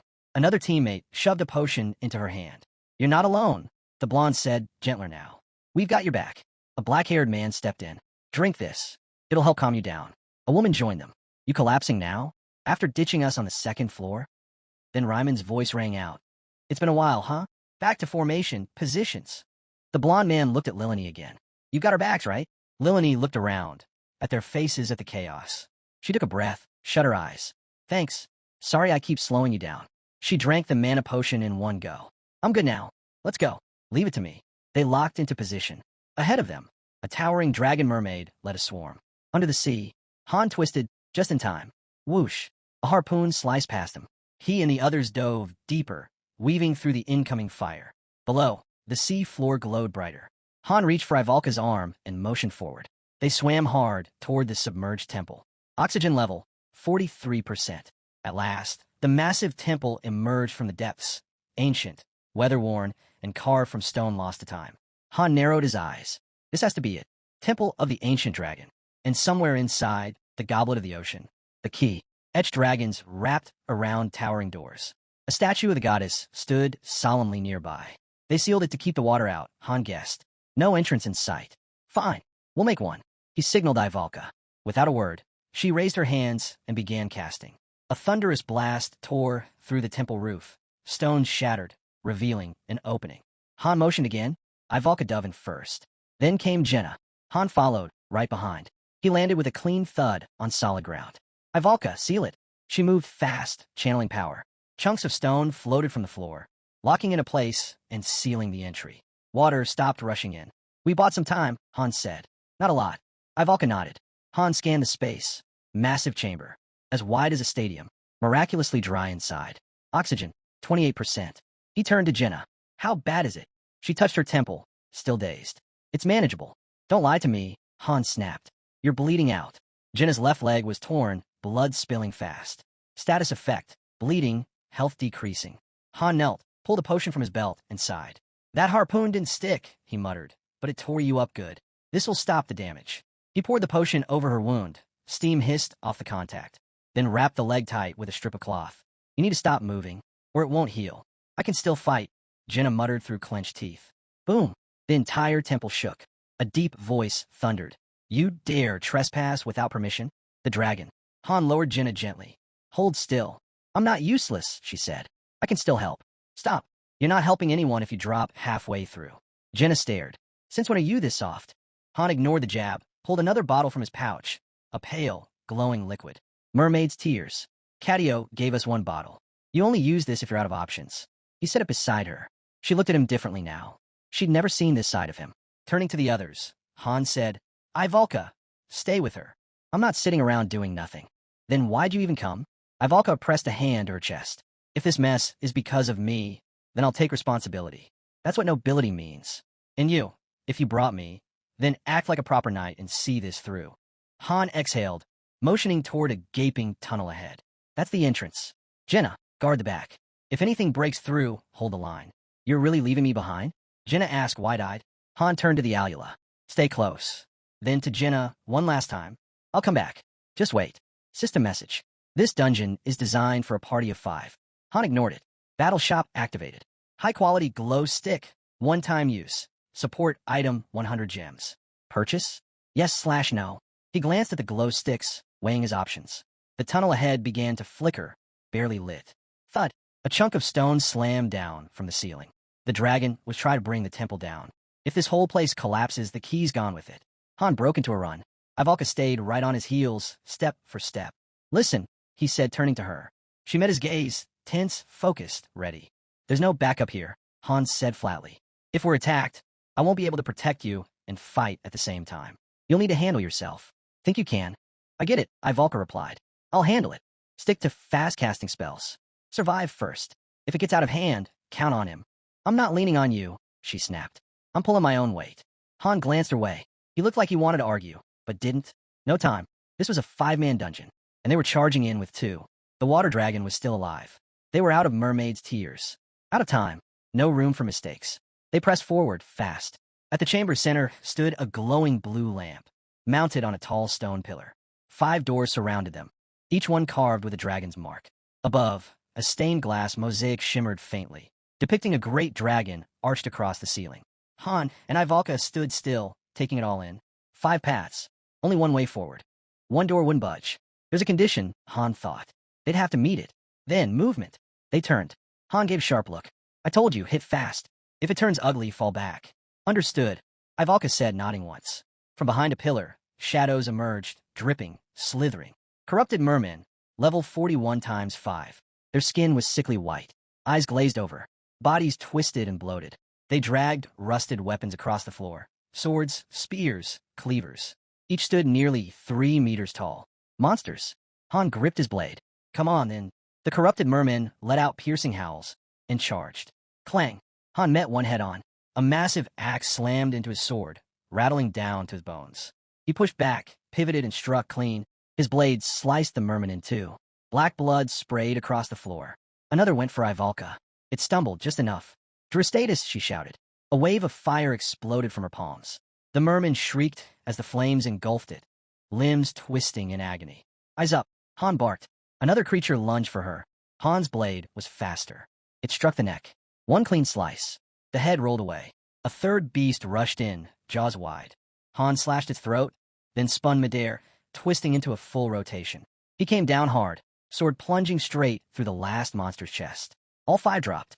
Silence, but only for a moment. Corrupted merman, level 42 × 7. New ones emerged, larger, angrier, deadlier. Han gritted his teeth. Is this what it takes to open the door? No shortcut, no mercy. A low rumble shook the walls. Far above, the water dragon's cannon fired again. A high-pressure stream slammed into the temple's outer barrier. The stone groaned, but held. At the gate, Phreases clutched the key. Heroes, please. The dragon turned its eyes toward her. So this is the goddess's doing, it hissed. These petty rules are exhausting. It slithered across the temple, coiling around it like a snake constricting its prey. In the end, none of it matters, the beast growled. That divine power won't hold forever. Let's see how long you can keep pretending there's still hope. The temple was now fully encased. Elsewhere, mermaids swarmed over what was left of the shattered ship. They struck at a ruptured section, pounding to break it open. Inside, wreckage, smoke, broken boosters. Cadio examined the damage. I can't fix this, she muttered under her breath. Even if the other boosters still run, push it any further, and the mana core will collapse. Like forcing air into a balloon that's already torn open. A voice rang out, sharp and panicked. So what, this is it? We're just gonna die here. Ramen shot back, steady but tense. Party one's on the front lines, just hold on. Another voice cut through, frustrated and scared. Then why haven't we heard a word from them? Edith answered quickly, trying to calm the rising fear. They're probably out of range. Don't lose it. They're still out there. I can feel it. but the fear wouldn't quit. How are we supposed to fight when we don't even know if they're alive? Suddenly, a mermaid lunged out of nowhere. Her blade found its mark. The man who had shouted dropped like a stone. Someone else slashed the mermaid down and rushed to his side. Hubert, come on, stay with me. Use your potion now. Nearby, a fighter barked orders while fending off attackers with his shield and sword. Roderick, get the wounded to the cabins now. A spear came at him from below. You little, he yelled as it pierced straight through his chest. A girl sprinted toward him, shouting too late. A dragon dove down at her, but she managed to block the hit with her shield. Her hands shook from the force. The ship's deck had turned into a war zone. Bodies, blades, blood. It was all survival now. Off to the side, 3 girls from Party 3 huddled, crying. One of them stood up, fire in her voice. If you're too scared to fight, then move. I'll take them all down myself. Belkis glanced over at Nerissa. Didn't that kid use wind magic to boost her speed before? Still fighting off a mermaid, Nerissa snapped. Yeah, same boat we're on. Try using your head for once. Belkis chuckled and downed a potion. Feels like I've already taken out 100 dragons. Lucky we came prepared. Mermaids began circling him. He muttered, should have taken Han's sword. Mine's already broken 3 times. Good thing I packed backups. Nerissa looked his way. Even with gear coming in through the portal, we can't hold out like this forever. Not without some rest. Belkis cut down a mermaid and tossed a potion to Kishasha. Catch! She snatched it mid-fight, her other hand landing a clean kill. Rain began to fall cold and steady. Lilini stood in the storm, gaze tilted toward the sky. Her mind drifted. The sun was setting. A cart creaked along a muddy road. She sat beside her father, their cart loaded with apples. We didn't sell much today. Huh, she said quietly. He let out a sigh. Yeah, most of them spoiled from the rain. But hey, we'll still eat tomorrow. He handed her an apple and smiled. Days like this make me want to keep going. Lilini smiled back. I'll help more tomorrow. Thanks, Lilini. Now, come on. Time for dinner. Back on the deck, behind Belkis, Lilini whispered, the weather's beautiful today. I have to give it everything tomorrow. She looked around. Her party was still standing. Flashes of memories ran through her mind. She held them close. If the weather tomorrow is like this. Her voice trembled. Dad, I'm hungry. Her body, bloodied, crushed from the waist down, collapsed where she stood. She didn't get back up. She had returned to the goddess. But her courage, her will, remained. Not far away, a blond man screamed, voice shaking with fury. You black-haired bastard. You killed someone who was life itself. Die, die, just die. Ryman watched in silence as it all unfolded. Behind him, Lilini lay still. Roderick gripped his spear with white-knuckled rage. The mermen surged forward, screeching, bloodthirsty, and wild. Nerissa carved her way through the enemy. Out of our way, you freaks, she growled, not slowing for a second. Nearby, a wounded man sat in a pool of his own blood, muttering through clenched teeth. I'll kill every last one of them. Next to him, another fighter shook uncontrollably. I can't do this anymore. A hand gripped his shoulder, steady and firm. Stay here. We'll take it from here. Across the battlefield, chaos raged. A girl from Party 3 was caught in a merman's grip, its teeth clamped onto her leg. She screamed. Roderick stood frozen for a second, his mind flooded with ghosts. He saw one of his fallen comrades, grinning once as he said, Not bad, huh? Gone now. Another had joked. I've been running errands all day like some merchant, but I'm still standing. He was dead, too. Then Lilini's voice echoed in his memory, back on the 20th floor. Back then it was Dyron. Now it's Rosa. Her voice trembled. But someone like me, I'm still here. His gaze hardened, and then he heard her again, gentler, softer. Thank you. I'm alive today because you taught me the spear. That same girl, now lay torn and lifeless in the blood-soaked dirt. Something inside him snapped. The mermen rushed in, weapons raised. A man from Party 2 lost his arm. He went down screaming. More mermaids charged. Roderick let out a roar and hurled his spear. It tore through the enemy ranks, blue blood flying. He charged. One after another, he struck them down, his momentum unstoppable. Lilini's body didn't move. Edith and Cadio could only watch as Roderick lost himself in the fury. But he didn't stop. Each swing of his spear dropped another foe. His hands tightened around the shaft, his breath breaking into ragged cries. Somewhere else on the battlefield, Han and Alula fought side by side. A merman screeched and lunged, its weapon swinging. Clang! Han blocked with his sword. In one swift motion, he pulled a dagger and jammed it straight into the monster's eye. The blade twisted. The body fell. Blood streamed from Han's wounds. His HP was tanking. He glanced up. Ivalka was lighting up the battlefield with flame. Her dress was in tatters. Blood trickled down her ribs. I'm fine, she shouted without looking back. Han barked. If it gets worse, fall back. I told you, I've got this, she shot back. 10 of them. Corrupted Merman. Level 43. Third wave. Han tossed her potion. She caught it without missing a beat. You sure you're okay? She asked. I've got 2 more. We'll make it work, he replied. What about mana potions? Only 1 left. Keep it. We don't know how many waves are left. With that, he charged straight into the enemy. The mermaids rushed him, but Ivalka's flames lit up the path behind him. Han moved fast. Would have been easier if the whole team was here, he thought. But no time for what-ifs. He steadied his blade, then swept forward, beheading 1, cutting down 3 more in a single motion. As he fought, patterns started to emerge. Their attacks had rhythm. If he timed it right, he could cut through them clean. His body took the lead. His mind sharpened the plan. But the damage was building. His skin was slashed open in dozens of places. Blood poured from every cut. Still, he pressed on. Round 4. Corrupted Merman. Level 43. 13 of them. The walls split open. More enemies burst into the chamber. Corpses piled up around him, and so did the wounds. They were already drained from the last fight underwater. Just the 2 of them left. No room for coordination, just pure survival. And with every round, the enemy numbers kept growing. Han thought about triggering Berserk mode. No, not yet. The backlash is brutal. 3 uses max. And if this dungeon resets, we might have to survive 4 more rounds. He was down to his final potion. With nothing left to lose, he hurled the empty bottle at a merman's face. It flinched. Han dashed in and struck it down without hesitation. He turned to cut down another, but a spear-wielding merman blocked his swing. Han ducked just in time, the spear grazing past. He countered fast, his blade slicing clean through the creature's torso. Then, wham! Another enemy slammed into him from behind, sending him flying across the chamber. He hit the ground hard, coughing blood. A shattered mana potion rolled past his hand. He tried to rise, but the enemy was already closing in. Suddenly, boom! Flames erupted, engulfing the mermen in a roaring inferno. Han shielded his face from the heat. When the fire died down, he opened his eyes. Every enemy in sight had been incinerated. Standing in the center of the scorched battlefield was Ivalka. Her hands were bloodied. Her eyes burned with an unnatural blue glow. She'd entered magical overdrive. Han's eyes went wide. Mana surge? Ivalka, stop, he shouted. Too late. The next wave was already charging in. Round 5. Corrupted Merman. Level 45. 18 enemies. A harpoon shattered as Han surged into battle. He weaved between attacks, his sword slicing into one creature's shoulder, then down through its chest. He leapt, spinning through the air, cleaving a second in half and tearing across a third shoulder as he landed. They kept coming. From every side. Too many to count. Han raised his sword high, breathing hard. Ivalka was barely standing. Her life force was draining fast. Han pushed forward, slashing through enemy after enemy, forcing a path through the swarm. Then he saw her, cornered, fading fast. He broke into a sprint. Hey, you bastards, he roared. Don't any of you have a shred of conscience? The final gate had appeared.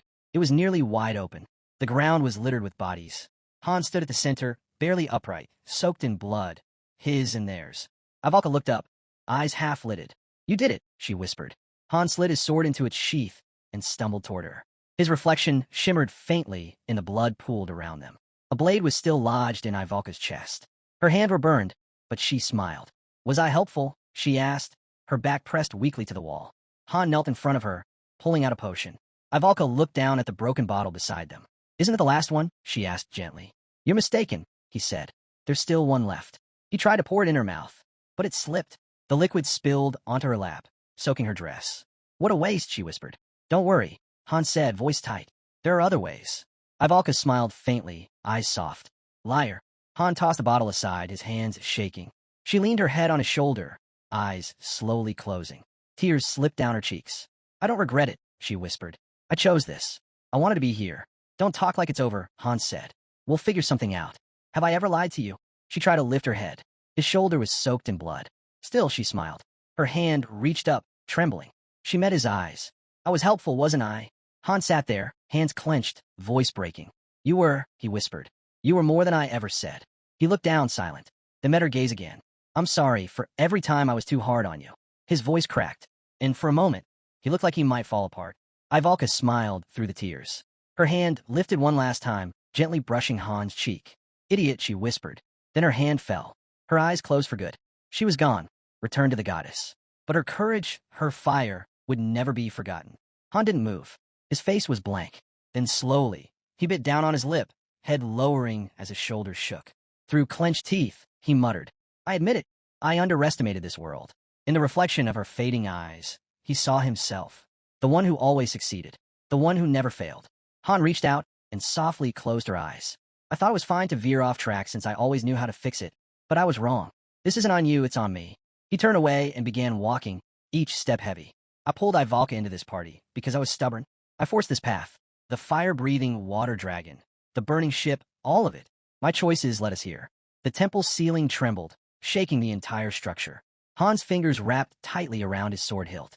He drew it and released berserk mode. That feeling, I haven't felt it in ages. That emptiness, the kind that makes consequences disappear. Nothing left now but to destroy what stood before him.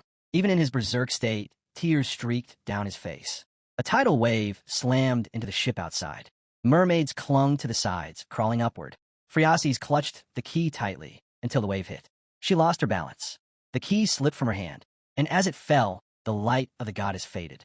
Her blessing vanished. The dragon's eyes turned toward the dimming glow. Mermaids flooded into the temple, pouring through the same path the heroes had taken.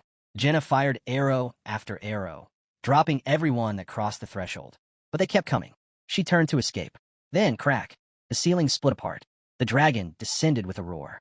Die, all of you! Jenna bolted across the stone floor, the dragon crashing behind her. Han, she screamed. Her ankle buckled, but she rolled, barely dodging a crushing blow. She spun, drew her bow, and fired. The arrow shattered on impact. Her eyes went wide. Immunity? Because there's no water in here? She loosed a volley of arrows. None landed. How the hell do we fight this thing in a dry corridor where it's immune to everything? Back at the final gate, Han stepped forward. It stood wide open now. Wave 7. Corrupted Merman. Level 47. 27 enemies. They came rushing toward him in full force. Han stared them down. Something wasn't right. The enemy was growing, stronger, faster, even this deep inside the temple. But instead of panicking, he made up his mind. It doesn't matter, he growled, his eyes glowing a fierce red. The mermaid screamed and charged. Han tightened his grip. No more hesitation. No matter what comes at me, I'll erase them all. Meanwhile, chaos tore through the other parties. Party 1, 2 injured, 1 dead. Party 2, 3 wounded, 1 dead. Party 3, 2 hurt, 3 down. Party 4, 1 bleeding. Party 5, 2 injured, 2 fallen. The mermaids lunged at Han, all of them at once. But he didn't flinch. He blocked every strike, red eyes burning like fire. Then he stepped forward. 1 swing, 3 fell. Another, more bodies dropped. A blur of merciless slashes cleared the battlefield. Han stood alone in the wreckage, blood coating his blade. He wasn't done, not even close. Han spun to the side, eyes burning. Next, an enemy lunged. He slashed its throat clean through. Next, another crept up behind him. Han ducked low, sliced its hands clean off, then twisted around. A flying axe cut through the air. Han caught it mid-spin and hurled it back. It buried itself in the attacker's skull. Black blood sprayed like ink. More enemies surged in. One tried to sneak close. Han cut it down in a single motion. Another charged. Han leapt high into the air, disappearing from sight. The mermaid looked around, confused. Too late. Han came down like a storm, blade gripped in both hands. 1 swing. 1 arc of fury. Everything in range was erased. System notification. Berserk skill has exceeded system limits. Adjusting level. His body began to shift, twisting, warping, something no longer human. New notification. Skill awakened. Berserk. Level up X2. Berserk has reached max level, level 10. Elsewhere, deep in the corridor, Jenna sprinted through the never-ending maze. This place just doesn't end, she muttered under her breath. She threw open a door and froze. It was the same chamber, the same one where Han and Ivalka had fought the first wave. She stepped in slowly, eyes scanning the battlefield. Ivalka, she whispered, spotting the fallen girl's body. Back in the chaos, the mermaids were still coming. Han was drenched in blood. His wounds were worsening, but he kept pressing forward. Notification. Bleeding has intensified. HP will drop periodically. He glanced down. The side wound. It's bad, he muttered, gritting his teeth. But I'm not done yet. Notification. Skill awakened. Pain tolerance leveled up. Now level 7. Another spear came flying. Han dodged and lunged forward. Notification. Pain tolerance leveled up. Now level 8. He soared into the air and slammed down, cleaving through his target like butter. Heads, limbs, everything in his path was cut clean. The red in his eyes blazed brighter. Notification. Composure skill limit exceeded. Readjusting level. Skill awakened. Composure leveled up times 3. Now level 10. Composure has reached max level. He cut through the swarm like a living storm. Another wave came. Han sprinted straight into them. He leapt again, blade flashing through the air. The moment he landed, every enemy around him collapsed in pieces. Notification. Indomitability leveled up, now level 4. Fueled by rage, he charged. Crimson light poured off his blade. Sparks ignited with every slash. Far away, in the frost-covered lands of Niflheim, a mage paused mid-chant. Sweat slid down her face. Master, there was a mermaid. But his eyes, they were glowing red. Her vision flickered. Back in the temple, Han was surrounded, but he stood, unmoved. The mermaid circled. He didn't flinch. Then his blade spun in a full circle. Every enemy in range dropped instantly. Notification. Master Han's soul is in turbulence. He no longer looked human. Somewhere in a distant chamber, another voice came through. That was Chamber 3. The next door's up ahead. No sign of the key yet. They looked around. Mermaid corpses littered the floor. Guess I have to clear all 5 rooms, whichever path I take.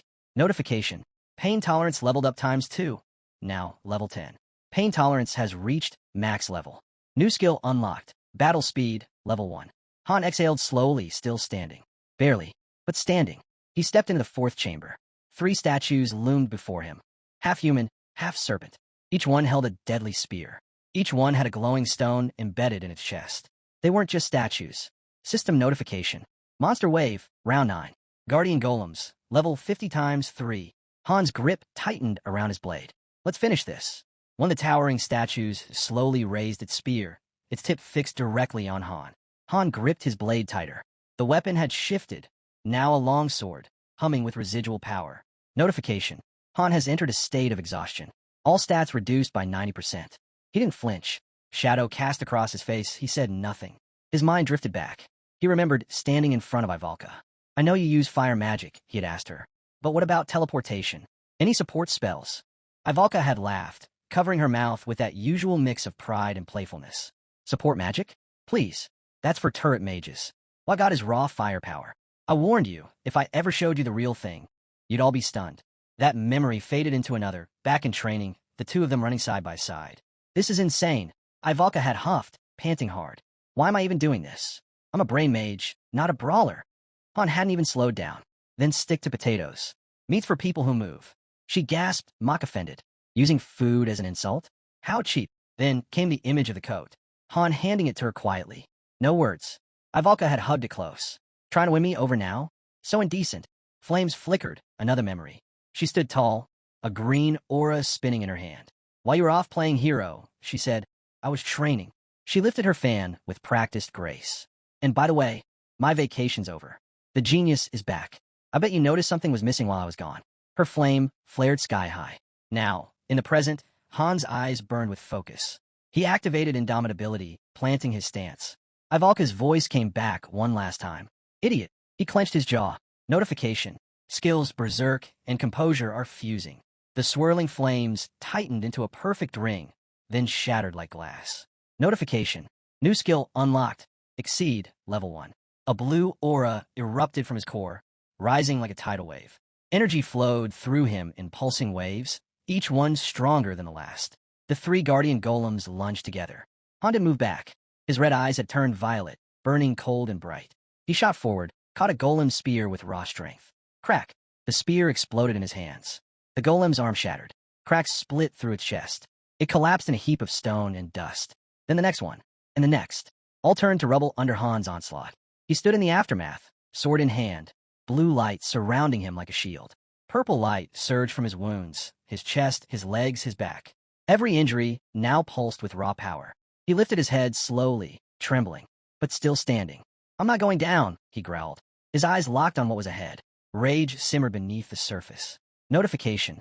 Skills Exceed, Indomitability, and Battle Speed are synchronizing. New effect added to Exceed. A column of light burst from his body. Blinding, wild, unstoppable. Han stood at its center, shoulders rising and falling. I'm close. Just a little more. Then he heard it. The dragon's voice echoing through the ruins. You cowards, where are you hiding? Han gritted his teeth and kept moving. One step, then another. Just a little more. I have to break through.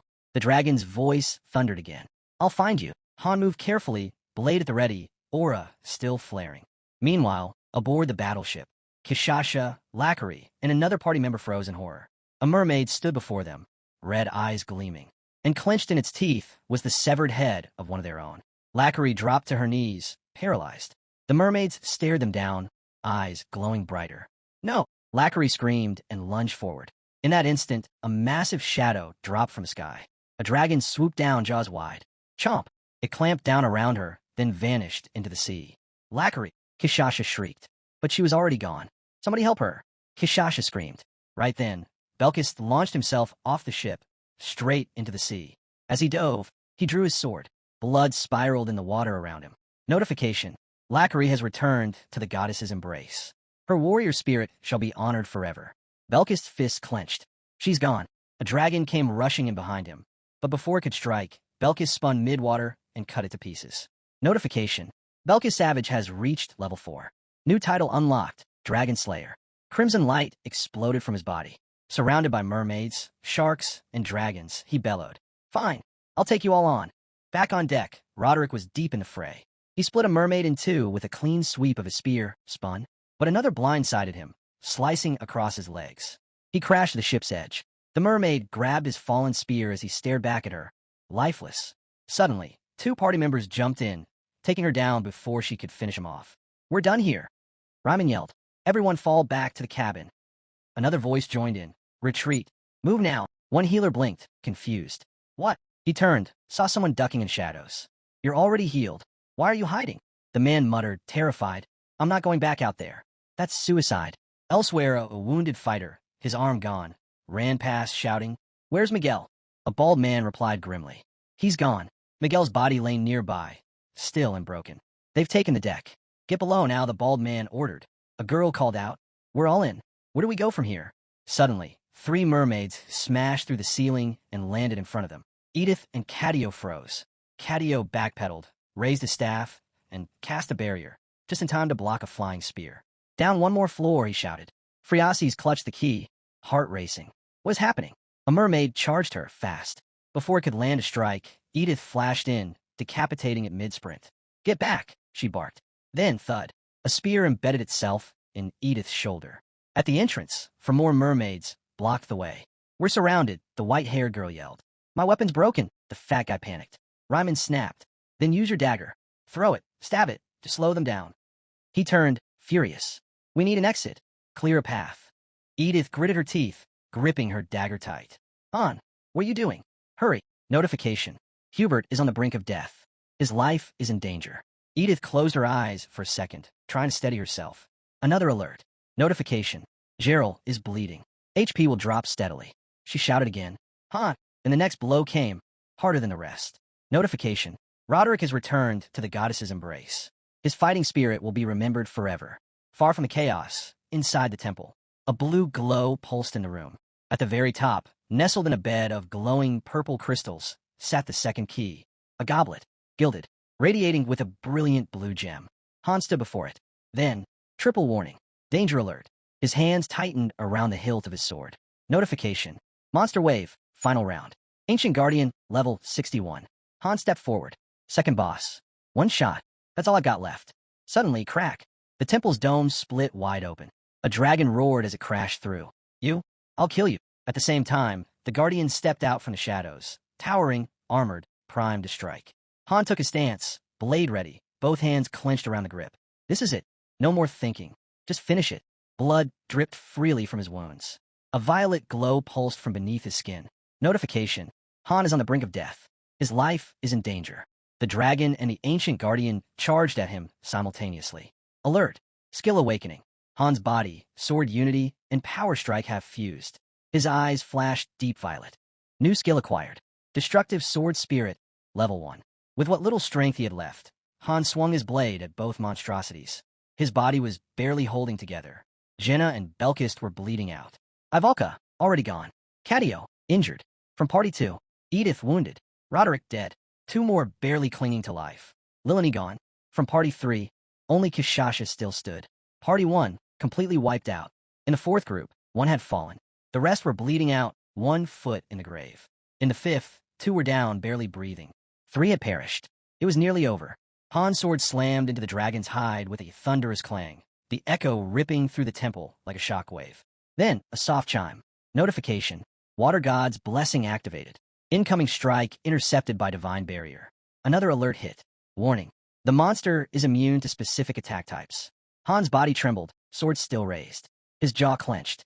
Blue energy sparked around him, and his glowing eyes narrowed. In his mind, the voices of the fallen echoed. Ryman, Ivalka, Roderick, all of them. All the failure. All the rage. It exploded. He roared, and brought his blade down again with everything he had. This time, it struck clean. The dragon's bones shattered. Its flesh unraveled into smoke and mist. Within seconds, the beast crumbled into dust. Notification. Water god's blessing bypassed.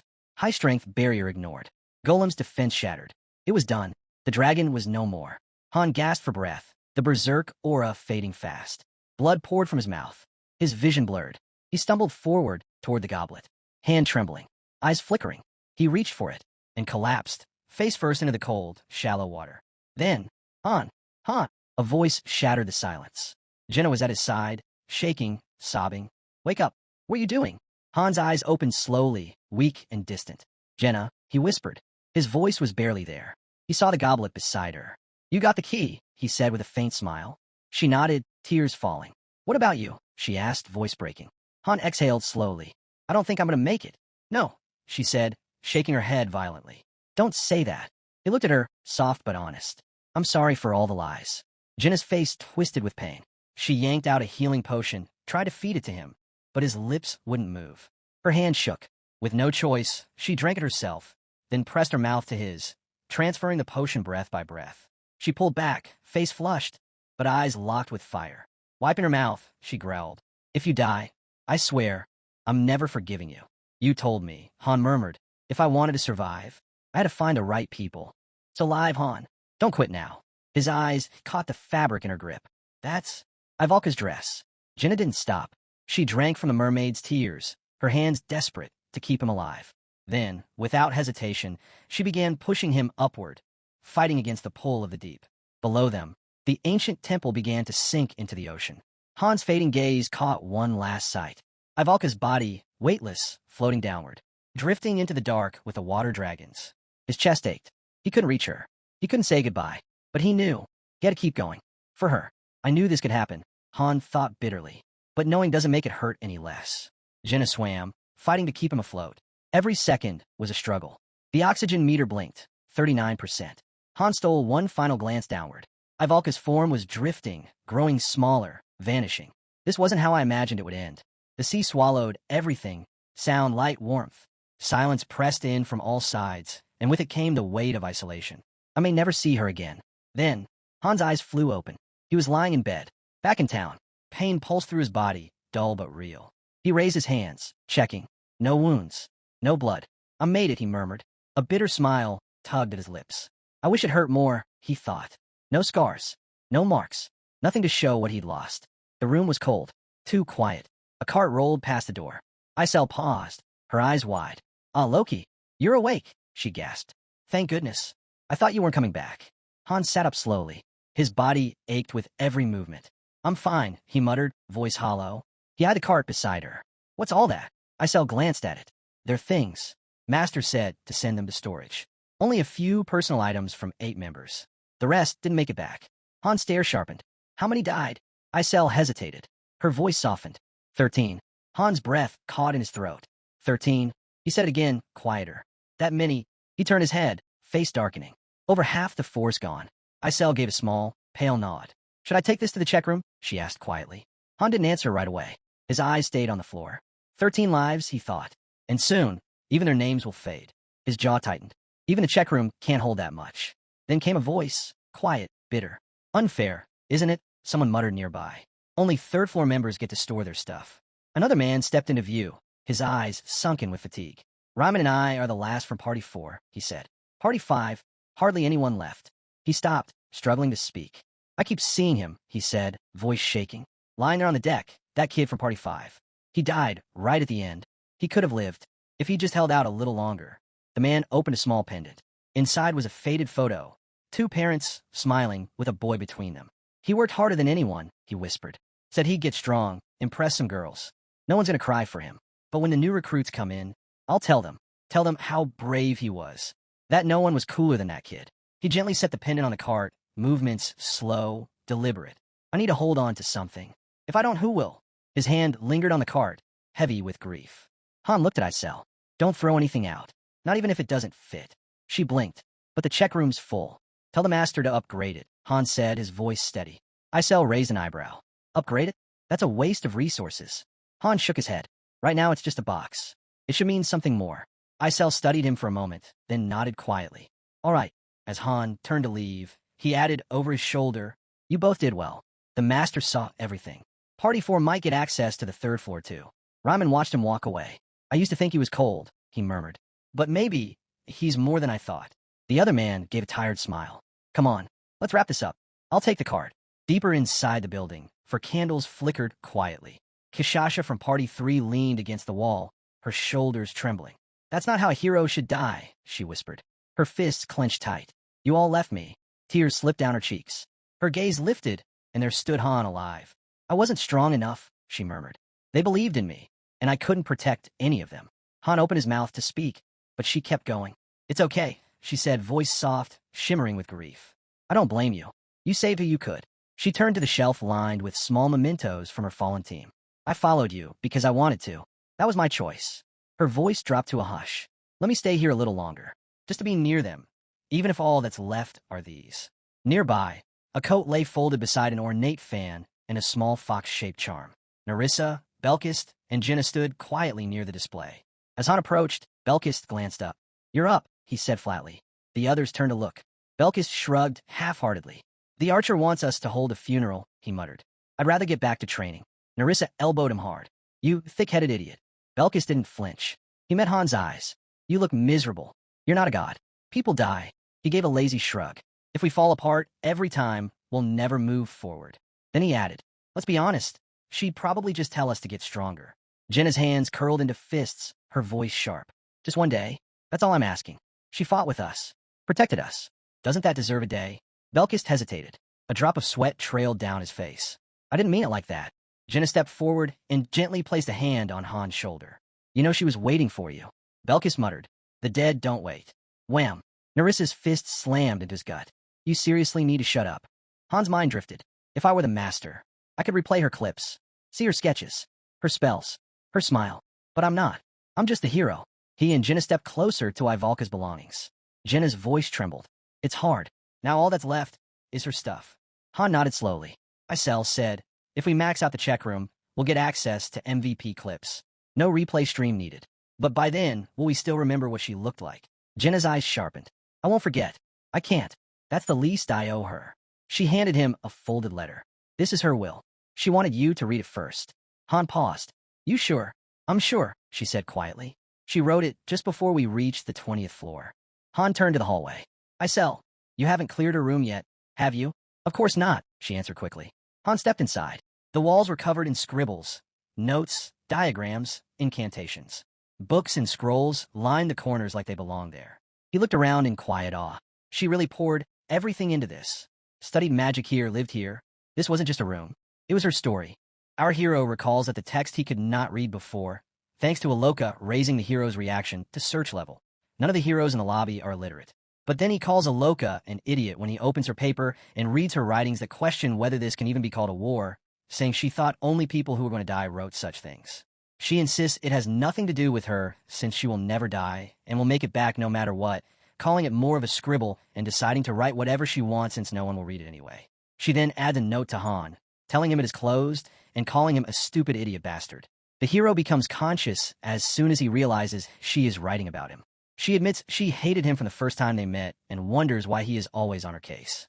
Another note reveals she grew up as a loved and precious daughter in her household and questions who he is to make fun of her, vowing to get revenge on our boy. The hero sits silent and a bit shocked as he opens other papers. His eyes widen with surprise as he reads them, finding lines asking him to be nice for a change, saying she's waiting for him, calling him an idiot, and claiming he is so blind.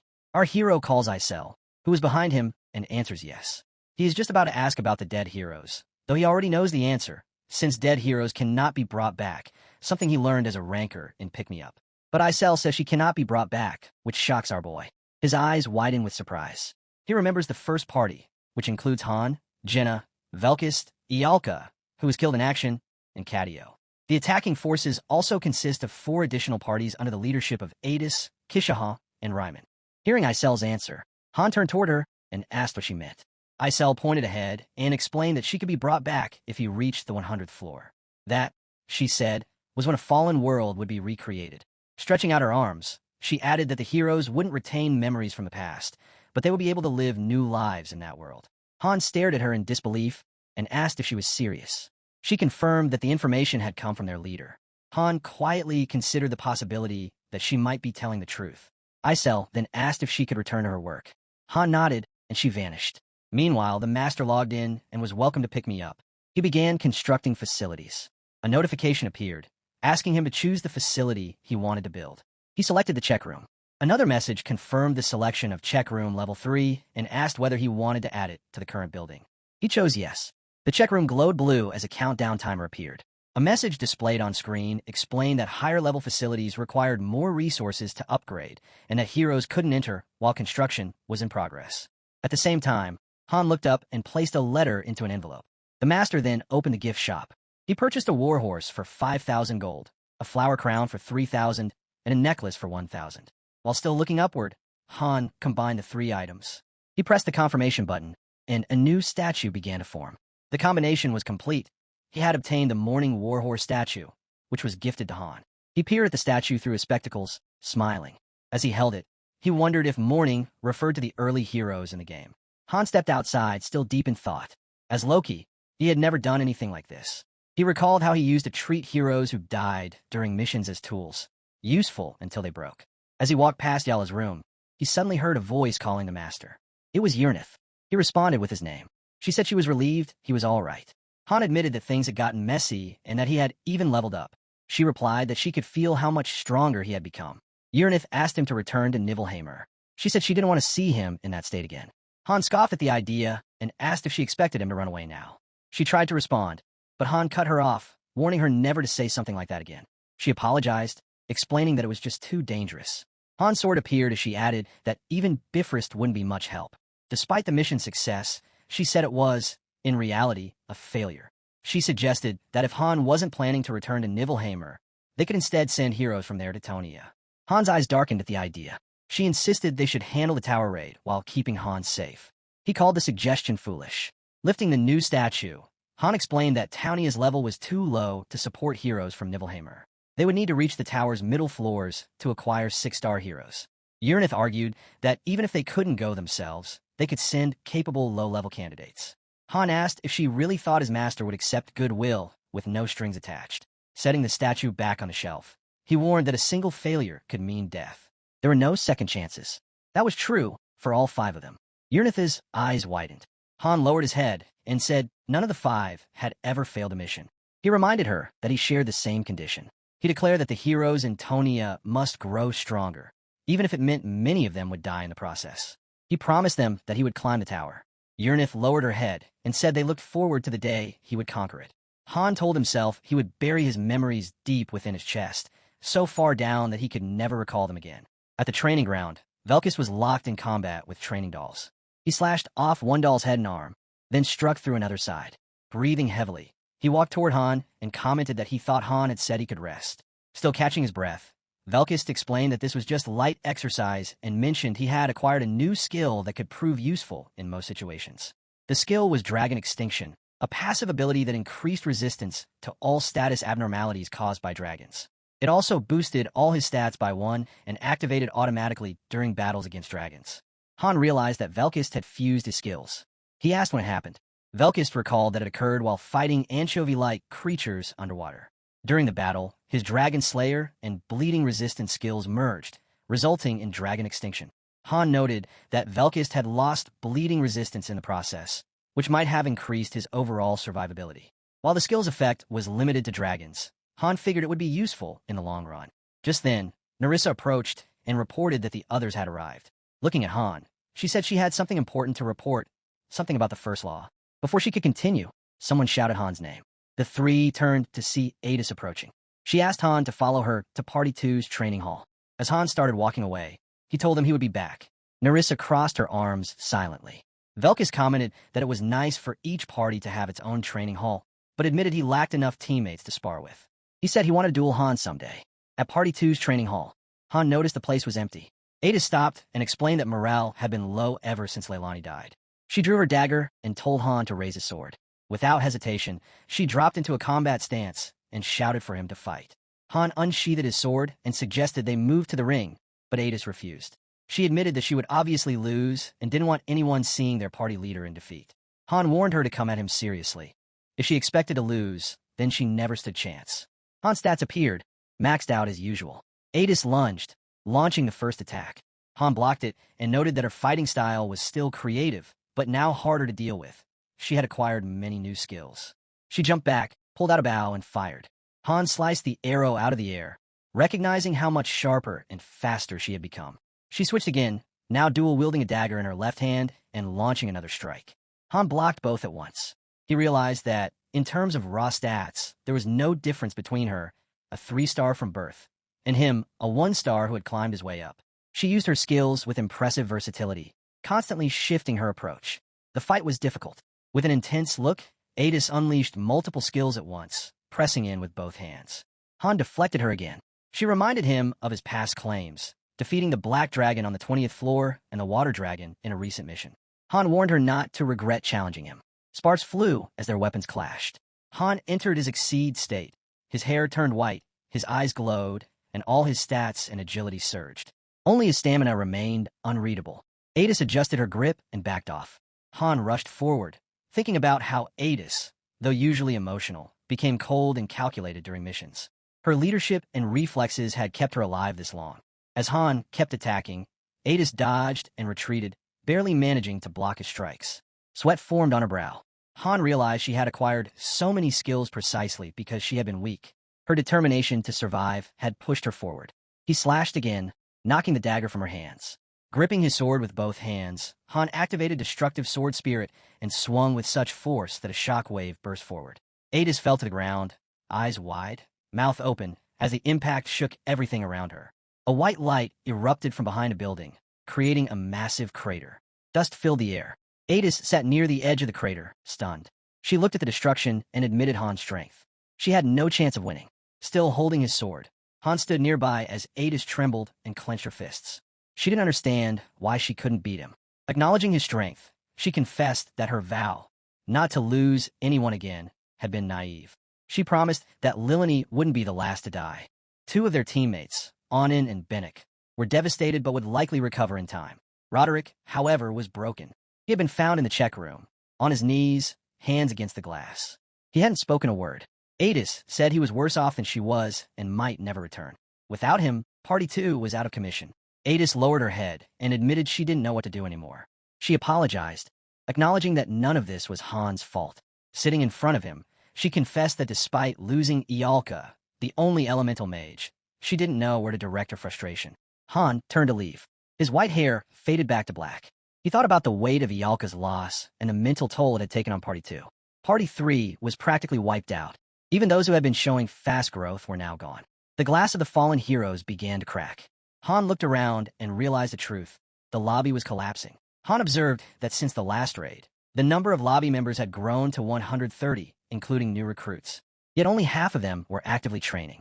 The second floor was nearly deserted, and the third floor squad hadn't raided in some time. The lobby felt lifeless, half dead. Those who still cared would be crushed under the weight of despair, and even the indifferent ones might leave eventually. Suddenly, Isel appeared. She gasped upon seeing the bloodstains on Han's clothes and asked what kind of training he'd been doing. Han sheathed his glowing green sword and replied that she'd seen him train like this before. Then he asked what news she had. Isel told him that someone had started uploading raid videos, though notably, none from the 35th floor. Han raised an eyebrow. The 35th floor was where they had taken heavy casualties. Footage from that level would surely attract a lot of attention. Isel conjured fairy magic to pull up a YouTube page belonging to a user named Enig. Han found the channel name unsettling. As he scrolled through the video list, he frowned, commenting that the game didn't respect their privacy. Their daily lives and missions were being turned into public content. He suspected the master had been using either raid footage or behind-the-scenes clips to make the videos. Han watched more closely, trying to glean strategic insights. The channel had gained serious traction. Over 300,000 views combined on the 15th and 20th floor raid videos. Some of the footage featured highly skilled heroes and pets, edited with near-professional quality, even though it seemed to be a hobby project. Isel nodded in agreement, saying she had initially assumed the master would be useless, but they were surprisingly competent at this. Han scrolled through the comment sections. The audience's reactions fell into three categories. Some praised the videos, some admired the lobby, and some were arrogant, claiming they were too good for the master. A few were downright cruel, mocking the master, calling them useless, and even making fun of the glow stick. Isel dismissed the negative comments, calling the posters idiots who were just jealous they didn't have a hero like Han. Han thought the master might be incompetent in some areas, but not entirely wrong. After all, the master couldn't directly interfere in missions. Still, he mused aloud, there were other ways. A structure formed in his mind, a tactical post, a small blue facility that allowed the master to exert limited influence during missions. Han recognized its potential, but also its risks. A tactical post was a double-edged sword. Isel started to say something, to be honest, but Han was deep in thought. He imagined heroes gathered around a chest, enemies hiding in the shadows, and a guiding hand pointing them forward. He remembered that an inexperienced master could easily ruin an entire party, which was why he had kept silent until now. Curious, he finally asked Isel about the tactical post. Before she could answer, she threw colorful confetti-like paper flares into his face. A system notification popped up. Han had been appointed vice master. Isel, now wearing clown glasses, cheered, celebrating his promotion to vice master of Tonia. The system message explained that the vice master served as the master's proxy, helping manage the lobby, leading battles, and holding wide-ranging authority. They could also climb the tower and push the boundaries of the system. Brushing confetti from his clothes, Han commented that his new position must mean that hero reaction research had reached its max level.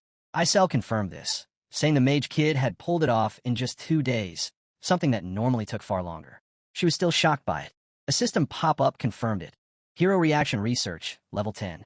Han briefly smiled as he thought of Yalka, who used to pull all-nighter solving puzzles. The memory brought a flicker of warmth. Isel clapped her hands, exclaiming that Townia's lobby was now basically in Han's hands. He could do whatever he wanted. Han gently tugged her cheeks and said she'd done all of this to keep the lobby from falling apart. Isel suddenly burst into tears, expressing her fear that Han might leave Tonia. Han froze, realizing she might be trying to prevent the complete collapse of the lobby. He gently let go of her cheeks, now flushed red, as she cupped her face with both hands. With a soft sigh and a faint smile, Han accepted that becoming vice master meant dealing with a lot of burdensome responsibilities. But he understood it was necessary. He turned to the others and called Party 1 to gather. Later, inside a brick house, Party 1 assembled. Narissa congratulated Han on his promotion, while Jenna reminded him that he was now the strongest among them. With a proud grin, she admitted she was honored to be part of his party. Velkist, still crossing his arms, remained uncertain about the purpose of their meeting. Isel scolded the group, urging them to show some respect now that Han outranked them. Han glanced at the blue-haired girl who was rubbing her eyes and muttering about wanting more sleep. Jenna curiously asked what kind of changes they could expect. Han gestured for everyone to sit, then spread a map on the table. He explained that the map depicted the lobby layout. Though their numbers had grown, they lacked quality. With the dangers ahead, especially after the 35th floor, more casualties were inevitable. To ensure efficiency and retain stable manpower, they needed to reorganize. Narissa questioned whether these duties weren't the master's responsibility. Han responded that the master was overwhelmed and couldn't handle everything anymore. The lobby had simply grown too large. Raising his hand, Han posed a question to the group about what was needed to rule effectively. Velkist's eyes narrowed as he challenged Han, asking whether he truly acknowledged the master as their ruler. Han confirmed it, explaining that many heroes had lost the will to fight. A strong leader was necessary, and he alone wasn't enough. He mentioned that Ryman and Party 2 were still mourning their dead, and Kasha had started wandering the forest alone. In his view, the master needed to take a more active role. Velkist stepped forward with a sharp tone, claiming he had heard that the master treated them like disposable pawns, pieces on a chessboard sent to die. He made it clear that if Han was choosing to help that kind of figure, he wanted no part of it.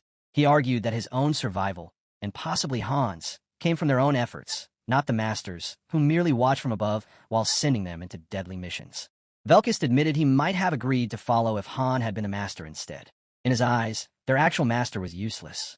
The blue-haired girl added her voice, pointing out that this wasn't even the original master. With the magic hall now empty and no way to summon new mages, they were only here because of that master. She said they followed orders out of self-preservation, not loyalty. Helping voluntarily was a different matter entirely. Velkist raised his hands in frustration, calling the vice master role a joke, likening it to a slave kissing the chains that bind them. Nerissa placed her hand over her heart and firmly stated that helping the master was the best way to survive. Velka scoffed, still finding it absurd that anyone would choose to support someone who had sent them to die. Han remained steady and repeated that survival depended on working together, even with the master. Velkist wasn't convinced and found the idea laughable. Tension in the room rose quickly, with Isel nervously trying to shift the mood, reminding everyone that they were supposed to be celebrating Han's promotion. Jenna quietly raised her hand and asked for a moment to speak. She voiced her belief that the master did not view them as pawns. The master had granted their wishes, provided food and beds, and had grieved when they lost comrades. She pointed out how Han had once refused a mission, something that a mere puppet wouldn't be allowed to do. She suggested that perhaps there was a greater purpose behind everything. While no one needed to force themselves, helping the master ultimately benefited them too. Han smiled quietly as he listened to her. He reflected that this kind of perspective was why welfare systems mattered. He nodded in agreement, emphasizing that they couldn't simply ignore the master. Their presence here was no coincidence, and if they hoped to reach the 100th floor, cooperation was essential. Nerissa agreed, repeating that aiding the master was also a form of helping themselves. Jenna gave a casual shrug, making it clear she wasn't pressuring anyone. The blue-haired girl stretched with a lazy yawn, saying she would go along with it if it meant getting more sleep. Velkist growled at her, asking if she truly wanted to sleep forever. She trembled and ducked behind Han, though Velkist eventually relented and agreed to help. Han thought to himself that even if he didn't like the master, clearing the 100th floor was the only way back home. Whether they trusted the master or not didn't matter. The key still lay with them. Velkist asked what they were supposed to do next. Han promised to explain things as simply as possible. Velkist nodded, this time more willing, and reassured Han that he would assist. Suddenly, the system made an announcement. Loading was complete. Han looked up and saw the master's eye watching over Tonia. It was time, he thought, to improve in it. Night had settled over Tonia, casting long shadows across the quiet streets. In the stillness, hushed voices echoed through the lobby. A young boy stood before Mark, his voice trembling with fear as he reported that the raid team had returned, but not in the way anyone had expected. If things continued like this, he said, they might all be synthesized. Mark rubbed his forehead in irritation, dismissing the boy's worry. Synthesis wasn't something to fear, he claimed, especially since they had only stolen from the storage unit. But then his tone shifted. With a sudden flash of cruelty, he grabbed the boy's face, his fingers digging into the boy's cheeks. He leaned in, voice low and rough, and questioned whether the boy was afraid of synthesis or of Han. The color drained from the boy's face. Tears welled up, and he began to cry. Mark sneered and muttered that true fear was understanding that death wasn't an escape. Elsewhere, Rodri sat alone in a crumbling bar, nursing a half-empty glass of liquor. The silence was unbroken until the door creaked open. Adis walked in without hesitation, placing her own glass down on the table across from him. With a dry edge to her voice, she remarked that he never could hold his liquor and questioned whether drinking alone even counted as having fun. Pouring herself a drink without asking, she glanced at him as he remained silent. She said that Party 1 was trying to pull something together for the master, trying to take initiative now that the lobby had gone to hell. And yet, here they were, just sitting in the dark. Her thoughts drifted back to a moment with Lilini.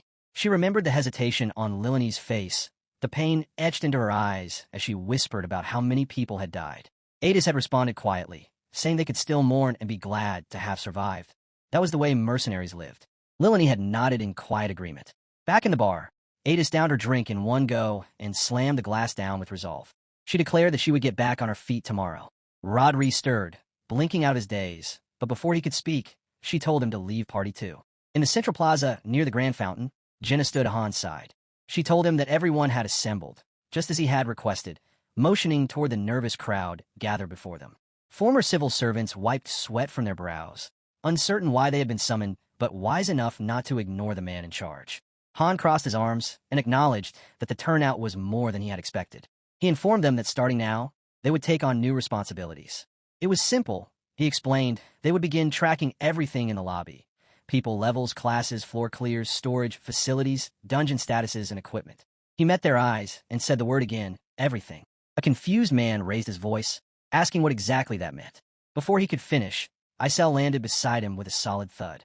With her tiny fists raised, she shouted that Han was the vice master now, and if he ever spoke to the master directly, they might all die, so they should listen to Han. The man muttered something about her being a demon fairy, but the crowd, like a wave folding under pressure, gave in and agreed. Jenna turned to Han and asked him quietly what the purpose of all this really was. Han replied that he was creating a fourth job category in the lobby. If they wanted to function properly, they needed precise, detailed information. Isel floated above and pointed down, declaring that they were the ones who would handle it. Han allowed himself a brief smile, admitting he had scared them into compliance. Jenna raised an eyebrow and asked if that was all. Han shook his head and said he wished it were. This was only the beginning. Elsewhere, in a dim, cold room, Mark knelt on the floor. The predator had become the prey. Across from him sat Han, with Velkist standing nearby like a looming shadow. Han stated plainly that the man before them was Mark. Mark responded with a bloody grin and called Han the famous one, the man even the fairy feared. He said he had watched Han's missions, though Han had never seen him up close. Before he could finish his taunt, Velkist struck him with brutal force. Mark's body crumpled, blood spilling from his mouth. Velkist's voice was sharp and cold as he demanded answers. Han flipped open a notebook, scanning the entries. Mark had been born a 2-star and accomplished a great deal in just 2 months, but he was still stuck on the first floor. Coughing blood, Mark tried to laugh, claiming synthesis was no big deal. Velkist's eyes burned crimson. He said that was enough, and without hesitation began to punch Mark again and again. Mark gasped, choked, and sputtered under the assault. Velkist growled that Mark needed a beating and told him to stay right there. Han remained still, watching the scene unfold. Mark had formed a rogue faction while the Master was offline, though Han couldn't even remember what the group had been called. Still, it was clear that Mark wasn't just some petty troublemaker. He was dangerous. Velkist delivered a final, savage kick. Mark's teeth scattered across the cold floor, and a pool of blood spread out beneath him. Han stepped forward, placing a hand on Velkist's shoulder, and asked if he was trying to kill Mark. Velkist only shrugged, his voice dry as he replied that it would be fair. Mark was filth. Kneeling beside the bloodied man, Han's voice sharpened like a blade. He listed Mark's crimes without hesitation. Theft from the lobby, physical assault, blackmail, robbery. He said Mark had done everything wrong. Mark, barely conscious, gasped and muttered that this wasn't right. With swollen eyes and broken pride, he begged to speak to Nerissa. But Han's tone turned ice cold. Their decision was final. Whatever deal Mark had made with her didn't matter anymore. Mark let out a bitter laugh, his face a mess of bruises. He whispered that it was over for all of them. His voice cracked as he admitted he hadn't wanted things to end this way. He hadn't asked to live on scraps and potatoes. Velkist cut in with a sneer, saying he hadn't realized garbage could talk.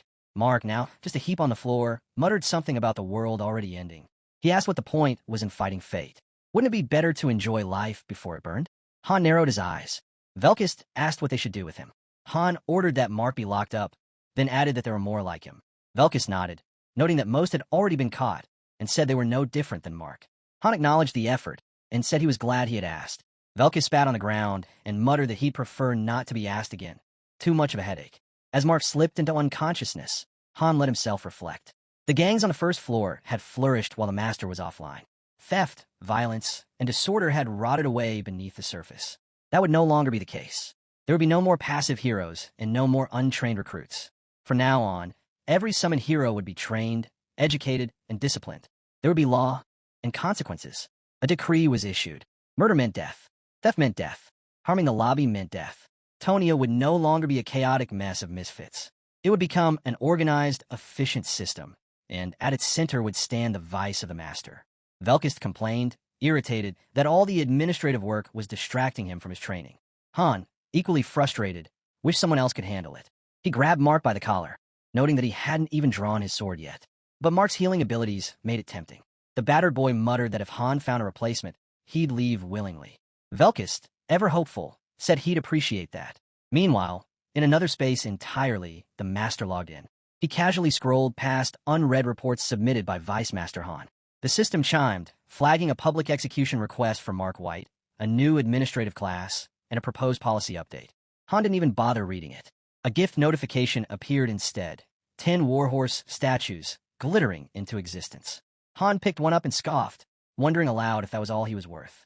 Suddenly, the Master initiated construction on a new facility, Tactical Force Level 1. 500 gems were spent. A glowing blue structure emerged from the earth. A system notification explained the upgrade. Personal tactics could now be deployed during missions, though with limited uses. Higher levels would unlock greater capabilities. Inside the freshly built facility, a round table and 2 chairs stood waiting. Isel struggled to carry 2 warhorse statues and grumbled that they were going to ruin everything. Han flipped through pages of paperwork and replied calmly that they wouldn't be too involved. Isel floated upward, muttering that the master could only watch from above and would never understand what really happened on the ground. Han paused in his reading and admitted that he had once been the same. Isel turned toward him, her voice softer now. She said he wasn't the same anymore. He was the one in charge. Han smirked and called it interesting. He rose and walked toward the tactical forces post. Outside, the lobby buzzed with activity. Workers recorded data. Assistants rushed between tasks. Han looked out and thought to himself, the foundation had been built. Now it was up to others to prove they belonged at its core. He opened the doors to the tactical force building. Inside stood the round table and 2 chairs. Placing his hand on the table, Han declared his challenge, not with words, but through action. A system notification blinked into view. Master Han is proposing a mock battle. Monsters began to materialize. A glint of desperation, or perhaps determination, flickered in the master's eye as he accepted the challenge. For Han, this was routine, just another tactical drill, a simple test of strategy, and a chance to sharpen whatever basics the master might possess. Crimson lights pulsed across the field, marking Han's side. Opposite, 6-com blue lights marked the master's. A digital chime broke the silence. The mock battle was beginning. The system noted that the simulation would play out automatically after orders were given. Han thought aloud. Monsters versus heroes, 2 sides with different goals, clashing under command. The tabletop shimmered. Stone formations rose to shape a miniature battlefield. The system rendered a map titled Highlands, a basic terrain with no special effects and only a few monsters. A side tip hinted that higher tactical post levels would unlock more maps and expand vision through patrols. 5 translucent cards appeared before the master. The system designated him as the hero. The battle countdown had begun. Han surveyed his own forces. 27 goblin riders. He nodded in approval. Regular goblins were too dim-witted for strategy, but riders? They could manage. The game appeared simple. Create formations, issue commands, and let the simulation unfold. But beneath that surface was something deeper. The master's brow glistened with sweat. Smoke drifted across the map. The master marked a few key positions.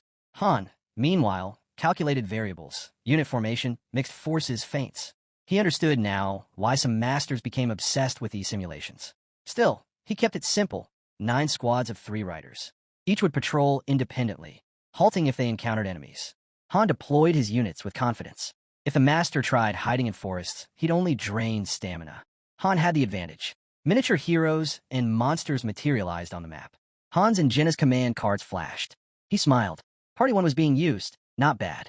He placed his monster token with practiced ease. This was, after all, a one-on-one lesson from former Mock Battle League champion. 3 minutes passed in the real world. 10 in the simulation. It ended swiftly. Han's goblin riders emerged victorious. He raised his hands slowly to his face, unreadable at first, then hardened. That had been far too easy. The roles shifted. Now Han commanded the heroes, and the master led the monsters. Han selected Party 7 with renewed resolve. Another 10 minutes passed. Another victory. Han blinked, wide-eyed, his breath shallow. This wasn't from effort. It was from disbelief. The master was this weak? Another round. 5 minutes. Another loss for the master. 3 matches. 3 defeats. Han exhaled, wearied. The strategies had been laughably bad. He glanced toward the master. The man was still sweating, eyes squinting in desperate focus, still trying to learn. But all Han felt was a dull, numbing disappointment. Behind him, Isel appeared, hovering with dry amusement. She noted that the master was great at racing games, but useless at everything else. Han's shoulders sagged. His face fell into a grim mask. Isel turned away, chuckling to herself. She said Han might as well just control every mission from now on. Frustration built behind Han's eyes.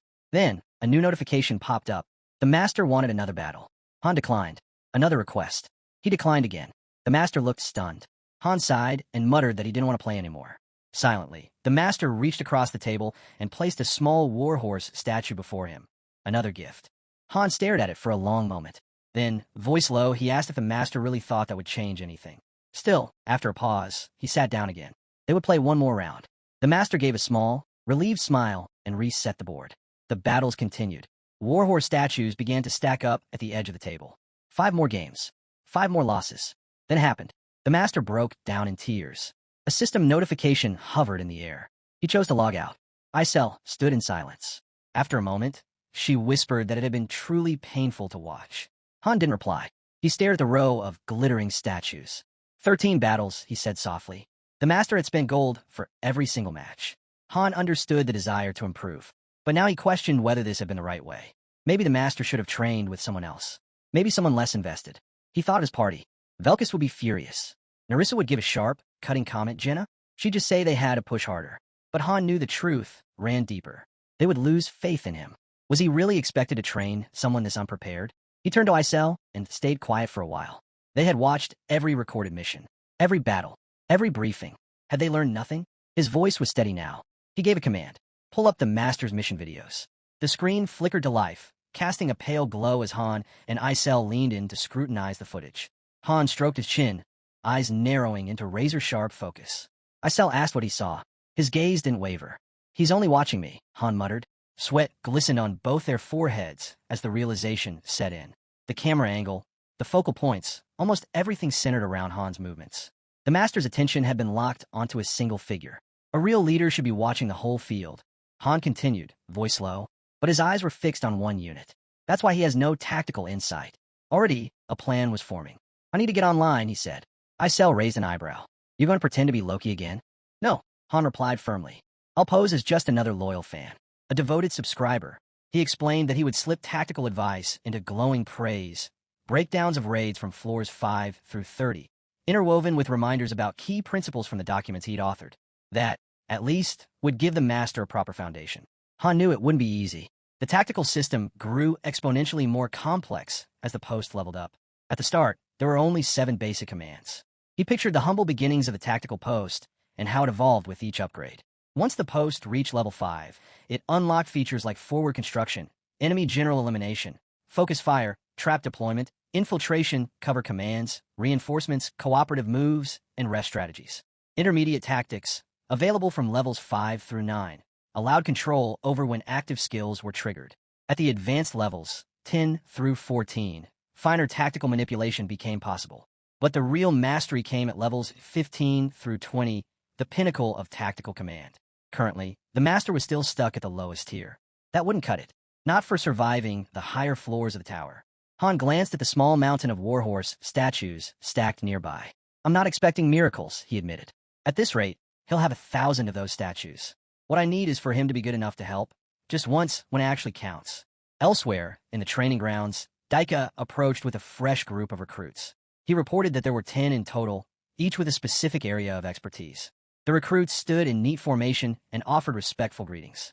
Han, with his hands tucked casually in his pockets, observed them silently. Daika explained that 2 specialized in swordsmanship, 2 in archery, and 2 in spearmanship. The remaining 4, he noted, were skilled in general areas such as survival, hunting, and infiltration. Han gave a nod of approval, acknowledging the effort. Daika admitted that, surprisingly, the process had been easier than expected. With the core members occupied, they had finally implemented an efficient system, which had made identifying real talent much more manageable. He then pointed to one of the men and introduced him as Jess, a former hunter who showed strong potential. Jess stepped forward and stated that he had seen Han's fights and had heard much about him. Daika added that Jess was a replay stone user. The master had shown him Han's previous missions to help him learn and improve. Han imagined the review room, the glowing stone projecting old battles. He gave the master some silent credit. At least he was being thorough. Han turned to Daika and asked if the hiring conditions had been relayed. Daika confirmed that they had, explaining that he had only selected individuals capable of teaching. Skill alone hadn't been enough.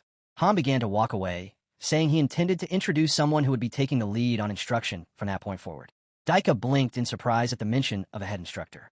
Footsteps echoed through the space. Then, a familiar voice broke the silence, remarking that it had been a while. Rodri stepped into view. Daika's eyes widened in disbelief. Then a genuine smile spread across his face. Han remembered what Adissa had said. She'd recommended Rodri not because of his talent, though he had plenty of that, but because of his grief. She said he mourned harder and longer than anyone when a teammate died. Said she couldn't stand to watch him break like that anymore. Rodri had resisted at first, but Adissa had spent an entire night persuading him. And in the end, he'd agreed. Han knew Rodri wasn't a traditional instructor, but his battlefield experience? That was worth more than any formal title. And right now, that was exactly what they needed. Daika and Rodri moved together to address the newly appointed instructors. For Daika, it was a quiet acknowledgement. His time on the front lines had likely come to an end. Later, Han made his way through the corridors of their residence. He encountered Adissa in the hallway. who gave a nod of greeting.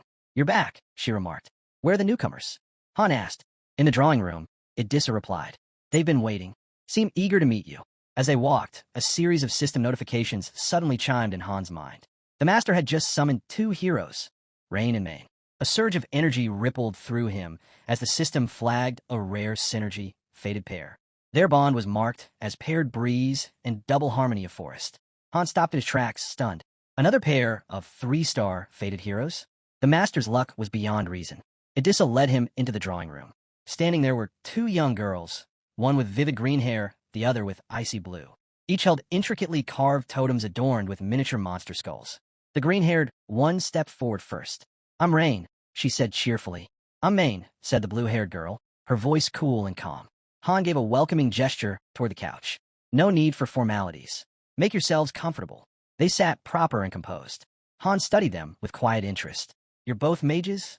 The girls nodded in unison. "Yes." As Idissa poured tea, she added, "Rain is wind elemental, Main is ice. Both are elemental mages." "Impressive," Han murmured. The girls, now seated, shared with pride that they were well known in the northern regions. Idissa handed Han a cup of tea and added, "They've already been tested. The results were excellent. They'll be a huge asset in combat." A wind and ice fated pair, Han thought. The master had truly hit the jackpot. He took a thoughtful sip of tea, his eyes never leaving the two young mages. They remained still, awaiting his judgment. Finally, Han spoke. "Party 2 will accompany you during initial missions until you're fully acclimated. In the meantime, you'll work in the magic hall. Ko will take over command of the airship from this point forward." Idissa blinked at that. "You're assigning both of them to Party 2? Are you sure? That's a lot of magic power concentrated in one group." Han tilted his head deep in thought. He acknowledged that the arrangement wasn't balanced. Idissa reminded him that he always emphasized the importance of balanced hero compositions, her voice tinged with concern. Han met her gaze. Behind his eyes, something colder and more resolute began to surface. He said they were changing their approach. Idissa's expression shifted as she asked what he meant. A long silence followed, heavy and deliberate. When Han finally spoke, his voice was flat and devoid of emotion. He stated they would begin using one-use heroes. Idissa froze in place, stunned by the revelation. Han went on to explain that from now on, with the exception of Parties 1 and 2, every other hero would be treated as expendable after a single deployment. His mind flickered with images of Party 3, Party 4, faces of comrades past. The grim weight of his decision settled like a shadow over the room. Idissa could only stare, and Han said nothing more. The newcomers were shocked by the plan, so Han explained further. He said it meant that parties ranked 3 and below would be used and then discarded. Adis was stunned and protested, asking what would happen if multiple roles were needed, like on the 20th floor. Han simply walked away, saying he would handle it. That was the reason they had magic engineers. He added that Kishasha had isolated herself in the forest and that only 2 members from Party 4 had survived. Those 2 survivors were filled with disappointment and wondered if Kishasha was still nearby. Han then told Adis that there were only 2 people with real boss raid experience. Even if they tried to challenge the 14th floor, most would be overwhelmed by fear or panic. He explained that raising heroes with enough experience required a lot of money and time, and it would be extremely difficult. Finally, he told her that the master had decided to use parties 1 and 2 as the main force to conquer the tower from now on. Our hero quietly reflects that his own opinion isn't far from the master's decision. If it's difficult to spread out their forces, then the only real option is to bring in more people, however many are needed. Speaking to the warriors, he tells them that's why they must be prepared for any situation. The scene shifts to the outskirts of the forest. Han knows Kishasha hasn't emerged from the woods in some time. Party 3 was once just as skilled as Party 1, but the penalties of fighting on water and a series of misfortunes had crushed them. Even if the master wanted to reinforce the party, the chances of recruiting more non-human members were slim. For Party 3, it was essentially over. Fully equipped, Han walks into the forest. He quietly notes that even the world won't leave behind a hero it deems useless. Kishasha is in danger at this rate. Suddenly, someone walks past him. It's Velkist, who remarks that they seem to keep running into each other. Han asks what he's doing here. Velkist replies that he saw potential in a newcomer and was helping with training. Then he returns the question. Han answers that he's going to see Kishasha. Velkist scoffs and says she's useless. What's the point of being strong if her mind is so fragile? Han replies that it's partly his fault she ended up this way. Velkist shakes his head and says Han has gotten soft, that he's completely changed. Han doesn't understand the comment and simply walks on. He heads deeper into the forest, his thoughts heavy. He remembers when he once carried Kishasha and the others, non-human allies who relied on him. He walks through the trees where she once made her home. The memories return again and again. Reaching an open field, Han raises his voice. I'm here to get you. Are you done grieving? Come out. We need you for the missions. From deep within the woods, a faint voice replies. Missions? What's the point? All my people are dead. Why would I help humans now? Han explained that if they reached the 100th floor, they would have a chance to bring them back. He reminded her that she already knew this. She questioned him, asking what guarantee he had that any of it was true. Han admitted there was no guarantee, but said he still believed it was something worth holding on to. She let out a bitter laugh. Her voice trembled as it came from behind the thick bushes. She said that at first, she thought she would be fine. She reminded herself that she was a warrior, that she had completed the coming-of-age ceremony, and that even the Varian king had acknowledged her. Han opened his mouth to tell her he still saw her as a warrior, but she shut him down with a sharp and final refusal. He stood in silence. Then she stepped out from the cover of the bushes. Her face was worn and her eyes full of pain. She shouted at him to go back. She told him not to come there again and not to send anyone else either. Everything, she said, was her fault. Her mistake had cost the lives of her people. She no longer had the strength or the will to fight. Han tried one more time.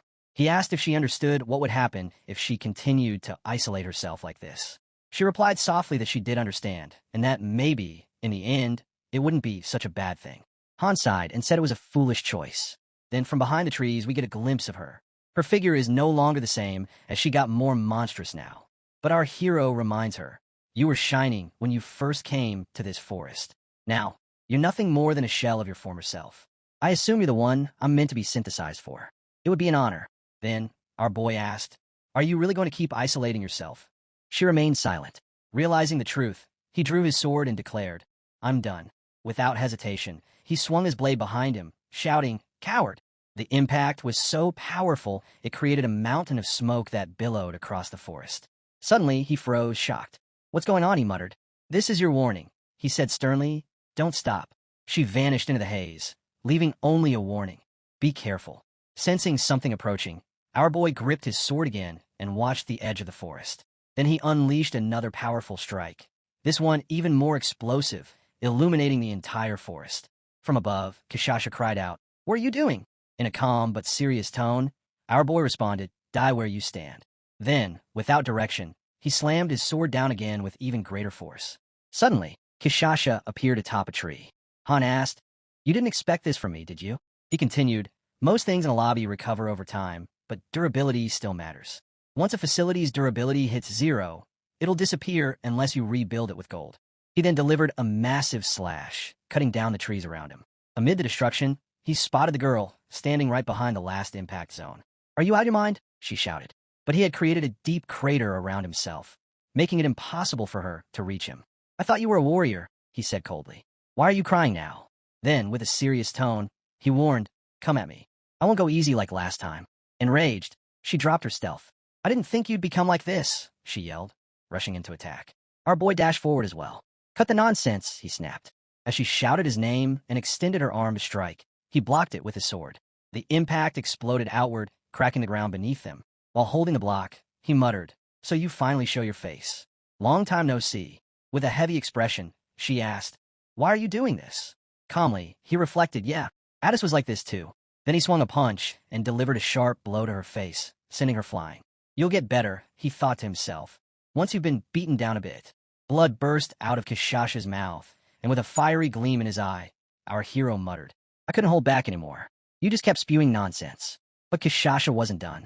She turned back, eyes burning fiercer than ever. As our boy swung his sword toward her, she backflipped effortlessly, dodging it with ease. He didn't pause and launched another strike, but she kept retreating, dodging every move. Then, in a blink, he hurled both his daggers at insane speed, but she smoothly ducked, avoiding the attack without breaking a sweat. Our hero didn't stop. He charged in, giving her no breathing room, launching yet another assault. She leapt into the air, revealing for the first time that she was suffering from a bleeding effect. Her HP was slowly draining. Then, with a casual flick, our hero slammed his dagger into a nearby tree and shattered the branch she was standing on.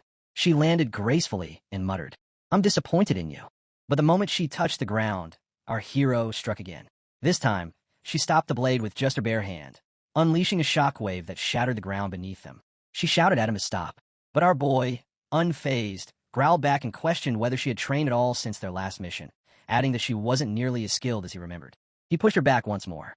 Furious, she snapped and claimed that if she wanted to, she could end the fight with a single attack. In an instant, a blinding beam of light shot out and clashed with his blade. But she didn't stop. She kept attacking, strike after strike, lightning fast. Our hero stayed locked in, parrying every blow.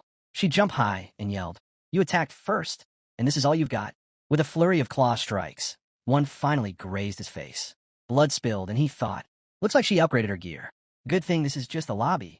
His HP began dropping, but he kept fighting, putting his soul into every swing. She moved with insane flexibility and didn't even flinch getting close to his attacks. He struck again and again, but she eventually leapt away, leaving him wondering why she suddenly backed off. While healing himself, he asked why she was stopping. She gave a calm response, saying it was enough. But he wasn't ready to stop and told her not to quit now, adding that he felt like he might actually win if they kept going. She looked at him, visibly frustrated, and began to say that if it weren't for him. Before she could finish, the ground cracked beneath her feet from the sheer force of her power-up. She had gone full berserk mode, mana surging wildly around her. Shouting his name, she cried, "I'm going to kill you." She activated Savage Revelation, a boost to her strength and agility. Our boy could feel the threat. She's actually pissed. "I'll die if I mess up even once." But instead of backing down, he challenged her.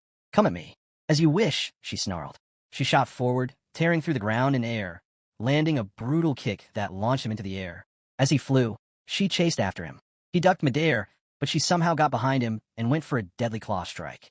He barely avoided it, and her claws sliced a tree clean in half. Teeth clenched, our hero thought, if even one of those attacks lands, I'm done for. But if I focus on the way she starts her moves, I can guess where she'll end up. I just need to stay light on my feet. She kept coming, attacking from every direction, not giving him a second to breathe. He analyzed her. Her agility stat is lower than Abyss, but her movement skill is on another level, and her skills are seriously dangerous. Then, we see her status window. She possesses a transformation skill and a sealed slot. Our hero activated Mind's Eye, sharpening his senses to read her moves. As predicted, he countered with a powerful sword strike. Then he landed another hit before she could react. She stepped back, clearly shocked, and accused him of hiding his powers. Blood dripped from his arm as his HP continued to fall. But he struck again and firmly denied keeping anything hidden. In that moment, a realization hit him. Kashasha's base stats had always been high, easily enough for a 4-star. Even now, her skill and talent stood out. This lobby couldn't afford to lose someone like her. If he had relied only on normal training, he would have been defeated. A smirk crossed his face as he accepted one simple truth. In battle, playing dirty didn't matter. What truly mattered was learning how to read the opponent. She kept striking wildly, hitting from every angle, clearly just trying to find an opening. Then, out of nowhere, she went straight for a vulnerable spot, but our boy reacted fast, ducking his sword under his body to block. She pushed through with even more speed, and even though he managed to counter, her strike still left a deep wound on his leg. She acknowledged that he had become much stronger. Despite the pain, he stepped forward and told her he had trained hard. He shifted into a deadlier stance and dared her to show she wasn't finished yet. Watching his unwavering determination, yellow mana began to glow around her body. She had finally activated her transformation skill. In a flash, she morphed into a towering beast, radiating fire mana. Her strength and HP skyrocketed, far beyond normal limits. But our boy didn't back down. He pulled himself together. But the moment she moved with that insane speed, he knew he was in trouble. He completely lost sight of her. Suddenly, a crushing blow came out of nowhere, sending him crashing through the forest. Bruised and disoriented, he spotted her again. She had reverted to human form, but still looked monstrously powerful. She could switch between forms in an instant. Grinning through the pain, our hero muttered, "This is way better than seeing you curled up in some corner of the forest." Her rage exploded again, fiercer than before. But this time, our boy unleashed his own power. White mana burst from his head as he entered his Exceed state. "Get it together," he shouted, his aura flaring. His hidden skill awakened, Destructive Sword Spirit. Massive explosions erupted throughout the forest as their battle soared to an entirely new level. Han watched quietly as Kashasha's eyes fluttered open. She was finally awake. He crossed his arms. "You sure took your time," he said. Kashasha sat up slowly, still looking drained. "I beat you, by the way," Han added casually. She nodded once. "You've gotten a lot stronger."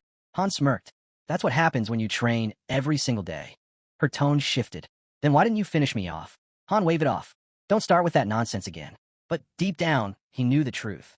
His powers, the Exceed and the destructive sword spirit, were far stronger than he could safely handle. If I hadn't been inside the lobby's protection, he thought, those powers might have killed me instead. He needed a way to control them, without losing himself. Trying to change the subject, he said, "You think too much. Maybe that's your problem. Go outside, get some air. It'll help." Kishasha lowered her head. The memory of her fallen people came rushing back. "They're all gone, aren't they?" she whispered. Han's voice was calm but sharp. "Yeah, they're dead, and nothing's bringing them back." Her eyes hardened. "You're the reason they died." Han didn't deny it. "I made a bad call. Chose the wrong people for that mission." "Then fix it," she demanded. "How?" he asked. "Put me in party 1, she said firmly. Later, Han walked down a dim hallway, the smell of iron in the air. Blood. Leaning against the wall was Velkist, his purple-haired comrade. "So, did you win?" Velkist asked, like he already knew the answer. "Obviously," Han replied. Velkist smirked. "Didn't expect anything less." Han glanced at him. "How's your training going?" "Haven't fought you in a while." "Training's fine," Velkist said, stretching. "You're the one avoiding our matches." "I'm always ready." "Good," Han said. "Get ready again. The selections are coming up." Velkist frowned. "Selections? What's that?" Han explained evenly. "A new fighter wants into our party. But we don't have an empty slot. That means someone has to go. The weak get replaced. Only the strongest stay." He met Velkist's gaze. "And being teammates won't save anyone." Not far away, Jenna overheard. Her stomach tightened. "Someone new?" she thought. Han continued. "Kishasha's the top-ranked fighter in this lobby. She's strong enough to challenge me. Losing someone like that would be stupid." Velkist nodded slowly. "So we fight for our place." Just then, Kishasha stepped forward, confident as ever. "Things won't go the same way this time," she said. Someone muttered under their breath. Didn't Han lose badly to her before? Han ignored it. He pointed toward Jenna. "You're first, Jenna." "Velkist, you're after her." Jenna blinked in surprise, but nodded. "Got it." Kishasha eyed the human girl in front of her. "This is my opponent." "That's right," Han said. "Jenna's your first match. Think of it as a warm-up." But before he could finish, Jenna lunged forward, attacking without hesitation. Kishasha sidestepped effortlessly and had her pinned to the ground in moments. Jenna groaned. "Rematch. You're too fast." They fought again and again. 6 matches in 30 minutes. Jenna lost them all. After the last one, Kishasha offered her a hand. "You've got potential," she said simply. Velkist stepped forward next. His eyes flicked toward Jenna and Narissa, their quiet mage who rarely spoke up. "We can't afford to lose the archer or Narissa," he thought grimly. "That means it's between Jenna and her." Across the arena, Kishasha faced him head-on. The air around her was sharp, almost feral. She reminded him of Han, unyielding and merciless. When the fight started, it was chaos. Velkist's aura exploded as his hostility and fighting spirit surged. Every punch hit like a bomb. Every strike cracked the ground beneath him. But Kishasha didn't back down. She met his strength with raw precision, countering every blow with frightening ease. Han watched from the sidelines, expression unreadable. He could feel it. Velkist's power was burning bright, but it still wasn't enough. Kishasha once tore apart a 2-meter merman. He remembered. She even ripped a kraken in half. And right in the middle of that brutal clash, a loud sigh broke the tension. "I want to leave the party," Narissa said flatly. Everything stopped. Velkist froze mid-swing, his eyes wide. "What did you just say?" She repeated herself, calm and certain. "I want to leave party 1. Shock rippled through the group. Narissa continued. "It's better this way. Anyone can fill my spot, Jenna, or even Human Beast. I'm not essential." Han's voice cut through the silence, steady and serious. "You understand what that means, right? If you leave the party on your own, you can't come back. And all the other parties are already full." Narissa nodded. "I know." Velkist's temper snapped. "So you're just walking away?" he shouted. "After everything?" She didn't flinch. "I can still take care of the lobby chores." "It's fine. That's not the point." Velkist shot back. "You told us to get ready for this fight, and now you're just ending it? Like it's nothing." He was furious, because to him, it wasn't just a fight. It was loyalty. Narissa's tone softened. "I'm not giving up, Velkist. I just think this is best for the team." "I don't want to hear it," he snapped, cutting her off. Then he turned and stormed out, leaving the air heavy and silent. Later, Han found Narissa sitting alone, a cup of tea in her hands. He joined her quietly. "Why the sudden decision?" he asked. "It's not sudden," she said. "I've been thinking about it for a while." Han nodded. He remembered how cautious she'd been when she first joined. "You were terrified back then, always thinking about survival. If you'd lost to Kishasha, I would have found another path for you." Narissa smiled faintly. "Before, I couldn't trust anyone. Everyone felt like an enemy." She paused, eyes distant. "But with you, I thought I could finally leave the princess in safe hands." She meant Princess Friasis. Then, without warning, Nerissa stood and unbuttoned her coat. Across her back glowed a strange, intricate mark. This, she said, is the seal of twilight, a secret art of the Halgens. She explained quietly. It forces absolute obedience to the one who commands it. It enhances intelligence and strength beyond normal limits. Her voice lowered, but it takes your life in return. It keeps you young, sharp, and strong, while slowly killing you. Because of the seal of twilight, fragments of Nerissa's past life began to surface. Memories buried so deep, she'd only started recalling them after her promotion in the tower. They were ancient, painful, and when they came all at once. The vision hit her like a storm. A sword lay before her, its blade dripping with blood. Two hooded men stood above her. One spoke coldly. Your parents and your brother are dead. Stay still if you want to live. She could see other young girls locked in cages nearby, their faces pale with fear. The men dragged her away, toward a stage illuminated by firelight. The flames grew higher as the ritual began. Nerissa was forced to lie down, the seal on her back searing with unbearable pain. She could hear chanting, the sound of insects crawling, and the sight of a voodoo doll being stabbed again and again. Then the scene shifted. Now she wore a mask, her hands stained red. Everyone around her was dead, killed by her own blade. And before her stood a young woman, the princess. Nerissa knelt. From that moment on, she was no longer herself. She became the princess's shadow. Her sword, a tool forged by the Halgens. After her family's death, the Halgens had purchased her like a weapon. They trained her, reshaped her, and gave her only one purpose, to serve. It was Princess Friasis Al-Lagner who finally took her in. The princess never liked calling me a slave, Nerissa said quietly. But I don't think she remembers those days anymore. The room fell silent for a long time. Then her eyes glowed faintly blue, and she looked straight at Han. This world, she said slowly, it was made for the recovery of Tonia, wasn't it? Han didn't hesitate. Yes. He could tell. She already knew. The others will find out after the 40th floor, he explained. Once they unlock the 4-star promotion, everything will make sense. He told her the truth. Their journey wasn't just survival. It was a mission to rewrite history itself. That was why the world felt so different to her. Nerissa nodded slightly. She understood. The Halgens had once been a noble house, loyal to the royal family. But somewhere along the way, they had turned, pledging themselves to the Order of the Goddess, the very group that tried to destroy the princess's name. I wasn't with the princess when she was traveling, she admitted. It's strange. It's like the moment I was summoned here. All traces of Tonia just disappeared. She was oddly relieved. Relieved that she hadn't run into her past self in this strange, shifting world. Han studied her. Is that what you've been investigating this whole time? She didn't answer. Instead, she changed the subject. It's been a while since we cleared the weekday dungeons. I've been busy, Han replied, exploring other areas, talking to people on the 1st floor. Nerissa shrugged. I have other priorities, she said simply. That was the truth behind her decision to leave the party. If I stay, I want time to investigate on my own. She believed what she was doing mattered more than fighting. Then she added thoughtfully, the heroes on the 1st floor might look weak now, but with the right training, they could reach the 9th floor in just 2 weeks. But her tone darkened. Once they meet Nelsa, they'll start asking questions. They'll realize the truth, that everything they've seen inside this tower might just be fragments of Townia's forgotten past. Han nodded slowly. For lower-ranked heroes, he explained, only those who climb the tower gain access to its secrets. The rest, the ones who can't keep up, they're erased. But Nerissa didn't accept that so easily. Are you sure about that? She asked quietly. She brought up a name Han hadn't heard in a while. Mark Hallline, she said. He was born a 2-star hero, climbed all the way to the 13th floor, avoided being absorbed, stayed alive by constantly ascending. Han raised an eyebrow. He's from Vardia's underground guild, Nerissa continued. Controlled the entire 1st floor without even showing his face. He's supposed to be executed soon. Han crossed his arms. Go on. Mark survived by selling information, Nerissa said. He dealt secrets for profit and protection. Han frowned. I doubt he ever had the real information we need. Nerissa nodded. You're right. He mixed truth and lies to control people. But I don't want everything he knows. She leaned forward slightly. I just need to know who our real enemies are and who aren't. She spoke clearly now, every word deliberate. There isn't a single hero in the main lobby who sides with the Order. The true enemy is the Tel Ikar Order, also known as the Order of the Goddess. Han thought about it. Hundreds of heroes were summoned, and not one of them is from the Order? No saints? No followers?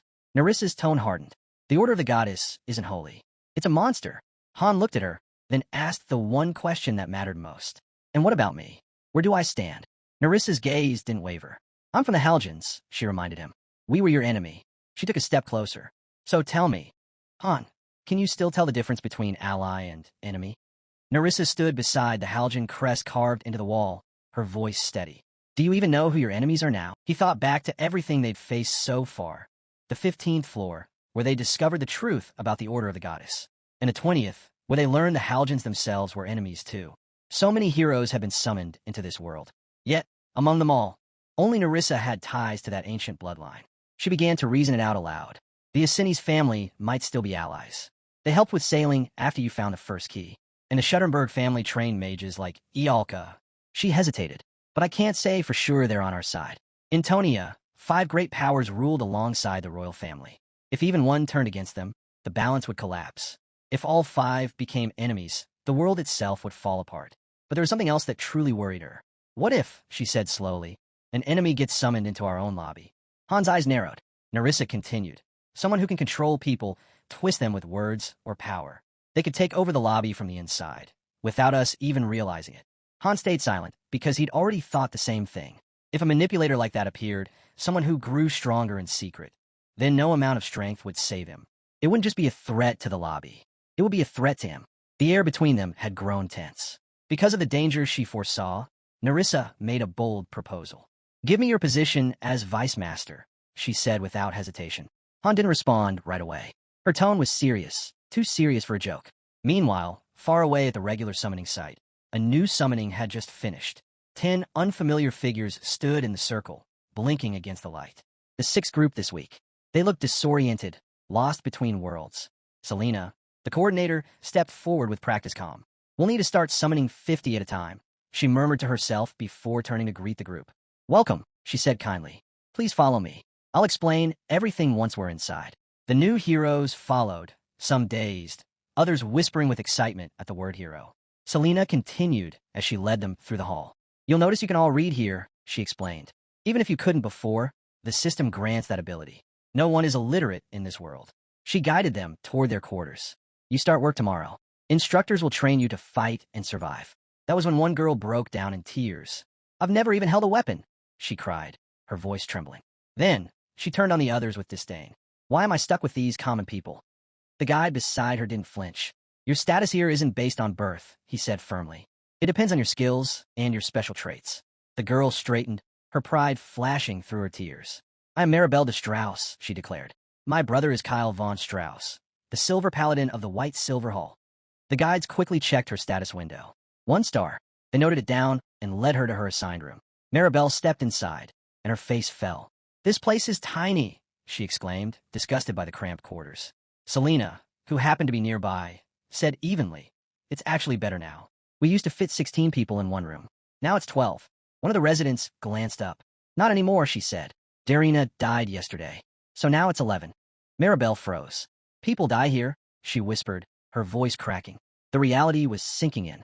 She soon learned who was in charge of the entire lobby. Han, I want to speak to him immediately, she demanded. He needs to move me to better quarters.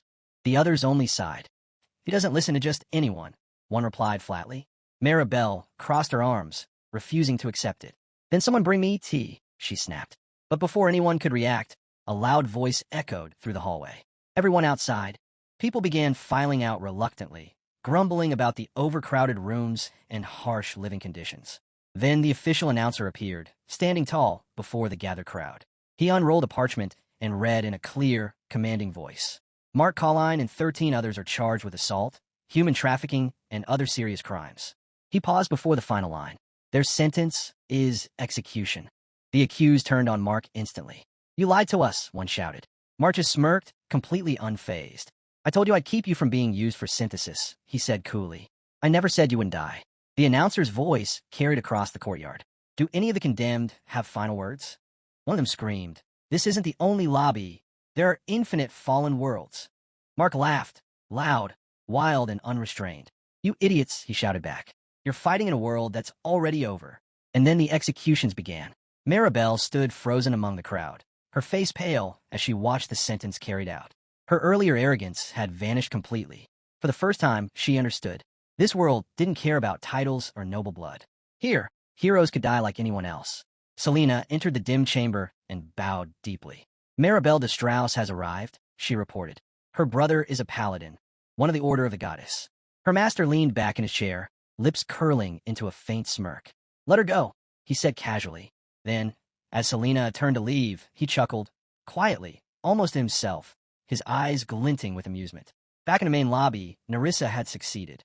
She now held the position of acting vice master. And the most remarkable part? It hadn't even been difficult. Han had handed it over without resistance. Across the training arena, the sound of tension filled the air. Jenna stood still, a whip trembling in her hands. The weapon felt heavier than iron. In front of her, Han knelt on the ground, shirtless, back bare, and already marked with faint red lines. His posture was unyielding, his breathing slow but sharp. "He's pushing too far again," Jenna thought uneasily. This wasn't a normal training room. The arena's healing functions were disabled here. Every wound inflicted was real, and stayed that way until healed by hand or potion. Still, Han's voice was firm. "Do it, as hard as you can." Jenna hesitated, but his tone left no room for argument. With a deep breath, she drew the whip back and lashed forward. The crack echoed through the chamber. The sound was sharp, followed by a hoarse gasp as Han's muscles locked in pain. His fingers dug into the stone floor until his knuckles turned white. For a moment, Jenna thought he might fall unconscious. Instead, he forced himself down onto his hands, breathing through clenched teeth. "Again," he rasped. Jenna's stomach twisted. He's going to destroy himself. But she obeyed. The whip came down again, and again, each strike louder than the last. Han gritted his teeth as the pain burned through him like fire. Each hit reminded him of his own weakness, the fragile shell of flesh that couldn't contain the monstrous strength inside him. The destructive sword spirit, the exceed techniques, power beyond reason, and yet completely unstable. He had survived the water dragon only by chance. Fighting Adis and Kishasha had shown him the truth. His strength came at the cost of his own body. If he unleashed that power in the field, without the safety of the lobby, it wouldn't be his enemies who died first. It would be him. That was why he was doing this, breaking himself down over and over again. If his body couldn't endure his own strength, he'd forge it until it could. The ninth strike landed. His body jerked violently, his breath catching. "Stop," he gasped, voice cracking. But Jenna, caught in the rhythm of the training, swung one last time. The whip snapped against his skin with a vicious crack. Han's scream tore through the room, raw and furious. "Damn it, Jenna. I said stop." He staggered toward the large stone bath on the side of the arena, its surface glimmering with green light. He nearly fell in, the water splashing around him as he sank into the viscous, healing mixture. A low groan escaped him as the potion seeped into the open wounds, its warmth dulling the pain. Slowly, the shredded skin began to knit back together. Han leaned back, exhaling hard. It was a brutal cycle, but one that worked. Endure the pain. Heal. Repeat. If he could survive it, he'd harden his body far beyond its limits, boosting his endurance, resilience, and natural regeneration. 10 full sets every day. No excuses. No shortcuts. That was the path he had chosen. The only path that could make him strong enough to survive what was coming. Standard training meant nothing to Han anymore. Ordinary drills, sparring sessions. They were child's play compared to what his abilities demanded. Only this extreme, punishing method could push his body to where it needed to be. When the worst of the pain faded and the healing potion's energy began to pulse beneath his skin, Han climbed out of the bath. Steam rose from his shoulders as the green glow faded into faint scars. "Second set," he said firmly. Jinna's eyes widened. His voice was steady again, cold and resolute, ready to start all over. While Han threw himself into that brutal routine, Nerissa had taken control of the guild's operations with flawless precision. In her new office, she managed an ever-growing tower of reports and requests. Han's decision to appoint her as vice master had been deliberate. It freed him to train while ensuring the guild didn't fall apart in his absence. Nerissa worked with quiet efficiency. She restructured the training hall schedules, optimized staff rotations, and began drafting the first formal set of guild laws, rules to govern conduct, settle disputes, and define ranks. Once the foundation was solid, she summoned dozens of heroes into her office. Each was assigned to fill critical administrative and support positions long left vacant. Resource reports, patrol summaries, recruitment assessments, stacks of documents covered her desk. Her pen never stopped moving. For Nerissa, every new line written was another step towards stabilizing the chaos. Across the guild hall, the sound of wooden pieces clacking echoed through a side room. Anything sat surrounded by a small group of newcomers, eyes sharp as she studied the board before her. The game wasn't for fun, it was a test of foresight. Every move earned her experience points, raising her tactical skill level with each victory. This wasn't personal ambition, it was preparation. If she could upgrade the guild's tactical post, it would grant a passive boost to every hero's decision-making in the field, sharper instincts, faster responses, better coordination. Each calculated move across that board brought the entire guild closer to that edge. Back in the training arena, Han's focus was absolute. Velkus stood nearby, arms crossed, watching as Han practiced a defensive sequence against a high-level training dummy. Working on defense. Velkus called out. Han didn't answer right away. He deflected the dummy's strike, its metal arm vibrating under the redirected impact. Trying to stop attacks without breaking the gear, Han said finally. Sweat rolled down his temple as he adjusted his footing. I need to absorb or redirect power without losing ground or shattering my equipment. He could easily crush the dummy with one full hit, but that wasn't the point. The goal wasn't strength. It was control. Velkus tilted his head. That's insanely difficult. Han nodded. It is, but I need sharper senses, finer control over energy flow. My regeneration's already at level 3, so I can handle the stress. He paused to catch his breath, then gestured toward the far end of the arena. Kishasha was there, striking through the air in clean, powerful arcs. Maybe spar with her, Han suggested. She could use the challenge. Velkus snorted. She refused. Said her style's too straightforward. Too much raw power, not enough finesse. She doesn't find it stimulating. Han fell silent for a moment. He suddenly remembered Nerissa's voice from that meeting, the one where she'd fought to keep Velkus in the guild despite his failures. Without her, Velkus would have been expelled long ago. The thought stung. I could teach you a few techniques, Han said impulsively. Something to refine your control. Velkus looked up, caught off guard by the offer. But before he could respond, a voice rang out inside Han's head. Sharp, urgent, and unmistakable. Han, my office. Now. It was Urnitha's voice, cutting through the connection spell like a blade. Han exhaled once, quietly, then turned toward the exit. The next phase of the guild story was already waiting for him. Han entered Urnitha's office to find her sitting behind her massive desk, papers and glowing data screens scattered around her. She offered a faint, tired smile. Just wanted to say goodnight, she said lightly, but her voice didn't match her eyes. The humor vanished almost instantly. Her tone hardened. We have a problem. Han's posture straightened immediately. Disturbing rumors, confirmed. Urnith said. Solidarity Association forces are on the move. Hundreds of airships, all converging on one target within our server. She slid a thick report across the desk. Charts, photos, surveillance data. Everything pointed to the same conclusion. This mobilization isn't tied to any world raid announcement, she continued. They're not gathering for an event. They're coming for us. She tapped the screen, and the feed shifted to a scrolling display. Han's own public channel. Thousands of comments flooded the screen, some cheering, others mocking. All of this started a week ago, Urnith said sharply, right after the collapse of the Barts Union. Han's eyes narrowed. The Barts Union was supposed to counter Solidarity's rise, she reminded him. They didn't last 7 days. Han folded his arms, thinking. Their propaganda system is far beyond anything we've seen, Urnith added. They're controlling public perception, faster and cleaner than anything's video network ever could. Then she leaned forward, voice low and urgent. Niflheimer needs you, Han. Without you, we're exposed. You built the foundation. You leave from the front, or everything we've built starts to crack. Han's reply came instantly, flat and stubborn. Handle it yourselves. That's why I trained all of you. Urnith's jaw tightened. I can't command Party 1. They only listen to you. They need focus, unity, and someone who knows what Solidarity really plans. Han didn't respond right away, but the look in his eyes said everything. The war he had seen coming, one he'd hoped to delay, was already here. Niflheimer's record stood flawless. 129 battles, against every kind of enemy imaginable. Guilds, associations, top-tier solo hunters. They'd faced them all. Not once had they retreated. Urnith straightened. I've already sent a request to Tonia. An airship will dock here in 2 days. Han's thoughts shifted instantly to logistics. Recall everyone stationed outside the base, he ordered. No exceptions. Prevent ambushes before they start. Understood, Urnith replied. Also, he continued, I want a full breakdown of their assembled forces, ranks, numbers, known combatants, and battle data from the Barts Union collapse. Everything. His hand drifted unconsciously toward the simple black ring on his finger, the mark of a fallen one, the emblem of his rank, the proof that he led Niflheimer. 130 battles, he thought grimly. We won't fall here. The next evening, the message came from Loki. The master read it silently, brow furrowing. Loki was requesting additional support for his top trainee. Attached to the message was Han's own request, formal deployment to Niflheimer. Han noticed the hesitation in the master's eyes. He didn't need words to know what that meant.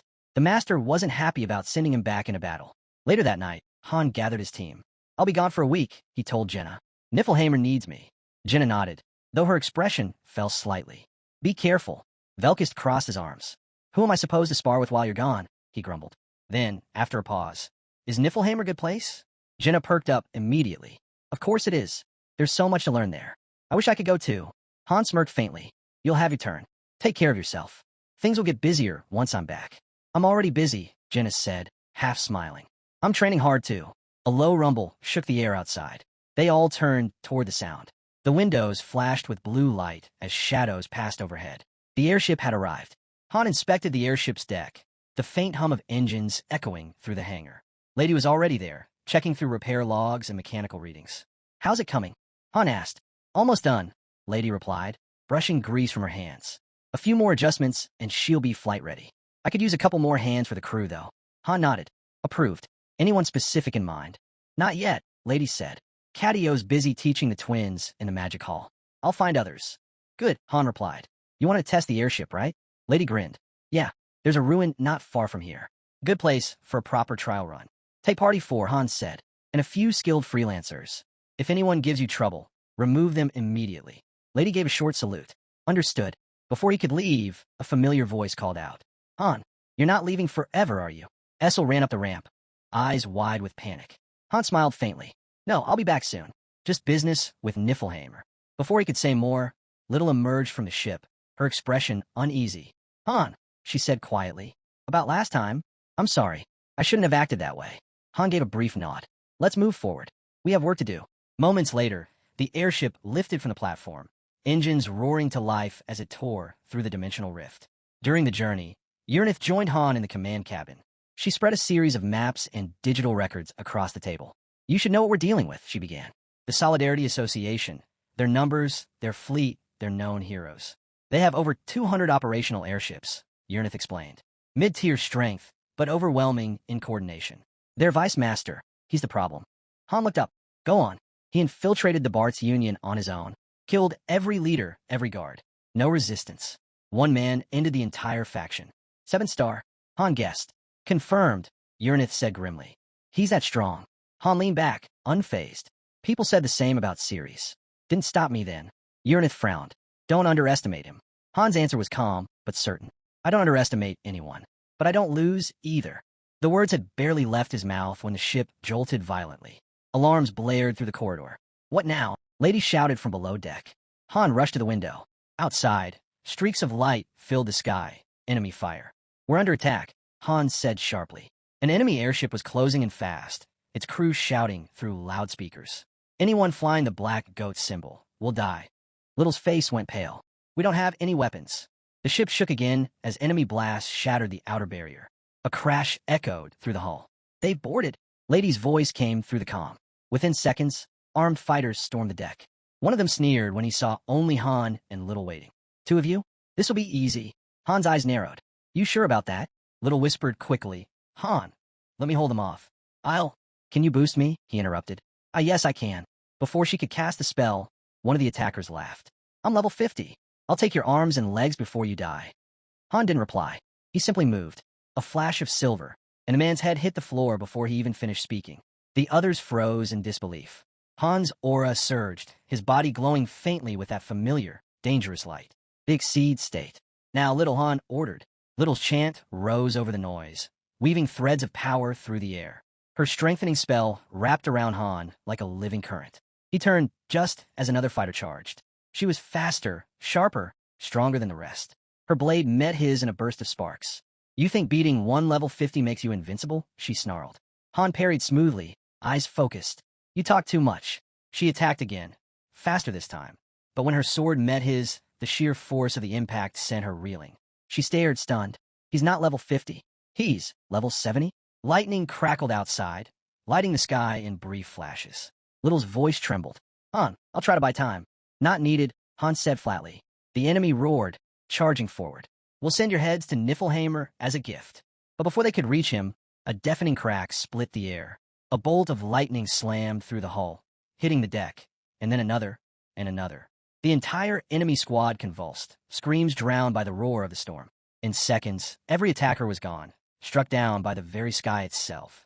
The storm faded as suddenly as it began, leaving behind silence and the faint smell of ozone. Little stared in disbelief. Was that you? Han looked out the shattered window, watching the lightning dance across the horizon. No, he said quietly. That wasn't me. All around them, the fallen enemies lay motionless. The air crackled faintly, the scent of ozone lingering after the storm. Little stared in awe, eyes wide. That lightning, she whispered, from the fading light. A figure stood up among the smoke and debris.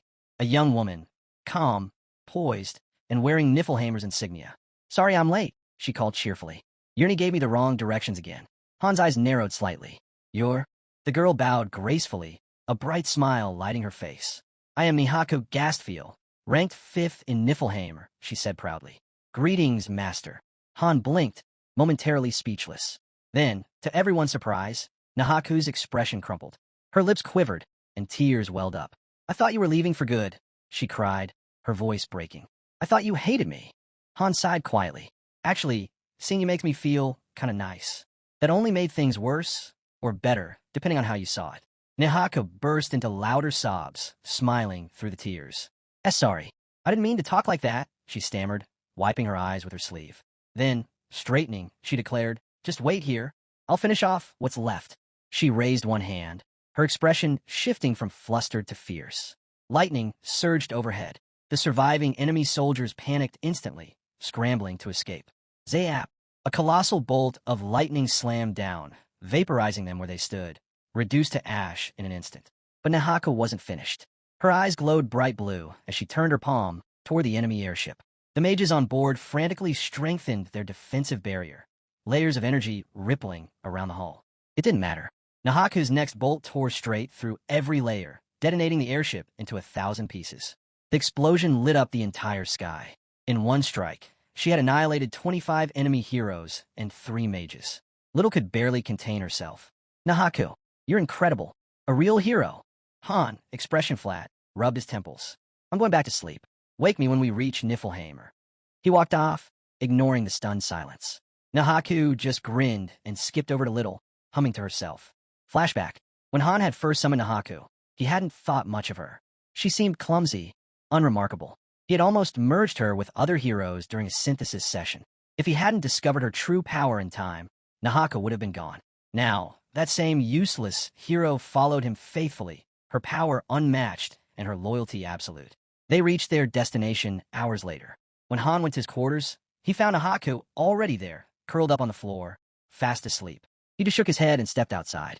From the deck, he saw it. A colossal ship looming ahead, sleek, dark, and powerful.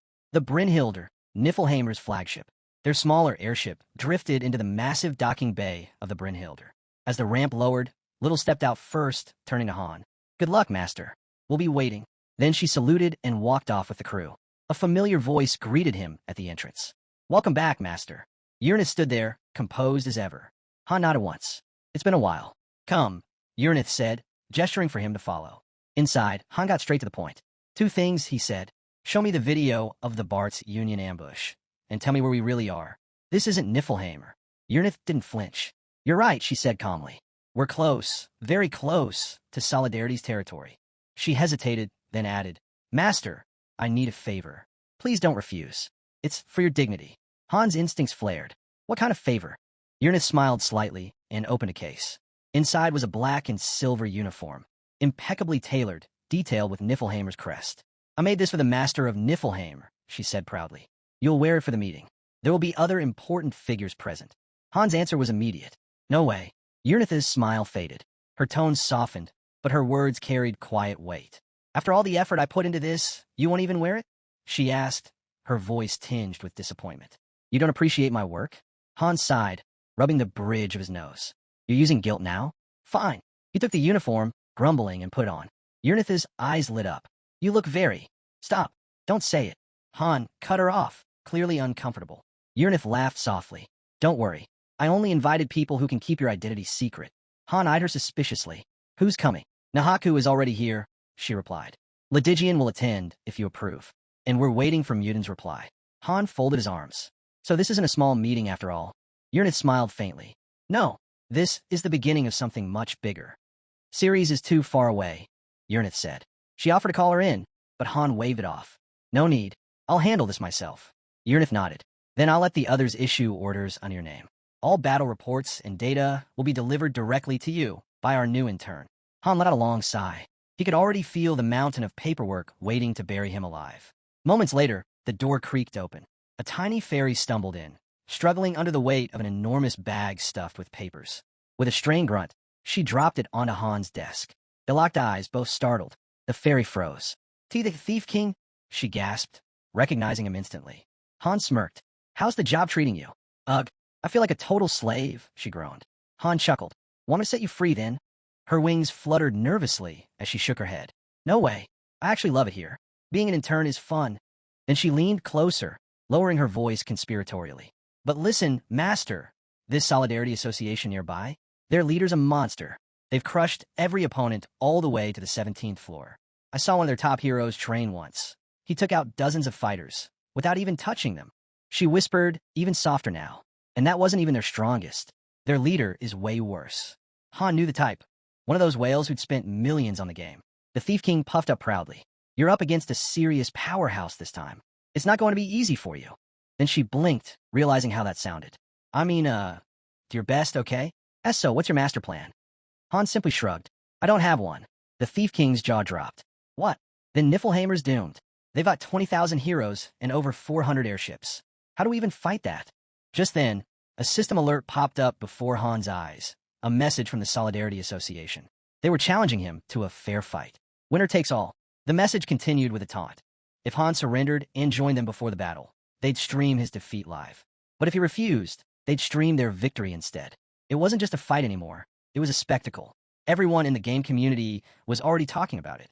The duel was set for a few hours from now in real time, tomorrow in the game's timeline. If Han didn't show, the humiliation would be endless. The thought made him grit his teeth.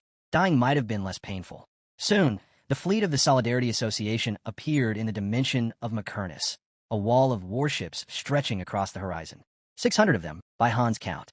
The Thief King shifted uneasily beside him. "Han, maybe surrender isn't such a bad idea."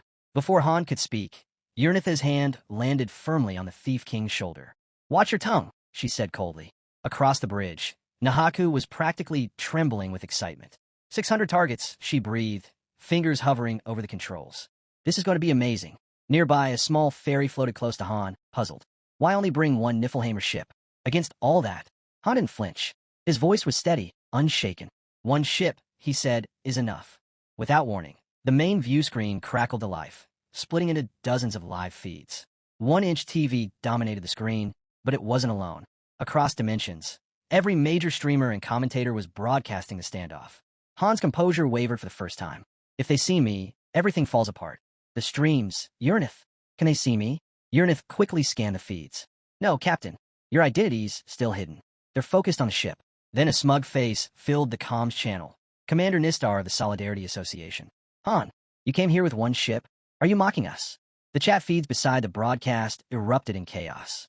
Viewers laughed, speculated, and jeered, most convinced Han had shown up to surrender. "Urnith," Han said quietly, "shut down those streams." She tried. A curt system message blinked across her console. "Access denied." Nistar's voice boomed across every feed. "Let all dimensions bear witness. Today, the Solidarity Association claims absolute supremacy." Han turned to Urnith, his tone low, steady. "Why bring me here?" She met his gaze without flinching. "I wanted you to watch." Before he could respond, the enemy fleet surged forward, hundreds of warships lighting up the void, weapons primed. Han's single vessel remained still, a dark, silent shadow against the blazing armada. "Charge!" Nistar roared. "Erase them from existence." A violent flash tore across the screen. When the glare faded, a lone figure stood on Han's ship's hull, Lydigian. Calm, unmoving. In an instant, 3 others appeared beside him. Han's core unit, Party 1. Before anyone could react, they vanished, then reappeared directly on the Solidarity Association's flagship bridge. Nistar stumbled back in disbelief. Teleportation? Across kilometers? Impossible. The air crackled as his elite guard, the Association's strongest heroes, closed in, surrounding Han and his team. Nistar sneered. "You're finished. Kill them all." A commanding voice cut through the chaos. Silence. A tall swordsman stepped forward, his presence alone enough to make the guards hesitate. "They're mine." His eyes locked on Han. "I am Kshatra, the 100-Sword King. Your demon blade fascinates me. But today, your reign ends. I've never known defeat." Kshatra lunged, his blade a streak of light aimed straight for Han's heart. But before the strike landed, Lydigian moved. A flash, too fast to follow. In the blink of an eye, Kshatra's sword was no longer in his hands. It was in Lydigian's. The bridge fell silent. With one fluid swing, Lydigian unleashed a wave of energy that tore through the elite guard. They fell in unison, lifeless before their bodies hit the floor. Kshatriya stood frozen, staring at his empty hand, the reality sinking in. Across every live stream, chat windows erupted in chaos. Shock, awe, disbelief flooding the feeds. Lydigian turned to Han and bowed slightly. "Master, give the order." Han's voice was calm. "Win." In a single motion, his squad moved, precision, purpose, destruction. As Uranith closed her eyes, her mind reached outward, brushing against the vast network of enemy ships. Her psychic power surged like a storm. One by one, the Solidarity Association's vessels froze in place. Then turned, their command codes rewritten, their allegiance shifting. Every ship now awaited orders from one man. Han. Her voice cut through the comms like thunder. All ships fire. At once, the enemy armada turned on itself. Turrets twisted, cannons charged, and in an instant, the sky lit up with chaos. Beams of pure energy tore across the fleet, ripping through their own ranks instead of Han's lone vessel. Massive warships exploded one after another, shattering into fragments of burning metal. From the flagship, Nistar's panic screams echoed across every channel. "Master, it's not me. I've lost control." But his voice was drowned out by the roaring inferno. The dimension itself seemed to tremble as the Solidarity Association annihilated its own fleet. When the last explosion faded, Uranith's lips curved slightly, just enough to show satisfaction. Inside the command chamber, Han Islet sat before a colossal display screen, cables running from the terminal across the room. Beside him were Uranith and Nahaku, watching intently as the screen filled with real-time footage of battle. Flames danced across the image, enemy troops breaching the ship's lower decks. The scene wasn't a simulation. It was happening live. On screen, a swordsman stepped forward, rallying his allies. "Don't falter. There are only a few of them," he shouted. His words were cut short as the battlefield erupted into chaos, the clash of steel and magic filling every corner. Lydigian was already in motion, his strikes fluid and precise as he cut through enemy ranks. Han watched closely, analyzing every movement. That attack, it defies both distance and defense, he thought. It was power beyond anything describable. Lydigian caught Han's expression and smiled faintly. "You honor me too much, master." Across the room, Nahaka let out an unimpressed huff. Her eyes gleamed as she stood, summoning energy. "Then let's make this interesting." Nahaku gasped fell, entering the field. In a flash, her body ignited, transforming into a sphere of blazing fire. She shot forward like a meteor, crashing into the enemy lines. Uranith and Lydigian closed their eyes, channeling their magical sight to view the combat through pure energy perception. Moments later, Lydigian spoke softly. "Master, I'll share my vision with you. You should see what I see." Han nodded. The battlefield sharpened in perfect clarity before him. Nahaku moved like lightning, her blade cutting arcs of flame and light as sparks of hyper-Pikapika energy surged around her. The air itself crackled from her strikes. Amid the chaos, a small intern clutched her headset, voice trembling. "Master Han, can't we make these battles a little less complicated? This is exhausting." Han didn't look away from the screen. "That's why tactics aren't needed," he said calmly. The intern gawked at him. "Not needed? We're outnumbered 1,000-3, and they've got heroes with 5-star potential, some even at 6-star rank." Han's voice stayed even. "Stars mean nothing. Power doesn't come from levels." Then his eyes narrowed. On the screen, he saw the formation of an immense spell, a pulsing mass of light consuming the battlefield. "Armageddon," he muttered. A ritual of 20 mages sacrificing themselves. Before the intern could react, Uranith stood. "Then I'll erase it." With a single gesture, her magic surged. The colossal spell shattered like glass, its energy dissolving into the void. Nearby, a captured enemy stared in disbelief. That spell cost 20 lives, and she destroyed it like nothing. Uranith calmly adjusted the display's interface, her focus unbroken. Outside the ship, the war continued to rage, flashes of fire and lightning illuminating the endless sky. Nahaku pressed on with steady precision, her movements fluid amid the chaos. Fireballs burst from her hands, slamming into the advancing waves of enemies. Despite her relentless assault, the status window flickered before her, revealing an undeniable truth. The power gap was too vast. A moment later, the stream abruptly cut off. The same window then appeared before Han. displaying a list of unread messages and 2 glowing prompts. Yes or no. Han leaned back slightly, his voice calm but curious. Those 400 ships that split off from the main fleet? What happened to them? Uranith answered without hesitation. Mutants taking command of the First Fleet. They're handling it. Outside, the battle continued to rage. Soldiers and swordsmen fought with ferocity, their war cries echoing through the halls. Erase them, even if it costs us everything, they shouted. Their blades showed no mercy. The floor ran red. As the chaos deepened, some of the enemy soldiers began dropping their weapons, desperate to surrender. But then, a new system prompt appeared before Han. Logica of Solidarity request to surrender. Accept. Yes/no. Han's response was immediate. Reject all surrenders. Moments later, another message appeared. Kiliad of Solidarity request to surrender. Accept. Yes/no. Reject. Han ordered again. The enemy ranks fell into panic. One soldier cried out, "Even surrender won't save us." Another choked out, "At least spare the innocent ones." But Ledigian carried out his master's command without hesitation. No mercy, he confirmed quietly. The massacre continued. Bodies covered the floor like fallen shadows. Nearby, the intern, still trembling and lost in the confusion, turned to Uranith. Why all this? What's happening? Uranith smiled faintly. You'll have to get used to scenes like this if you don't want to stay an intern forever. This is what victory looks like. The air was thick with smoke and flame. Explosions rippled through the distance as Nahaku's fireballs scorched the battlefield. Han silently observed it all. Tens of millions in resources, he murmured. Lost in minutes. Then his tone hardened. Locate their base. Destroy everything. The order spread instantly. Niflheimer's airships launched into formation, engines blazing, weapons primed. But before they could advance, several dark figures materialized from the smoke ahead. Uranith's eyes narrowed. Master, it's them. Han's gaze sharpened. So they finally decided to show up. With a thunderous crash, a massive glass door shattered, and through it stepped a man with a mocking grin. Urka Daij, he said proudly, torture specialist of the Solidarity Association. He laughed, voice echoing through the chamber. His level appeared on the interface, 99. 2 more figures followed. The first, a towering man with cold eyes. Nord, Uranith whispered. His level was unreadable. The second, a calm woman with silver hair. Shioha Neatra, she introduced herself smoothly. Reconnaissance officer of the Solidarity Association. Level 99. The captured enemy beside Ledigian turned pale. It's them, he whispered, trembling. Han's gaze fixed on him. Who are they? The prisoner swallowed hard. They're the leader's direct subordinates. His personal heroes. You don't understand? Master, they're not like the others. They're monsters. Han's expression remained unreadable. He turned slightly toward the trembling prisoner. Why are you speaking as if we're allies? He asked coldly. You seem to forget. You're still the enemy.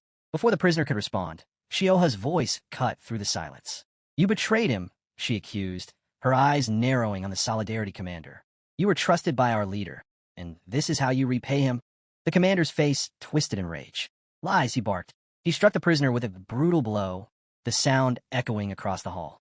The man crumpled instantly, lifeless. The commander straightened, sneering. That's the fate of an insect who dares speak out of turn. Shioha only laughed. Her smile was sharp, almost playful. Oh, how ruthless, she teased, then turned her gaze toward Han. You're quite handsome, you know. How about we skip the fight and have a little fun instead? Her tone shifted, dripping with arrogance. But really, if you think you've already won, you're delusional. Her grin widened as her voice grew darker. What stands before you now is barely a fraction of the Solidarity Association's true strength. The air seemed to hum with her rising magic. I'm the incarnation of immorality, she declared, spreading her arms wide. A mage who embraced all 7 curses, a witch denied, even death itself. Allow me to bless you with a fate both tragic and beautiful. A sudden crack split the air. Lightning flared. Nahaku's bolt struck Shioha squarely in the chest, hurling her backward. Smoke curled from her form as she collapsed, unmoving. Nahaku tilted her head slightly. Oops, my hand slipped, she said casually. Urka let out a booming laugh. You think that'll kill her? He stopped mid-sentence, glancing toward Shioha's motionless body. Shioha, he called. No answer. Hey, quit joking around. Ledigian's voice was cold. She's dead. Urka's expression twisted into defiance. Impossible. Even when she's torn apart, she comes back. She always comes back. Han's gaze lingered on the still body. That lightning, he said thoughtfully. It carries layers of curses, status effects stacked endlessly. Not surprising, considering Nahaku's experience of fighting cursed monsters across multiple floors. His voice lower, calm but cutting. It's almost pitiful. Urka's master wastes fortunes chasing outdated power, blind to what true combat has already become. Urnitha's patience snapped. Master, she said sharply, glaring at Urka. There's no point wasting words on trash. And that woman, how dare she flirt with you in the middle of battle? Han gave no reply. The silence was answer enough. Later, Han sat alone in the grand library, papers spread across his desk. His eyes moved slowly over the text before him. This work, he murmured, is challenging in its own way. It had been a long time since he last found himself here. He thought back to his first day, how he'd been dropped into this place without warning and forced to hunt goblins just to survive. By the second day, during training, it became clear that something about him was different. His growth rate was unnatural. He wondered if it had something to do with the seal, that mark still hidden within him. I need to know more, he muttered. By the fifth day, he'd been assigned to Party 3, a team led by a man whose attitude grated on everyone. Han had chosen to ignore him and focus only on progress. By the 14th day, he finally met the one everyone called a leader. The man had introduced himself simply as a farmer. But Han noticed the calluses on his hands, the pale skin, the confidence in his movements, details that didn't fit that story. There was something too polished about him, too deliberate. A night, Han thought, or someone trying to remember how to be one. Later, Han found himself watching the raid on the 15th floor through a replay stone. He wondered quietly if he might one day meet her, the figure who'd appeared only briefly during that battle. If I keep climbing, he thought, I might find what I've been looking for. But even that hope came with one unspoken truth. He'd have to survive long enough to reach her.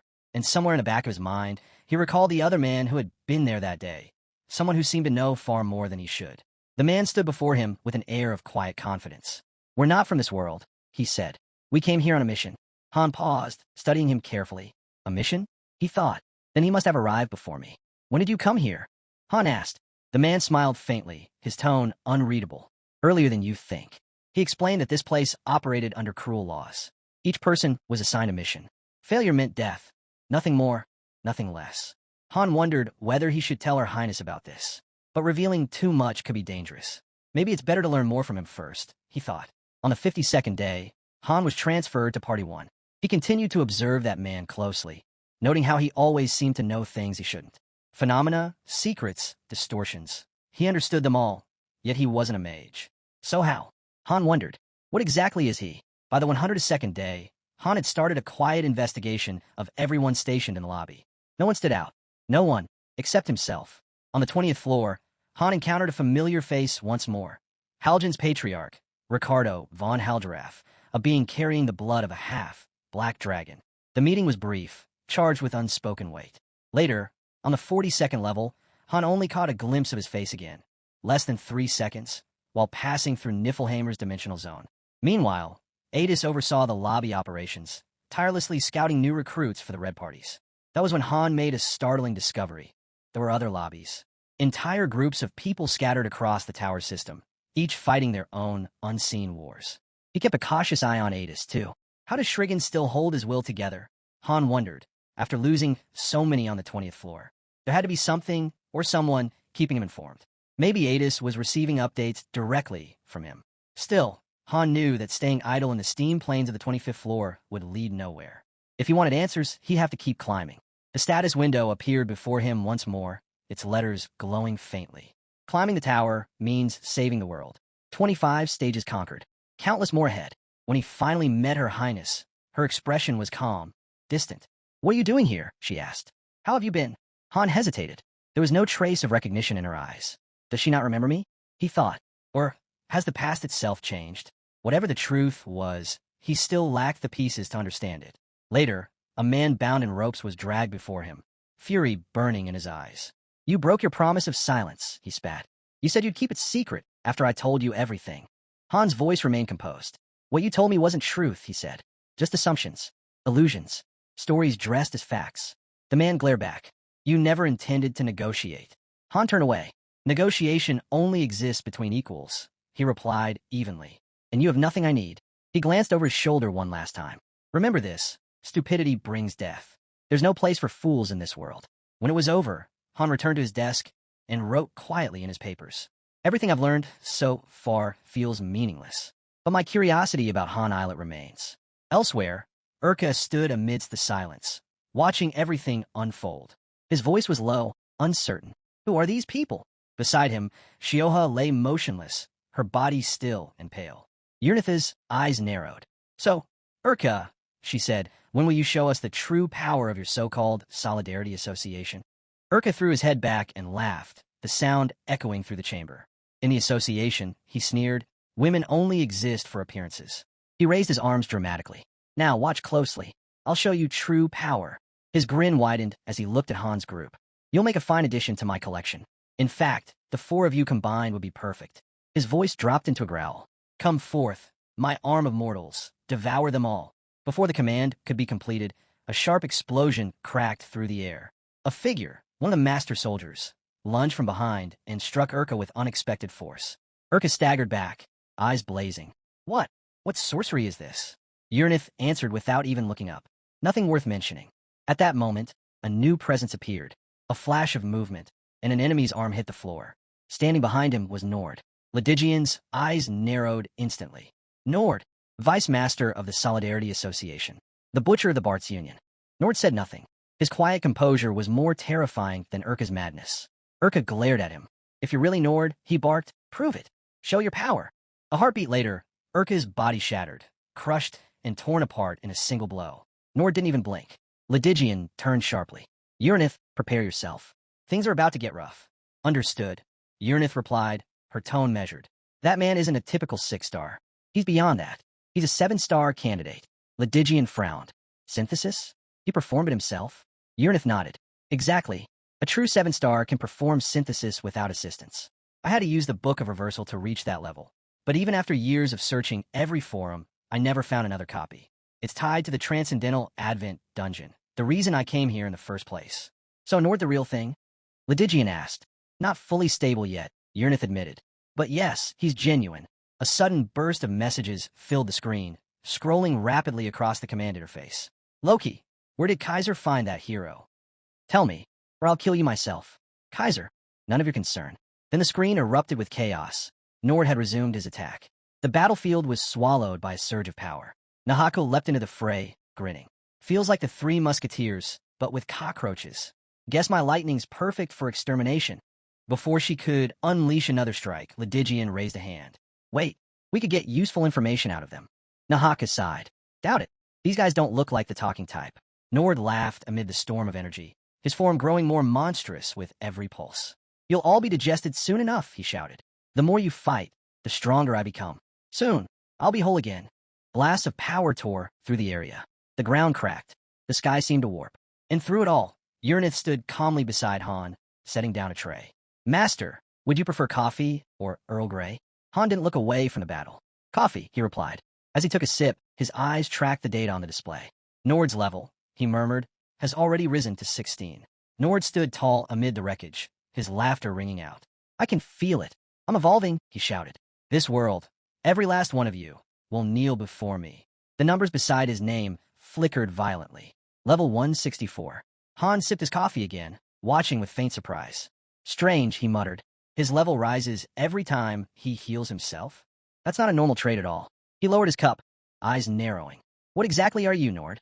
Euryntha's eyes narrowed as she studied the data flashing across the screen. It's not just his level that's rising, she said. His resistance increases with it. Nahako, sitting beside her with a mug in hand, took a sip and instantly grimaced. Ugh, what is this? It tastes like dirty water.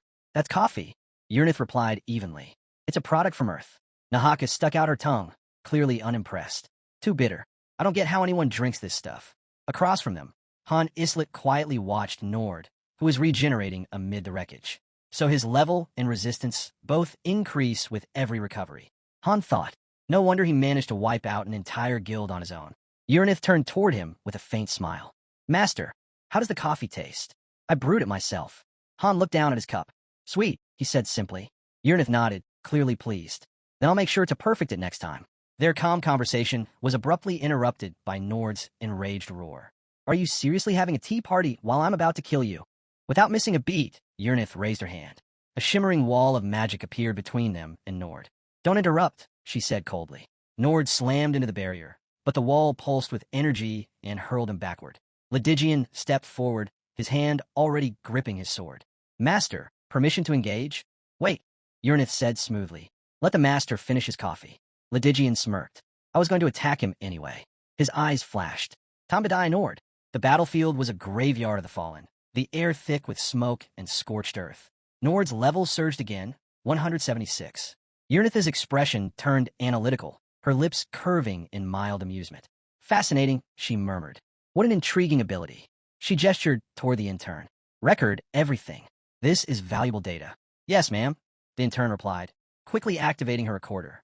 Uranith continued jotting notes. He's even capable of transformation. Yes, he can transform. Meanwhile, Nord roared, unleashing another wave of energy. Uranith calmly observed. The test subject's resistance to slashing seems capped at 90%. Ledigian parried the attack and sneered. Pathetic. The intern, watching wide-eyed, blurted out, 90%? But he's still cutting through him like nothing. Han ignored the noise around him, sending a message across the network. Last warning. Tell me where you obtain Nord. Silence. No response. So, Han thought, either they can't talk or they won't. Ledigian's sword blazed with light as he unleashed a flurry of strikes. Each blow tore deeper, faster, until the explosions drowned out even Nord's screams. Nord's level spiked once more, 185. Uranith adjusted her notes. That must be the limit. Han nodded slightly. Agreed. His growth has stopped. End it. I'm starting to feel sorry for him. With a single step, Ledigian vanished from view. A split second later, a final slash cleaved through the air, and the battle fell silent. Nord collapsed, his energy dispersing into ash. Ledigian turned, wiping his blade clean. That was dull, he said flatly. It's over. Han gave a faint nod. Good work. The remaining flames flickered out across the field, leaving only silence, an eerie calm after the storm. Nahaku crossed her arms and gave Ledigian a sly look. You're only acting calm because Master's here, she teased. Ledigian scoffed. Don't flatter yourself. I'm always calm. Uranith stepped forward with her usual composed smile. Congratulations, Master Han Islet. That makes your 130th consecutive victory. But Han didn't respond to the praise. Status of the others? He asked immediately. Uranith nodded, switching the tactical display. Fleets 1, 3, and 7 are currently breaching the enemy base. The opposition is putting up resistance, but no casualties on our side so far. Han's gaze lingered on the screen, watching the battle unfold. Mutant's doing well, he remarked. Better than expected. Just then, the intern appeared, eyes wide in disbelief. And Master Han Islet, were you always this strong? Han raised an eyebrow. What do you mean? The intern hesitated. I knew you were powerful, but this is on a whole different level. When that other server attacked, it looked like you were actually struggling. And during the assault by that 4th-ranked player, over level 300, it felt like we barely survived. Han's tone was firm. That never happened. The intern blinked in confusion. Han continued evenly. That opponent was a true 7-star, a proper one. Nor was just flesh pretending to be power. The real 7-star barely escaped after losing to Ceres. He paused briefly, his expression thoughtful. That's why I'm still searching for another 7-star. If we've already reached this strength now, imagine what it'll be like when we reach that level. A small smile crossed his face. And to think, Nord was still alive just a few minutes ago. Uranith glanced at him. Mutant said he's never seen anyone with so little talent. Han chuckled softly. That sounds like him. Uranith continued. It'll take time before Mutant can send him back. He's only just learned the basics. But if I can bring another with me, they could contribute more than an entire team. That would be a great advantage for Tonia. She folded her arms. And remember, Mutant never trains the same disciple twice. So that trainee better learn everything before leaving. After the cleanup was completed, Han returned to Brynhilde, planning to remain there until the post-battle analysis results were finished. In the meantime, he handled a few tasks in Fiffelheimer, while Uranith oversaw the research operations. At her console, Uranith opened the Master Han Isla control window, arranging assignments and reports in a precise, methodical order, just as Han himself used to do back on Earth. Whenever time allowed, Han trained with Ledigian. Their duels were fast, brutal, and controlled only by discipline. During one such session, Ledigian wiped his blade clean and smiled faintly. That technique you used earlier was incredible, Master. Han tilted his head. You mean the Exceed technique? Ledigian nodded. Both that and the destructive sword spirit. The difference in power is enormous, but still, I managed to push you back a few steps. He let out a quiet breath. Even with my stats adjusted for balance. That's no small feat, though, honestly. He smirked tiredly. I feel like I might die from the effort. Han gave a rare, quiet laugh. If you still have the strength to talk, you'll live. And then, a familiar chime echoed through the air. A status window appeared before Han Islet. Skill awakened. Intermediate swordsmanship LV.5. Han blinked, momentarily surprised. Level 5 already? Ledigian gave a satisfied nod. That skill of yours shows remarkable potential. It reminded me of Ceres back when she was still growing. Han turned to him, intrigued. Ceres. Ledigian rested his sword against his shoulder. She faced hardships far greater than yours, but she overcame them through what I can only describe as a mysterious power. Han's tone was firm. There's no mystery in power, only effort. Ledigian chuckled. Maybe so, but to me, it was something else entirely. He straightened, brushing off the moment. Enough talk. Let's continue. A few days later, Uranith entered Han's office, holding a thick report. I've finished the investigation on Kaiser 32, she said. Han looked up from his desk. Let's hear it. Uranith placed the document in front of him. His real name, age, and birthplace are all confirmed. Nord was 24. Kaiser 32, well, 32 refers to his actual age. Han skimmed the first page, his expression tightening. Kaiser 32. So he's 32 years old. Figures. The man practically bathed in money. He must have been born with a diamond spoon in his mouth. He flipped through the report, frowning as he read further. Third son of the Triangle Group, he muttered. One of Korea's top chaebol. Supposed to inherit a branch company. Then got cast out and sent to the countryside, with a fortune to keep him busy. Han leaned back in his chair. So he started gaming. Uranith nodded. Yes. He spent millions on every game he touched, buying power, buying pride, acting like a king in a world where he couldn't be one. Han let out a quiet, bitter laugh. The game world's never been fair. Not even here. He paused, glancing at her. So that's when he started Pick Me Up. Uranith nodded again. Exactly. Han studied her for a moment. And how did you find all this? It's all stored in the Mobius server, she replied. Then her voice dropped. But the next part might be harder to believe. Han's eyes narrowed. Go on. Uranith took a slow breath. CO Taijun, Kaiser 32, was declared brain dead a month ago. The room fell silent. She opened another file, projecting hospital footage onto the nearby screen. This was taken at Changsin Hospital.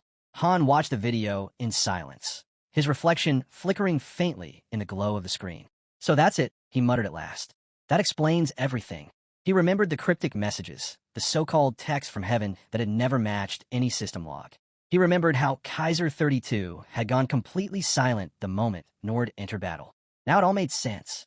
Han turned toward Uranith, his tone suddenly heavy. Uranith, he said quietly, where is my body? The Book of Reversal, a relic said to oppose the heavens themselves. Han's thoughts raced. The deeper one descends into this world, the closer they come to Mobius. He now understood what had happened. When Kaiser 32, CO Taijun, had fallen into a brain-dead state, Nord had awakened as a 7-star. The truth was clear. The condition for reaching 7-star rank was the synthesis of a hero and a master. And someone, without his consent, had opened the Transcendental Advent dungeon using Han Islet's own account. Han Islet had been pulled into that place for a synthesis. But for reasons unknown, the process failed, and he survived.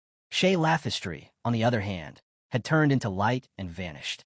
Even then, Han was convinced that while he'd been dragged into this game-like world, his real body still existed somewhere on Earth, just like Kaiser 32's. He asked Uranith about it, but she could only apologize. She'd searched everywhere and found nothing. Han simply nodded, saying he believed his body had to be out there somewhere, then asked to be left alone. As silence fell, he began to reflect. The top-ranked players, 1st through 4th, had all disappeared without a trace. Back then, he hadn't understood why. Among them had been geniuses, players whose skill had even earned his respect. The first-ranked player, once known as a living legend, had already made a name for himself long before Han rose through the ranks. Han had always seen him as a true prodigy and assumed the others were the same. Then his mind wandered back to something Ceres had once said during his promotion. At the time, her words had felt sincere. Now, he wasn't so sure. She had told him not to resent her too much, claiming she hadn't expected him to be summoned either. She had said he was the only one who had truly taken her advice to heart. He remembered his status window then. It had declared that the master was entrusted with the hero's bond, and out of 100 million masters, he alone had been truly dominated by the lobby. Looking back, Han realized it had all been an accident. From the beginning, he'd only ever had one goal. Now, it seemed clear. The plan had been to kill him and merge him with Ceres. But when the synthesis failed, she must have changed her approach. Han admitted she was talented at using whatever resources she had left. Suddenly, his status window blinked to life. Dispatch complete. Han Islet has returned from Niflheimer. Control restored. The message went on to say his hero status had changed due to the dispatch and instructed him to check the hero tab for details. Later, a small boat carried him toward his next destination. A girl stood waiting at the dock. "It's an honor to serve you," she said respectfully. Han only waved it off. "No need for all that formality," he replied. As he walked, he noticed new structures he didn't recognize. It seemed most people were asleep, but even at a glance, he could tell the lobby had changed. There were new facilities now, maybe even fourth floor. The next morning, he explored further. He was right. The lobby had expanded, not just in size, but in structure. A new school stood among the training grounds, and every facility looked newly upgraded. The place had become far more organized, built for efficient management. The dormitory on the fourth floor had also been transformed, upgraded to dormitory level 6. It now housed a massive cafeteria, a spacious bathhouse, several offices, and even an indoor training arena. Each party had its own private mansion, fully staffed with helpers to maintain them. The chef, he learned, was a veteran, a man who had been cooking since long before the summoning began. The butler and servants had once climbed as high as the 20th floor rankings, but after hitting their growth limits, they chose to shift into support roles instead. Normally, heroes who stopped progressing were marked for synthesis, but Narissa had quietly rewritten that rule. She decided that those who kept working hard, even after reaching their ceiling, deserved rewards. It was her way of keeping morale alive. Up on the rooftop, a few voices discussed the lobby's swelling population. Someone remarked that there must be over 300 people now, even after all the deaths and syntheses. Another replied that the losses had already been made up for. Narissa stood beside Han Islet, explaining that the increase in tower climbers had brought in far more gold than before. "We're running 10 standard summon sessions every day," she said proudly. Han frowned slightly. "That still won't be enough." She nodded. "You're right. There are gaps in the system.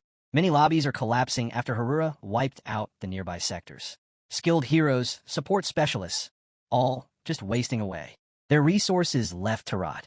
She went on to say that they had taken an airship across 6 different lobbies to scout for talent.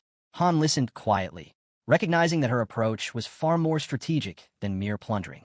Narissa explained that she had originally planned exploration runs, but the nearby lobbies had already been claimed by others. So instead, she revived this plan of targeted scouting. "It shouldn't cause any issues," she added confidently. Han couldn't help but think. Leaving the Vice Master position to Narissa had been the right call. She was handling things far beyond his expectations. Her foresight reached far ahead, seeing opportunities others missed. "There are still countless untouched lobbies," she said. "We'll keep recruiting until the next climb." Han gave a small nod. He had underestimated her.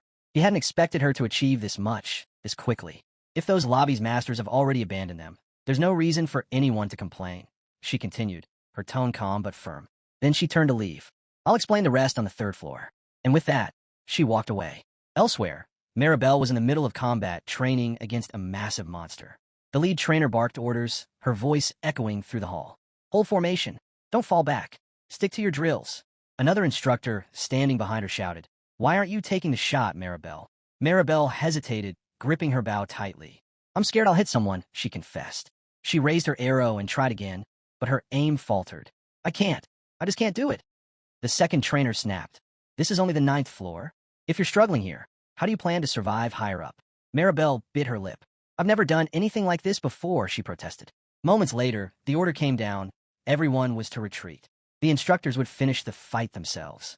Later, in one of the mansions, a brown-haired girl leaned against the wall with a teasing grin. "I heard you failed again, Maribel." Maribel sighed. "I just can't fight those monsters. The training alone is already too much." The girl shrugged. "Well, I heard the gathering team's looking for new members. Maybe try that instead." Maribel groaned. "Why do I even have to do something that annoying? I'd rather work a civil service job. I've trained under enough tutors for that." The brown-haired girl wished Maribel luck as she stood to leave. "Where are you going?" Maribel asked, glancing up from her seat. "I picked up a craftsmanship skill," the girl replied with a grin. "I signed up for the education course on the 2nd floor. I'm getting into accessory making." Before Maribel could respond, another girl joined them. "Hey, don't look so gloomy," she said cheerfully. "If we clear the 12th floor, we can make it to the 2nd. Maribel stared at her in disbelief. "You're serious?" The brown-haired girl frowned slightly. "I heard they make you kill people up there." The room fell quiet. Meanwhile, in another part of the lobby, Han Islet stood beside Narissa as a crowd gathered around them. He turned to her. "You're telling me all these people were born as 3 stars?" Narissa nodded. "Yes. The master summoned several advanced heroes this time." Murmurs rippled through the onlookers. Whispers spread fast. Some wondered if that man standing next to Narissa was really the main character. Agarwal scoffed quietly. "He looks pretty normal to me." Narissa ignored the chatter and continued. Everyone in the newly formed Party 5 was indeed born as 3-star. The raid squad now has 6 parties total, all above level 20. In about 3 weeks, they'll be at full readiness. Han's gaze shifted toward 2 men standing off to the side. What about them? Are they stationed here on the 3rd floor, too? One of them smiled faintly. Been a while, hasn't it? Narissa explained. They survived the 35th floor, but their skills weren't quite enough to qualify for the 4th. Ryman and Liculin are no longer part of the raid squad. They're leading a new group now. It's called the Sector Patrol Squad. Patrol? Han asked. She nodded. Yes. With airships in operation, we need bodyguards to protect them. Before he could respond, a blinding beam of light split the air. Han shielded his eyes. What is that? An advanced hero summoning, he realized aloud. If the newcomers prove themselves, he added, we'll take them in. Narissa confirmed it. Yes, the summoning is in progress right now. Depending on their potential and disposition, some advanced heroes may start on the 1st or 2nd floor. It's a waste, really. Some could have become powerful if they'd been summoned earlier. Han nodded thoughtfully. We've lost too many. Advanced summons are the only way to make up for it. As the radiance faded, the new heroes came into view. The system displayed their information one by one. Han Islet, Level 1 Class, Novice. Strength, 10 tenths. Intelligence, 10 out of 10. HP, 10 tenths. Agility, 10 out of 10.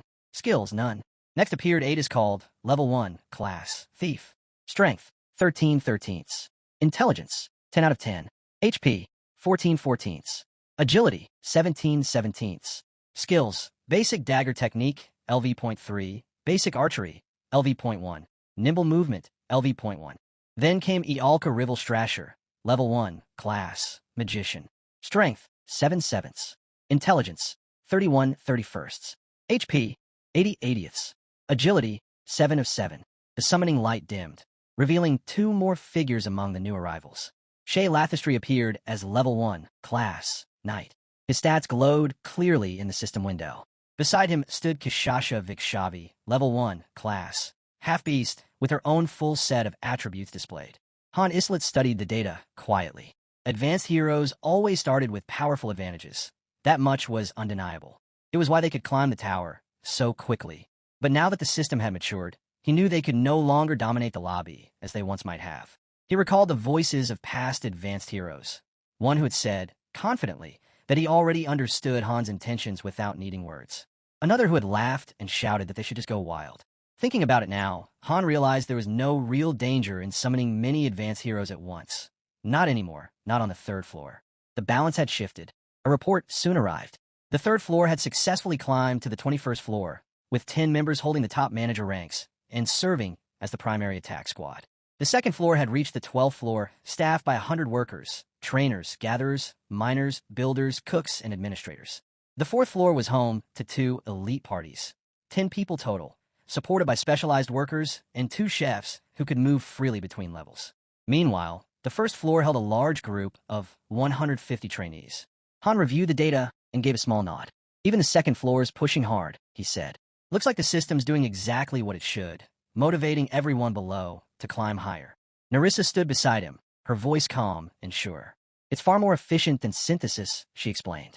As long as they keep working, each person can choose their own path. I made sure of that. Han glanced at her and gave a faint, knowing smile. You've done better than I expected. Before she could respond, a sudden commotion erupted nearby. Stop right there. Put that down, someone shouted. Another voice fired back, angry and defiant. Let me go. I demand to speak with whoever's in charge. Narissa frowned. What's going on now? Both she and Han turned toward the noise and walked over. There, they found Maribel, the same girl from before, standing with a boy at her side. The boy was shouting, calling her reckless and foolish. Maribel, ignoring him, straightened her posture and spoke loudly. My name is Maribel Strauss.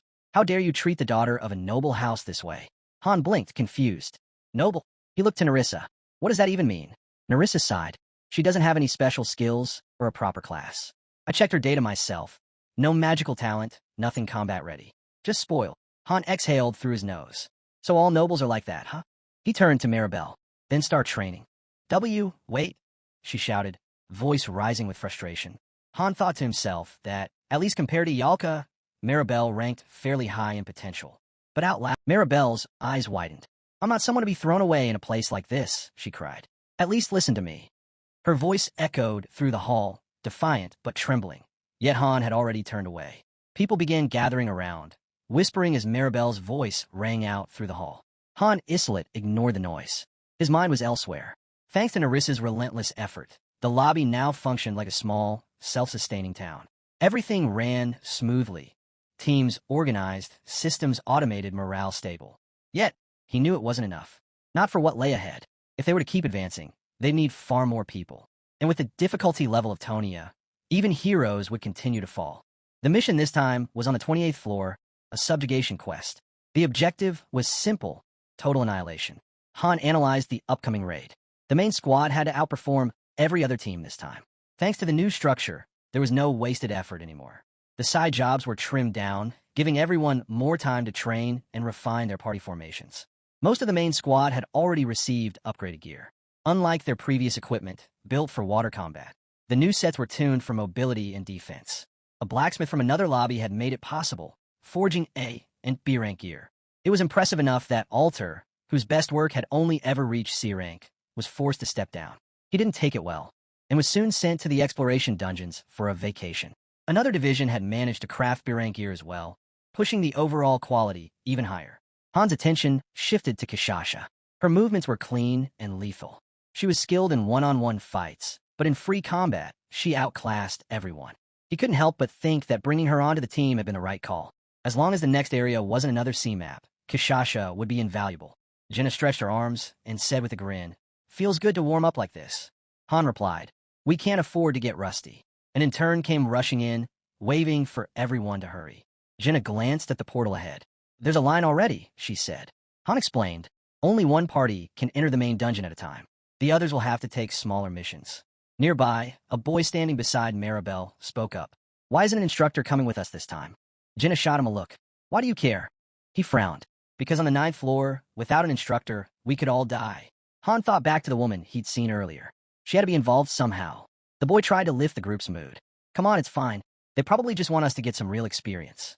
Inside the main dungeon, the challenge this time was the 36th floor. A mechanical voice echoed. 10 seconds until door activation.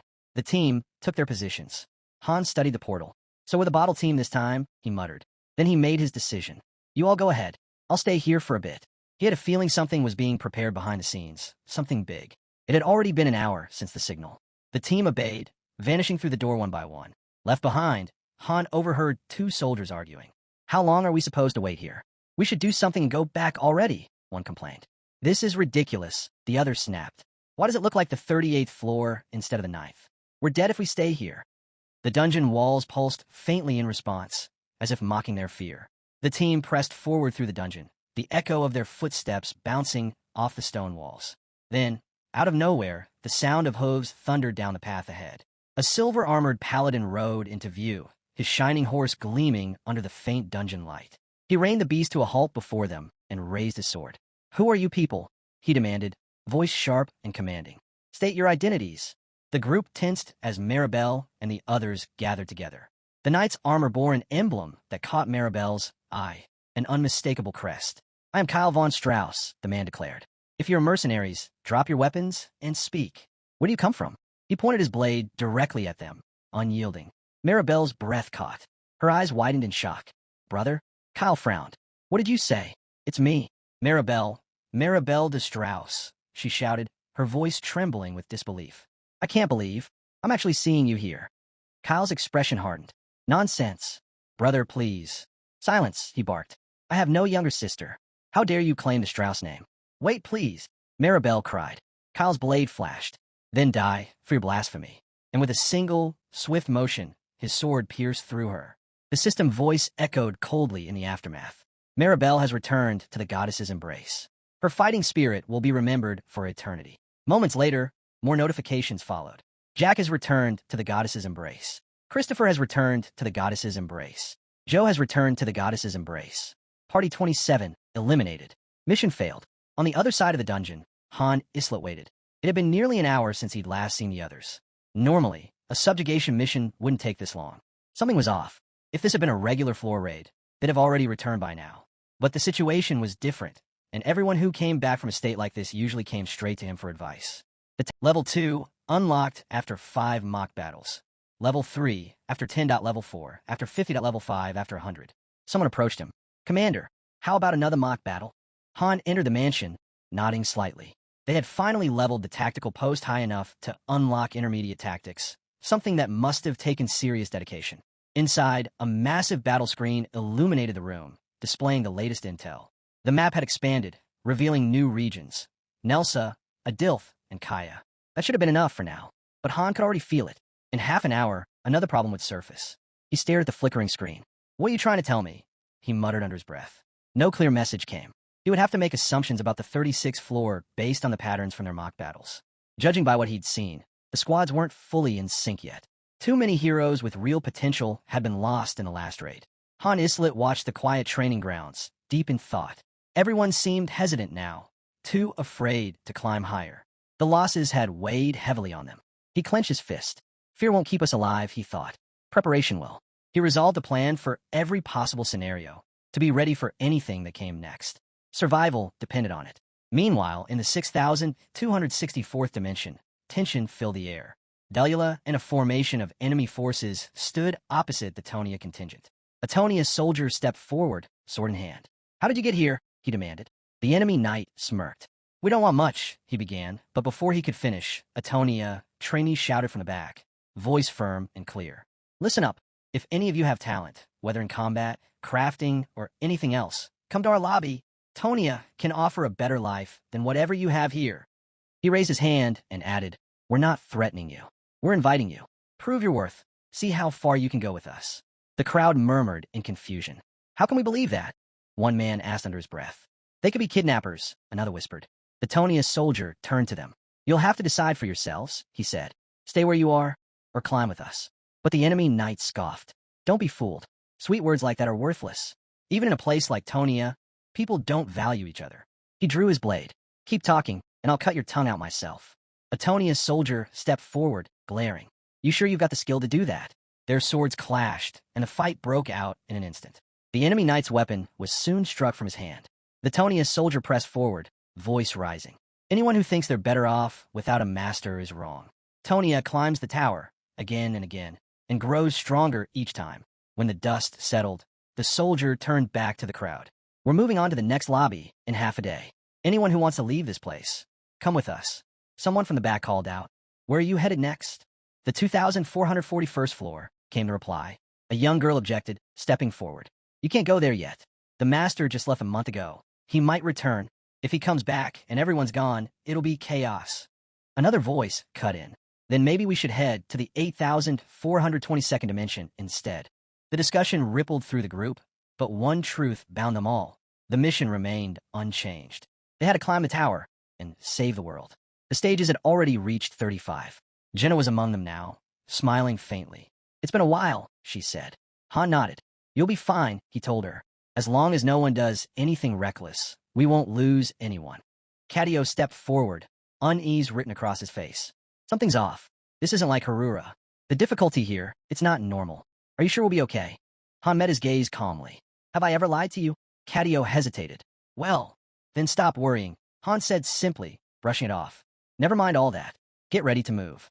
His tone was quiet, but absolute. The order was given. The squad began to prepare for deployment. Jenna grinned as she checked her gear. "All right, let's make sure we don't die this time. I'm counting on you, Captain." Han smirked faintly. "Don't say that. You're just putting pressure on me." From behind, Kishasha adjusted her gauntlets and said, "I trust you too." Han exhaled slowly. Great, he thought. Now that's two of them. But despite his dry humor, a small part of him was glad.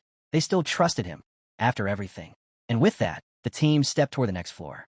Han raised an eyebrow, glancing back at his team. "I just told you not to trust me," he said flatly. "So, if any of you end up dead, don't come blaming me later."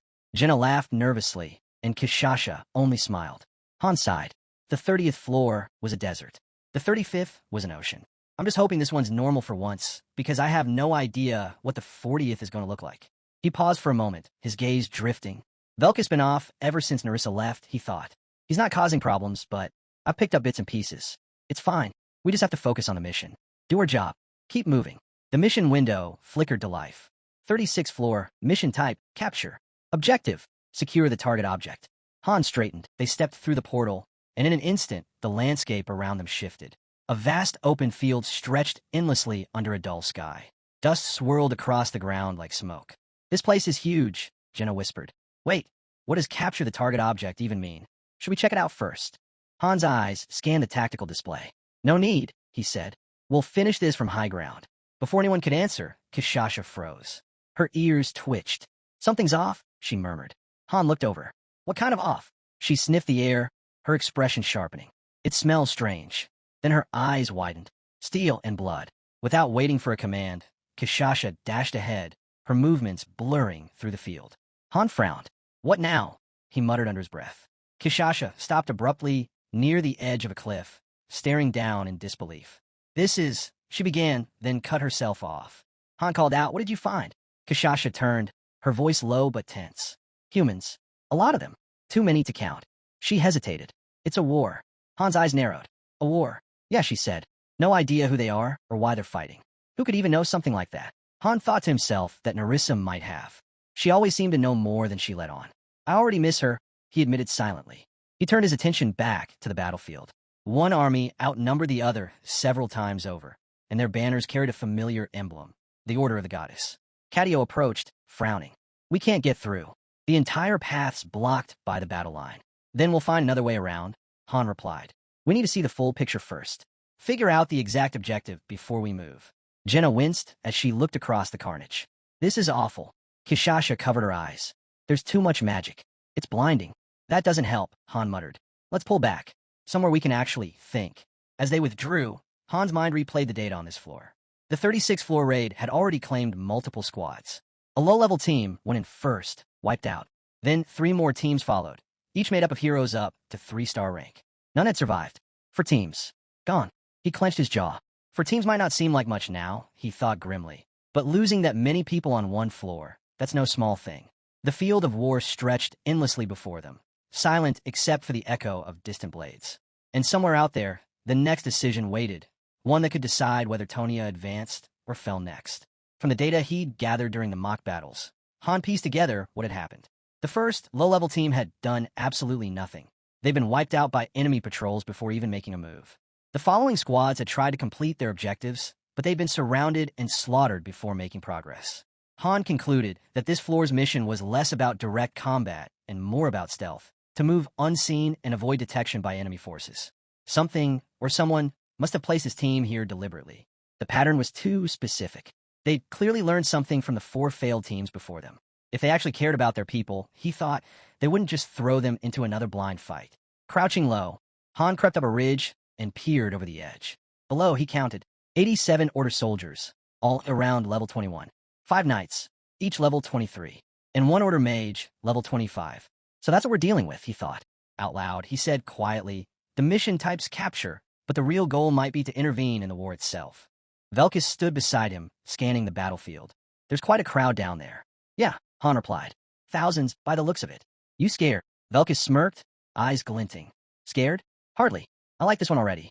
The last few missions were dull. Han nodded slightly. Good. Stick close and move fast. The 2 of them leapt from cover and charged down the slope. Blades clashed instantly. Cries erupted as soldiers shouted orders. Don't panic. Raise your weapons and fight, one officer bellowed. How many are there? 5, another soldier yelled back. Kishasha stormed into the fray, cutting through the line with fluid precision. Hold formation. Stand your ground, someone shouted as the Order soldiers scrambled to regroup. Han moved like a phantom through the chaos. His blade found its mark, cutting down the commanding officer. One of the stunned soldiers turned toward him. Who are you? Mercenaries? Han didn't even look at him. Not your concern. He gestured sharply to his team. Reinforcements could be coming any second. Don't get surrounded. Ialka, burn their back line. Got it. Ialka replied, raising her staff. Flames tore across the field, lighting up the night with searing heat. Don't lose faith. A soldier roared to his comrades. The goddess is with us. The Order troops rallied, shouting as they charged the advancing heroes. Then a new voice rang out, deep, commanding, and familiar. How dare you attack while I was gone? The soldiers parted, and a silver paladin rode forward on a glowing horse. His armor blazed with divine light. I am Kyle von Strauss, the silver paladin who bears the radiance of the goddess, he declared. If you stand against her, you will face my blade. Han froze for a brief second, locking eyes with him. Kyle's expression hardened. So, we finally meet again, he said. I could never forget that face. Do you remember, Han Islet? The duel on the stairs, the sacred battle of our lives. The air between them thickened, the sound of battle fading as the two men faced each other, past and present colliding under the shadow of the goddess's light. Han narrowed his eyes as the silver paladin fixed his gaze on him. "What are you talking about?" Han asked flatly. Kyle raised his shining sword, divine light reflecting off its blade. "Don't play dumb. You can't have forgotten our fateful meeting at the White Silver Hall." Han frowned. White Silver Hall? Duel? Stairs? None of it made sense. But as Kyle continued to speak, flashes of memory began to flicker in Han's mind. Blurred images of a grand hall, the clash of steel, and that same silver armor gleaming beneath torchlight. He closed his eyes, letting the fragmented memories surface. "So it was him. It's been 5 years," Kyle said, his voice steady but burning with emotion. 5 years, and I've never forgotten." Before he could say more, Kishasha darted forward in a blur of movement. Her blade struck before Kyle could react, and the paladin was thrown back, crashing to the ground. Velkist looked over, raising an eyebrow. "You know that guy?" Han shook his head. "No idea who he is." Velkist scoffed, turning back to the battlefield. "What a disappointment. That was dull. These guys are weak. Nothing like the fights we used to have." Jenna crossed her arms. "Or maybe we've just gotten stronger," she said with a faint smile. "Strong enough to feel more like weapons than people." Then she hesitated. "Though, I don't really feel that way." Cadio suddenly called out, waving them over. "Hey, take a look at this." The group gathered as Cadio pointed toward a stash by the fallen soldiers. Hundreds of mana potions, neatly packed in crates. "Well," she said, "someone conquered a lot before we got here." Han stared at the supplies. A realization clicked in his mind. This isn't a raid. The setup, the enemy layout, the potion reserves, it wasn't meant for large-scale assault. This mission had been crafted for mages. He pieced it together quickly. A battlefield scenario. Both sides locked in war. We were dropped on the losing end, meant to turn the tide from below. Han exhaled quietly, gripping his weapon. "So that's it," he murmured. "A large-scale battle. One where we're supposed to stand at a disadvantage and still win." Han and his party had just completed the raid mission on the 36th floor, successfully capturing the designated supplies. Expecting to be returned soon, Han said that the mission seemed finished and that once they were back, he would need to organize all the information they had gathered. Suddenly, a system window appeared and interrupted everything. The mission type had shifted to unknown, and the objective was also marked as unknown. The entire party froze in confusion. Jenna asked what was going on, wondering whether the mission wasn't actually over. Kishasha replied that the system literally showed the word unknown. They suspected this might be an extra mission, possibly the real reason the advanced squad sent before them had been wiped out. Those teams had probably been forced to figure out the objective on their own, a confusing situation that could easily have led to their deaths. Jenna looked at the protagonist and asked what they should do next. Standing on a cliff overlooking a vast battlefield torn apart by war, Han said they had no choice but to explore. He suggested that if they went down and examined the battlefield directly, they might uncover something useful. The view widened, revealing a massive conflict unfolding in the valley. Two armies were locked in a full-scale battle. One side was the Telekar cult, followers of the twin goddesses. The other side was the Asini's family, loyal to Phriases. The cult forces held the upper hand, relying on their overwhelming numbers and using a classic hammer and anvil formation, with infantry pushing from the front while cavalry struck from behind. Han noted that the cult's magical bombardment would soon stop since his party had destroyed their mana potions during the earlier mission. Still, he knew it wouldn't affect the outcome. Steel clashed, banners burned, and the valley turned into a harsh battlefield. His sense for warfare could already read the pattern. Defeat was coming. The cult's control was absolute. He recalled that when they were first summoned, the Asini's forces were already close to collapse. Watching the scene now, he saw that the battle was entirely one-sided.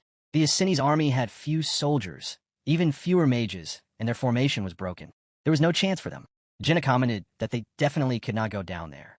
Han agreed and told her she could try if she was curious, and she quietly backed off. With nothing else to do, he decided the safest approach was to stay where they were and observe. He finally understood why the previous squads had failed. Some ran in panic and were spotted by scouts, while others tried to interfere and were wiped out. For his group, the best tactic was doing nothing. Sometimes surviving required more effort than fighting, especially when the battlefield below made it seem like they should jump in. They stayed and watched, looking for any sign or clue. Jenna grew tired from staring at the conflict, but then her expression changed as she gasped. A faint light began to rise around them. She excitedly suggested that this might be the return signal for the waiting room, saying they had cleared a floor mission without doing anything at all. Relieved, she admitted she thought they were stuck there. Kishasha asked what she meant. Jenna explained that they were being sent back, and that it looked like they would return once the battle below ended. Han found that odd. Their side had still lost, yet they were allowed to leave. Something felt off about this mission. Before he could think about it further, Kishasha pointed to the battlefield, saying she sensed a strong human presence there. Han's eyes widened as he recognized the group, Black Knights he had encountered during the escort mission on the 15th floor. He wondered what the mission was trying to show them now. Velkus commented that the Knights looked like they would be interesting opponents and wondered where they had come from, since they hadn't been there earlier. Kishasha called out to Han and pointed toward the woman they had seen before, the one they were supposed to save. The realization hit him, and Han rushed off the cliff without hesitation. The team shouted after him, reminding him that he had said the path was blocked. Han told them to stay where they were. His thoughts churned as he tried to understand the situation. Down on the battlefield, tension thickened as the fighting between the two sides grew even more intense. A woman cried out, pleading for the people around her. Another woman stepped forward, clad in ornate white armor, surrounded by the Black Knights. She demanded that they take her life and spare the others, insisting that she was the one they wanted. She stood firm, refusing to back away. Suddenly, an axe staff slammed through one of the knights beside her. She staggered, struggling through the pain, questioning why everything had become so brutal when her only goal was to protect the people. The leading knight's stance shifted. A hard tone filled his words. His thoughts spiraled with accusations, calling her a witch who had destroyed their pride and betrayed the world they once fought for. The woman asked what he meant, confusion in her voice. Meanwhile, the main character pushed forward and stopped at the top of the mountain, but no matter what he tried, he couldn't get through the hologram barrier in front of him. Across the battlefield, a familiar voice shouted her name, Freya. The call echoed sharply. Freya turned and saw Han yelling for her, using every ounce of strength to reach her. When she recognized him, a small reaction showed on her face. In that moment, the Black Knight grabbed her tightly. Dark energy wrapped around her, and his claws drove into her body. She looked past him toward Han, focusing only on him until the very end. Then her body went still as blood scattered through the air.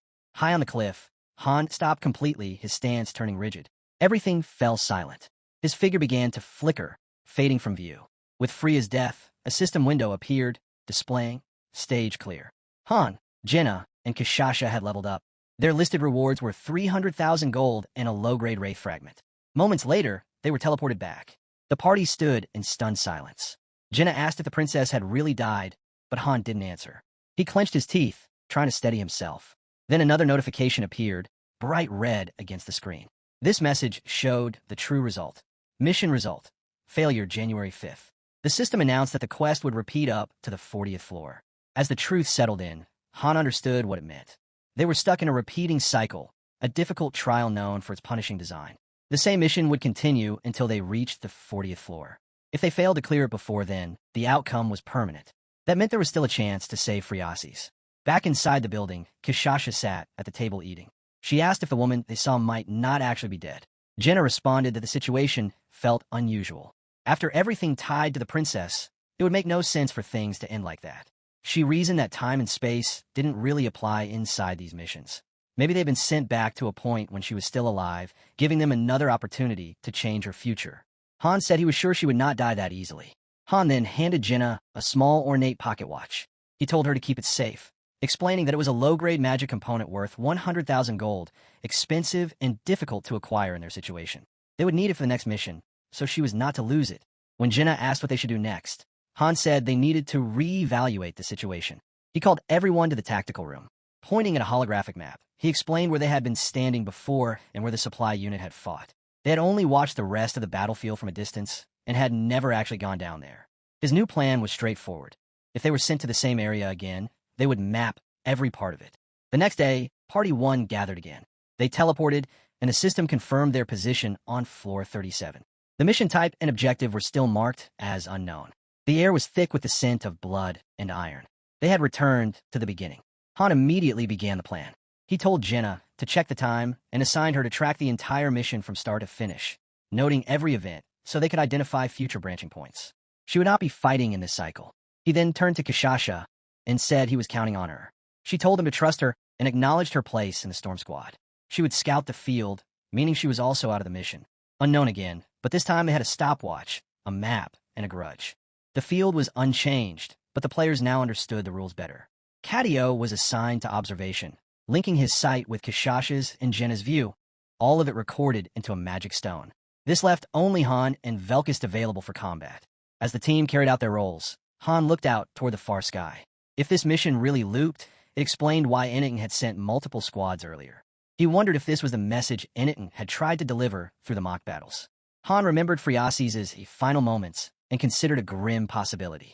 He wondered how many times she had died in the tower already, and how many more times she would have to die before the curse broke. The scene shifted as a carriage moved toward a battlefield, with soldiers marching in orderly formation. At the rear, two soldiers suddenly heard a faint sound behind them. One mentioned hearing something odd, but the other denied it, saying he heard nothing. Before either of them could react, both had their throats cut. Something incredibly fast had moved past them, ending their lives instantly. Seconds later, another soldier nearby demanded to know who they were. Two swords appeared at his neck. He introduced himself as Kyle von Strauss, the Silver Paladin and executor of the goddess's judgment. His declaration was cut short as he and his men were taken down in a swift and unrelenting attack. The attackers were revealed to be Velkist and Han. Han said that by destroying the enemy's supply line, they could delay their allies' deaths for a short time. He urged Velkist to hurry so they could eliminate the remaining enemies quickly. Soon after, the ground was covered with fallen soldiers. Han and Velkist had taken horses from the battlefield as well. Han instructed Velkist to move to the left and check how far the barrier reached, the same barrier blocking entry to the battlefield. Velkist agreed and headed out immediately. As Han left, a system notification appeared, listing two new acquisitions, Gandalf and Saruman, the names given to the horses they had taken. Meanwhile, Cadio watched the battlefield through his magic. Han asked if the communication network was ready, and Cadio confirmed it was complete. Han told him to connect to Kishasha. Within moments, Cadio activated his spell, projecting a holographic view in front of Han. In the image, Dark Knights were chasing Kishasha. Han recognized them as the same ones who had caused destruction in the earlier battle. 13 of them had surrounded her. Han asked about her condition.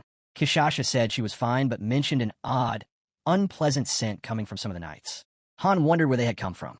Kishasha explained that there was a fortress nearby, and not just one. She had already seen one or two others earlier. Above the fortress, a towering statue of a goddess dominated the skyline, wrapped in a swirling dark aura that spread across the area like a veil.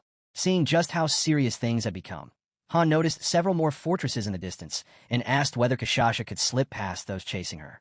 Confident as ever, she told him escape wouldn't be a problem. With her answer settled, Han made his choice.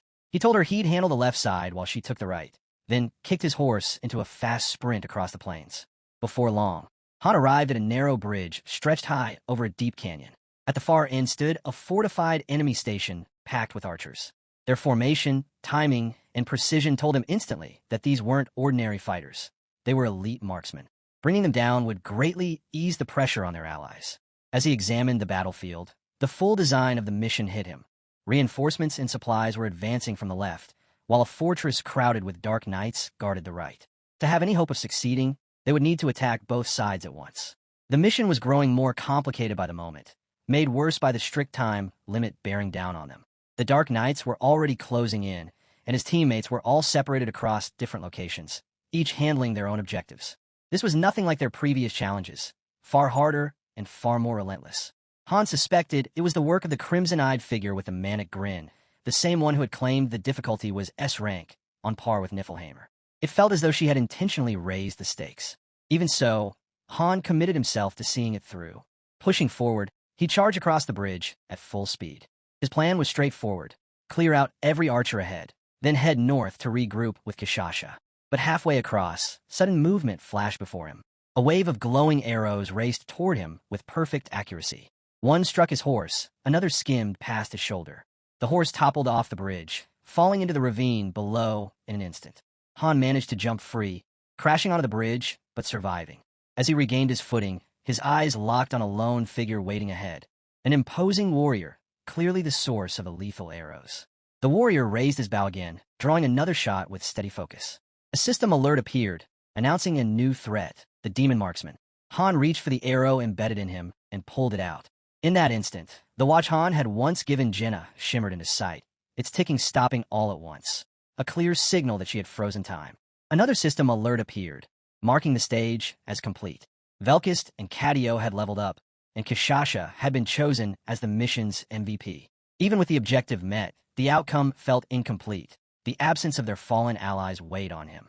As the teleportation force began pulling him away, Han pushed back against it, refusing to leave without facing the enemy ahead. He flung the bloodied arrow aside and drew his sword in one fluid motion, the blade catching the dim light as he prepared to confront the demon marksman. Han rushed forward while the demon released a rapid barrage of arrows. Each one cut through the air with pinpoint accuracy, forcing Han to twist, duck, and shift to avoid being struck down. No matter how fast he moved, he couldn't reduce the gap between them. The arrows were sharper and more agile than anything he had encountered, bending their paths mid-flight, similar to Jenna's, yet faster and far more relentless. He pushed through the onslaught, knocking away as many arrows as possible, though several still tore through his legs, ripping past armor and skin. Pain surged through him, but he pushed on, refusing to slow even a fraction. He recognized that the Western Patrol's downfall had stemmed entirely from this single unknown enemy. Despite the mounting wounds, Han understood that the only way to win was to reach the marksman directly. It was hard to accept that one foe had forced him into such a corner. Thoughts of the others drove him onward. Because of this demon, the rear archers had joined the fray, their constant volleys leading to the destruction of their allied family. The battlefield had turned chaotic, and in the midst of that chaos, he suspected Freya was among those caught in the crossfire. Even though the system had already confirmed the stage's completion, Han knew that their allies' fates could not be changed. Once the final one fell, the entire team would be teleported away without choice. Amid the noise of the battlefield, Jenna's voice reached him faintly, telling him the fight was over. When he asked about the time, she responded, 183 minutes and 53 seconds, just under 3 hours. Han understood that everything needed to fit within that narrow span. Looking at the demon marksman one final time, he recognized that the battle would have been far simpler had this foe not intervened. His grip tightened as teleportation light wrapped around him. With one last look toward the marksman, he made a silent promise that their paths would cross again before he disappeared from the field. Moments later, they rematerialized in the waiting room as teleportation finished. But before they had a moment to rest, a new system message appeared, announcing the mission result as a failure. Though they had cleared the 37th floor, the final condition, most likely saving Freya, had not been met. As a result, the mission was labeled incomplete, and the system declared that it would keep repeating until they reached the 40th floor. Cadio immediately grabbed his head and groaned, complaining loudly that the missions were getting impossibly hard. Velkis shot back, reminding him that he used to cry about wanting more missions, and now he was whining that they were too difficult. Cadio glared at him and muttered that this level of difficulty made no sense. Back in Harura, nothing had ever been this extreme. He even suspected something was off about the lobby itself. Even the 35th floor had felt unnaturally brutal. After checking all their past runs through the replay stones, he confirmed that every single mission they'd taken was far tougher than normal. Jenna then spoke, her voice steady. She said that even though they had technically cleared the stage, the result didn't satisfy her. Still, she admitted they had learned a lot and made real progress this time. With stronger coordination and a better plan, she believed they could perform much better on their next attempt. Her attention shifted to Han, who was resting a hand on his forehead, worn down from the ordeal. She quietly asked if he was all right. He answered that he was just tired, but deep down, he understood the truth. The real battle was only beginning. 100 more floors awaited them, each one filled with harsher trials, heavier threats, and relentless pressure. Kishasha then asked if they were having a meeting. Velkis, looking drained, said it was far too late for that and suggested they discuss things the next day instead. Han agreed, feeling the suggestion made perfect sense. Taking time to regroup and form a solid strategy before challenging the next floor seemed like the best option. By now, both the 36th and 37th floors had been cleared in terms of objectives, yet each was still counted as a failure because of hidden conditions they hadn't met. The next challenge would be the 38th floor, which would no doubt have its own secret requirements. Han couldn't help but wonder if the system itself was asking whether he could handle the road ahead. The scene shifted to Adis, sitting alone with a drink in hand. Her thoughts drifted to Lilini, the comrade who had died during a past mission. Lilini quietly remarked that many had lost their lives. Adis let out a weary yawn and said it was painful, but if they kept dwelling on the dead, they would never be able to move forward. Lilini turned toward her with a faint expression of disbelief. Adis responded calmly, explaining that it wasn't about forgetting anyone. They just had to remember to be grateful they were still alive. That, she said, was simply how mercenaries survived. The memories pressed heavily against her heart, and as the weight of that sorrow deepened, she emptied her drink in a single swallow. Adis tightened her grip around the glass and made a silent vow. Starting now, no one in her party would die again. Inside the 4th floor dormitory, Han sat in his room beside a table, planning their next mission. A map floated before him as he explained that they had gathered only limited information so far. There were still large portions left completely unexplored. Pointing to the western side of the map, he noted that the first priority would be cutting off the enemy's supply route. After that, they needed to eliminate the remaining archers to extend their allies' survival time. Only then could they destroy the frontline base. He shifted his attention eastward, where 3 massive fortresses stood, one holding the statue of a goddess. All of them would need to be cleared as well, and all within just 3 hours, while the Dark Knights chased them from behind. Han quietly admitted to himself that if he were still the master, completing these objectives wouldn't be difficult. But as a hero, he was bound by too many limitations. If he had access to the master's full tactical tools, the situation would be far more manageable. Han then called out to Isel and asked what she thought about the level of difficulty they were facing. Isel hesitated before confessing that she didn't even know how to describe it, adding that if Han hadn't been there, their Tonia would have been destroyed long ago. Han acknowledged that difficulty varied from account to account, but he wondered aloud whether it all came down to luck. Isel quickly denied that, explaining that her director once told her there was a specific reason behind everything, though she didn't know what that reason was. Hearing this, Han's expression hardened, and he asked if her director had ever told her who created these missions. Isel fell completely silent, too afraid to answer. His frustration grew as the situation gnawed at his thoughts. Seeing this shift in his mood, Isel became emotional and burst into dramatic tears. She grabbed Han's cheeks and begged him not to abandon them or their town, pleading that he must never go to Niflheim. If he left, they would all die. Already irritated and mentally drained, Han told her he wasn't going anywhere and asked her to stop disturbing him. Then he ordered her to leave the room. Just as he said those words, a notification window suddenly appeared in front of Isel. Trembling, she told Han she had received a message from her director. The name on the screen belonged to none other than Tel. The moment Han saw it, he froze, realizing that the director overseeing the entire game was Tel herself. Tel began speaking directly to Han through the message, noting that it had been a long time since she last contacted him after his promotion. She said they could meet whenever he wished and mentioned that she had expected him to reach out much sooner. After reading her message, Han turned to Isel and asked whether only he could see these messages or if the master could view them too. Isel answered that the master couldn't see them. Han then typed a response to Tel, stating that he had no desire to speak with her and telling her to leave immediately. Tel ignored his hostility and instead asked whether he liked the gift she had sent him. She explained that if he used it well, he could turn his hound into a 7-star hero. Han frowned, trying to remember what gift she meant, wondering if she was referring to Nord. The thought crossed his mind that Tel might have been the one who made him a 7-star hero to begin with. He looked back at Isel and asked if she had revealed everything to Tel. Terrified, Isel denied it. Han quietly reflected that Isel was still one of Tel's subordinates. If Tel questioned her directly, she would never be able to refuse. For someone like Isel, disobeying Tel simply wasn't possible. At that moment, the perspective shifted to a building where Tel sat in front of a computer, typing quickly. She admitted she was surprised Han was still alive, assuming he would have died long ago. She said the town and the account had become such a mental burden that she had abandoned them entirely. Confused by her words, Han asked what she meant. Tel replied that his account was completely unbalanced, and she had expected him to message her as soon as he reached the 20th floor. She was genuinely astonished he had made it this far and was still alive. She then asked whether his master had already quit, stating that even if she hadn't, she eventually would, because his account was terrible. No competent master would stick with something so weak. She mocked Han's master further, saying she didn't seem fit to lead or give orders. According to Tel, if a lobby's master was useless, their heroes couldn't advance very far. Han cut her off coldly, typing that she should stop her pointless rambling and get to the point. Tel then made a startling offer. She said she could grant him the position of master. Han found it impossible to believe, but Tel insisted she wasn't trying to trap him with any slave contract. She only intended to set a few conditions, and if he completed them, she would make him the master. She added that if he cleared all 100 floors, she would send him back to Earth. Suddenly, Han remembered Urnitha's words. It would be fine even if the master quit. She had meant that he could take the position himself.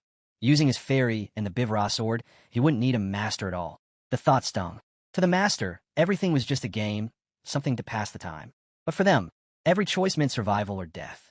And if he became the master, the difficulty of their missions would shift entirely. With these thoughts weighing on him, Han turned to Isel and asked whether she believed he should accept Tel's offer and take over as master. Tel had insisted he could climb the tower without needing one. Hearing this, Isel grew tense. She cautiously suggested that decisions like that should be left to the master. Han reminded her that she was the same one who used to complain about how useless the master was. Isel quickly denied it, saying their master had changed recently. She admitted the master could be odd and acted strangely at times, but she didn't think she was a bad person.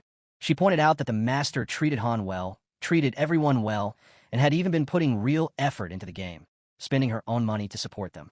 Han replied dryly that it seemed more like the master had gotten addicted, which explained all the money being poured in.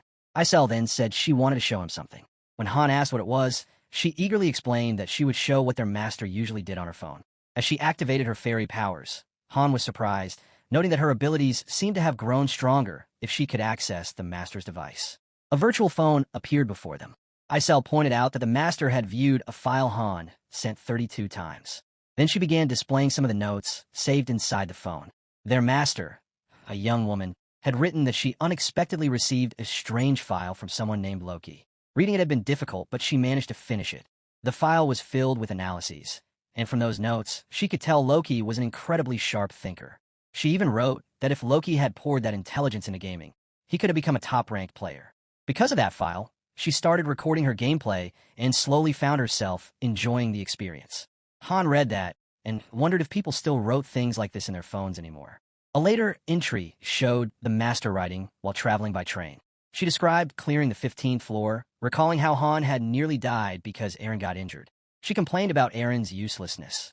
Yet in another note, she wrote about clearing the 20th floor, where Han had torn off a dragon's neck with his bare hands.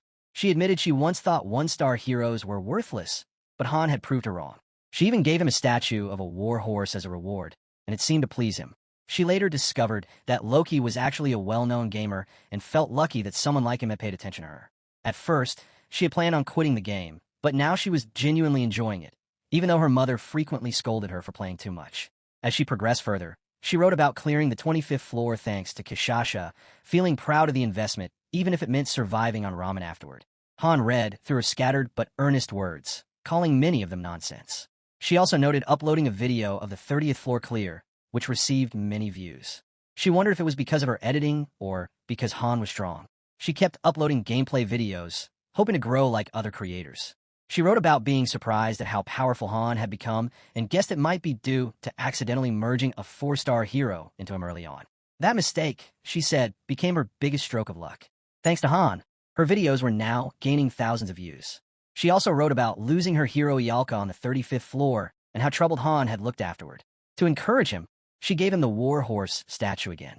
Even though she knew her heroes were just AI, she couldn't stop feeling attached to them. Her friends called her crazy and said she was addicted, but she didn't care. In her latest entries, she described her heroes as companions she felt close to. Han's expression softened as he read. She added that she never wanted her own mistakes to get Han killed and would work harder from now on. Han admitted that the master did seem to be trying. She had also written about her everyday life. Her boss scolding her for playing at work, bumping into a pole while glued to her phone, and her mother constantly yelling at her for being too absorbed in gaming. At the end, she wrote that no matter what happened, she would never abandon the game or leave her heroes on their own.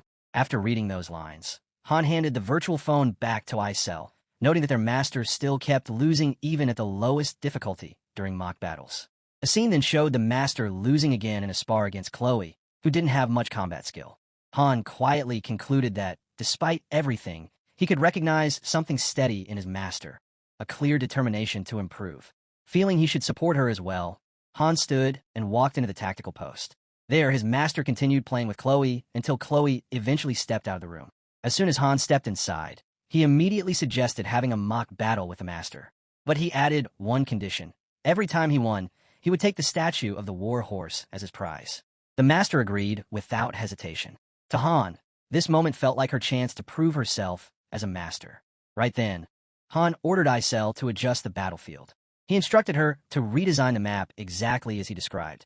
An empty central field, 3 massive fortresses positioned to the east, and 2 enemy bases placed to the west. Isel followed his directives carefully, shaping the new terrain according to his precise commands. Soon after, a notification appeared, announcing that the mock battle was about to start. Miniature soldiers materialized across the map, units Han intended to use for the fight. This time, Han would act as the enemy commander, while the master, playing the role of the hero, would attempt to break through his forces and defeat him. Meanwhile, Tel watched her darkened monitor in agitation, muttering that Han had dared to turn off her screen without permission. Her voice was cold as she remarked that Loki had grown far too bold, behaving as if she couldn't kill him. With a bitter smile, she called him a madman who didn't even grasp how easily she could end his life. She admitted that the only reason she hadn't done so yet was that she hadn't decided whether she even wanted to. Still speaking, she suddenly hurled her wine glass forward. It slammed into the wall and shattered, splattering red wine across the floor. The tense silence that followed carried a heavy, ominous weight. A faint, monstrous silhouette appeared behind her, radiating a chilling presence. Tell smirked and said that in a game, one could save and reset endlessly, and that she could do the same to him. Inside the tactical post, the master practiced alongside Velkist. Han was also training with Velkist in the same session. The opponent fighting the master played the role of a villain, hurling one of his soldiers toward her as part of the drill. At the same time, a scene from a mission displayed soldiers moving together in formation, advancing to strike. Within the tactical post, a hero charged in from one side, while a villain, or rather, a soldier, pushed forward from the opposite direction, mirroring the battle shown in the mission. Velkist appeared to be cutting through those soldiers one after another. In the background stood a nearby fort where a goddess statue once rested.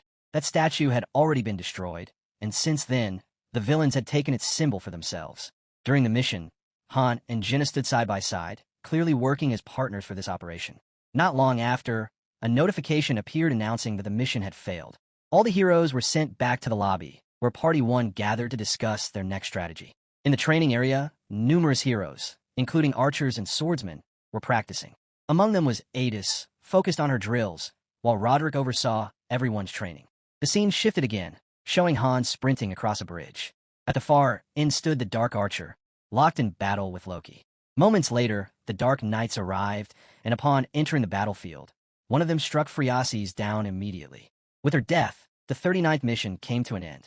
Even though the mission had technically been cleared, one hidden condition had not been met, marking it as a failure. They returned to the lobby once more. As they stepped inside, attention turned toward the tactical post, where fragments of small chess pieces were scattered on the ground. The master appeared on the screen, looking pleased. Her skills had improved significantly, and by using her heroes with better precision, she had completed the mission Han had assigned to her. Before long, the day of the 40th floor raid arrived. The camera showed the door to the waiting room, followed by a notification announcing that a raid squad was being assembled with Adis as the leader. 25 heroes from Party 1 through Party 5 would take part in this raid under her command. Outside the waiting room, all the heroes stood gathered, Loki positioned at the front. Another notification appeared, declaring that 5 full parties were required for the mission. It also warned that if the raid failed, all missions would be locked, forcing them to start over from the 36th floor. Jenna encouraged everyone to stay focused, assuring them that after everything they had endured, they could handle this. Velkist reminded them that no matter how simple or difficult it appeared, this was their final opportunity. If they failed here, they wouldn't survive. The system confirmed that the next mission was indeed on the 40th floor and that the waiting room doors would open in 10 seconds. As everyone prepared themselves, Cadio muttered that he was starting to regret coming, grumbling that he was being worked like a dog. Han responded that it was still better than where he had been before. Cadio agreed without hesitation. Kishasha then stepped up to Han and quietly told him that if he died, he must not leave her behind because she wanted to die alongside a warrior like him. She said she didn't want to be left alone after his death. Hearing this, Han abruptly kicked her foot, making her yelp. He coldly stated that her kind always spoke pointlessly. Before she could answer, Han cut her off, asking how she could call herself a warrior while saying such foolish things without the slightest shame. Han ended the conversation by stating firmly that he had no intention of dying. Not in this mission, not ever. And it wouldn't just be him. Every single one of them would return alive. Lifting his gaze, he added that all preparations were complete. They had done everything possible. From here on, the outcome rested in their master's hands. He asked Adis how the other parties were doing and whether any issues had come up. Adis assured him everything was in perfect order. She had personally fought alongside every member, confirming their skill. Their growth, she added, was thanks to the master's advanced summoning. To her, they were fully prepared for what lay ahead. As she spoke, Party 3 appeared, led by Sven, along with the other 3-star heroes. Then Party 4 came into view, their leader Marcos standing at the front, with his team of 3-star heroes behind him. Next was Party 5, a distinct group of 5 whose profiles stated that their fates were intertwined. Led by Xavier, all its members were 3-star heroes as well, giving the impression of a long-established and tightly bonded team. Watching all the heroes, Han noted their confidence. Every one of them intended to survive, and that resolve made him believe their preparations were flawless. If everything unfolded as planned, he expected the mission to proceed without major obstacles. Isel then ordered Party 1 to move first. A notification appeared, announcing that the 40th mission was opening. Inside the waiting room, Han stood quietly as a bright light formed above him. The glow intensified as he slowly opened his eyes. When the 10-second countdown ended, everyone was teleported away. They arrived in a sweeping field of vibrant green grass stretching across the horizon. A notification stated that both the mission type and objective were unknown. Han instructed everyone to remember their roles. Jenna responded that she already had everything memorized. Velkus confirmed his readiness as well. At that moment, the mission timer began. 3 hours, 3 minutes, and 47 seconds. Suddenly, Kishasha emerged in full transformation. Han ordered her to take the eastern sector while the rest followed him west. The soldiers marched forward with their supplies, and the timer dropped to 2 hours, 50 minutes, and 15 seconds. A soldier then noticed a figure in the distance and demanded identification. He never finished the sentence. A strike ended him instantly. Bright flashes followed, erasing the nearby soldiers in moments. Their commander tried to rally the survivors, shouting for them to grab their weapons and asking how many still stood. One soldier answered that only 4 remained. Within seconds, Jenna appeared atop a guard post, unleashing rapid arrows that killed several soldiers. Only the commander was left. He started shouting, but Velkus appeared behind him and cut him cleanly in half. The encounter ended in less than 30 seconds, and they seized the enemy horses. Han told Velkus to head for a nearby base and deal with it alone. Velkus replied confidently, saying that once he took down one foe without mercy, the rest would crumble in fear. The timer showed 2 hours, 45 minutes, and 56 seconds left. Everyone moved at full speed. Han, Jenna, and Cadio sprinted toward the bridge. Han kept reminding himself that they had to move faster, that every second mattered. The clock continued to fall. The scene shifted. Horse hooves thundered across the ground as Kishasha charged forward, several dark knights following her. Han contacted her, and she answered that she would finish her targets soon. While the timer kept dropping, Han continued toward the bridge, speaking with Velkus again. Velkus reported that he had reached the base and begun the slaughter. Han accepted the update and pushed ahead. At last, he reached the bridge. The Dark Archer stood there, waiting. Han stepped toward him without stopping. The demon lifted his bow, preparing arrows packed with dangerous power. Han watched him steadily. Nearby, Jenna activated a skill, her eyes taking on a glow. The Dark Archer unleashed a storm of arrows at Han and Jenna. Jenna instantly fired back, not at him, but at his approaching shots. The arrows collided mid-flight, crashing into each other like a swirling barrage. The exchange grew fiercer as both sides kept firing non-stop, every shot landing exactly where it was meant to. Jenna's aim never slipped. Each arrow she released shattered one of the Dark Archer's attacks. Through this relentless clash, Han and Jenna continued advancing. The timer now read 2 hours, 26 minutes, and 47 seconds. The map showed everyone's movements. Kishasha jumping from one base to the next with the Dark Knights, Velkus tearing down another base after cutting off their supplies, and Han preparing to cross the bridge to wipe out the remaining soldiers before entering the battlefield. By then, several arrows from the enemy had already reached Han. Judging their speed and precision, Han compared them to Jenna's shots, admitting to himself that hers were far weaker since these arrows had managed to slip through. Their movement was impossible to read. Each shot fired straight, ahead only to curve sideways, then hook back toward him. He couldn't tell when or how they shifted. He realized that their own arrows and magic wouldn't work on this opponent. They needed a different approach. As that thought crossed his mind, Jenna appeared with a special arrow, a strange blue stone tied to the tip. The stone gave off a distinct shine. Jenna steadied her bow, drew back with full force, and released the shot. Jenna's arrow tore through the air at incredible speed, shooting straight toward the enemy. Seeing it coming, the Dark Knight chose not to counter. It was simply too fast. Instead, he let it slip past him, dodging with effortless ease. Right then, Cadio announced he was linking up and triggered his magic. At that exact moment, Han began to teleport, and something unusual happened. Han and the arrow seemed to switch places. Han appeared exactly where the arrow had been, and because of the sheer momentum, he struggled to steady himself in midair but managed to stop after a moment. With that force still behind him, he swung around and delivered a crushing kick to the Dark Knight's waist. The impact sent the knight stumbling backward and tumbling into the deep ravine below. The timer flashed 2 hours, 26 minutes, and 21 seconds. They had taken down the Dark Knight within that span. After the victory, Han contacted Velkus. Velkist reported reaching another base with around 300 soldiers, most unarmored since they were far from the front lines. Han told them not to fight head-on, but to use explosives to block the battlefield entrance along with their leader. Velkist agreed, lit several large explosive orbs, and hurled them toward the enemy. A series of blasts erupted across the area. Velkist declared he planned to wipe them all out. Han let him continue, telling him that with Cadio nearby, he could use as many potions as he wanted. Velkist scoffed, saying he didn't need any potions at all, then rushed straight into the crowd. Swinging his weapon with reckless confidence, he shouted that he would slaughter them all. The timer shifted again, 2 hours and 25 minutes remaining. Han asked Jenna how much time had passed, and she replied that almost 40 minutes were gone. Realizing they were running behind, Han urged everyone to move faster. He gave new orders to Cadio, who climbed off his horse, complaining but ultimately activating his magic again. Han readied himself for another teleport, knowing they would lose if they didn't speed up. As Cadio confirmed the connection, the scene changed to Kishasha. Teleportation marks glowed faintly on her back. Facing someone just out of sight, she muttered that they had finally shown up. Han appeared beside her a moment later, noting that it looked like he had arrived right in the middle of her fight. Kishasha answered that she had already finished it. The ground around her was covered with bodies, not ordinary soldiers, but dark knights. Han asked if that was all of them. She replied that she could smell only this group and sensed no others nearby. He nodded, saying they had secured the eastern route. Thinking ahead, he chose their next objective, the goddess statues. He told everyone that the blue-tinted statues had to be destroyed for their operation to run smoothly. There were 3 inside the fortress, and each one needed to be taken down. Reaching them would take time, and finding them inside each fort would be just as troublesome. While he spoke, a notification appeared, announcing that the tactical post was activating.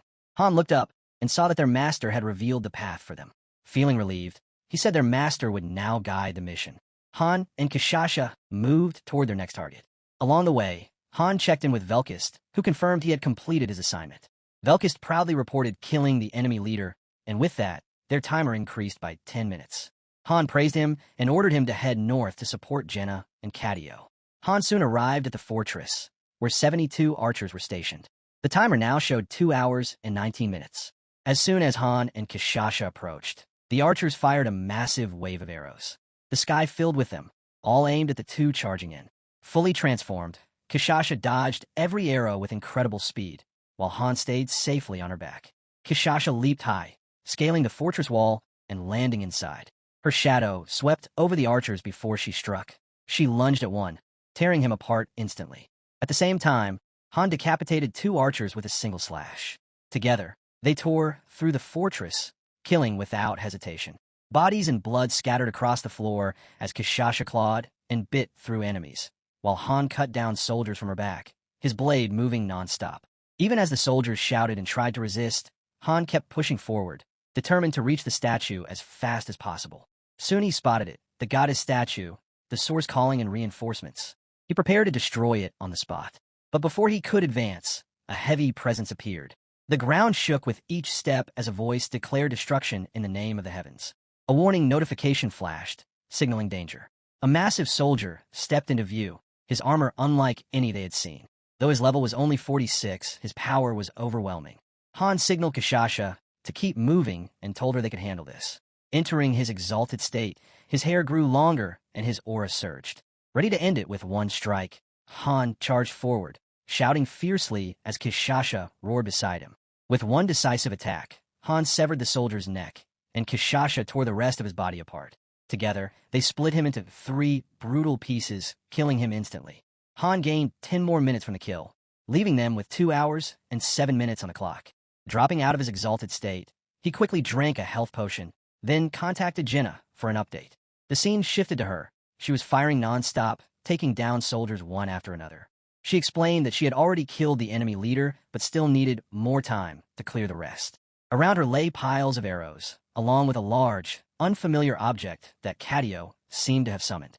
Jenna added that Velkist had just arrived. Han informed her that they had destroyed the goddess statue. Kishasha crushed it to rubble, and the timer dropped to 2 hours and 6 minutes. Suddenly, a bright light descended from the sky, signaling that their master could now summon additional parties. From that light, Party 2 led by Adis appeared, followed by Party 3 and then Party 5. Adis acknowledged the plan, ready to follow the massive arrow symbol in the sky as instructed by the master.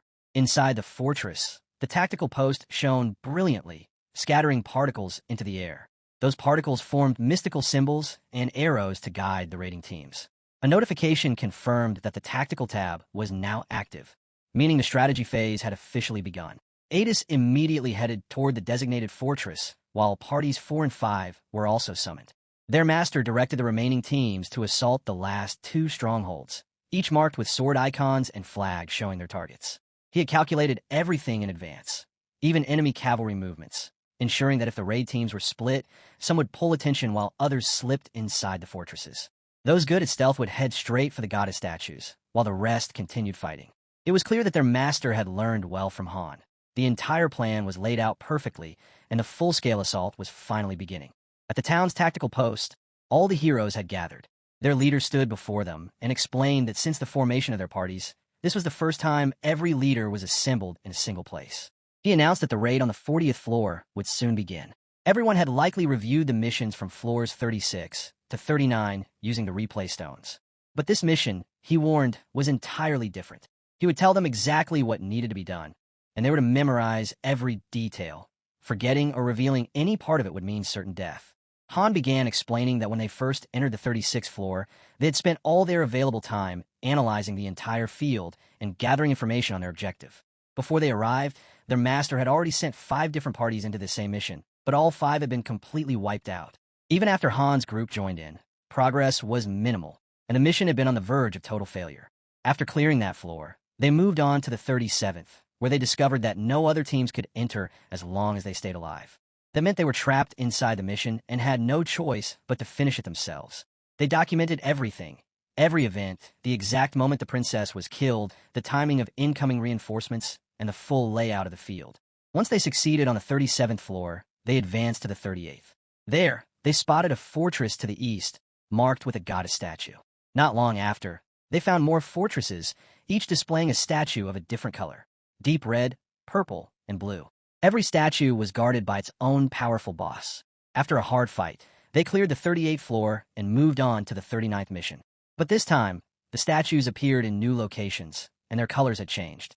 That meant both their positions and hues shifted with every floor. Han explained that they only had 3 hours per stage to find and destroy all the statues, defeat every enemy, and complete the mission. Destroying the red statue allowed supporting soldiers to move freely across the field, but even then, fighting directly alongside them was still deadly. Destroying the blue statue summoned all allied parties into the mission, which was why Party 1 always handled it first so the others could join. As for the purple statue, they still didn't know its purpose, since they had been summoned too suddenly to investigate it. Han assumed it'd serve a role similar to the red statue, but nothing was confirmed. Han then laid out the rules for every team. Once they reached their assigned fortress, they had 3 tasks: destroy the statue, wipe out the enemies, and capture the fortress. If the fort wasn't secured, reinforcements would continue to appear without end. After finishing his briefing, Han told everyone to follow the master's commands once the mission started. When he asked whether anyone had questions, Sven replied that he had none, only that he wanted time to rehearse properly before the mission began. Biance, the leader of Party 4, requested 3 additional days, saying her group wasn't fully prepared. Javier from Party 5 expressed his respect, saying it was an honor to learn from such skilled leaders. Han reminded them not to grow arrogant just because they were 3-star heroes from the start. Overconfidence would only get them killed. They simply needed to follow Adis's instructions during the mission.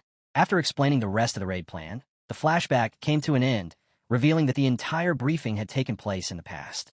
The scene returned to the present, where Adis urgently announced that the master's orders had arrived. All party leaders were told to command their teams and get into position immediately. At her signal, everyone rushed off to their assigned locations. The timer showed only 2 hours, 3 minutes, and 46 seconds left. Moments later, Han shattered the blue goddess statue himself, summoning all allied parties onto the battlefield. He announced that they now had to push toward the remaining fortresses and defeat the strongest enemy, since the sub-parties wouldn't stand a chance on their own. Kishasha reminded him there was still plenty left to handle, but Han replied that they still had more than enough time. The scene shifted to a fortress door, groaning open, as 5 level 41 Dark Knights charged straight at Han and Kishasha. Han ordered her to lure them away so Adis could capture the fortress without trouble, then said they would head over to support Party 5.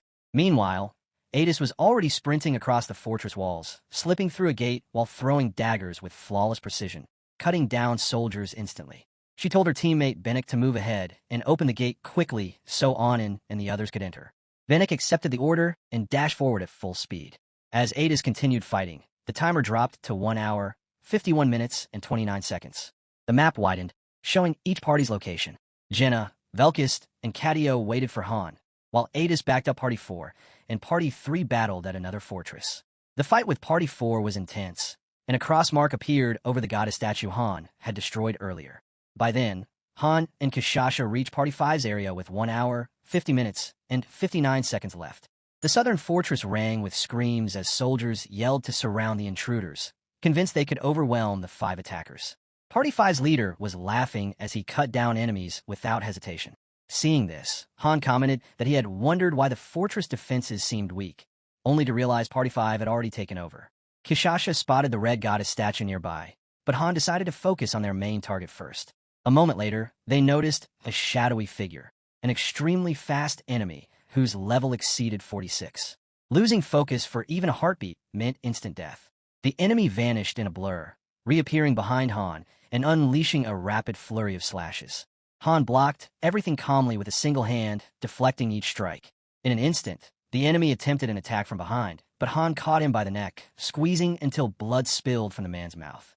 With one powerful motion, Han crushed his throat, killing the high-ranked soldier at once. Kishasha remarked that the enemy seemed too weak for all the trouble he caused. Han replied that without learning the man's attack pattern, he could have easily killed anyone. Then Han contacted Cadio, confirming the task was complete and asking to switch positions with Jenna. After the swap, Jenna would support Party 5 in clearing the remaining enemies and securing the goddess statue. Around 157 soldiers were still alive, and Jenna, along with Party 5, was assigned to finish them. Cadio activated his magic, switching Han and Jenna's positions in an instant. Han reappeared beside Velkist, who greeted him casually, saying that if Han hadn't shown up, he was just about to leave. Han asked if all the archers had been wiped out, surprised at how quickly it was done. Velkist explained that he hadn't even had time to attack. Jenna had taken care of all of them by herself. The battlefield was covered with bodies, each one struck down by her precise shots. Han said it was time to move on. On the mini-map, Han, Velkist, and Cadio were shown heading toward a river where a dangerous monster waited. Beyond it stood a powerful magician, the same one Han had fought earlier, the one who nearly defeated him. The magician began chanting, summoning huge storms to block their advance. Han and Velkist dodged the violent winds and pushed forward. Han realized the magician was only trying to delay them and yelled for Cadio's help. Cadio, exhausted from non-stop casting, jumped off his horse and began forming a magical portal. From it appeared 2 figures, twin magicians, Rain and Mane, masters of wind and ice. They announced their arrival proudly. Han told them he relied on them even during their busy schedules, and both assured him they would handle things quickly. They lifted their staffs, each topped with half of a monster's skull, and began chanting in sync. As their magic blended, the skull halves fused into a complete one. Cadio's eyes shone with bright blue light as energy swirled around him. He raised his hand slightly and spoke with calm authority, calling forth his power. A notification appeared. Unified Great Magic. Roaring Tempest was fully activated. Together, the 3 magicians unleashed a massive storm, far stronger than anything they had cast before, as the next phase of the battle began. Inside the large boundary, a deadly surge of ice wiped out all nearby soldiers. The magician ahead, however, protected himself behind a sturdy shield. After casting the spell, Rain Man stated that it was time for them to go. Han agreed and told him to return to assist his team. Once they left, Han called Velkist's name. Velkist answered, knowing it was his turn now. He understood that he had to face the enemy, because the magician was completely immune to magic but weak to physical attacks. The only way forward was to strike with pure force. With that, Velkist activated his power and unleashed everything he had. A dangerous aura flared around him as he focused on the magician. Then, suddenly, he lunged forward and dove straight into the river. Velkist didn't just leap. He sprinted straight across the river's surface, gaining speed so fast it seemed unreal. He dashed directly toward the magician. Sensing danger, the magician instantly unleashed several spells at once to stop him. Cadio stepped in, cutting off the magician's attack entirely.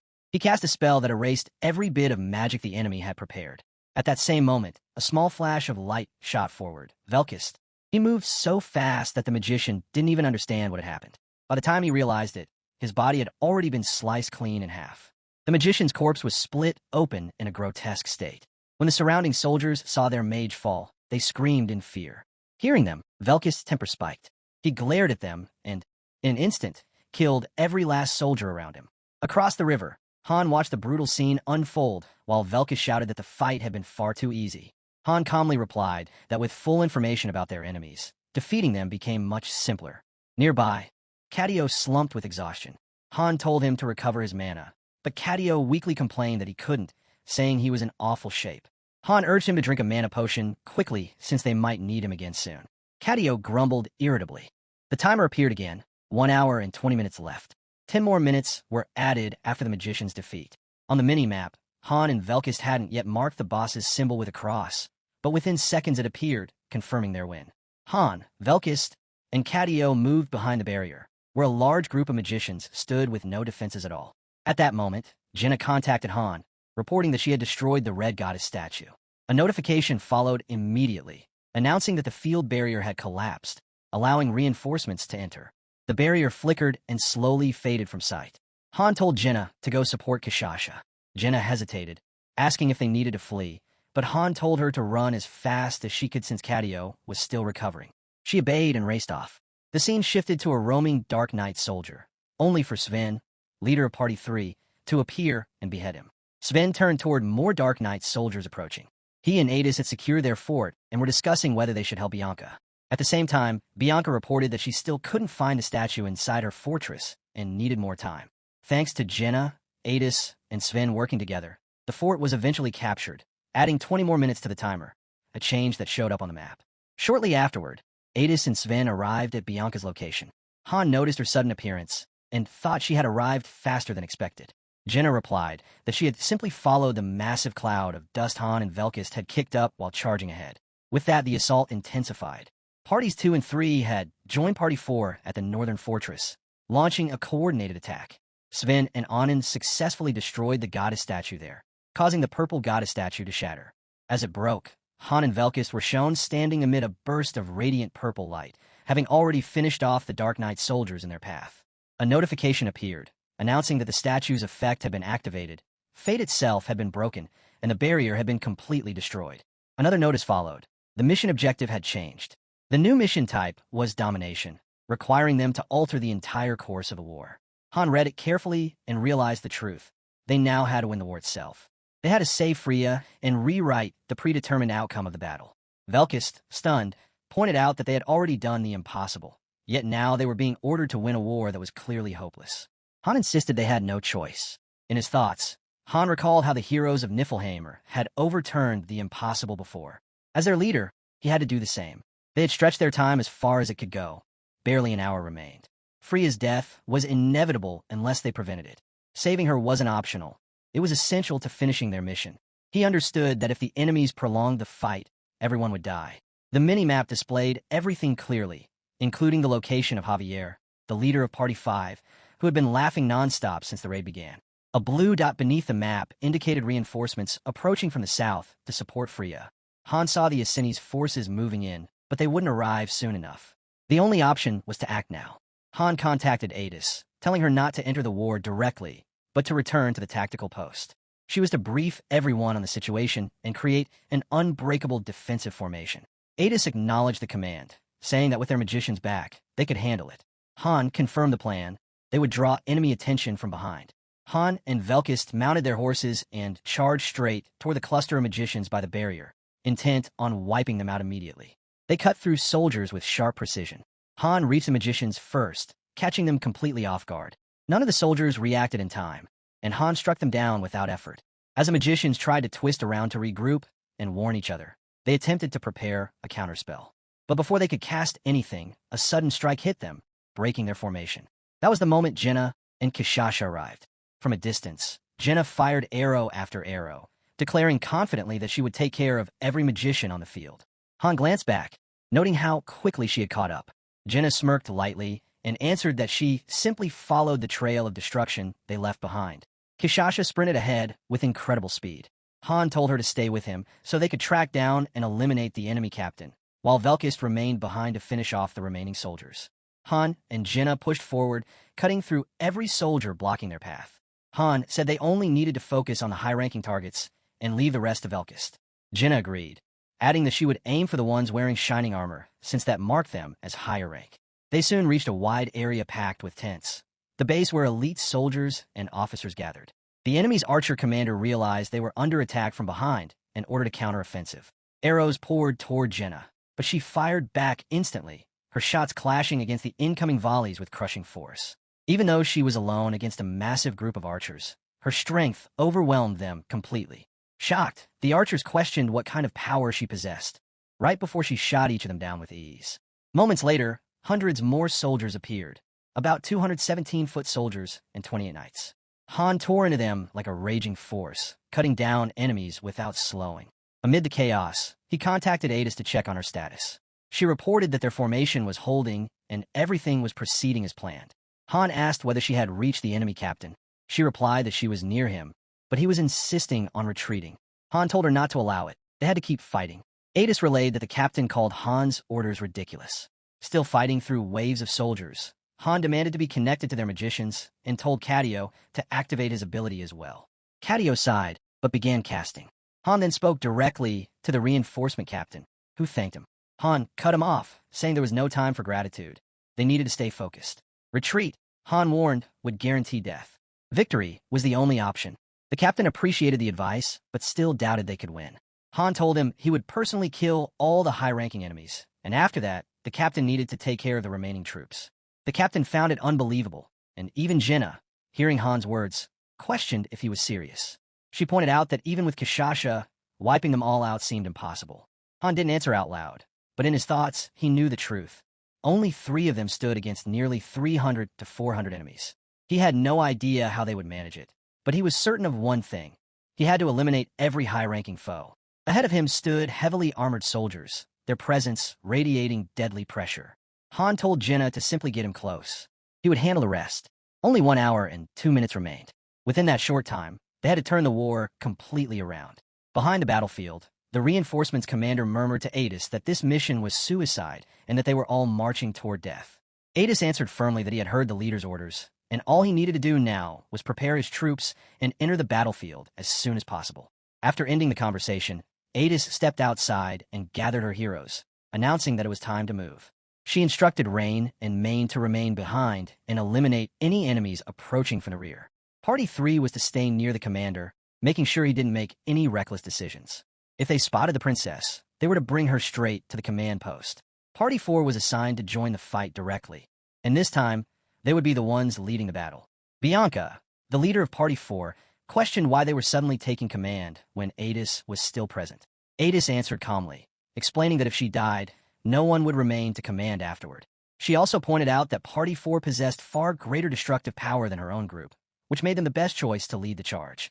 Hearing her explanation, Bianca accepted the responsibility. The rest of the heroes turned to Adis, then declared that their party would head out immediately. They prepared to march straight to the battlefield. By then, the timer showed only 1 hour remaining. On the mini-map, their positions were displayed clearly. They had completely surrounded the enemy forces from multiple directions. Kishasha let out a fierce roar, flames swirling around her as she charged with unstoppable force. Above her, Jenna continued firing relentlessly, shooting down every enemy that appeared. Working together, they cleared everything in their path. Not far away, several high-level magicians began chanting, shaping powerful spells aimed directly at them. As the magic took form, a strange glow surrounded Kishasha's neck, tightening into a collar-like restraint. The instant it locked in place, Kishasha screamed in pain, her cry echoing across the battlefield. The spell forced her transformation to break, reverting her instantly to her human form. Jenna jumped off her back, landing beside her protectively. With sharp focus, she drew 3 arrows at once, set them on her bow, and unleashed them using her targeting skill. The arrows shot forward with tremendous speed, but the high-level magicians raised their shields, blocking all 3 effortlessly. Frustrated, Jenna shouted and relayed everything to Han, explaining that her attacks were useless and he needed to handle them himself. Han muttered that high-level magicians were always a nuisance. Determined, he prepared to throw his sword, noting that ordinary weapons couldn't break their shields, but Bifrost could. With all his strength, Han hurled Bifrost toward the 5 magicians. The weapon tore through the air at incredible speed, crashing into the magician's position and erupting into a massive explosion. With Bivras gone from his hands, Han suddenly found himself unarmed. Nearby soldiers rushed him immediately. He managed to protect himself, but his horse wasn't as fortunate. 3 spears drove straight into its body. The beast collapsed, and Han jumped away just in time to avoid being crushed. Landing on his feet, he quickly drew his small daggers and launched himself at the surrounding soldiers. His movements blurred as he cut them down one after another with shocking speed.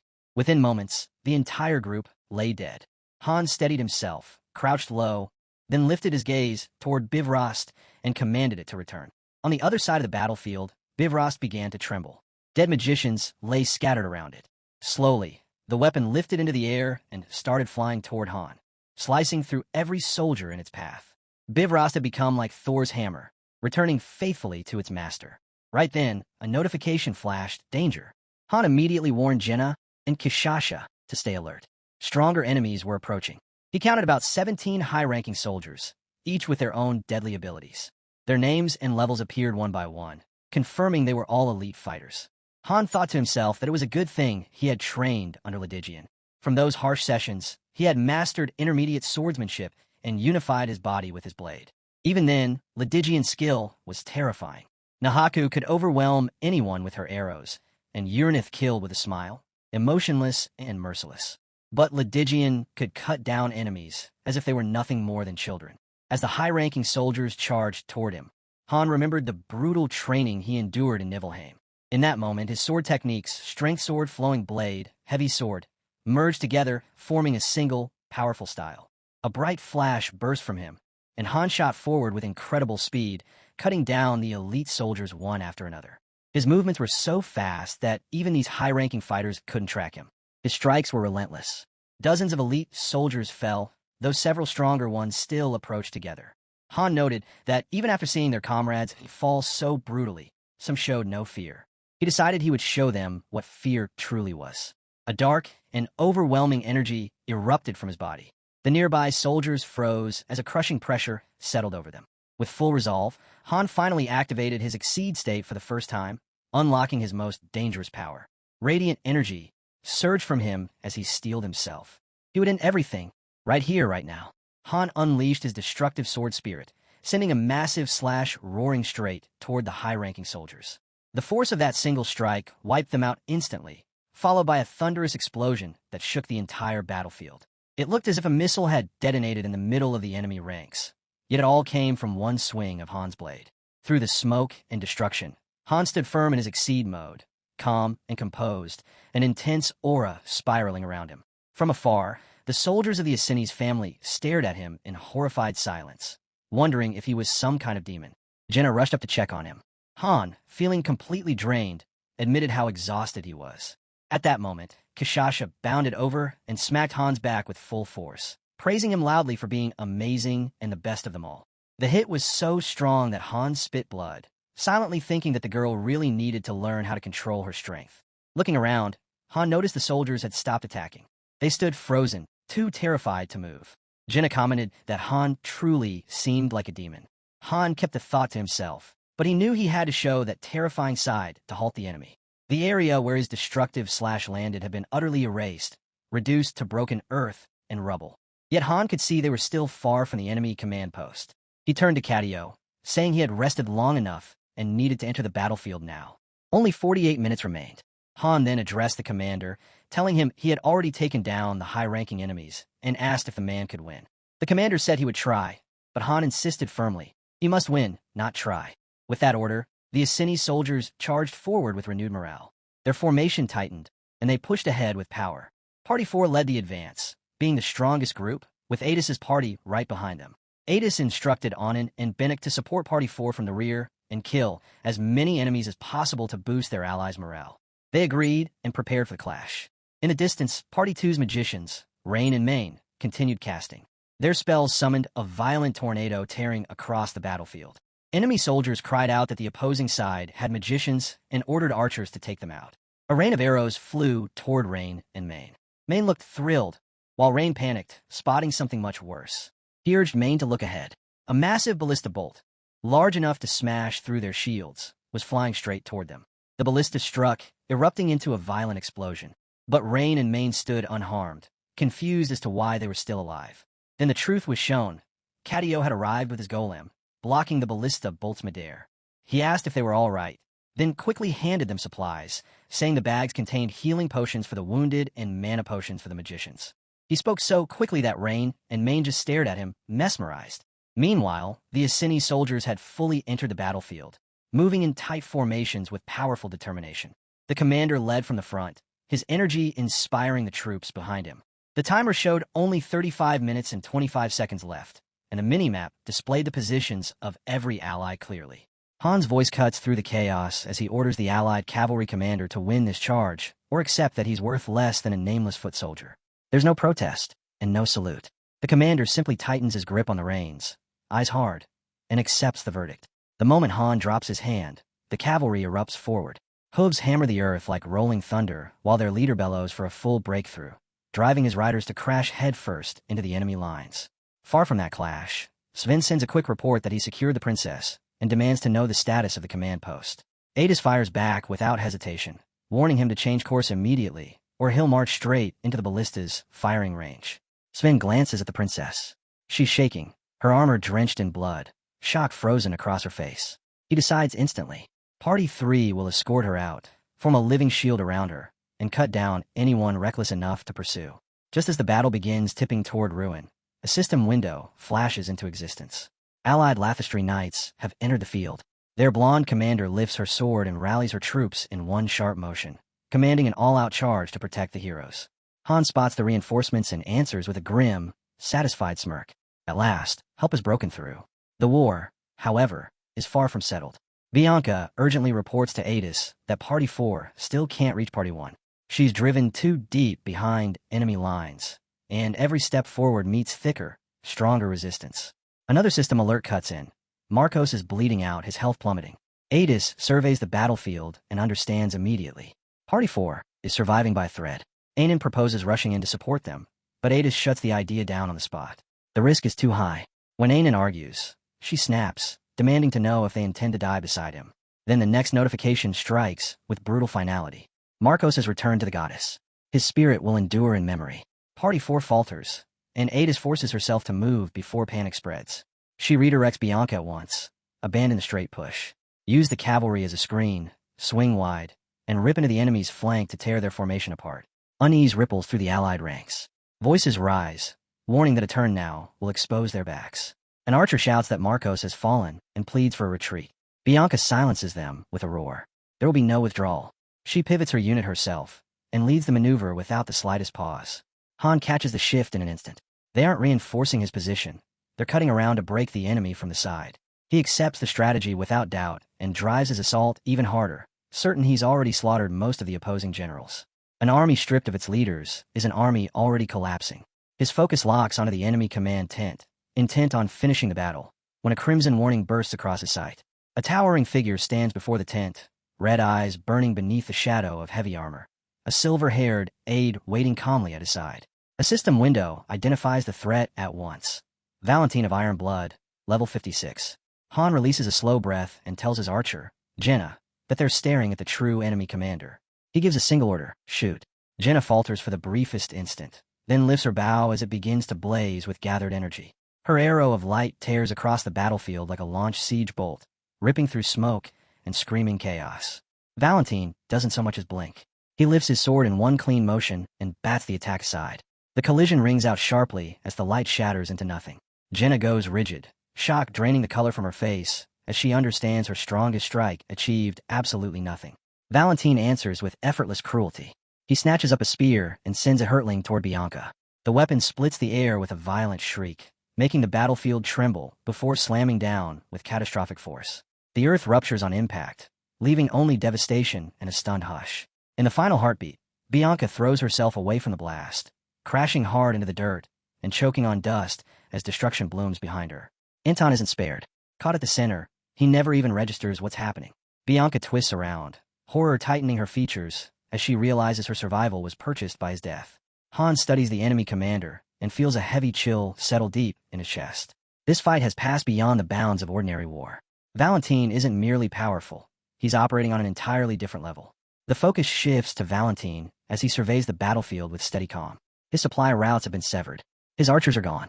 His silver-haired aide reports that the enemy is relying on guerrilla tactics. Valentine absorbs the information and orders her to assume no aid is coming. They will prepare for a final, decisive engagement. She pauses, cautioning that the battle is already underway and reforming their ranks will be difficult.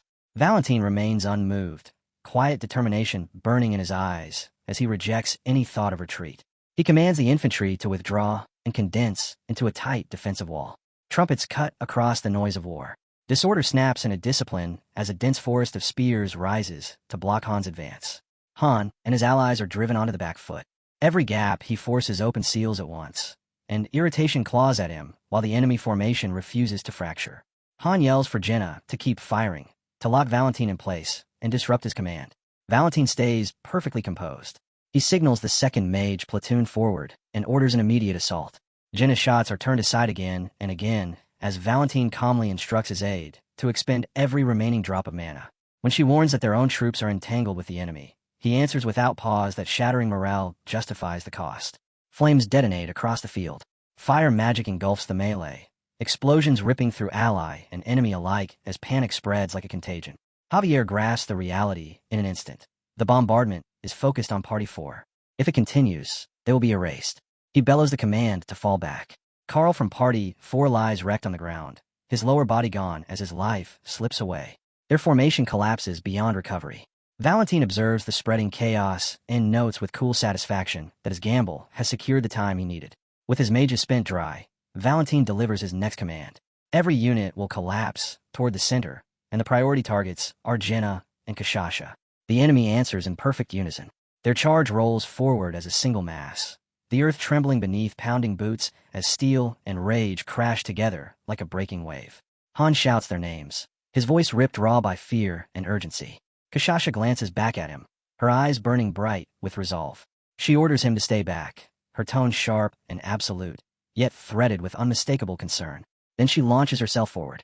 Midair, her body contorts as bones snap and muscles surge outward in a violent swell. In a heartbeat, she becomes a towering tiger-like beast and slams into the ground with a roar that sends shock through the battlefield.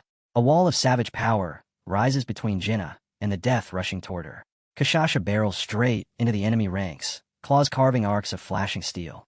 Armor splits, bodies are hurled aside, and screams of terror rip through the air as soldiers collapse beneath her onslaught. Blood spatters the dirt, but her gaze never falters. It burns with absolute conviction. She roars again, commanding Han not to look back. The cry carries more than warning. It's a vow and a tether of trust, a fierce declaration that she believes he will face the commander and end this fight. She tears a merciless corridor through the formation, ruins spreading in her wake. Every strike is driven not only by strength, but by faith, in Han, in their cause, and in her choice to stand as the shield instead of hiding behind one. Elsewhere, Adis forces her way through the turmoil. When she sees Party 1 faltering on the road to the command post, she decides without hesitation. Banks shouts for her to stop, but she orders him to hold position. He calls after her, swearing they will survive this. Adis looks back once, silent, and presses on. An arrow slices toward her, only to be deflected at the final instant by Anan. Their eyes lock briefly, a wordless promise passing between them that they will endure together. The old memory of abandonment claws at her, but she closes her eyes for a heartbeat and accepts the course she has chosen. The battlefield is draining them piece by piece. Phraosis and Party 3 are locked in a tightening encirclement, and Charles is hanging on by a thread. A digital timer flickers into view. 9 minutes and 50 seconds remain. Across the field, every unit is buckling. System displays show a grim tally, hero after hero wounded or falling.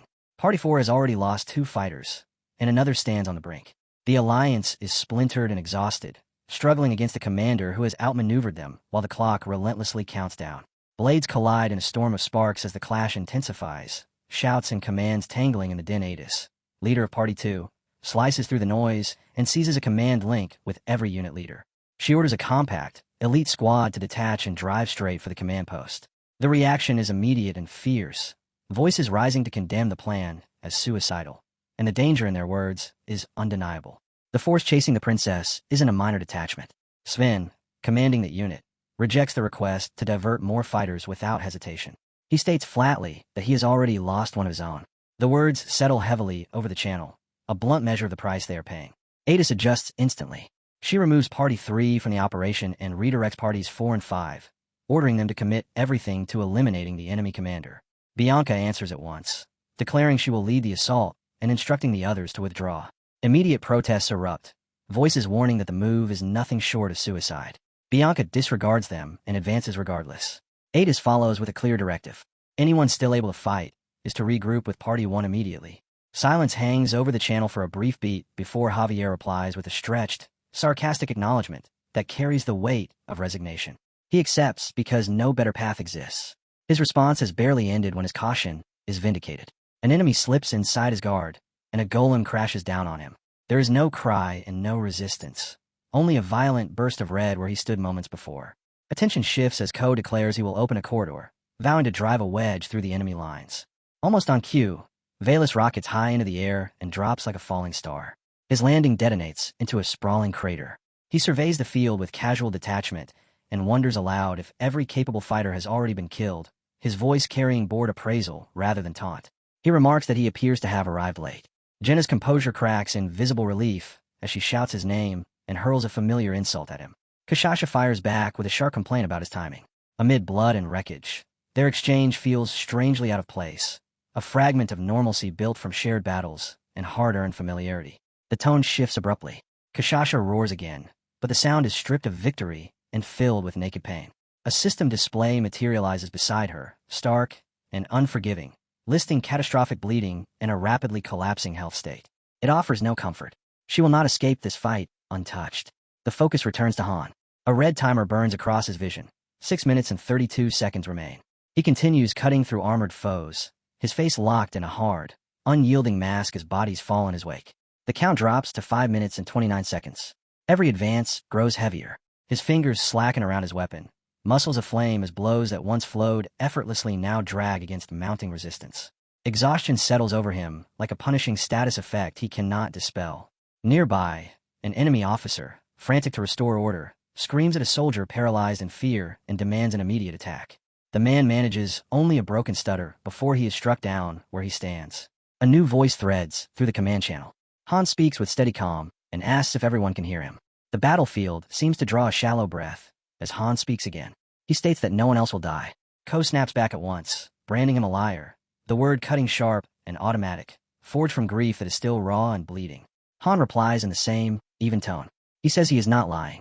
Jenna murmurs his name under her breath, caught between disbelief and the need to steady herself, and Han answers with quiet certainty, repeating the promise.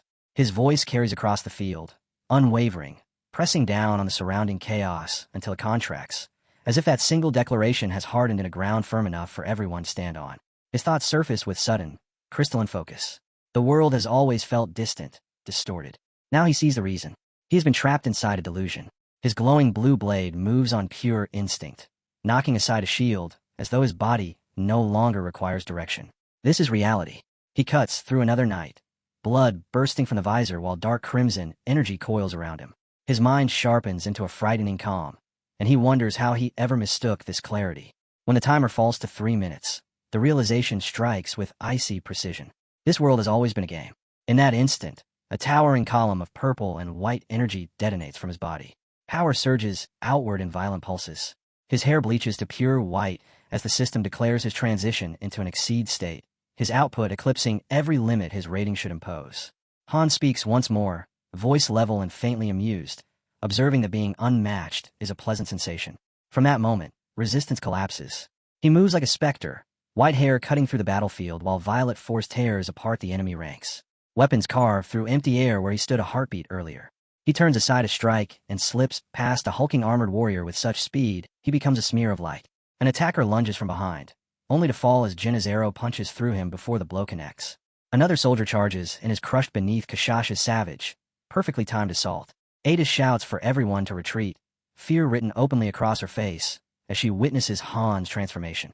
Valus watches the advance with a grin caught between admiration and envy. Bianca continues her relentless cuts as hostile forces close around the princess and Friosis. Han drives forward, eyes burning white. The enemy commander observes him in silence. Han's swing descends with the weight of a falling god. A vast crescent of energy scours the earth, blasting debris skyward as smoke and dust engulf the field. When the haze thins, Nothing remains but torn standards where an army once stood. A silhouette emerges from the drifting smoke. Wild red hair frames a face twisted in fury, and the pressure radiating from him leaves no doubt. This is the boss. He snarls in outrage, demanding how they dared force one of the witch's servants into retreat. Han registers the word without comment. A witch. Still wrapped in the burning aura of his exceed state, Han locks eyes with the red-haired warrior, violet fire smoldering in his gaze. They stand facing each other in the wreckage. Han surges forward and unleashes another strike, but the enemy slips aside at the final instant. The miss feels wrong, a jolt after so much effortless dominance. The enemy's sword rises to punish the opening. This fight, however, is no longer his alone. Adis materializes behind the commander, dropping low and driving her dagger deep into his leg. The thrust is clean and ruthless, opening exactly the gap they need. He whirls in raw fury, eyes snapping to her as he lifts his weapon to retaliate. Javier intercepts without a pause, his shield slamming forward as metal crashes against metal. He plants himself as an unyielding barrier. In that same instant, Bianca flows in from the blind side like a shadow, her blade flashing once to sever the commander's hand in a precise arc. Blood erupts as the attackers close in, exploiting the breach with absolute cruelty. The commander staggers, disbelief stretching his expression as crimson pours from the ruined arm. His stance collapses with his weapon gone. Han bares his teeth in a hard grin and releases the full force of his exceeding power. Blue and white energy detonates outward in a roaring torrent. The storm engulfs the red-haired warrior, ripping the ground apart and shattering the battlefield in a thunderous blast. When the glare recedes and the smoke thins, the enemy lies broken across the fractured earth, eyes closed and body motionless. For a fleeting breath, victory seems complete. Then the perspective narrows to a single, merciless detail.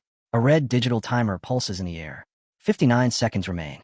The field is soaked in blood and noise, steel clashing with screams in an endless grind.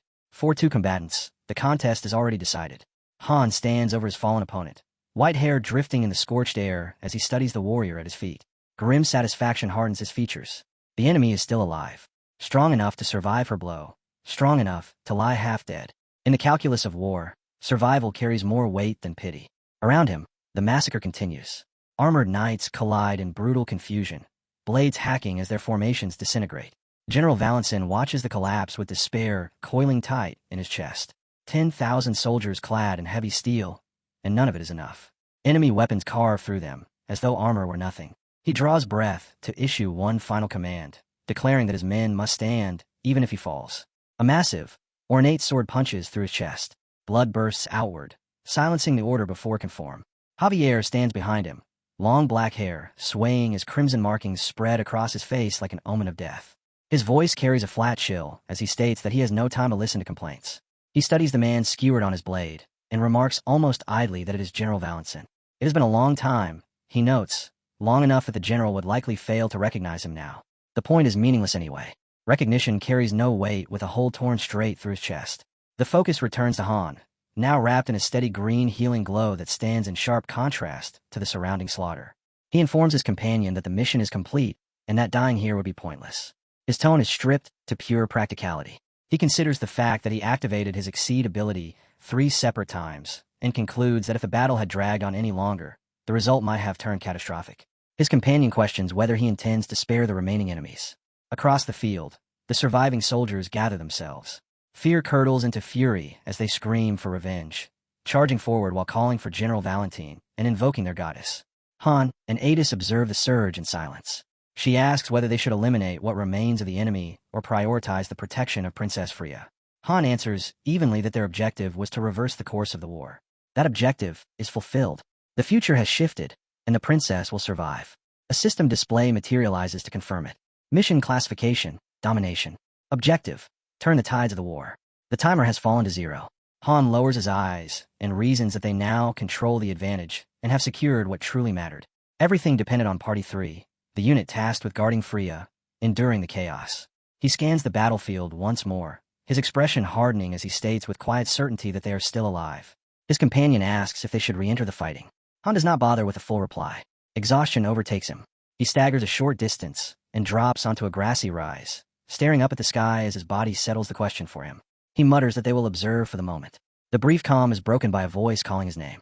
Princess Freya rides toward them at full speed, relief and emotion playing on her face. She pulls her horse to a sharp halt and speaks with near laughter, explaining that his allies shielded her flawlessly and that reinforcements arrived at the exact instant collapse seemed certain. A weathered veteran follows close behind her. Han narrows his eyes and reminds the man that he distinctly ordered him to flee with the princess, a trace of irritation in his voice. The warrior answers evenly that it was unnecessary. The House of Asin had already summoned support. Another figure steps forward. A blonde knight in pristine armor advances with the assurance of a charging stallion. He introduces himself as Adel Lee Daster and orders Han's group to withdraw. His troops will maintain the front, and a secure escape corridor is already in place. The name registers with Han, but he leaves the thought undeveloped. He accepts the assistance without hesitation. Help that costs nothing is still help, and he has never seen a reason to reject an easy exit. Freya's expression brightens as she says she's glad she could be of use. A trace of awkwardness slips in her voice as she admits she nearly lived a sinful life. When Han asks what she means, she explains that failing to aid the one who saved her would have been its own kind of wrongdoing. She looks at him with open admiration and says she once believed figures like him belonged only in legends, heroes capable of bending fate itself. Seeing one in reality leaves her feeling strangely awakened. She continues, drifting into talk of him as a divine messenger. Han interrupts flatly and calls the idea cringe. Laughter breaks out among the surrounding soldiers, cheers following as someone yells that nothing undermines a hero faster than being labeled cringe. Jenna surveys the field and notes that the battle appears finished. Adis sits apart in silence, gaze distant as she measures the price of their victory. Bianca watches her without speaking. After a pause, Adis apologizes for driving everyone so hard. Bianca offers no rebuttal. She turns toward the horizon and gives a slight nod, the gesture carrying quiet, exhausted understanding. Freya faces Han again and asks if he is departing. He confirms it and states they will speak once circumstances settle. His thoughts churn with questions about the land, its people, and the origins of the conflict, but he recognizes the moment is wrong for answers. He simply tells her they will meet again. Despite the blood streaking her face, Freya smiles with the composure of a seasoned warrior and says she will be waiting. As the group withdraws, system messages cascade across their vision. Stage clear. Names stream past as levels increase. A reward panel opens, listing 400,000 gold, 3 fractured blades recovered from Dark Knights, and a cache of advanced crafting resources. One final line stands apart. Han is designated MVP of the operation. A sharp alert slices through the aftermath, declaring that the 5th exploration dungeon, Arankia, is now accessible. Before the information settles, a heavier notice follows. A structural shift has occurred. The coordinates of Lobitonia have changed drastically, and a map of the 1935th dimension spreads before them, marking an unfamiliar location. The final rule revision arrives with stark clarity. The lobby's healing effect is disabled during PvP. The hero death safeguard is also removed. Any hero killed in PvP is lost permanently, without revival or reprieve. The scene transitions to their new base, a vast futuristic metropolis suspended in empty space, its lights stretching endlessly into the surrounding void. Inside a newly established tavern, Han's companions finally release their tension. Cheers rise as drinks are distributed. Ada studies her glass in open disbelief and admits she has never witnessed anything so extravagant. Isel smiles with evident pride and explains that everything present is a gift from their master. The day, after all, carries special significance. The celebration spirals into noise and disorder. A towering hero slings an arm around a much smaller teammate and forces a drink into his grip, roaring with laughter while praising his so-called talent, a spectacle that would qualify as a workplace violation anywhere else. Above the uproar, Han stands on a balcony beside Nessa, the neon glow of the city stretching beneath them. She offers him a direct congratulations for the mission. Han glances toward the newly built second-floor bar and admits it turned out better than he expected, even though he argued against it at first. Nessa answers with a faint smile, saying it should ease the pressure and that moderation is acceptable. As if summoned by the word, a brawl detonates below, proving how elastic moderation really is. Han holds his glass without amusement. His thoughts settle into a heavy count. Only 3 casualties. The word only rings hollow. He understands that even a small number carries weight, and that grief will demand its turn. His focus shifts to Arankia, the 5th exploration dungeon now open, a source of resources and answers, a place where battered heroes might recover. Beyond it waits the impending 4-star promotion and whatever transformation accompanies that step. Nessa faces him and states that their earlier discussion remains unfinished. Han exhales and turns his attention to the future. He addresses his team about the gulf separating 3-star and 4-star heroes, about how everyone who crosses that boundary emerges altered. He states plainly that he will not walk into that change blind. He intends to bridge the gap on his own terms. The scene cuts hard to darkness. Branches whip past as Han drives through a forest at full speed. His voice slices through the night, issuing orders that force the exhausted hero behind him to keep pace. There is no pause and no mercy. After clearing the 40th floor, he advanced straight into the 41st. Curiosity pulls him forward, sharpened by the pressure of his near promotion. One more level separates him from 40, and completing this mission satisfies every remaining condition. He expected a post-boss assignment to be simple, and so far the assumption holds. A system panel materializes with stark clarity. Floor 41. Mission classification. Chase. Objective. Pursue the scattered soldiers and eliminate them. He had intended to question Freya about the events on the previous floor, but the pursuit erases any space for delay. That conversation is deferred. He decides he will return to it afterward. His eyes lock onto a dark smear winding through the undergrowth, blood marking leaves and soil. The targets are close. Hunts like this end by finishing what is already broken. A tactical overlay lights his vision as his squad disperses with practiced coordination. While they track the fleeing soldiers, a transmission arrives from Princess Friosis. She asks whether he can intercept them. Han responds immediately that escape is impossible. Another message follows at once and alters the situation. She orders that the soldiers be taken alive. Han demands the reason, and her answer comes without delay. Their quarry is the final surviving executive of the order, and Freya wants her taken alive for questioning. Interrogation.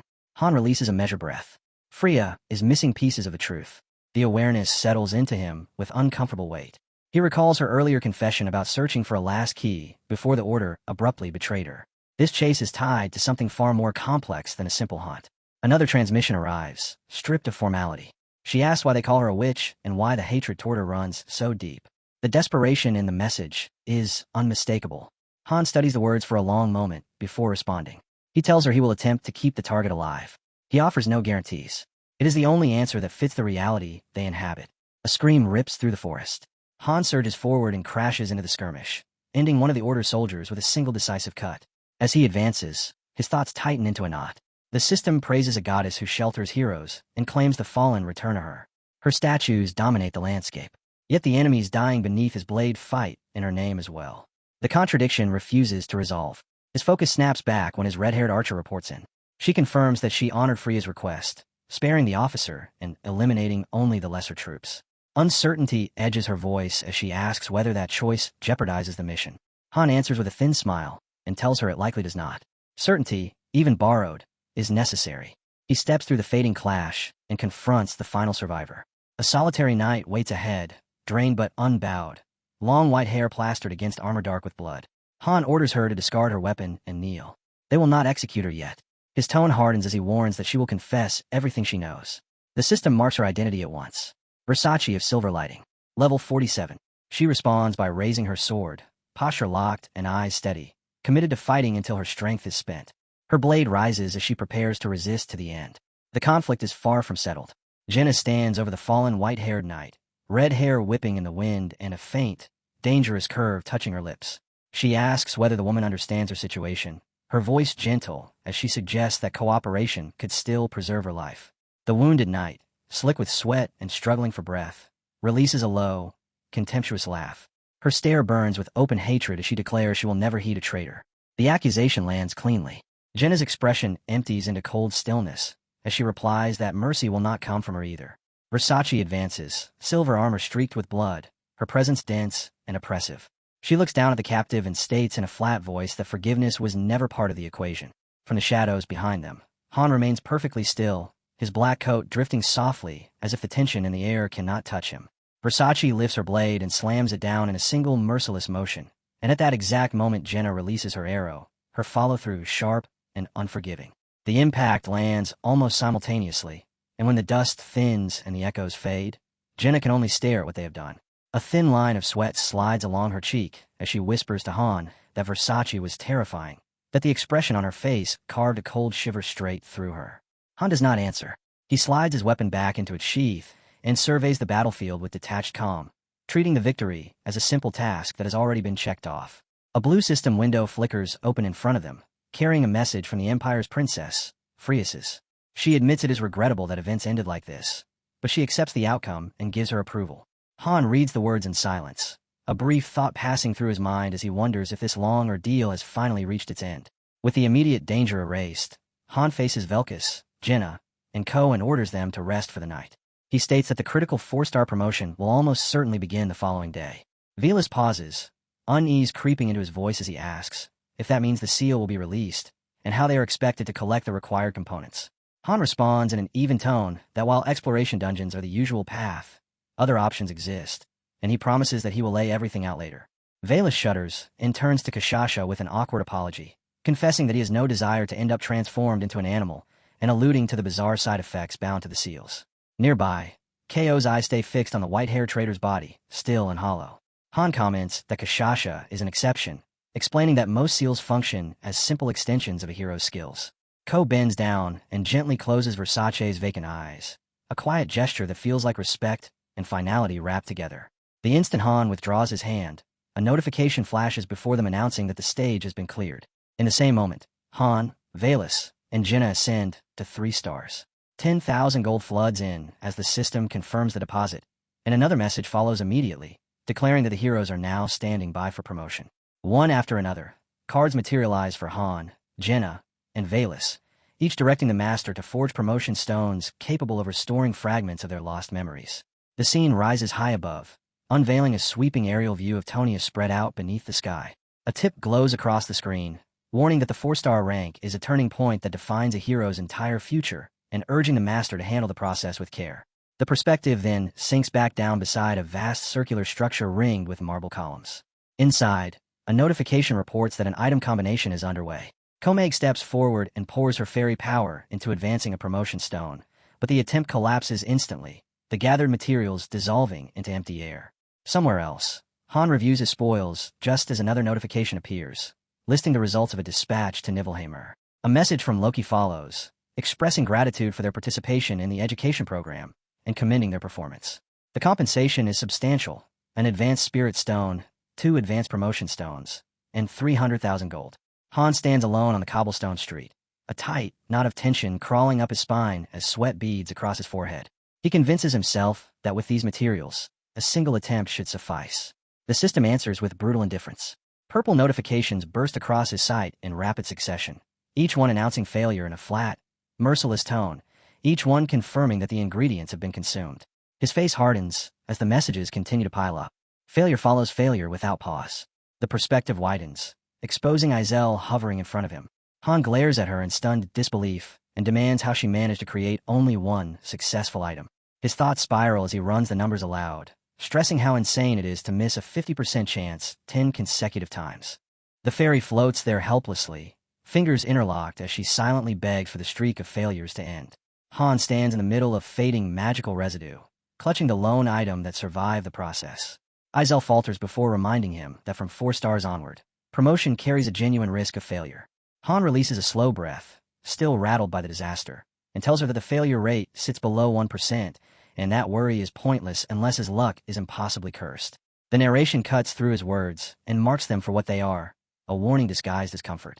A vast black system window drops into place, declaring the beginning of the promotion. Han, a 3-star hero, is identified as the target. The prompt states that advancing to 4 stars has a slim chance of failure, but the penalty is catastrophic. Failure will leave him tainted. A second alert appears immediately after, clarifying that a tainted hero forfeits their sanity. Han lifts his head and locks eyes with the master's anxious gaze projected across the sky. He understands that her fear is warranted. A tainted hero would be more liability than asset. His jaw sets. Without a flicker of hesitation, he commands the system to continue.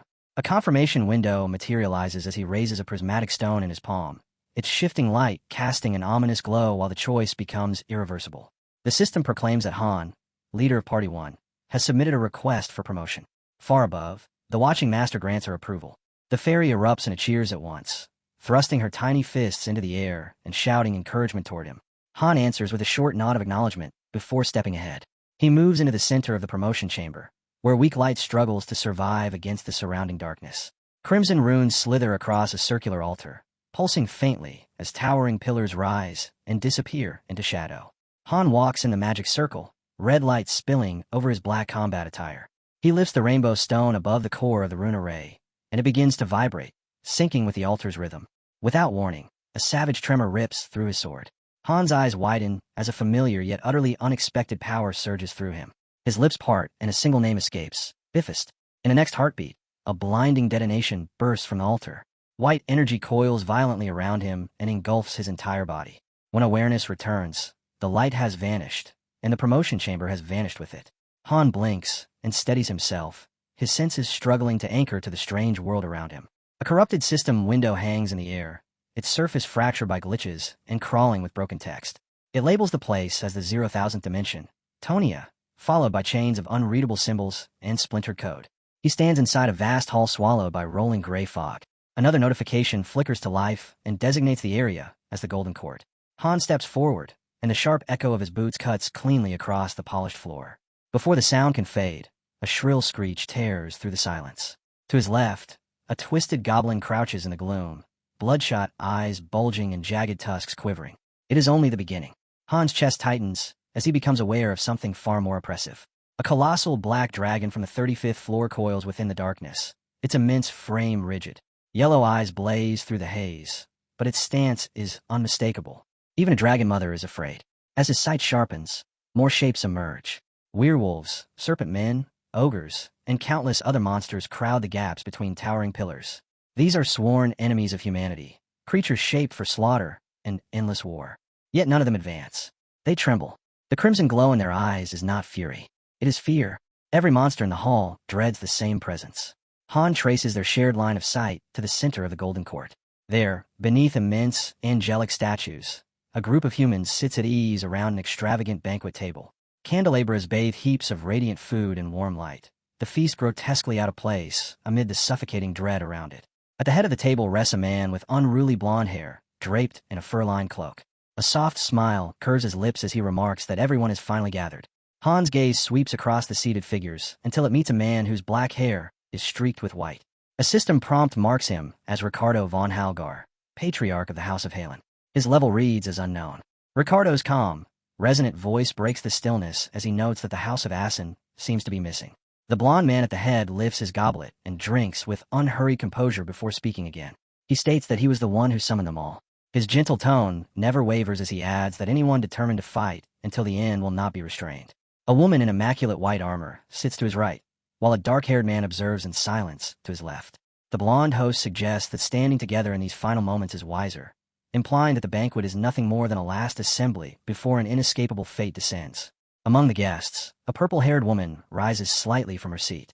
Clad in dark robes, Persine Little von Strorn, matriarch of Shutterberg, coolly proposes dragging the absent guests here by force.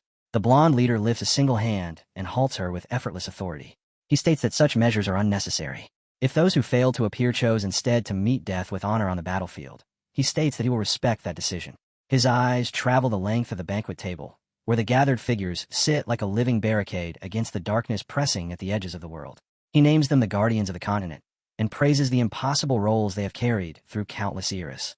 The atmosphere grows dense as his voice settles over the hall, laden with memory, sacrifice, and the quiet certainty that catastrophe is approaching. As the light falls more clearly across his features, Han studies the blond man in silence. He appears young, far too young for the weight in his gaze, yet exhaustion clings to his expression. Small wing-shaped ornaments rest in his hair. With restrained sincerity, he thanks them and promises that their deeds will never be forgotten. He speaks of earlier ages, of battles where blood was spilled with the survival of their own kind hanging in the balance, of moments when even allies were forced to cross blades with one another. Han says nothing, watching legends converse, as if they were ordinary guests at a feast. He recognizes that he is witnessing a fragment of time that should lie far beyond his reach, a scene not meant for someone in his position. The blond man concludes by declaring that, for this brief moment, they stand united as one. The focus settles on him as the system unveils his name, Frios Alagner, first heir to the throne, level unknown. His golden eyes look straight ahead as he offers his gratitude again, and his mere presence drapes the entire hall in absolute silence. Kurushar finally fractures the stillness. The reptilian mage reclines in his chair, patterned scales glinting in the candlelight, a monocle perched over one keen eye. A tired smile crosses his face as he chuckles and turns to the radiant human beside him, admitting that he genuinely relished fighting at their side. His expression softens into regret as he apologizes, confessing that if his magical construct had been slightly stronger, their dire predicament might have unfolded differently.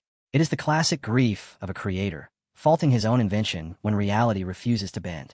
Frios Alagner dismisses the regret at once, stating that Kurushar's creation was already monstrous in its power. Kurushar laughs through a mouthful of food and offers his thanks regardless. Al-Lagner then redirects his attention and voices his appreciation to the water dragons. Close by, a blue-skinned water dragon with fin-like ears and a long dark beard inclines his head. He admits he never expected to wage war on land, yet the experience felt unexpectedly invigorating. With measured calm, he remarks that it has been ages since anything genuinely new stirred his ancient spirit. The Durian king, Kiadni, a towering lion man crowned with a heavy mane and encased in thick golden gauntlets, presses a massive hand to his chest. He declares that they fought without restraint and that he savored every moment. Frios Al-Lagner then shifts his gaze to the blind saint, Lian, and calls her name in praise. He concedes that even though the goddess never responded to their pleas, she and her followers fought with dignity, safeguarding their honor through unshaken faith. Lian lowers her head and apologizes, not for what she chose to do, but for the merciless ending that followed. Farther along the table sits Valentine of Iron Blood, third commander of Order's army, his untamed red hair spilling from beneath a fur-lined cloak. At his side stands Order's finest paladin, Versace of Silverlight, her silver hair tied back in a clean ponytail. Frios Al-Lagner extends his gratitude to each of them in turn. He lifts his goblet and proclaims that this feast will be their last. His voice carries across the hall as he recalls their long history, soaked in blood, reminding them that the people of Tonia have shed endless lives over conflicting ideals and convictions. Yet for this fleeting instant, they stand as one. He drinks slowly and voices the brutal reality. They have been defeated. Their homeland will burn, and they themselves will pass into legend. Gazing into the crimson liquid, he murmurs that perhaps Tonia itself may disappear. Friasi listens with sorrow tightening around her heart, but her determination does not waver. She understands that they exhausted every option available to them. Beside her, the second heir, Friasais Al-Lagner, a striking woman with flowing white hair and winged headgear, raises eyes clouded with tears. Frios Al-Lagner meets her gaze and mirrors her resolve, stating with quiet certainty that he carries no regrets. Everyone present gave everything they possessed. A heavy silence blankets the table as the burden of defeat settles over them. Then a violent tremor surges through the palace. Dust sifts from the ceiling and a thunderous impact reverberates through the chamber. Frios Al-Lagner keeps his goblet level and remarks calmly that their remaining time is short. Behind him, Darkhan of Destruction, the vice-commander of the 3rd Imperial Guard, encased in thick silver armor, steps forward and delivers his report in a voice edged with iron and remorse. The enemy will break into the palace within the hour. Escape is no longer possible. Understanding the weight of that truth, he bows and offers a grave apology to everyone assembled. Han stands at the edge of the scene, silent, recalling Frios Al-Lagner's words, that blame belongs to no one, that they truly did all they could. Then reality falters. A corrupted digital text box detonates into view, colors unstable and fractured, flashing a single ruthless word that condemns everything as pathetic. Static engulfs the hall. Red lightning snakes through the air itself, and a sharp ripping noise tears open the atmosphere. From that distortion, a shadow rises behind Han, and a taunting voice slips through the interference, asking softly whether he agrees. A woman steps out from the rupture, carrying an overwhelming presence. Long dark hair cascades down her back beneath a silver olive wreath, and her crimson eyes burn with quiet menace. Her name is hidden. Her level is displayed as 999. A low, ominous melody seems to rise from empty air as she greets Han with casual ease, remarking that they have not seen each other since his ascent to 2 stars. Han looks past her shoulder and catches the banquet frozen in place behind her, the scene suspended like a fading memory. His gaze returns to her, sharp and frigid. He asks why she has come and states plainly that he has no wish to see her. She answers with a faint smirk, telling him not to act so distant, and claiming she set aside time solely to pay him a visit. A wine glass forms in her hand in a flicker of magic. She rolls the liquid inside it with idle amusement, her eyes drifting toward the table of condemned heroes. She asks whether he truly does not find the spectacle pathetic. Her voice hardens as she derides their defeat, mocking their insistence that they did their best and carry no regrets, dismissing it as a hollow method of self-comfort. She drinks and pronounces that all but one of them are worthless. She circles him with slow, elegant steps, every motion smooth and predatory, like a hunter savoring its prey. Han repeats his question about her purpose, adding that under ordinary conditions he would have rejected her summons outright. She replies lightly that she only wanted to see him. His stare sharpens, white light igniting in his eyes. He labels her excuse absurd and reminds her that this world is merely one ending among countless others for her. She responds evenly that this world is different because he exists within it. She remarks on his progress, noting that he is pushing forward on an account she once discarded for being too punishing, presenting it as evidence of his ability. She even expresses mock surprise that his master has not abandoned the effort. Han gives no reaction. Standing at the center of the hollow hall, he states in a flat tone that he does not require her assistance and will not squander time. He orders her to leave. She pauses and studies him, observing that he remains as cold toward her as ever. Darkness creeps across her features as she leans in, crimson eyes narrowing. She cautions him not to misinterpret the situation, her voice dropping into a quiet threat as she says she could end his life whenever she chooses. Han interrupts without delay. He tells her to abandon the performance and calmly points out that she failed to kill him the last time as well. The view widens to expose the vast emptiness of the hall while his voice stays level. He states that he is certain she cannot kill him. Heroes exist to restore the proper course of the story, he explains, and even she cannot distort fate beyond its boundaries. That limitation is the reason she stands before him now. A soft laugh escapes her as she glances back with a sly, knowing curve to her lips, implying that his certainty may still be flawed. The air shrieks. A colossal beam of blue energy tears across space. Han stands firm with a massive black greatsword clenched in his hands, dark crimson lightning writhing along its blade. The strike connects cleanly. She fails to avoid it, and remarks with dry irritation that she came to see him, yet he insists on greeting her with violence. Her form starts to come apart, threads of red mist peeling away as her outline fractures with flickering glitches. Even as she dissolves, her eyes stay locked on Han. She notes calmly that he is no longer the person he used to be without intervention power. Then her presence vanishes entirely. The world jerks, and the banquet scene slams back into place, as if time itself has been dragged in reverse. Phriasis, the successor of gold, drives both palms onto the table, sending silverware clattering. She surges to her feet, her expression warped by fury and desperation as she shouts that she refuses to accept an ending like this. She demands to know whether all their sacrifice was meant to culminate in defeat. She rejects the notion of soothing themselves with talk of doing their best. She asks if that is the full measure of their worth. Is this single threat enough to shatter their resolve? Do they feel no rage at all? Her arm snaps toward the towering windows, ordering them to look. In the courtyard below, soldiers and dragonkin stand rigid, fear carved into their faces as enemy forces mass outside. Phriasis accuses the leaders at the table of discarding their duties and asks whether they feel no shame before the legacy of those who came before them. A voice cuts in, shouting for her to stop and branding her reckless, demanding how she dares speak in such a way as a bearer of the golden bloodline. Phriasis ignores the interruption. Her fist crashes down once more as she declares she will not accept this conclusion. She derides the idea of savoring a final banquet while death approaches and reminds them that their warriors are still outside, bleeding for them. Silence drops over the table, thick and suffocating. The purple-haired mage speaks first, admitting in a low voice that she is angry as well. Anger, however, has solved nothing. Every attempt failed. She asks Phriasis what she expects them to do. Charge out and fight without purpose. She acknowledges her feelings but states that the result will remain unchanged. Kayadni, the Beast King, bows his head and says that there are times when the outcome must be accepted. To him, this feast is the last fragment of their honor. Phriasis trembles as the music swells around them.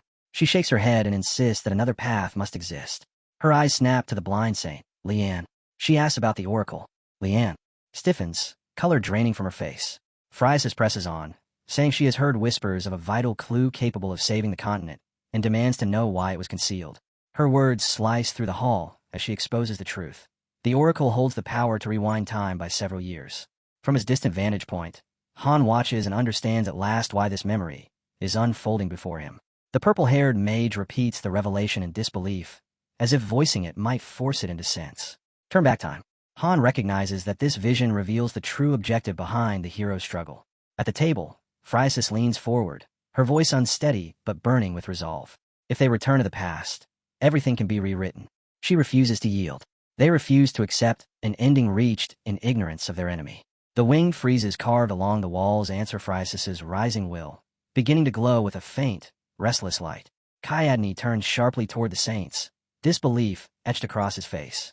He demands to know whether the goddess truly granted such an oracle, and, if she did, why it was concealed from them.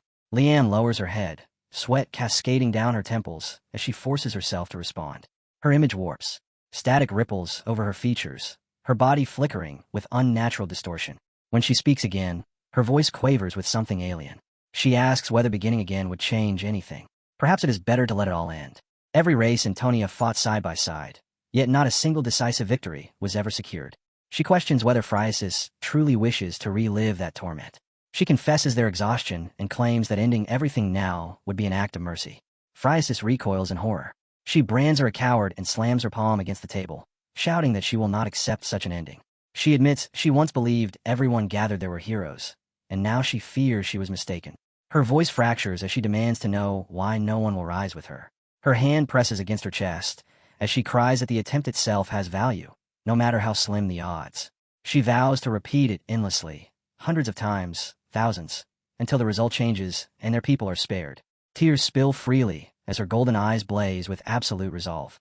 She lifts her face toward the statue of the twin angels and calls out to the goddess, pleading for an answer. Her voice reverberates through the chamber as Phriasis Allagner reaches her decision. If none will return, she will walk that path alone. Blinding gold ignites in her eyes as a system window bursts into existence, marking her as the successor of gold, Phreosis. Even as she proclaims her choice, dark energy coils around her body like tightening chains. A system notice confirms the contract.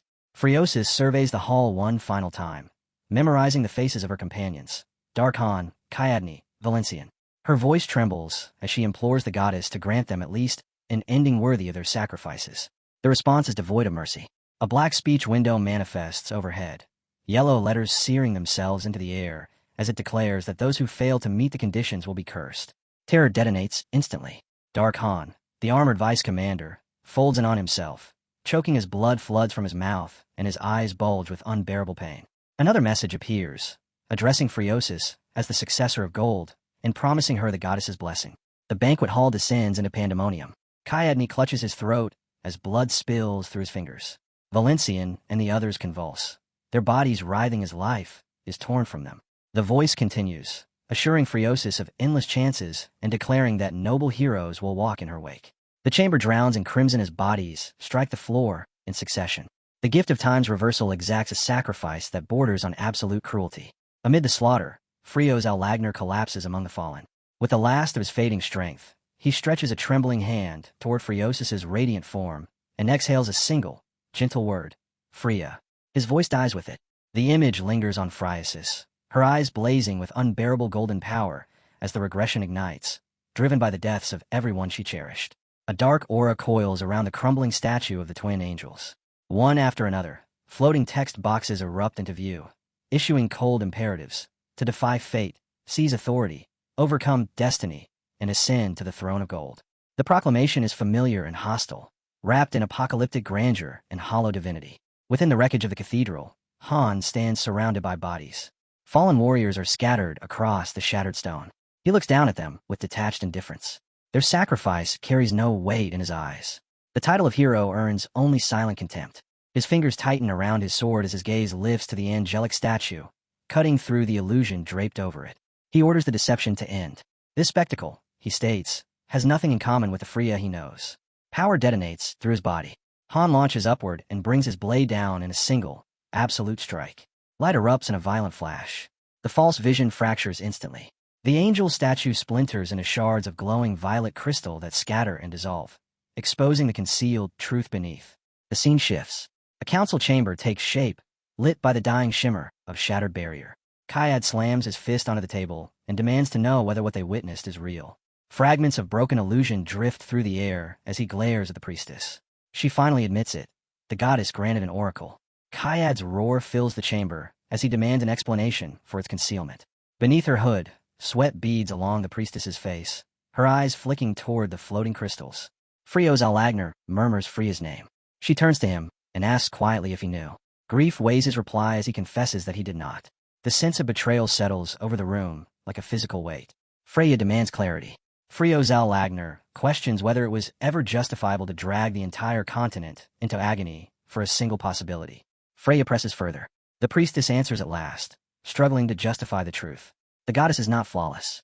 Miracles require payment, and every blessing carries strict limits. She reveals the cost, souls bound by forces beyond their will, stripped of true life and true death, imprisoned in endless torment. The continent itself fractured, past and future robbed of meaning. Phreos Allagner turns toward Phrea.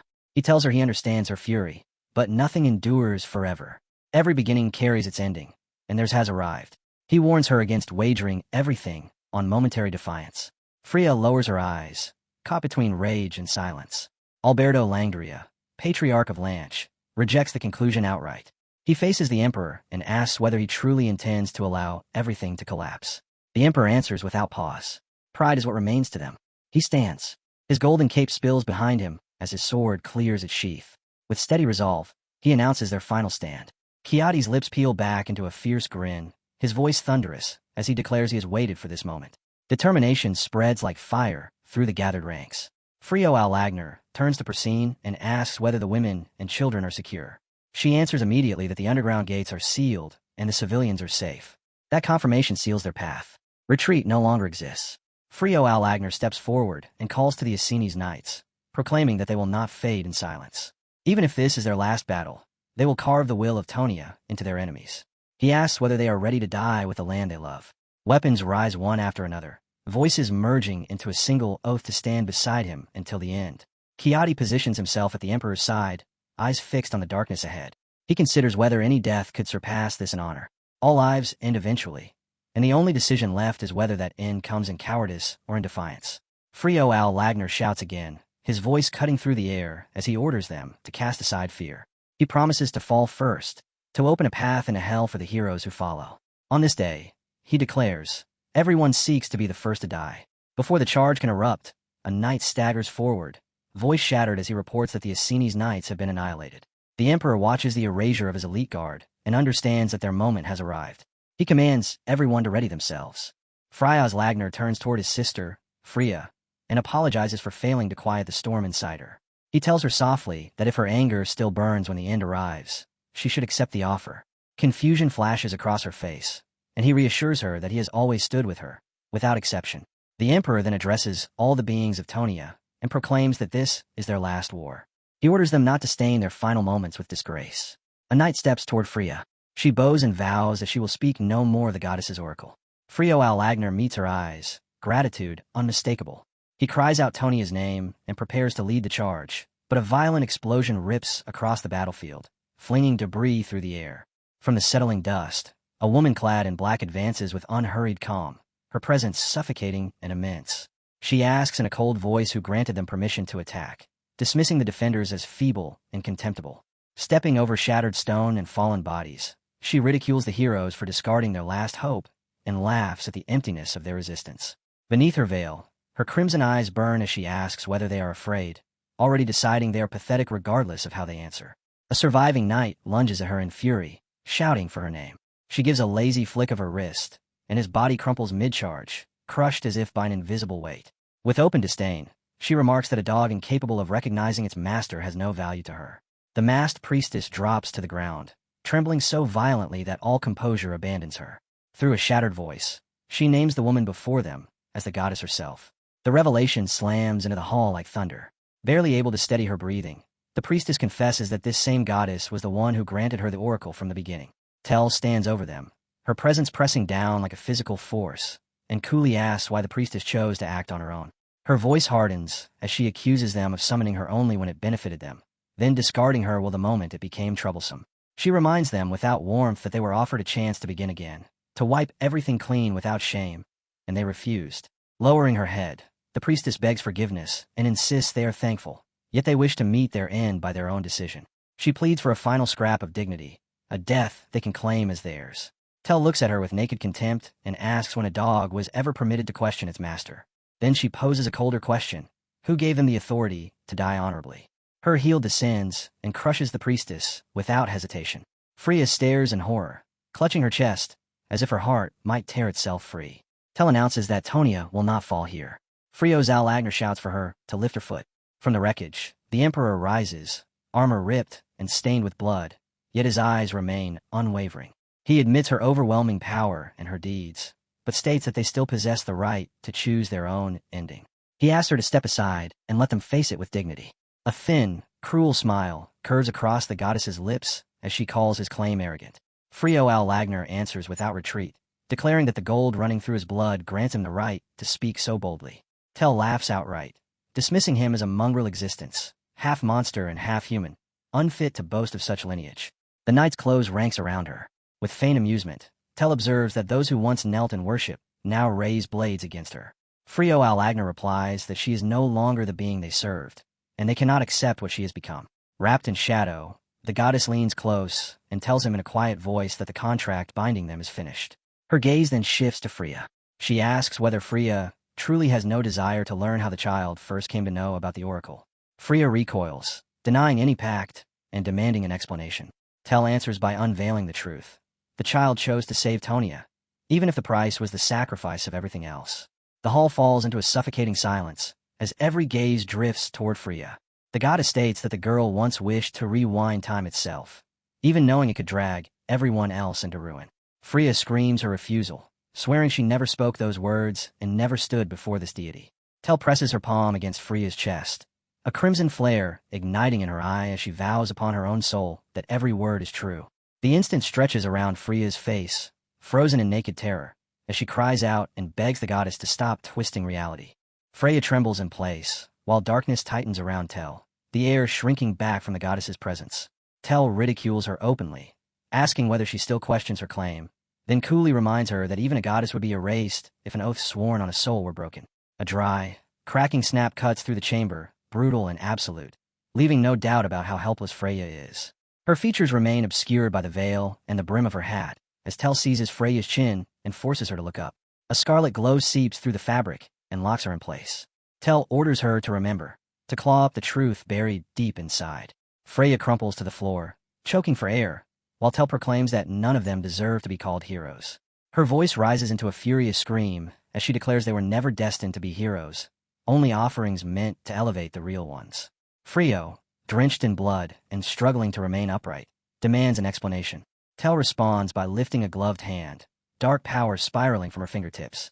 Every game requires enemies, she says, and they were always fated to become nothing but experience for others. Violet and black energy detonates across the hall, tearing through the assembled warriors. Their screams collide as corruption consumes them. One man coughs up blood while his body contorts. Another is seized by crawling shadows that drag him screaming into nothing. Tel shifts her attention to the saints and speaks with frigid disdain, declaring that anyone who worships her will never know freedom. For their betrayal, she sentences them to endless torment. Freya sinks onto the carpet drenched in blood, her stare hollow and shattered. Tel gazes down at her and cruelly announces that she was selected as Tonia's central figure and should accept that honor with pride. Freya violently denies it, rejecting the claim with every fragment of strength she has, and the scene abruptly fractures into Han's awareness inside the void. A crimson system window erupts before his eyes with a blinding alert. Han, ranked at 3 stars, has begun the process of corruption. Black vapor leaks from his skin as his grip tightens around his sword. In that instant, clarity strikes. This corruption is the mechanism used to dispose of heroes who uncover forbidden truths. It explains every failed promotion. A hidden safeguard, engineered to erase anyone who peers too deeply into the machinery governing their world. The vision refuses to fade. Tel towers above Freya again, telling her that a real hero must be prepared to sacrifice everything to reach their goal. She motions to the fallen Freya variants scattered across the chamber and asks whether that reality is not obvious. Freya screams her denial while raging purple fire devours the others, their expressions locked in unbearable agony. Tel presses her, demanding she confess her betrayal. Freya cries that it is false, yet the goddess answers with calm certainty that it is the truth, reminding her she uttered those same words within her own dream. The scene fractures without warning. Tel strides away from the wrecked hall, a glitching book dangling from her fingers. She remarks that only a handful of viable hero candidates remain, and that the world itself is already beyond repair. In a detached tone, she tallies the outcome: 1 5-star and 3 4-star candidates among the dead, before her figure dissolves into the surrounding darkness. Attention shifts to the corrupted Freya, transformed from night into a colossal monster sealed in jagged black armor. Tel clicks her tongue, irritation slipping into her voice as she mutters that this place is finished. She complains that the mutt created needless complications and wonders aloud whether contracting the mutt instead of the saintess, who is visibly unraveling, would have been simpler. Tilting her head, she asks the twisted knight if resentment festers inside him. Then she offers a path steeped in venom. Seize vengeance, rise as the ultimate enemy, conquer the world, and perhaps earn the chance to strike back. Han stands motionless within the collapsing vision, his sword clenched in one hand. Cold understanding settles over him. Tel intends to erase him now that he has witnessed everything. The dimensional window still hangs open as reality splits along its edges. He cannot tell why this revelation was shown to him, or whether Tel planned for him to see it, but the truth laid bare is sickening. Freya's rage swells as the nightmare continues to tear itself apart. A dimensional rift bursts open with violent force, and a figure steps through, jolting Han to his core. Digital noise floods his sight as a system alert flickers into focus, marking the current floor as 80. His attention locks onto the corrupted knight as the data stabilizes. Dark Prince Frio Zalagner. Level 354. Through the crimson distortion, the Dark Prince turns and fixes his gaze directly on Han, as though no boundary separates their worlds. His voice carries a quiet vow that he will be waiting. Han's eyes ignite with blue light as he replies without hesitation, his voice steady and subdued, promising that peace will come soon. A vast surge of power detonates outward and rips the vision to pieces. The red interference disintegrates, and the Dark Prince's image is wiped away. The crushing pressure vanishes instantly.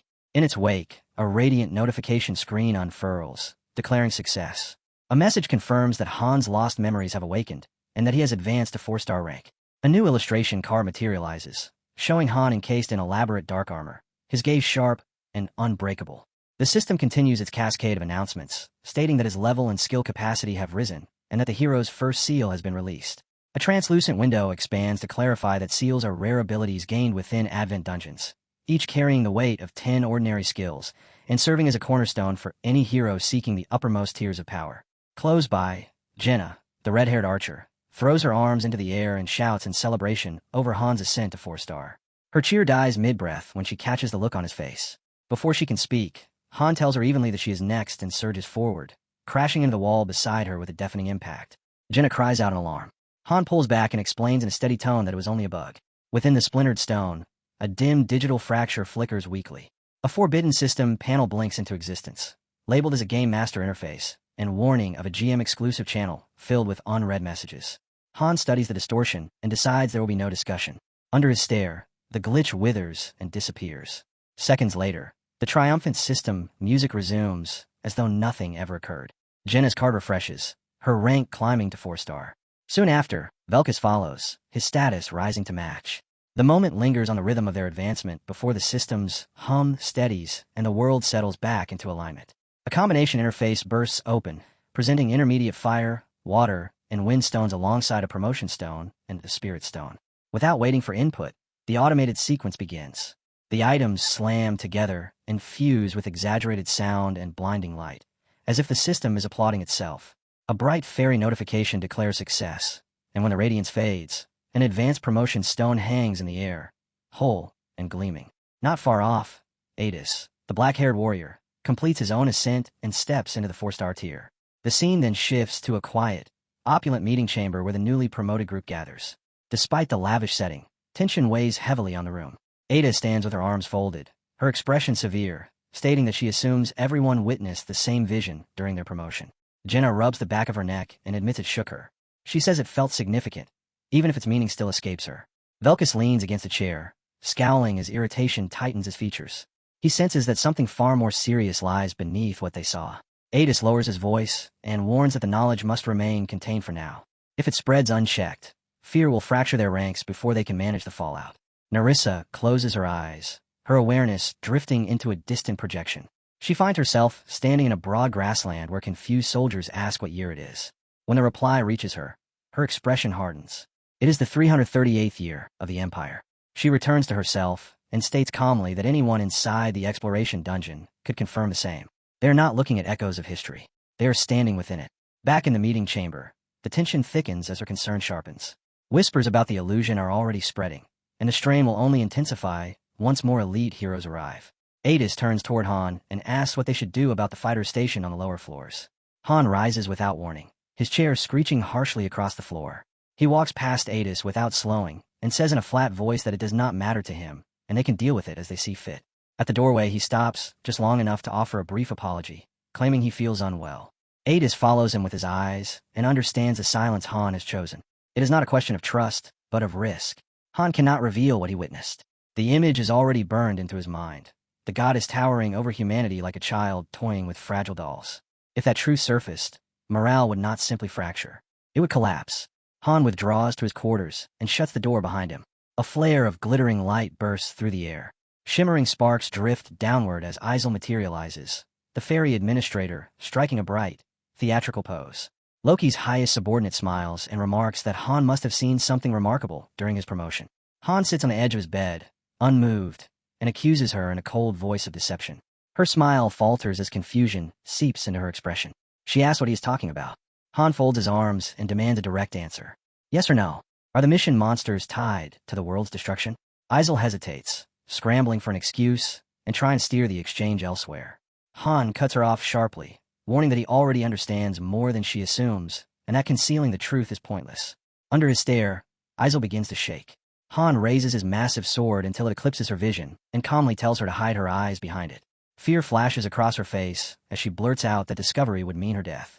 She forces an unsteady laugh and insists everything is under control, claiming she can still restrain him. She asks him to swear he is not bluffing. In answer, red lightning coils around Han's arm and blade.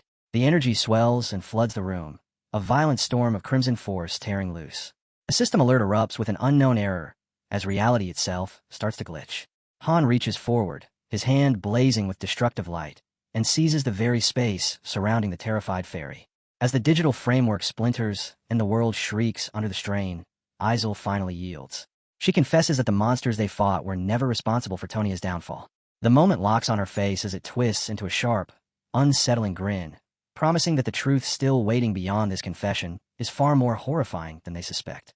Aizel's composure collapses completely as she delivers the rest of it. The monsters had no connection to Tonia's ruin. Every one of them was once a genuine hero from ages past. As her confession settles over the room, dark energy begins to spread in unnatural tendrils, crawling along the walls and gathering heavily around the hero's feet.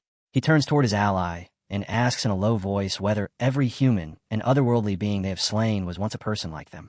After a short pause, she nods and answers that it is true. The weight of that truth crashes into him. Those monsters were not mindless creatures, but former heroes, protectors who once staked their lives on defending Tonia. His voice tightens as he demands to know why such a system was necessary. Aizel replies that the creation of a game comes with strict conditions, and then she lays everything bare. The twin goddesses of Mobius designed a game called Pick Me Up to salvage worlds fated for collapse. Through it, they intended to harness intervention power drawn from wrathlings, higher dimensional entities that defy ordinary understanding. For heroes to exist inside that structure, enemies had to exist as well. The balance was unavoidable. The hero understands immediately. Ordinary people were reshaped into those enemies. Aizel confirms it plainly, explaining that if genuine hostile forces had appeared from the outset, the difficulty would have rendered the game unwinnable. As she speaks, a quiet chant slips from her lips and her hands settle against the hero's weapon. The turbulent darkness reacts at once, flaring violently before gradually subsiding. Piece by piece, it is pulled back into the blade, sealed within and stabilized. Watching the energy return to order, the hero releases a slow breath and says he sees it clearly now. When the last shadow drains from the air, a sharp certainty settles in his gaze. He recognizes the identity of the true enemy. Aizel suddenly crumples to the floor, tears streaming as she gasps that channeling so much darkness into the sword might kill her. While she struggles to breathe, the hero's mind races ahead. Beyond the 80th floor, stronger foes are waiting. Entities that must be crystals of chaos, crystals of despair, and even a crystal of crutch bound to a level 315 abomination. If such horrors had stood at the beginning, the game would have been impossible to clear. He offers his ally quiet thanks, even as she can barely answer. He tells her to rest, and assures her that he will keep Han far from her. As her breathing steadies, the hero centers himself. Their course has not changed. They will continue ascending the tower, destroying monsters and sharpening their strength. And when the climb is finished, he will return to Earth. One final resolve crystallizes. He lifts his eyes and states with calm certainty that his enemies are already as good as dead. Elsewhere, his companions remain unconvinced. They feel the gap in his words. The black-haired girl narrows her gaze and says there is more hidden beneath his silence. She instructs the maid to remain at his side and report everything she observes. The maid bows her head and answers quietly that she understands. With a cold, measured stare, the black-haired girl voices her conclusion. This situation is deteriorating. He is already breaking his promise. Before anyone can speak, the system interface floods the space with blinding light. A bright, intrusive voice greets them and announces the start of the New World raid for Season 7. The message warns that ignoring it would be a mistake. Enjoyment is doubled. Rewards are multiplied fourfold. The long-awaited Festival of Masters for the World Raid Fista is drawing near. A playful prompt flashes, teasing a special prize and asking whether they want the details. A rainbow adventure stone linked to an S-rank seal. A 5-star Ahem rank top 8. The system adds that a follow-up announcement will arrive shortly. On the second day, the conclusions of the meeting are officially distributed. The information is restricted to heroes who have advanced past the 40th floor. For those below that threshold, the reality is intentionally concealed. The woman in the black hat states it without hesitation. Truth must always be blended with a measure of falsehood. Managing information is her expertise, and she instructs the others to entrust the matter to her. They are informed that 5 exploration dungeons are active. Additional expeditions are being organized, and rare materials are streaming inconsistently. At the same time, tight controls are enforced to prevent any leaks. Narissa declares that she will personally choose the members assigned to each dungeon. The lobby is transferred to a sector designated for masters in the 40s by level. The atmosphere there is unmistakably different. Unlike before, the surrounding masters are tense and combative. Their investment in the game is no longer casual, but deeply personal and financial. Many have committed enormous sums of money. If the hero were to repeat what he did to Sununu in this environment, silence would not follow. Resistance would. Conflict would be immediate. Ascending the tower at extreme speed demands vast resources and heroes of rare caliber. The mission waiting on the 45th floor will eclipse anything they encountered in the earlier 40s. Although their current roster is progressing steadily, the hero recognizes the shortfall. His group lacks the spark required for rapid evolution. They need stronger, more advanced heroes. The system reacts as though it has intercepted his thoughts. It asks whether he seeks greater strength, whether he wishes to measure his limits, whether he is prepared to pursue glory through challenge. The interface expands, presenting options reserved for elite players and those determined to join their ranks. World, Raid, Fiesta, Event. As he chains potions together one after another, the hero hesitates. Season 7 has already arrived. The explanation follows immediately. Massive, server-wide events operate on a fixed cycle, and among the most notorious is the World Raid Fiesta. A gigantic creature materializes at a designated point, compelling masters across the server to cooperate in order to destroy it. The tower advances without pause. The game does the same. Through a raid of this scale, the hero can secure rare resources of every kind. In earlier times, it was through comparable raids that he assembled the components required to craft the 5 divine weapons. He understands that this stage will be brutal, yet that is precisely why they must enter it now. If they're going to participate at all, this is the point where it matters. The system answers at once, declaring that a special event will span the entire dimension during the fiesta.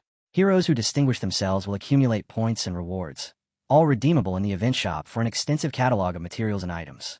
A welcome interface unfolds before him, mapping out the structures of multiple facilities. The reward list streams past advanced potions, advanced promotion stones, and other high-grade resources. He spots blueprints for upgraded buildings, rare components, and even an option to manufacture a seal if he can secure an advent stone. He stops to evaluate it. His research has already reached the 4-star threshold, yet he still lacks a seal. Under ordinary conditions, heroes scour exploration dungeons for advent stones, but those routes produce nothing beyond B-rank results. A rainbow advent stone, by contrast, carries the potential for an S-rank outcome.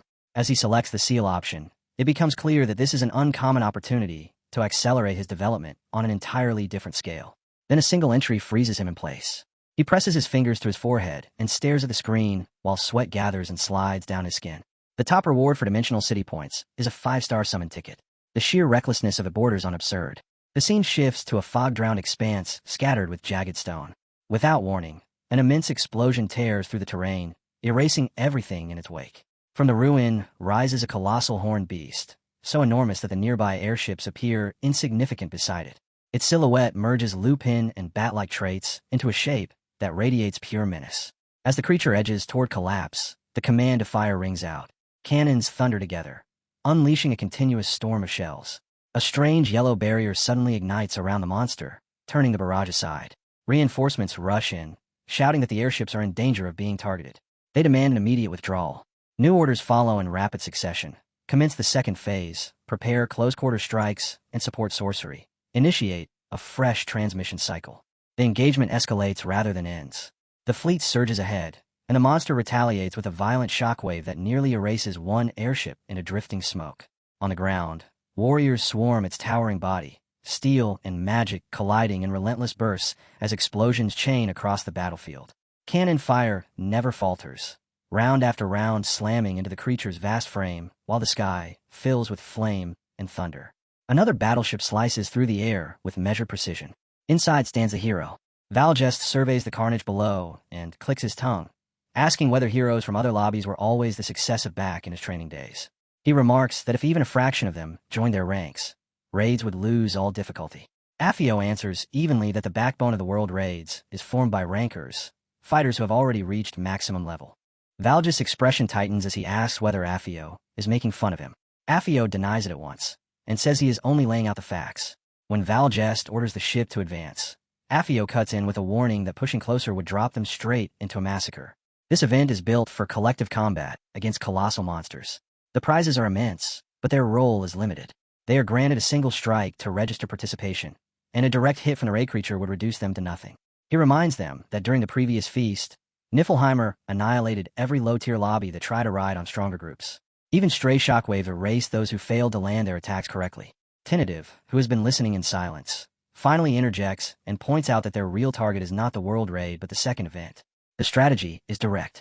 While the raid consumes everyone's attention, they will head to the Dimensional City, clear the preliminary events, and seize first place in each one.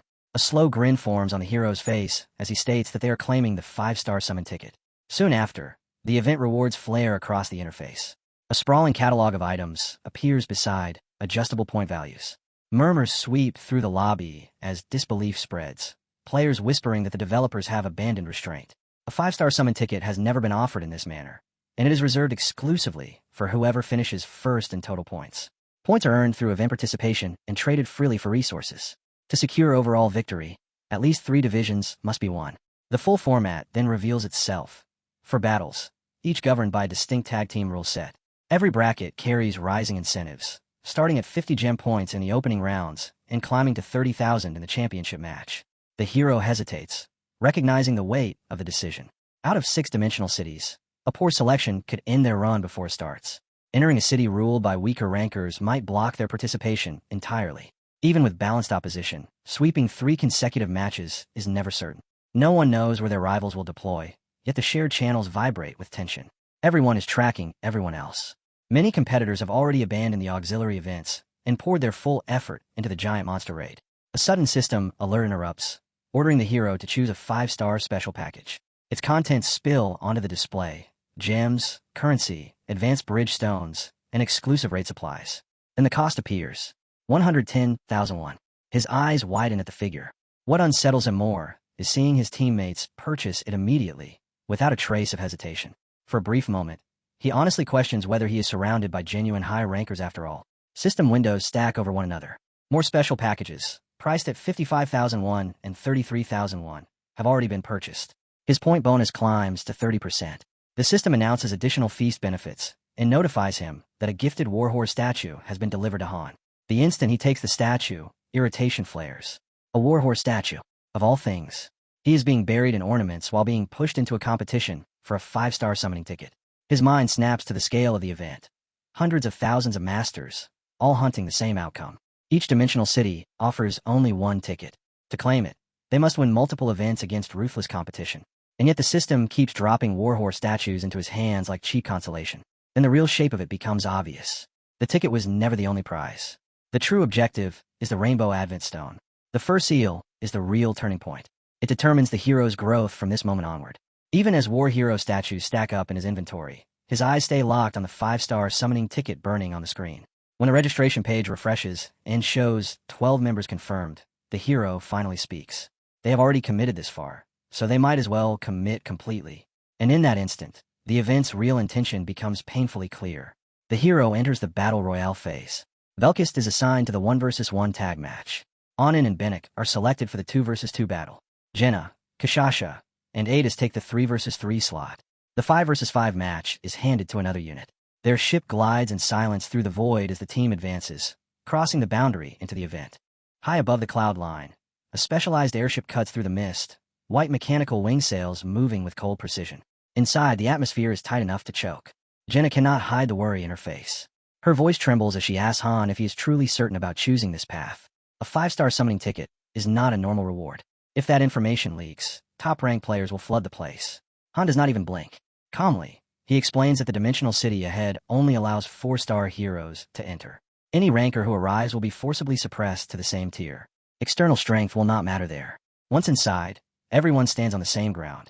Adis remains unconvinced. Her tone turns hard as she points out that their party only just reached 4-star. Experience cannot be sealed away. Veterans who have fought endless battles can still crush them, even with their levels restrained. Han answers with a faint grin and breaks it down methodically. To reach 5 stars, a hero must hit level 55. Their team is level 40. That makes the maximum possible gap 15 levels. And he reminds them that they have already survived stage after stage against enemies, while facing the same kind of disadvantage. Han laid out the core problem without dressing it up. On pure numbers, the gap was savage. Between level 40 and 55, the difference could stretch to 150 stat points. Right as he thought it, the system interface flickered to life. A standard level 40 hero carried somewhere between 220 and 290 total stats. At level 55, that range jumped from nearly 300 to well past 400. The screen shifted again. Han's hero card surfaced first. Level 40. Total stats, 264. Kishasha's appear beside it at the same level, but higher at 281. Han spoke with blunt certainty. Most players never drove their heroes anywhere near their true limits. In practice, the gap they would face was probably closer to 100 points, maybe less. Raw stats weren't the deciding factor. Precision, control, and combat sense ruled the field. Superior skill could tear through bigger numbers. Even so, as the airship carved a path through the clouds, a thin line of sweat crept down Han's temple. He admitted the harsher truth to himself. If everything unraveled, it would be their own failure for never reaching the 55th floor. Levels weren't his real concern. Equipment was. He assumed rival teams would arrive wrapped in S-rank gear, the kind of advantage that flattened opponents before a fight even began. Still, he locked onto a single conclusion. Any deficit in level or gear would be erased by experience. On the open deck, the rest of the party assembled, while Han casually dismissed the crowds gathering below as survivors of softer routes. In his view, most of them had leaned on shortcuts. His team hadn't. They were forged in pressure. Images of past battles surged through him. Red-eyed beastmen charging in relentless packs. Massive armored creatures thundering across Tonia, a region infamous for its warped mission difficulty. Living there meant constant adaptation. Anyone who stalled was left behind. Growth wasn't a choice. It was survival. As his gaze moved over his companions, a quiet certainty settled in. None of them realized how terrifyingly strong they had become. A system window burst open, signaling their approach. Han and Velkist leaned over the railing as a colossal futuristic city rose from the clouds. Another message confirmed the destination. Event area, Dimensional City Hellas. The scale was overwhelming. Endless towers stabbed into the sky, while swarms of airships crowded the airways. Jin peered down with shining eyes, stunned by the magnitude of it all, and cautiously asked if taking first place was truly required. Han answered evenly that first would be welcome, but there was no burden tied to it. Adis studied the city instead, murmuring that she had never witnessed architecture like this. As the airship descended, a vast system panel announced their entry into the event zone and unlocked the event dashboard. Points, rewards, hero conditions, and regulations filled the display, along with a note that certain functions demanded direct input from the master, and that tight team management would maximize returns. A bright notice followed at once. Festa package buff active. 30% bonus to all points gained. After the airship secured itself, the party stepped down onto a seamless metallic platform. Kishasha immediately asked what their next move was. Han responded without hesitation and began issuing instructions. He ordered Cadio, the magic engineer, to get up and run a full inspection on the airship, stressing that it would be essential for the upcoming mini-games. He ended with a firm reminder that magic engineers were barred from tournament participation, a restriction designed to keep the competition fair. As they advanced through the terminal, Han's attention drifted to the surrounding personnel. He quietly wondered if they were operatives of the Mobius Corporation. Farther ahead, men dressed in black suits and dark sunglasses shouted commands, their voices sharp as they forced the swelling crowd into order. One of them delivered a blunt warning that any brawl would result in instant expulsion. Kishasha's face drained of color as the press of bodies closed in. She trembled and complained about the suffocating crowd and the rancid smell in the air. In contrast, Adis watched a massive vehicle glide past with open curiosity. When she learned it was called a bus, a carriage that moved without horses, her fascination only intensified. Jenna brightened at the mention of their hotel, her eyes gleaming as she talked about rumors of an endless buffet waiting for them. Velkist paid none of it any mind. His stare cut through the masses as he evaluated the surrounding fighters, questioning whether these people were truly 4-star warriors. When Jenna pressed him for clarification, Velkist scoffed. They looked miserable, far weaker than he had imagined. If they were genuine 4 stars, he had expected them to at least carry an aura comparable to their small beast. Han let out a quiet laugh and clarified that Kishasha represented a top-tier native 4-star, close to a pseudo 5-star existence. Velkist exhaled in disappointment and dismissed the situation as dull. Nearby, Kishasha abruptly buckled under the oppressive atmosphere and, in an absurd display, spewed a stream of rainbow-colored liquid while the others stared in shock. The moment underscored a simple fact. Even someone brushing against 5-star strength could still be overwhelmed here. Javier stepped forward with his usual composure and cautioned them against underestimating the region. He shut his eyes and activated his senses, tracing the currents of energy around them. Several formidable monsters lingered close by, deliberately suppressing their presence. This territory was anything but harmless. Within his tactical vision, red silhouettes ignited across his perception. Han recognized it at once as Javier's precise command of mind's eye. Javier added that some of those entities weren't bothering to conceal themselves. Han's focus shifted to a towering black airship docked nearby, its surface marked by a red and gold crest. He told the group to study it carefully. That vessel belonged to a rival. Its sheer size suggested its owners had climbed to at least the 60th floor. A system panel verified the assessment. Rank 7,402nd, Black Area Region. A woman descended from the ship. Her name was Sodden. She wore gleaming silver armor, and her long blonde hair flowed freely as she scanned the crowd with open contempt. Despite being only a 4-star hero, her presence cut through the air. Velka's smile finally widened. At last, an opponent worth breaking. Jenna watched her in silence for a moment, then murmured that the woman looked powerful. Han answered her in an even tone. It wasn't strength she was sensing. It was irritation. Jenna accepted that instantly and gave a quick nod. Across the platform, Sodden jabbed a finger at a polished vehicle and demanded to know why that particular carriage was parked there. Her subordinate explained that it was reserved for a VIP. A chauffeur with striking blue hair stood beside the limousine, spine straight and gaze fixed ahead. Sodden strode down the steps with a confident smile and announced that her team would be using it. The attendant replied calmly that she did not meet the qualifications. Anger flickered across her expression. She shot back that her master had cleared the 64th floor and that she served as a core submember of the raid party. That status alone should guarantee priority. She curled her lip at the surrounding crowd and labeled them garbage, her contempt sparking immediate hostility. With cold superiority, she added that although she was a native 4-star, everyone else was just an evolved residue of lesser stock, beings beneath her notice. The Mobius employee remained unmoved. A nearby warrior stepped forward in fury and shouted that he would claim victory in the Awakening Mana tournament. Another voice rose in agreement, insisting such a goal was obvious. The attendant simply bowed once more and repeated that she was not authorized. With a sharp scoff, Sodden demanded to know who was.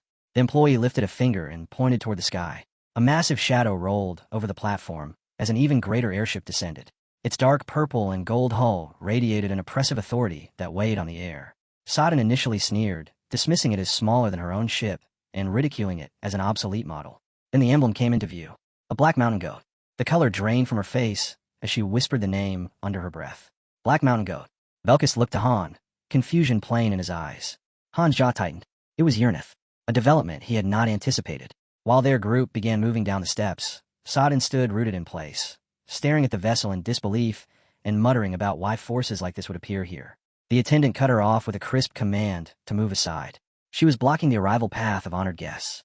Sodden grumbled about the excessive respect, questioning who would abandon a high-tier dimensional city just to attend an event like this. Then they emerged.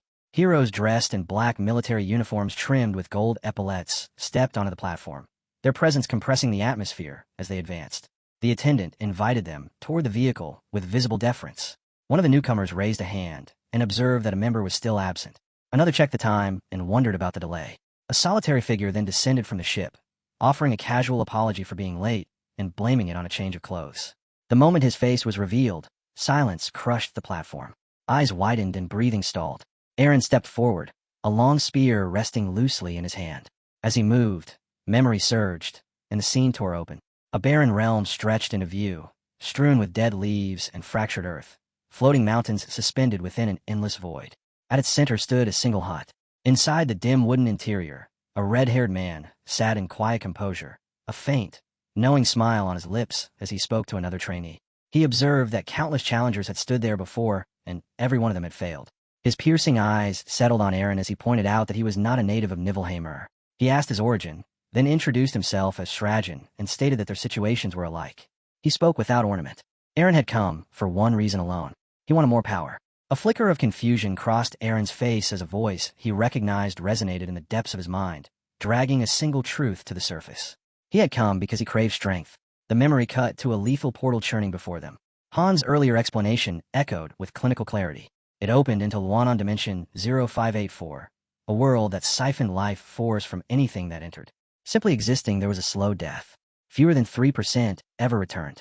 Aaron fixed his gaze on the spiraling violet energy, his expression unmoving. He vowed he would survive. He would never again kneel under the weight of his own weakness.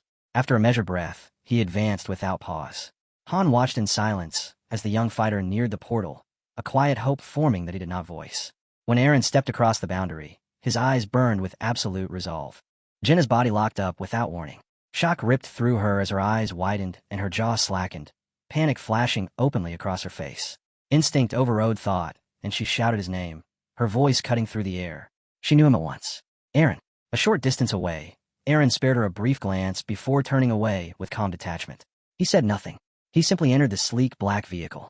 The door sealed shut and the car moved immediately, gliding off and vanishing into the city, while Jenna remained rooted in place, waving after it in helpless disbelief. Her gaze clung to the empty space it left behind as her thoughts spiraled. Had he failed to notice her? Or had she been mistaken? Velkist folded his arms and watched with an entertained smirk. He remarked that he had wondered where Eren had ended up, and it appeared he was anchored there now. Jenna's breath hitched as certainty settled in. There had been no mistake. It was him. Han and Velkist gave little weight to her turmoil. Velkist commented that Niflheimr truly stood at the pinnacle of power, while Han tracked the vehicle's disappearance into the cityscape. Velkist added that a personal carriage signaled Eren had secured a serious rank. A shadow passed over Jenna's face. The transformation unsettled her. The senior she remembered had never carried such distance. Nearby, Javier assumed Eren had simply chosen the brilliance of a great metropolis over their modest origins. A trace of envy colored his voice as he noted the quality of Eren's uniform, while Jenna's unease only deepened. Ada stated that even if Eren had switched allegiances, it was still worthy of acknowledgement. Kishasha gripped her stomach, visibly nauseated under the oppressive pressure of the place. Ada steadied her and remarked that their path had never been gentle. She then turned her attention to the looming contest and voiced her concern about what awaited them. With Niflheimr now tied to their former senior and confirmed as a participant, the prospect of claiming the 5-star summoning ticket shrank to near impossibility. The protagonist regarded the sprawling skyline with steady calm and told them the ticket was not vital.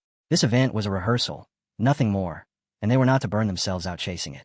Beneath that composed surface, his thoughts ran far sharper. A faint red glimmer stirred in his eyes as he settled on his true objective. The summoning ticket had worth, but the Rainbow Advent Stone was the prize that mattered. Later, on a bus threading its way through the radiant city, Velkist leaned forward with his chin propped on his hand. He remarked that, from what he remembered, their former senior had never stood out as particularly gifted. Nearby, Jenna and Kishasha were slumped in their seats, drained to the limit and already asleep. Velkist spoke with unshaken certainty and told Han that even if multiple Erens appeared at once, none of them would rise above him. If Eren now stood among the elite, it simply meant he had carved out his own road to power. In Velkist's mind, he pictured himself halting Eren's spear with a single hand. A broad grin spread across his face. The bus came to a stop in front of a towering modern hotel, its glass facade soaked in the amber light of the sinking sun. As the group stepped out, whispers rippled through the surrounding crowd. Shock traveled fast as news spread that Niflheimr had arrived. Disbelief followed close behind. The dominant force of Server 2 was here. Others murmured about the Solidarity Association incident, recalling how 4 figures had reduced hundreds of airships to shattered debris. Someone muttered that the fiesta had just become worth watching. 5 top-ranked players had entered a 4-star dimensional city. As Han and his team headed for the entrance, a mixture of awe and tension followed in their wake. Jenna observed in a low voice that Niflheimr had become the focus of every conversation. Han scanned the powerful groups assembling nearby, while Velkist noted with interest that the situation was turning more engaging by the second. Inside the hotel, a digital panel flared to life and assigned their accommodations. Han reviewed the layout. 3 rooms separated by party. Party 5 under Javier. Party 2 with Adis's unit. Party 1 reserved for Han and his inner circle. He ordered them to remain in place, avoid pointless conflicts, and keep in mind that once the event started, they would have ample opportunity to demonstrate their power. The scene shifted to a lavish dining hall illuminated by crystal chandeliers. Long tables were crowded with elaborate dishes. As they began their meal, someone asked if Eren had truly changed sides. Han redirected the question to Jenna and asked what she would do if that were the case. She answered at once. She would bring him back. Nearby, Kishasha ate with open enthusiasm. Jenna admitted quietly that she had no desire to face Eren in combat. Han replied evenly that with thousands competing in each event, the odds of encountering him were slim. A holographic interface shimmered into existence, outlining the structure of the fiesta. 5 special competitions formed the core of the fiesta. The main tournament brackets and their gem and point rewards were displayed in clean detail, stretching from the top 256 to the final match. Each event carried its own rule set, but the conclusion was inescapable. With this volume of entrants, Reaching the main bracket alone would already demand blood. Han highlighted the decisive condition. To secure first place in total points, a team would need victories in at least 3 events. The statement weighed over the table as they continued eating. Jenna halted mid-bite and asked outright whether something like that was even achievable with so many monsters assembled in one place. Han reviewed the intelligence they had gathered. 5 apex predators had entered the fiesta. Loki of Niflheim, ranked 5th. The True Elder of Ginnungagap, 8th. Skullcrusher of Macramda, 21st. Lifeout Asgard of the Solidarity Association, 11th. Elibagar of Eklios, 16th. Even bound to 4-star limits, the heroes those masters deployed would operate on an entirely separate level. A thin smile touched Han's mouth as he asked if his party was short on confidence. Jenna answered at once with a scoff, stating that nobody had said they lacked it. Fireworks exploded above a massive, futuristic stadium, flooding the sky with color as the opening ceremony unfolded in blinding spectacle.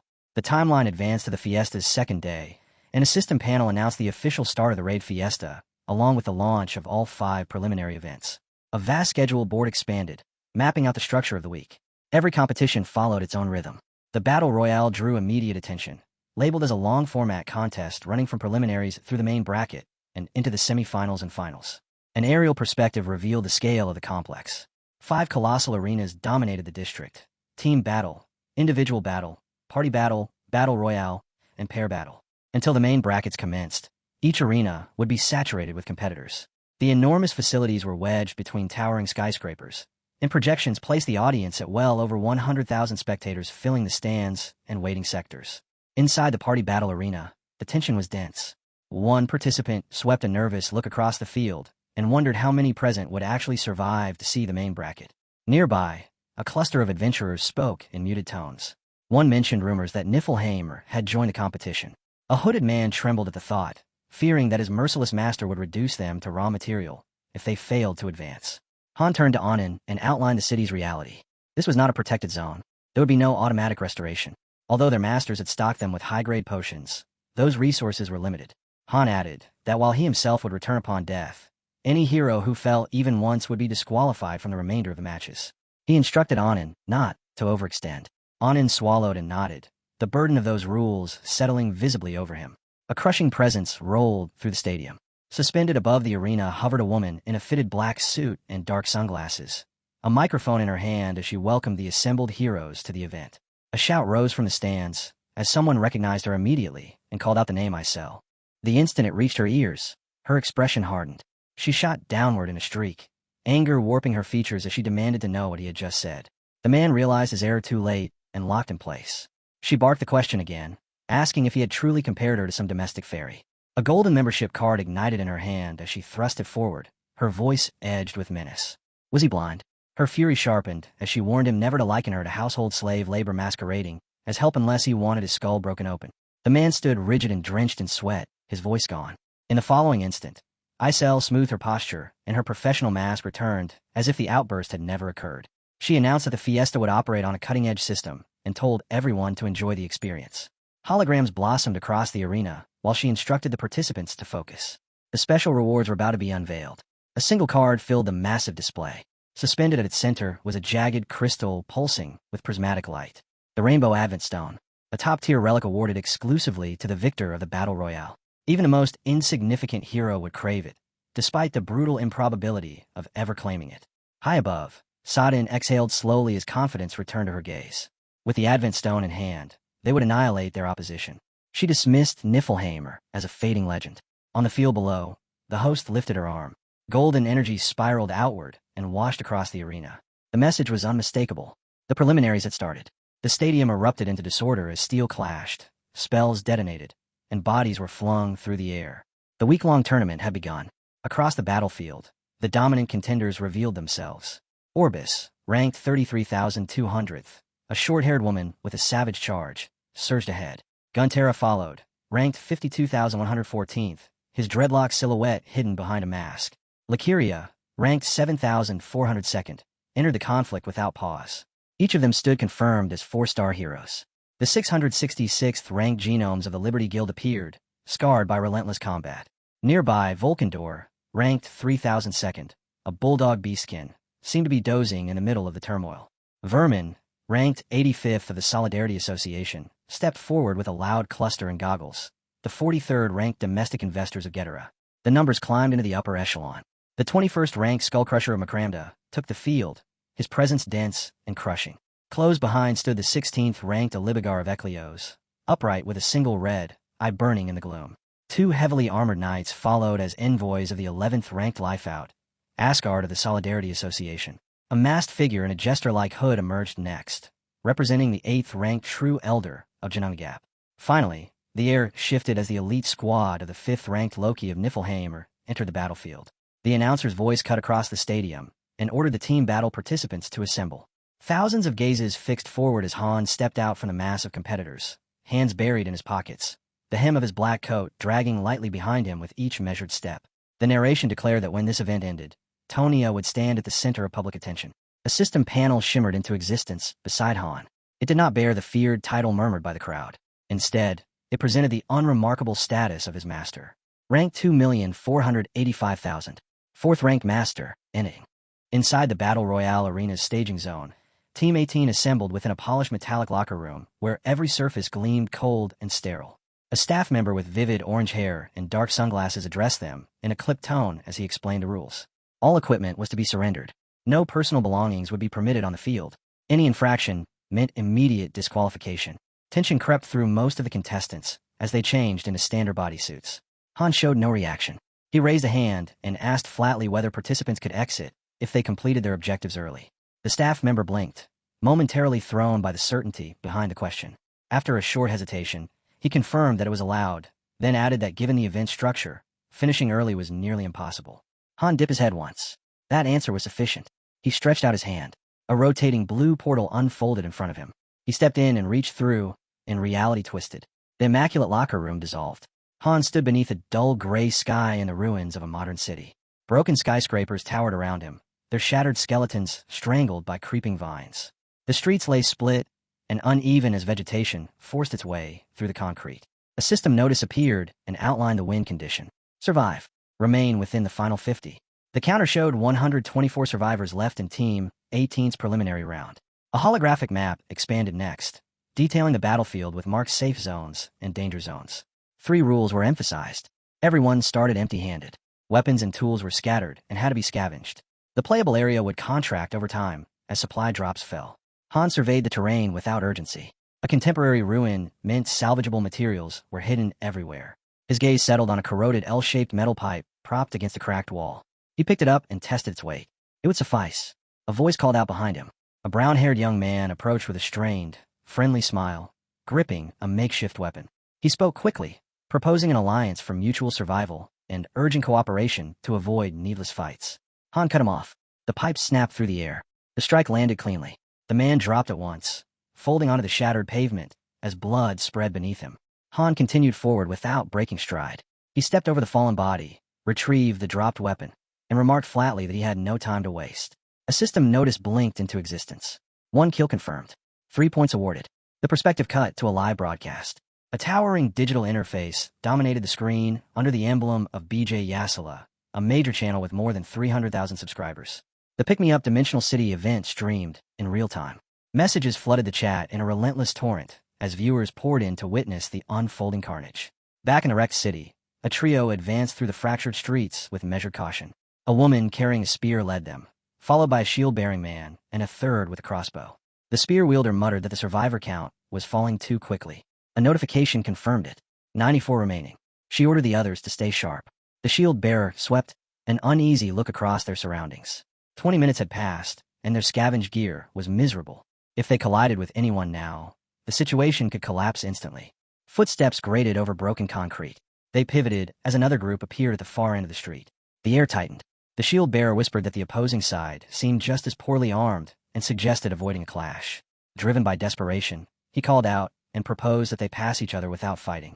Once half the participants were gone, the survivors would qualify for the main round regardless. For a moment, the reasoning held. Then Han entered the scene.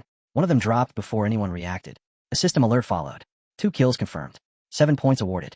Han advanced with the same detached rhythm, cutting through the remaining fighters as if it required no more effort than breathing. Arrows sliced the air while the survivors shouted that there was no need for this. Their protest dissolved into nothing. A dim blue light flared in Han's eyes. He burst forward and erased the distance in an instant. The metal pipe crashed into the wooden shield and shattered it into fragments. Without pausing, he drove his foot into the man's chest and launched him backward into the rubble with a heavy, final impact. Another notification surfaced. 6 kills confirmed. 100 points awarded. The spear-wielding woman screamed and scrambled up the side of a ruined structure, fleeing in blind panic. Han answered with visible disinterest and released an arrow with exacting calm.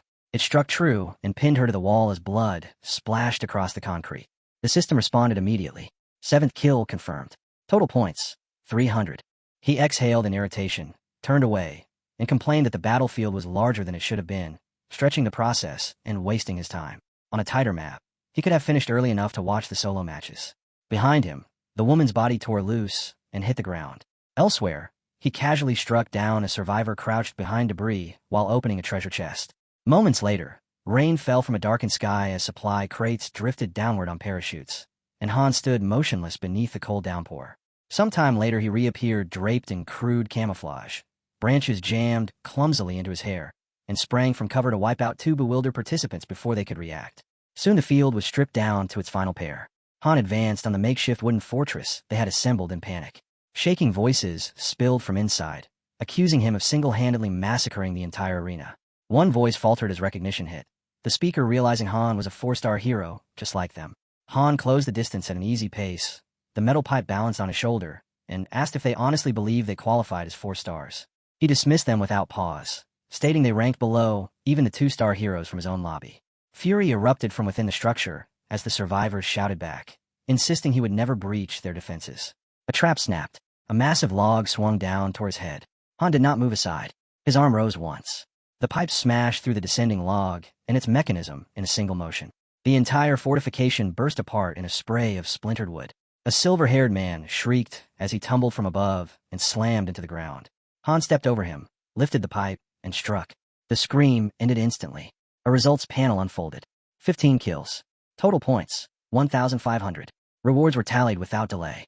50 gems for participation, 500 gems, and 1,000 points for clearing the preliminaries. Another 1,500 points from eliminations, all amplified by a 30% Fiesta package bonus. Back in the staging zone, the orange-haired official congratulated him on completing the mission. Han immediately asked if he was free to go. The staff member stared in disbelief before confirming, adding that he only needed to report back by 8 the following morning. As Han walked toward the locker rooms, low whispers trailed behind him. Unease spread among the remaining competitors. Rumors warped and multiplied, recasting him as something unstable and monstrous. Some insisted he had killed a man by hammering a nail through his skull. Others claimed he had butchered a hero who had already surrendered. Han caught fragments of the stories while passing 2 men trembling in place. He registered the exaggerations with mild interest and let them fall away. The scene cut to the solo arena's preliminary stage. Clean lines and pristine surfaces defined the sharply futuristic venue, a stark contrast to the devastation outside. In the stands, Han moved down the steps and sat beside Velkist. Velkist glanced up, puzzled that Han had returned when he should have been mid-battle. Han replied evenly that he was finished and asked about the current state of the matches. Velkist reclined with clear boredom.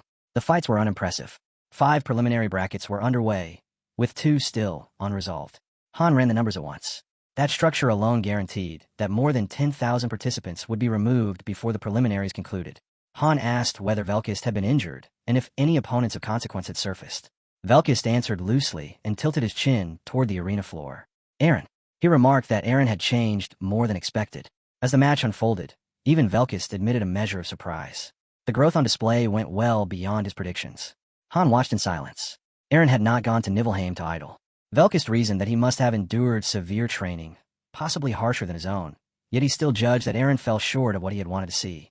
Han dissected the exchange below and noted that Aaron had reached intermediate mastery with the spear.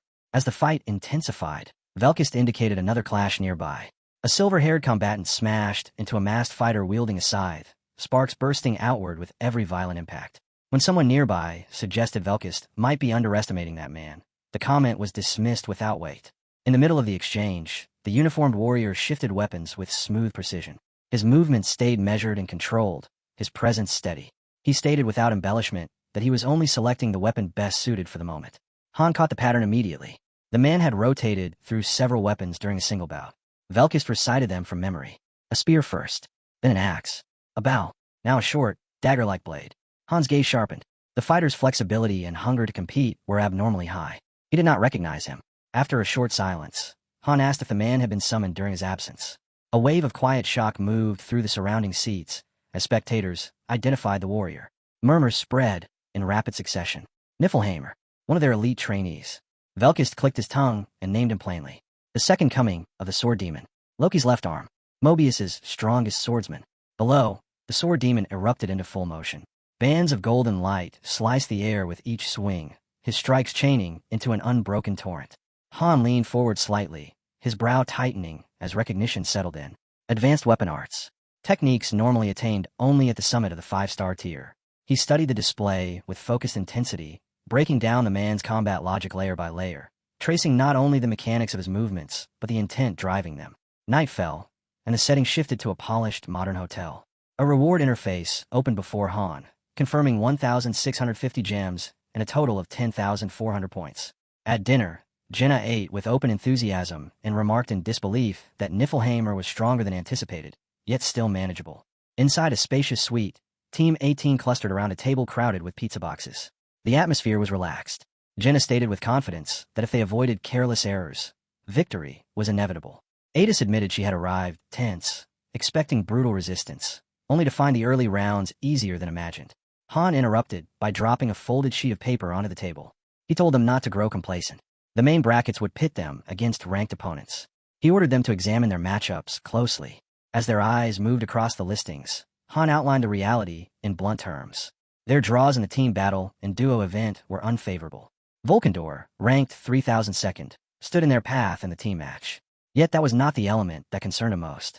The dual bracket was the true disaster. Their assigned opponent was a Libigar, the highest-ranked contender in the event. Han leaned back and ran through the logistics. They would need aggressive potion allocation simply to keep the team standing. Velkist would probably be fine without assistance. A number of rankers had already been removed after colliding with each other in earlier rounds. Han's gaze drifted to Velkist, who continued eating in complete calm, untouched by the pressure. A passing thought took shape as Han studied him. The possibility existed that they might stand on opposite sides one day.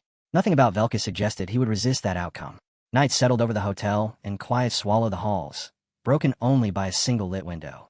In a dim room, the protagonist sat alone at a desk, the bracket sheet spread before him under the muted circle of lamplight. A sudden knock cut through the silence and pulled his attention to the door. Han lifted his head, caution tightening his features as he crossed the room. He opened it to a dark, empty corridor where Aaron stood waiting, dressed in black and gold. His stance was straight, his presence restrained and controlled. His expression revealed nothing, his eyes steady under the low hallway light. For a moment, they simply faced each other, the space between them dense with unsaid words. Aaron spoke first, his tone even and formal, asking to come in.